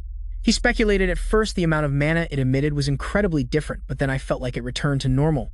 Ichiru spoke up. Jigu quickly asked, "What did you find out?" He then revealed his own speculation in response. "I have some suspicions, but I need to double-check. Let me ask Elle first. Today, you should just enjoy the rest of your day." Jigu hesitated slightly. "Even if you say that," suddenly Elle spoke up to comfort him. "Nothing bad will happen right away. Just enjoy your time with your family." Brunhard agreed. She's right. Jigyu could only sigh helplessly and go along with them. He said sincerely, "Thank you. I was planning to rest a bit today anyway. So I'll listen to you. What could happen in just one day?" On TV, the news reports were constantly reporting on the appearance of many unique gates. The whole world was stunned into silence. The anchor seriously warned 5 unique gates of unmeasurable level have appeared all over South Korea. Starting from Gangnam, within just one day, all the gates have erupted. All over the country. The anchor informed the viewers, the associations, and governments of every nation have declared a worldwide state of emergency. The Korean Hunter Association is investigating the cause of these dungeons, appearing all at the same time. Jigyu, who was brushing his teeth, immediately looked up with a bewildered expression. He rushed off, not forgetting to say, "I'm going out for a bit." Doyen was startled and called out, "Wait, big brother, where are you going?" "Why not take her along?" Jigyu, while putting on his jacket, made a call. "CEO Hyun, can you come pick me up right now? I have somewhere I need to be." He heard a light laugh from the other end of the line, saying, "What a coincidence, I was just about to call you." CEO Hyun, in a formal suit, stood next to his supercar. "Hello, I'm already at your door." The car sped down the road. CEO Hyun started the conversation. "Are you heading to Gangnam?" Jigyu nodded in confirmation. "That's right, I need to confirm a few things." CEO Hyun understood and stepped on the gas. "All right, I'll get you there quickly and safely." On the other side, a tank was stationed. The sky was gloomy and gray. Jigyu stood before the gate, observing carefully. He made a quick assessment with a serious face. "Just as I thought. Just by looking, there's nothing unusual." Jigyu activated his demon eye, his eyes glowing with a purple light. He silently asked Ru in his mind, "What do you think, Ru? Have you found anything yet?" The ring on his hand lit up. Ru thought for a moment, then recounted. "I believe my suspicions from yesterday were correct." Jigyu wondered. Suspicions from yesterday? Ru hummed and said that one. After hearing it, he was startled, realizing something shocking. He immediately reported it to Seong-hun Young. Jigu shouted, demanding, "Where did the other unique gates appear? I have to go check." He hesitated slightly and asked all of them. "Actually, the association president has summoned you. We need to get there quickly." Jigu shook his shoulders, his tone urgent. "This is important. No matter what, I have to check first." CEO Hyun hesitated and thought for a moment, then finally gave in and agreed. All right, sunset fell upon a certain building. Inside the meeting room, powerful figures were gathering. A voice complained, "I'm starting to get tired of waiting." Someone asked curiously, "Isn't he coming?" Seeing no one answer, that person said again that 11th mercenary Seon Hoon's car screeched to a halt in front of the building. Before Jigu left, Seon Hoon said with a grim face, "Kim Jigu, what runs here, then runs there, and then runs all over the place." He didn't understand and said, "Is that a riddle? I'm not good at those." Ru was also puzzled. "Is he talking about determinism? I don't know. I only saw a haggard-looking Son Hun answer. The answer is me." He buried his face in his hands, crying, "If I go back now, I'll definitely get scolded." Jigu comforted him. "Didn't the association president understand after you called him? Since this incident is related to the unique gates, he'll understand." Seong-hun said despairingly, "Those two things are completely different. You don't know what his employees have to endure." Jigu was flustered and could only say, "I'm sorry." He clicked his tongue, looking all too familiar with this. "Anyway, that's enough. As I said before, you've been invited to be a mercenary CEO." Hoon advised him, "You're about to meet the other mercenaries. To be honest, not all of them are friendly. If you're afraid of your identity being revealed, you can wear a mask." Jigu refused his kind offer and declared, "No, I've decided not to hide anymore. I don't need to wear a mask." CEO Hyun held the mask in his hand and said sadly, "What a shame. I bought this for you, just in case something happened." Jigu looked at the hideously ugly mask and said, "You bought this. I really don't need a mask." Jigu took a deep breath, looking at the meeting room door in front of him. He thought nervously, "I can feel countless terrifying sources of mana. So all the mercenaries have gathered here." Reinhardt comforted him. "You are the strongest among them, Master." Ru retorted, "That's not true. Are you a robot that only knows how to praise the strong?" The room door was pushed open. Inside, the mercenaries were sitting upright looking at him. Familiar and unfamiliar faces were all there. Everyone glanced nervously at Jigu. He swallowed softly, encouraging himself. Taesik sighed and mumbled, "That son of a bitch." He's worried. Taegu's face turned serious as he spoke. "You're here. Take the empty seat over there." Sujun pointed to the chair next to him, signaling for Jigu to sit there. He teased, "You're so late." Jigu sat down and explained awkwardly, "It's because I had something to take care of." Suddenly, a voice called out, grabbing his attention. "Hey!" A handsome kid lying across the table asked him, "What's your nickname?" Jigu couldn't help but think, what's wrong with this kid? Why would he ask the one question I don't want to answer at the first meeting? Is he a high school student? Thinking that he replied, "It's a secret." Jigu called for Ru. He quickly responded, indicating he was listening. Jigu looked at the powerful energy pouring out of the kid and said, "The energy coming from him is truly impressive." The kid smiled, but his eyes were full of malice. He said, "Then it must be a really childish nickname, huh?" Jigu thought to himself, "To possess such terrifying power at this age is truly newsworthy. Are there still many strong people who haven't revealed themselves like this?" He glanced again at the people sitting at the table and thought, moreover. Jo Hyun crossed his arms and said sarcastically, "We finally get to meet the 11th mercenary." Jigu recalled his identity, the guild master of one of the 10 great guilds, the one-man guild, Kim Jo Hyun. He was a little surprised, thinking, "So he's also a mercenary, and I'm the 11th mercenary." Jigu quickly assessed the people in the room. Excluding the association president and Taesik Hyung, there are 7 mercenaries here, not counting Sujun. 3 people are absent. Taegu waited for things to settle down before speaking. "All right, the meeting will now begin. Today's matter is very urgent." He got straight to the point. "As you all know, the reason we have gathered you mercenaries here is the mass appearance of unique gates." Taegu's expression was grave as he recited the statistics. 20 have appeared worldwide. And within South Korean territory alone, there are 5 unique gates of unmeasurable level. Even an S-rank gate is considered a disaster. So it wouldn't be an exaggeration to call this incident a national genocide. Du Hyung wondered, if you called us here to talk about clearing the dungeons, shouldn't you have invited the 10 great guilds? Mercenaries are just individuals. You should consider the difference between an individual and a guild.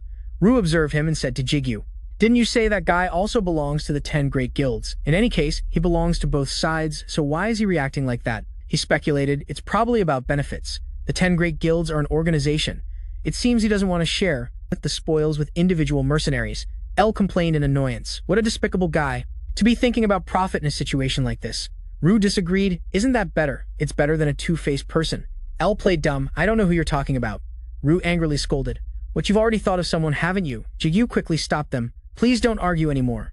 Ranhus also advised, "Let's try to get along." Suku offered his opinion. "This is not the time for us to distinguish between mercenaries and the 10 great guilds. Don't you understand this as well?" Guildmaster Kim Do-hyung. "The gathering of mercenaries today corresponds to the level of danger." Do-hyung remained silent, frowning and glancing at them. The young man from before cut through the tension between the two. "Surely the chairman called us here for a reason. Why don't we just quietly listen to what he has to say?"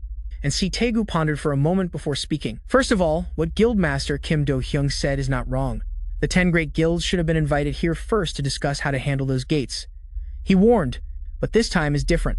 Perhaps because your guild only has one person, you haven't considered this possibility. Do you think the other guild masters would recklessly send a large number of members into a danger that no one has yet identified? Jigu emphasized, I repeat, this is a sudden event completely different from before.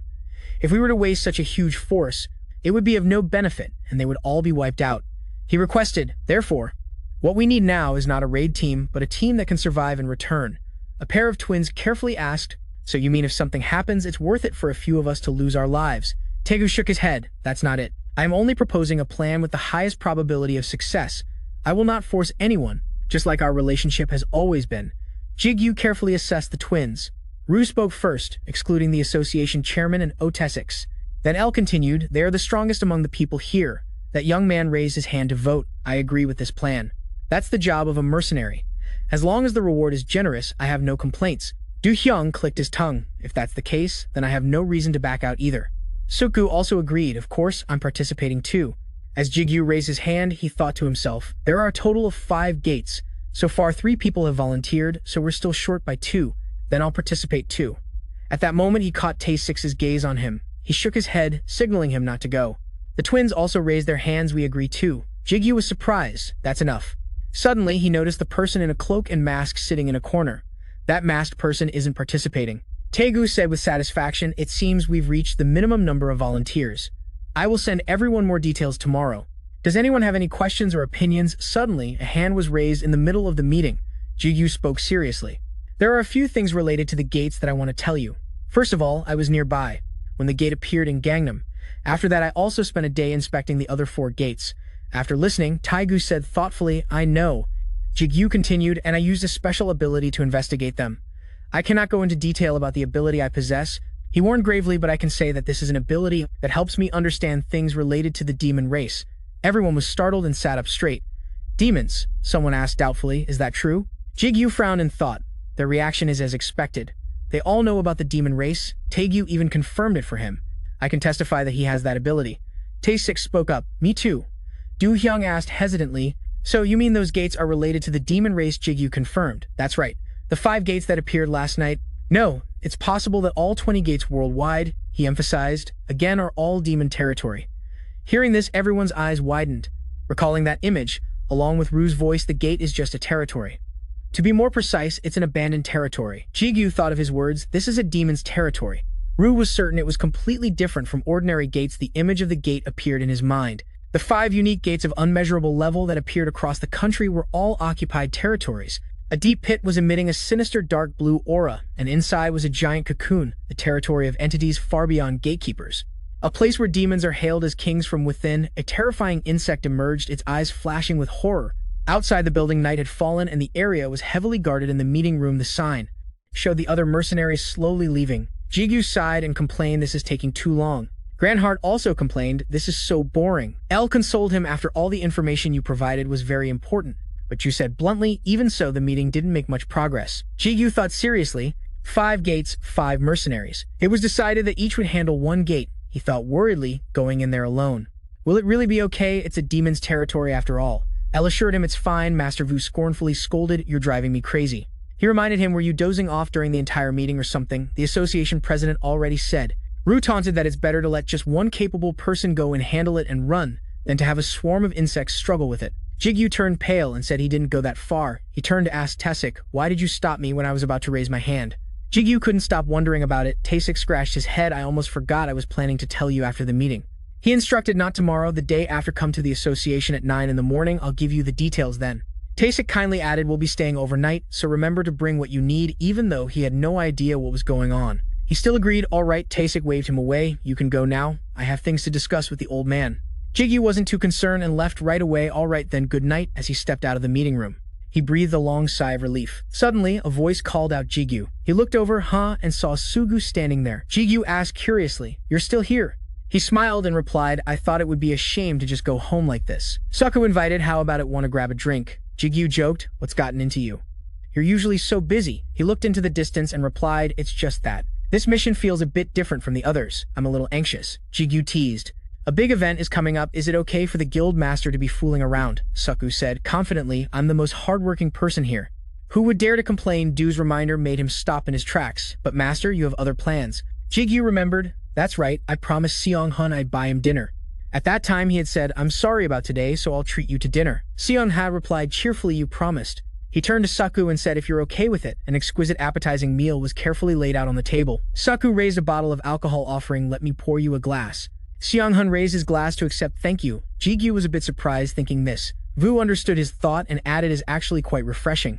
He looked apologetically at Seong-hun, sorry for suddenly inviting you to eat with us like this. Starting tomorrow, I don't think I'll have any free time. Soo-han replied cheerfully. It's fine, we're not strangers. Sugu agreed, that's right, though we've never actually gone out to eat together like this before. Just then, Jigu realized, come to think of it, you two met during the Iron Guild incident, didn't you? Seong-hun immediately replied. That's right, but when you work at the association, you tend to meet all kinds of rankers anyway, but enough about that. Seong-hun raised his glass and said, let's drink first, alcohol solves all problems. The three of them happily clinked their glasses together. One empty bottle on the table soon became many. Seong-hun was already tipsy eating and exclaiming how delicious it was. I wonder if rankers always eat and drink like this. Sugu laughed bashfully, not at all. Suddenly he spoke up, can I ask you two something? Seong-hun said he'd been curious for a long time and finally had the chance to ask. How did you two become close? You seem like you've been friends for a long time. Vu was also curious. Come to think of it, I've never heard this story either. Elle agreed. Well, it was from before he met us. Brandon exclaimed excitedly, I'm curious too. Saku smiled and replied that I was his training instructor. Seong-hun looked surprised, really? What was ranker Kim Jigu like back then? Saku dramatically rubbed the bridge of his nose as if exhausted and began his story. He was extremely gloomy, always frowning just like this. Jigu, being slandered to his face, interrupted him. Hey, when was I ever like that? Someone agreed to be honest, my first impression of you wasn't good either. Seong-hun then turned to ask him, so what about ranker Saku back then? He was already famous, right? Jigu smiled faintly reminiscing. He said back then he was pretty condescending. Goblins were being cut down with blood flying everywhere. Jigu, who was still new to training, was panting with exhaustion after killing. Just a few Sugu stood behind with his arms crossed, frowning and asked still nothing. He stroked his chin thoughtfully for a long time. Jigu worried, is something wrong? He could see his status window was still stuck at level 1.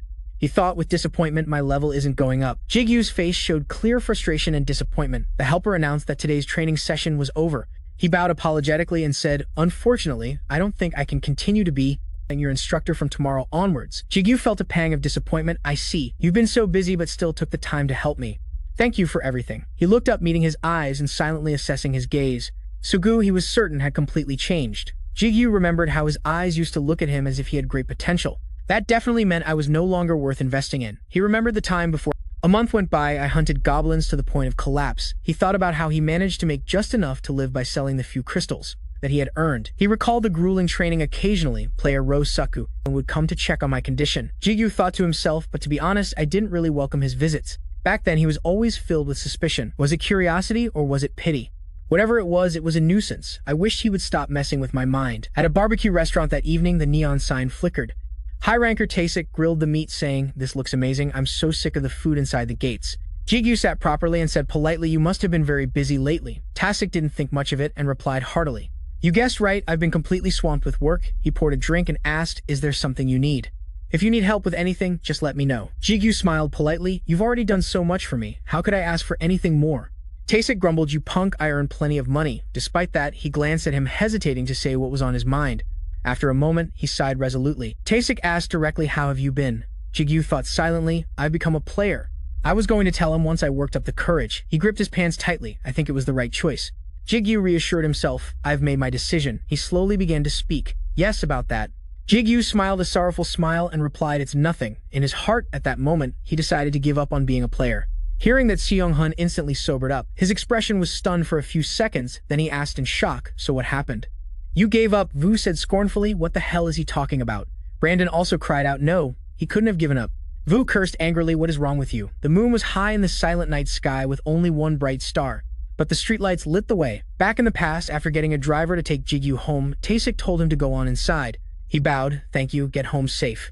Watching the car disappear into the distance, Jigu stood there for a long time. He sighed to himself, once a decision is made, all lingering feelings vanish easily. Surprisingly so. As Jigu walked up the stairs, he told himself it would be fine. Just treat it as if I had a very sweet dream. He opened the door to his rented place, determined. Tomorrow, I have to start looking for a new job. Jigu's hand turned the doorknob. He slowly opened the door, his two eyes squeezed shut, not looking inside yet. Suddenly, Jigu realized he had a visitor. Inside, a trembling Yu Young was offering a glass to Suku, please have some orange juice. He politely said, "It's fine, thank you." The two of them made eye contact and the atmosphere was a bit awkward.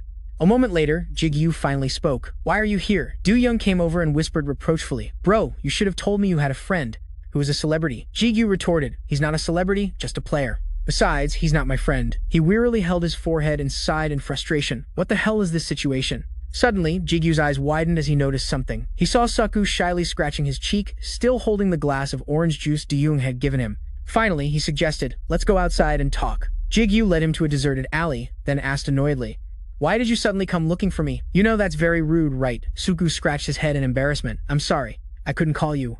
Only then did Jigu notice his crappy phone and thought with disgust. This stupid phone died again, knowing it was his fault. Jigu still probed. "So why did you come here?" Before Sugu could speak, he bluntly declared, "I'll be straight with you. Today, I've decided to quit. I'm not going to be a player anymore." Suku fumbled around in his bag for something to start.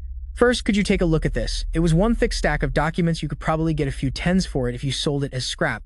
Jigu recoiled in horror. "What is all this stuff?" Sugu seriously began to list. "Here I have documents, research materials on the amount of time needed to level up, and in parallel, how much a player's abilities will increase. This is reference material on what a Thai gladiator did within 1 week to reach the first level, and this I can't listen anymore." Jigu hurriedly cut him off. "Whoa, wait a minute please," he asked in bewilderment. "What are you suddenly talking about, Suck?" Jigu said shyly, "I'm not very good at encouraging others, so first I gathered some materials that might be useful." He spoke his mind honestly. "I hope you won't give up." Jigu was stunned, unable to understand Suku's thinking. Why would you go this far for me?" he replied seriously. "You probably won't believe me if I said I did it just out of kindness." Sugu's expression at that moment was extremely sincere. "It's just that I've calculated this thoroughly. I calculated it so that I could become an ally with a person who uses an ability, a special one with unknown potential." Jigu froze, stunned for a long time, not knowing what to say. Suku looked up at the sky, full of stars, his enthusiasm surging. "Jigu, although this profession known as player has become an indispensable job in our current society that everyone knows about, but 18 years ago, no one knew about it at all." He smiled and said, "I think of it like this." Suku reached out his hand. The starlight adorned his beauty. His eyes full of determination declared, "No precedent means there is infinite potential, and we call that special." Back to the present in the room, Jigu exclaimed. He said such sweet words. Drunk, he pointed at Sugu beside him, "And that made me endure for 5 whole years for nothing." "What a great scammer," Sugu retorted contemptuously. "What? Isn't it just as I said that everything turned out well in the end?" Jigu said, not giving in. "Even a broken clock is right 2 times a day." I don't know if Sugu understood, but he replied, "That's why." The black-haired monster Seo Hyun was moved after hearing the story. "Even so, you still managed to do something very difficult. Even meeting up was a contingency plan. Back then, the two of you basically didn't know each other at all." Suku just smiled without answering. At this moment, he recalled his first impression of him. Nothing special at all. He had the excitement and desire to become a player, and a slightly dark expression during training sessions. Suku always observed Jigu even though we never poured our hearts out to talk to each other. But it wasn't hard to guess why he had that expression. Judging by the clothes on him, he always wore the same few old sets of clothes, or his purpose, when fighting. Stubbornly taking even just one more crystal, Suku remembered the wounds on Jigu's body and thought to himself about the medicine he didn't use, for the places that couldn't be seen. "I didn't use my authority as a coach to look at his personal information, but I could still guess the reason." Back then, Suku stroked his chin, speculating. To make matters worse, he couldn't even level up. "I wonder if it was because something had connected our hearts." The present Sugu held his glass of wine and chuckled, thinking to himself in his arrogance, "I had started to think such things. For someone living a life rejected by the whole world, for no reason at all. I wondered if someone treated him well without needing a reason, what would happen?" He smiled gently and said, "It was simply because I was too kind back then." Jigu said contemptuously, "Is that so?" Suku took the opportunity to tease him. "Really? You have no way to deny that, do you?" "You owe me," Jigu joked. "Stop trying to take the credit. I just have to repay that debt, right?" Jigu calculated, "So, in the future, I just need to save your life or something at least one time." Sugu burst out laughing, as if he had achieved his goal, but he said out loud, "Compared to the person who was once stuck on the first floor, you've really grown up a lot." Jigu, embarrassed, became angry. "What did you just say?" Laughter echoed throughout the room. 2 days later, at Incheon International Airport, the sky was gloomy without a single ray of light. Reporters frantically took pictures, camera flashes blinking continuously. As soon as Tessic entered, he was bombarded with questions. "Director Tessic, we want to hear your thoughts. The association has it prepared any solutions to resolve this gate incident? It's rumored that the end of the world is coming. What does the association say about this?" The reporters kept asking questions, trying to get the hottest scoop. "Who are the players participating in the meeting? Is it a new gladiator?" They shouted, "Please look this way." As for Jigu, at this moment, with his formal, elegant style and a thick layer of hair gel, was desperately asking himself, "Where am I? What am I doing here?" In the middle of a cold winter day at a modern airport, the sound of flashes from the reporters' cameras echoed continuously. The representative Taesik spoke. Now I will share the information that was discussed in the Player Association's meeting regarding the current gate situation. Talented players and guilds are working together to investigate what is happening, and we ask the public to remain calm and wait, as we will soon find a solution. Suddenly, a female reporter curious about Jigu, who was standing next to him, asked, "Who is the man standing next to you? Is he a member of the association who also participated in the meeting?"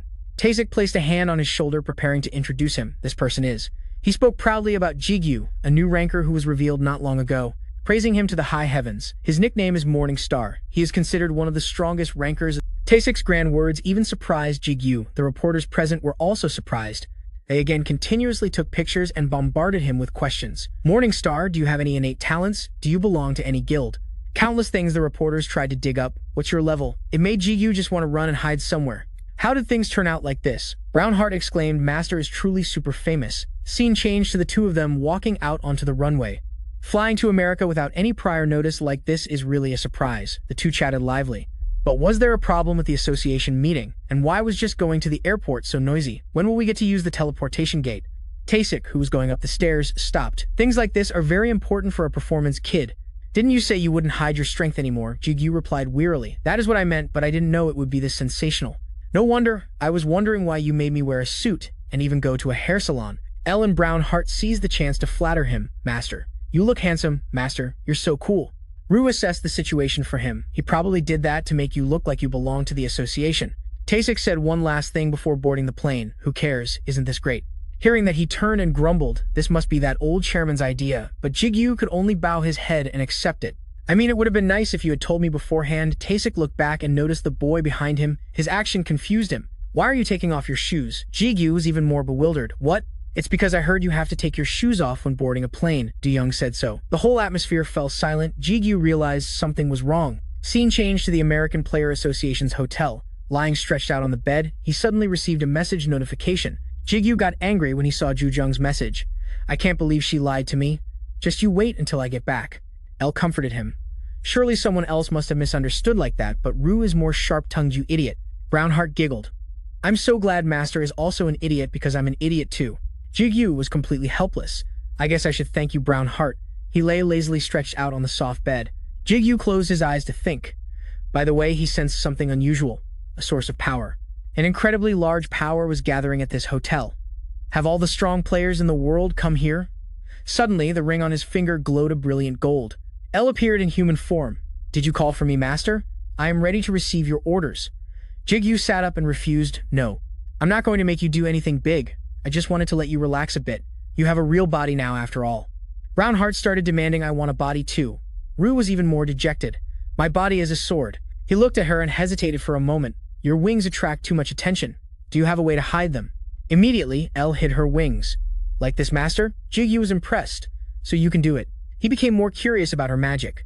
"What about the outfit? That also attracts too much attention. Can you change it too?" Elle nodded. "I can." She half closed her eyes and her whole body radiated a brilliant light. Now Elle had changed into a suit of very shiny, full iron armor. She gently introduced it. "This is what I wear when I go to the battlefield. Although it's very good for self-defense, its mobility is quite low, so I only wear it when necessary." Jigu was speechless at this outfit. He had to make a decision. "We have to go shopping." Rue chimed in with a few sarcastic remarks. "She can be so dense sometimes, huh?" The guards stood imposingly before the gate of time. A mutant ant appeared. Its pincers were both large and sharp. It immediately used its advantage to attack Sukwu, but he easily dodged it. He coldly observed his opponent. Sukwu gently lifted his foot and stomped it hard on the ground. It created a carpet of ice, but it seems he used a bit too much power. "Looks like I made a mistake." Sukwu looked at the blocks of ice he had accidentally created. "Another one of these appears every time. This is really tiring." He sighed and walked past his handiwork.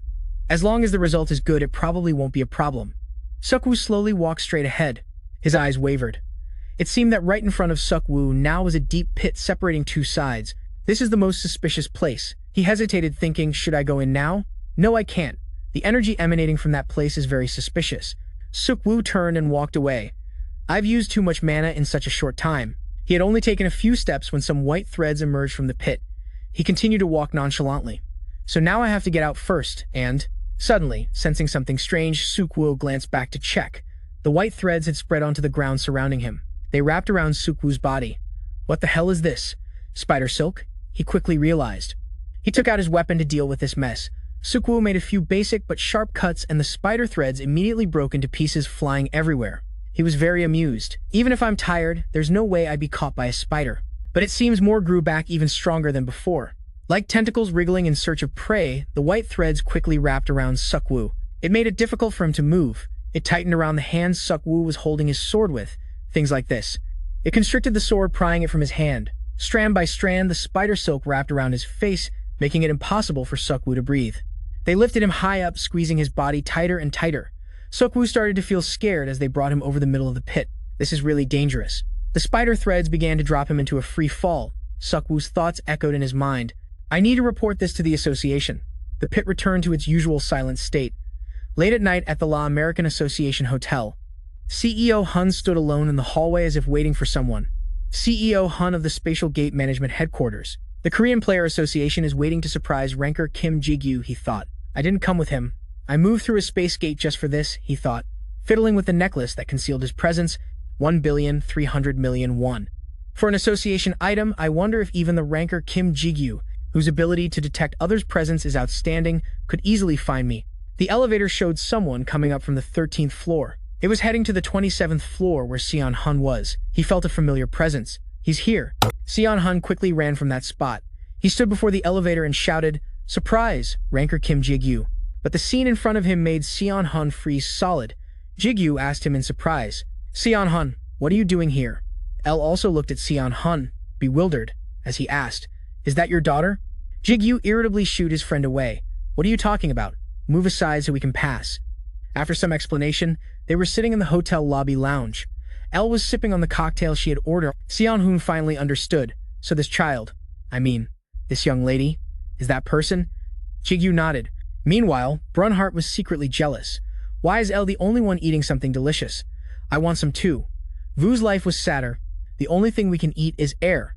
Seon Hun observed her from head to toe. And yet, they can transform into humans. She's definitely not a normal person, but she doesn't seem like a player either. He clarified his thoughts further. No, I can't sense any mana from her. He was surprised by his words. Is that so? Jigu wondered. El definitely possesses and can use mana, but this is how others perceive her. He raised his glass for a sip. Perhaps it's because of the system. Seon Hun turned and whispered to Jigu. More importantly, you can feel it, right? Jigu glanced around. That's right, he gravely concluded. This place is full of monsters. Jigu was confident in his abilities. He could tell even without using his demon eye. Everyone here is one of the strongest people in the world. Ru immediately warned his master, Don't even think about using the demon eye.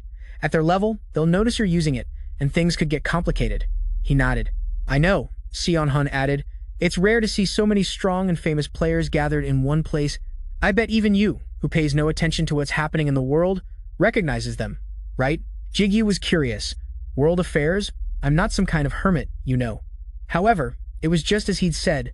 Even I, who knows little about this industry, know who they are. He looked over at the Dubai Tycoons. Those are high-ranked players from the Middle East. Codename, Oil King. Before becoming a player, he was part of an oil conglomerate. Jigu's face went blank. To be honest, I'm quite jealous of him. Brunhart asked curiously, Is he richer than you? Vu spoke like a wise old man. Human greed is bottomless. Jigu looked towards a corner of the room, in a place few people were paying attention to, and over there, he recognized Japan's high-ranked player, Susanoo. He felt a gaze directly on him and turned to look in that direction. Their eyes met. El and Ru quietly called out, Master, Master. Jigu quickly looked away. Yeah, I felt it too. Suddenly, a man approached, his appearance drawing everyone's attention. Even the oil tycoons looked. It was a tall young man named Michael. Jigu asked his friend, Seon Hun, Who is that? He answered hesitantly, I'm not sure. I know most of the rankers and high rankers, but Jigu's brow furrowed as he began to assess him. His mana flow is unusual. That person. Jigu assessed Michael. I'm not 100% sure, but he's as strong as Su Jung. He again felt someone watching him. Michael glared straight at him angrily. Instantly, he emitted a brilliant light. Seon Hun reacted, clutching his chest and trembling. Jigu called out in concern, Seon Hun. Vu realized the problem. He won't be able to withstand that energy. He's weak, unlike you. Jigu angrily cursed inwardly, that bastard. He unleashed his power to counter Michael. The two were locked in a stalemate. everyone there focused on their mental battle. Michael suddenly realized and commented with admiration. Not bad. Jigu jumped up, agitated. Not bad? What the hell do you think you're doing? Suddenly, a voice came from behind him. How dare you? Elle's face darkened, her voice cold. Do that to my master. He was surprised by her reaction. Elle angrily unleashed her power, yelling at Michael. How dare you direct your killing intent at my master? Brunhart and Rue rushed to stop her. Hey, Elle! I think she's gone crazy. Jigu rushed to de-escalate the situation. Elle, calm down. Michael's expression grew solemn as he watched Elle intently. Why? He shouted, as if scolding her. Why is the saintess with someone who reeks of such filthy demonic energy? The atmosphere grew tense after Michael's words. Both Jigu and Elle looked at him in confusion. He turned to her and asked, Elle, are you a saintess? Elle shook her head. Hearing her denial, Jigu's expression grew cautious. I have no idea what the hell you're talking about. He stared at the man, who stood frozen, and thought something must be radiating from him. What the hell is he talking about? A calm, unfamiliar voice suddenly rang out. Stop it, Michael. A man walked in through the entrance, his hands clasped behind his back. Michael quickly turned, his eyes wide in surprise. He hurriedly knelt on one knee and lowered his head slightly.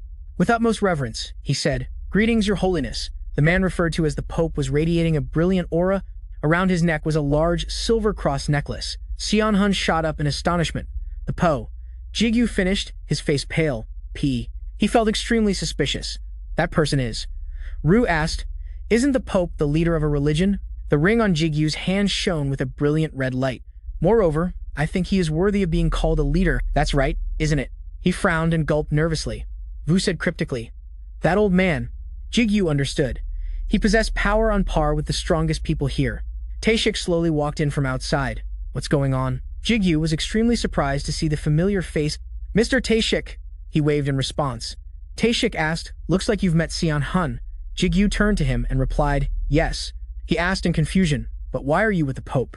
Taeshik laughed awkwardly, unsure how to respond. After a moment, he scratched his head and replied sheepishly, Hey, Jigu. I don't know how you usually see me, but I'm here as South Korea's representative. So of course I have to speak with representatives from other countries.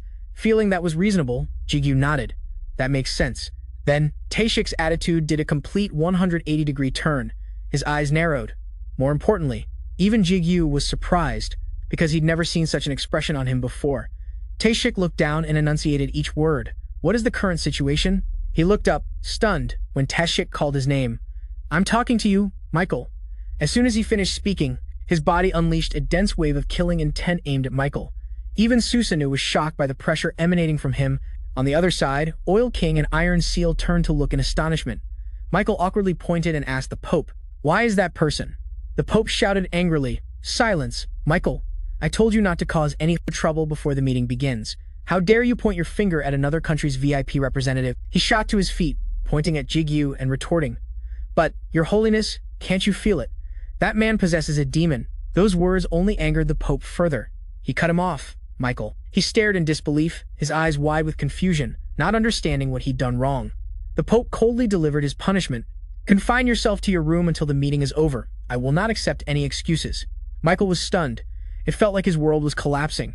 He looked down, grinding his teeth in defiance, but ultimately had to reluctantly accept the order. Yes, sir. His face darkened as he slowly turned and walked away. Jigu finally felt himself relax, letting out a sigh of relief. I don't even know what the hell is going on. He glanced at the girl sitting on the chair. Right, Elle? He saw no reaction from her. Jigu was completely confused. He called out again, puzzled, Elle? But she just sat there, quietly muttering to herself. A worried look appeared in Elle's eyes. She kept repeating one name, Michael. Michael. Jigu pouted, looking at Elle in confusion. She repeated the name slower and slower, Michael. Then, Elle finally remembered. She froze, her eyes wide. Then she suddenly slumped forward. Jigu worriedly called out Elle. She fainted, her face hitting the table hard. He and the CEO were stunned, not understanding what was happening. Granth confusedly asked urgently, Elle, what's wrong? Du also asked with concern, Elle, what happened to you? He hurriedly shook her hard, Elle. A moment later, a bright golden dot appeared on Jigu's middle finger. He sat on the bed, sighing in relief. Taeshik, paying attention to the girl, asked, Is that kid Elle still okay? Jigu didn't answer immediately, staring intently at the golden dot on his finger. A moment later, he replied in a deep voice, Yes, probably back to a few minutes ago. Jigu was extremely worried, holding the girl in his arms. Elle, why did you suddenly faint? Ran asked worriedly. L, what's wrong? Ru blinked and explained, she's starting to become like you. You pass out over the smallest things too, don't you? He was speechless. This is no time for jokes. Ru became serious again and reassured. Jigu, calm down, her memories were simply triggered. He was confused memories, he offered his theory. She also has tons of forgotten memories just like you, though I don't know the details. But it's definitely related to her encounter with that guy named Michael, remembering what Michael looked like. Ru cautiously warned that man is no ordinary person, more importantly, To this day, Jigu still remembered his words clearly. I can feel the angelic energy radiating from him. He let out another weary sigh. Jigu turned to Tasik and said, that guy, Michael, who the hell is he? He stood up, shrugged, and replied, I don't know either. I heard he was raised by the Vatican. He's the strongest player there, Tasik added, making Jigu even more cautious, but I never expected someone from the Vatican to have such a filthy personality. After saying that, he walked towards the door. I'm heading home, there's a meeting tomorrow, he asked in surprise. You're leaving this early, Tasik nodded and replied, you should get some sleep too. You have to go with me tomorrow, he casually reminded him. Don't cause any trouble, all right, Jigu replied seriously. I know, what do you take me for a kid? Outside, the sky had turned a dark blue. Tasik said, that's good. See you tomorrow, he replied. Good night, Tasik. The next day, gentle sunlight streamed down, making the atmosphere warm. Jigu must have run into an acquaintance, he gritted his teeth. That bastard Michael. Tao Chen's eyes widened in shock when he heard the curse. A murderous aura flared up around his body. How the hell did you get so strong in such a short amount of time? The corner of Jigu's mouth lifted in a sneer. He faced him. Sparks flew as the two of them made eye contact. Long time no see. Iron Shield, the World Player Association, also known as the Grand Association Alliance. Tasik pointed to one side. I'm representing this side. He said calmly, I'm heading into the meeting room. Jigu touched the adjacent door and asked, by the way, is it okay if I don't join? Hearing that, Tasik's face darkened as he growled, so you want to go in that case, do you want to? Sign a contract with me and become an association junior. He broke out in a cold sweat, flustered. No, I don't want to. What the hell is an association junior? Jigu pointed to himself, bewildered. I was just wondering what the point of bringing me here is, because my being here doesn't serve any purpose. Tasik explained seriously, it's just a custom. Since this is a gathering of key figures from various associations, it's normal for each person to be accompanied by a bodyguard. Currently, most of the top talents in the association are rankers, but it wasn't like that in the past. He wagged his finger. The purpose of this is to prevent participants from using their power, to oppress other participants, and to ensure everyone behaves themselves. Tasik frowned and cautiously reminded him all, no matter what, the people inside are all world-renowned players. So remember not to cause any trouble, Jigu replied, bewildered. I know, when do I ever cause trouble? Ru suddenly spoke up, Master, do you really not remember a single time? He replied, stunned. What? Of course, not. As soon as the words left his mouth, old memories flooded his mind like a tidal wave. He flinched and frowned, thinking, all right, maybe not never. Tasik put his hands in his pockets and walked away. Waving goodbye, he said, see you later. Jigu replied politely, yes. The door opened and then slammed shut. A pair of shoes stepped into the room. Everyone present looked up, their mouths agape in surprise and confusion. The silence was suffocating. All eyes were on Jigu. He frowned. He thought to himself, the people in this room are the strongest players from each country. A steady voice spoke as someone walked in front of Jigu. Truly an interesting young man. Tao Chen slowly approached and asked, do you have some kind of special skill?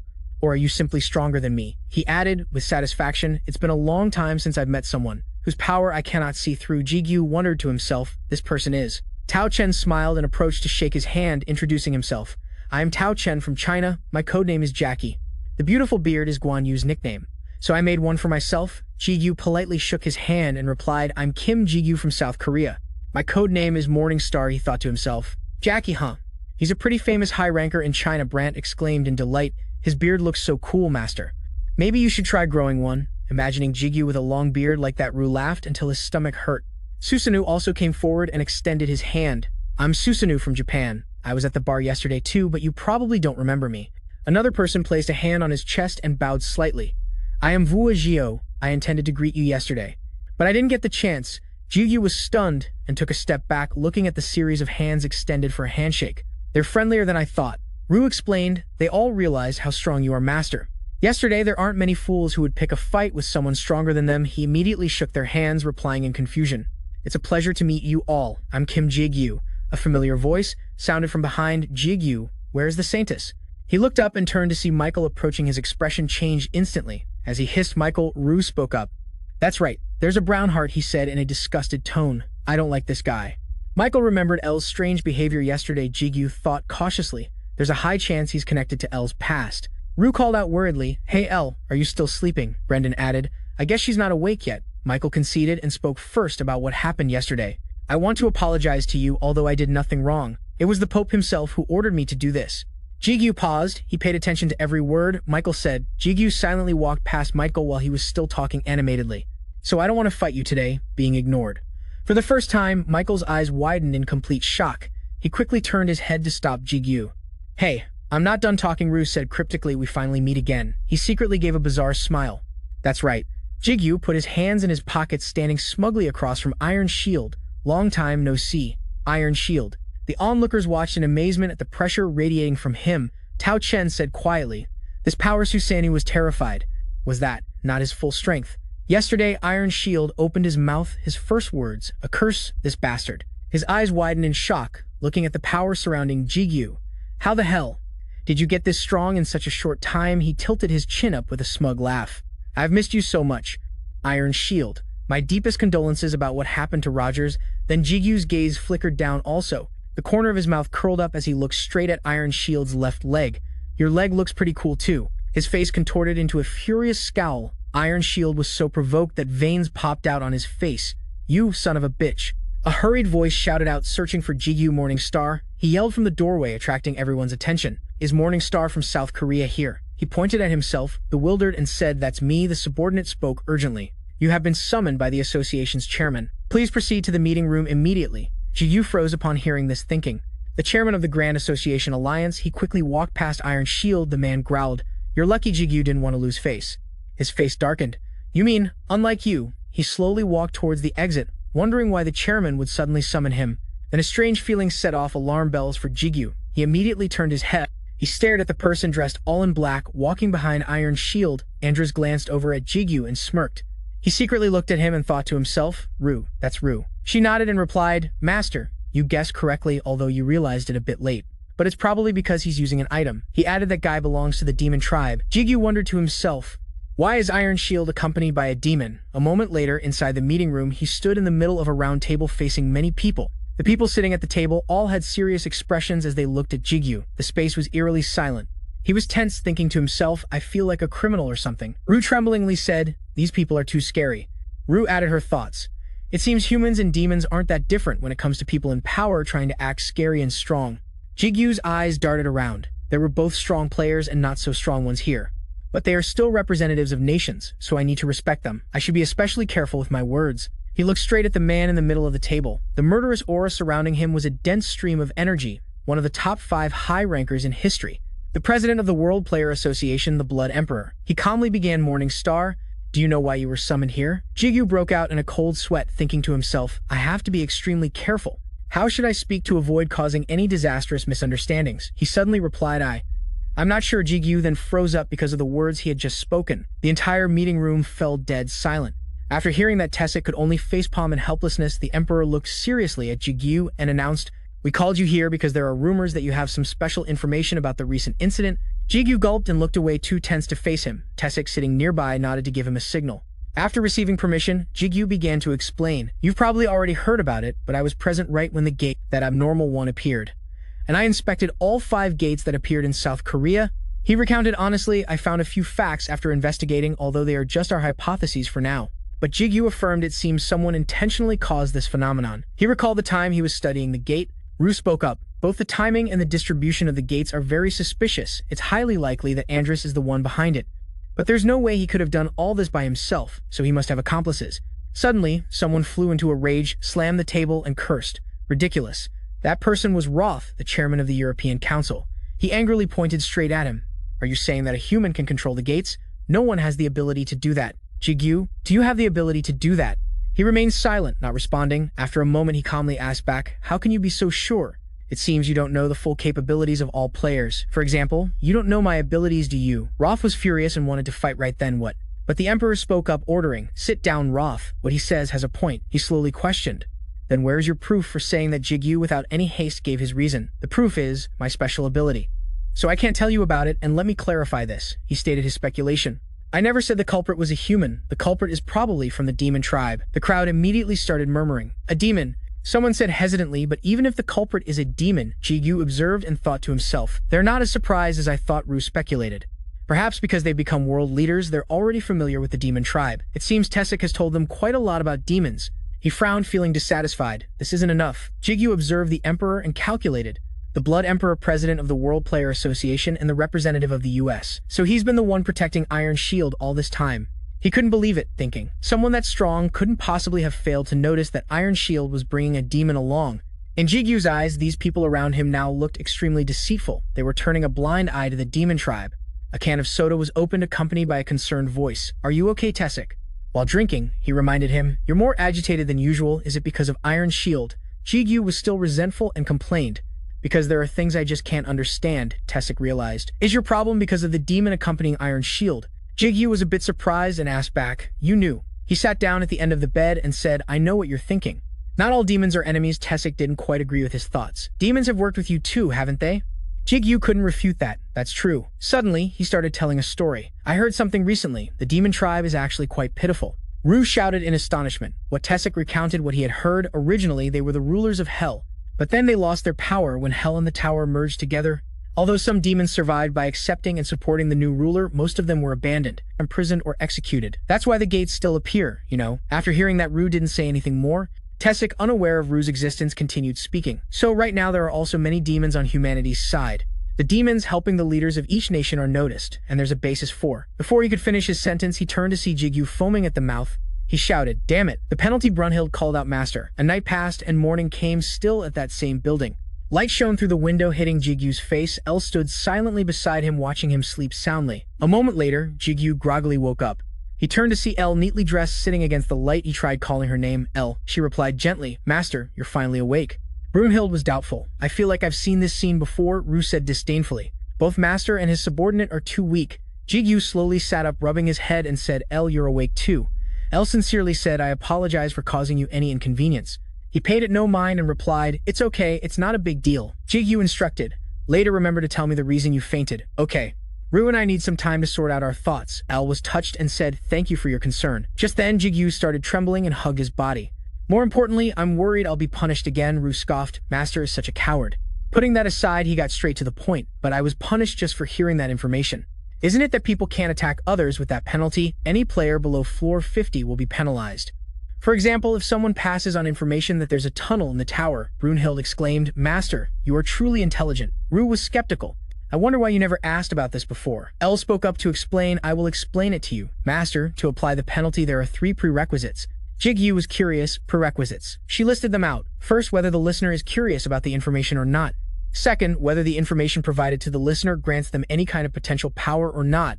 Third, whether the information provider has any intention of attacking the listener or not, she emphasized. If even one of those prerequisites is not met, then the penalty will not occur. He exclaimed, it's more complicated than I thought. Rue clicked her tongue in contempt. It seems the tower isn't completely thoughtless and careless. After understanding the full story, Jigu slowly sat up and asked, all right, what time is it now? On the screen. Tessic had sent a message early on asking, are you awake? You should rest today. I'm going to the meeting. Jigu mumbled. It seems today's meeting has already started, Elle said worriedly. Could you please rest a little more? Although I've already treated you. But it's better if you don't push yourself. He waved the phone in his hand and said, it's fine. I feel completely better now. Besides, I still have something to do, Rue asked, confused. Something to do? Jigu opened the map and answered vaguely. Anyway, we're already in the US and we've met Iron Shield. It would be pathetic to just go back like this. Looking at the distance displayed, he exclaimed in shock. New York is so far away, he thought. If only there was a teleportation gate through the tower. Hey, is it because this country is too big? Rue hesitated, then understood his intention. Master, you mean? Jigu smiled and said, yeah. He decided, now we're going to meet Iron Shield. Scene changed to New York, the Iron Shield Company headquarters. An image of a model appears. After absorbing power and developing further, Brunhild has gained a new ability. That is the ability to open multiple gates, different ones, and keep them open in that location. However, at present, Brunhild can only open 2 gates, Jigu explained briefly. To put it simply, if I open and maintain a gate in the US, I can freely use that gate to travel between the underground room of my house and the gate in the US. He calculated excitedly. A teleportation gate that can act as a relay gate.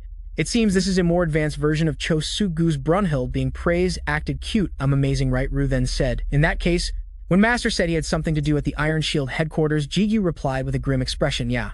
He stated his intention. I'm about to create a gate underneath the Iron Shield headquarters. Rue comforted him. There's nothing wrong with that. He looked around in annoyance. But you should have gone straight to the Iron Shield headquarters. So why are we in a public restroom now? Did you suddenly need to relieve yourself?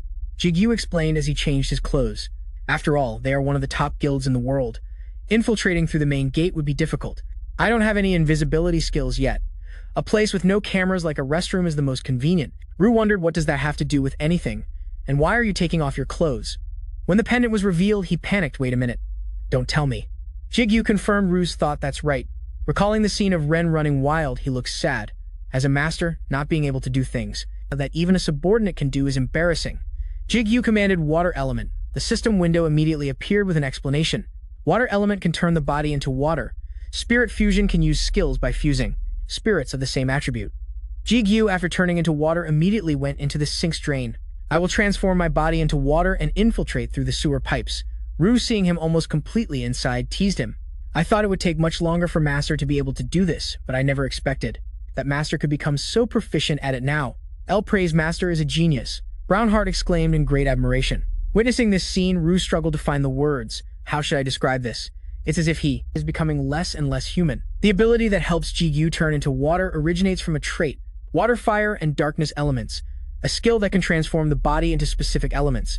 Water element can turn the body into water. Fire element can turn the body into fire.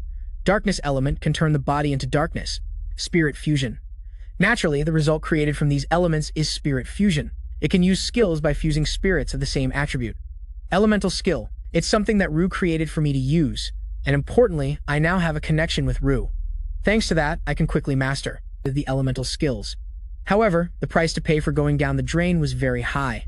I encountered a lot of trouble in the process of transforming my body into another form of matter. But I succeeded after many attempts and with my own efforts. Before long, he fell from a narrow tunnel into a larger pool of water. Jigu soon transformed into his human form and jumped ashore. Two cheerful voices rang in his ear. I don't know how, but you did it. It feels like we're playing with water. He looked up to estimate his current location.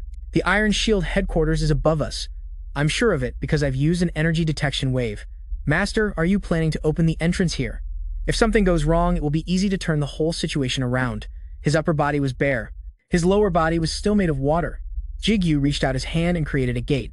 The system setup thoughtfully appeared, asking for confirmation first. You can deploy an additional spatial gate at another fixed coordinate. Do you want to set up the spatial gate here? He of course had to agree. Set up gate. The system immediately replied, you have successfully set up the spatial gate. The gate flashed with a blinking light. A person stepped out from within. Jichun stepped out and looked around with a calm demeanor. Is this the area beneath the Iron Shield headquarters? Jiju was a bit embarrassed for bringing him here.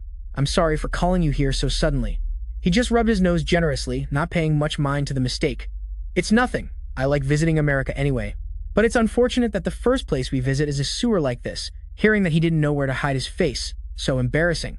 Ji-chan looked at the still brightly lit gate beside them and wondered, so you just need to hide this gate? Ji-ju replied, that's right. I've managed to somewhat control the amount of mana leaking out, but even though this is a sewer area, it's unavoidable that someone might enter. That's why he needed the talented help of the person in front of him. Can you help me? However, he didn't accept immediately and hesitated. I've already lost Piment's legacy, so making an item with such a function in just a moment would be quite difficult. He's very confident in himself, but just leave it to me if any errors occur during operation. Then I just need to call Mitsu to come and fix it. Jiju bowed respectfully in gratitude. Thank you, sir. If he says it's possible, then it probably is. There's nothing father can't do. Before stepping through the gate, Jichin suddenly stopped, remembering something else. Oh, I almost forgot. He subtly hinted at Jiju's state of undress. I'll keep your secret hobby a secret, so you don't have to worry. The reason is that you were in an exposed state right under the sewer. Master, the skill has worn off. Jiju was startled, wanting to correct the man's impression. Wait, this is just a misunderstanding. However, Jigun just thought he was being shy. Yeah, just let it be. He felt like he needed to bury his head in the ground. No, I'm telling the truth. After a moment, a drop of water emerged from the drain of the sink. It consciously flew into a nearby toilet stall. It appeared silently in the quiet restroom. A vague, dark shadow appeared in that empty stall. The stall door was gently pushed open. Jiju, now fully dressed as before, prepared to go out. He let out a sigh, unconsciously remarking to himself, I'm about to finish what I need to do. Lu sneered at Jiju's overly calm mood. That's a really appropriate thing to say when coming out of a restroom. But just as he stepped out, before he could even take a breath of fresh air, a voice rang out. Where are you going? Sparks immediately flew from Jiju's gauntlets. In an instant, he was in a stance, ready to throw down. His face was tense, warily watching the newly appeared man. You are the foreign man. The man before him was none other than Michael. His cold, blue eyes glanced down at his hand. Faced with that gaze, L fell silent. There wasn't the slightest sound. Meanwhile, Jigu couldn't stop his confusion at this sudden turn of events. I can't sense his energy. Even though he's this close, when did he start following me? Countless anxious questions flooded Jigu's mind. Did he see what I did? His right hand, holding Lu, twitched slightly as if about to strike. Even if he did see something, Michael suddenly let out a breath, breaking the tense atmosphere. Jigu's eyes looked like he was ready to kill. Are you planning on silencing me by killing me? A demon's agent would dare to do something like that. He seemed very relaxed, waving his hand to calm Jigu down. Calm down. Now, I don't want to fight you. However, Jigu couldn't be as pleasant as him. You were following me? Since when? Michael's tone remained light and reassuring, contrary to Jigu's. It seems you've misunderstood. I really wasn't following you. I have some business to take care of with the Iron Guild. He smirked and made a finger-heart gesture at Jigu, just like you. Just that one phrase immediately caused Jigu's killing intent to flare up. You saw it, didn't you? Elle and Lu both tried to comfort him while adding fuel to the fire. Master, you should calm down first. What's the point of calming down? Just kill him and be done with it. The energy Jigu unleashed was truly terrifying, making Michael quickly wave his hands. Whoa, I told you I didn't come here to fight. I only sensed your energy moving towards the Iron Guild. I have no idea what you did. His eyes flashed with interest at what Jigu had done, but judging by your reaction, you must have done something dishonest. No wonder I sensed that strange energy underground. Brownheart. He was startled at being caught red-handed for his clandestine activities. He knows. Lu, on the other hand, was still very perceptive and noticed. But it seems he really doesn't know what we did. Let's hear him out first. A long silence stretched on. After a moment, Michael nonchalantly pointed to a uniquely designed building not far away. Like I said, I have business with the Iron Guild. The Iron Guild and the Vatican have a very close relationship. Jigu couldn't let his guard down because of those words. A close relationship? Is it because of the Holy Sword? He seemed very interested and agreed. Yup, you know quite a lot, don't you? Suddenly, his hand at his side trembled strangely. But, despite the truth, surging anger contorted Michael's expression. Those people still dare to bring a demon along with them. An intimidating aura exploded and spread out. Lu also sensed the intense killing intent. Really? Why is he reacting so violently? Oh well, I guess it's not surprising that the Vatican hates demons. Of course, he didn't agree with Michael's way of thinking. Right now there are many demons on the human side, so Jigu seriously wants to change his old-fashioned way of thinking. A player at your level does not know anything. There are still many useful demons. Lu is speechless at your audacity. You only found out yesterday, though. The voice of the person opposite him suddenly deepened. Are you mocking me? Jigu felt a bit suspicious, having a bad feeling about this small change. What? The power radiating from Michael's body now feels like it is rising from the underworld. How dare you say that to my face? You know full well what happened before. The Vatican once fell into the hands of the demons. At this point, Jigu knew he was done for. I did not know about that. I suddenly feel so guilty. Unfortunately, there is no way for you to take that back now. I thought maybe you were different from the other hunters who carry the aura of demons, but I guess I really do not need to bother talking to anyone associated with them. Michael's glowing red body suddenly emitted a dazzling light. The sudden flash of light hit Jigu's eyes, forcing him to shield his eyes. What followed was an image that completely overwhelmed Jigu's young perception. Pure white feathers traced a beautiful arc. Everyone was stunned to see someone suddenly sprout wings from their back. An angel. He really did not expect this. This is insane. This guy has been hiding his true power. An unusual thought flashed through Jigu's mind. Could this person be even stronger than Su Jung? Meanwhile, in the skies over Los Angeles, the American Association Hotel was very dark. The phone screen displayed the contact name Jigu, but no one answered after a long time. The number you have called is currently unavailable. The caller had to exit the screen, revealing countless missed calls from Tasik. Was so anxious, he could not sit still. Damn it, where on earth did that Jigu guy go? We need to get back to Korea soon. His anxiety grew and grew, but there was nothing he could do. I did not think things would get this complicated. Meanwhile, Jigu was facing Michael, who now had a completely different appearance. He was now standing before a dazzling radiant aura, trying to withstand the overwhelming wave of power. The swords were also very surprised. An angel? Master. An unusual premonition welled up in his mind. Jigu this energy. Do not tell me. Although he could not measure it, he could say with certainty that he was stronger than Su Jung. Just a second ago, Michael stood in place as if sizing up his prey. A second later, only a single feather he had left behind remained on the ground. His speed was terrifying. A clash occurred right in front of Jigu. Luckily, he reacted in time to block it, but this power was no joke. He was met with a grimacing face filled with gleeful amusement. Jigu had no choice but to parry the sword away to create distance between them. His feet hovered in mid-air for a few seconds, then quickly landed on the ground, his feet creating friction. Jigu wanted to regain his composure immediately. Two beams of light clashed in the blink of an eye. A brilliant, wondrous light flared as the two sides clashed. Jigu's eyes held no mercy. Did you not say you had no intention of fighting? Yet you do this in a place like this. Jigu's attack was completely blocked by a large wing. Michael responded with a sneer. What on earth are you thinking? He was very excited, spreading his arms to the side reassuringly. Do not worry. There is a magic barrier around this area thanks to the Holy Grail, a treasure belonging to the Vatican. As he said this, he smiled faintly for some reason. So Michael continued to slash at his opponent with his wings in an excited state. No one can interfere in our fight. Facing a series of attacks so fast they could not be seen by the naked eye, Brunhart countered the assault. A green nuclear-like explosion went off right in front of Michael. His large wings shielded him from almost all the damage, taking the blow for him. Michael sneered gleefully, showing great contempt for Jigu's futile efforts. He spoke with the boastful and arrogant tone of a superior race. Lowly beings who wish to fly without wings will all be crushed. Those words were like the wind to him. He just silently raised his sword high. That was because a portal had been activated after his leap, opening up. A hand reached out, cupping itself to serve as a platform for Jigu to jump. Yes, God. His tone was colder than ever. When facing his opponent's contempt, he said, even so when I talked about the demons.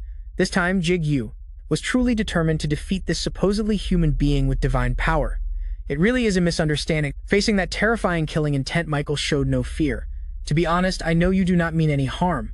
It seems like he is on a power trip, making him bloodthirsty. I just want to fight you once. The two sides clashed violently again, so hard the world seemed to lose its color. A flash of light brought the colors back, but after just a few exchanges, a once lush forest was turned into a wasteland. Jigu could not let his guard down just because his opponent was alone. His attacks were simple, yet powerful. There was something his intuition was telling him, but it was strange. The more they fought, the more clearly Jigu sensed it. That guy did not seem like he was actually fighting. Liu also voiced his thoughts. It feels like he does not want to fight to the death, but rather wants to test something. El suddenly spoke up, getting his attention. Master, may I speak with that person? Jigu agreed to her request without much thought. A figure appeared as he raised the holy sword. A girl with white hair and blue eyes with a noble appearance looked at Michael. Her appearance truly stunned him. Saint. He probably would never have expected this in his entire life. Saintess. In truth, El's presence made him completely lose his will to fight. Greetings, Saintess. I had a feeling when I sensed your energy coming from that sword. It really is you. Jigu watched with his arms crossed, utterly disgusted. He changed his tune so fast. Unbelievable. Liu agreed with him. Just a moment ago, he was full of killing intent. Seeing the situation made him a bit suspicious of this identity. Saintess or something. Do you have any ideas, Liu? He did not know what to make of this either. Let us see what happens. Why are you asking me? Do you know something? As for El, she was extremely shocked, but her expression remained neutral. Why do you call me Saintess? Do you know me? With a respectful tone, Michael reached his hand out towards her. I can feel a great amount of divine power from you. Just a few small details like that made him declare with certainty, if you are not the Saintess, then who are you? Jigu pursed his lips at this self-righteous excuse. So it was just a wild guess, huh?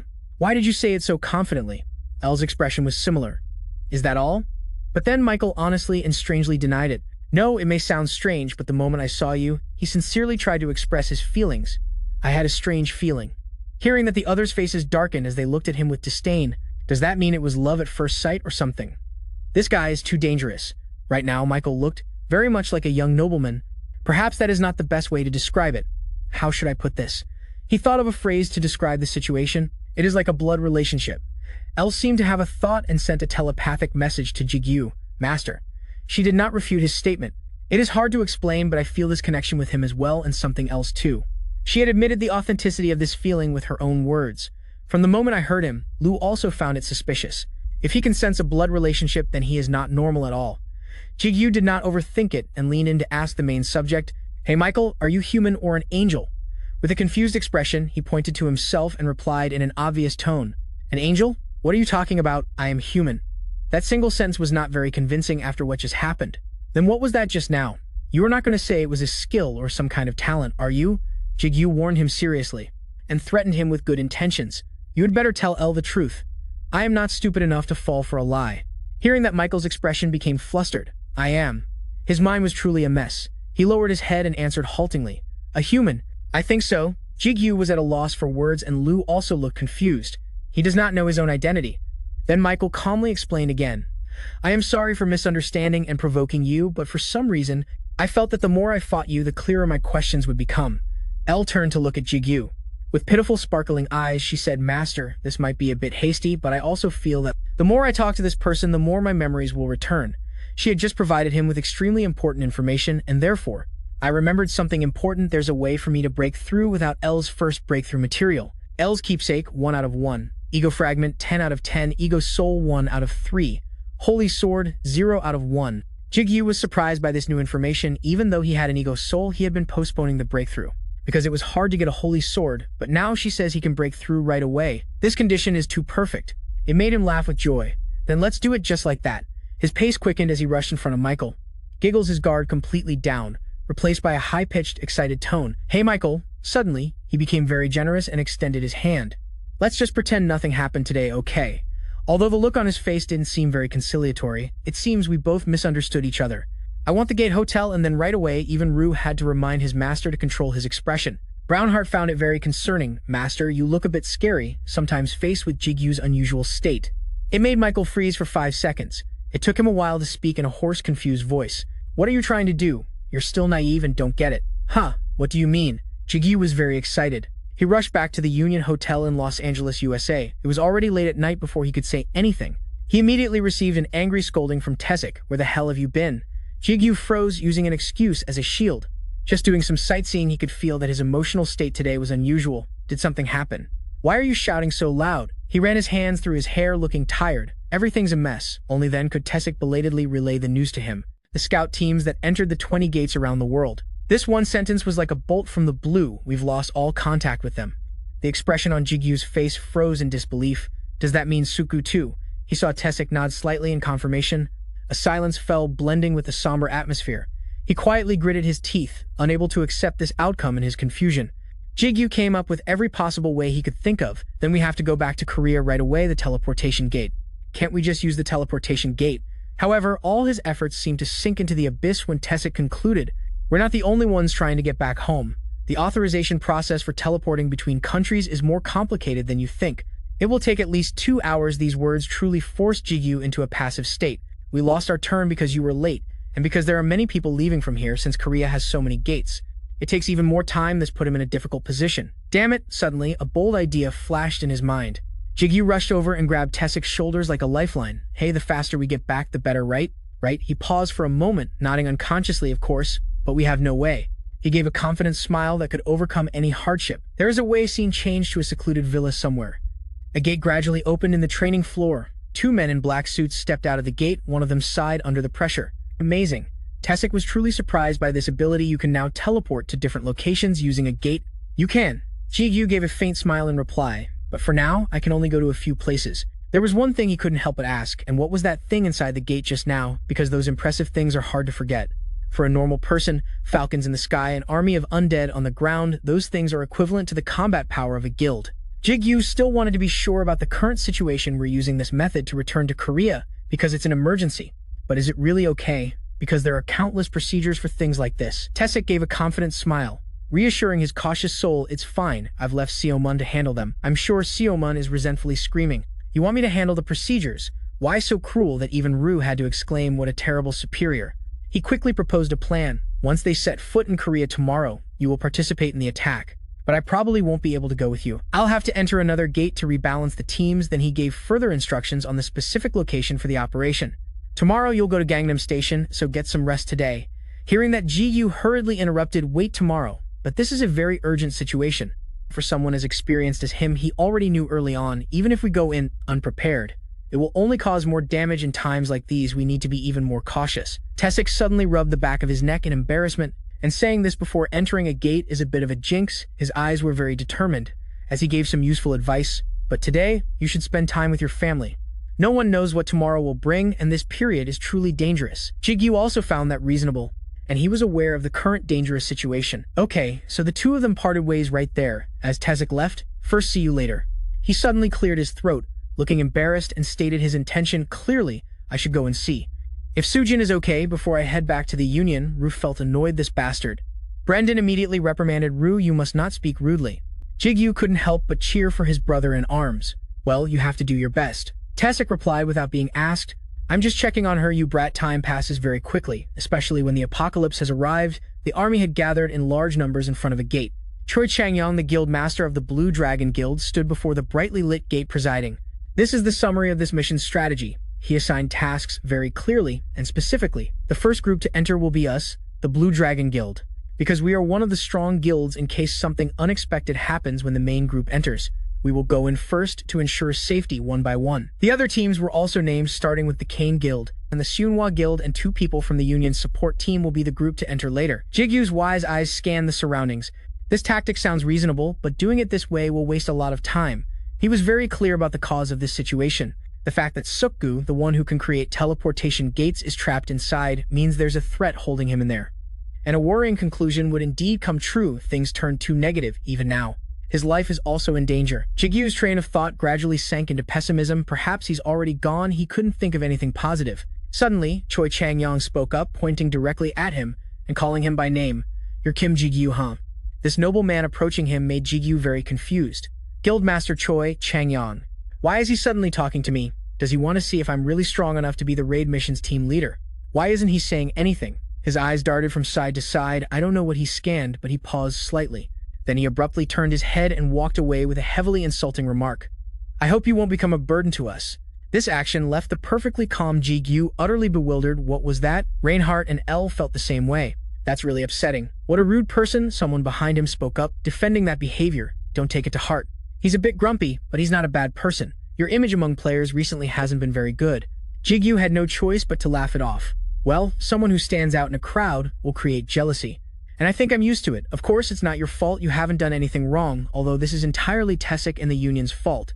And they see him as a player who's close to becoming a top-ranked player. Choi Changyong raised his hand, signaling the first team. According to the plan, the assault team will enter now. The main team will be ready to enter 20 minutes after us. Jigu watched each person step through the dungeon gate, harboring his own plans. This tactic is suitable for the most stable raid, but it also means a lot of time will be wasted before the search for Sukgu begins. He narrowed his eyes, glancing around for a necessary figure. I guess there's no other way but to act alone. The first person he targeted was the guy with the blunt-cut blue hair. To do that, I need the help of the main team, as I've already cut off the retreat path for the Kane Guild's master. Lee Byung-jun and the Iron Guild incident. Jigu then turned to the girl with the black ponytail, because Ruben is the master of the Seonhwa Guild. Their eyes suddenly met after seeing each other. Ruben quickly turned away, her face flushing red shyly. Reinhardt, who was enjoying the drama from the side, said, Did you see that? LL casually replied, I saw, but what kind of answer are you expecting from me? And the 2 clueless people didn't understand the situation. Byung-jun looked down at his watch, checking the time since the first team entered the gate. As soon as the time was up, he automatically called out to the whole team.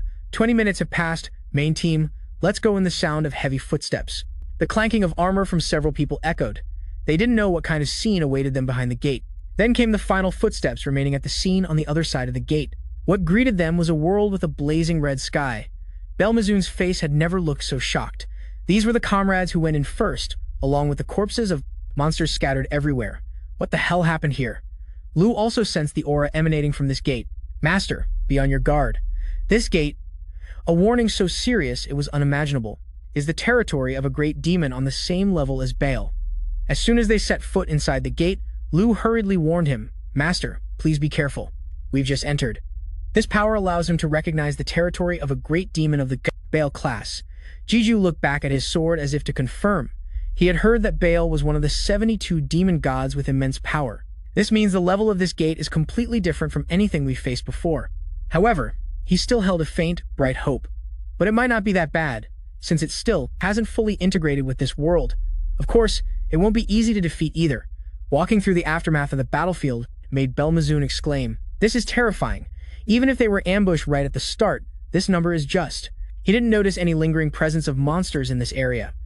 I don't know if I should say this, but it's a good thing the Blue Dragon Guild arrived first. At least in this immediate area, there are no more monsters. Si-hun suddenly noticed something in his line of sight. A flag fluttered proudly in the middle of the desolate battlefield. He quickly identified the direction the first team had taken. The Blue Dragon Guild's flag is right there. It looks like they turned left. His words made the whole group pay attention and turn in unison. We should take the right path. Let's move. Further in was a narrow path between 2 towering cliffs. Unexpectedly, during this trip, someone suddenly struck up a conversation with Jigu. Are you the young man Ruben mentioned? Turning around, he saw Haisuk smiling gently at him. He was a bit flustered and corrected her. You mean Guild Master Shin Ruben? She clarified very clearly. Exactly the person you mentioned. That's right. Because Ruben talks about you so much, I was curious to see what kind of person you are, even though she doesn't like men. Ruben, walking behind, heard that. Grandma, you have ears like a bat. She hurriedly stepped forward to explain. It's a misunderstanding. Ah. Jigu Appa. My grandma is just kidding. Although Jigu didn't understand, he just nodded. Lu couldn't help but want to ramble on. Elle was immediately cut off. Be quiet, Lu. This made him feel very hurt. I didn't even say anything. Ruben managed to contain her flustered feelings in front of her crush. She cleared her throat and sheepishly introduced him. She is the advisor for Gypsophila and has helped me a lot over the years. The two of them cheerfully shook hands. Hello, ma'am. I'm Kim Jiju. This made Lu feel like it was all so surreal, for things to suddenly turn out this way. A chilling sensation washed over them just as they were about to chat. The expressions of the two combatants immediately changed. Perhaps we should talk when we have a bit more free time. Ruben, still oblivious, hadn't noticed this change in them. Although a wave of silence washed over the area, everyone had a feeling.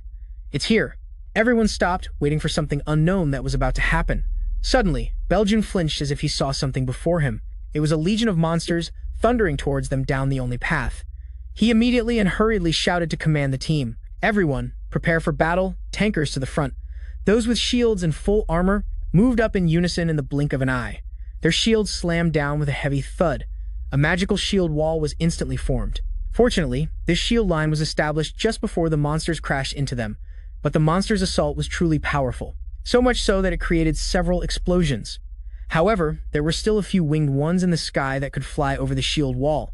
They bared their fangs and brandished their claws, drooling over the sumptuous buffet. Of course, humans weren't such easy prey. A bomb shot straight into the head of a snarling one. Belmazoon still held the heavy responsibility of commanding the team. First, range combat with those monsters in the sky. Team 3 will handle the rest. The seemingly sturdy shield wall began to shatter. Attack the ones obstructing the front line at the same time. Since we don't know how strong they are, don't be careless. Jiju knew it was time for him to join in. Let's go. Up. Before CEO Hun could even do anything, the person next to him disappeared at an unbelievable speed, and the monster's attacks caused, making them sink into a hole. They could barely withstand this attack. Damn it, these guys are so strong the front line is about to collapse. Just as the morale of the vanguard began to crumble, a flash of light streaked past. Before they could even realize it, the monsters they were fighting suddenly collapsed inexplicably. What was that? They looked at each other in utter confusion. All the monsters were annihilated by that person. The kills were swift and clean. It was none other than Jigu who had planted his sword on the cliff to observe the attack. From this he could determine that there were far too many of them. Granthud was extremely excited. Let's wipe them all out, Ru said without hesitation. You were only defending, but he proudly replied, I can also reflect attacks. However, Jigu calmly assessed the grave situation. The problem was not just that these monsters were strong. What was more terrifying was their sheer numbers. If this continued, casualties would be unavoidable. L's voice cut through his thoughts. Master Jigu also sensed it and looked in that direction. This energy is... Something was rushing towards them, but he couldn't see it clearly. A strange light flashed across the red sky. Then a bolt of lightning struck the middle of the battlefield. No one knew if what had just landed was an enemy or a friend. Everything seemed to stand still in that moment. The ground still crackled with small sparks of lightning. But the impact had actually caused the entire area to sink into a large crater. Jigu was the first to react. He stepped to the edge of the crater to investigate. The more he sensed it, the stranger it felt. This energy, L this is. As if reading his mind, L knew what Jigu was thinking. Yes, master, it is the power of a god. He looked up at the one who had just joined the battle. Those pure white swan-like wings. It was indeed none other than the foreigner with angel wings who had made his appearance. I've come to lend a hand, Michael. Suddenly he saw something that sent a chill down his spine. It was Jigu's vile and malicious smile. What's with that look? I knew it. You're planning something, aren't you? Indeed, you're plotting something big. We can use this to our advantage, master. I have no objections. The moment Michael appeared, a thought popped into Jigu's mind. I can make use of him. Suddenly, John June approached and called out to him. Player Kim Jigu. His expression was dazed, his eyes wide in disbelief. Who in the world is that? Then he saw Michael gathering a brilliant sphere of energy. A single attack made all the creatures in the light disintegrate instantly. He introduced him briefly and concisely. To this captain, he's from the Vatican. His personality is a bit much, but he's extremely powerful. It was as if his entire worldview had just expanded. The Vatican has a player like this. Meanwhile, Jigu also made a decision. Vice Guild Master Choi Bel-jun. I'm splitting off from the group here. Hearing this, those close to him stopped and turned to face him. CEO Hun was the first to react, stepping forward to object even before the Vice Guild Master. It's too dangerous. Player Kim Jigu Ruben also nodded in agreement. That's right, you saw those monsters earlier, didn't you? Jigu's tone remained calm without a trace of fear. That's exactly why. Are you all planning to slowly trudge through every monster pack we find? I can move much faster on my own, and it will be easier to find the others. The more he thought about his loved ones being trapped somewhere, the angrier he became. And while we're standing here talking, Sugu, Isabel Jun looked at Jigu, troubled and at a loss for words. Player Kim Jigu, of course. He couldn't agree. I appreciate your loyalty to our guild master, but it's truly too dangerous for you to go alone. You know that the guild master went missing after he came here by himself. Then came Jigu's casual reply, then I won't go alone, problem solved. The vice guild master thought he had misheard. Pardon, he repeated himself, pointing his sword in a certain direction, don't worry. His expression was resolute as he pointed towards Michael, who was raining lightning on the monsters. I'll take that guy with me. As he was taking care of the monsters, he suddenly felt a chill run down his spine, forcing him to stop. He carefully scanned his surroundings. What is it? I have a bad feeling. Hearing this, Ruben eagerly offered, I'll go too. Her reasoning was sound as she tried to convince me. I know you and the other guy are strong, but I still think just the two of you isn't enough. However, there was a reason for Jigu to refuse her wish. I need to lead my guild. And I'm sorry to say this, but as soon as he finished speaking, he vanished on the spot. If you want to accompany me, you must at least be at this level. He dashed through the air, holding two swords to face the monster head-on. One sword blazed with a purple flame, the original fire element that can transform into unified spiritual fire. You can use skills by merging souls of the same attribute. The other one, L, emitted a brilliant aura. The power of a god can use the power of a god. Jigu raised his two swords high, a cruel and cold glint flashing in his eyes. A single killing blow shook the heavens and the earth. The entire scene was engulfed in the light of the attack. Everyone behind him who hadn't believed in him was stunned. When the light faded, only 2 slash marks remained, proving what Jigu had just done. He had just slashed a lizard when a notification appeared. Your HP has increased after devouring the Chimera's blood. You have devoured the Chimera's soul. This made him pause his actions. You have devoured the Chimera's soul. This made Jigu stunned for a moment to understand the message it was conveying. Devour its soul. A skill I obtained from developing has taken effect. Let's check the status window. To be precise, this is a new skill from Ruru titled Lord of the Demon Sword and All Demons. Level 109, Stamina 207, Dexterity 189, Poison Resistance 13%, Fire Resistance 12%, Physical Resistance 8.3%, Heat Resistance 13%, Mental Attack Resistance 10.8%. Magic Attribute has increased by 6. Skills, Equipment, Transformation, Cannibalism, Ego Devour, Spiritual Unification, Grand Summon, Strong Will Death Demon Sword. Demons devoured 0. Player has devoured Jack Lemon Fragment. Monster has devoured Demon King Fragment. Devour. You can devour the blood and souls of those you have injured. Egoization. You have a chance to turn devoured souls into egos. Jigu was impressed for a long time. With a series of slightly changed parameters, now I can collect 10 egos without using cannibalism. Huh. Then I don't need to worry about finding enough egos to evolve. Elle spoke up joyfully, congratulating Master Ru immediately retorted. I'm the one who got the skill. Why are you congratulating him? A curse word drew his attention. Damn it, Michael complained about being forced to go with them. Why do I have to go with you? It feels so disgusting, like I'm being manipulated by you. Jigu gave a faint smile and bluntly revealed his hidden desire. But you're still doing it anyway. Admit it, you like following me. He immediately pouted in contempt. Don't say such nauseating things. He then very honestly gave his own assessment. I'm following you because I think I can achieve my goal by doing so. This made Jigu curious. Michael's expression was very natural as he raised one finger. That's right, first is to exterminate demons, the enemies of the Vatican. The second thing, his gaze lowered slightly, and the rest is so that person will know of me. Jigu's eyes showed a faint lack of interest. He suddenly laughed as if it was just a joke. Michael returned to his usual cheerful demeanor. He turned to leave. Let's go. You still have to save your friend. But Jigu called him back. Wait. Jigu shamelessly criticized his wastefulness. Are you planning to leave all these spirit stones behind? If you're rich today, you'll be poor tomorrow. If you waste money like that, you'll end up living under a bridge. Michael's face went blank with confusion. Didn't you say we were in a hurry? We can't waste time picking them up. Jigu interrupted. Don't worry, it'll only take a second. This is a piece of cake for you. Just say the word open. Just as he saw the gate, Michael's face froze. A gate? What the hell? Ru wasn't too comfortable with Jigu's blatant action. Is it okay to reveal it like this? But he had already anticipated it. I'll have to use it in battle later anyway. If it's going to be revealed, eventually, it's less troublesome this way. Grandhurst was looking forward to it. I'm about to get a chance to show my skills. However, he didn't know what was going through Michael's mind. Not only does he possess the power of both demons and gods, he can also open gates. What kind of monster is he? Putting aside all fear and absurdity, the two of them walked to a large crater. It seems they had found the right place. Here it is. This is it. Jigu was calm. First, he scanned the ground around them, assessing the traces of a battle. Sugu must be down there. Michael didn't know what method he planned to use either. How are you planning to get in? Looking down, it's like a bottomless pit. I can use my wings, but what about you? Jigu's expression wasn't rushed at all. I can fly too if I want, but there's no need. Jigu proposed a very straightforward idea. We should just jump straight down. It's fine. This pit is connected to another dimension. Ru also confirmed this was true. That's right, there's a teleportation device below. A trick using demon arts. I didn't expect you to notice that Michael just felt one surprise after another. You can even sense that. It's really hard to believe, but I guess things like this are a daily occurrence for you. At this point, Jigu's gaze fell on the black sword in his hand. If that's the case, then... Before it could resist, he swung his hand wildly. Wait a minute, master. Michael on the side was full of questions. What is he doing? After finishing writing, Jigu was very proud of his own intelligence. If you don't notice it, then others won't either. I'll leave a message. But Ru fell into despair.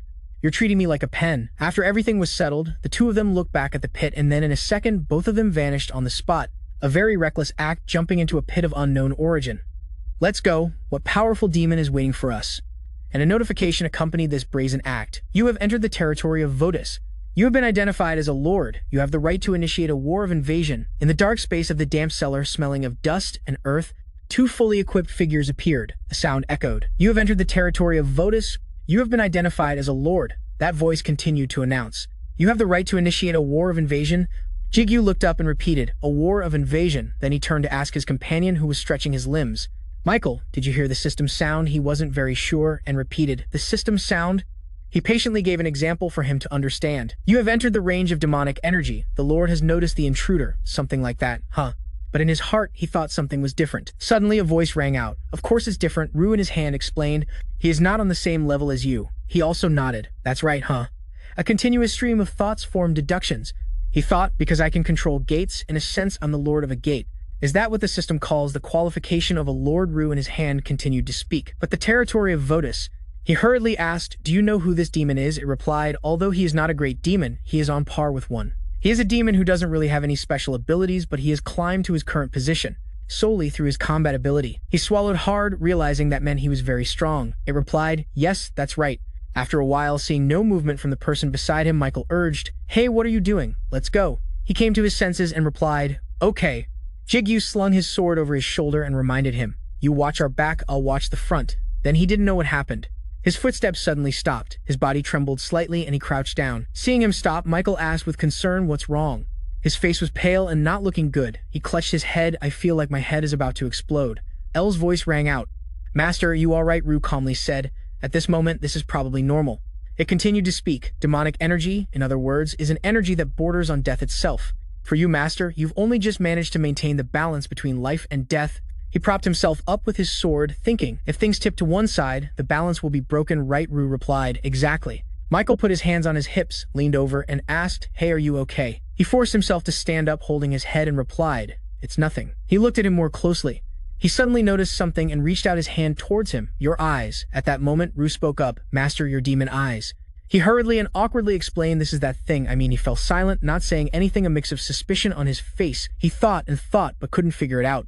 He blurted out a lie with a blank face. It's a colored contact lens. He was speechless and said, do you think I'm that easy to fool? On the other side, the wind howled. Sparkling crystals fell on the ground. A pair of feet approached as a voice spoke. I didn't think that. Someone as important as you would come. A man in standard gear introduced himself as he approached. I am Shui Chang Yang from the Blue Dragon Guild. I want to thank you for your help.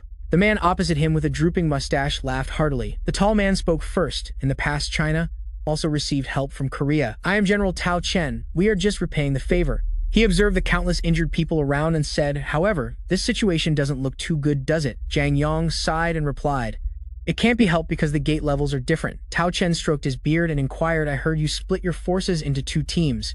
Wouldn't one team be better? Jiang Yang let out a long sigh and replied, I have no intention of fighting when my team has baggage. He asked again. Baggage? Jiang Yang said, it's nothing.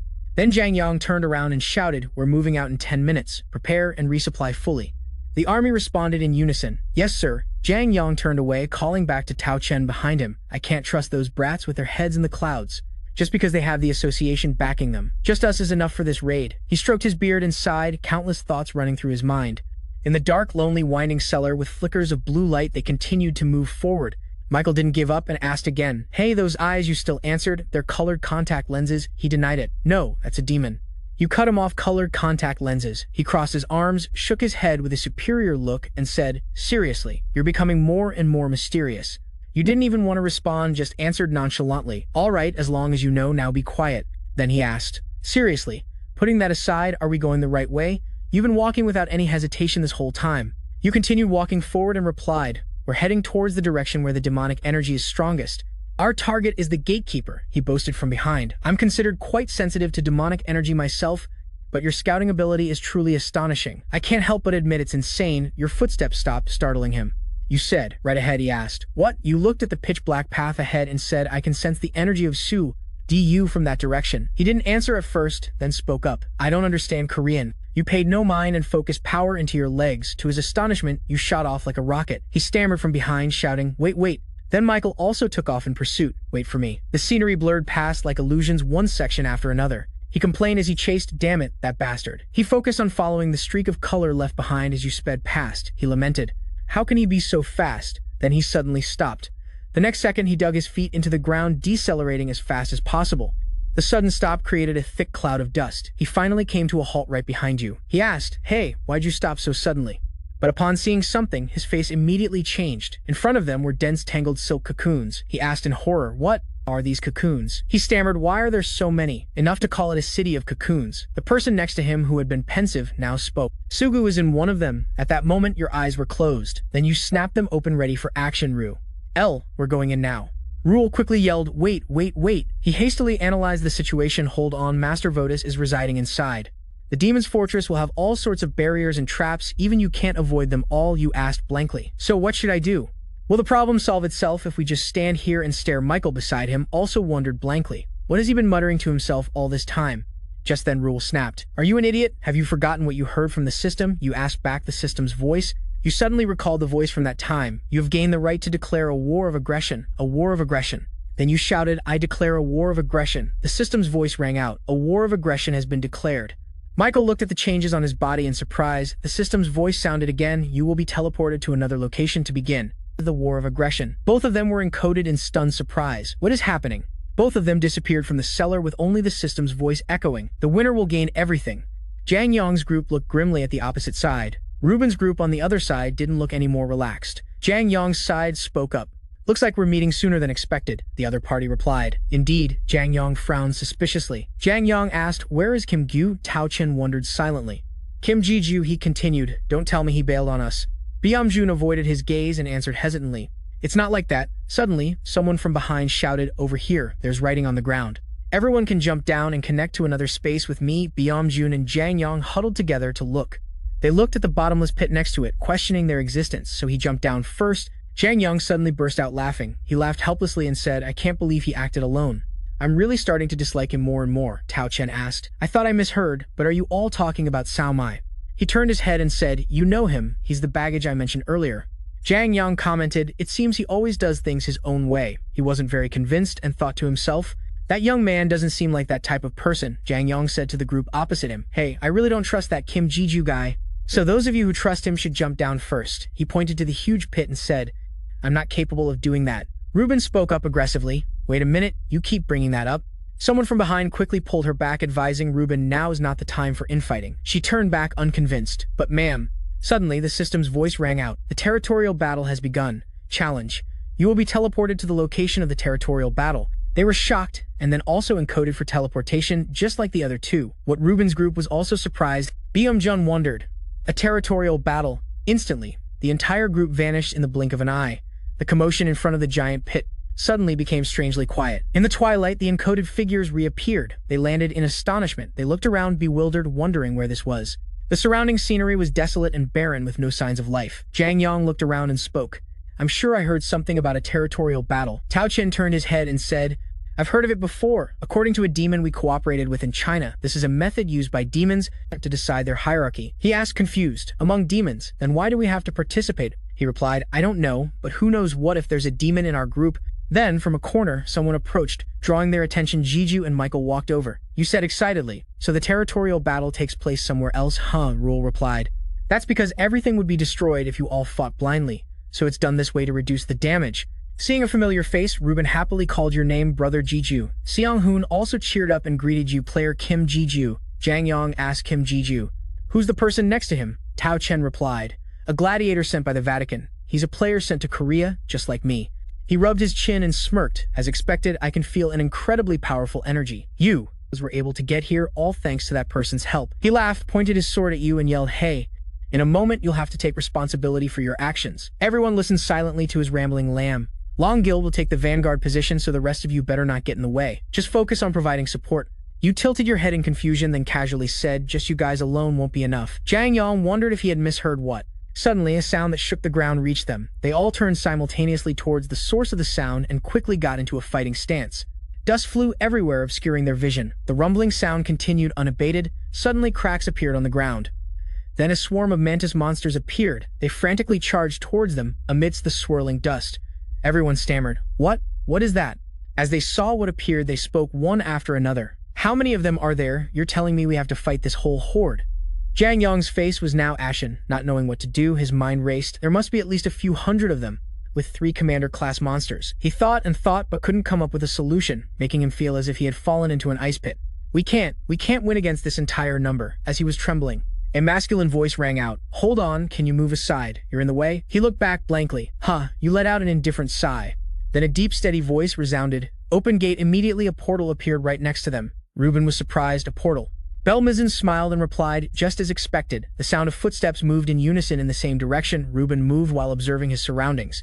They looked up at the sky where majestic eagles soared around. Trang Yong's group was also shocked by this sight. They saw a warrior on horseback about to charge through from the newly opened portal. A figure appeared. It was King Andres with a wicked smile.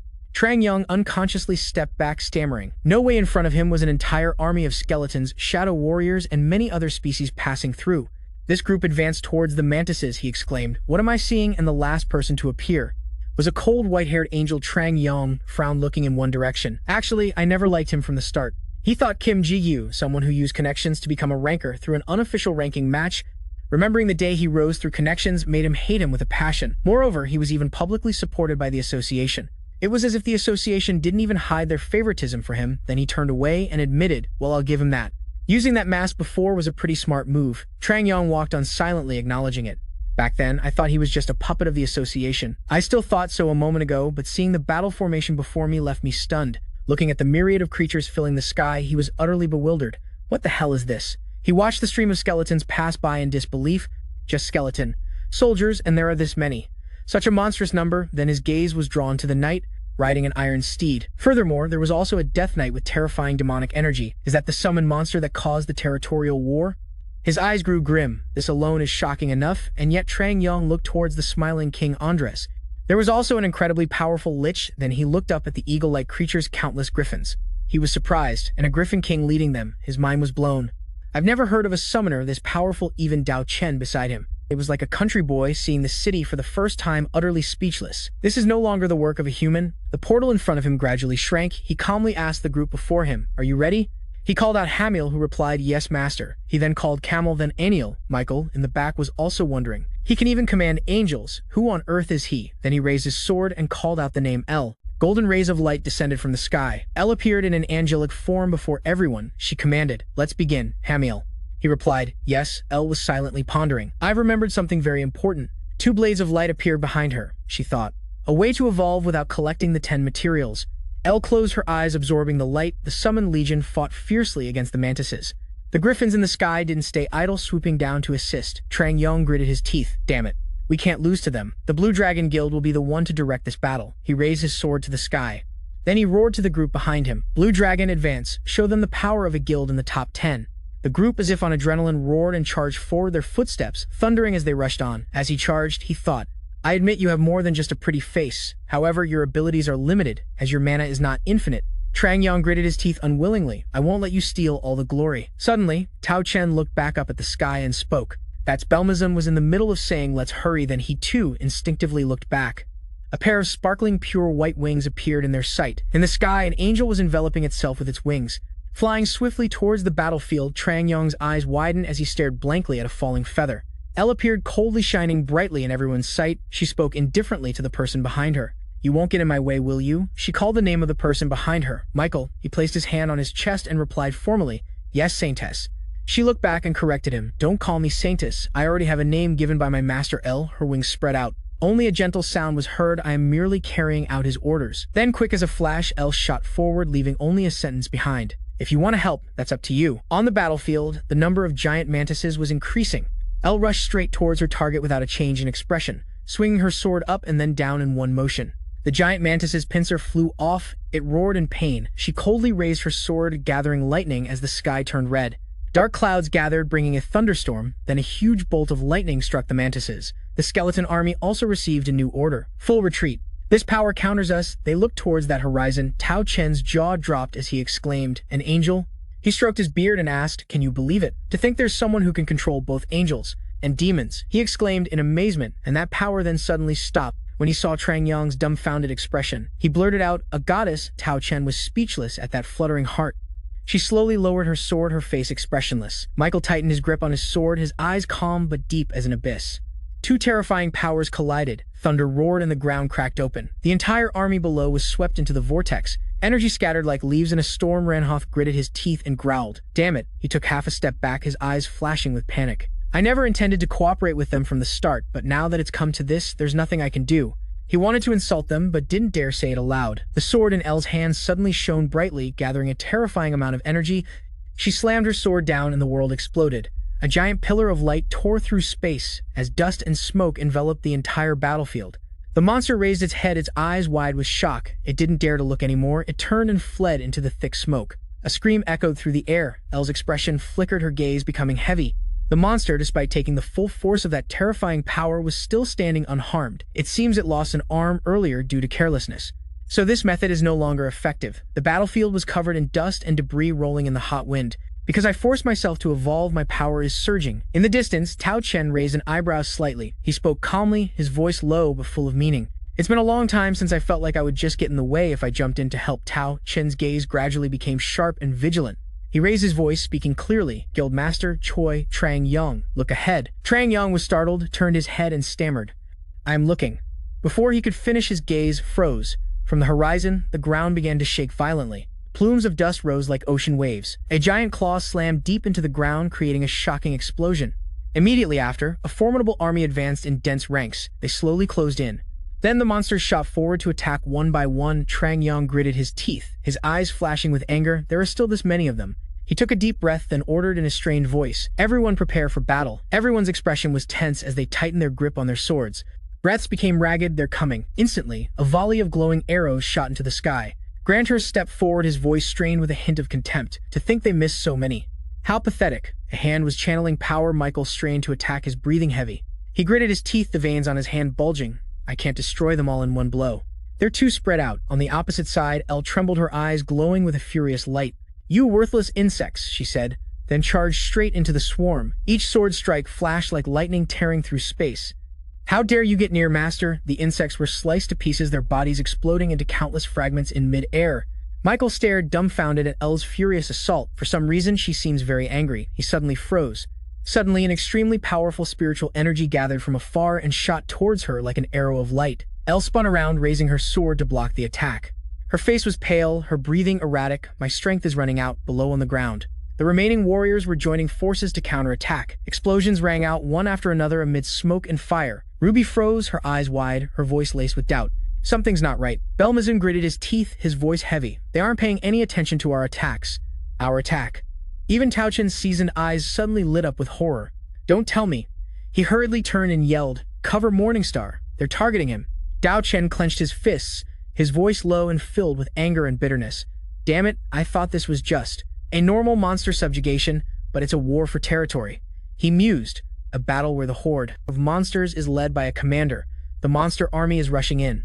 If we have to face a large number of summoned monsters, then the priority is obviously to attack the summoner." Rue appeared, her body glowing amidst the chaos, as streams of fire elements swirled around her. Soul fusion allows the user to use skills by merging with the corresponding elemental spirit. Everyone reflexively shielded their faces from the blinding light as pillars of fire shot towards the insect swarm. Eerie screams echoed. The monsters' bodies were charred, disintegrating into ash in the blaze. When the fire died down, only sparkling crystal fragments were left falling. Jigu looked up thoughtfully. "Master, why haven't you used death yet?" "It makes me feel like I'm following in Elle's footsteps," he calmly said. "This is enough for now. Besides, it's much easier to burn bugs with fire. Death is my trump card, so I think I should only use it in important battles." Jigu's eyes gleamed with satisfaction, the corners of his mouth twitching. "Well, although for me it's just a basic skill. But as you said, it's quite powerful. This is easy." He lowered his center of gravity, now that L is getting tired. The wings on his legs glowed and activated. A streak of light shot across the battlefield like lightning. Tao Chen stood frozen in astonishment as the monsters shrieked, their bodies contorting. A summoner who can fight on his own. Isn't that cheating? Trang Yang said in a low voice. That's something I can't deny. He gritted his teeth, his eyes flashing with anger. Amidst the howling wind, a cold, authoritative voice echoed through the air. Blue Dragon, attack! If you don't want to get whipped for just standing around and watching, then get out there and take down at least one monster. Beljun growled, his eyes resolute. We're going too. The sky turned a dark crimson. The wind swirled into a vortex, throwing up chunks of earth and rock, and from a deep chasm, a colossal figure was slowly emerging. The territory boss has awakened. At Gangnam Station, the reinforcement team was waiting outside for orders. A hand slowly opened a box of cold food. It's been 10 hours since the raid party went inside the gate. CO sat motionless. His eyes were heavy. And we've been waiting here. The Morning Star Guild and Guild Master Kim CO. Dong Hee replied calmly. Well, being the reinforcement team usually means we have to race against time, because who knows when a gate will appear. That's the nature of an irregular gate. He was silent for a moment, then sighed. Is that so? He paused, forcing a laugh as his voice quickened. Ah, come to think of it, COSSI has a relative inside the gate. To be honest, all these preparations are just a formality. I'm sure the raid team will be fine. CO's expression softened. You're right, they have Jigu with them after all. Outside, the sphere slowly rotated, emitting a faint blue light. Everything should be fine. After all, Kim Ji-yu is an outstanding ranker. The system's notification rang out. Summon. Cruiser. The monster in the summoning circle trembled and screamed in agony. Trang Yang froze, his eyes widening. He exclaimed in shock. Another summon? What the hell? Tao Chen swung his broadsword, its steel flashing coldly. He warned with a grave look, this is no time to be surprised. It's better if you just assume from the start that he's someone capable of such things. Trang Yang took a deep breath to calm himself. You're right, ahead. Jigu stepped forward to face the giant monster. At this point, what else can I do? He calmly waved his hand. Bind. Tendrils of spiritual power shot out like lightning, wrapping tightly around its body with a whoosh. Immediately after, Jigu spun and slashed. A burst of firepower erupted, the flames of the fire element engulfing the monster's head. A scream echoed through the thick smoke and fire. He landed calmly on the ground. The monster's eyes blazed a fiery red. It roared, lunging with its sharp claws. Rue quivered slightly in his hand as dark energy began to swirl around the blade. The black aura swirled. Jigu's voice grew cold. Here's what you've been waiting for. The two forces clashed. A dense stream of black energy pierced straight through the monster's body. It gradually went limp. The ground trembled violently, kicking up a thick cloud of dust. Everyone stared wide-eyed, their jaws agape in disbelief at the scene before them. The air froze in an eerie silence. Even Elle and Michael stopped, looks of pure astonishment on their faces. A deep trench was carved into the ground and a giant crater formed. The monster's body had been split in two. Black blood sizzled in the hot air. You have defeated Mantaurus, commander of the Votus Legion. You have successfully converted Mantaurus into an ego. He stood there, stunned and panting. His eyes widened in disbelief. Was I always this strong? Jigu froze, his body trembling. He staggered back, clutching his chest. Vu's voice echoed softly, Master, I know. He said calmly, it's most likely because of the demonic energy here. The destructive power of that death attack was likely amplified by the surrounding demonic energy. But at the same time, it's also disrupting the balance in your body, tipping the scales completely to one side. Vu warned immediately. You best be more careful using it next time. Jigu gritted his teeth, his body trembling. Why didn't you warn me earlier? He replied, his voice a mix of tension and worry. I didn't expect it would be this bad. He paused. Also, Master, it's coming. The space suddenly shook. What? The territory boss is awakening. A massive, cold aura erupted from the ground, making the air suffocating. Brownheart's eyes grew heavy. He said in a low voice, this energy. The ground split apart. Long cracks snaked across the battlefield. What's going on? He cried out in fear. Is something else coming? Byung-jun's face went pale as he broke into a cold sweat. Wait, the cracks in the ground are widening. How much more is it going to break apart? An earth-shattering explosion erupted. The space shook as swirling winds sent dirt and rocks flying. Help! Even Jigu was thrown back. He looked around in horror, his voice hoarse. What the hell? The ground just exploded. Lu said calmly, the dark element can turn the body into shadow. He bent his knees slightly. His body dissolved into a cloud of black smoke and shot to the outskirts of the battlefield, hovering in the unsettled dust. Jigu froze. Before him, A giant cocoon loomed in the center of the deep pit. The boss's cocoon? It's huge. Jigu gaped, his voice trembling. Was Votus this big? No, he was big, but this is excessive, he replied in a low voice. It likely grew this large because of the explosion. If I'm not mistaken, it's capable of exploding and destroying this entire space. He froze, a cold sweat trickling down his temple. What? Then this is no time for a casual chat. Rue hesitated. Master, let's suppose. And I'm only talking about the worst-case scenario here. Then his voice came, slow and deliberate. Suppose that you feel that you have absolutely no chance of winning. Rue stressed casually. You know what I mean, right? Jigu narrowed his eyes, his face darkening. Huh. Rue hesitated. Master, what if, and I'm just asking about a rare hypothetical, but what if a moment comes? When you believe there's no chance of winning? Jigu paused, his eyes filled with suspicion. What are you talking about? After hesitating, he replied softly, well, what I meant was. After composing himself, Rue said firmly, forget it. His eyes fell slightly. You were saying? A soft voice made Jigu turn in surprise. Master L said calmly with a grave expression, I have used all of my power. It'll be difficult to maintain this evolved state. He smiled, his eyes filled with pride. You did a great job, L. The three angels quietly surrounded the blade. She lowered her voice. Please forgive me for not being more helpful. No, Jigu reassured her sincerely, you've done more than enough. His authoritative voice rang out. You all should go in and rest as well. A portal from the void instantly appeared. Thank you, Master. At that moment, Vu spoke up. Master, the giant cocoon ahead seems to be moving. It's swirling more violently. Something is coming, Master, he warned urgently. Jigu immediately raised Rue to block. A deafening clash resounded. His eyes widened in shock. Unbelievable. The blade went through, but the cocoon strands were completely undamaged. How can it be this tough? Jigu's hand tightened on the trembling Rue. The cocoon kept swirling. The cocoon multiplied into numerous pods, clustering together. A rain of arrows shot through the space. They pierced through flocks of birds in the sky, and the nearby monsters were no exception as spears from the cocoon continued to launch outwards.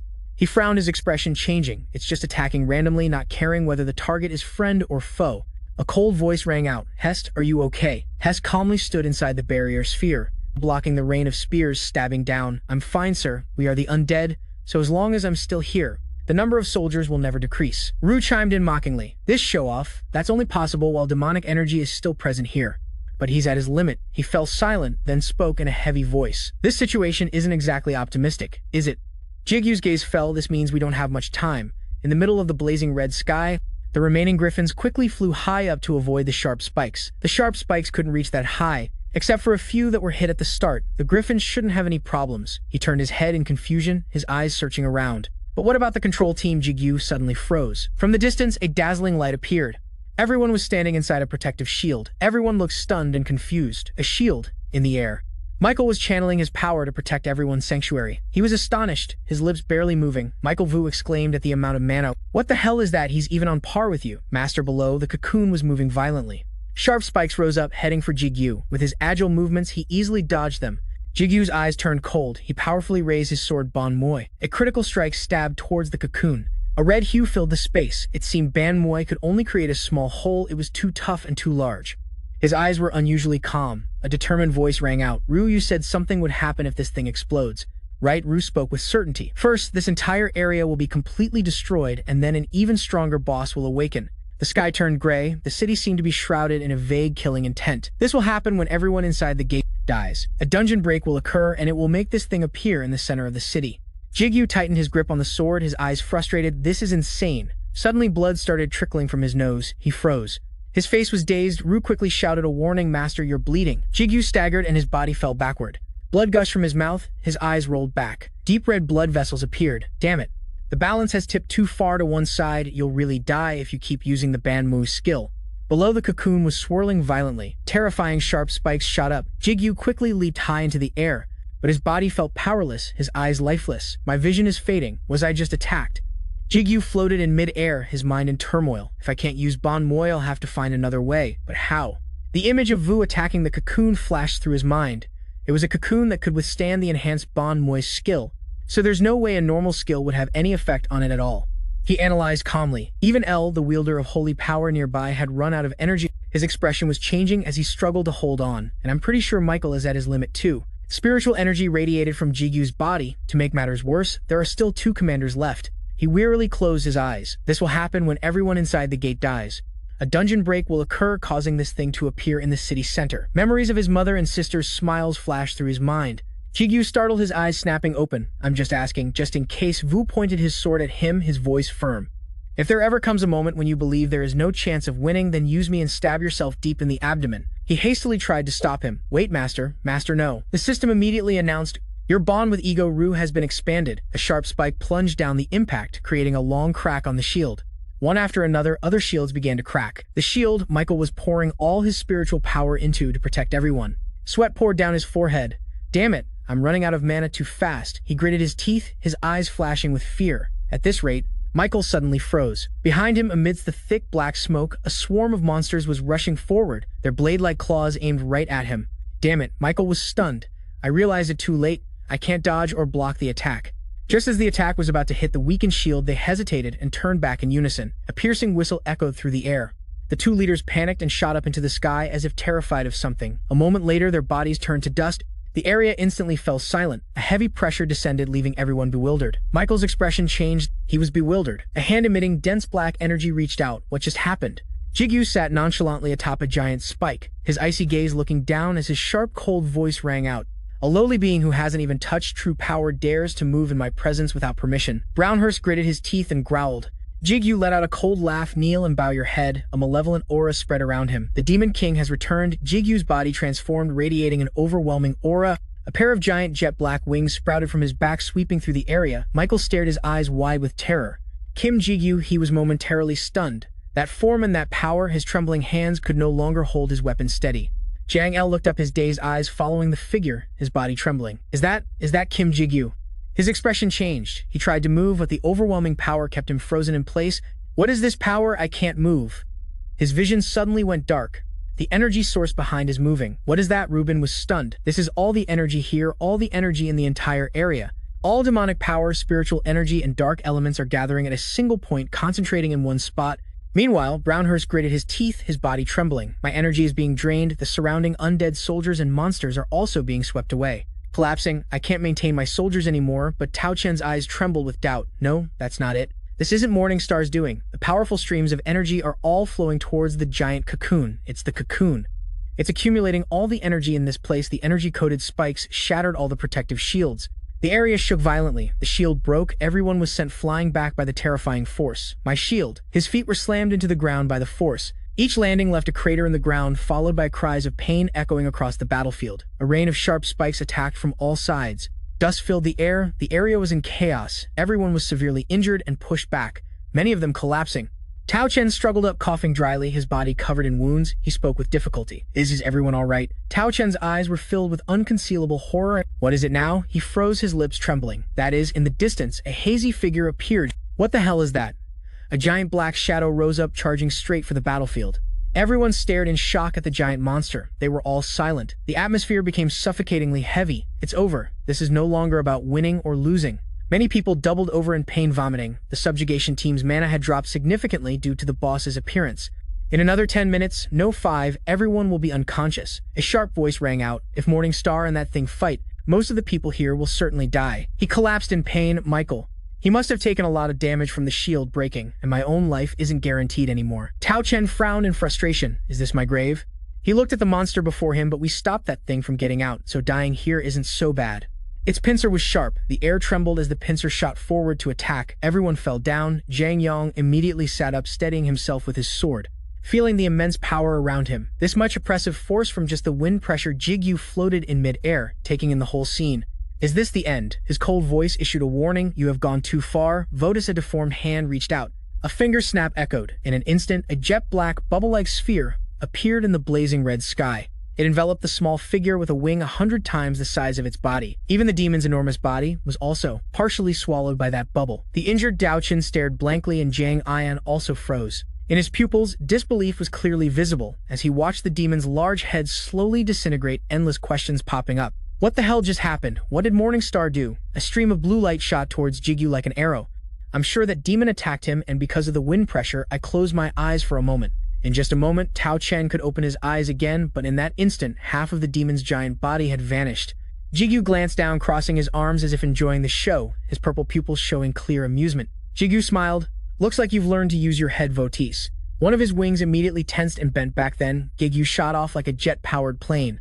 Wherever he flew, he destroyed everything in his path, including the body of the demon. The impact created a significant tremor. Now Jigu landed straight on the ground, grabbing Votis. He pushed its head down, that same smile still on his lips.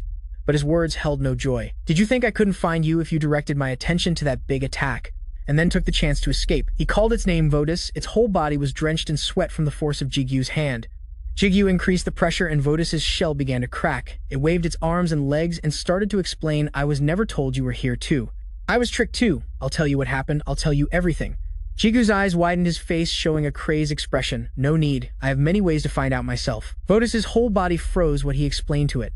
You're in too small a form, so you probably won't be enough to fill me up, but oh well, it doesn't matter. In Votis's eyes was a mix of astonishment and despair. It began to struggle, but it was useless. Wait, don't kill me, Votis begged. Please don't kill me. Hearing that, Jigu immediately became enraged. His eyes blazed like fire, his sharp teeth bared as he opened his mouth wide. Shut up, that is a name I have long forgotten. Cannibalism, an act of devouring one's own kind, no more pleas could be heard. Only a heart-wrenching scream that echoed through the sky remained. The system screen displayed a notification. You have successfully transformed Votis into an ego. You have won the territorial battle with Votis. The massive corpse that could cover the entire sky now had a hole in it. Below was Jigu amidst thick smoke and dust. He had finished feasting on Votis. Jigu raised a hand to wipe his mouth. He stood up straight, looking around. Let's see, what did I come here to find? The group of people stood on this side.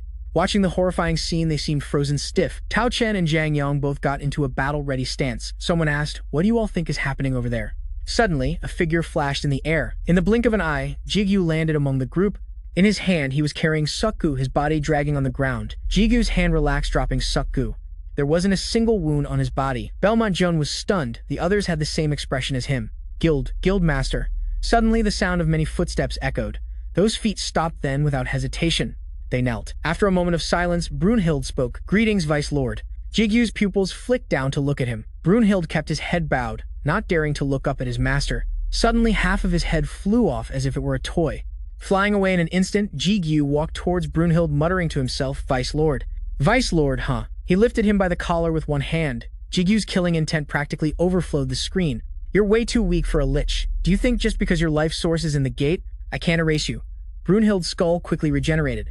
It seems you've lost your reason. Please return the body to our master. Jigu glared at him. His pupils had changed color slightly. How impudent. A spark of lightning flashed from his finger. In response, the blue necklace also lit up. A blue barrier mixed with a few rays of light enveloped all of Jigu's people. When the barrier faded, a whole team of angels and Ren had surrounded Jigu. Elle pointed her sword at Jigu and ordered Ru return the body to the master right now. Ren also showed hostility, growling. Hamiel spoke angrily. Demon, return the body to our master. Brunhild also chimed in. Wake up, Ru. Jigu clutched his face, his body slightly hunched over. Is that so? Is that how it is? He glanced over at the group of angels, his eyes filled with nothing but killing intent. How annoying. Then Jigu unleashed a shockwave. It sent everyone flying. Elle's eyes rolled back as she fell. Jigu's subordinates were also sent flying in different directions. Hamiel, Kamel, and Anael couldn't resist Jigu's power either. Ren was unwilling to be blown away. But there was nothing he could do. Jigu stood there with his sword pierced through his body while everyone else lay scattered on the ground.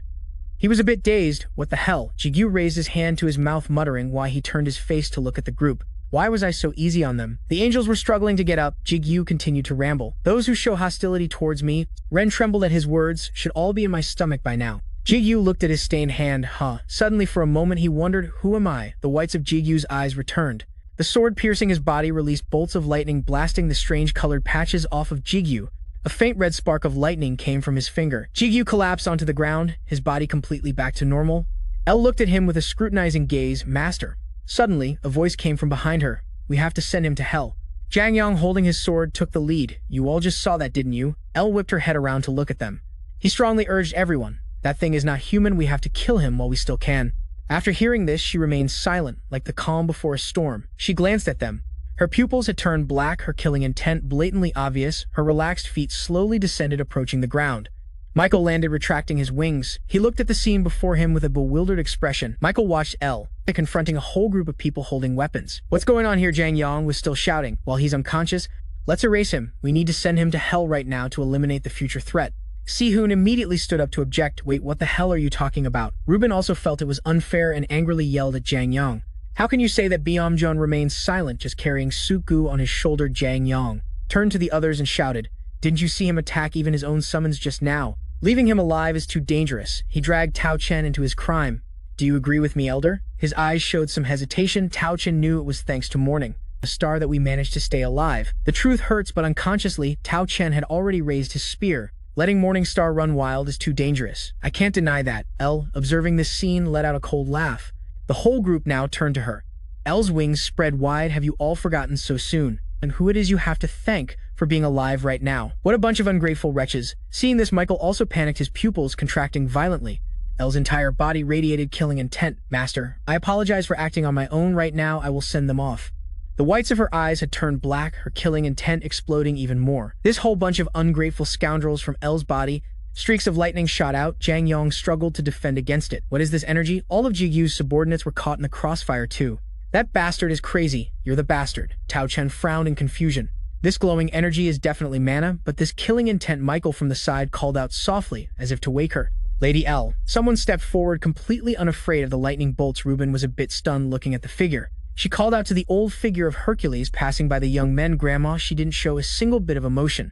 She just kept approaching Elle. The tip of the sword was pointed at Hyo Suk's neck, but her expression didn't change. She spoke to the old woman in a superior tone. "You there, human," Elle warned Hyo Suk, who was trying to move forward. "I have no intention of attacking those who mean no harm, but if you take one more step closer to the master." Her eyes had returned to normal, but she couldn't hide her killing intent. "I won't be so merciful anymore." Hyo Suk tilted her head and looked back, seemingly ignoring Elle's words. She looked at Jigu's figure on the ground and asked, "Are you sure it's okay like this, if you leave it like this?" Hercules also gave her a warning. "Your master will soon lose his life." Elle was startled, gritting her teeth with eyes full of unreasonable suspicion. She leisurely clasped her hands behind her back. "Just let him be, and you'll see if my words are true or not. By the time you realize it, it'll be too late. Are you sure you're really okay with that?" The killing intent in Elle's eyes began to fade. It was as if she was sizing up Hyo Suk. Hyo Suk's sharp eyes stared right back at her. Deep within Jigu's subconscious, he awoke to an endless darkness. Jigu lay there, as if floating in mid-air. He sat up, looking around in confusion. "What is this place?" Jigu narrowed his eyes slightly, thinking to himself, "This familiar feeling. This place is." Suddenly, Rue's voice echoed, "The world of the one below." "That's the foolish thought in your head right now, isn't it?" Jigu looked around frantically. "Is that you, Rue? This voice? Is that you, Rue?" His voice kept echoing, but not a single figure could be seen. "Damn it, there isn't much time left. I'll get straight to the point. Master, I'm going to forget everything that happened today," Rue confessed to Jigu. "I'm not confident I can endure that extreme feeling of emptiness again." Jigu was stunned, not understanding. "What do you mean by that?" he urged. "Now, listen carefully, Master. You, me, and..." Before he could finish, another sound interrupted. Jigu frantically looked around. Rue, I can't hear you." "Say it again." From deep within the darkness, a large, red-scaled figure suddenly appeared. Jigu was standing inside the coil of a giant snake, but the snake was eating itself, forming a circle. Rue's voice echoed again. I feel so empty when you're not by my side." Then he woke up. Brownie's joyful voice rang out, "Master, we were so worried about you." Hyo Suk stood there looking down at Jigu. "So, you're awake." She maintained her ice-cold expression. Jigu slowly sat up, rubbing his head. "Yes, you're Reuben's advisor, right?" He looked down at his stomach where there had been a large sword wound. "My stomach? No, my entire body is perfectly fine." Without hesitation, he asked, "You're the one who saved me, right?" Hyo Suk closed her eyes, resting. "I didn't do much to help, if you really want to know who saved you." Suddenly, Jigu's hand began to glow, and her voice rang out again. "It was your subordinate and Michael, standing over there." He turned around and met Michael's gaze. "I can sense he's lost a huge amount of mana, even though the fight just ended. What happened while I was unconscious?" Jigu called out in a daze. "Michael." Hyo Suk turned to leave, simply advising, "Young man, this isn't over yet. Come and see me after you leave this place." She slightly opened her eyes, which were filled with thoughts. Hyo Suk glanced back at Jigu's back. That child is Kim Si-jin's son. Looking at his face, she wondered, the son of Kronos? At the spatial gate, a doubtful voice rang out. A fragment of the Holy Grail? Everyone was flocking towards the gate. Jigu and Michael stood to one side. Michael spoke up. "A piece of the Holy Grail that I possess, I used it on you." A look of confusion was clear on his face. Jigu imagined a cup. "The Holy Grail is like a cup? A piece of the cup went into my body?" Suddenly, Rue chimed in. "From what I've heard, it doesn't seem to be something worth worrying about. It might be a type of power or something." The memory of Michael holding out his hand to heal him came flooding back. Elle agreed.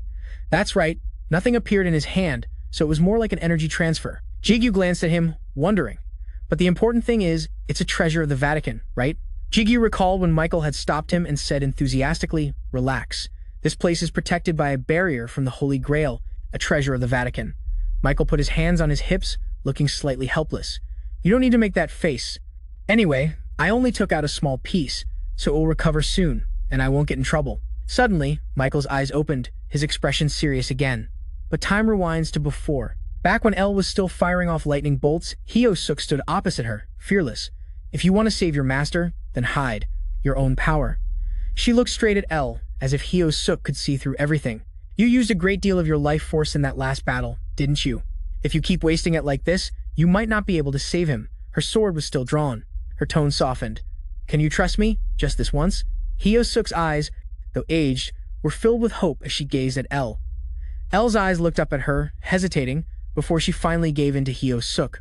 Her eyes closed, and the killing intent around Elle began to fade. "I understand. What do I need to do?" Without hesitation, she gave her instructions. "You can turn into a sword, can't you? Turn into a sword now." Elle's form vanished, and the lightning bolts converged, taking the shape of a sword. Hyo-suk took the newly formed sword. She held it up, looking at her reflection on the blade. "I hope you don't misunderstand what I'm about to say. I'm going to use you to stab your master." Hyo-suk could feel Elle's astonishment. She quickly reassured her. "There's no need to worry." She glanced over at Jigu, who was lying there with a large wound in his stomach. "We don't need to stab anywhere else." Hyo-suk turned, her eyes narrowing as she searched. Then, she looked towards Michael and called out, "Hey, you." He was slightly startled. Hyo-suk asked without hesitation, "You're Michael, right? I don't know what your relationship with Kim Jigu is." Her eyes seemed to see right through Michael. "But that thing of yours," Hyo-suk proposed. "Can you use it on him?" Her words shook him to his core, his jaw dropping in shock. Back in the present, someone's voice rang out, "I still don't understand." Jigu and Michael both looked in the same direction. He was confused. How did that old woman know about the Holy Grail and that I was keeping it? Seeing her majestic figure walk past the Hercules Guild members made Michael wonder, just who in the world is she? Jigu told him, "I'm not sure about that either. This is my first time meeting her. All I know is that she's an advisor for the Hwoarang Guild." Michael whipped his head around to look at him. He suddenly blurted out, "I don't even know if you're a god or a demon anymore." Jigu pointed at himself. "Me?" Michael gave him a thumbs up. "Until now, I was the only person who could accept the Holy Grail, but you managed to adapt to a fragment of it without any problems. And your compatibility level with it is even higher than mine." He looked straight at Jigu. "Who are you, really?" He recalled the scene with Suji sitting across from him. "Jigu, why did you awaken the demon eye? The demon eye is the symbol of demons." He looked up at the sunset sky. "I'm wondering that myself. I don't even know what I am anymore." Seong-hun placed his hand on the thorn. Suddenly, a voice was heard. "Would you like to teleport to the reward area?" He turned and announced to everyone, "I think the cocoon is also considered part of the boss. Everyone should now be able to teleport to the reward area." The crowd left in a noisy uproar. "We finally did it. I miss my mom so much." Jigu did the same as Seong-hun, placing his hand on the thorn. The system immediately showed a notification. "Do you wish to absorb the gate?" Jigu looked at the system window helplessly. "I guess I have to be the last one here. Do you wish to absorb the gate?" Ru spoke consolingly. "It can't be helped." Elle, on the other hand, was excited. "I want to absorb it quickly." He raised his hand and spoke to himself. "Ru, do you really not remember anything?" Ru replied calmly, "I already told you. I'm going to forget everything again." Suddenly, Ru's tone shifted. "Actually, I've prepared a few countermeasures. We can discuss that later." Jigu looked at the ring glowing beneath the fabric and replied, "Okay, I get it." He asked with some worry, "But what about Elle?" Hearing this, Ru reassured him, "Don't worry, she just overexerted herself."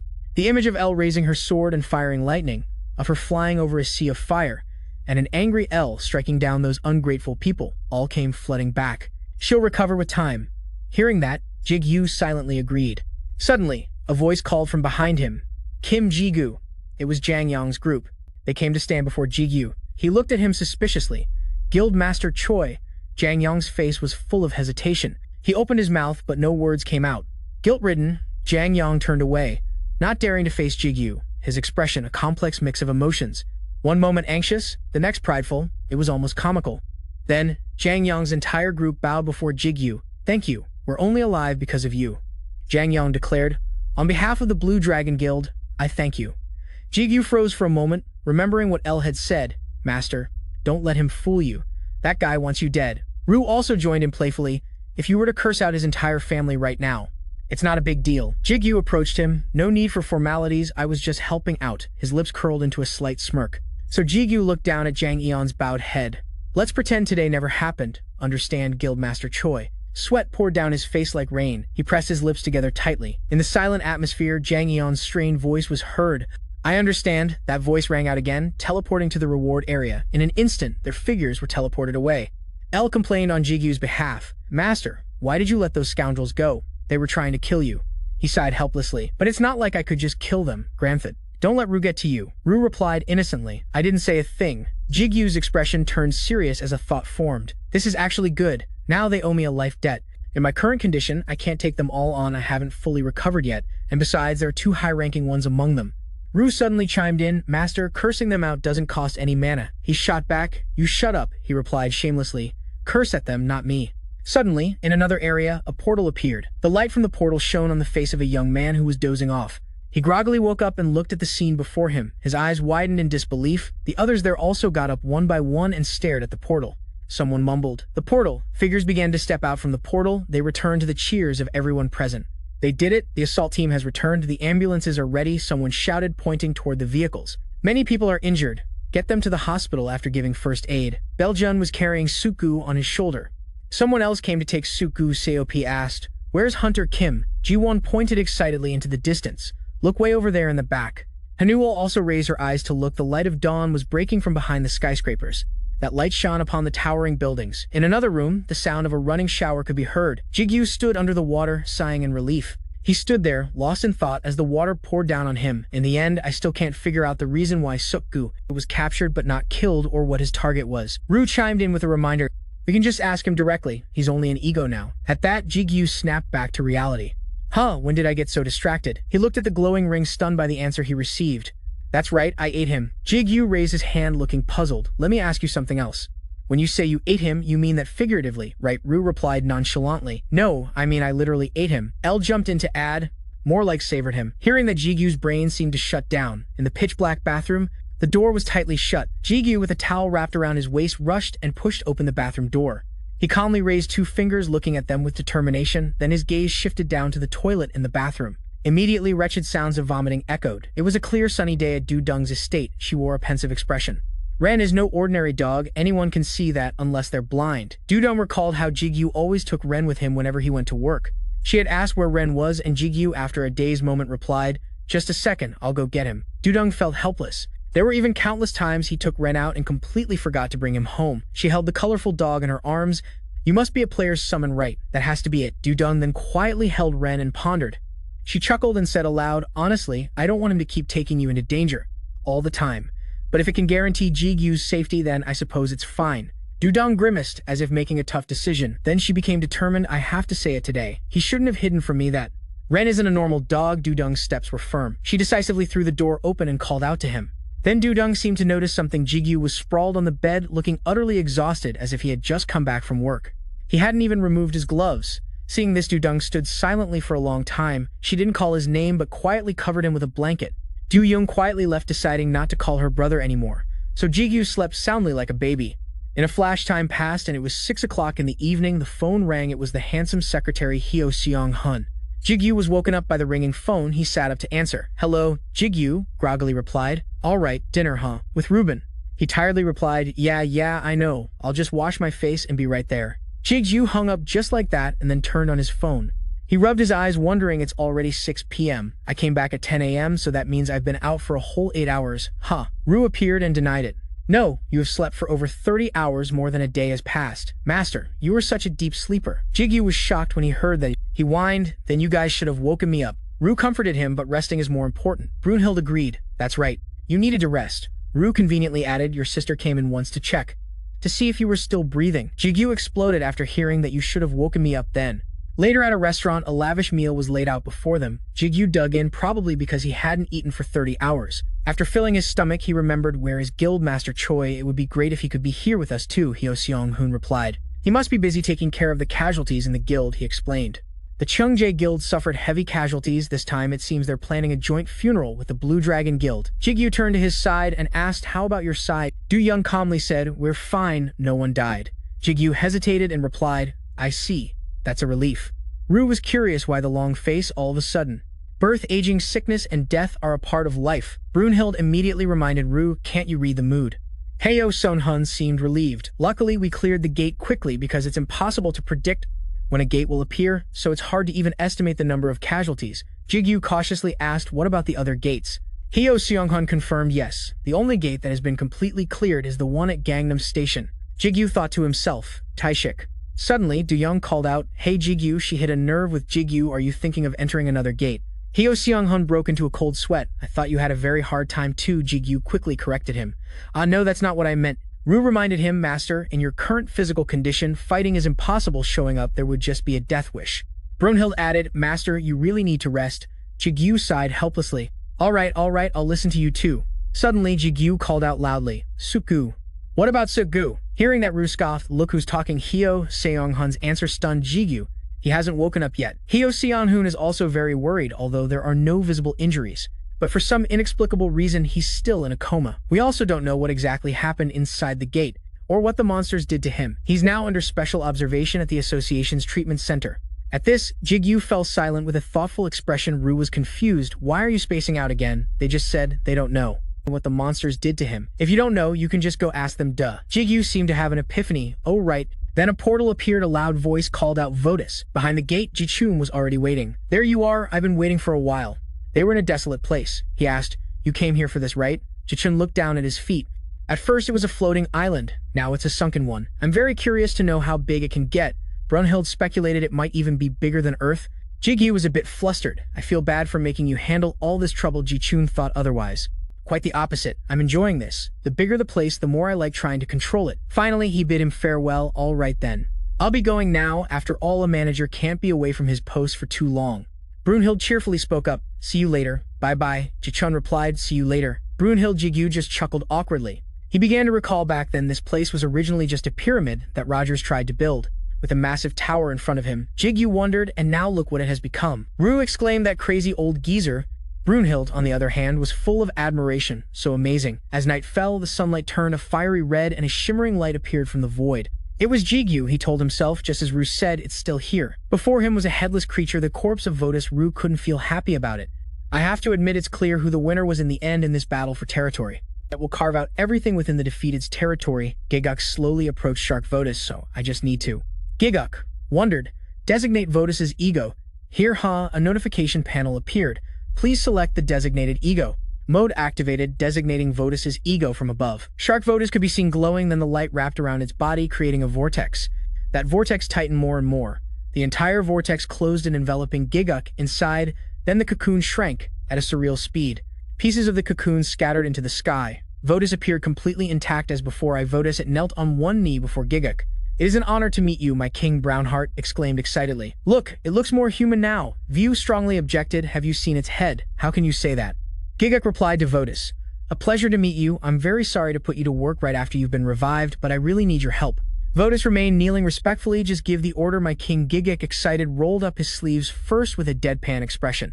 "I have to beat you up first." As soon as Votus heard this, its eyes widened in fear. "My king," Giguk calmly replied, "I'm sorry, but you owe a huge debt." "To a friend of mine," View cried out with delight. Giguk moved in closer, making Votus's face turn pale with fear. "Don't worry, I'll be gentle." The fist came down. Vu was satisfied.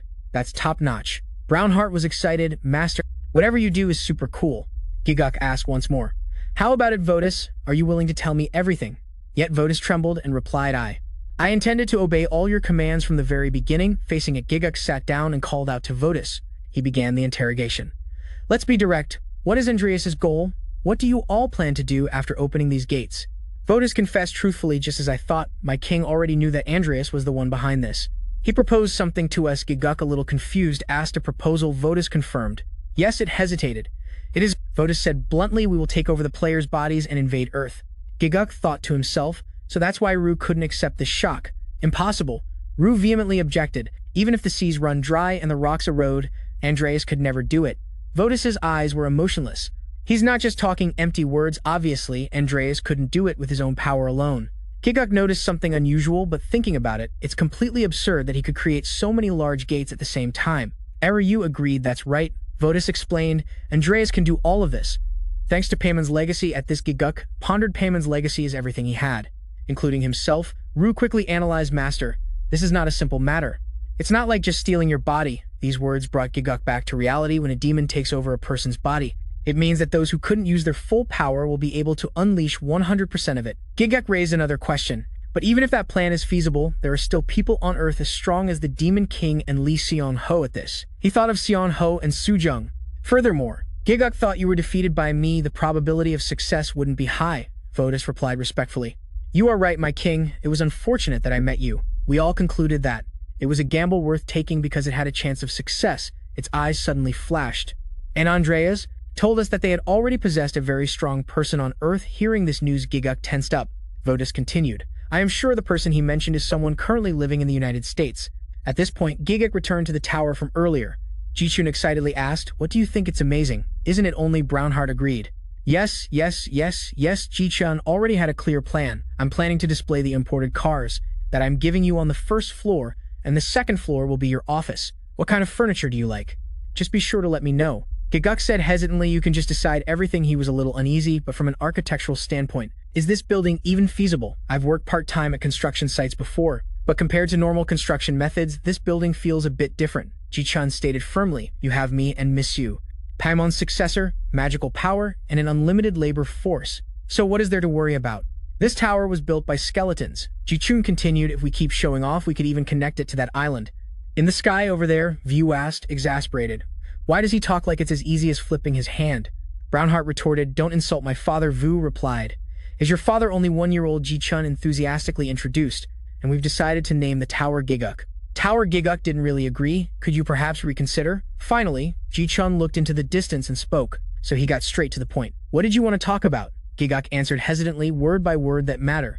Then Vu spoke for him, recounting there's a powerful person in the United States, and the demons are planning to take over players' bodies and then invade Earth. He offered his opinion, Master. That invasion isn't the most worrying part. The fact is they are planning to hide themselves within the human world. Ru continued, and the teams assigned to clear gates are all the top players from each country. If they are possessed by demons, they would become an immeasurable threat. Giguk, who was using Votus as a chair, contemplated. Then he concluded, Meaning we now need to start searching for the traitor and those hidden demons. What is this? Like a treasure hunt, Vu expressed. Right now, we need more information. We need to find out more about Andreas' scheme. Therefore, Giguk finally decided, It seems it's time to awaken it.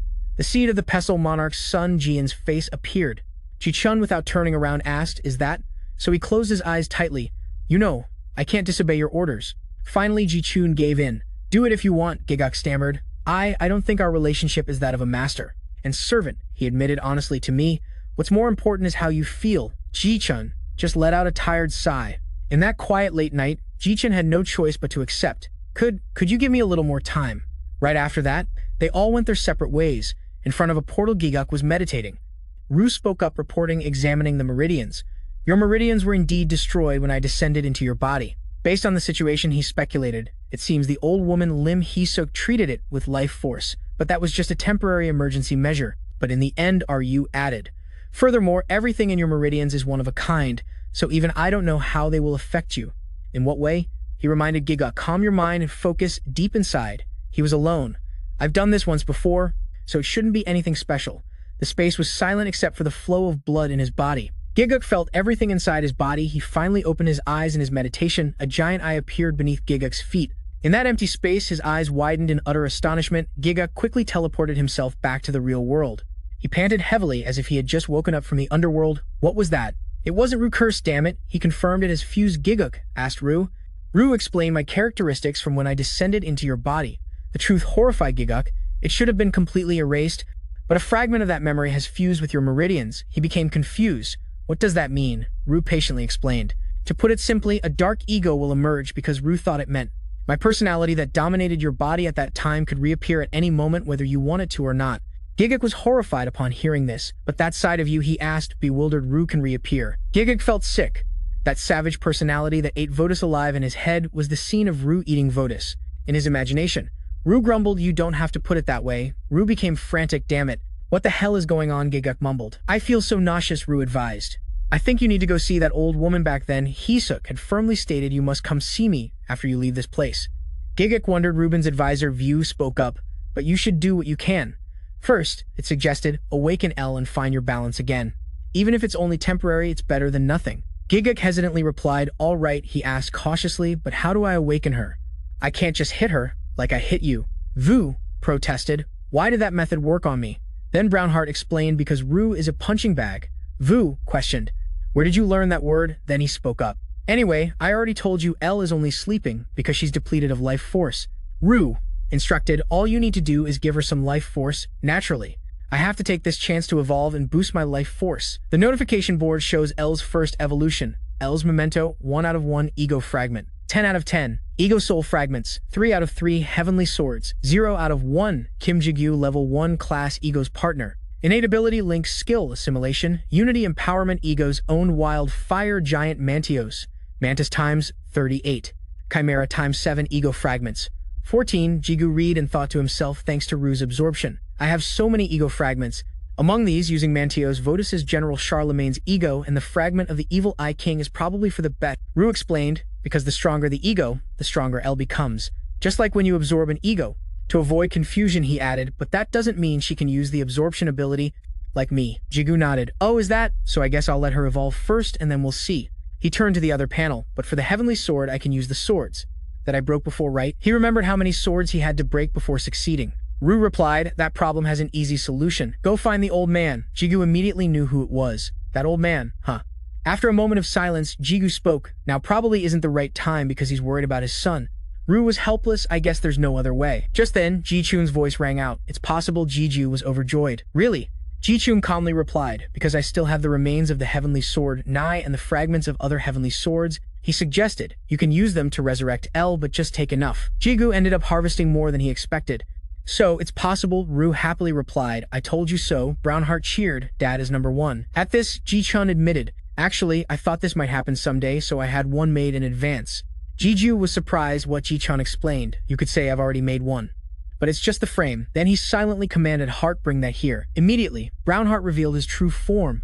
He landed on the ground from above as light as a feather. Brownheart knelt on one knee before Ji-chun. You called for me, sir. Manager Ji-chun was quite impressed. That was fast, Brownheart replied. I am always ready, Jigu thought to himself. He's trained it well. He looked at the sword before him, so if I pour my life force into it. After taking the sword, he returned to his own world. Just then, Brownheart exclaimed, it's working. Jigu tried swinging the sword. It really works. Ru explained, it's because you've done this before. Weren't you the one who restored a sword that was broken? Suddenly, Jigu asked doubtfully, I won't become an angel like Hamiel will. Right, Ru replied. If that could happen, then that old man would have to be crazy. This is already the limit. Jigu could see his reflection in the sword. I see. He hesitated. So now? Brownheart replied excitedly. Time to resurrect El. Ru immediately objected. She's not dead. Jigu began to chant, unify the ego of Charlemagne, ego fragment. The orb made a sound, the main ego. Charlemagne's ego has been combined with the sub-ego. Ego fragment, he continued. Unify the ego of the evil eye, king ego fragment. The sound of the second orb rang out.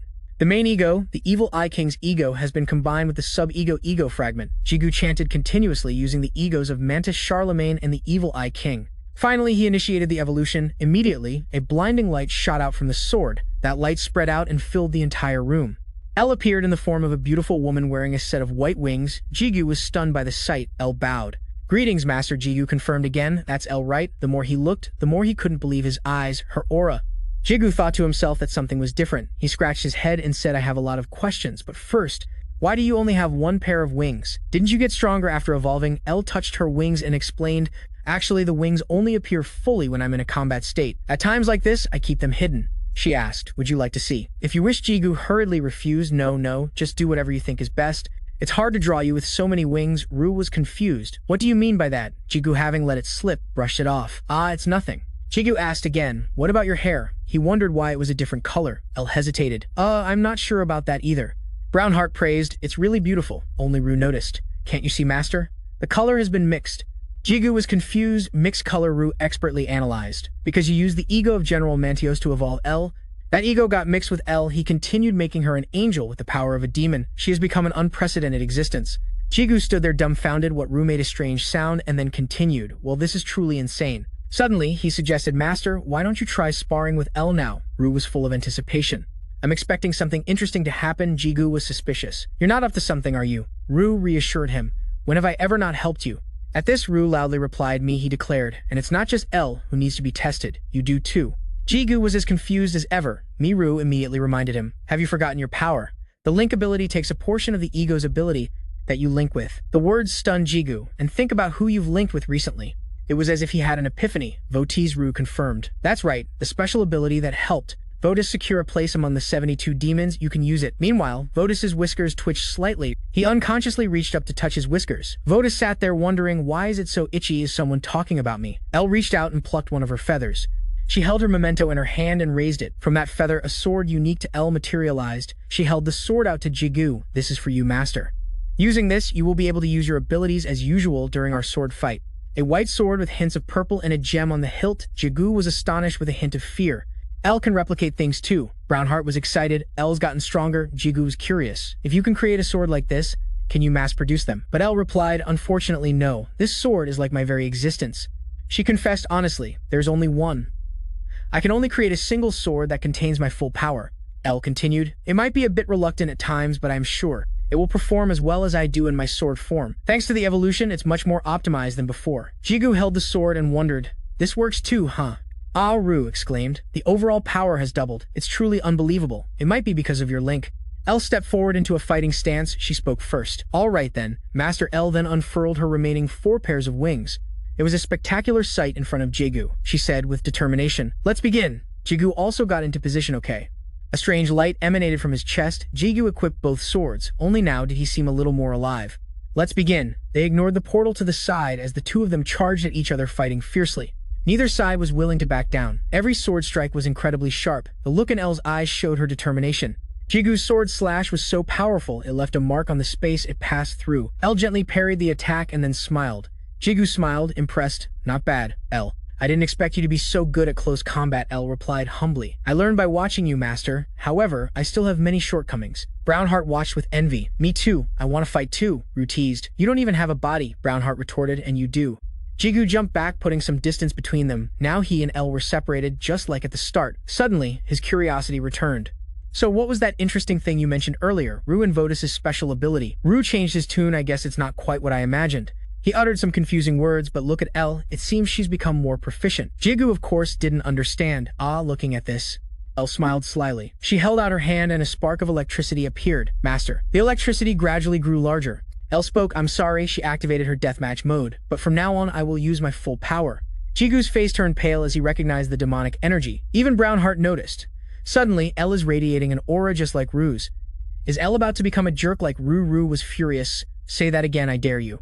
Jigu finally understood what was different. I knew demonic energy was mixed in, but for Elle and Angel to be using it. Ru said calmly, why are you so surprised? This isn't even the interesting thing I mentioned earlier. Jigu was completely bewildered. What the magic power is wrapping around Elle's sword? No, it's infiltrating her entire body. Jigu dropped his relaxed expression. He was genuinely scared now as Elle charged at him with the fervor of a grim reaper. Jigu was increasingly backed into a corner. He started to regret it. Want to send me off? Isn't that a bit cruel to your master? Brown Hutch added fuel to the fire. She's been infected by Vu. Elle seemed very optimistic. It's because you're my master that I dare to use my full power. I know you'll be able to block it. She launched into the air. Elle didn't hesitate to charge with all her strength like a moth to a flame. It seems she really doesn't know how to joke around. Jigu clicked his tongue in acceptance. He decided he had to see this through. I appreciate the faith you have in me. Both sides radiated a terrifying killing intent. Something made Jigu hesitate for a moment. Suddenly, his eyes showed clear fear. Elle, has she mastered the art of stopping time? She nimbly charged forward with incredible power. Elle was so focused on attacking that she ignored her defense, so Jigu's blade grazed her neck. Despite that, Elle quickly blocked it. Jigu used his hand to create a twisting force on the sword. As expected, it slipped from Elle's hand. She couldn't believe the scene before her. Elle's sword flew 80 meters away, finally landing peacefully against a wall. Then the sword vanished into thin air. The surrounding smoke gradually dissipated as they stopped moving. Elle then spoke, kneeling respectfully. As expected of you, master? I knew you could stop me, but I never expected such a perfect counter. Brownheart cheered. Master is number one. Jigu's face suddenly went blank. He tried to recall. Was it because my eyes are better at capturing moments, or were her movements just predictable? It wasn't like Elle thought. Jigu panicked. As if interrupting that thought, Vu said, it's like you can predict the future right. He eagerly continued, congratulations, master. That is the special ability Votus possessed. Vu uttered 4 words, foreseeing the future. Countless gears turned in Jigu's mind. He suddenly asked for seeing the future. L, standing before him with her angel wings, answered, "Yes, although it has many limitations, you have the ability to see certain futures." But despite her explanation, Jigu was still skeptical. How could Votis possibly have lost to you when he possessed such an incredible ability? But in response to her master's question, she retorted, "Didn't I tell you there are many limitations?" She then explained, "You won't be able to see a complete picture of the future. This ability is useless against overwhelmingly powerful forces before which you are completely helpless." After hearing this, Jigu let out a complaint, taking every chance to boast about how strong you are. After finishing his questions, he held up his ring finger and said, "L, return." As soon as the words left his mouth, she immediately transformed into bolts of lightning and entered the ring on Jigu's hand. He continued, "Even though there are a few more things I want to try, but it's time to sleep. If I don't go to bed now, I'll lose all track of day and night." L replied, "Yes, after all, you still haven't fully recovered." But then he was suddenly surprised, as if something was happening right in front of him. He looked at his watch and said, "The watch isn't running anymore." L replied, "Of course it isn't. Is it supposed to run forever and ever? It's fine. They say a stopped clock is still right twice a day. Maybe it ran out of oil." Jigu looked at the watch and replied, "No, that's not it. It's a memento from my father. He left it to me, and I've had it with me since I was a child. It has never stopped running or broken down." L asked curiously, "So is it an item?" "I can't sense any special energy from it, but it's also strange that I can't sense anything from it at all. Why is it that only now we're just now noticing its existence?" It seemed like Jigu was deep in thought, so he didn't reply. His expression became more worried. A watch stopping is nothing strange, he thought, looking at his reflection in the watch face, but it feels like something serious is happening. My player's sixth sense is warning me. Late at night in a certain house, until morning, still in that house, as light streamed through the window.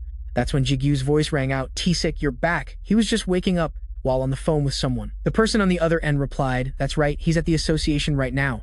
You two are going to meet, right? I'll come pick you up. If I leave now, I'll be there in about 10 minutes. Jigu's voice was hurried. "Of course, I have to go. I'm getting ready now." At a tall building, two stone statues about 3 meters high stood imposingly. Like two bodyguards standing guard for the building, Jigu entered and asked what happened. But when he saw something was off with T-Sick, he became worried and asked, "Your eye?" But T-Sick ignored the question and changed the subject. "Hey Jigu, you're here.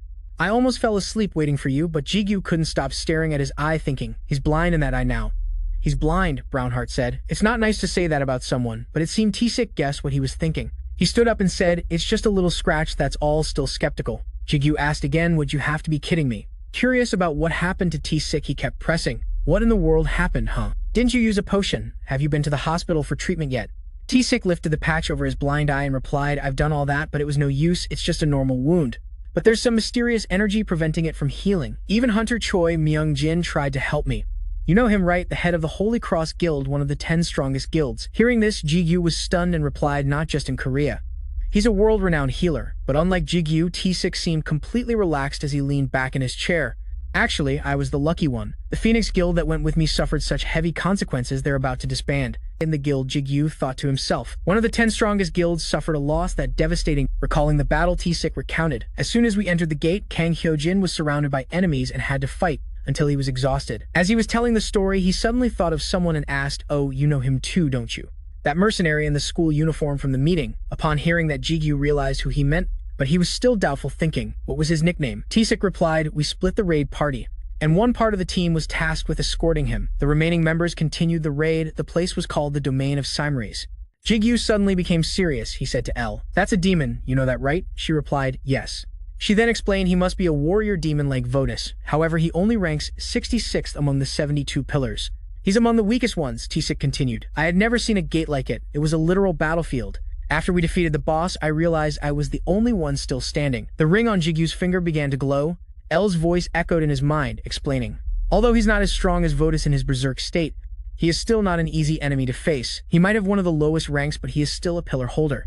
He successfully survived and made it back." As for Jigu, he was frozen and speechless. Looking at T-Sick, who was calmly yawning and acting carefree, he thought, even though he's trying to act unconcerned, but for a player, losing an eye is a fatal disadvantage. There's no way it isn't affecting him. If even the country's top healer can't do anything, the only way to heal it is with the divine potion Elixir, something even Li Xiang would struggle to obtain. "Could I get another vial when I got the last one through sheer luck?" But suddenly, L had a bold idea. "Master, I will try to heal him for you." This surprised Jigu, who asked what. Before he could answer, a flash of lightning erupted and L appeared in front of the two men. She stood there with a perfectly calm expression. Surrounded by a halo of light like an angel, Jigu asked L, seeing her. T-Sick also asked L. Then he followed up a younger L. Jigu smiled and replied, "It's a long story." Then he immediately turned to L and asked L, "Is it really true? Can you heal him?" L approached Tsik and said, "Please excuse me," but he looked confused and stammered, "What? Heal? What? My eye?" But without saying a word, she brought her hand close to his blind eye. Then her mouth mumbled some characters and a stream of light shone out soon after. His eye miraculously healed, and the scar vanished. Along with it, Tsik was stunned, speechless. As the eye patch fell to the ground, the wound was completely healed. Tsik was bewildered. "It's healed," and Jigu was also extremely surprised. "Tsik, not only your wound, but you also look younger than before, huh?" His face has become smoother, but L retorted, "What's the use of a man having nice skin?" Jigu fell silent at that while Tsik couldn't believe his eyes. He immediately took out his phone and thought, "A wound that couldn't heal is now healed. My physical body has been rejuvenated. It's really true. Now, if I stand next to Sujin, I won't look so old anymore." It's like he was picturing his mother in his mind, just like when his mother drank the elixir. Suddenly, L spoke up. "Master, I have something to tell you. It's related to this man you're close with. The wrinkles on my face are gone too. When I was healing him, I observed his body. I discovered that something is residing inside of him." After hearing that, Jigu was even more shocked than before. Jigu now imagined a bug and thought the plan is to steal players' bodies and invade Earth. Don't tell me they've already gotten to him. As he thought this, he looked at Tsik, who was admiring himself on his phone. At the office of Chairman Emperor, he spoke up. "I want to talk about the raid. On the gate at Gangnam Station last time, strange rumors have started to circulate about it. People are saying they saw a monster the size of a building, or that they saw an angel." After saying that, he presented the Gangnam Station gate report. Emperor's gaze became incredibly fearsome. He continued, "That's why I have to ask you this. You are still on the Gangnam Station monitoring duty. You were assigned from the beginning, right?" And then he called the young man in the vest in front of him by his name, Hyo Seon-hun. He calmly replied, "Yes." He continued asking, "Tell me, what did Kim Jigu do inside the gate?" He was speechless after hearing that and couldn't say a thing. He thought back to what was said. Something is residing in Tsik's body.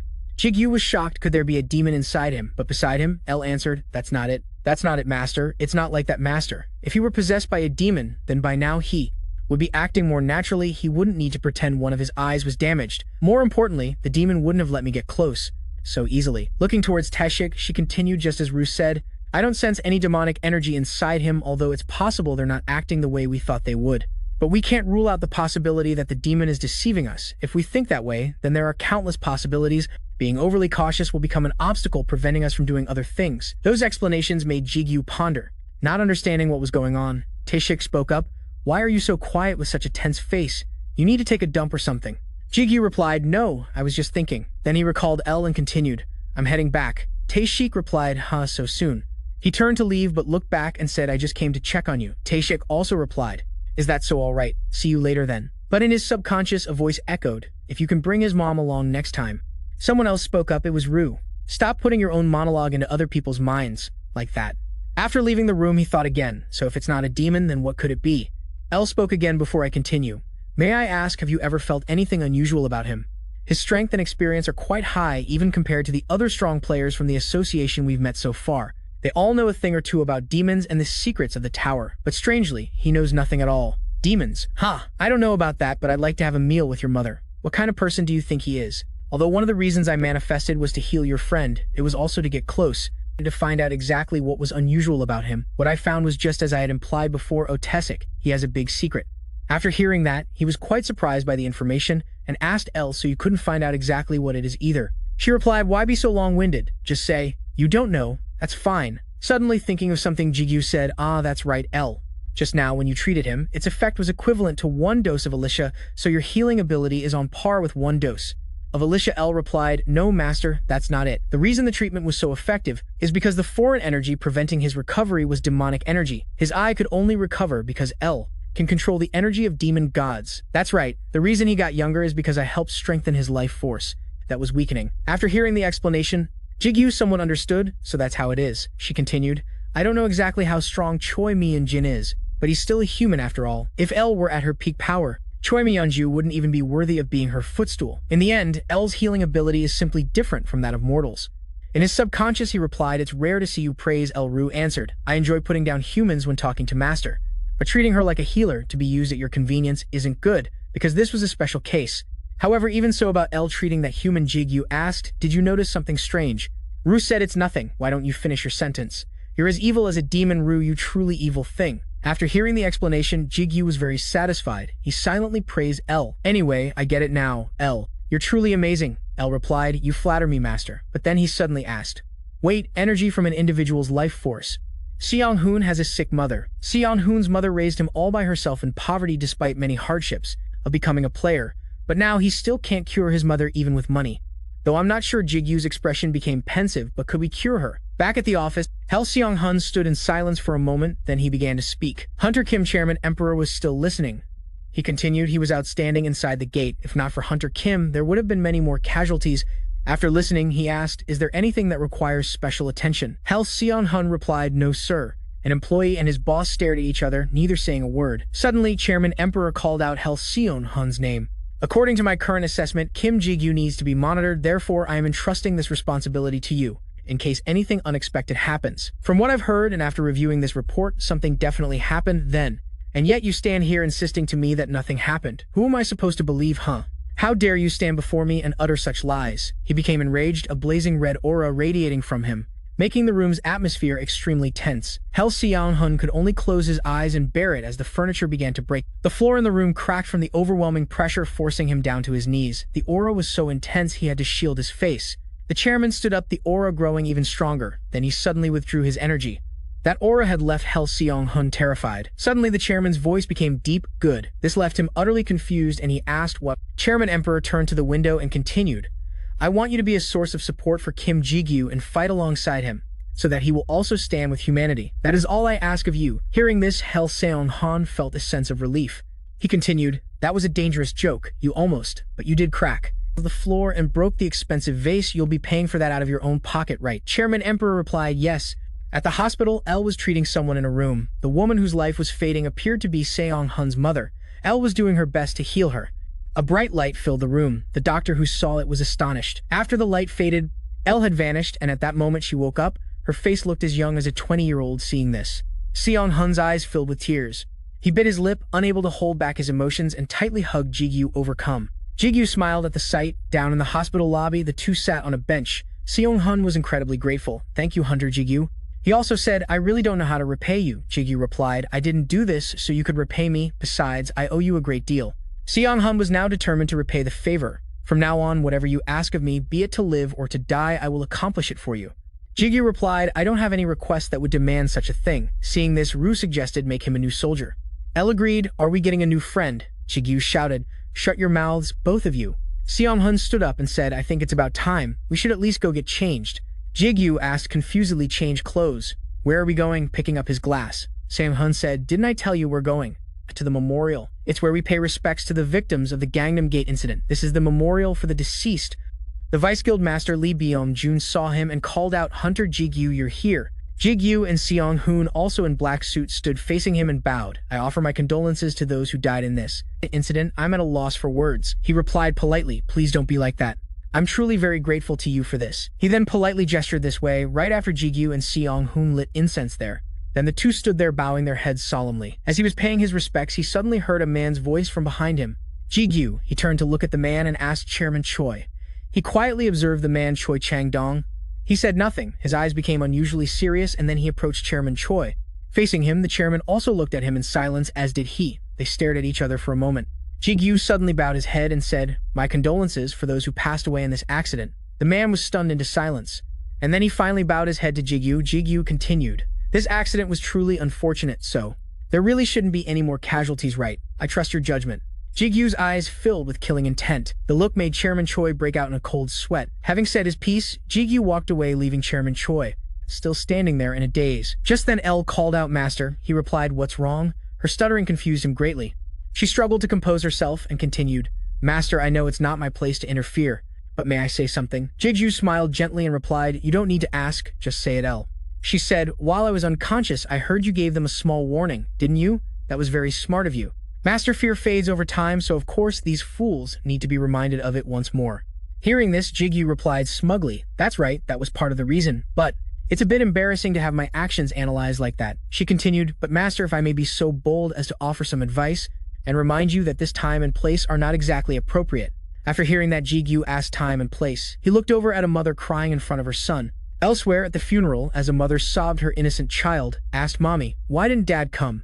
Jigu said it is a bit loud, but suddenly he felt that something was not right. What the hell did I just think? Right after he felt extremely sick. Clutching his mouth and stomach, L asked, "What is it? Are you only realizing it now, you hypocrite? What were you just thinking? Are you only now getting ready to mourn for them?" He then recalled, "My condolences for the deceased." "Do you truly feel that way?" she asked incessantly. "Do you truly understand their grief?" This made Jigu furious. "Shut up," but she continued her taunts. "Stop pretending. There's no one else around to put on a show for." Jigu snapped. "I said, shut up. I'm so confused as it is. Why are you trying to bother me even more?" But it seems he realized something. It wasn't Rue. In his subconscious, another personality suddenly appeared with a truly demonic smile. He continued to speak. "The final seal has finally been broken." His stomach tightened. The clock was running perfectly fine, then something went wrong the very next second. The clock hands spun dizzyingly. The surrounding space seemed to be separated. Jigu clutched his stomach and bent over. That voice continued to echo. "The seal has been broken." He trembled, gritting his teeth, his expression pained and confused, thinking, a seal? What does that mean? The space around Jigu suddenly changed in a strange way. Threads emitting a blue light suddenly appeared on the people around him. One end of the threads was connected to everyone. The other end of the threads were all connected to Jigu. Suddenly, he clutched his chest in pain and spat out a mouthful of fresh blood. Sensing the commotion behind him, Seong-hoon turned his head in surprise. Seeing Jigu collapsing, he worriedly shouted his name, "Kim Jigu." Running towards the trembling Jigu, Seong-hoon asked, "Are you okay?" At the same time, L also asked worriedly, "Master." The undead king also asked worriedly, "What's wrong?" Seeing him clutching his chest, struggling to breathe, Rue hesitantly spoke, "Master, just now, that was." Regaining his composure, Jigu thought deeply. A connection, thinking about the surrounding space. Everyone was motionless except for him and Seong-hoon. He immediately understood they were linked together in an instant. Then everyone here returned to their normal state. Suddenly, the two of them were startled by a girl calling out to him. Jigu looked at the worried face of the girl standing in front of him. He exclaimed, "Ruben." Seeing him still kneeling on the ground, she approached and asked, "What's wrong? Are you hurt somewhere?" Jigu awkwardly replied about that. He slowly stood up, awkwardly scratching his head and explaining, "It's nothing. I was just feeling a little unwell." Jigu covered his face and asked in a low voice, "What about the advisor? Is she okay?" Hearing that Ruben spoke a bit awkwardly, "What about her?" "Actually, she said she needed to see you quickly." Surprised, Jigu pointed at himself and asked again, "Me?" She immediately confirmed, "Yes. I don't know the exact reason." Ruben hesitantly continued, "But she said that the seal is very dangerous." Hearing her say that made Jigu somewhat surprised. The car then stopped in front of a large company. It had cherry blossom symbols. Jigu stepped inside. He was extremely surprised when he heard something and exclaimed, "Don't tell me." This also left L and Rue confused and full of questions, while the undead king looked surprised. Looking at the white-haired woman in front of him, Jigu frowned and asked, "Who is this?" Ruben immediately smiled and introduced her. "That's right, this is Advisor Lim Haesuk." She frowned and asked in a questioning tone, "Why are you so late?" "I told you to come see me." Looking at her change, Jigu said in amazement, "Your current appearance." She also didn't know how to explain. Haesuk's expression didn't change as she gave a clumsy excuse, "My makeup looks pretty good today." Jigu immediately replied, "Everyone can see that's not it." Haesuk then explained, "I'm just kidding, it's my skill. Don't ask for details." Jigu could only agree and replied, "Yes." At this moment, Ruben started to leave, turned her head and said, "Well, I'll go get some tea then." Suddenly, Haesuk called out to Ruben. Then with a serious expression, she tilted her head and said, "I want tea that's been steeped for about 1 hour." Understanding the hidden meaning in those words, she immediately smiled and replied yes, while also thinking to herself, it seems like she's about to discuss something important. She stepped out and the room door was closed. Haesuk slowly stood up and said, "Now then." She walked towards Jigu and spoke, "Let's get started right away." Hearing that he froze and stammered, "What? Start what?" Haesuk extended her hand towards him, smiled, and said, "I will check your condition." She touched his face and reassured him, "Don't be afraid, I don't bite." The space between them fell silent. Haesuk closed her eyes tightly and exclaimed, "It's so dark, I've felt this before." Her whole body was in a dark space. Then Haesuk thought, "But I really can't see the end. Is this inside of him?" She gradually went deeper into that dark space, thinking, "Let's go a little deeper." Haesuk became tiny in that bottomless dark space. She screamed and snapped back to reality, her eyes wide with astonishment, pointing her hand forward hastily. Haesuk's legs gave way as she pointed at Jigu's face and yelled, "What kind of monster are you?" Hearing that, he was stunned and exclaimed, "What?" The undead king was confused, while Rue asked inquisitively, "What's going on?" While Elle spoke indignantly, "How dare she point at the master?" At this moment, Haesuk slowly opened her mouth and said in a low voice, "The seal." She turned pale, stepped back, and trembled as she spoke. "The seal has been broken. The gate originally only had a few cracks, but now it's beyond repair." Looking at him, Haesuk frowned in fear, thinking to herself, "There's no way." She quickly grabbed Jigu's hand, hurriedly pulling him away, and said, "Hurry up and come here. We are in a rush." Jigu said awkwardly, Yes, wait a minute." He frowned in confusion and asked, "Please tell me what is going on." Rue said, annoyed and sarcastic, "What a stubborn old woman." L also spoke up annoyed. Should I take care of her, master? Hearing that King Anders also spoke, L, that person's voice is so scary she walked even faster, saying, there is no time to explain, we need to do something right now. Turning to look at Jigu with a serious expression, she explained, to resolve your chaos. The sky was now incredibly blue and peaceful, after a long time when the sky had turned to a sunset hue. Jigu's eyes were still tightly shut when he suddenly woke up with a shout. King Anders immediately spoke with joy. He is awake. El also chirped. You are awake, master, the king calmly asked. So you are awake.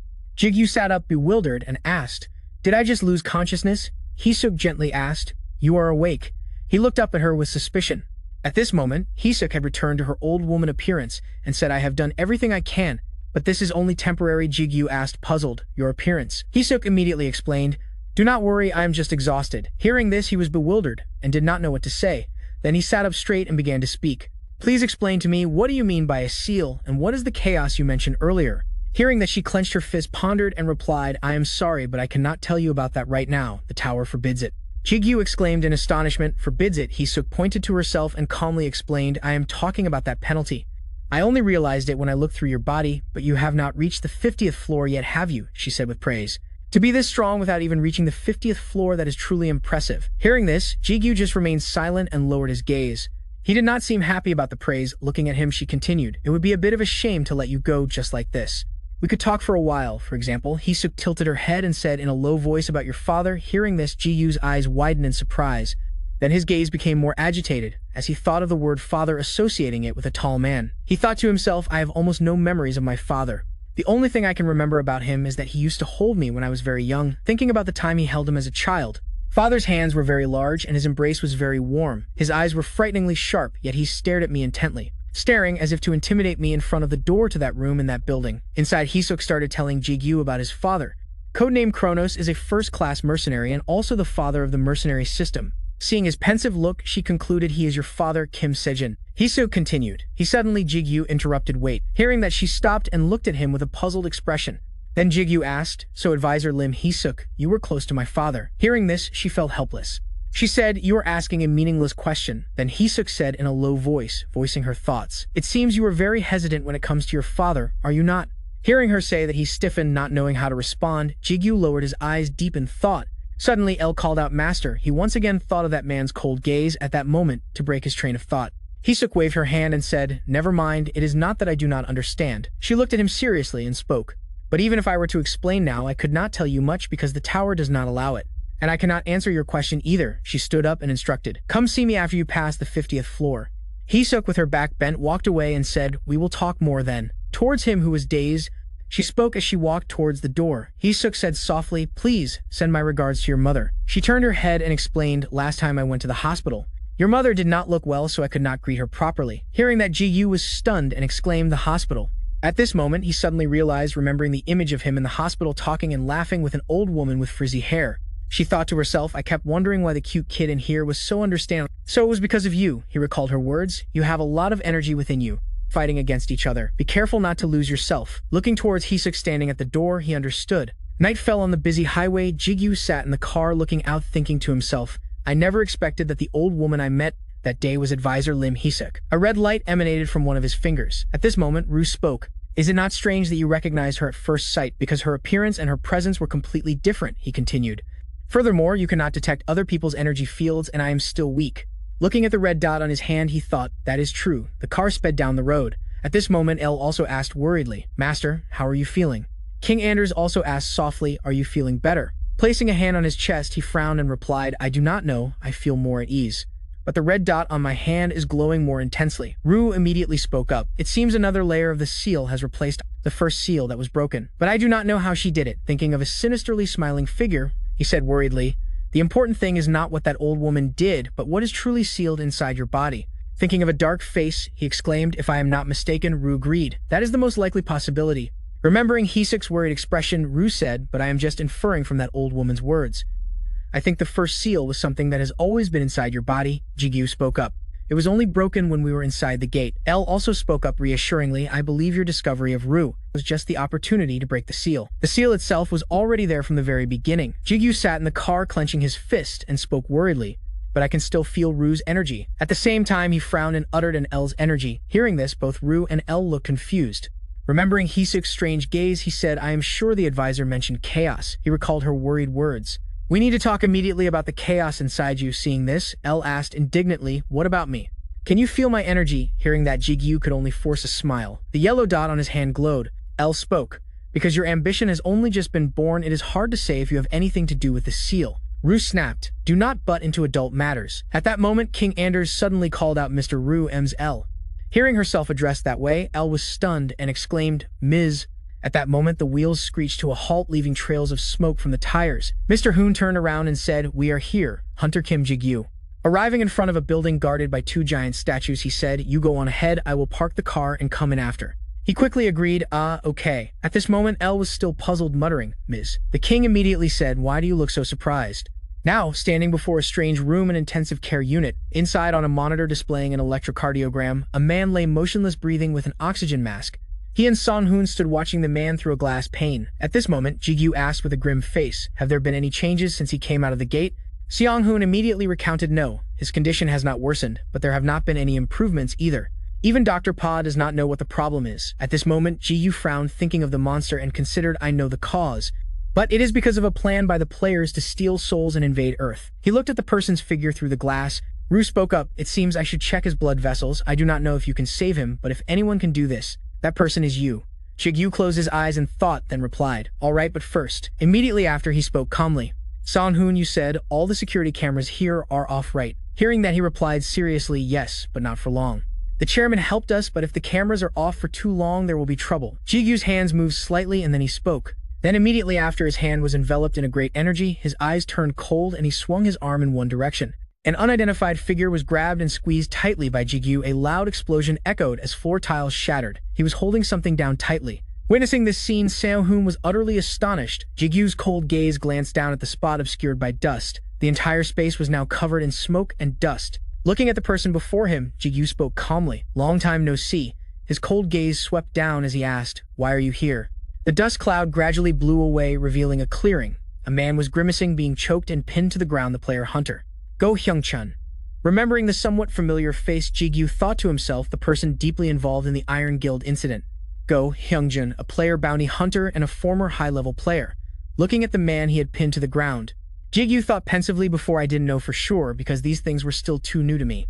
But now I'm certain. Looking at one of Hyung-chun's red eyes, he guessed that this guy possessed the demon eye.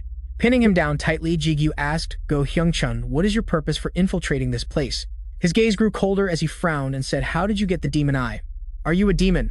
Hearing this, he trembled and grimaced in fear. Still not letting go, Jigyu coldly asked, What is your connection to Andres? Why were you looking for Sugu? He grew angrier and tightened his grip. By now, his face had turned purple from lack of oxygen. His eyes showed a loss of control as he angrily shouted, Go Hyung-chun, answer me. At this point, he was covered in a cold sweat, his eyes bulging as he couldn't breathe. Unable to resist any longer, he fell unconscious. Seeing this, Jigyu was bewildered. El then spoke up to explain. Master, if you choke someone like that, even a player can't withstand it. Ru also questioned. If you're going to ask a question, you should at least let him answer, shouldn't you? Jigyu stammered, but Song-hoon standing behind him facepalmed, thinking helplessly. The Sanya is smashed again. He awkwardly explained, but I didn't think a former high-level player could faint so easily. Jigyu gritted his teeth in annoyance. Ru also spoke up to remind him. I think you need to realize just how strong you've become. The undead king then enthusiastically praised, Master, you're so strong. Looking at the motionless Hyung-chun, Jigyu asked blankly, So what should I do now? Should I give him a potion to wake him up? Seon-hun worriedly asked back, He's not dead, is he? At this moment, Ru gave instructions, First, just throw him into the gate.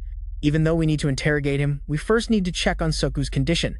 Hearing that, Jigyu exclaimed, Isn't that going to be very dangerous? He'll definitely go crazy once he wakes up. Thinking of the powerful army in the other dimension, Ru reminded him, What are you worried about?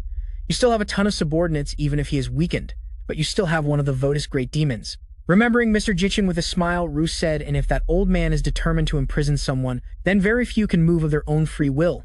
As if understanding, he exclaimed, Is that so? The undead king also happily praised, Dad is really the best. Looking at him one more time, Jigyu made a decision. All right, let's do that for now. Open. At this moment, Jigyu entered Soku's hospital room. He gently touched the head of the boy lying unconscious on an oxygen supply. He slowly closed his eyes and felt himself entering a strange land, Jigyu thought. Although his body hasn't been taken over yet, they almost succeeded. If he still can't wake up, then it seems it's because of the last incident. Looking at the Votus demon with a black eye burying itself under the dirt, He thought to himself, my demonic energy is still inside his body along with a part of the power from Paimon's legacy. Then the scene shifted to a cold, snowy mountain range. Jigu looked around and exclaimed, is this place inside Suku's magic circuit? It's completely different from mine. The undead king said cheerfully, look, it's snowing. He then moved forward. Ru then spoke, it's only natural that it's different.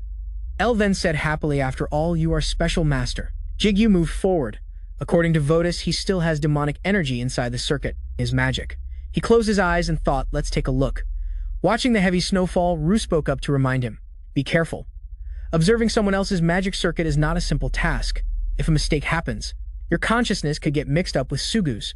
He stood still in the falling snow and calmly replied, I understand. He looked up at the sky and stood there calmly. The space gradually expanded, still covered in snow. He looked tiny amidst the vast, snowy mountain landscape. Suddenly, a magical blue orb appeared. Jigu opened his eyes in surprise and said, a ball. Thinking of the vast space, there's only one person standing in the middle of it. My magic circuit is formless and shapeless, but with Suku's circuit. Why do these things have such a specific shape? As he continued forward, Du spoke up. To put it simply, you're the strange one here. And Suku's the normal one. Then he asked, more importantly, have you found it yet? Jigu calmly replied. Then suddenly, a stream of purple energy appeared in mid-air. The demonic energy that Votus had planted, and that stream of energy landed on the ground, creating a blazing red flame. Paimon's legacy. Looking at the flame on the ground, he asked, this flame is Paimon's legacy, Du replied. To be more precise, it's only a part of it. Then resting his hand on his chin, he pondered and asked, what should we do now? Du replied, looking at him before the flame. It's obvious what we should do. He said, remove the demonic energy and retrieve Paimon's legacy. El also spoke up, and at the same time, use the power of life to restore the damaged mana circuits. Hearing this, Giyu fell into deep thought. He thought of the demon. I can control demonic energy because I've formed bonds with countless demons and undead, but I've never tried to control it before. Looking at the blazing red flame in front of him, he thought to himself, I don't know how to control Paimon's legacy, and at the same time, use the power of life to restore the damaged circuits. Giyu silently observed, thinking to himself, and observing someone else's mana circuits isn't simple. If a mistake happens, your consciousness could get mixed up with Suku's. He considered clearly, just looking at Suku's mana circuits is already making me tense. So how can I do so many things in this situation? A golden dot of light appeared on Jigu's hand. El's voice called out, Master, I will help you. Looking at his hand, he exclaimed in surprise. What? Hao Lu also spoke up. I see that will be effective. The red light on his hand glowed.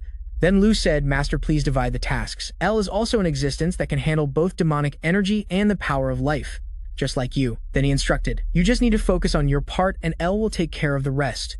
Hearing that, Giyu replied in surprise, I understand. Stepping towards the flame, he said, all right then. Jigu gently reached his hand towards the flame and said, I'm counting on you, El. Then he slowly closed his eyes. The golden dot on his hand glowed intensely. El appeared in human form, slowly placing her hand on him, creating a powerful force. At that moment in the distance, the sky suddenly darkened and strange lightning appeared. At Ji-Chun's location, he was silently looking at the sky. Stroking his beard in thought, he looked at the statue before him and spoke. I suppose without Paimon's legacy, it would be impossible to create Lu's physical body, and that statue depicted the image of Lu Jiju was standing thoughtfully in the hospital room, but in his subconscious, everything around him was blazing red. Jigu squeezed his eyes shut in discomfort. Then he took a breath and opened them again while caressing Sugu's face. A feather floated up. He was surprised to see it stuttering. This is... The moment Giyu touched it, he immediately recognized it as El's feather. I can feel an energy similar to Paimon's legacy. From it, he stared at it full of doubt. Did it succeed? A voice suddenly rang out confirming. Yes, it did. Master, I have completed the purification of the demonic energy, restored the mana circuits, and retrieved the legacy. I knew you could do it. Hearing this, Jiju summoned his subordinate Brunhart. He immediately appeared awaiting orders. You summoned me. My lord, he looked at the feather and gave his instructions. Give this to the old man. He will know what to do with it. Brunhart reached out, took the feather, and obediently complied. Then he slowly vanished as the vortex closed the patient's fingers, which were initially straight. Suddenly, a few fingers began to move again. Sugu's weak voice softly called out Jiju. Hearing this, he was extremely surprised and called back, Sugu. He hurriedly tried to sit up. What's happening? Seeing this, a worried Jiju frantically told him, Wait, don't sit up yet.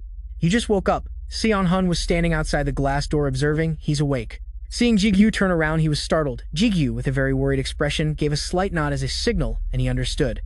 A moment later, he picked up the phone to make a call. Hello, this is Sion Hun from the Gate Management Department, please. Send a healer and a doctor to the intensive care unit immediately. The sun had risen, shining brightly over the hospital. Jigyu carried in a plastic bag of chicken. Seeing this, Suku gave him a dull, annoyed look. He emphasized his condition. What's that? I can't eat anything because I still have health checks to do. But Jigu had no intention of sharing in the first place. I know I brought this to eat by myself. He polished off all the chicken by himself.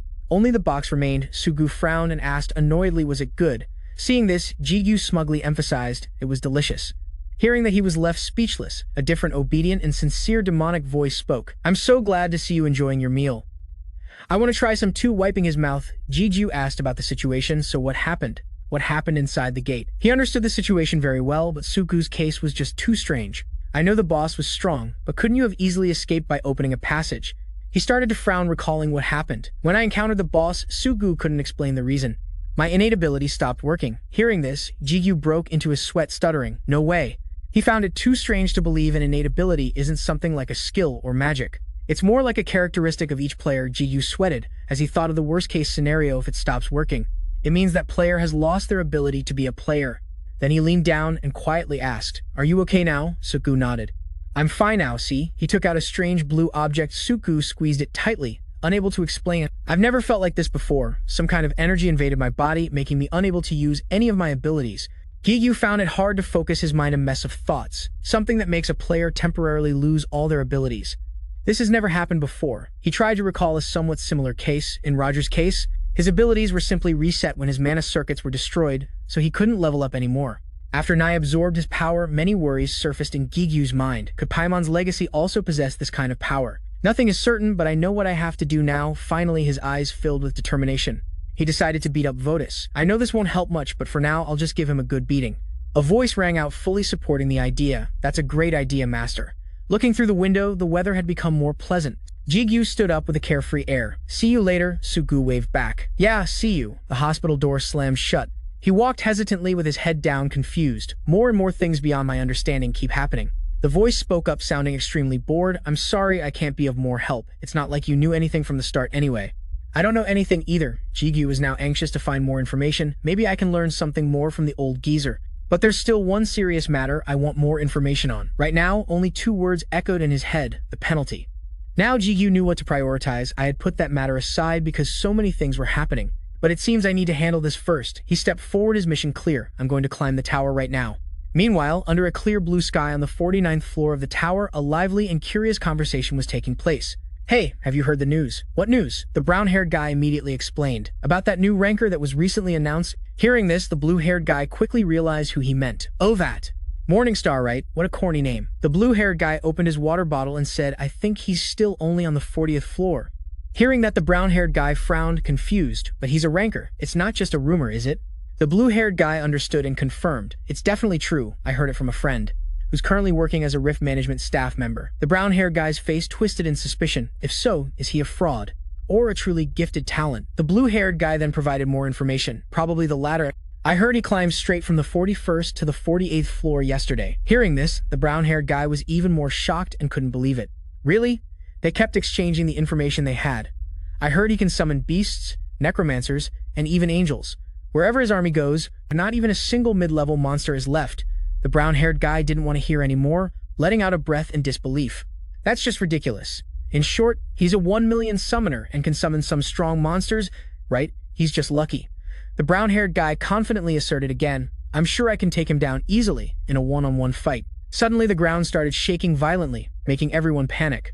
What's going on? Is it an earthquake? How can there be an earthquake inside the tower? The whole forest was shaking inexplicably. From behind the trees, something strange flew out. A large, dragon-like creature appeared, letting out a roar. It showed its blood-red eyes and sharp teeth. That's the Necrodrake Guardian. The blue-haired person went pale with confusion. Didn't the Warhammer Guild plan to deal with the Guardian? How did they let it escape?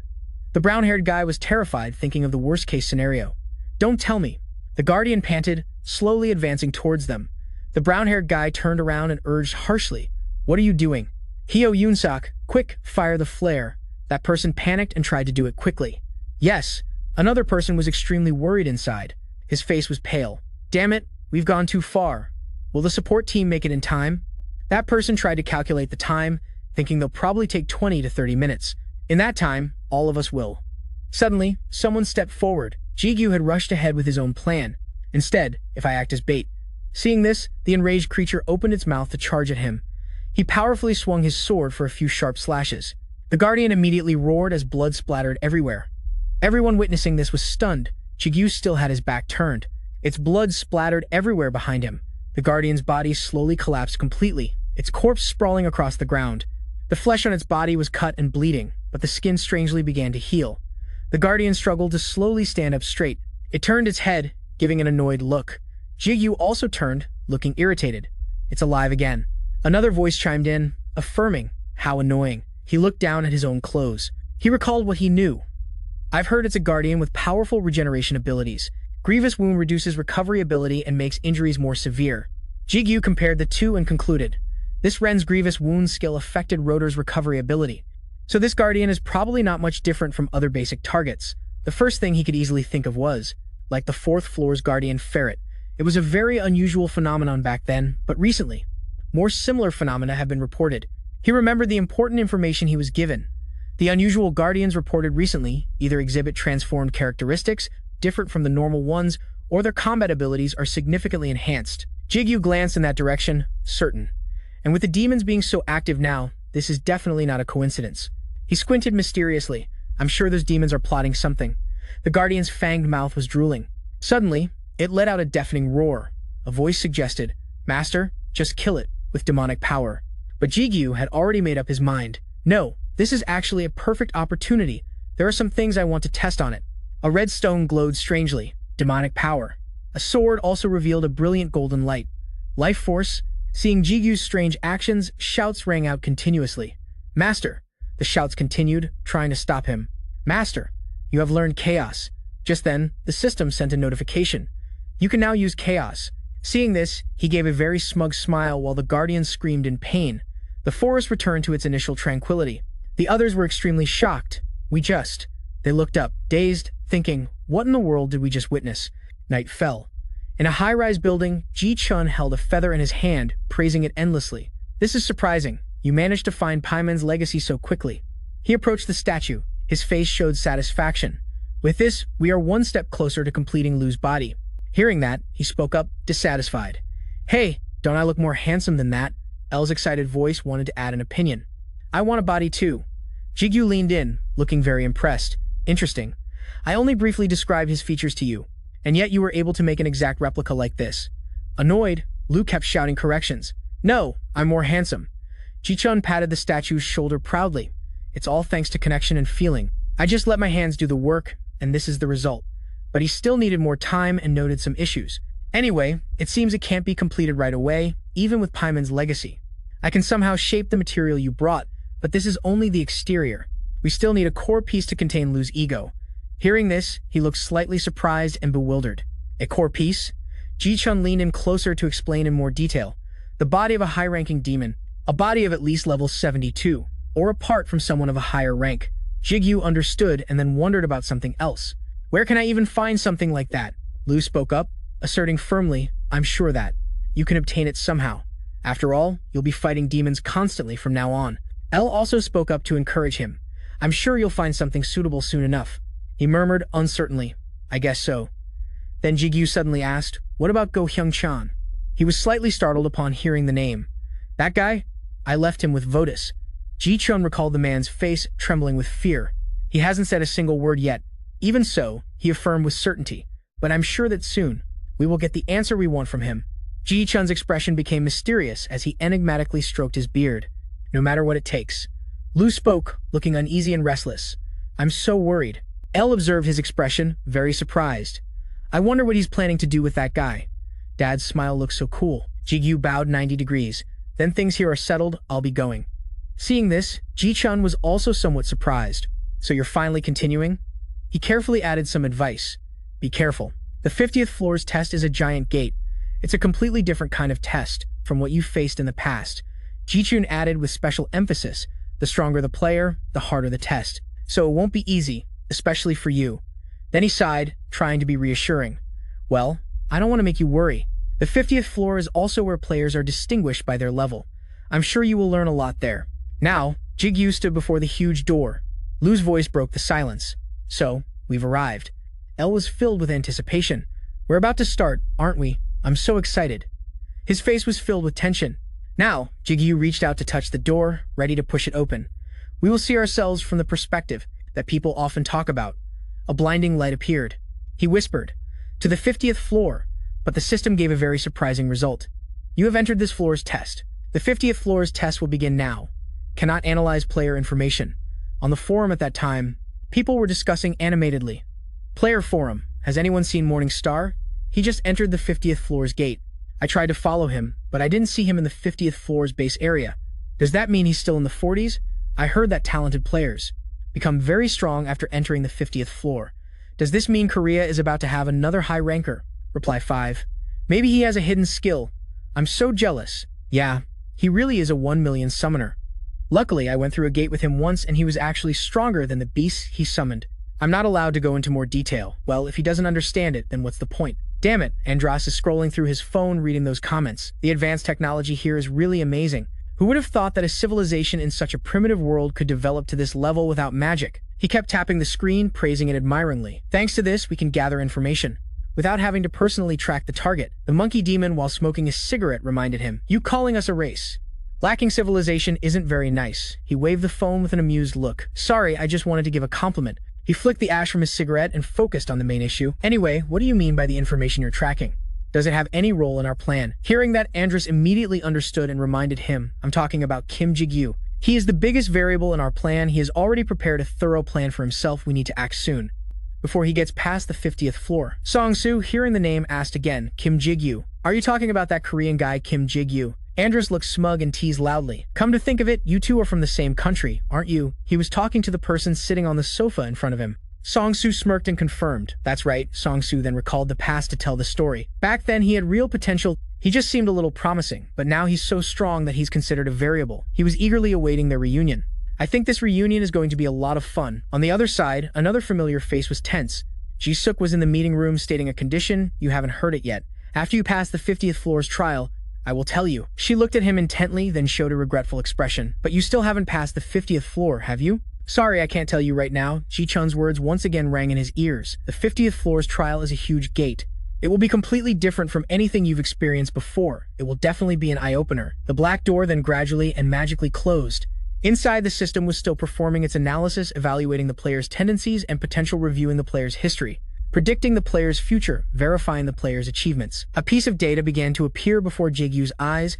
The system finally finished its work. It has selected a suitable test. The test consists of 3 stages. It allows you the right to choose. The player can decide the order. Jigu was still standing there, staring blankly at the cards. He struggled to think as he saw the colors of the cards. 3 cards. Gold and gray. Jigu was smart enough to guess some of their meanings. Black is probably related to Lu, gold will be L, but there was still the last color he couldn't guess. The gray card. Suddenly, Lu's voice spoke up suggesting, "It's you, sir." Jigu was slightly startled hearing this and asked me. He confirmed with confidence, "Yes, the changes and mysteries surrounding you. Whatever it is, it's definitely a test related to you." After hearing that, he still hesitated, staring intently. Finally, Jigu helplessly made his decision. "I don't have any clues, so it's useless to think too much." He then took down Lu's black card. "I'll choose the left card first." Elle, who was still by his side, spoke up to cheer for her master. "You will pass the test no matter what." Brunhart also enthusiastically supported him. "That's right." Suddenly, the card flashed with a strange light. "Beginning the test, player. Please be ready." The objective of the test is to experience death. Now, in the middle of a harsh mountainous landscape, the sun was setting. The sound of coughing echoed continuously. Jigu and Lu's body was trembling violently. "My body feels so strange." He took long, difficult steps forward very weakly. It felt like it didn't belong to him. Lu also realized, "This is me. Is that the day?" He knew exactly what would happen next. The day I was betrayed. Through the pool of blood, Jigu could also see clearly. "This is Lu's body." He then spoke up to confirm, "Yes, it's me. You're already thinking about the next scenario. So next time, will I be in L's form?" "That sounds a bit wrong." The system's voice echoed again with instructions. "Complete the mission." This is one of the wastelands of hell created from memories stored in the tower and in the body itself of the player. The player only needs to complete the objective of this location. Hearing this, he felt strangely worried. The objective is to experience death, right? It's just a test. I probably won't die for real, right? Jigu's mind was filled with chaotic thoughts. Even if I die here, it should be fine, right? If Lu's body dies, it has nothing to do with me. As soon as he heard that thought, he cleared his throat. Hey, Jigu kept complaining and frowning. Seriously. Isn't this a bit much? To die without any explanation. Suddenly, the ground where he stood began to tremble slightly. Jigu looked up with a very confused expression. This tremor. Lu, knowing what was coming quickly, warned him, "Save the remarks for later. Now is not the time to be dazed." He said 3 cryptic words which were even more confusing. "They're here." From a distance, something was approaching like a storm. A horde of goblins of all shapes and sizes was aggressively charging Jigu. Hearing their screams, still didn't understand what was happening. What the hell is charging in such large numbers? He started to panic. Suddenly, a battle began. I have no equipment. Jigu gritted his teeth trying to find a solution. I can't even contact L and Brunhart. I can only hear Lu's voice and I can't even manifest his weapon. What do I do now? Seeing the situation, he had to quickly remind him, why are you just standing there? This is my body. Have you forgotten my power? At that moment, Jigu finally calmed down and realized. He closed his eyes and remembered his title, Master of all demonic swords. Jigu tried to clear his mind, constantly reminding himself, I'm not Kim Jigu now. I am Lu. Somehow I'll know. He began to summon that power, how to use this ability. Jigu managed to draw a sword and smiled smugly. This ability is pretty cool, but I don't like the idea of turning into Lu at all. Hearing that, he became very indignant and questioned, do you have a problem with my body? A set of sharp teeth gradually appeared. The goblins, as numerous as a Mongol horde, ran chaotically. Behind them, something exploded very unexpectedly. Jigu didn't know how to react and just stood there watching. He didn't know what would happen next. What the hell is it this time? Jigu saw a large figure approaching. That giant monster revealed its glaring eyes. Belphegor let out a shout, announcing to the other monsters, the Demon King is about to run out of life force. This is our chance. Then it pointed forward and shouted the command, charge. Lu also recognized him and got annoyed. That bastard Belphegor is so damn noisy. Jigu broke out in a sweat, stammering in confusion. Belphegor. Seeing this, he explained more clearly. The 7th King of Hell? Oh no. He's one of the 6 kings, one of the high-ranking members of the 72 thrones. Lu carefully added a few more notes. Although his form is smaller than Votus's, when enraged, he is much stronger than Votus. Elsewhere, he played with his beard, confused. Is someone talking about me? He nodded, his face showing tension. No matter what, he's the leader here. Jigu drew his sword, having a plan. In my mind, I have to clear a path first. He crossed his 2 swords, forming an X shape. The goblins charged simultaneously towards where Jigu was standing. They came from all 4 sides, leaving him no time to react. He winced, extremely tense and confused. What is this? The goblins shrieked deafeningly. Belphegor's face was extremely smug. Looking at him, he was extremely tense, unable to understand. It's impossible. How does he still have so much life force? After the 6 kings attacked, he should have been on the brink of death. Suddenly, the space became as silent as it was at the beginning. Belphegor was standing very far away. Jigu was still standing there, dazed. What just happened? Lu now spoke up, emphasizing his advice. Remember this feeling. He explained the reason for this challenge. This is the true meaning of controlling death. This story happened a long time ago. One day, a stranger appeared in the land of Hell. A mysterious person appeared in a terrifying land. There were already countless demons here. It's common for an unknown person to arrive in the chaotic land of Hell, but things became tense until he started devouring his own kind and rose to the top of Hell. And that mysterious person was none other than his name was Lucifer. Suddenly, an explosion occurred in that place. Jigu was looking off into the distance. He looked up, his face stunned with disbelief. He jumped down. Jigu looked up at the sky with an incredulous expression. With that body, Belphegor growled and threw a large punch. That hand became incredibly veiny and terrifyingly strong. It was aiming straight for him standing below. Belphegor charged down with a terrifying crash, but Jigu was one step faster, leaping up to dodge the blow. Just then, he turned around with a bewildered face. Ru, is your name Lucifer? But he looked annoyed and stated firmly, I forgot that name. A long time ago, I am Ru now. Suddenly, Jigu gave a strange smile. Yeah, he raised his sword and declared with certainty, you are just you. Belphegor turned his head and smiled mysteriously. Jigu continuously swung out sharp slashes in just a flash. Those slashes cut into its body. A shield was torn open, drawing blood very strangely, but it immediately healed right after. Belphegor still had a strange, bewildered expression. I can't believe the shield I was given was broken at this moment. Jigu was standing high above this message. Belphegor, Ru asked me to pass a message to you. Hearing this name, its eyes wavered slightly. Ru, he smiled and repeated the message. The day I return to Hell, everything related to you will be destroyed. Ru's warning, spoken through Jigu's mouth, became incredibly terrifying. I will eat your entire clan alive. Belphegor's eyes were now filled with terror and bewilderment. He pointed his sword forward. Arrogantly, he commanded, bow to the king. The sky then turned a terrifying fiery red. The ground at that moment cracked open frighteningly. But Belphegor closed his eyes, threw out his hands, and remained stubborn. Jigu did not hesitate to attack back. The 2 sides clashed, making the fight more intense. It felt like Belphegor's initial shield had started to loosen. It looked up, bewildered and confused. What is this? His body was completely exhausted. Belphegor was starting to know what fear felt like, yet as time went on, he grew even stronger. At this time, Ru was still by his side, constantly encouraging him. Very good, my lord. You are getting used to it. Do not forget this feeling. Jigu was now gradually realizing the purpose. I think I understand. Now the trial requires me to experience death. The meaning is not literal. Belphegor's eyes changed as if stunned by a sudden realization. The body he was in now was gradually undergoing a strange phenomenon. In the end, what the trial required was just to fight against death using Ru's body. At this moment, he also spoke up very pleased. You are surprisingly smart. Is it because of my body? Jigu was so helpless he was at a loss for words. Red and black threads continuously appeared, coiling around a giant fiery red sword. It was heading straight for where it stood. Belphegor looked up, bewildered, not knowing what to do now.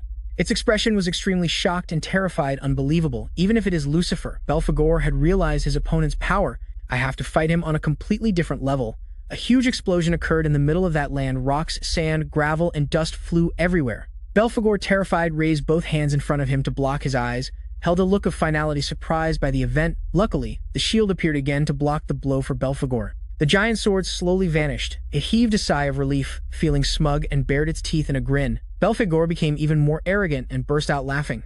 It spoke with a voice full of contempt, asking back, "Is that all you have got, Lucifer? You cannot even hurt me. I am a waste of the title of Hell's Sovereign." At this point, Jigu was also dazed, not understanding anything. He was now completely stunned. I attacked like that, and there is no damage. Are all 6 kings this strong? Ru then re-emphasized the initial details. He is a ruler, my lord. Do you remember? Only then did Jigu dazedly recall the warning, a ruler. He was shocked as he realized the true potential. The association president once said that the people who built and ruled the tower, they were also rulers in other worlds. Ru continued to explain in more detail for him to understand. Right now, they are borrowing Belphegor's power. He revealed where its power came from. Although it is very strong, it did not originally possess a shield with that ability. Jigu closed his eyes and thought carefully. I see. Then a pair of long, sharp horns appeared on his head. I just have to destroy it and it is over, right? That immense power continued to gather again. Giant swords flew in from all directions. At this moment, Ru also spoke up to confirm the method. Yes, my lord, you do not need any tricks. Death itself is that kind of power. Belphegor once again put out his hands to block a huge explosion repeated in the middle of the terrifying land. A giant crater sank into that very spot. Jigu's back gradually appeared through the screen of smoke and dust. He looked down his face, showing a hint of fatigue. I know he is borrowing the ruler's power, but he is still formidable. Belphegor's entire body was being crushed under the ground. It took a whole week to break his shield. Now it was finally scared, trembling, and begging, please spare my life. Lucifer, at that moment, Ru's voice rang out again, providing more information. By the way, among the 6 demon kings, Belphegor is the weakest. Hearing this, he was startled and skeptical. What really? He calmly emphasized the important truth. Yes. Because if fate cannot compare to the original now, he recalled the moment just before. Although Ru's power was overwhelming, but Belphegor did not just take the hits. Jigu still had to acknowledge its strength. It escaped death's door many times. Even with that body, it still dodged attacks very quickly. He himself was almost counterattacked a few times. There were also close calls when it launched surprise counterattacks. Jigu was now sweating with worry. Even if he is not granted a special ability by a ruler, I would have a hard time defeating him. Ru now reassured him and reminded him of the issue. My lord, stop imagining things. Hurry up and finish this. He regained his composure, ready to fight, and flew up. Yeah, at this moment, Jigu suddenly called out, Hey Belphegor, Ru told me to tell you something. It was tense, surprised, and anxious, asking what is Ru. He drew his sword and relayed the message. Seeing you again disgusts me. Jigu's face turned vicious as he prepared to swing his sword down. I hope we never meet again. Belphegor could not believe it, his mouth stuttering in fear. You now had finally realized with a shock and screamed, You are not Lucifer. Who are you? As it said that the sword slashed across Belphegor's face, Jigu, who was now flying in from a distance, received a notification. You have passed the trial. Teleporting location hidden quest defeat Belphegor has been completed. The system sent a few gifts to you. This is your reward you have received, Belphegor's mace. The mace suddenly appeared in front of Jigu. Now he seemed to vaguely understand. The mace, so Belphegor's mutated hand, was not a skill but a weapon. The image of its strange fist appeared in Jigu's mind. Branhart's panicked voice then called out, Master, we lost connection, so I was very worried. Hearing that he was a bit touched and reassured, Branhart, I made you worry. El was also happy. Congratulations, Jigu, it is a relief that you have returned safely. He put both hands on his hips and asked with curiosity, What is this Ru? It looked smaller than before. He felt this was completely normal, nothing strange at all. The body size of a demon king is not important now. Jigu also understood the issue. This must be an item that can self-adjust its size. Ru at this moment hurriedly remembered and continued speaking. I still have not explained. He wanted to mention the mace. You just received it. This weapon is no ordinary thing. Calling it an item is also a bit strange. Ru explained the materials he used. I forged it from the body of Satan. Hearing this, Jigu was also a bit surprised. Satan. Now he continued to ask for another detail. Have you ever heard of the 7 deadly sins, my lord? He immediately recognized it, but did not know much, the thing Catholicism often mentions. Ah, I know a little now. Ru explained it in more depth. Then this will be easy. The 7 deadly sins are the 7 sources of human sin. He listed each one of them. The sins of envy, pride, greed, gluttony, wrath, lust, and sloth. There are 7 demon kings representing those sins, and Belphegor is the sinner of sloth. After hearing this, Branhart had to exclaim how complicated. Hearing that, Jigu immediately noticed something strange. I thought you said there were 6 demon kings. Ru, annoyed and angry, re-emphasized the point. I was about to say that do not interrupt me. He understood and agreed with him. All right. He recounted his own glorious past. Before I took the throne, I grew strong quickly by devouring countless demons. I surpassed the level of the 7 demon kings long ago, but only a madman would fight all of them, and Ru made his final decision. So I challenged the strongest demon king, Satan, the sinner of wrath. El was also very surprised to hear this, exclaiming, "This is truly a shocking rumor. It might even spread to the heavens." Ru was extremely proud, showing off his glorious achievement. Of course, I won from then on. I became the strongest in hell. He clearly described the process he undertook, and I dismembered Satan into 6 parts, used them to forge weapons, and bestowed them upon the 6 demon kings. The purpose was to make them loyal to me. Ru sighed sorrowfully, revealing the final result, but then things turned out like this, as you can see. Knowing this, Jigu also felt a bit horrified.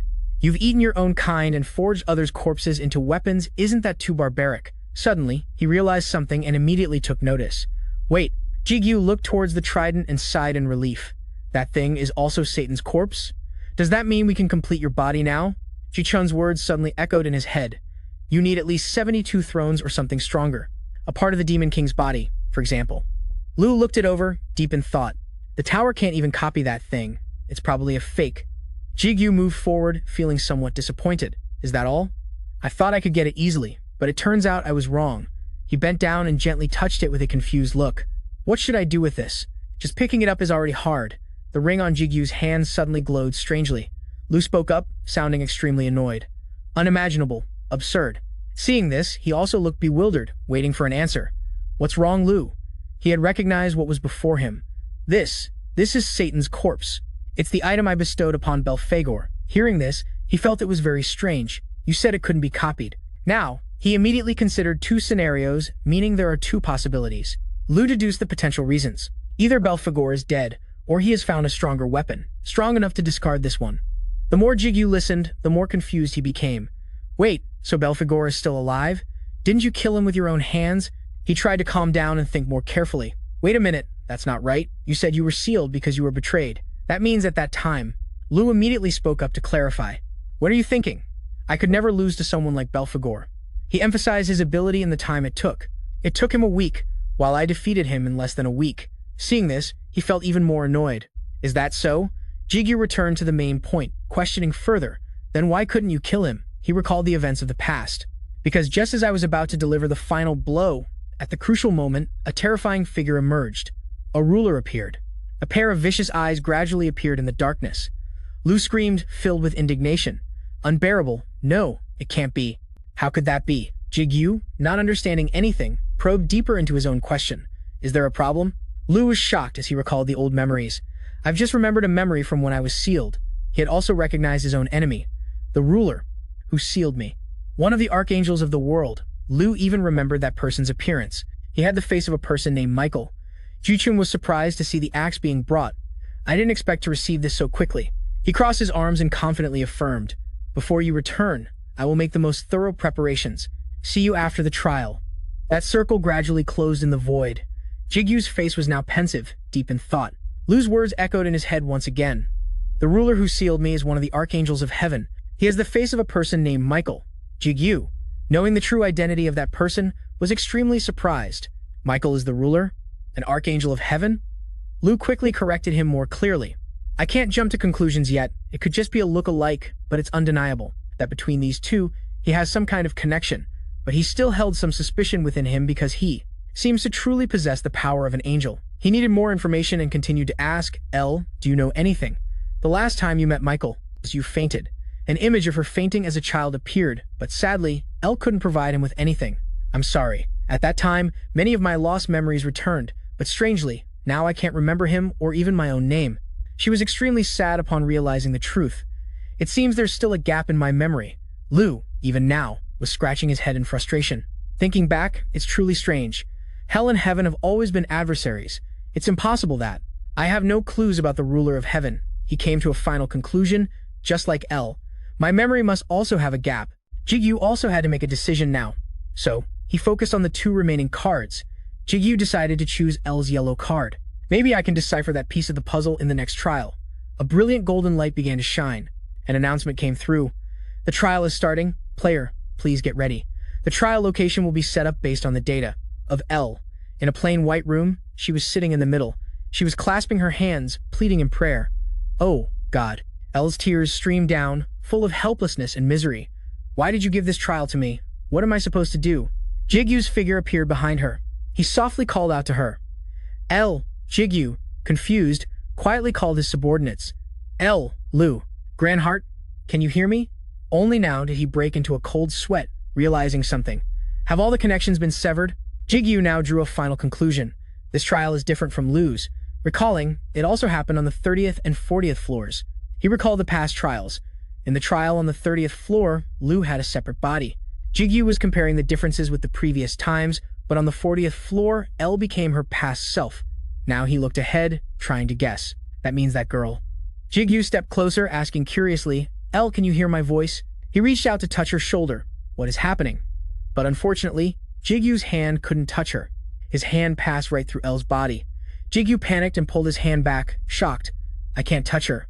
Does this mean for now, I can only observe without interfering? He struggled upon realizing the truth he had to face. This trial has no guidance like Lu's. Suddenly, behind her, a door opened, and a figure stepped in from outside. The person who entered was none other than Raphael. His face showed no expression. Jigu turned, vaguely remembering that person was. Lu's voice rang out, explaining Raphael's identity. One of the 7 archangels of heaven. He is considered one of the most powerful and famous archangels. He turned back, startled and happy, thinking, Lu, are we connected again? But Jigu broke into a cold sweat, shocked, realizing, no, it's not Lu.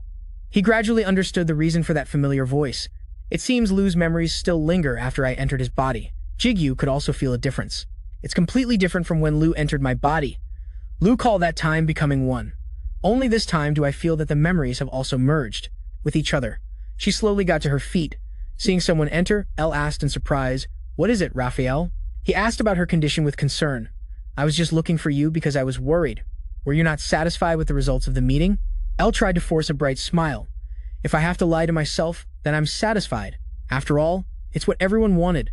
Raphael immediately reacted, reminding her, But you don't have to bear all the responsibility like this. Hearing that, she cut him off, emphasizing, No. She knew her own duty well. I have to take responsibility. I am the one who leads the angels. L's words were incredibly firm and certain. If I only know how to point fingers, then I am not worthy of this position. I have a responsibility to protect everyone. Hearing this, Jigu's head was spinning. What the hell is this? L is an archangel? She then smiled kindly, reassuring him, Don't worry, this is his will. Suddenly, a voice rang out, startling L. Cut that nonsense. Another figure was stepping in from outside. Jigu was also waiting intently to see who it was. As soon as he saw that person's appearance, he couldn't help but exclaim in surprise, Michael. He spoke in a sarcastic, annoyed tone. What? His will? Ridiculous. He's not here anymore. Gabriel now looked annoyed, emphasizing each word. In fact, everyone knows it, right? When the tower was completed, God died. Hearing this, Raphael was also stunned for a moment. He cleared his throat and asked back questioningly, Isn't that right, Michael? Only now did Jigu, shocked, vaguely realize. Michael? Did he just call him Michael? He tried to focus deeply to understand the situation. And what he said about God. What is all this? L, with a somber face, called out the name Gabriel. Only now did Jigu understand the situation. So the name of the person I thought was Michael is actually Gabriel. He turned to look at where she was standing, and L is the one who's Michael. Jigu's face was utterly confused as he tried to think. I still don't understand anything. Gabriel didn't want to beat around the bush anymore and bluntly declared, Enough with the nonsense, let's get to the point. He stated a shocking truth. We have to sacrifice Michael and destroy this tower anyway. Hearing this, Jigu broke out in a cold sweat, but Gabriel's face remained cold. Let's begin the ritual. Gabriel shouted loudly, imperiously ordering everyone to kneel respectfully. Jigu was looking up at him from above. Everyone gathered and lined up, and he stood at the bottom of the stairs leading up. Jigu was sweating, confused. This is strange. The location has changed. Where am I? Something made him turn around in surprise. The other angels were kneeling down to pay homage to them. All hail the archangel. Jigu stared at everyone, his face bewildered. He was stunned by the sight before him. Are they all angels? Elle walked forward barefoot, step by step. She called out loudly to the kneeling crowd, Angels. Elle's expression was unchanged as she announced that today there would be a major change. She recounted the events that had occurred. God has met with misfortune. Jigu watched, feeling extremely worried. Elle continued speaking, finishing her thought. I must make a decision. Elle's eyes grew somber, her voice softening. Soon, she announced some terrifying news. This place will collapse. Upon hearing this, the angels grimaced. Some were so distressed, they shed tears of anguish. Her face was extremely tense, emphasizing the gravity of the situation. I must resolve this chaos, otherwise, the world our father created will lose its balance and perish. She took a deep breath before moving on to the final matter. Therefore, Elle stepped into the center of the circle. A radiant golden sword was drawn. Now prepared, she announced, I will begin the ritual. Jigu was utterly shocked, looking all around. Perish? A ritual? What is she talking about? Gabriel's words echoed in his head. We must sacrifice Michael to destroy the tower. Seeing the scene before him, Jigu screamed her name. Elle. He tensed up, making his final decision. I don't know what's happening, but my instincts tell me to stop it. Jigu clenched his fists, determined to do something, anything, but his gaze turned to horror as he looked down. Jigu tried to move, but he couldn't. My feet won't move. He couldn't bear to imagine the horrific sight. If this continues, Elle will. Jigu's whole body trembled in despair. This is just a test. I don't want to see Elle die again. A strange sword appeared in his mind. I don't want to see Elle die again. Jigu used all his strength to will himself awake. Move! But his feet were still glued to the ground. Move! He gritted his teeth. He hopelessly begged his body to move. The sight of the swords about to pierce Elle made Jigu even more frantic. Please. Suddenly, Ru's grumbling voice rang out. Why is your attitude so different from during my trial? The system announced his change, responding to the player's will. An important message is delivered to Jigu. The link has been restored. Granth was thrilled to be reconnected. Master, we have been waiting for this day. Suddenly, a strange light descended upon where he stood. An explosion erupted as the light hit the ground. A bewildered Gabriel covered his face from the smoke and dust. Raphael was knocked back, completely surprised. What's going on? The other angels looked up in confusion. Elle's eyes widened in disbelief at what was happening. Jigu had raised his sword in front of her protectively. Elsewhere, on Earth, the sky was dark. In the city of New York, the Iron Guild. From inside the meeting room, a resonant voice rang out. One last matter. He emphasized the important details with his announcement. We will expand our branch to Korea once more, and the branch manager will be Vice Guild Master Jim Lohan. He then turned to ask for Lohan's opinion. Do you have any objections? Lohan simply nodded, his determined face giving his answer. Seeing no objections, he declared, if not, then I will conclude the meeting here. Jim Lohan was now deep in thought, his expression tense. Damn it. I don't get their obsession with Korea, but this is a good thing. He smirked, showing his confidence. As long as we have common ground, we can still use each other. This time, we will definitely establish a foothold in Korea. I'll torture the Demon King to death. A group of people walked out of the meeting room. A young man spoke up, smirking tauntingly. James, you only became the Vice Guild Master 1 month ago. Has the boss stopped favoring you? The man raised his voice, intentionally trying to provoke him further. I can't believe you have to manage that tiny country. It's basically a demotion. The man kept following him, his tone persuasive. Say, it's been a while since we had a drink. How about one tonight? My treat, as a farewell gift. James turned away with an annoyed look and refused. I'm fine. I still have things to do. Then he walked straight ahead. Let's go for a drink another time. The man stood still, looking baffled. What's with him? He's never turned down an offer like this before.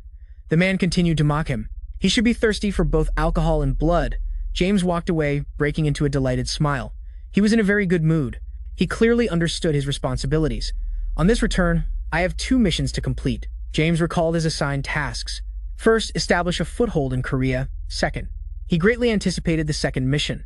Morningstar kidnapped Kim Jigu's relatives. Up by the stairs, a cloud of smoke billowed out. The kneeling angels looked up in bewilderment. What's going on? They couldn't believe their eyes. Where did that man come from? Jigu stood defiantly in front of Elle, protecting her. Gabriel took a deep breath.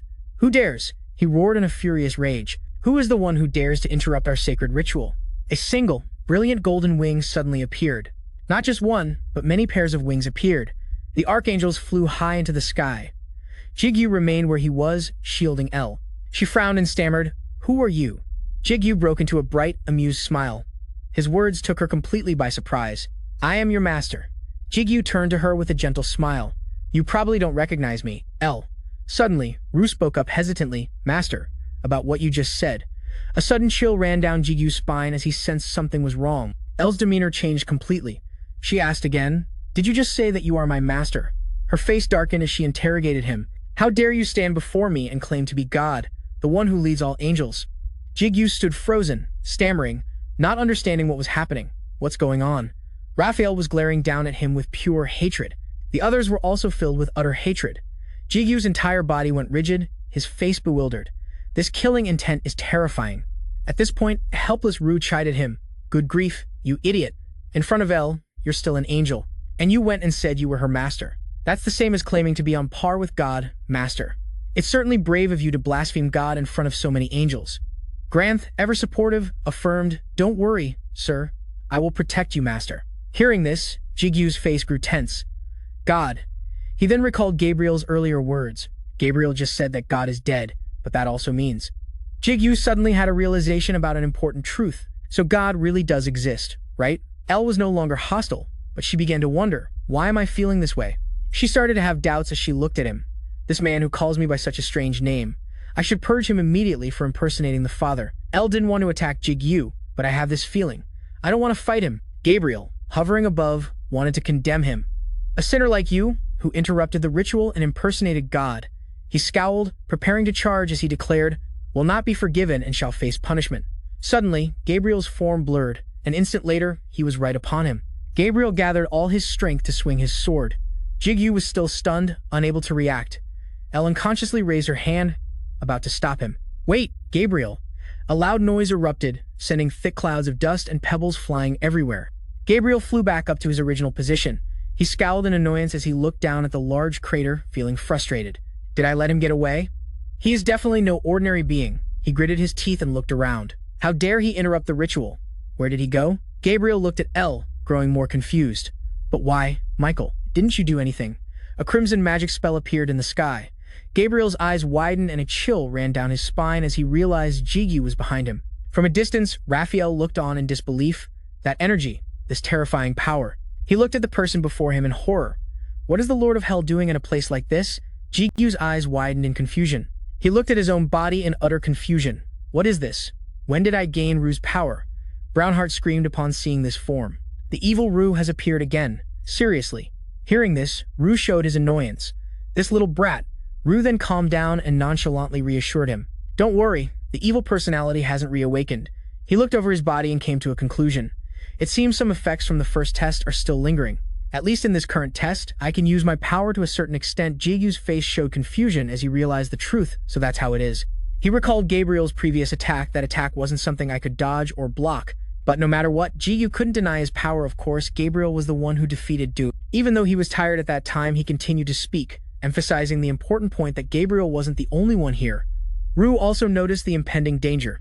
The angels here are all leaders of the celestial realm, and he beside him continuously warned of the problem. All of them are at least on par with or perhaps even stronger than Belphegor. Rue even predicted the future. If Elle also helps them, you won't have a chance to win. Even if I give you all my power, he sighed, wearily blaming the initial rash action. If you had just stayed put earlier, you would have passed the test, but you've made it difficult for yourself. Yeah, I'm reconsidering now. It's true I acted too hastily and thoughtlessly. Brendan yelled out, extremely annoyed and protesting, but I don't want Elle to die. At this, Du was startled and had to correct him. I never said she would die. Gabriel, furious, turned and shouted as if interrogating Michael. What are you doing? He then turned back his tone, constantly blaming, the Lord of Hell is here. Why aren't you our leader doing anything? Seeing her dark expression and lack of movement, Gabriel repeatedly screamed Michael. At this, Elle snapped out of it, looking up with a bewildered expression. She felt an indescribable restlessness as if she had forgotten something important. Elle clutched her head in pain, unable to find the cause. What is this half-baked feeling? Gabriel, unable to understand, spoke harshly. What are you thinking about?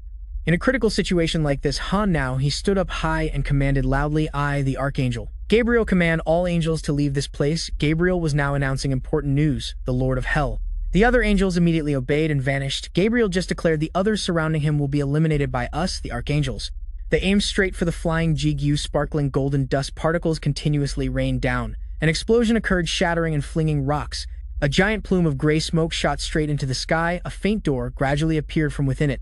The battle became increasingly tense and terrifying. Then the space returned to its initial silence. A deity from up high controlled hundreds of swords. Archangel Sariel, those swords were aimed straight at Jigu. His eyes grew cold and fiery, preparing to counter. Jigu swung his sword to block the blades. He flew high up to avoid the incoming attacks. Rocks and dirt flew everywhere, dust clouding the air. Another angel with blue hair and cold eyes, Archangel Ramiel. Jigu turned extremely wary of any attack. He flew straight forward at high speed to dodge a water element attack. You can turn your body into water. Then Jigu turned back, ready to face the rising water. But that stream of water was incredibly difficult to control. A terrifying gust of dust flew by at that exact moment. He appeared right behind him. Archangel Raphael. Jigu, surprised, turned his head to look, full of vigilance. Raphael's golden slashes appeared continuously. He also quickly swung his sword to counter the two sides, clashed, the tension mounting. They moved closer to each other. The two swords scraped together, fierce faces. Suddenly, a strange phenomenon occurred. From behind another angel's eyes lit up, preparing to charge. Archangel Riguel. A blazing red flame descended from the sky. At this moment, a notification from the system appeared. Fire element. You can turn your body into fire. Jigu's flame erupted fearsomely. His flame shot straight towards the sky. After that, Jigu slowly spread his wings and flew down to the ground. His eyes now looked vacant and strange. A plume of dark gray smoke passed by that spot. A strange stream of water appeared in mid-air. It moved to surround him, greatly surprising Jigu. He approached from the sky. An arrogant gaze. Archangel Gabriel. He raised his arm, controlling the water. The whirlpool moved straight towards him. Jigu was enveloped by it, flipped upside down in mid-air. While he was still dazed, a sword was pointed straight ahead. Archangel Uriel. That person's gaze was directed straight down, cold and sharp. Uriel swung his sword down. A massive surge of power also appeared as Granth then loudly and worriedly called out, "Master." While you at his side asked, "How are you feeling, Master?" But luckily, his sword appeared and was thrust firmly into the ground. Jigu seemed unaffected by the attack. "Those attacks feel weaker than I thought." Raphael, seeing that scene, was also somewhat surprised. He then tensed up, realizing he had taken all those attacks. They could not believe the truth happening before their eyes. And he is still unharmed. They watched in fear as he unfurled his black wings. That is the Lord of Hell. Suddenly, there was a bold declaration, "But everything ends here." From the top of the building, a figure was standing up. Gabriel then muttered two more words, "The ritual." At that moment, he had pierced through. "El, it has begun." Seeing this scene, you were stunned. Jigu then let out a heaven-piercing scream. El immediately landed on the ground as a stream of power flew back from the distance. Jigu swung out a sharp sword, his eyes terrifying. He swung that sword right along the ground as a line of black and red power flew straight ahead. The smoke gradually dispersed, leaving only Gabriel, whose face looked tense. Gabriel was aware of their fighting process. From the very beginning, defeating the Lord of Hell was never our goal because the only one who can take him down is Michael. He was also temporarily satisfied with the current result. Michael's behavior was a bit strange, but the situation here is considered resolved. Once the ritual succeeds, even the Lord of Hell cannot do anything. Suddenly, Gabriel's eyes widened in bewilderment. His hand was emitting a strange power. Gabriel's mind was filled with confusion. Why? Why does the Lord of Hell possess the power of life? He had thought about this power before. Only one being is allowed to control both life and death. The other angels standing around watched as Raphael's face was stunned, sweating. Father. They could not believe what was happening. Why would the Lord of Hell possess the power to control life? Raphael's face was bewildered, sweating profusely. Father Gabriel looked down from above, his expression dazed as his mind was now a mess of thoughts. I do not understand what is happening at all, but the situation is getting more and more dangerous. But Gabriel remained resolute in his original intention. The ritual has already reached this stage, it cannot be stopped. He stood up high and shouted in anger. "What are you all doing?" Gabriel tried to snap everyone out of their thoughts. "You all know what happened to Father. Do not be fooled by the schemes of the Lord of Hell," he demanded they continue with the plan. "We will purge him and continue the ritual." Raphael was now a little shaken, but Gabriel, he too had now realized something was wrong. Only God has the power to control life and death. "You do not know that," Raphael then affirmed with certainty. "I can assure you of one thing, that he has some connection to Father." Gabriel looked at the scene before him, extremely annoyed. How did it end up like this? Whatever. In any case, I do not understand the current situation. He then made his final decision as a glowing sword was drawn ready. He rushed forward with extreme determination. The ritual must be completed. This surprised Jigu down below as well. He now felt the urgency of the situation. "I have not even finished healing her yet." At this time, El also could not find the reason. Why? Why can he control both life and death? She looked at him with an annoyed expression. And why do I feel like I miss him? Images of Jigu began to appear in El's mind. Suddenly, her eyes widened as if she had awakened. Gabriel was rushing towards him and her. His speed was incredible. Gabriel shouted the name below, Michael. At this moment, Jigu standing beside them was still bewildered. El Raphael watched things unfold with a tense expression. The other angels were sweating nervously. A brilliant golden light flared up. El turned around with a bright, fresh smile. "I am back, Master." Upon hearing that, Jigu was momentarily stunned, but then he also broke into a smile. Jigu reached his hand forward, his voice gentle. "Come back to my side." El Runhart then also spoke up happily. "Welcome back." "And you?" On the contrary, just grumbled. "El, you are so tiring." Gabriel looked at him, unable to understand the sword, but the holy sword ritual has not been completed. Yet Raphael watched with a surprised expression. Michael, at this moment, Jigu stepped back to gain momentum and then gave the order. "Let's go, El." He felt a little guilty drawing another sword. "Sorry, you just got back and I'm already making you work." Jigu pointed his sword forward, his face excited. But let us land a powerful blow on them together. A massive surge of power erupted in the air. Gabriel, who was flying towards them, was startled and stopped. He could also sense the approaching danger. What is that? Something is about to be launched. Gabriel was worried and did not dare to move closer. What is this terrifying pressure? This is not good. He was now scared, tense, and sweating. If I cannot dodge this, Gabriel now knew fear in the face of truth. I will definitely die. At this moment, Jigu also shouted out an order, chaos. A terrifying stream of black and white power flew out. An angel's eyes became vacant. Uriel, his face was bewildered, looking down below. Raphael was also tense at the unfolding situation. Ramiel's eyes were dazed in shock, looking up. The last one was also watching intently. Finally, that power gradually dissipated, returning everything to normal. A pool of blood on the ground was still spreading. A figure knelt on the ground, visible through the dust. Gabriel was panting, clutching his injured arm. He grimaced, frightened. What was that attack just now? That power was even stronger than an archangel's power. Gabriel did not dare to think of the worst-case scenario. If I had been even 1 second slower back then, I would be dead by now. He could not explain everything. Why would Michael follow that guy? There are too many things I do not understand right now, but Gabriel wanted to calm himself and change the situation. I can regain control of the situation now. He then continued to shout, trying to persuade everyone. Archangels, can you feel it? The demonic power residing within that guy. Gabriel still tried his best to convince everyone. It is definitely chaos. The thing we hate to our very core. He clutched his arm, trying to rally the others after witnessing that. How much longer are you all going to blaspheme our father by mistaking him for that thing? Take up your swords, behead that heretic, and offer it to Father. Gabriel, seeing no movement, was stunned. He then looked at the other angels standing solemnly. They had formed a line, standing calmly. They all knelt down on the ground in unison. The other angels bowed their heads in unison. We greet you, Father. Oh, Father. They all looked towards the high stairs. Gabriel was now terrified, unable to believe what had happened. Good heavens. Suddenly, he saw a light flare up. From the high stairs, a brilliant golden light flashed. Jigu spoke in a worried voice, stressing the situation. We have a problem. He was confused, not knowing what had happened. What exactly is happening to me? Jigu felt a strange phenomenon. There is something strange behind my back. Run heart respectfully. Explained clearly to him. Master, you are glowing. El was also extremely surprised at that moment, stammering. This is Ruki seemed very amused and happy. Well, things are just now getting really interesting. I wonder if it is because of the test. He now also realized and began to explain. To put it simply, when the powers that have been tested and made nearly perfect by me encounter the power of Lidi that is developing to a near-perfect state. Ru explained about the glowing thing behind his back. A halo, a symbol of God, will appear. Master, you have become an entity very close to God. A giant rock in a space as calm as the surface of water. A long staircase runs straight to the top. Above is a brilliant light piercing through the blue sky and white clouds. The halo, a symbol of God. A group of people in long cloaks knelt in a row under the sky, creating a sense of solemnity and sanctity. Everyone's face was somber, showing absolute reverence and worship.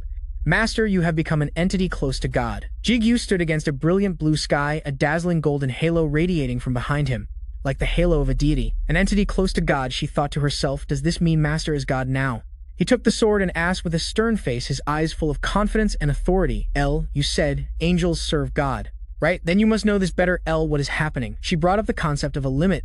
The power and difference between a god and a human, I don't know either. No matter how special you are, only God can possess a halo. Ru explained a power beyond comprehension. First of all, the entity called God has many secrets. We have very little information about God. Jigu, holding two swords, a majestic and sacred image, understood. He turned his head and looked around. His eyes and expression showed confusion and bewilderment. So what's the use of this halo? He replied succinctly, it glows. Jigu frowned, his eyes sharpening with doubt, both surprised and confused. Showing a mix of confusion and dissatisfaction, anyone knows that Ru continued with the unfinished part. And it also purifies demonic energy, he asked, repeating demonic. El also showed curiosity. Just as he was saying that, suddenly a fierce cry rang out, attracting Jigu's attention.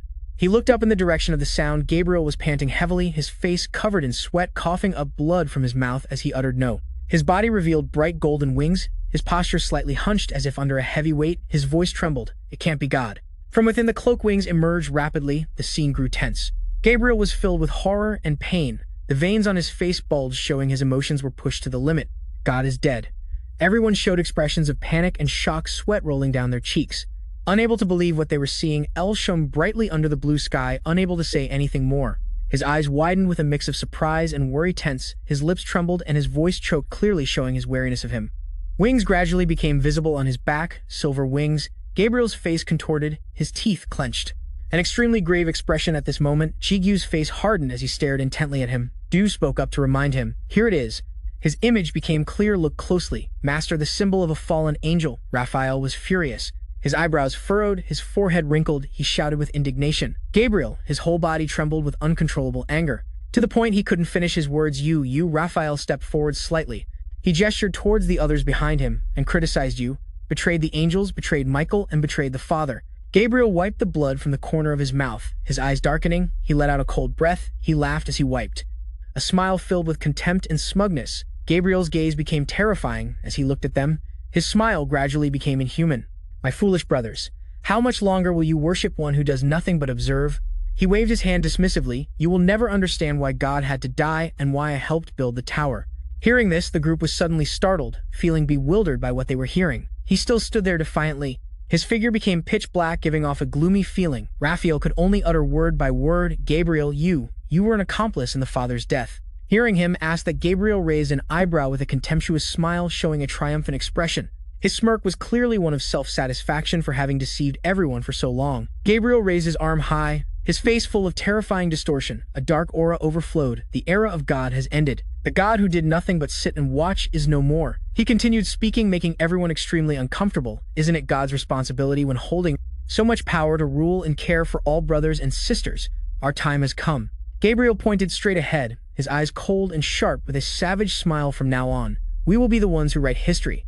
Suddenly, his expression changed, showing shock. His facial muscles tensed. An expression mixed with pain and unwillingness. Gabriel stood frozen with his arms outstretched. Something flashed by, quickly causing dust to fly out in that direction. The wings behind him also cracked and shattered. A cut appeared on his shoulder. Blood trickled from the wound. His face showed extreme pain. The slash formed a long line.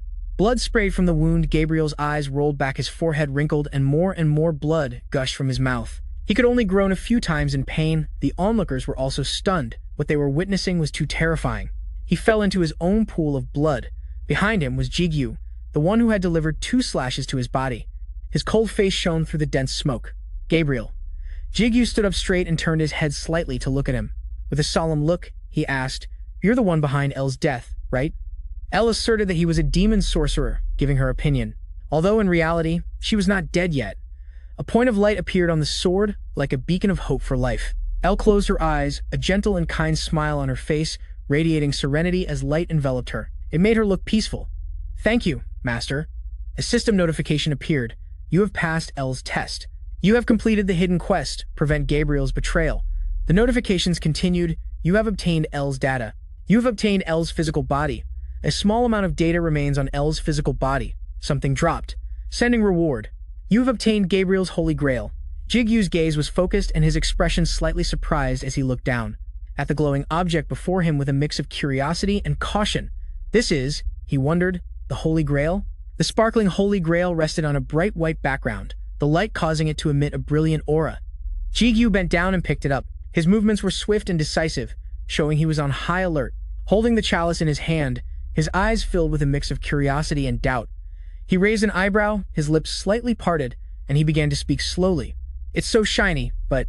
Jigu raised the Holy Grail before him, his hand tightening its grip slightly. His gaze was intent, as if trying to recall something. Why does this feel so familiar? Ru quickly explained, That's perfectly normal. Because a fragment of the Holy Grail is inside you. His face showed surprise and confusion, mixed with a hint of doubt. Is that so? The scene was somber and solemn, with a dim light enveloping the space as if in a sacred ritual. The Holy Grail fragment I received was given to you. Jigu lowered his head slightly, his gaze unfocused and his face deep in thought. His voice was heavy, tinged with confusion and regret. Michael. The man who looked like Gabriel but used L's old name. It cannot be a coincidence. Once this test is over, I have to go see him. Ru agreed with his thoughts. Yes, I also think he is hiding something. It must have something to do with us. Then he spoke up. And Master, it is time we talked. Hearing this, Jigu was a bit curious, his face showing surprise at Ru's words. Both L and I have recovered many of our memories. We should be able to answer most of your questions now. He replied with his eyes closed, his expression pensive as he recalled the past. Information about the Tower of Hell. L also slowly continued. About God, about the Holy Sword. They both opened their eyes at the same time, their faces serious as they spoke of the same thing. And about chaos. Ru began his story. One day, the tower appeared from nothingness, and God died amidst a swirling sky. A white light tore through the dense clouds, creating a vertical beam. Jigu sat cross-legged, head bowed, listening intently to the story. No one knew the cause, but unexpected events kept occurring. Anyone could guess that the two events were related to each other. Next came L's voice, gentle yet filled with a great sense of loss.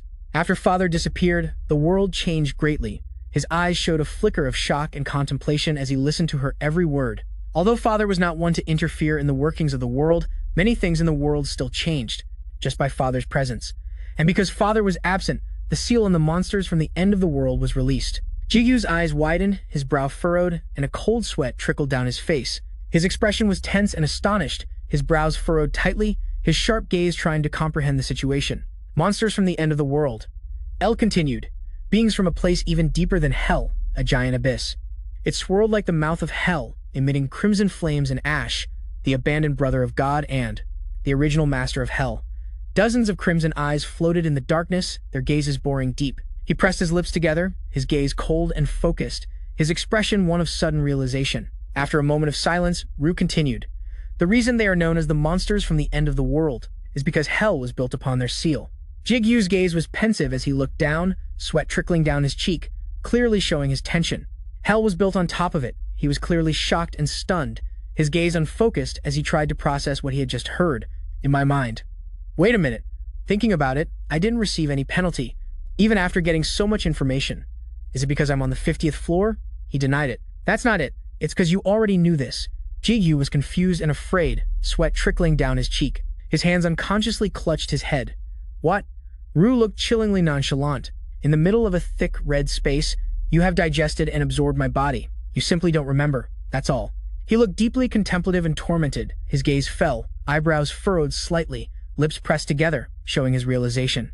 Thinking about it now, Elle explained why Jigu had some of her memories even though he hadn't digested her. Because of our strong connection, my memories are gradually transferring to you, she concluded. So what we're telling you isn't new information.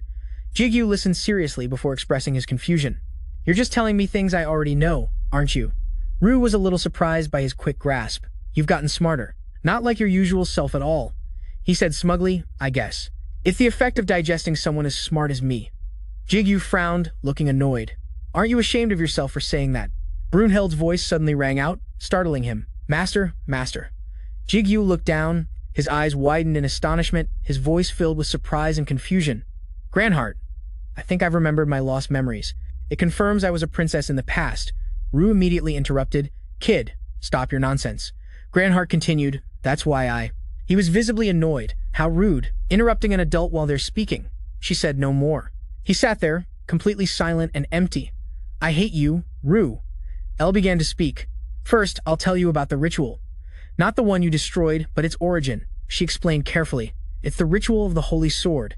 Including myself, countless angels became holy swords to continue sealing the monster from the end of the world. Elle spoke with a solemn expression, a divine light radiating from her. And my destiny, as the leader of the angels, was to defeat the strongest existence among them, which is chaos. Jigu looked surprised and bewildered, his eyes wide and a bead of sweat rolling down his cheek, revealing his tension. Chaos. Chaos is a monster from the end of the world. Then he focused, his voice laced with anxiety and urgency. Wait, Elle, if that's true. Jigu's words revealed a secret. Before I first met you, the thing you were sealing was chaos. An image of a giant eye appeared. He looked bewildered, his eyes wide as if in disbelief. But the system said it was a demon. Back then, the system announced that the demon El Seal had awakened. Elle confirmed it. The system was correct. It is indeed a demon. She closed her eyes and lowered her head slightly, looking disappointed. I failed to seal chaos. Rue seemed puzzled. I don't understand something. The power of chaos is something even God needs. It would be impossible, even for you, the leader of the angels, to seal it. Elle didn't deny it but raised a point. You are correct. That would be true, if it were only me. He suddenly realized something, his brow furrowing. Don't tell me. The sword that emitted that miraculous light. That's right. I wasn't the only angel to become a sword. Countless other angels did the same. They focused all their power into me. That was the plan to defeat chaos. Jigu looked serious, but with a hint of hesitation. His gaze lowered as he murmured thoughtfully. Focusing all that power into yourself, isn't that a bit? Rue said. Link. Jigu's face grew worried and tense, his eyes narrowing warily. Rue's sharp, cold eyes reflected majesty and mystery. His expression was calm but held a hidden coldness. Haven't I told you before? You're not the only one with the link ability. Rue continued to explain. But it's not something just anyone can use. There are many restrictions, so very few are able to use it. but that doesn't mean there's no one else. However, he stressed the most important point. Your link, however, is the most special. His eyes widened as he listened to Ru, his expression a mixture of confusion and thought. The link only involves power. It can't be transferred easily and is limited by the body's strength. Every word he spoke made Jigu listen with silent focus. To be able to control power without any restrictions. I've never seen anyone like that. Ru crossed his arms over his chest. His eyes were half closed with a calm expression, his voice tinged with annoyance. That's enough. Let Elle finish what she was saying. This is just derailing the conversation. Hearing that, she immediately retorted, Ru, you're derailing it too, you know? A brilliant light radiated from Elle. When we began the ritual, everything was going smoothly. That's how I became the first holy sword. Brilliant golden rays of light from everyone converged on her. Elle's gaze sharpened as she realized something, her expression growing tense. But then, I realized something was wrong. The rays of light split into multiple streams, flying towards the people below. The power that was supposed to be focused on me went to someone else for some reason. She turned to look at the person beside her, her eyes wide with confusion and a hint of fear. At that moment, Elle realized Gabriel had betrayed us. He smirked at her contemptuously. That's what led to all of this. And so, a holy sword stronger than I, the leader of the angels, came into existence. Jigu's gaze drifted off in one direction. He seemed a bit dazed as he made the connection. So that's what Li Xiaoho has. Ru confirmed. That's right, they are all holy swords, but they are stronger than me. Gabriel spread his wide wings and soared high, a triumphant smirk plastered on his face. After that, heaven changed rapidly. Gabriel, having seized power, began his reign over heaven, and the remaining angels had no choice but to obey him. But among them, there was one who refused to yield. All except one, the archangel Raphael. She continued, he took me, who had become a holy sword, and left heaven, so he could seal chaos once more. He exclaimed, they're true heroes. Elle was still lost in her story. That's how. Suddenly, he cut her off. Wait, hold on a second, Elle. She looked a little surprised, her eyes widening. For some reason, Jigu sat there, clearing his throat a few times before speaking. He fidgeted, stammering, unsure how to begin. His face turned red. You know. Jigu kept clearing his throat as if there was something difficult to say. After a moment, he decided to just ask, what's your relationship with Raphael? Hearing this, Elle was somewhat surprised and silent for a moment. Even Ru seemed confused and frowned. Are you an idiot? Elle didn't understand the implication of his question. With Raphael? What do you mean by that? Jigu scratched his cheek, unable to look at her directly, feeling awkward and flustered. Well, during the examination, Raphael seemed pretty worked up. The question made even Raphael's jaw drop, so I was wondering. Are you two a couple? The air grew silent. She didn't say anything, just stared forward with wide eyes. Then suddenly, Elle's face flushed bright red, her mouth hanging open from the shock of his question. She reacted immediately, refuting it. We're not like that at all. Elle's face clearly showed her flustered panic. She tried to explain herself. All the archangels, including Raphael, are just my comrades. I've never had feelings of love. Until now. Jigu gave a forced smile, sweat trickling down his cheek, looking awkward. Is that so? Sorry for asking such a weird question. Ru pondered for a moment, then spoke again. Until now. Suddenly, she seemed to have a realization. Ru, I think things are about to get interesting. He closed his eyes and smirked. Yeah, I don't mind this sort of development. She lowered her gaze. Her hand covered her mouth lightly, as if holding back her emotions. Although I lost most of my power due to Gabriel's betrayal, I still have the power to decide life and death. Elle continued, Raphael likely added his own power to stop chaos. The chance of success was nearly zero. At that moment, Raphael's face was one of utter surprise. I don't know if it was because heaven lent its aid. A crack appeared on the ground, but Chaos's seal was not yet destroyed. He plunged the sword into that crack. Raphael plunged me, who had become a sword, into the very center of the seal. Raphael drove the sword down with a determined gaze. The sealing looked like it was almost a success. Jigu asked in surprise, almost a success? Yes, master. In the end, it still failed. In that critical moment, Gabriel appeared once more. She recalled the image. He wore a very suspicious smile. He was carrying a black sword, which was Ru. He scowled in anger, gritting his teeth as he cursed. That damn bastard. Noticing his rage, he called out his name in concern. Ru. He was utterly enraged. I had considered the possibility that someone used me after I was sealed, but knowing that it actually happened makes me more furious than I imagined. So, what happened next? That guy Gabriel flashed a savage smile, his eyes terrifying, as he swung the sword straight at Raphael. He also, reacting quickly, he turned with a horrified expression. The two fought each other. Gabriel had interfered with the sealing. Raphael's face looked exhausted. The worst-case scenario had occurred. He glanced fearfully to the other side. The interference with the ceiling ultimately agitated chaos. The crack beneath his feet began to erupt violently. Beams of light flashed from within it. The cracks grew wider and wider, and the light became increasingly intense. Then, a deep pit appeared, as wide as a beast's gaping maw lined with sharp teeth. Chaos awakens. Gabriel watched with a sinister and delighted smile. Raphael used both hands to shield himself from the flying embers, his face extremely tense.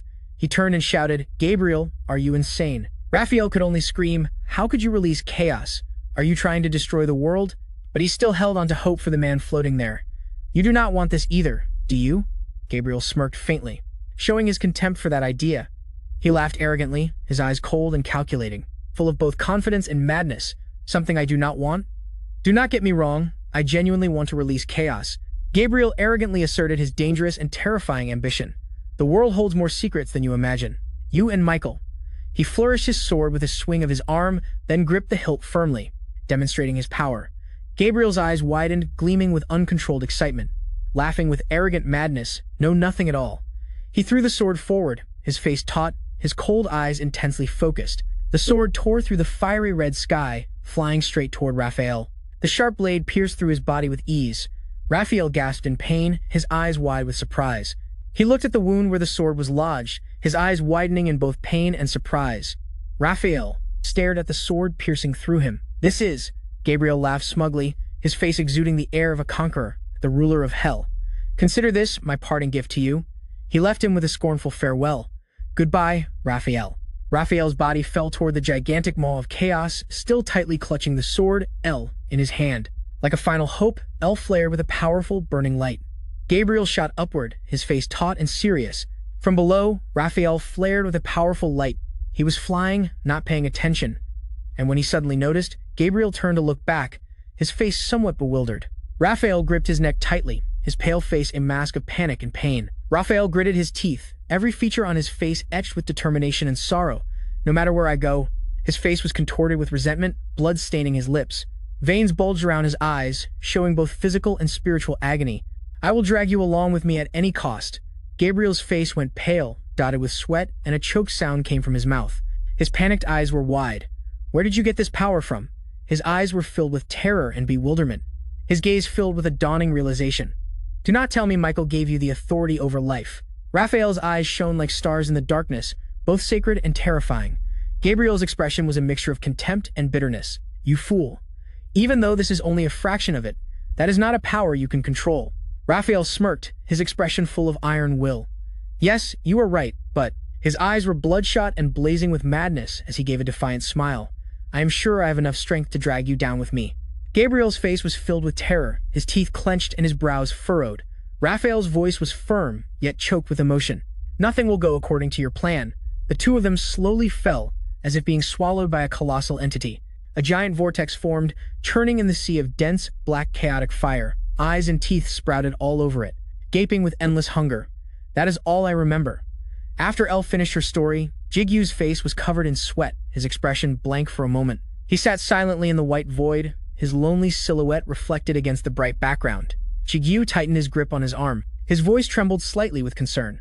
"So what happened to Chaos after that? And the demon you sealed?" Elle closed her eyes and replied calmly. "I don't know the details either, but I'm sure she was about to tell you." That's when a voice cut Jigu off. "Can you hear me?" He was a little surprised. "Sir Hong." Ji-chan's face showed confusion and worry as he announced important news. "There's trouble. The gate on your side is in big trouble," he affirmed. "If this continues, you'll never escape that place." Ji's expression. Jiu also became shocked upon hearing the bad news. As soon as he heard it, his face turned both surprised and worried. Ji-chan crossed his arms looking serious as he explained, "You've been in that place for 1 week already, while 2 weeks have passed outside." Hearing this, Jigu froze for a few seconds, unable to say anything more. He clarified that the flow of time there is different from the outside and that gap is widening. Ji-chan looked straight at him and warned carefully, "Finish your trial quickly. I think something bad is about to happen." Jigu seemed to snap out of it, becoming resolute as he replied, "Understood." He looked at the Holy Grail he had just received from the previous mission. Jigu asked Sir Hoang for a favor.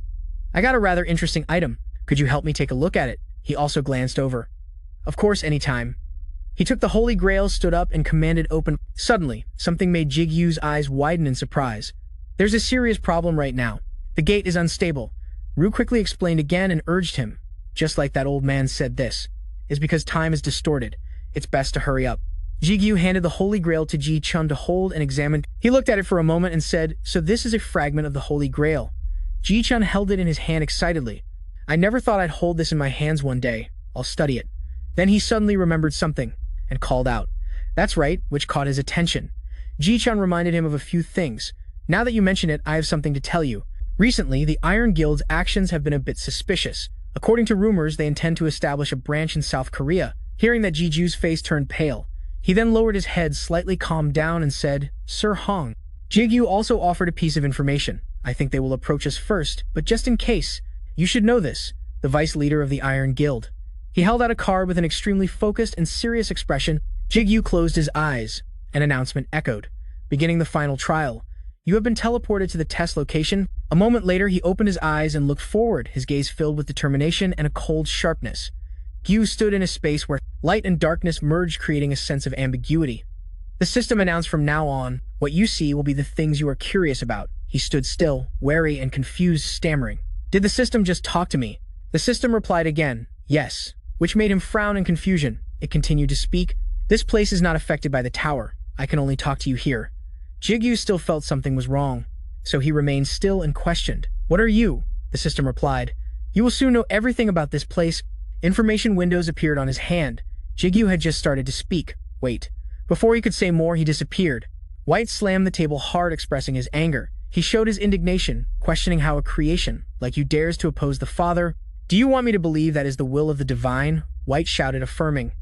"All we can do is follow his wishes." He was still lying below while the man above continued to speak down to him. Jigu opened his eyes and looked up with a surprised expression. He stood up in a state of confusion. This place, that group of people, stared at him with unfriendly eyes. Everyone had a strange appearance, unlike normal people. Jigu looked around and thought to himself, "None of them are human. Who are they?" The system's voice rang out again. "The rulers of the world." It explained each stage. Hell was the first place God created. After that, he created heaven, the dwelling place of angels. Then, he created countless realms. The system informed him that they are the first creations of God in each world, so they are called rulers. Even though they only received a small fraction of God's power, they rule their worlds like gods. Initially, these worlds were completely separate with no ability to interact with each other. But a lot happened after that day. He looked around and wondered. That day, the system said the day chaos appeared, the day the seal of hell weakened. All planes discovered the power of chaos. Although chaos was once again restrained and sealed in hell, its brief appearance still left serious consequences. The harmonious balance between all worlds was broken. Passages connecting different planes appeared. It analyzed, but this in itself was not the problem. Not only that, but it also gave its assessment. The real problem was how everyone felt when chaos awakened. Jigu's eyes showed extreme tension. The end of the world, the system continued to report. Although they all hold the role of deities, in reality they are still just creations. All entities will disappear on the day chaos fully awakens. It revealed what they were currently doing. They feel anxious, so they organized this meeting. White angrily shouted, "If the world ending is a part of God's will, then we should just obey. Isn't that our duty as his creations?" Anu pointed at him with a scowl and scolded. "Nonsense. You want us to stand by and watch the worlds we built be destroyed. Is that the duty you speak of? So what should we do? Do you have any plans?" The entire hall fell silent. No one spoke up to offer any plan. At that moment, a voice spoke up, drawing everyone's attention. Now, everyone calm down," Kronos reassured. "Didn't we gather here to come up with a plan? I think everyone is too agitated." He smiled confidently. "I myself have an idea." Kronos looked towards where Jigu was standing over there, startling him. His face went blank for a moment, his eyes wide open, his pupils contracting like the reflex of an animal awakened from a nightmare. Well, his gaze was like a sharp blade. His smile was cold but filled with excitement. A baby was being held in his arms. Its eyes were wide with fear and surprise. The one holding it was none other than Kronos, his eyes glowing frighteningly. He spoke for everyone to hear. "I have an idea that will help prevent the apocalypse." Anu crossed his arms and closed his eyes, showing contempt. "The words of a degenerate are worthless," the man said suggestively. "I've heard it. The god of humanity was dethroned by an ungrateful bastard." An angry White demanded Anu watch his mouth. "This is an important meeting to discuss the world's direction. It's not a place for you to bring your personal feelings into." The man glanced with a look of contempt. "You hypocrite." Kronos was silent for a moment, then spoke up. "It seems the order is a bit wrong."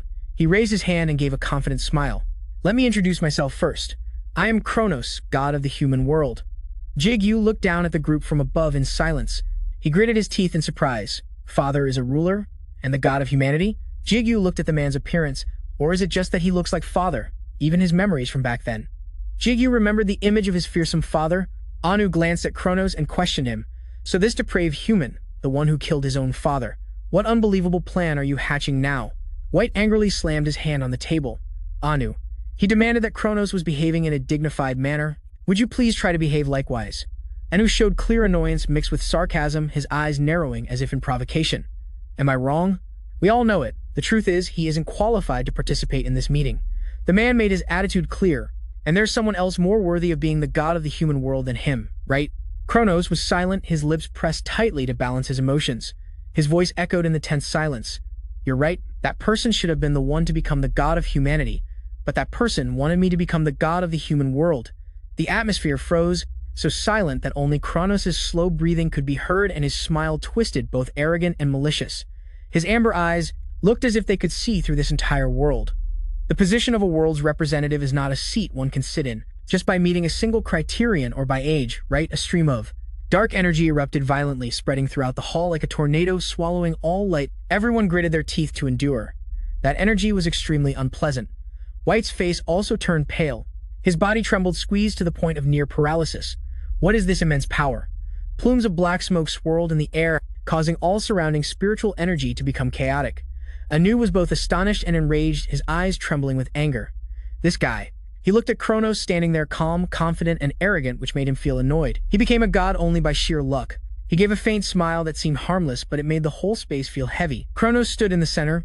His posture was still nonchalant, a faint smile played on his lips, both courteous and terrifying. Now then, shall we continue? The other group did not dare to utter another word. He began to present his idea. The plan I have been thinking of to prevent the apocalypse is... As Kronos clasped his two hands together, looking like a tower, he then explained to create a tower. Everyone who heard it was extremely puzzled. A tower, they did not understand what that meant. Even Jigu was surprised and looked down with a curious expression. His gaze was sharp and cold, a calculating smile on his lips. Instead of explaining with words, it is much faster to let you see it for yourselves. Kronos clapped his hands, once his face full of confidence. A brilliant blue halo erupted in the middle of the great hall, spreading a cold and majestic light, like the summon of a deity. They looked at it with confused expressions, not understanding what it was. One of the group whispered in a trembling voice, "These are shattered fragments of energy flying around, reflecting a dazzling light. It does not look much like a tower. Is that a spear?" He smiled, his eyes shining with a cold light. His voice echoed through the space like a knife cutting through a calm lake.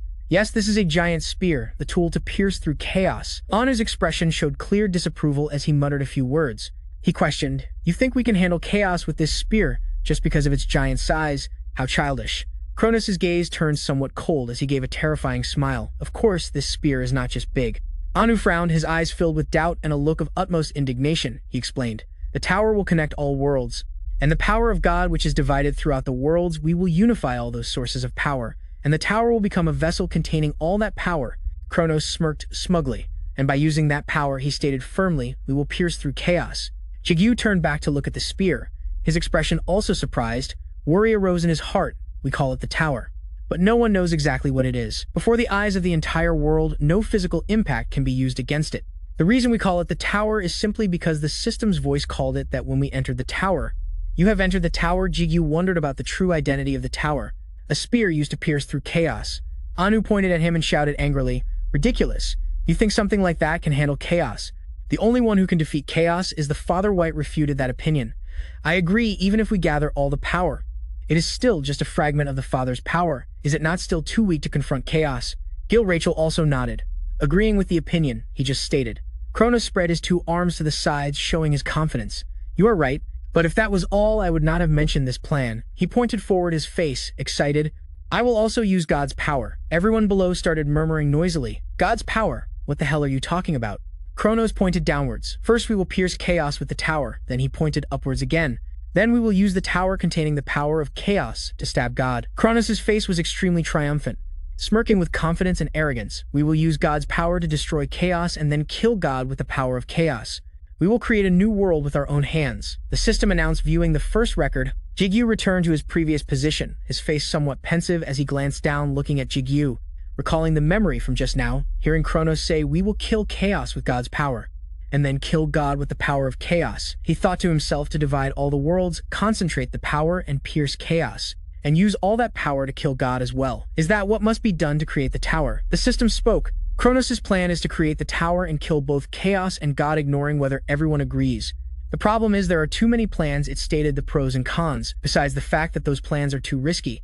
It is also very difficult to avoid the eyes of the angels, the messengers of God. The system provided information, but Kronos found a way. You suddenly remembered Gabriel as his face appeared in your memories. The system confirms that is correct. He managed to entice Gabriel, who was always dissatisfied with God's ways. Viewing the second record, in a vast galaxy full of starlight, scattered planets are glowing. Everyone is pushing a giant log with all their might, their muscles tensed. Another group raises their hands together, channeling energy into a giant, brightly glowing rock. Someone shouts loudly over there, "Bring more materials here and lend a hand," but the response was not as expected. "We're busy here too." Jigu stood watching, a bit surprised. Before him was a tall cylinder soaring up to form the tower. Is that right? The system confirms that is correct. This is where the tower was built. Then Jigu received the order and disappeared into the tower. Inside a large, stark, white and empty room, Kronos stood still. He closed his eyes and asked, "Is the plan going smoothly?" The person he called was Gabriel. Kronos' face was extremely cold. Gabriel had arrived, standing behind him. After a moment of silence, he replied in a calm voice, "Yeah, no one has noticed yet. However, Gabriel warned we must watch out for her. If she finds out, we will fail." Kronos' face wavered for a moment. "We have to be wary of her too." He asked once more, "Michael." Her image appeared with a cold expression. He stated the problem: she is also completely different from the other archangels. You could say, she is the embodiment of God. Gabriel's face turned sinister. He gave a smug smirk, "But don't worry. Our countermeasures against her are already in motion." He turned and asked, "What is your plan after gathering the 10 powers of chaos?" Kronos also gave a light, confident smile. As if lost in his own thoughts, he clapped once. The sound was like a command. Kronos extended his hand forward. "See for yourself." A mechanism began to open from below. The door slowly opened, revealing flashes of light from beneath. It contained something important and fantastical. Both of them stood above, looking down, saying nothing, just waiting for what was about to appear. Gabriel stared and exclaimed, "Wonderful." He leaned forward, trying to see what that was. "Is that?" Gabriel cried out. Gaia. Inside the shell, a woman was lying snugly inside. Gaia's eyes were shut tight, as if sleeping silently in the water. Kronos walked step by step towards the brightly glowing sphere, a golden hue. She had long hair shimmering like sunlight curled up her body, emitting a sparkling light. He gently touched the surface of the golden sphere, where shimmering light reflected like gentle ripples. Kronos' gaze was calm yet full of ambition. "I will become God." His eyes were sharp, and his expression was both calm and chillingly cold. "The power of both God and chaos. I will rule the world after obtaining it all. That is why." "Wait for me a little longer, Gaia." The system announced, "You have finished viewing the second record." Jigu returned to the void. He stood there pensively, saying nothing more. His eyes were filled with confusion, and sweat on his cheeks showed his bewilderment. "I really don't know what's going on." Jigu was shocked and thoughtful, hearing that Gaia was originally supposed to become the leader of humanity, not Kronos. He lowered his head, his gaze heavy. However, she entrusted this position to Kronos, silently calling Gaia's name. Jigu was shocked and doubtful. That woman was the original leader of humanity. He recalled the meeting before Anu's argument. And who is more worthy to become the leader of humanity? The system continued to speak. In exchange for giving the position to Kronos, Gaia took on the task of gathering the 10 powers of chaos and transferring them into the tower. She who worships the Mother Earth goddess is the second closest being to God after Michael, and so, she could also control the power of chaos, though only partially. Jigu looked up. His eyes flashed with surprise and contemplation. The system announced, "View the third record." His eyes revealed extreme shock. His gaze froze in a moment of shock. He stood proudly, his body exuding a powerful aura. His hands clenched tightly as a blinding light erupted ahead. The group on the other side channeled their magic. A swirling beam of light was in front of them. White shouted, "More power," his voice overpowering thunder with a determined expression. Someone shouted, "We've given it our all, stop making noise." His face contorted in pain. Jigrizal remained coldly calm, a mix of sadness and determination. The glowing orb erupted with blue-white electrical light spreading everywhere. It connected to the raised hands of those standing around. Gaia lay in the middle of the brilliant light. Her golden hair floated lightly, merging with the surrounding energy. An intense beam of light exploded, spreading like a giant energy storm. Gigi trembled, his eyes wide with a mix of shock and tension. "What is this amount of energy?" The system spoke. "That is the tower with all the mana from around the world. By connecting to all worlds, the master of the tower can control all of that mana." It continued, using Gaia as a medium. They poured all the mana into the tower. He looked up, filled with disbelief, amazement, and anxiety. What will happen now? A breathtaking scene unfolded, showing a giant spiral tower reaching high into the sky. The world and the tower began to merge. The group's faces were tense and drenched in sweat. The one who can control the entire world also has the power of God. The scene was breathtakingly majestic and sacred. Light exploded from the top of the tower, radiating through space like a second sun. Kronos gave a cryptic half smile. His eyes gleamed with excitement and madness. He raised his hand, releasing a brilliant bolt of energy like lightning. "Here it is." Kronos shouted, ordering everyone, "We only have one chance. We will end this in one go." A giant energy beam exploded in the universe, a brilliant swirling red-orange like a cosmic storm. God himself has appeared. Kronos' triumphant expression was clear, his mouth curling into a smile of arrogance and mad ambition. "We have successfully gathered the power of chaos. Now a divine light explodes, engulfing all of space. God has no choice but to appear." A brilliant white-gold beam shot up from the center, tearing through the red-orange space, making the entire universe feel like it was shaking. Jigu's face was a mix of astonishment and fear, half covered by the brilliant light. He smirked. His eyes were wide with crazed satisfaction. White's face was tense, his eyes wide with panic. Anu was stunned, his eyes wide with fear. "No, we can't win." He clenched his fists, leaning slightly forward, exuding extreme determination and urgency. "Hold steady if we miss this chance." Kronos showed a panicked expression. Extreme panic mixed with determination. "If we miss it, we will all die." Anu gritted his teeth, enduring his expression full of exhaustion. He shouted, "I know," pushing the energy beam forward with all his life force to maintain it. Beams of energy intertwined and snaked through space, like a divine web, both majestic and dangerous. Gaia clasped her hands, her eyes half closed, making her look as if sleeping in a sacred dream. Blue-white lightning coiled around her. The sky and the ground were swallowed by the energy. All the released power converged on the tower. The scene was dazzlingly brilliant, as if the entire sky was exploding in a sea of light. Divine. The giant tower with its golden spirals reached straight up to the sky, as if trying to touch the realm of the gods. Thin golden bolts of electricity wrapped around the tower, shimmering like veins of intensely flowing energy.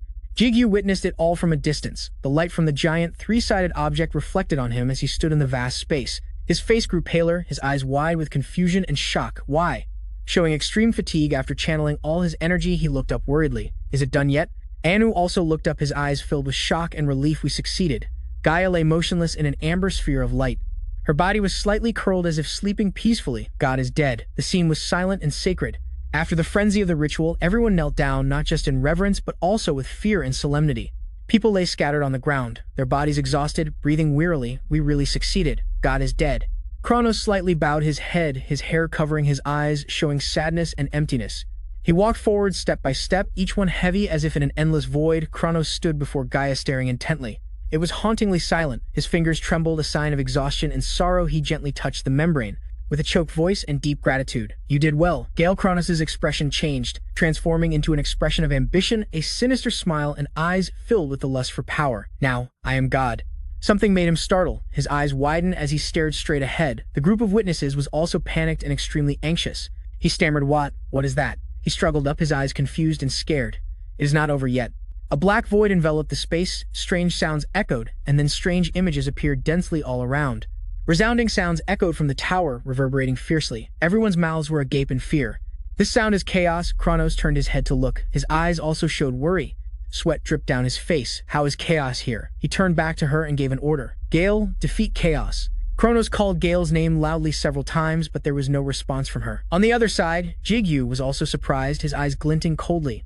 "Is there a problem?" He looked up, his face panicked as he quickly called out Gabriel. Up there was a sphere surrounded by energy. "How is the plan going? Is it going smoothly?" Kronos nodded, firmly demanding to proceed as discussed. "I will handle chaos myself. Proceed as planned," he replied. "All right." The green energy swirled around Gale while the resounding sounds continued to envelop the entire space. Anu was both scared and angry. "Kronos, what is happening? This is different from the plan," he grimaced, looking annoyed. "What is chaos doing here?" A splash of blood splattered, his eyes rolled back. He could only let out a small cry. That brilliant golden sword caused what just happened. Everyone was startled by that action. White frowned and called Anu's name. Everyone looked up at where Gabriel was standing proudly. "That guy." There was a streak of blood on his face. His blue eyes glinted coldly. He was also so surprised, his eyes widened, his face tense. Gabriel, the system began to explain. Kronos and Gabriel both wanted to monopolize God's power. They did not want to share the power with the other rulers. They killed all of them so they would not have to share the power with the other rulers. The other rulers had transferred all their power into the tower. All of them were killed by Gabriel's own hand, all except for one, Gilgamesh. Standing still amidst the swirling dust, he bowed his head slightly, a low voice. "I knew this would happen." Then Jigrisal shouted loudly in his rage, "Kronos, you will pay for this." He was startled and turned to look, his eyes full of disbelief. "Jigrisal, how do you still have power?" Gabriel also looked in his direction. "What is this? Someone is still alive." Suddenly, he frowned as he realized something. "Why are you here?" Gabriel seemed afraid when he saw the black smoke behind him. "Jigrisal, but I heard you were already dead." The thing residing inside his body was a terrifying being, A large figure with glowing eyes, Satan. Jigu stared straight ahead, his face pale from shock and fear. Satan. The system explained Satan, the king of wrath. Everyone thought he had died at the hands of Lucifer, but in reality, his soul survived. Jiraiya had predicted Kronos' betrayal. He preserved his power by making a pact with Satan. On the ground, the corpses of the fallen were scattered. Blood stained the cloaks, and that was when the final battle began. From the ground, two giant tentacles burst forth. Wrinkled and blackened began to rise. As Gilrizal's power surged, he still called out Kronos' name. He was calm, but his eyes held a twisted and dark respect. It is an honor to have a battle with you. Rachel swung his arm forward, and the tentacles followed suit. Kronos' gaze was sharp, his lips slightly pursed. He snorted coldly in anger. His hand reached for his weapon to prepare for the fight. Kronos took the spear and got into a fighting stance. What is the point of saying those empty words? He swung his arm, raising the spear high. Kronos slashed down with great force, creating a surrounding force. The tentacle was cut into many pieces by that slash. Gabriel from afar frowned and shouted Kronos. Suddenly, a voice from behind startled him. "Where are you looking?" Satan had already gotten behind him. "Your opponent is me, fallen angel." Gabriel's gaze was ice cold as he glanced over. His hand gripped the sword tightly. He clenched his hand into a fist. His eyes glowed a mystical purple. A powerful blow was coming down, but he quickly dodged it. Satan was furious. "It seems you've done something interesting in hell just by planning to turn the new king into a foolish tool. To control him is despicable. I find you more demonic than the actual demons in hell." Gabriel frowned, gritting his teeth. "Don't compare me to those disgusting creatures." He stood there proudly, showing his ego. "How could you possibly understand my noble goal?" Gabriel mocked the ruler. "A ruler like you is nothing but dust in my eyes." He was hysterical and obsessed with power. His crazed eyes were evident. "In the end, you will just become a sacrifice for my plan." Satan's ferocity turned into a moment of shock. "Impossible," he roared in anger. "You've been hiding your power until now." Gabriel's eyes burned like fire, his face contorted in fear as a continuous series of diagonal strikes occurred. It was so fast that dust flew up. Jigu's eyes widened in clear surprise. The flying debris showed the immense power of the attack. He covered his face from the dust, trying to brace himself so he wouldn't be blown away. Jigu peeked through his fingers, gritting his teeth and staring. Ahead, he saw a long and deep crack. The dust completely obscured his vision. What is happening? The lingering dust from the earlier event was still swirling thickly over the ground. Gabriel stood in the whirlwind, his body leaning forward to brace himself. His face was cold and tinged with exhaustion. He glanced to the side, observing the brilliant light ahead that seemed to tear space apart, merging with swirling clouds of energy and cosmic dust. Even though he lost a great deal of power after being defeated by Lucifer, he is still one of the rulers of hell. Gabriel's face showed clear astonishment and fear as he heard a sound from behind. He turned to look, his eyes wide with panic. Kronos. The tentacles were wriggling over there as if they had never been severed. A hand with sharp claws dripped blood. Satan stood next to Kronos, who was collapsed on the ground covered in gruesome bloodstains. His hand twitched slightly, but he couldn't pick up the spear. Satan looked towards Gresso, and they looked at each other. He looked up at the sharp, gleaming weapon being held by the tentacles above. Jigsaw admired it and exclaimed, "So this is the void scythe." Gabriel, standing over there, cursed. "You fool!" This caught Jigsaw's attention. He frowned angrily. "What the hell have you done?" Satan bared his teeth in a terrifying smile, his eyes glowing brightly. He asserted himself. "As you said, I may be weak enough to be considered dust right now, but I am still strong enough to easily create a balance between the two of us rulers, you and me." Gabriel lowered his eyes. His gaze was empty, his lips pressed lightly as he uttered a single word. "No," he asserted. "I never said that." Catching Satan's attention, Gabriel's tone was full of implication and sarcasm. "Do you really think I would cooperate with him for no reason?" He didn't mince words. "What's the use of a half-baked ruler like him?" Gabriel reaffirmed. "The reason is Gale. The reason I cooperated with Kronos is only because he is the only one who can control her." Suddenly, a powerful tremor occurred, and the sound grew louder. Both Satan and Jigsaw were alarmed. "Why is it shaking like this?" His eyes lit up as he let out a few cries. The sphere containing Gaia lit up and began to merge, confirming materials sufficient. From a distance, Jigu witnessed it all. The power of creation is being activated. His face grew tense. His expression was utterly bewildered. This voice. Gaia closed her eyes, her expression strangely calm. A notification appeared. System completion. She opened her eyes, looking ahead vaguely. System notification. Absorbing materials. Magical power flowed into those below. Even Satan received it. What is happening? Rachel wondered what was going on. My body, even Gabriel, was being lifted into the air. His face was filled with astonishment. The glowing scythe floated in mid-air, absorbing the time-space scythe.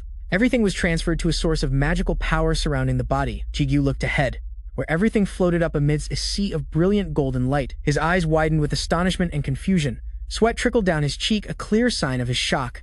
What the hell? The source of magical power shone more intensely and the sound became clearer. Gaia inside the sphere earnestly stammered a name, Kronos. Her eyes welled with tears. "I'm sorry," she was filled with sadness. The The light spread so intensely, it was impossible to see what was happening. Jigu returned to the void, standing silently for a long time.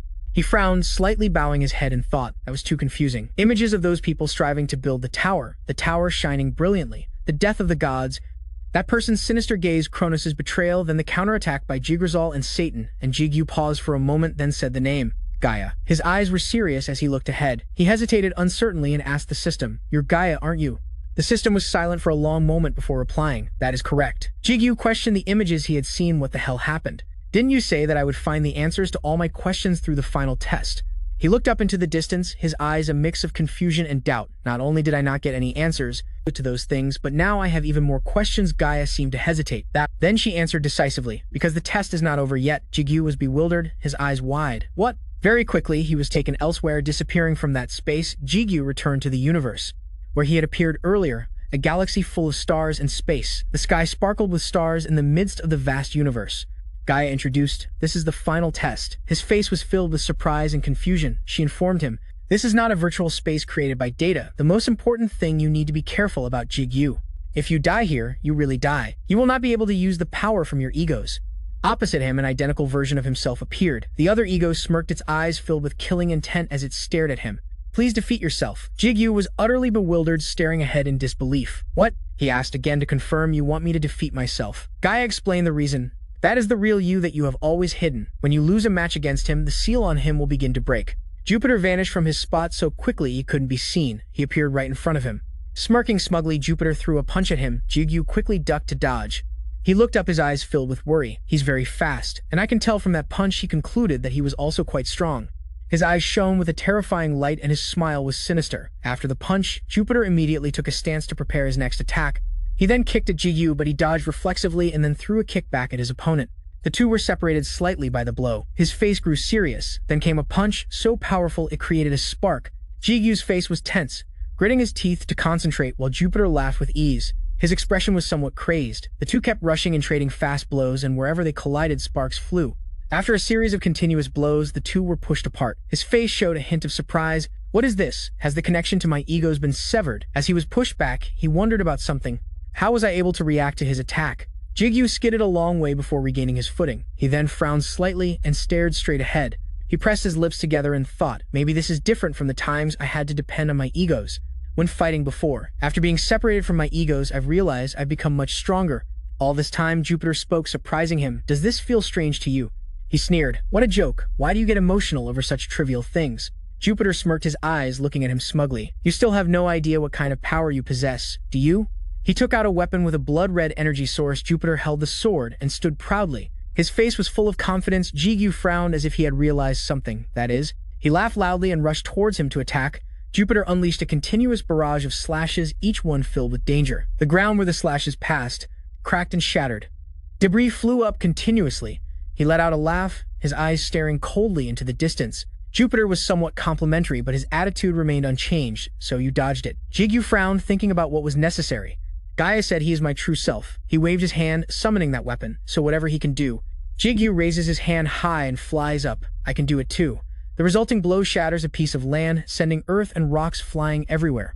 From a distance, one can see a lot of smoke rising from that location. From within the thick smoke and dust, the silhouette of one person pointing their sword at the other appears. Jupiter frowns, his gaze full of contempt. "Pathetic.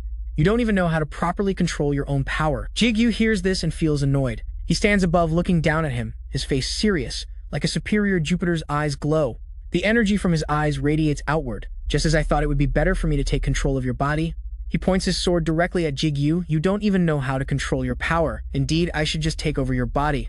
It would be better for you." He grits his teeth, his eyes filled with rage from the humiliation. His hand is pressed against the ground, gradually gathering a deep red energy. Jigu swings his hand forward, attacking Jupiter. The overflowing energy pours out. The energy continues to overflow more and more, covering the entire area in front of him. The debris floats into that galactic space. Suddenly, a voice echoes, startling him. "I told you so." Jupiter appears behind him, his face showing clear disdain. "You don't know how to control your power at all." Jigu turns to look at him with a surprised and bewildered expression. An explosion from behind forces him to dodge. Energy keeps pouring from his hand. Jigu grits his teeth because he can't control it, just as he said. "I can't control the death sword at will. I got used to using its power throughout the first trial." He stares at his hand, thinking, is the power gap between him and me this big because I'm missing Ru? Thick smoke and dust obscure the vision where they both are. Suddenly, from within the smoke, Jupiter flies straight towards his position. Jigu's hand is still overflowing with energy, but his face shows a hint of fear. He slashes down. Jigu quickly uses his hand to block the attack. Jupiter smirks, his face filled with strange excitement. The two of them continue to clash. Fighting with the weapon in his hand, his face shows some worry. The stronger the Death Sword's power becomes, the greater the disadvantage for me. It's becoming harder to control than before. Jigu recalls Sudong's words, your ability needs balance. You can't discard any part of it. His other hand begins to deploy a different energy, glowing bright yellow. Jigu powerfully swings that arm to attack Jupiter. He smirks. I knew it. You think you can just use life force to harmonize everything, but do you really think you can control that power so simply? Jupiter suddenly crouches down as if preparing to attack. He unleashes a strike so powerful that the rocks on the ground shatter. That's not enough. Jupiter flies straight forward with an excited look. I'm done playing around now. His killing intent is clear as he attacks. I will devour you and take your place. An extremely powerful technique flies towards Jigu, standing before him strong and confident, showing his ability. If you can do that, then... Jigu's eyes blaze with a golden color, his gaze filled with unyielding determination. I can use it too. Jupiter's face is filled with killing intent and clear madness. The attacks collide, causing an explosion in the area. Both of them retreat. Jigu grits his teeth from the effort of blocking that blow. His legs are shaking. I was pushed back, both in terms of power and mastery of control. I'm inferior to him. Jigu frowns, thinking, at this rate I will definitely be defeated, unless I find another way to fight against him. Suddenly, he is surprised to hear Ryu's voice. This situation isn't considered dangerous yet. He frowns from exhaustion, guessing the current situation. Has the link with Ryu been restored? No. This feels more like the trial of retribution. A memory of Ryu is talking to me. He is sitting on a chair with a majestic posture, his face full of excitement. I told you. With the overwhelming power you currently possess, these petty tricks are nothing. Ryu's eyes hold a deep hidden meaning, but that doesn't mean mastery. Of everything I have is useless. Have you forgotten? Our life is also the difficult, arduous path that a strong person must walk. Jigu grits his teeth, his eyes filled with determination. If my power isn't equal to his, I will try every way to overcome the opponent's increasingly powerful attacks coming towards him, even if I fail, even if I have to die. Jigoro reached out and stepped into the vortex, as clicking sounds came from his trembling feet. He bravely stepped in without hesitation. On the other side, Jupiter's eyes widened in surprise, not understanding why this was happening. What is this? He realized the problem: chaos was gathering and carrying power. Wait, if so, that means Jupiter's face grew panicked. His mouth hung open in surprise as the area emitted a blinding light blazing like the sun. A huge explosion occurred, sending rocks and debris flying across a large area as dust and smoke filled this galaxy. Rocks of all sizes were scattered everywhere. Jigu looked forward with a valiant gaze, while Jupiter, with a trickle of blood on his mouth, smiled and then realized something. I see now, he asked. Is this the result of you understanding the true nature of your power? Despite his injuries, Jupiter was still smiling, his eyes filled with excitement. He looked at the sword and assessed it. The Sword of Chaos. The name fits perfectly, Jupiter calmly announced. This time, I admit defeat, Gaia announced. You have passed the test. The seal has been unlocked. You have obtained the Sword of Chaos. Both of them returned to the void. The final test has concluded, Gaia announced the reward. The winner may ask the loser any question. The loser is required to answer all questions. Although Jupiter seemed annoyed by this condition, she announced, please begin the Q&A session. The two were now standing face to face. Suddenly, something caught Jigu's attention, a slightly panicked look in his eyes. He looked down, thinking something to himself. Oberon Hemet. Jupiter scratched his neck, closed his eyes, and put on a calm facade. Go ahead and ask, I can't. Challenge the woman who controls this system. Jigu stared at him, his gaze cold, not saying a word for a long time. He asked a simple question, who are you? Which made the other pause in surprise. Jupiter put his hands on his hips, looking unimpressed. What a boring question, I thought. You heard me. I am you. He rubbed his chin for a moment, looking up in thought. I guess I should be more specific, he answered. Jupiter. That's the most accurate name for this ego. Jupiter grinned cheerfully. Just call me Jupiter. Jigu, however, remained silent, looking suspicious and stammering as he prepared to ask you, but then fell silent. He closed his eyes as if to avoid asking the question. Jigu decided to rephrase his next question. No, let me ask something else. He placed a hand on his chest, his gaze determined as he asked, who am I really? Jupiter raised a hand, shook his head, and let out a mocking laugh. The whole concealment thing, I thought you were a bit smarter than this. Oh really? Not quite. Hearing that, Jigu frowned slightly, his eyes filled with suspicion as his voice trailed off. What do you mean? Seeing Jigu's dumbfounded expression, Jupiter couldn't help but laugh. He clapped his hands once and started to explain. I guess even if you have the memories of Lucifer and Michael, you're still being suppressed. He pointed to himself, the corner of his mouth twisting into a smirk. His low voice was laced with mockery. You are me.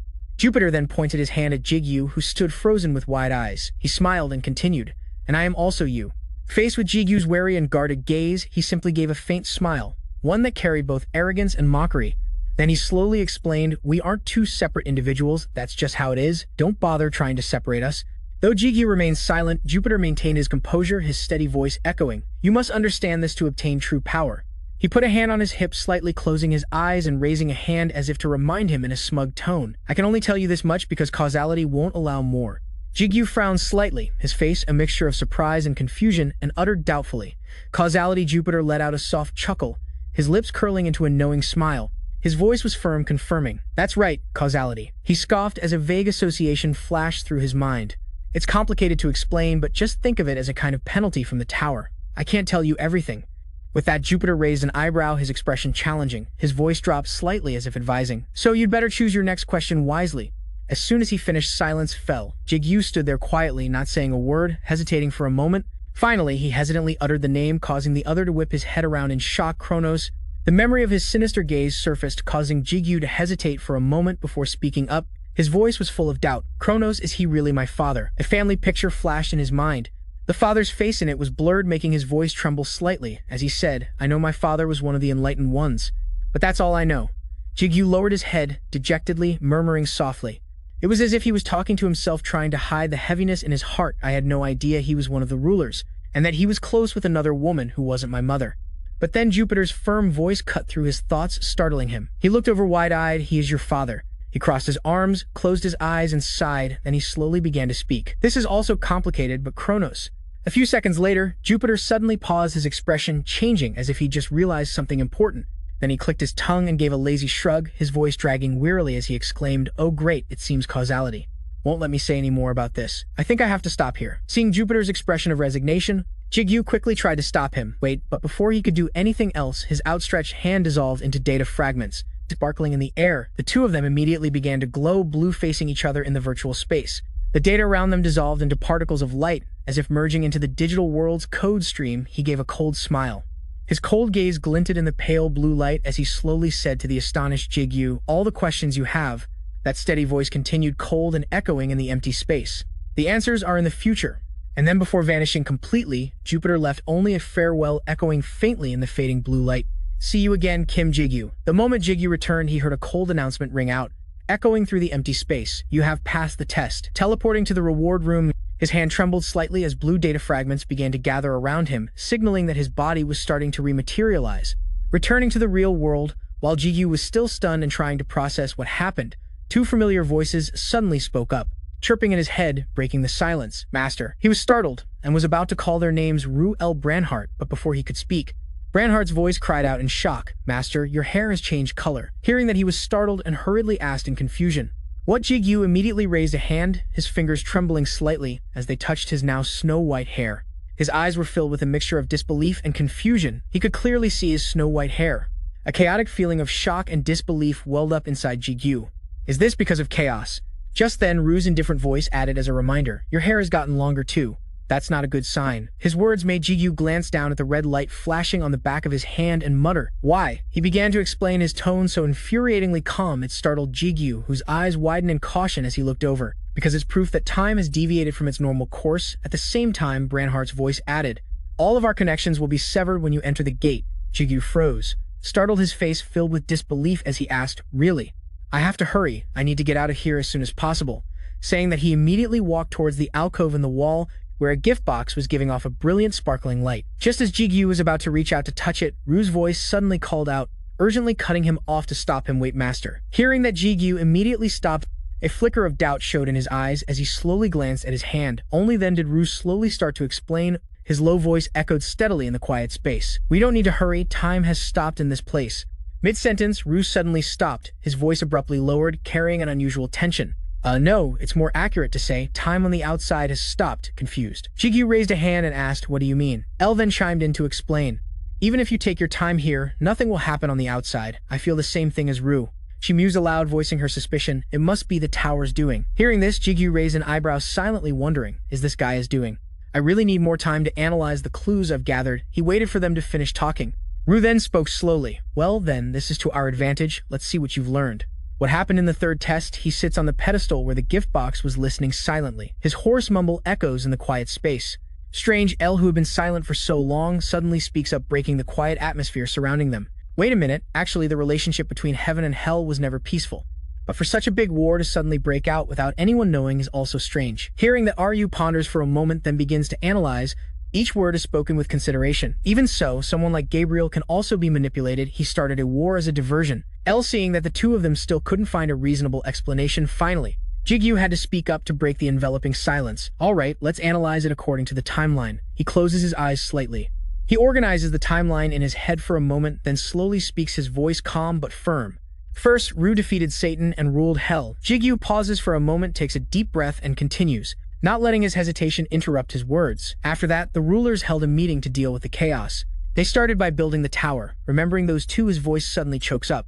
Kronos and Gabriel betrayed them and caused the war between heaven and hell. Then Jigu slowly raises his hand. Hesitating for a moment before starting to talk to Ryu, I'm not sure about this, but when their plan failed, I guess something related to synthesis and creation happened. After hearing that, he doesn't hesitate, and immediately adds a few words. After that, it's what you see. I was sealed and L was turned into a sword. Ru pauses for a moment as if contemplating something, then slowly comes to a conclusion. There are many gaps between these events. Remembering Satan's fiery eyes and demonic smile, his voice can't help but deepen. For example, why is Satan still alive? At this moment, the image of the bloody battle from the past flashes in Ru's mind, making him mutter to himself. Or what happened to the rulers who died, and why wasn't chaos destroyed? Hearing this, his eyebrows furrow slightly. His gaze is pensive as he voices the concern in his heart. Also, why was chaos sealed inside me? Thinking of the triumphant faces and smiles of those two, Jigu frowns, his voice full of frustration. Who are Jupiter and Kronos? Just then, a familiar voice suddenly rings out, startling him. His eyes widen in shock. Son, let me tell you about that. Jigu quickly looks up and sees Kronos standing imposingly before him with an unreadable expression, causing him to freeze for a moment. The two of them just silently observe each other, neither willing to speak first. The atmosphere between them seems to thicken. After a long moment, Jigu finally speaks with a trembling voice. His eyes don't leave the man's handsome face and arrogant smirk. Father. In an instant, Ru, on the back of Jigu's hand, suddenly erupts with a fierce power, making the surrounding air vibrate in waves as if about to explode. Bright red sparks of electricity continuously pour out, covering his entire arm while his hate-filled voice rings out, trembling in the air. Kronos, it's you. Seeing that unusually violent reaction, Jigu is alarmed. He quietly calls Ru's name, his voice full of worry and doubt. Ryu Brendan is also extremely worried and quickly asks Ru, what's wrong? Inside the space, Ryu grits his teeth so hard that veins pop out on his face. His gaze burns with the flames of hatred as he growls out each word as if to tear the air apart. He's the one who plotted to seal me. Fierce currents of black and red energy swirl and fill the entire room, twisting into streams as if to rip space itself apart, carrying the breath of death and an uncontrollable, brutal power. Under that terrifying pressure, the ground can't withstand it and cracks into large pieces. The cracks spread out like a spiderweb amidst the chaos, overflowing with energy. High above, the seemingly sturdy stone pillars also crack one by one, making a rumbling sound, rumbling under the immense pressure of the surging energy. Seeing the situation spiraling out of control, he gasps in horror, his trembling voice full of fear as he hastily calls his name, Ryu. But at this moment, Ryu has completely lost his reason. His eyes blaze like fire and a crazed growl rings out, carrying an unrestrainable rage. I will kill you. I will tear your soul into 100 pieces and devour it. Seeing the chaotic scene before him, Jigu gasps in horror. An overwhelming fear arose within him. This was the first time Ru had controlled death himself. What should I do? I cannot control him. His hand trembled, clenching tightly, trying to hold it back. A stream of black and red energy erupted violently from him. A red light flashed amidst swirling tendrils of blood as if wanting to devour everything. Just then, the calm but powerful voice of El rang out, "Calm down, Ru." As soon as the words were spoken, Ru's sanity was instantly pulled back. She closed her eyes, took a deep breath, and then calmly spoke to reassure him. Her voice was soft yet firm amidst the enveloping chaos. It is not time yet. Control yourself. The dark red energy coiling around Jigu's hand was quickly forced back into the ring by him, creating an intense crimson glow. The air around Ru also gradually calmed down. Only he remained silent, as if lost in a turmoil of thoughts before his astonished eyes. Ru only spoke in a low voice, his heavy tones seeming to blanket the entire space. Yes, you are right. He silently observed Kronos standing thoughtfully in the distance, then silently mocked himself with bitterness to think I would do something so unnecessary. Looking at that triumphant gaze, Ru quietly muttered, his voice carrying a hint of sarcasm mixed with unconcealable bitterness.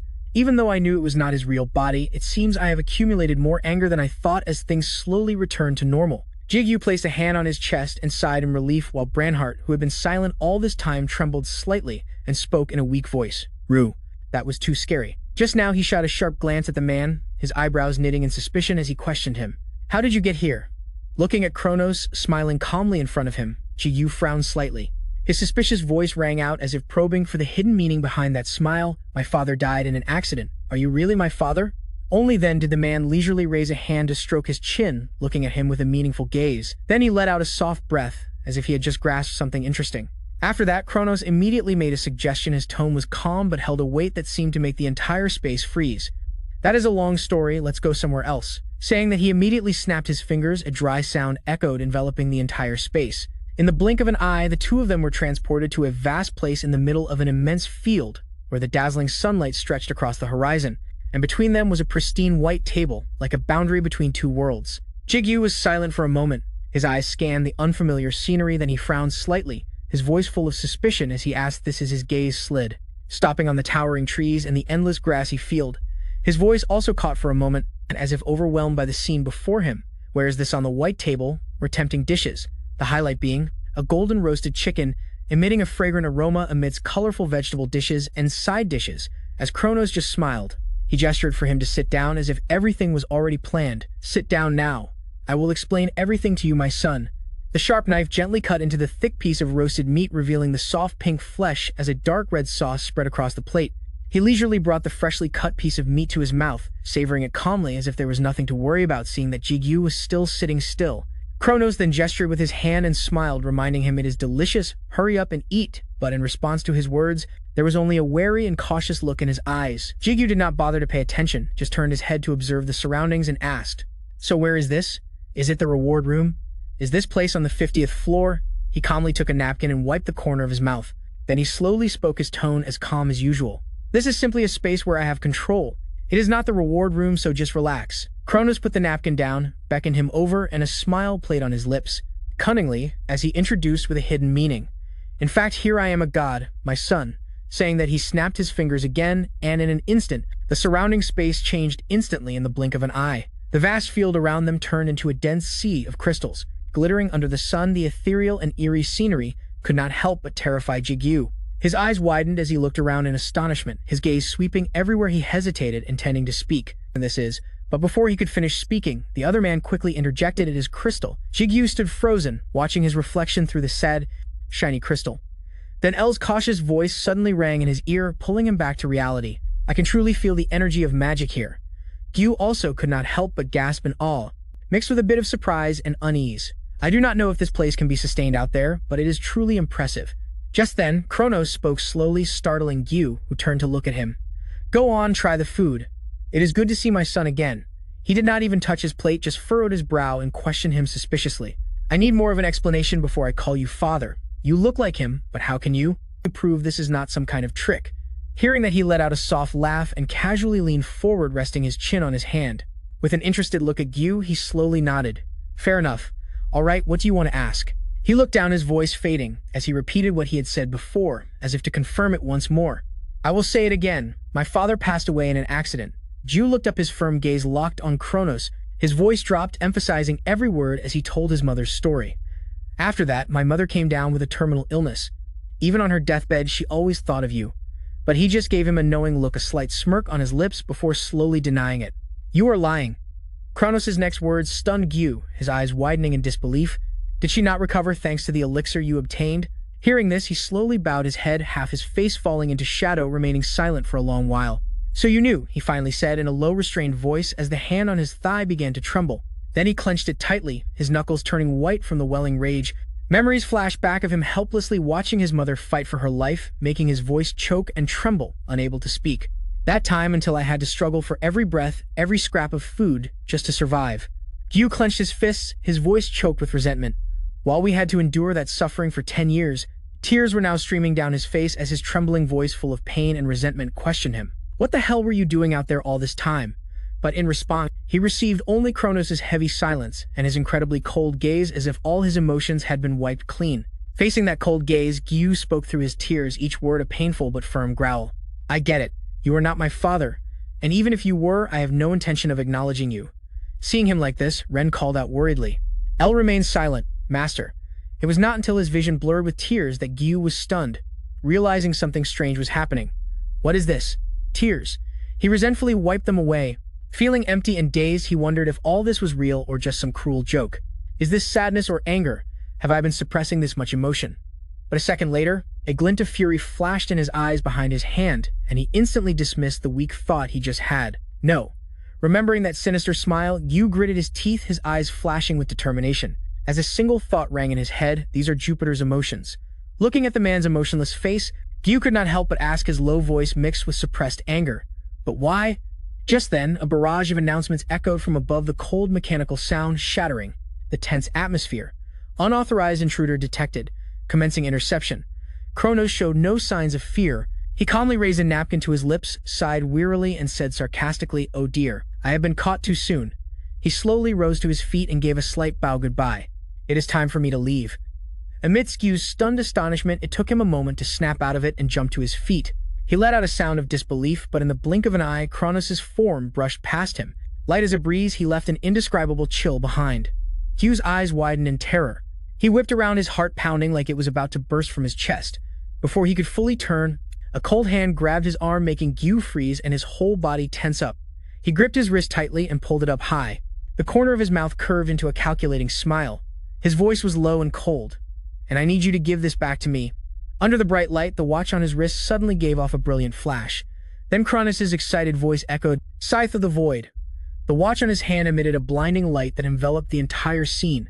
In the brilliant, surreal light, Kronos gripped Gyu's hand tightly while simultaneously swinging his other hand to summon a giant glowing scythe. Seeing this, Gyu's eyes widened in astonishment, completely unable to react. But strangely, he just closed his eyes, showing no intention of attacking. A second later, Kronos' eyes snapped open, his lips twisting into a knowing smirk. Above Kronos' head, the giant sword created by Zoru hung menacingly, while Ren and El closed in on him from both sides. He chuckled softly, his tone full of mockery and contempt. "It seems you have gained some truly loyal servants." She was relentless, coldly aiming her sword tip at Kronos, her voice a low threat. "Get away from my master immediately." At that moment, a deep, grim voice echoed from above. "Kronos, do not overstep your bounds. Do not think we are helpless just because this is not your true form." It only bared its sharp fangs. Its blazing golden eyes glowed fiercely like a beast waiting to rip its prey apart. Brown hood on his chest also spoke with a firm voice without hesitation in the tense situation. "I will protect my master." Seeing this, Kronos paused, his eyes darkening for a moment before he spoke slowly under Gyu's suspicious gaze. "I did tell you, did I not?" He beckoned with his finger, a provocative smile playing on his lips, then declared in a low voice, "In this place I am God." Immediately after that, the space around them immediately distorted and shattered, pulling them into a completely different scene. He panicked and looked down at his feet. "My egos," he cried out, his voice trembling with horror. In contrast to Gyu's panic, Kronos just smiled faintly. His tone was calm, as if everything was expected. "Do not worry, I have simply separated them from you for now." His next words were like a powerful blow to the head, leaving him stunned and speechless.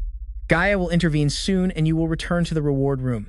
In the silence, Gyu turned to Kronos, his guarded look as sharp as a blade. "What is your relationship with Gaia?" His voice dropped, adding to the tense atmosphere with a hint of puzzled scrutiny. "After your plan failed, what happened to Gaia? What happened to this world?" Gyu fell silent for a few seconds before slowly speaking. His voice was deep and heavy, as if weighing every word. "And my watch." He closed his eyes. He softly uttered a name everyone thought was long forgotten. Gaia. The image of her beautiful face surfaced in his memory. It made Kronos slowly begin to tell the old story. She rebuilt the world with the power of the gods and chaos. She wanted to return the world to its original state. Remembering the universe turning upside down in an endless light, he slowly spoke. Reversing the connected dimensions, a series of images of races that once existed flashed through his mind, making Kronos' voice tremble slightly. Lost in distant memories, the rulers of the realms died. He paused for a moment before slowly continuing. She even returned chaos to its original state. As he said this, the image of a tower sparkling in the galaxy with a planet covered in green appeared in his memory. The only things that changed were the tower and the world that Gaia had newly created. Kronos himself slowly revealed the long-hidden secret without hesitation. "It is the dimension in which you live, Earth." Hearing that, he almost choked, his eyes wide in shock, only able to gasp out two words. "What?" He paid no mind to Gyu's reaction, only giving a solemn warning, his voice heavy with importance. "Remember this, my son. A world where gods do not exist and dimensions are jumbled. Everything was affected by my arrogance and Gaia's obsession." He said it with such firmness and confidence that Gyu could only stand there, unable to say a word. "Only you can fix everything." Suddenly, as if recalling something, Kronos smiled gently and said calmly, "Ah, that is right. I had best tell you this." His monotonous voice sounded as if it were revealing a long-concealed truth. Your human father married Lee Soo-jin and gave birth to you and Kim Ju-young, while Kronos said bluntly, without hesitation, "It was not me." Those words made Jigu freeze before he could even process them. The man continued. But one thing is for sure, before his disbelieving eyes, Kronos just smiled faintly, his voice slow and sincere, that I love you very much. As soon as he finished speaking, he instantly disappeared, leaving only a faint farewell echoing in the space, leaving Jigu standing there stunned, too shocked to even react farewell in a panic. He quickly reached out his hand, shouting to stop him, as if being a second too late would mean it was over forever. Wait, hold on. As the last light where Kronos disappeared faded away, Jigu could only choke out hesitantly, "I still have questions." He froze, his eyes wide with shock as everything before him vanished. Before he could understand what was happening, the cold sound of the system rang out, breaking the heavy silence around Jigu. The unauthorized access has been blocked, time and space are restored in an instant. His whole body lit up, then was pulled into a stream of white light and teleported back to the familiar reward room. Jigu's eyes scanned the room, once his expression still bewildered. Then he slowly spoke with suspicion. "In the reward room I am back." But then he frowned, a flicker of doubt rising in his mind as he silently wondered, what did Kronos' last words mean? He is my father, but he said he was not. Jigu's gaze slowly fell to his now empty wrist, causing the suspicions in his mind to pile up even more. And this watch, the memento my father left behind, is the scythe of time from Kronos. Just then, Brownhurst's frantic voice suddenly rang out, pulling him out of the chaotic thoughts in his head. Master Jigu was startled and called back Brownhurst right after. Lu also spoke up, cheerfully welcoming him back. Then Elle bowed her head slightly, her sorrowful voice filled with guilt, as if the mistake was her own master. "I am sorry for not being able to protect you." Hearing that, he just gave a small, forced smile. His voice softened to comfort her. "It is okay, Elle. There was nothing you could do, and I am fine too." As soon as he finished speaking, his arrogant and cold voice immediately cut through the air that had not yet settled. "That is why I am not apologizing. What happened there?" Jigu was slightly startled and quickly replied. His voice was a bit flustered, as if trying to hide something. "Nothing special happened." Then he quickly placed his hand on the gift box in front of him, trying to change the subject to avoid everyone's scrutiny. "Let's talk about that later. I need to finish this damn test first." At this moment, Rue noticed the box in front of him. He let out a soft, "Oh," with a curious expression. Rue did not hesitate to blurt out his speculation, and his voice was confident, as if he was sure of the answer looking at it. "It is an Aura Halcyon box," Jigu exclaimed in shock. Elle also spoke up at this moment, exclaiming in surprise, "Amazing, that is a material so rare it could be called the core of a dimension." Remembering the high-grade item he had just seen before, he frowned slightly with a thoughtful expression, as if connecting the pieces of doubt in his mind. "I have heard of it before. The reward box is an item with a rank even higher than the diamond box that contained the elixir. It has never been found by anyone. I heard that the only confirmed information is that it exists within the system." Looking at the box in his hand, Jigu was deep in thought, as if trying to guess the hidden meaning behind this gift. A reward that is even better than the elixir. What could it be? As soon as the box was slightly opened, a brilliant light immediately burst out, flooding the entire room. His face instantly changed color under the dazzling light, and at the same time, the cold sound of the system rang out, shattering the silent atmosphere. "You have received the reward." His heart felt as if countless streams of energy were pouring into it, while the system's steady announcements echoed in his ears, both distant and overwhelming. "The power of life is increasing. Blood vessels are being reconstructed. The power of death is increasing. Blood vessels are being reconstructed." The system continued to announce, "The power of chaos is being controlled more stably. Blood vessels are being reconstructed." Jigu's mouth was agape in horror, unable to utter a word. Reconstructed a total of 3 times, similar to when he drank the elixir on the other side. As the cold sound of the system rang out, RU also stared in amazement, his expression as bewildered as his. As RU and L's information was updated, L also frowned slightly. Their eyes showed clear disbelief at the scene unfolding before them. They knew more than before. However, the system did not stop. The monotone announcements echoed continuously, filling the entire room with a cold, emotionless sound. "Your egos have become stronger. Your egos have become more special. The ego's abilities have been expanded." With each announcement from the system, the necklace on his chest suddenly glowed brilliantly, emitting a pure silver light of energy. "The ego, Ron, is evolving." But as the light spread to Jigu's wrist, the system suddenly issued an unusual announcement. "The egos Oberon and Hermes have been damaged." Immediately after, the system announced the next step. "The egos Oberon and Hermes have combined with Brainheart." As soon as the words were spoken, not only was he astonished, but he also blurted out, "What?" In an instant, the black glove on Jigu's hand was suddenly covered in a layer of pale blue light, spreading like vivid, mysterious ripples. A brilliant blue light flared up, enveloping the shoes below. The dense energy it emitted made the surrounding air vibrate. In the middle of the quiet room, he stood before the glowing stone pedestal, letting the dazzling blue-white light swallow his entire body. The sparkling blue light spread over the armor covering his arm, creating mystical honeycomb patterns that seemed to come alive.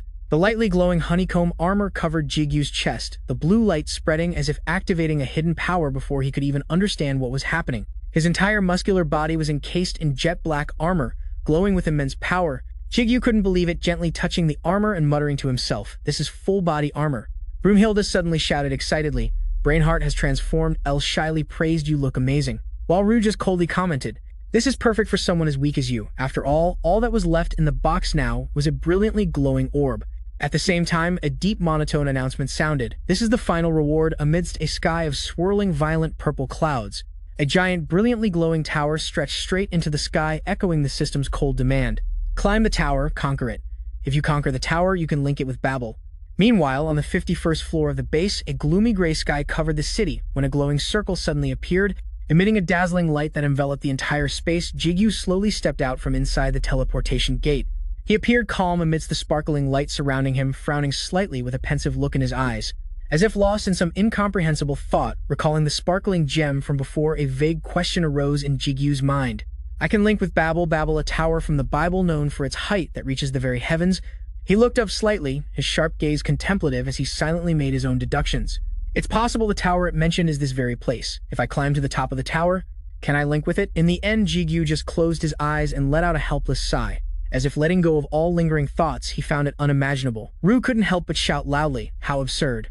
Elle also spoke softly to comfort him, "Master, you are stronger than the required conditions," while Brainheart eagerly praised, "Master, you are the strongest." Just then, his gaze fell upon something strange, making his heart skip a beat for a moment. Jigu immediately became wary, his gaze sharpening as he stared at the man opposite him, his deep voice questioning, "Who are you?"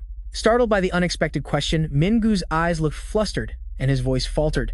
Not knowing how to answer, he quickly stepped forward, regaining his composure, and asked cautiously, "You're the ranker Kim Jigu, aren't you? Your appearance is quite different from what I was told." He remained wary, but he finally responded in a deep, slow voice, "That's me." Mingu suddenly bowed. With a rarely seen serious expression, he introduced himself decisively. "I am Lee Mingu from the Gate Management Bureau.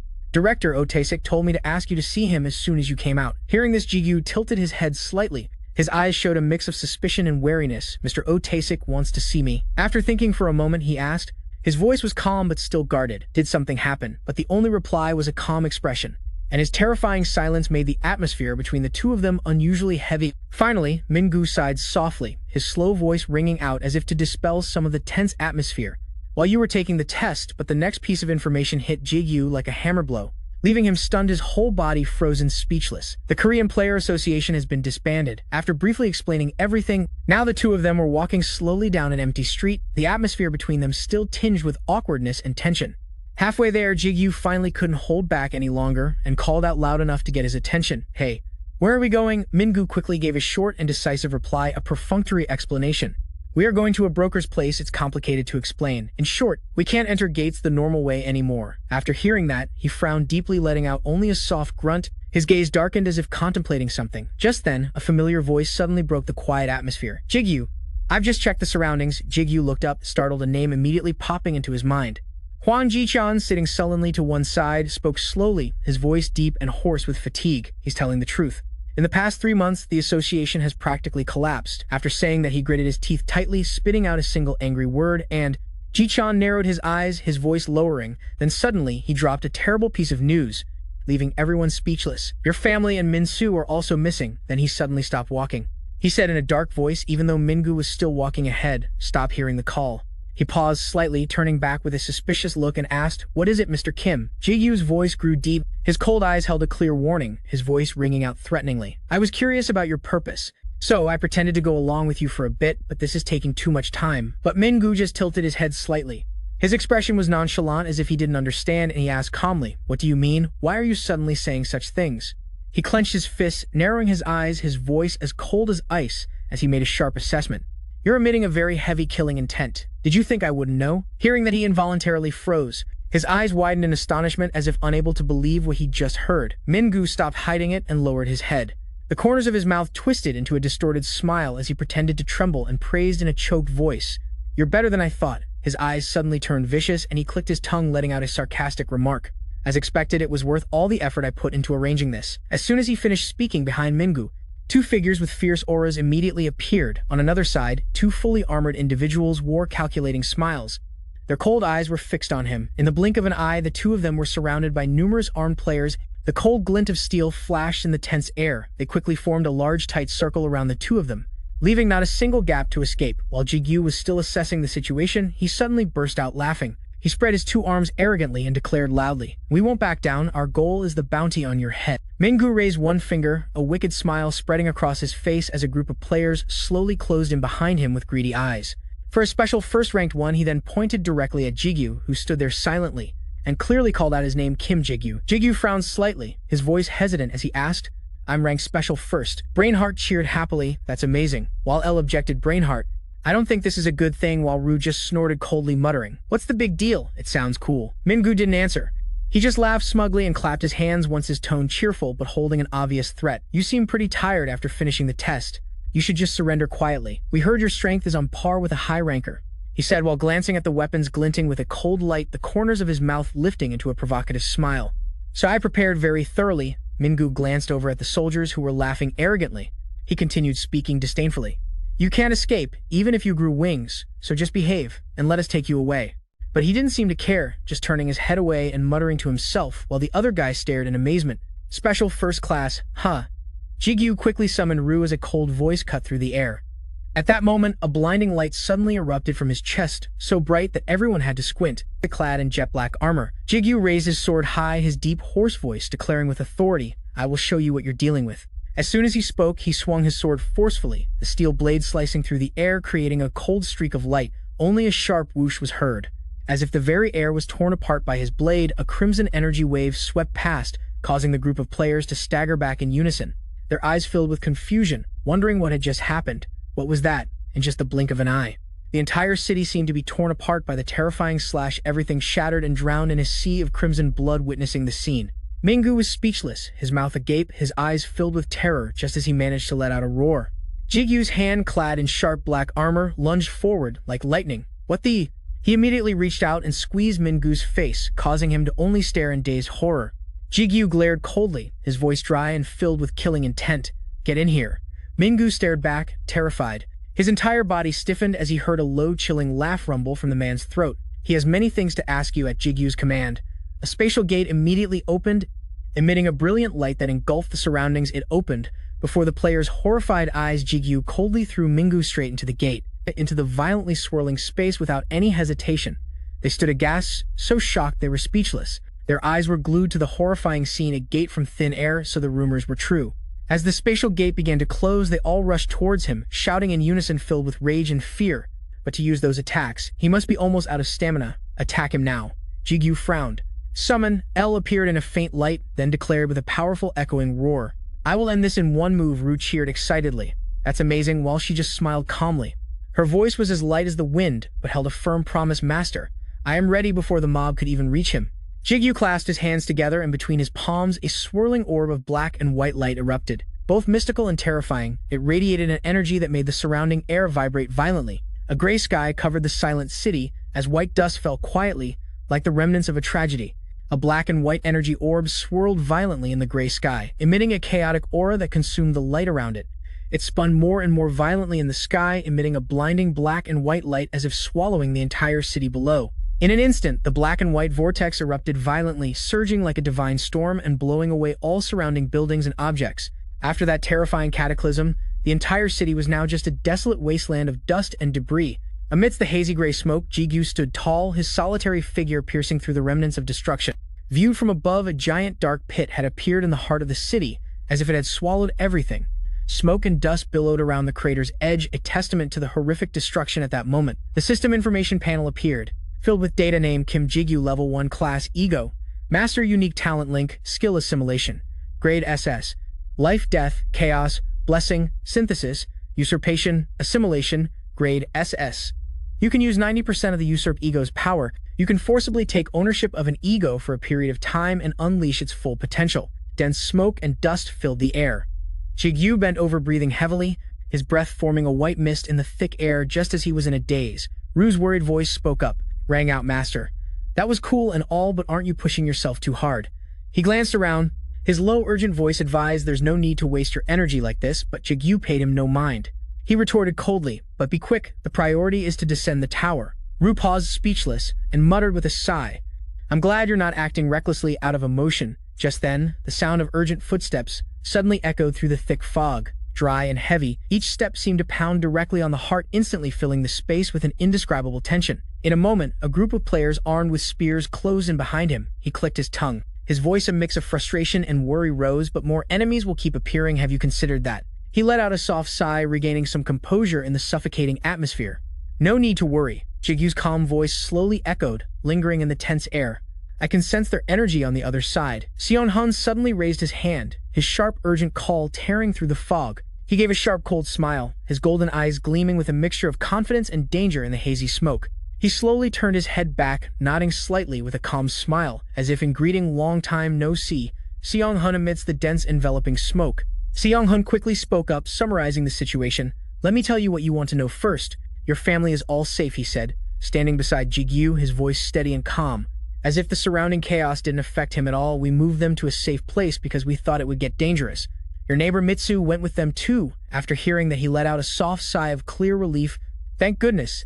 Then Jigu slowly turned, his expression growing serious as he spoke each word heavily. "Tell me, what exactly happened after I left?" Seong-hun frowned, avoiding his gaze and tilting his head slightly as he spoke. "After you entered the 50th floor, an image of a world map covered in bright spots flashed in his mind." His voice suddenly deepened. 20 abnormal gates suddenly appeared all over the world, and they were all destroyed simultaneously. It was incredible. The deep tunnels and sparkling item chests appeared one after another in his memory, their light still seeming to linger in his eyes. Seong-hun continued, "And as a result, we now have the demon's remains and relics. Everyone is expecting the player industry to develop even further, just thinking about wielding a powerful sword." His voice trembled with a mix of excitement and pride. "There has been progress, because the demon's techniques have advanced surprisingly." As he finished, Seong-hun paused, his voice becoming awkward under the other's suspicious gaze. But that's where the problem started. Images of the monster's grotesque faces flashed in his mind, causing him to growl. Each word hissed through his teeth.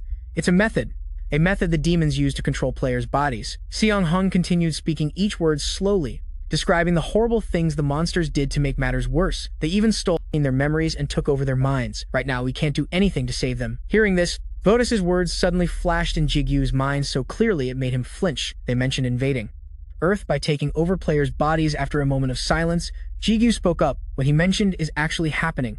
Snapping out of his thoughts, Jigu quickly turned to ask about what was still bothering him. The Korean Association disbanded because of them, but after hearing that, he immediately refuted. "No, that's not it." Seong-hun slowly began to tell the old story, his gaze distant, as if peering into a dusty past. "To be more precise, we decided to disband voluntarily. The explanation is a bit complicated." He paused slightly. His gaze darkened before he continued to explain. "As I said, the remains and relics appeared in the gates. They were incredible, but strangely, those things never appeared in the Korean gates." Just mentioning the emperor made Seong-hun's voice drop, tinged with a mix of indignation and helplessness. After the Korean Association repeatedly warned about the dangers of the remains and relics, people began to grow suspicious with uncharacteristic seriousness. He raised his hand and repeated verbatim what everyone had said. "Could it be that the Korean Association has monopolized everything?" And seeing CEO Hun pause, he slightly raised an eyebrow. A thought flashed through his mind. Could it be him? As if reading his thoughts, he immediately spoke up to confirm. "That's right." Recalling Andres's grotesque face, Ju's voice suddenly became heavy, laced with uncontrollable anger. The fact that only 5 gates appeared in Korea and that the Korean Association was pushed into a disadvantageous position, it all must have been Andres's scheme. Just then, he continued his story, CEO Hun's voice deepening as if hinting at another part of the tale. Since the association was constantly criticized by the public, disbanding was a natural course of action. On the surface, that's how the collapse happened. Manager O and the association president had predicted this would happen. Before Ju's astonished eyes, Seong-hun suddenly turned. He looked to the side, smiled faintly, and said, "Thanks to no longer having any connection to the association, we can now operate freely." Looking at the players dressed in crisp suits, he let out a slight sigh. He couldn't help but exclaim, "To let Gregory act." Hearing that, a spark of curiosity flashed in his eyes.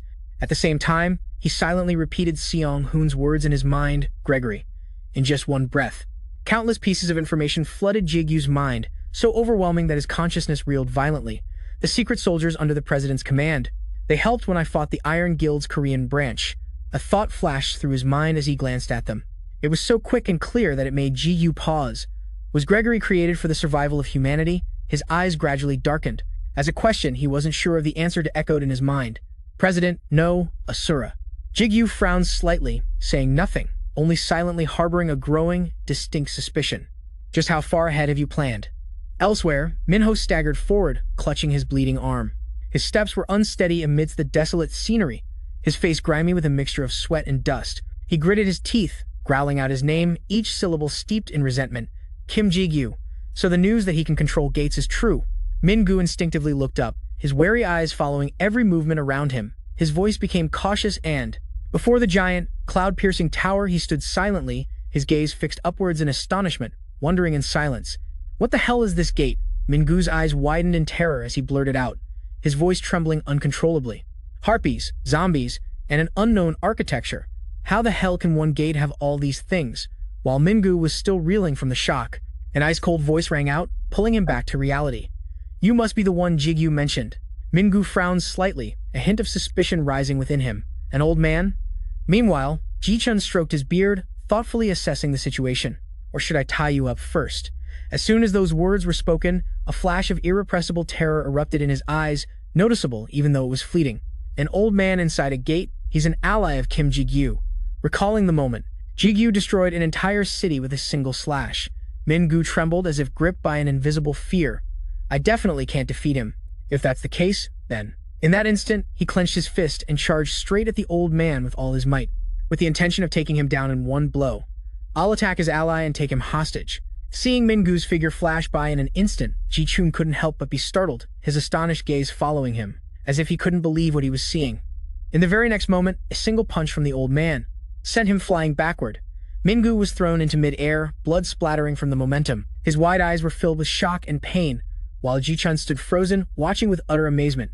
His eyes wide in disbelief at what had just happened. He fell sprawled on the ground, his battered body leaving a long skid mark. Meanwhile, the old man opposite him stood still, his fists still extended, his gaze cold and his posture suggesting he hadn't exerted any effort at all. Ji-chun shook his hand a few times to ease the sting, clicking his tongue in admiration, his expression a mix of surprise and confusion. Oh my, what an energetic young man. On the other side, Mingu lay flat on the ground, his eyes wide and blank. Only a single, disbelieving question echoed in his mind. What just happened? He didn't look that strong, seemingly having made up his mind. He slowly reached into his suit pocket, muttering something under his heavy, calculating breaths. Since things have come to this. Seeing the furtive action, the old man raised an eyebrow, his gaze flickering with suspicion and caution. Immediately after, Mingu pulled a syringe from his pocket and raised it high. The cold glint of the needle reflected through the hazy smoke, making the scene momentarily chilling. He gritted his teeth. His body tensed, and with all his might, he plunged the needle into his thigh. Ji-chun narrowed his eyes, his expression showing a flicker of doubt. He mumbled incomprehensibly. A syringe? The blue syringe was still stuck in Mingu's thigh, its contents already halfway injected. A faint blue light emanated dimly through the surrounding smoke. Before the old man's horrified eyes, his entire body suddenly erupted with a surge of energy, an intense energy. Mingu bent over, his fists clenched, his entire body enveloped by a dark purple energy swirling violently around him. It created a tense and chaotic atmosphere, as if in another second, all that energy would explode outward. Ji-chun took a slight step back, his eyes widening as he exclaimed in astonishment at the sight before him. This energy. He clenched his fists tightly, his entire body enveloped by a fierce purple energy, swirling around him. An answer suddenly formed in the old man's mind, and his gaze grew more grave and solemn. Dark energy? How can a normal person possess dark energy? Just then, Mingu, his face grimy and blood-smeared, let out a guttural laugh. His twisted smile exuded a crazed and grotesque aura, then he threw his head back and screamed. The scream echoed through the air as the energy around him erupted violently, as if about to explode. Mingu tilted his face to the sky and screamed, the hoarse, crazed sound reverberating and setting the entire space on edge. A fierce aura. Yes, this is the power. He whipped his head around, his eyes completely white. His face twisted in fury, he roared defiantly like an out-of-control beast. Once I have this power, that dying old man is nothing. But before he could finish, the Harpy Kings group suddenly appeared behind Ji-chun. Powerful, intertwining auras radiated from them, causing Mingu to stop mid-sentence, his eyes flickering with terror. The moment his eyes met Ha and Brown, a familiar introduction immediately rang in his head, trembling and chaotic like an echo from a distant memory. Zombie, immune to dark energy. Hamiel and Camel frowned, their cold, piercing gazes staring intently. Made Mingu tremble involuntarily, his breathing becoming heavy and erratic. Angel, a counter to dark energy. And finally, when his gaze fell upon its large frame and sharp eyes, his mind went completely blank. He could only repeat in despair the name echoing in his head, Harpy King. And then, under the gray sky, only Mingu's tragic screams and desperate pleas for mercy echoed, fading into the cold air. "Wait, please spare me." A cloud of dust filled the city sky. A voice rang out, "Let's go down, Player Kim." But CEO Hun stood on a rooftop, facing Jigu. "The truth is, things look unfavorable for us. The situation is a bit complicated. Our authority over the gates has been restricted for some time now." He announced some shocking news. "And currently, you are a wanted man. Your situation is no different from the Gregory's." He looked bewildered. "What on earth happened while I was away?" After he finished explaining the situation, Jigu concluded, "So the main problem is that I can't be seen outside the tower, right?" Seong-hun nodded. "Yes, that's exactly right. But in less than a few seconds, he came up with an idea. I have a way to solve that." His expression showed a flash of surprise. "What?" Immediately after, CEO Hun's eyes widened, and he let out a soft "oh" of surprise. His attention was caught by the magical light in front of him. A gate, just like that. The two of them led the group through the gate into another space. Everyone looked on, bewildered and amazed. "I've heard about this, but is this gate really owned by a single person?"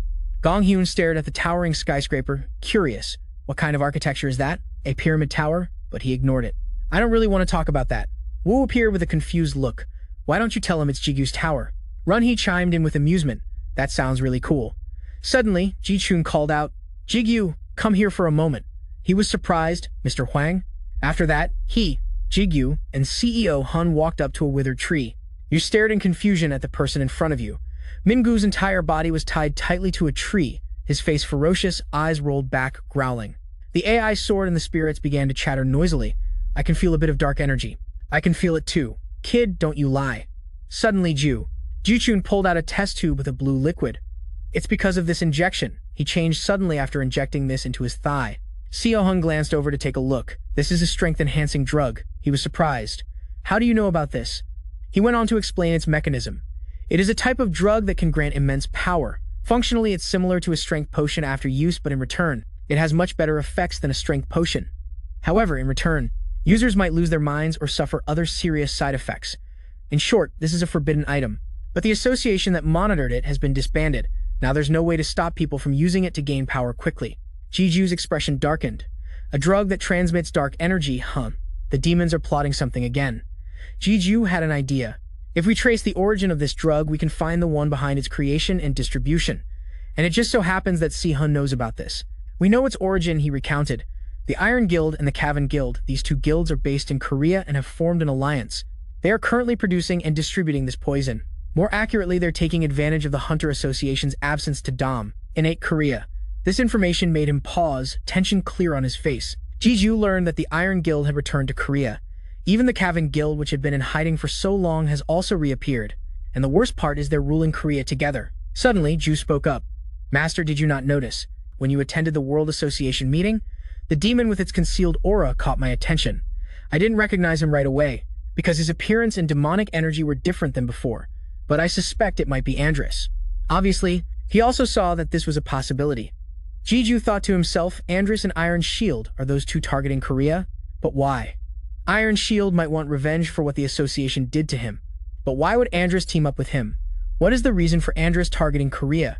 He went over the list of characters. Master. The demons and the lust, God the descendant of Paimon the demon king and the second-ranked demon. Ban the powerful demon who sealed L as well as Lee Seo-ho, who is also somewhat suspicious in this matter.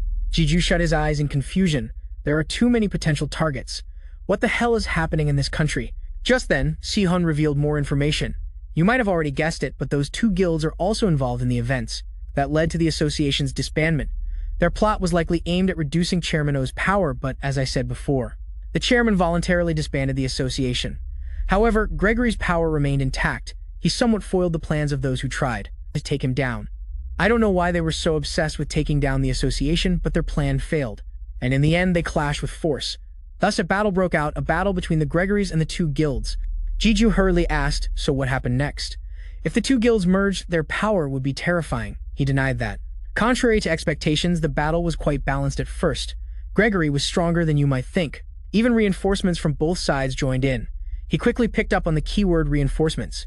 Seo Hun listed the members of that team, including the Kane Guild Danjiro Sukgu, the Hwaseong Guild advisor Lim Hee-suk, the guild master of Angela Lee Seo Ho, and the Demon King.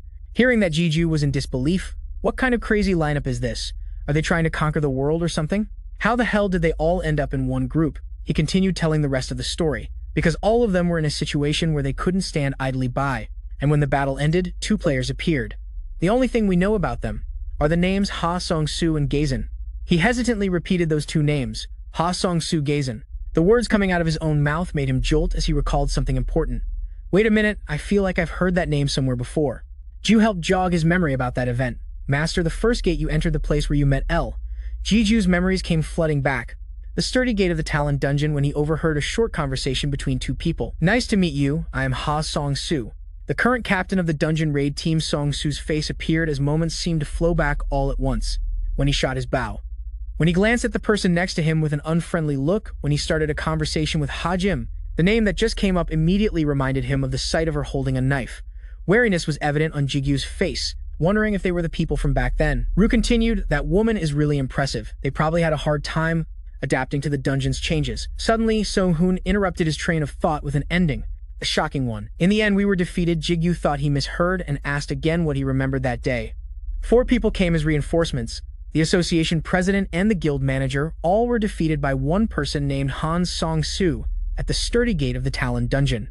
A few strange men were walking around. A special gate had not appeared in a long time, and this was the first gate Jigu participated in. The phone displayed notifications gathering members to conquer a D-rank gate in Guri, recruiting members to form a team to hunt an F-rank gate in Guri, looking for a healer teammate for a D-rank gate in Namyangju. This was also the place he first met L and his teammates back then. Ha Song-soo and Ha Jim. Jigu frowned in deep thought. I know Ha Jim is very strong. When I knew nothing, her power was already incredibly terrifying. According to Du, she must be on par with Su Jung. Lu also agreed with that, right? However, there was one thing he was very curious about, but Ha Song-soo is the captain him.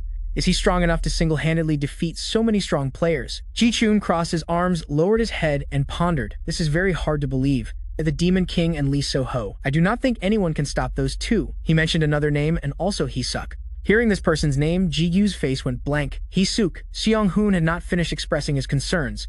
Ha Song-soo player Kim, you must know something about him, right? After the battle, Ha Song-soo's appearance looked exactly like you during the territory war. At that time, Du had merged with your body, making your whole being exude a terrifying aura like a demon from hell. Kneel and bow before me. The king of hell has returned. And this time, Seong-hoon used Jigu himself to accurately describe Song-soo at that moment. Scene change. Before he left, Song-hoon lingered to tell him a few more things.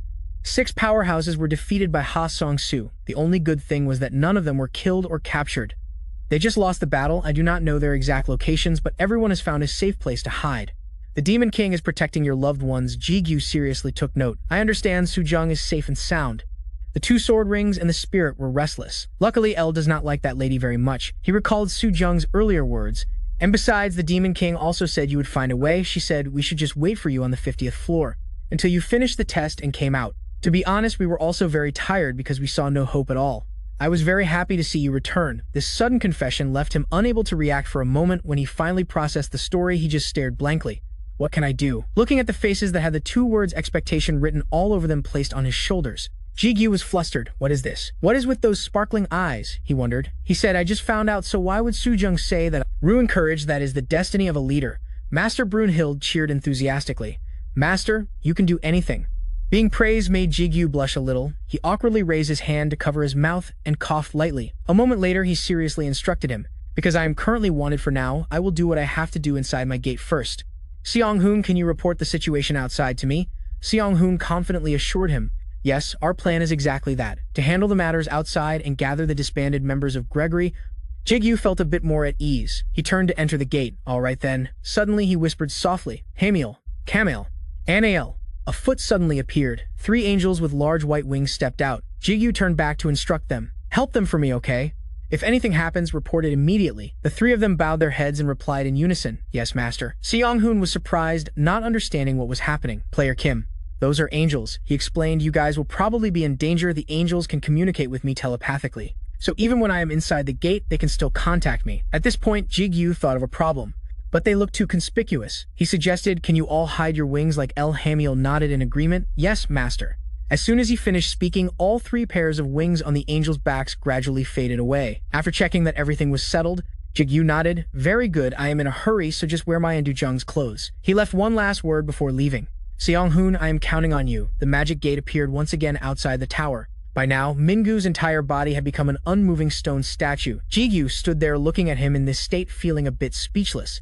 Is it over? Du immediately retorted, no way, I look more dangerous. Jichun also confirmed it is not over. Not over yet. Even though I have collected all 10 resources, I still cannot use them proficiently. I only inherited Paimon's magic. After all, I am not his descendant, he sighed. Then I will have to wait for Mitz to return, but he did not think that was necessary.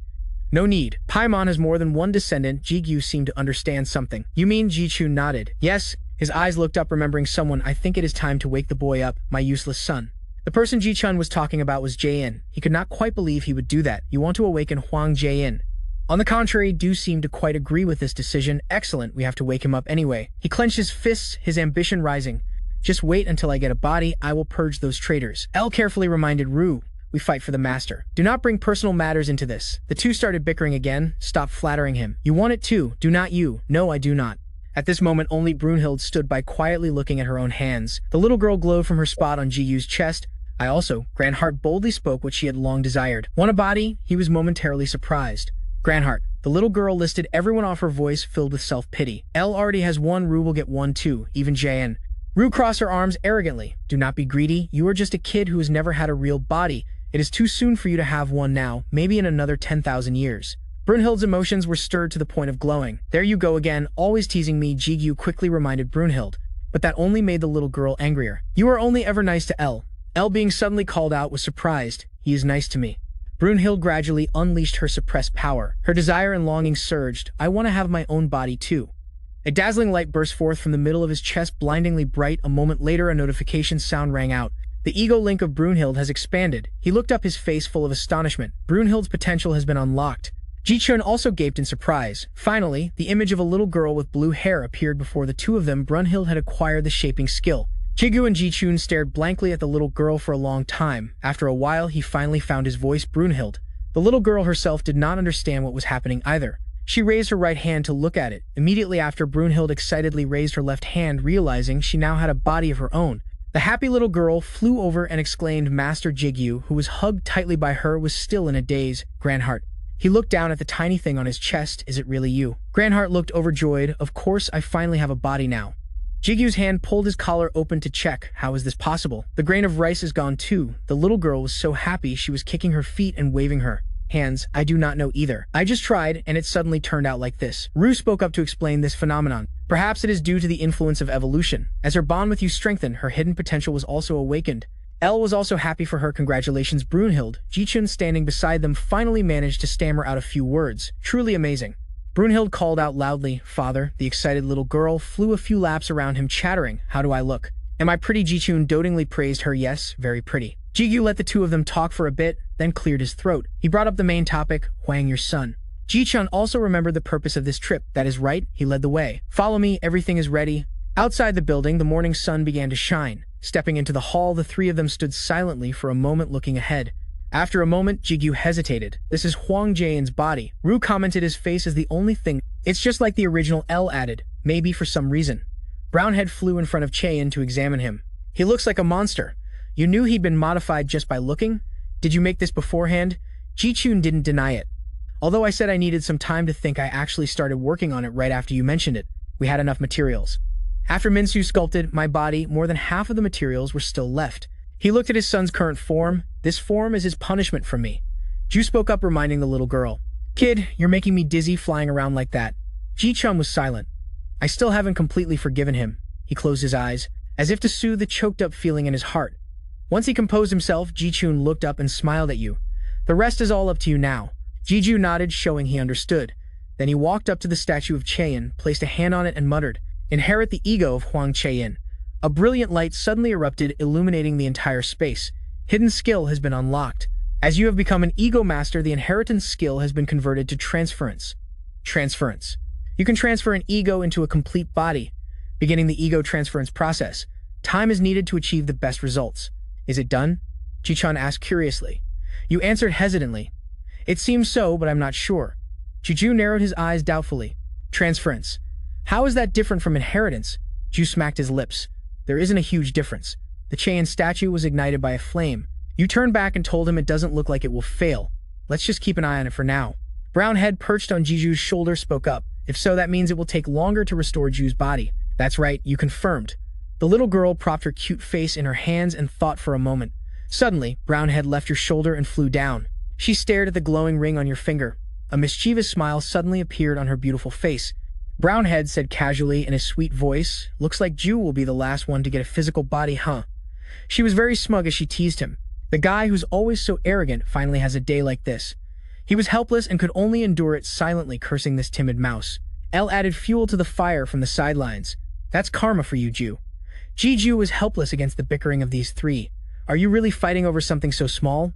You turned to Ji-chan and said, Mr. Huang, I don't think there's anything more I can do for now. I need to meet Go Hyungjun first. He remembered immediately.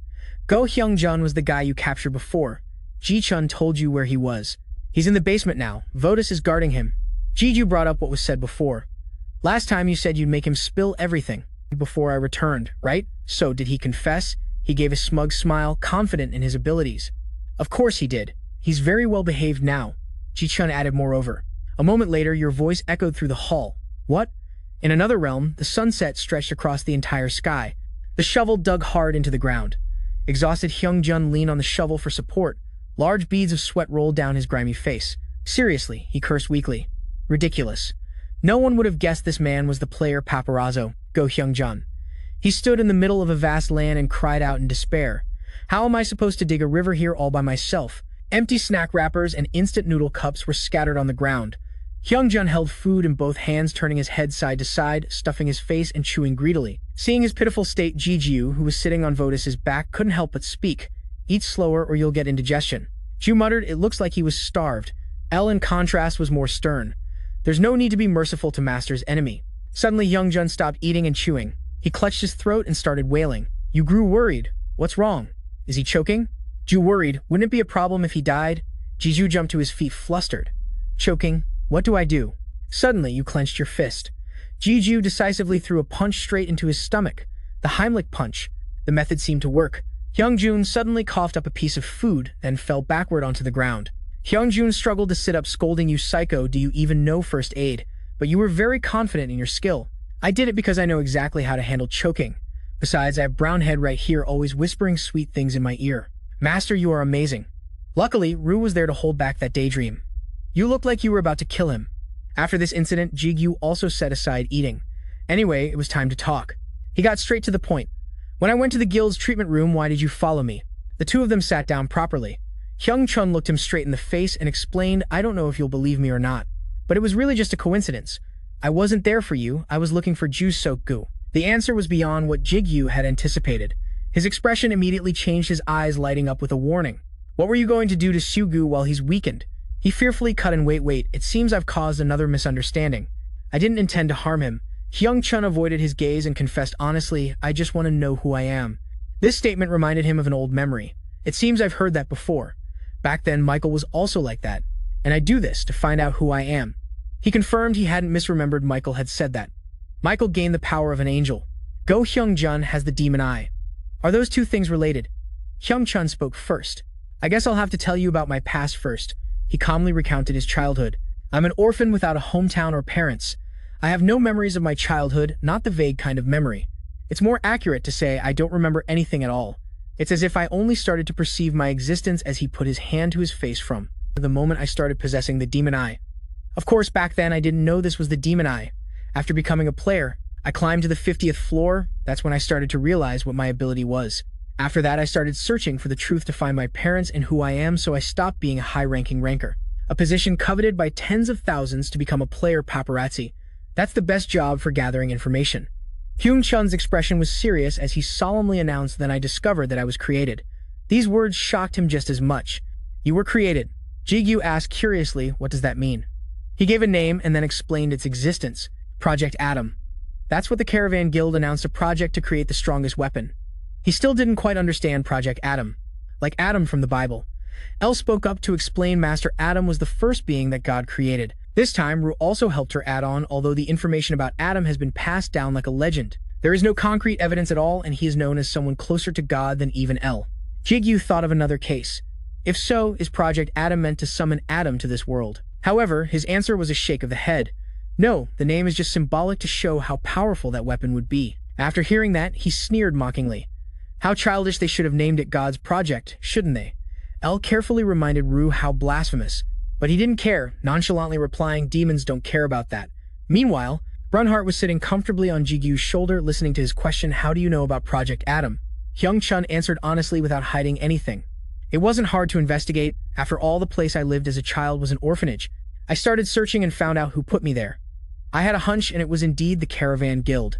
He focused on logically connecting all the events. For Go Hyungjun, it's been a few decades. The Caravan Guild has infiltrated this country. For that long. Suddenly, Jigu thought of another case.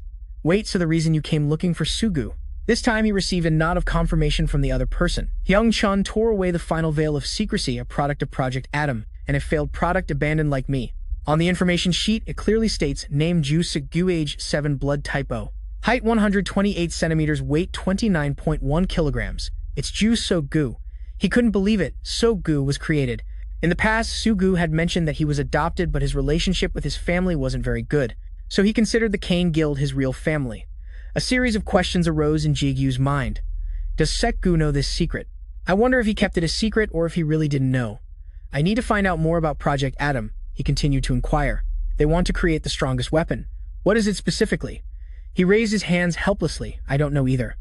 The Caravan Guild is an intelligence agency, so even though I've been gathering news for many years, I haven't gathered much. Suddenly, an electronic screen appeared beside them.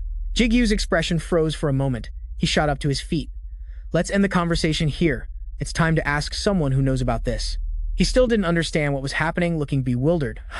Jigu looked at the adjacent screen and asserted, I know this person is involved. On it were the words, Huang Che-in's ego has awakened. Suddenly, the silent Brunhart let out a loud scream, no. Everyone present fell silent, not daring to move. He stammered, carefully asking Brunhart what's wrong. The little girl burst out with all her frustration. That guy has awakened, which means Rue's body is also complete. I haven't teased him enough yet. The entire space was silent for a few seconds. Rue's mouth twitched. This damn brat. El mocked him, told you karma would get you. A floor in the high-rise building lit up brightly. The red light, larger than before, reflected on Jigu's astonished face. What is this? Before his eyes, Chain's body was still burning fiercely, this fire on every inch of his skin. The strands of hair seemed to be melted by the heat, gradually becoming more normal. The long, narrow eyes slowly opened. The tentacle below squirmed. Chain knelt down and respectfully spoke for the first time in a long time, greetings, master. Jigu carefully signaled to him, you don't need to be so formal. Raise your head. You're Minsu's father, right? I have something to ask you. Suddenly, he remembered Ji-chan was still standing right behind him. He still had a somber expression, as if with a heavy heart, while Chain kept his head bowed and eyes closed the whole time. A completely emotionless appearance. Finally, Ji-chan closed his eyes, collecting his emotions.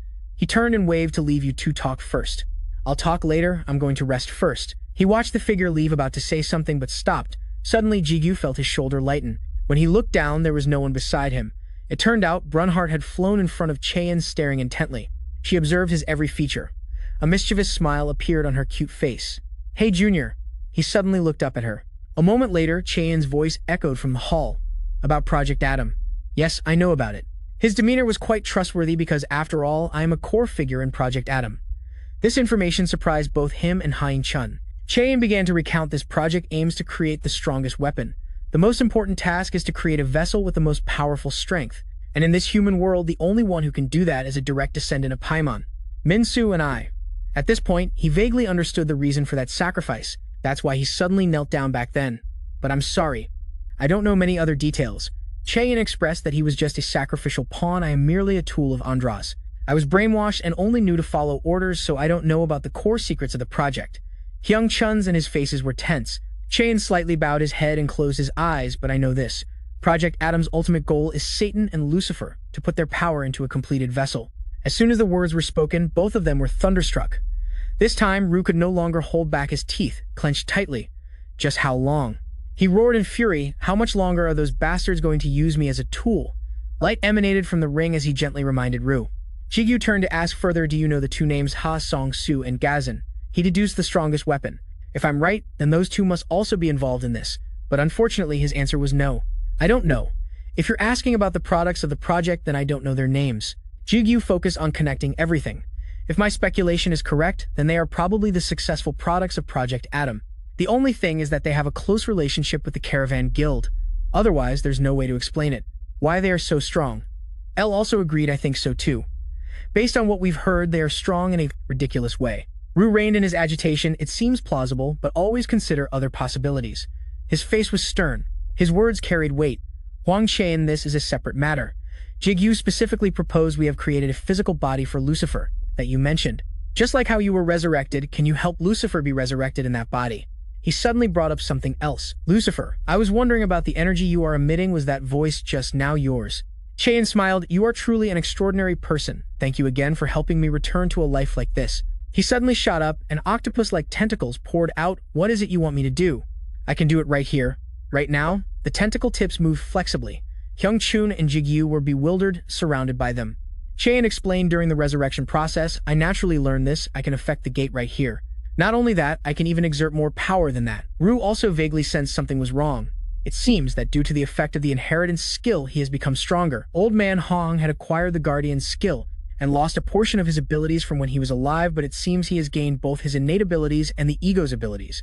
No one spoke up to stop him, Cheyin declared. If that's the case, then I will complete it right now. Lucifer's vessel that night, the sky was clear and cloudless. Very quickly the next morning came an announcement sounded out. The ego, Vu, has been transferred. Jigyu and Jichun went to Ru's statue. Cracks gradually appeared on it. Bits of stone began to fall off. The expression on his face was one of shocked disbelief. It worked. It really worked. Ru slowly raised his two hands, still not fully adapted. Jigyu carefully asked Han, Ru, how do you feel? His reaction was a bit slow, but he still replied emotionally. I've finally gotten my body back. Ru's whole body trembled as if trying to hold back. Suddenly, he opened his purple eyes. Jigyu was unexpectedly and mercilessly punched in the face. Jichun couldn't react in time, staring blankly as he fell. Ranho was even more startled, covering his mouth in alarm. Elle hadn't returned to her body but witnessed everything. Completely shocked. She was so angry. Ru outside the real world. The three of them stood there, dumbfounded, watching him lie unconscious on the ground. Elle scolded, what the hell are you doing to Master? But he didn't bother to explain and cut her off. Shut your mouth, pigeon. This is none of your business. Ru clenched his fist, a satisfied smile on his face. I've wanted to punch him like this for a very long time. After a dizzying moment, Jigyu struggled to his feet and spat. He stood up, his balance a bit shaky. Awesome. Jigyu's expression was just as eager and defiant as Ru's. His two hands clenched into fists in front of his chest. Same here. Cheyin closed his eyes, ignoring the fire burning his body. Even though he was suspended in the hot flames, his face and body showed no reaction. He thought to himself, there are about 3 levels inside the gate. The Sky Island is home to the Griffith species. They are led by the Griffith King. Cheyin recalled another territory. Next is the mainland, where the zombies reign. Their leader is the Necromancer. Then he concluded, finally, the territory of the Mantis species. Led by Votus, this is the 3rd land located underground. The flames around him continued to burn. However, he calmly contemplated the estimated number of the Mantis species must be at least in the thousands, but it seems they are still in their cocoons underground. They will be a formidable force after awakening. Cheyin remembered a character and also the egos of the one they call Master Ru and L at the same time. He was also surprised. I didn't think that incarnations of Lucifer and Michael would exist. Thinking about those things, his gaze turned serious. It's unbelievable that a single individual could possess this much power. He would be very difficult to confront, even if the opponent were the Caravan Guild. Suddenly, something caught Cheyin's attention. He opened his eyes wide in surprise. Cheyin turned his head toward the explosion. He hesitated and wondered what was that. Another explosion erupted, sending rocks flying everywhere. After that explosion, dust and smoke billowed from the ground. Jigyu covered his face and said, this is what I've been waiting for. Punching you with my own hands feels really good. He looked up, smiled, and called out Ru. He arrogantly replied, shouldn't you say those words after you've landed a few more punches on me? Ru called out to him provocatively, Master. As soon as he finished speaking, he jumped towards him. Ru also quickly attacked. The two of them excitedly lunged at each other. When he attacked, Jigyu would block. When Jigyu attacked, Ru would immediately parry. They crashed into each other, messing everything up. Granth watched them with worry. Master Jichun cried out, at this rate, the Jigyu tower will collapse. He turned and ordered, protect the Jigyu tower. With shockwaves this large, it could collapse. A skeleton replied, I will deploy a magic barrier. Then that creature took a staff with a glowing tip and pointed it up. A power gradually enveloped the tower. Cheyin thought to himself, that's not enough. He began to speculate, we are facing a battle between Lucifer and their master. In the worst-case scenario, not just the building, but the entire gate will collapse. Cheyin's eyes suddenly filled with worry. In that case, then he thought of the best solution. Our only option will be to isolate the space. Jigu suddenly slid across the ground. He looked around and exclaimed, "This is Ru." Smiled, thinking, it seems to be the ability of the tentacle creature. He has good intuition. His attitude became even more cunning when he noticed that with this, we don't have to worry about damaging the gate anymore, which means Ru quickly dashed toward him. He shouted, "I don't have to hold back anymore." Jigu happily charged forward, saying, "Same here," then the punch. The two of them quickly punched each other's faces. The simultaneous blows made both of them reel back. Elle saw this and grew worried. "Master, I should help you fight." However, Jigu stopped her. "It's okay, Elle. This is just a matter between the two of us." Ru completely agreed and said just as he said, "If you interfere any further, it'll be an insult to both Master and me." Elle exclaimed, "It's not a problem. It's not that serious." He quickly rushed toward him, then Ru landed a painful blow on Jigu. He was now in a difficult situation and thought, how strange, why am I being pushed back looking at the person before him? Jigu assessed, "I know Ru is very strong. While he's not as strong as in his prime thanks to the inheritance skill, he was able to regain his full power." Jigu began to think deeper, but my connection with him is linked. His power is my power, and I also have the power of the other egos. Based on a simple calculation, I should be twice as strong as him, shouldn't I? Ru, as if reading his mind, asked, "Do you want me to tell you the answer?" "The reason why I am stronger than you," he said triumphantly, or more accurately. Ru said something that made him freeze. "Why are you so weak?" Hearing this, Jigu didn't answer, just clenched his fists, ready to strike him. When he threw the punch, he missed and said in surprise, "Impossible." Meanwhile, he quickly countered with a kick. Ru calmly explained, "You became strong too quickly. You've never experienced a fight that truly challenged you." He kicked wildly, while continuing to explain, "In other words, you don't know how to properly use your power." Jigu blocked the kicks with his hands, his expression growing more strained. He thought to himself, "I can't believe I can't use this power properly." That's exactly what Jupiter said. Jigu gritted his teeth, then quickly grabbed his wildly kicking leg. He replied to Ru's earlier words. "If we're talking about facing the threshold of life and death," he said while pulling his leg. "I've also briefly," Jigu threw him down, "experienced it a few times and came back alive." A large explosion erupted where they fought. The dust and smoke slowly cleared. But no one could be seen. Only Jigu stood there alone, his brow furrowed, as he looked at the crater in the ground. Jigu thought to himself, "He's gone in the sky," Ru asked, facing death's door. He said in a serious tone, "I've overcome such situations hundreds of times." He flapped his wings and descended. Then Ru challengingly said, "Master, come at me with your full strength." His eyes shone with the desire for victory. "Put your own life on the line and use your killing intent to take me down." Ru looked down at the person below and gave a demonic smile. "I will make you twice as strong as you are now." In just a single day, Jigu firmly gripped two swords, spread his wings, and soared up at the same time. He opened his two eyes wide to activate his precognition ability. Votus's ability. This is the first time this ability has been activated since he fought Elle. I wonder if there are conditions to activate it thanks to the precognition ability. Jigu saw the near future. At this moment, Ru would swing his sword, but he knew for certain it was a feint. The real attack is on the left side. The killing intent will be channeled there. Jigu immediately raised the hand holding the Elle blade. He would block the blow with the Sword of Life and counterattack with the Death Sword, Votus in his other hand, which was also brimming with power. The two opponents were about to charge at each other. They were just moments away. It really makes one nervous. Unexpectedly, just as they were about to clash head-on, Vu flew up above Jigu's head and kicked him powerfully straight down.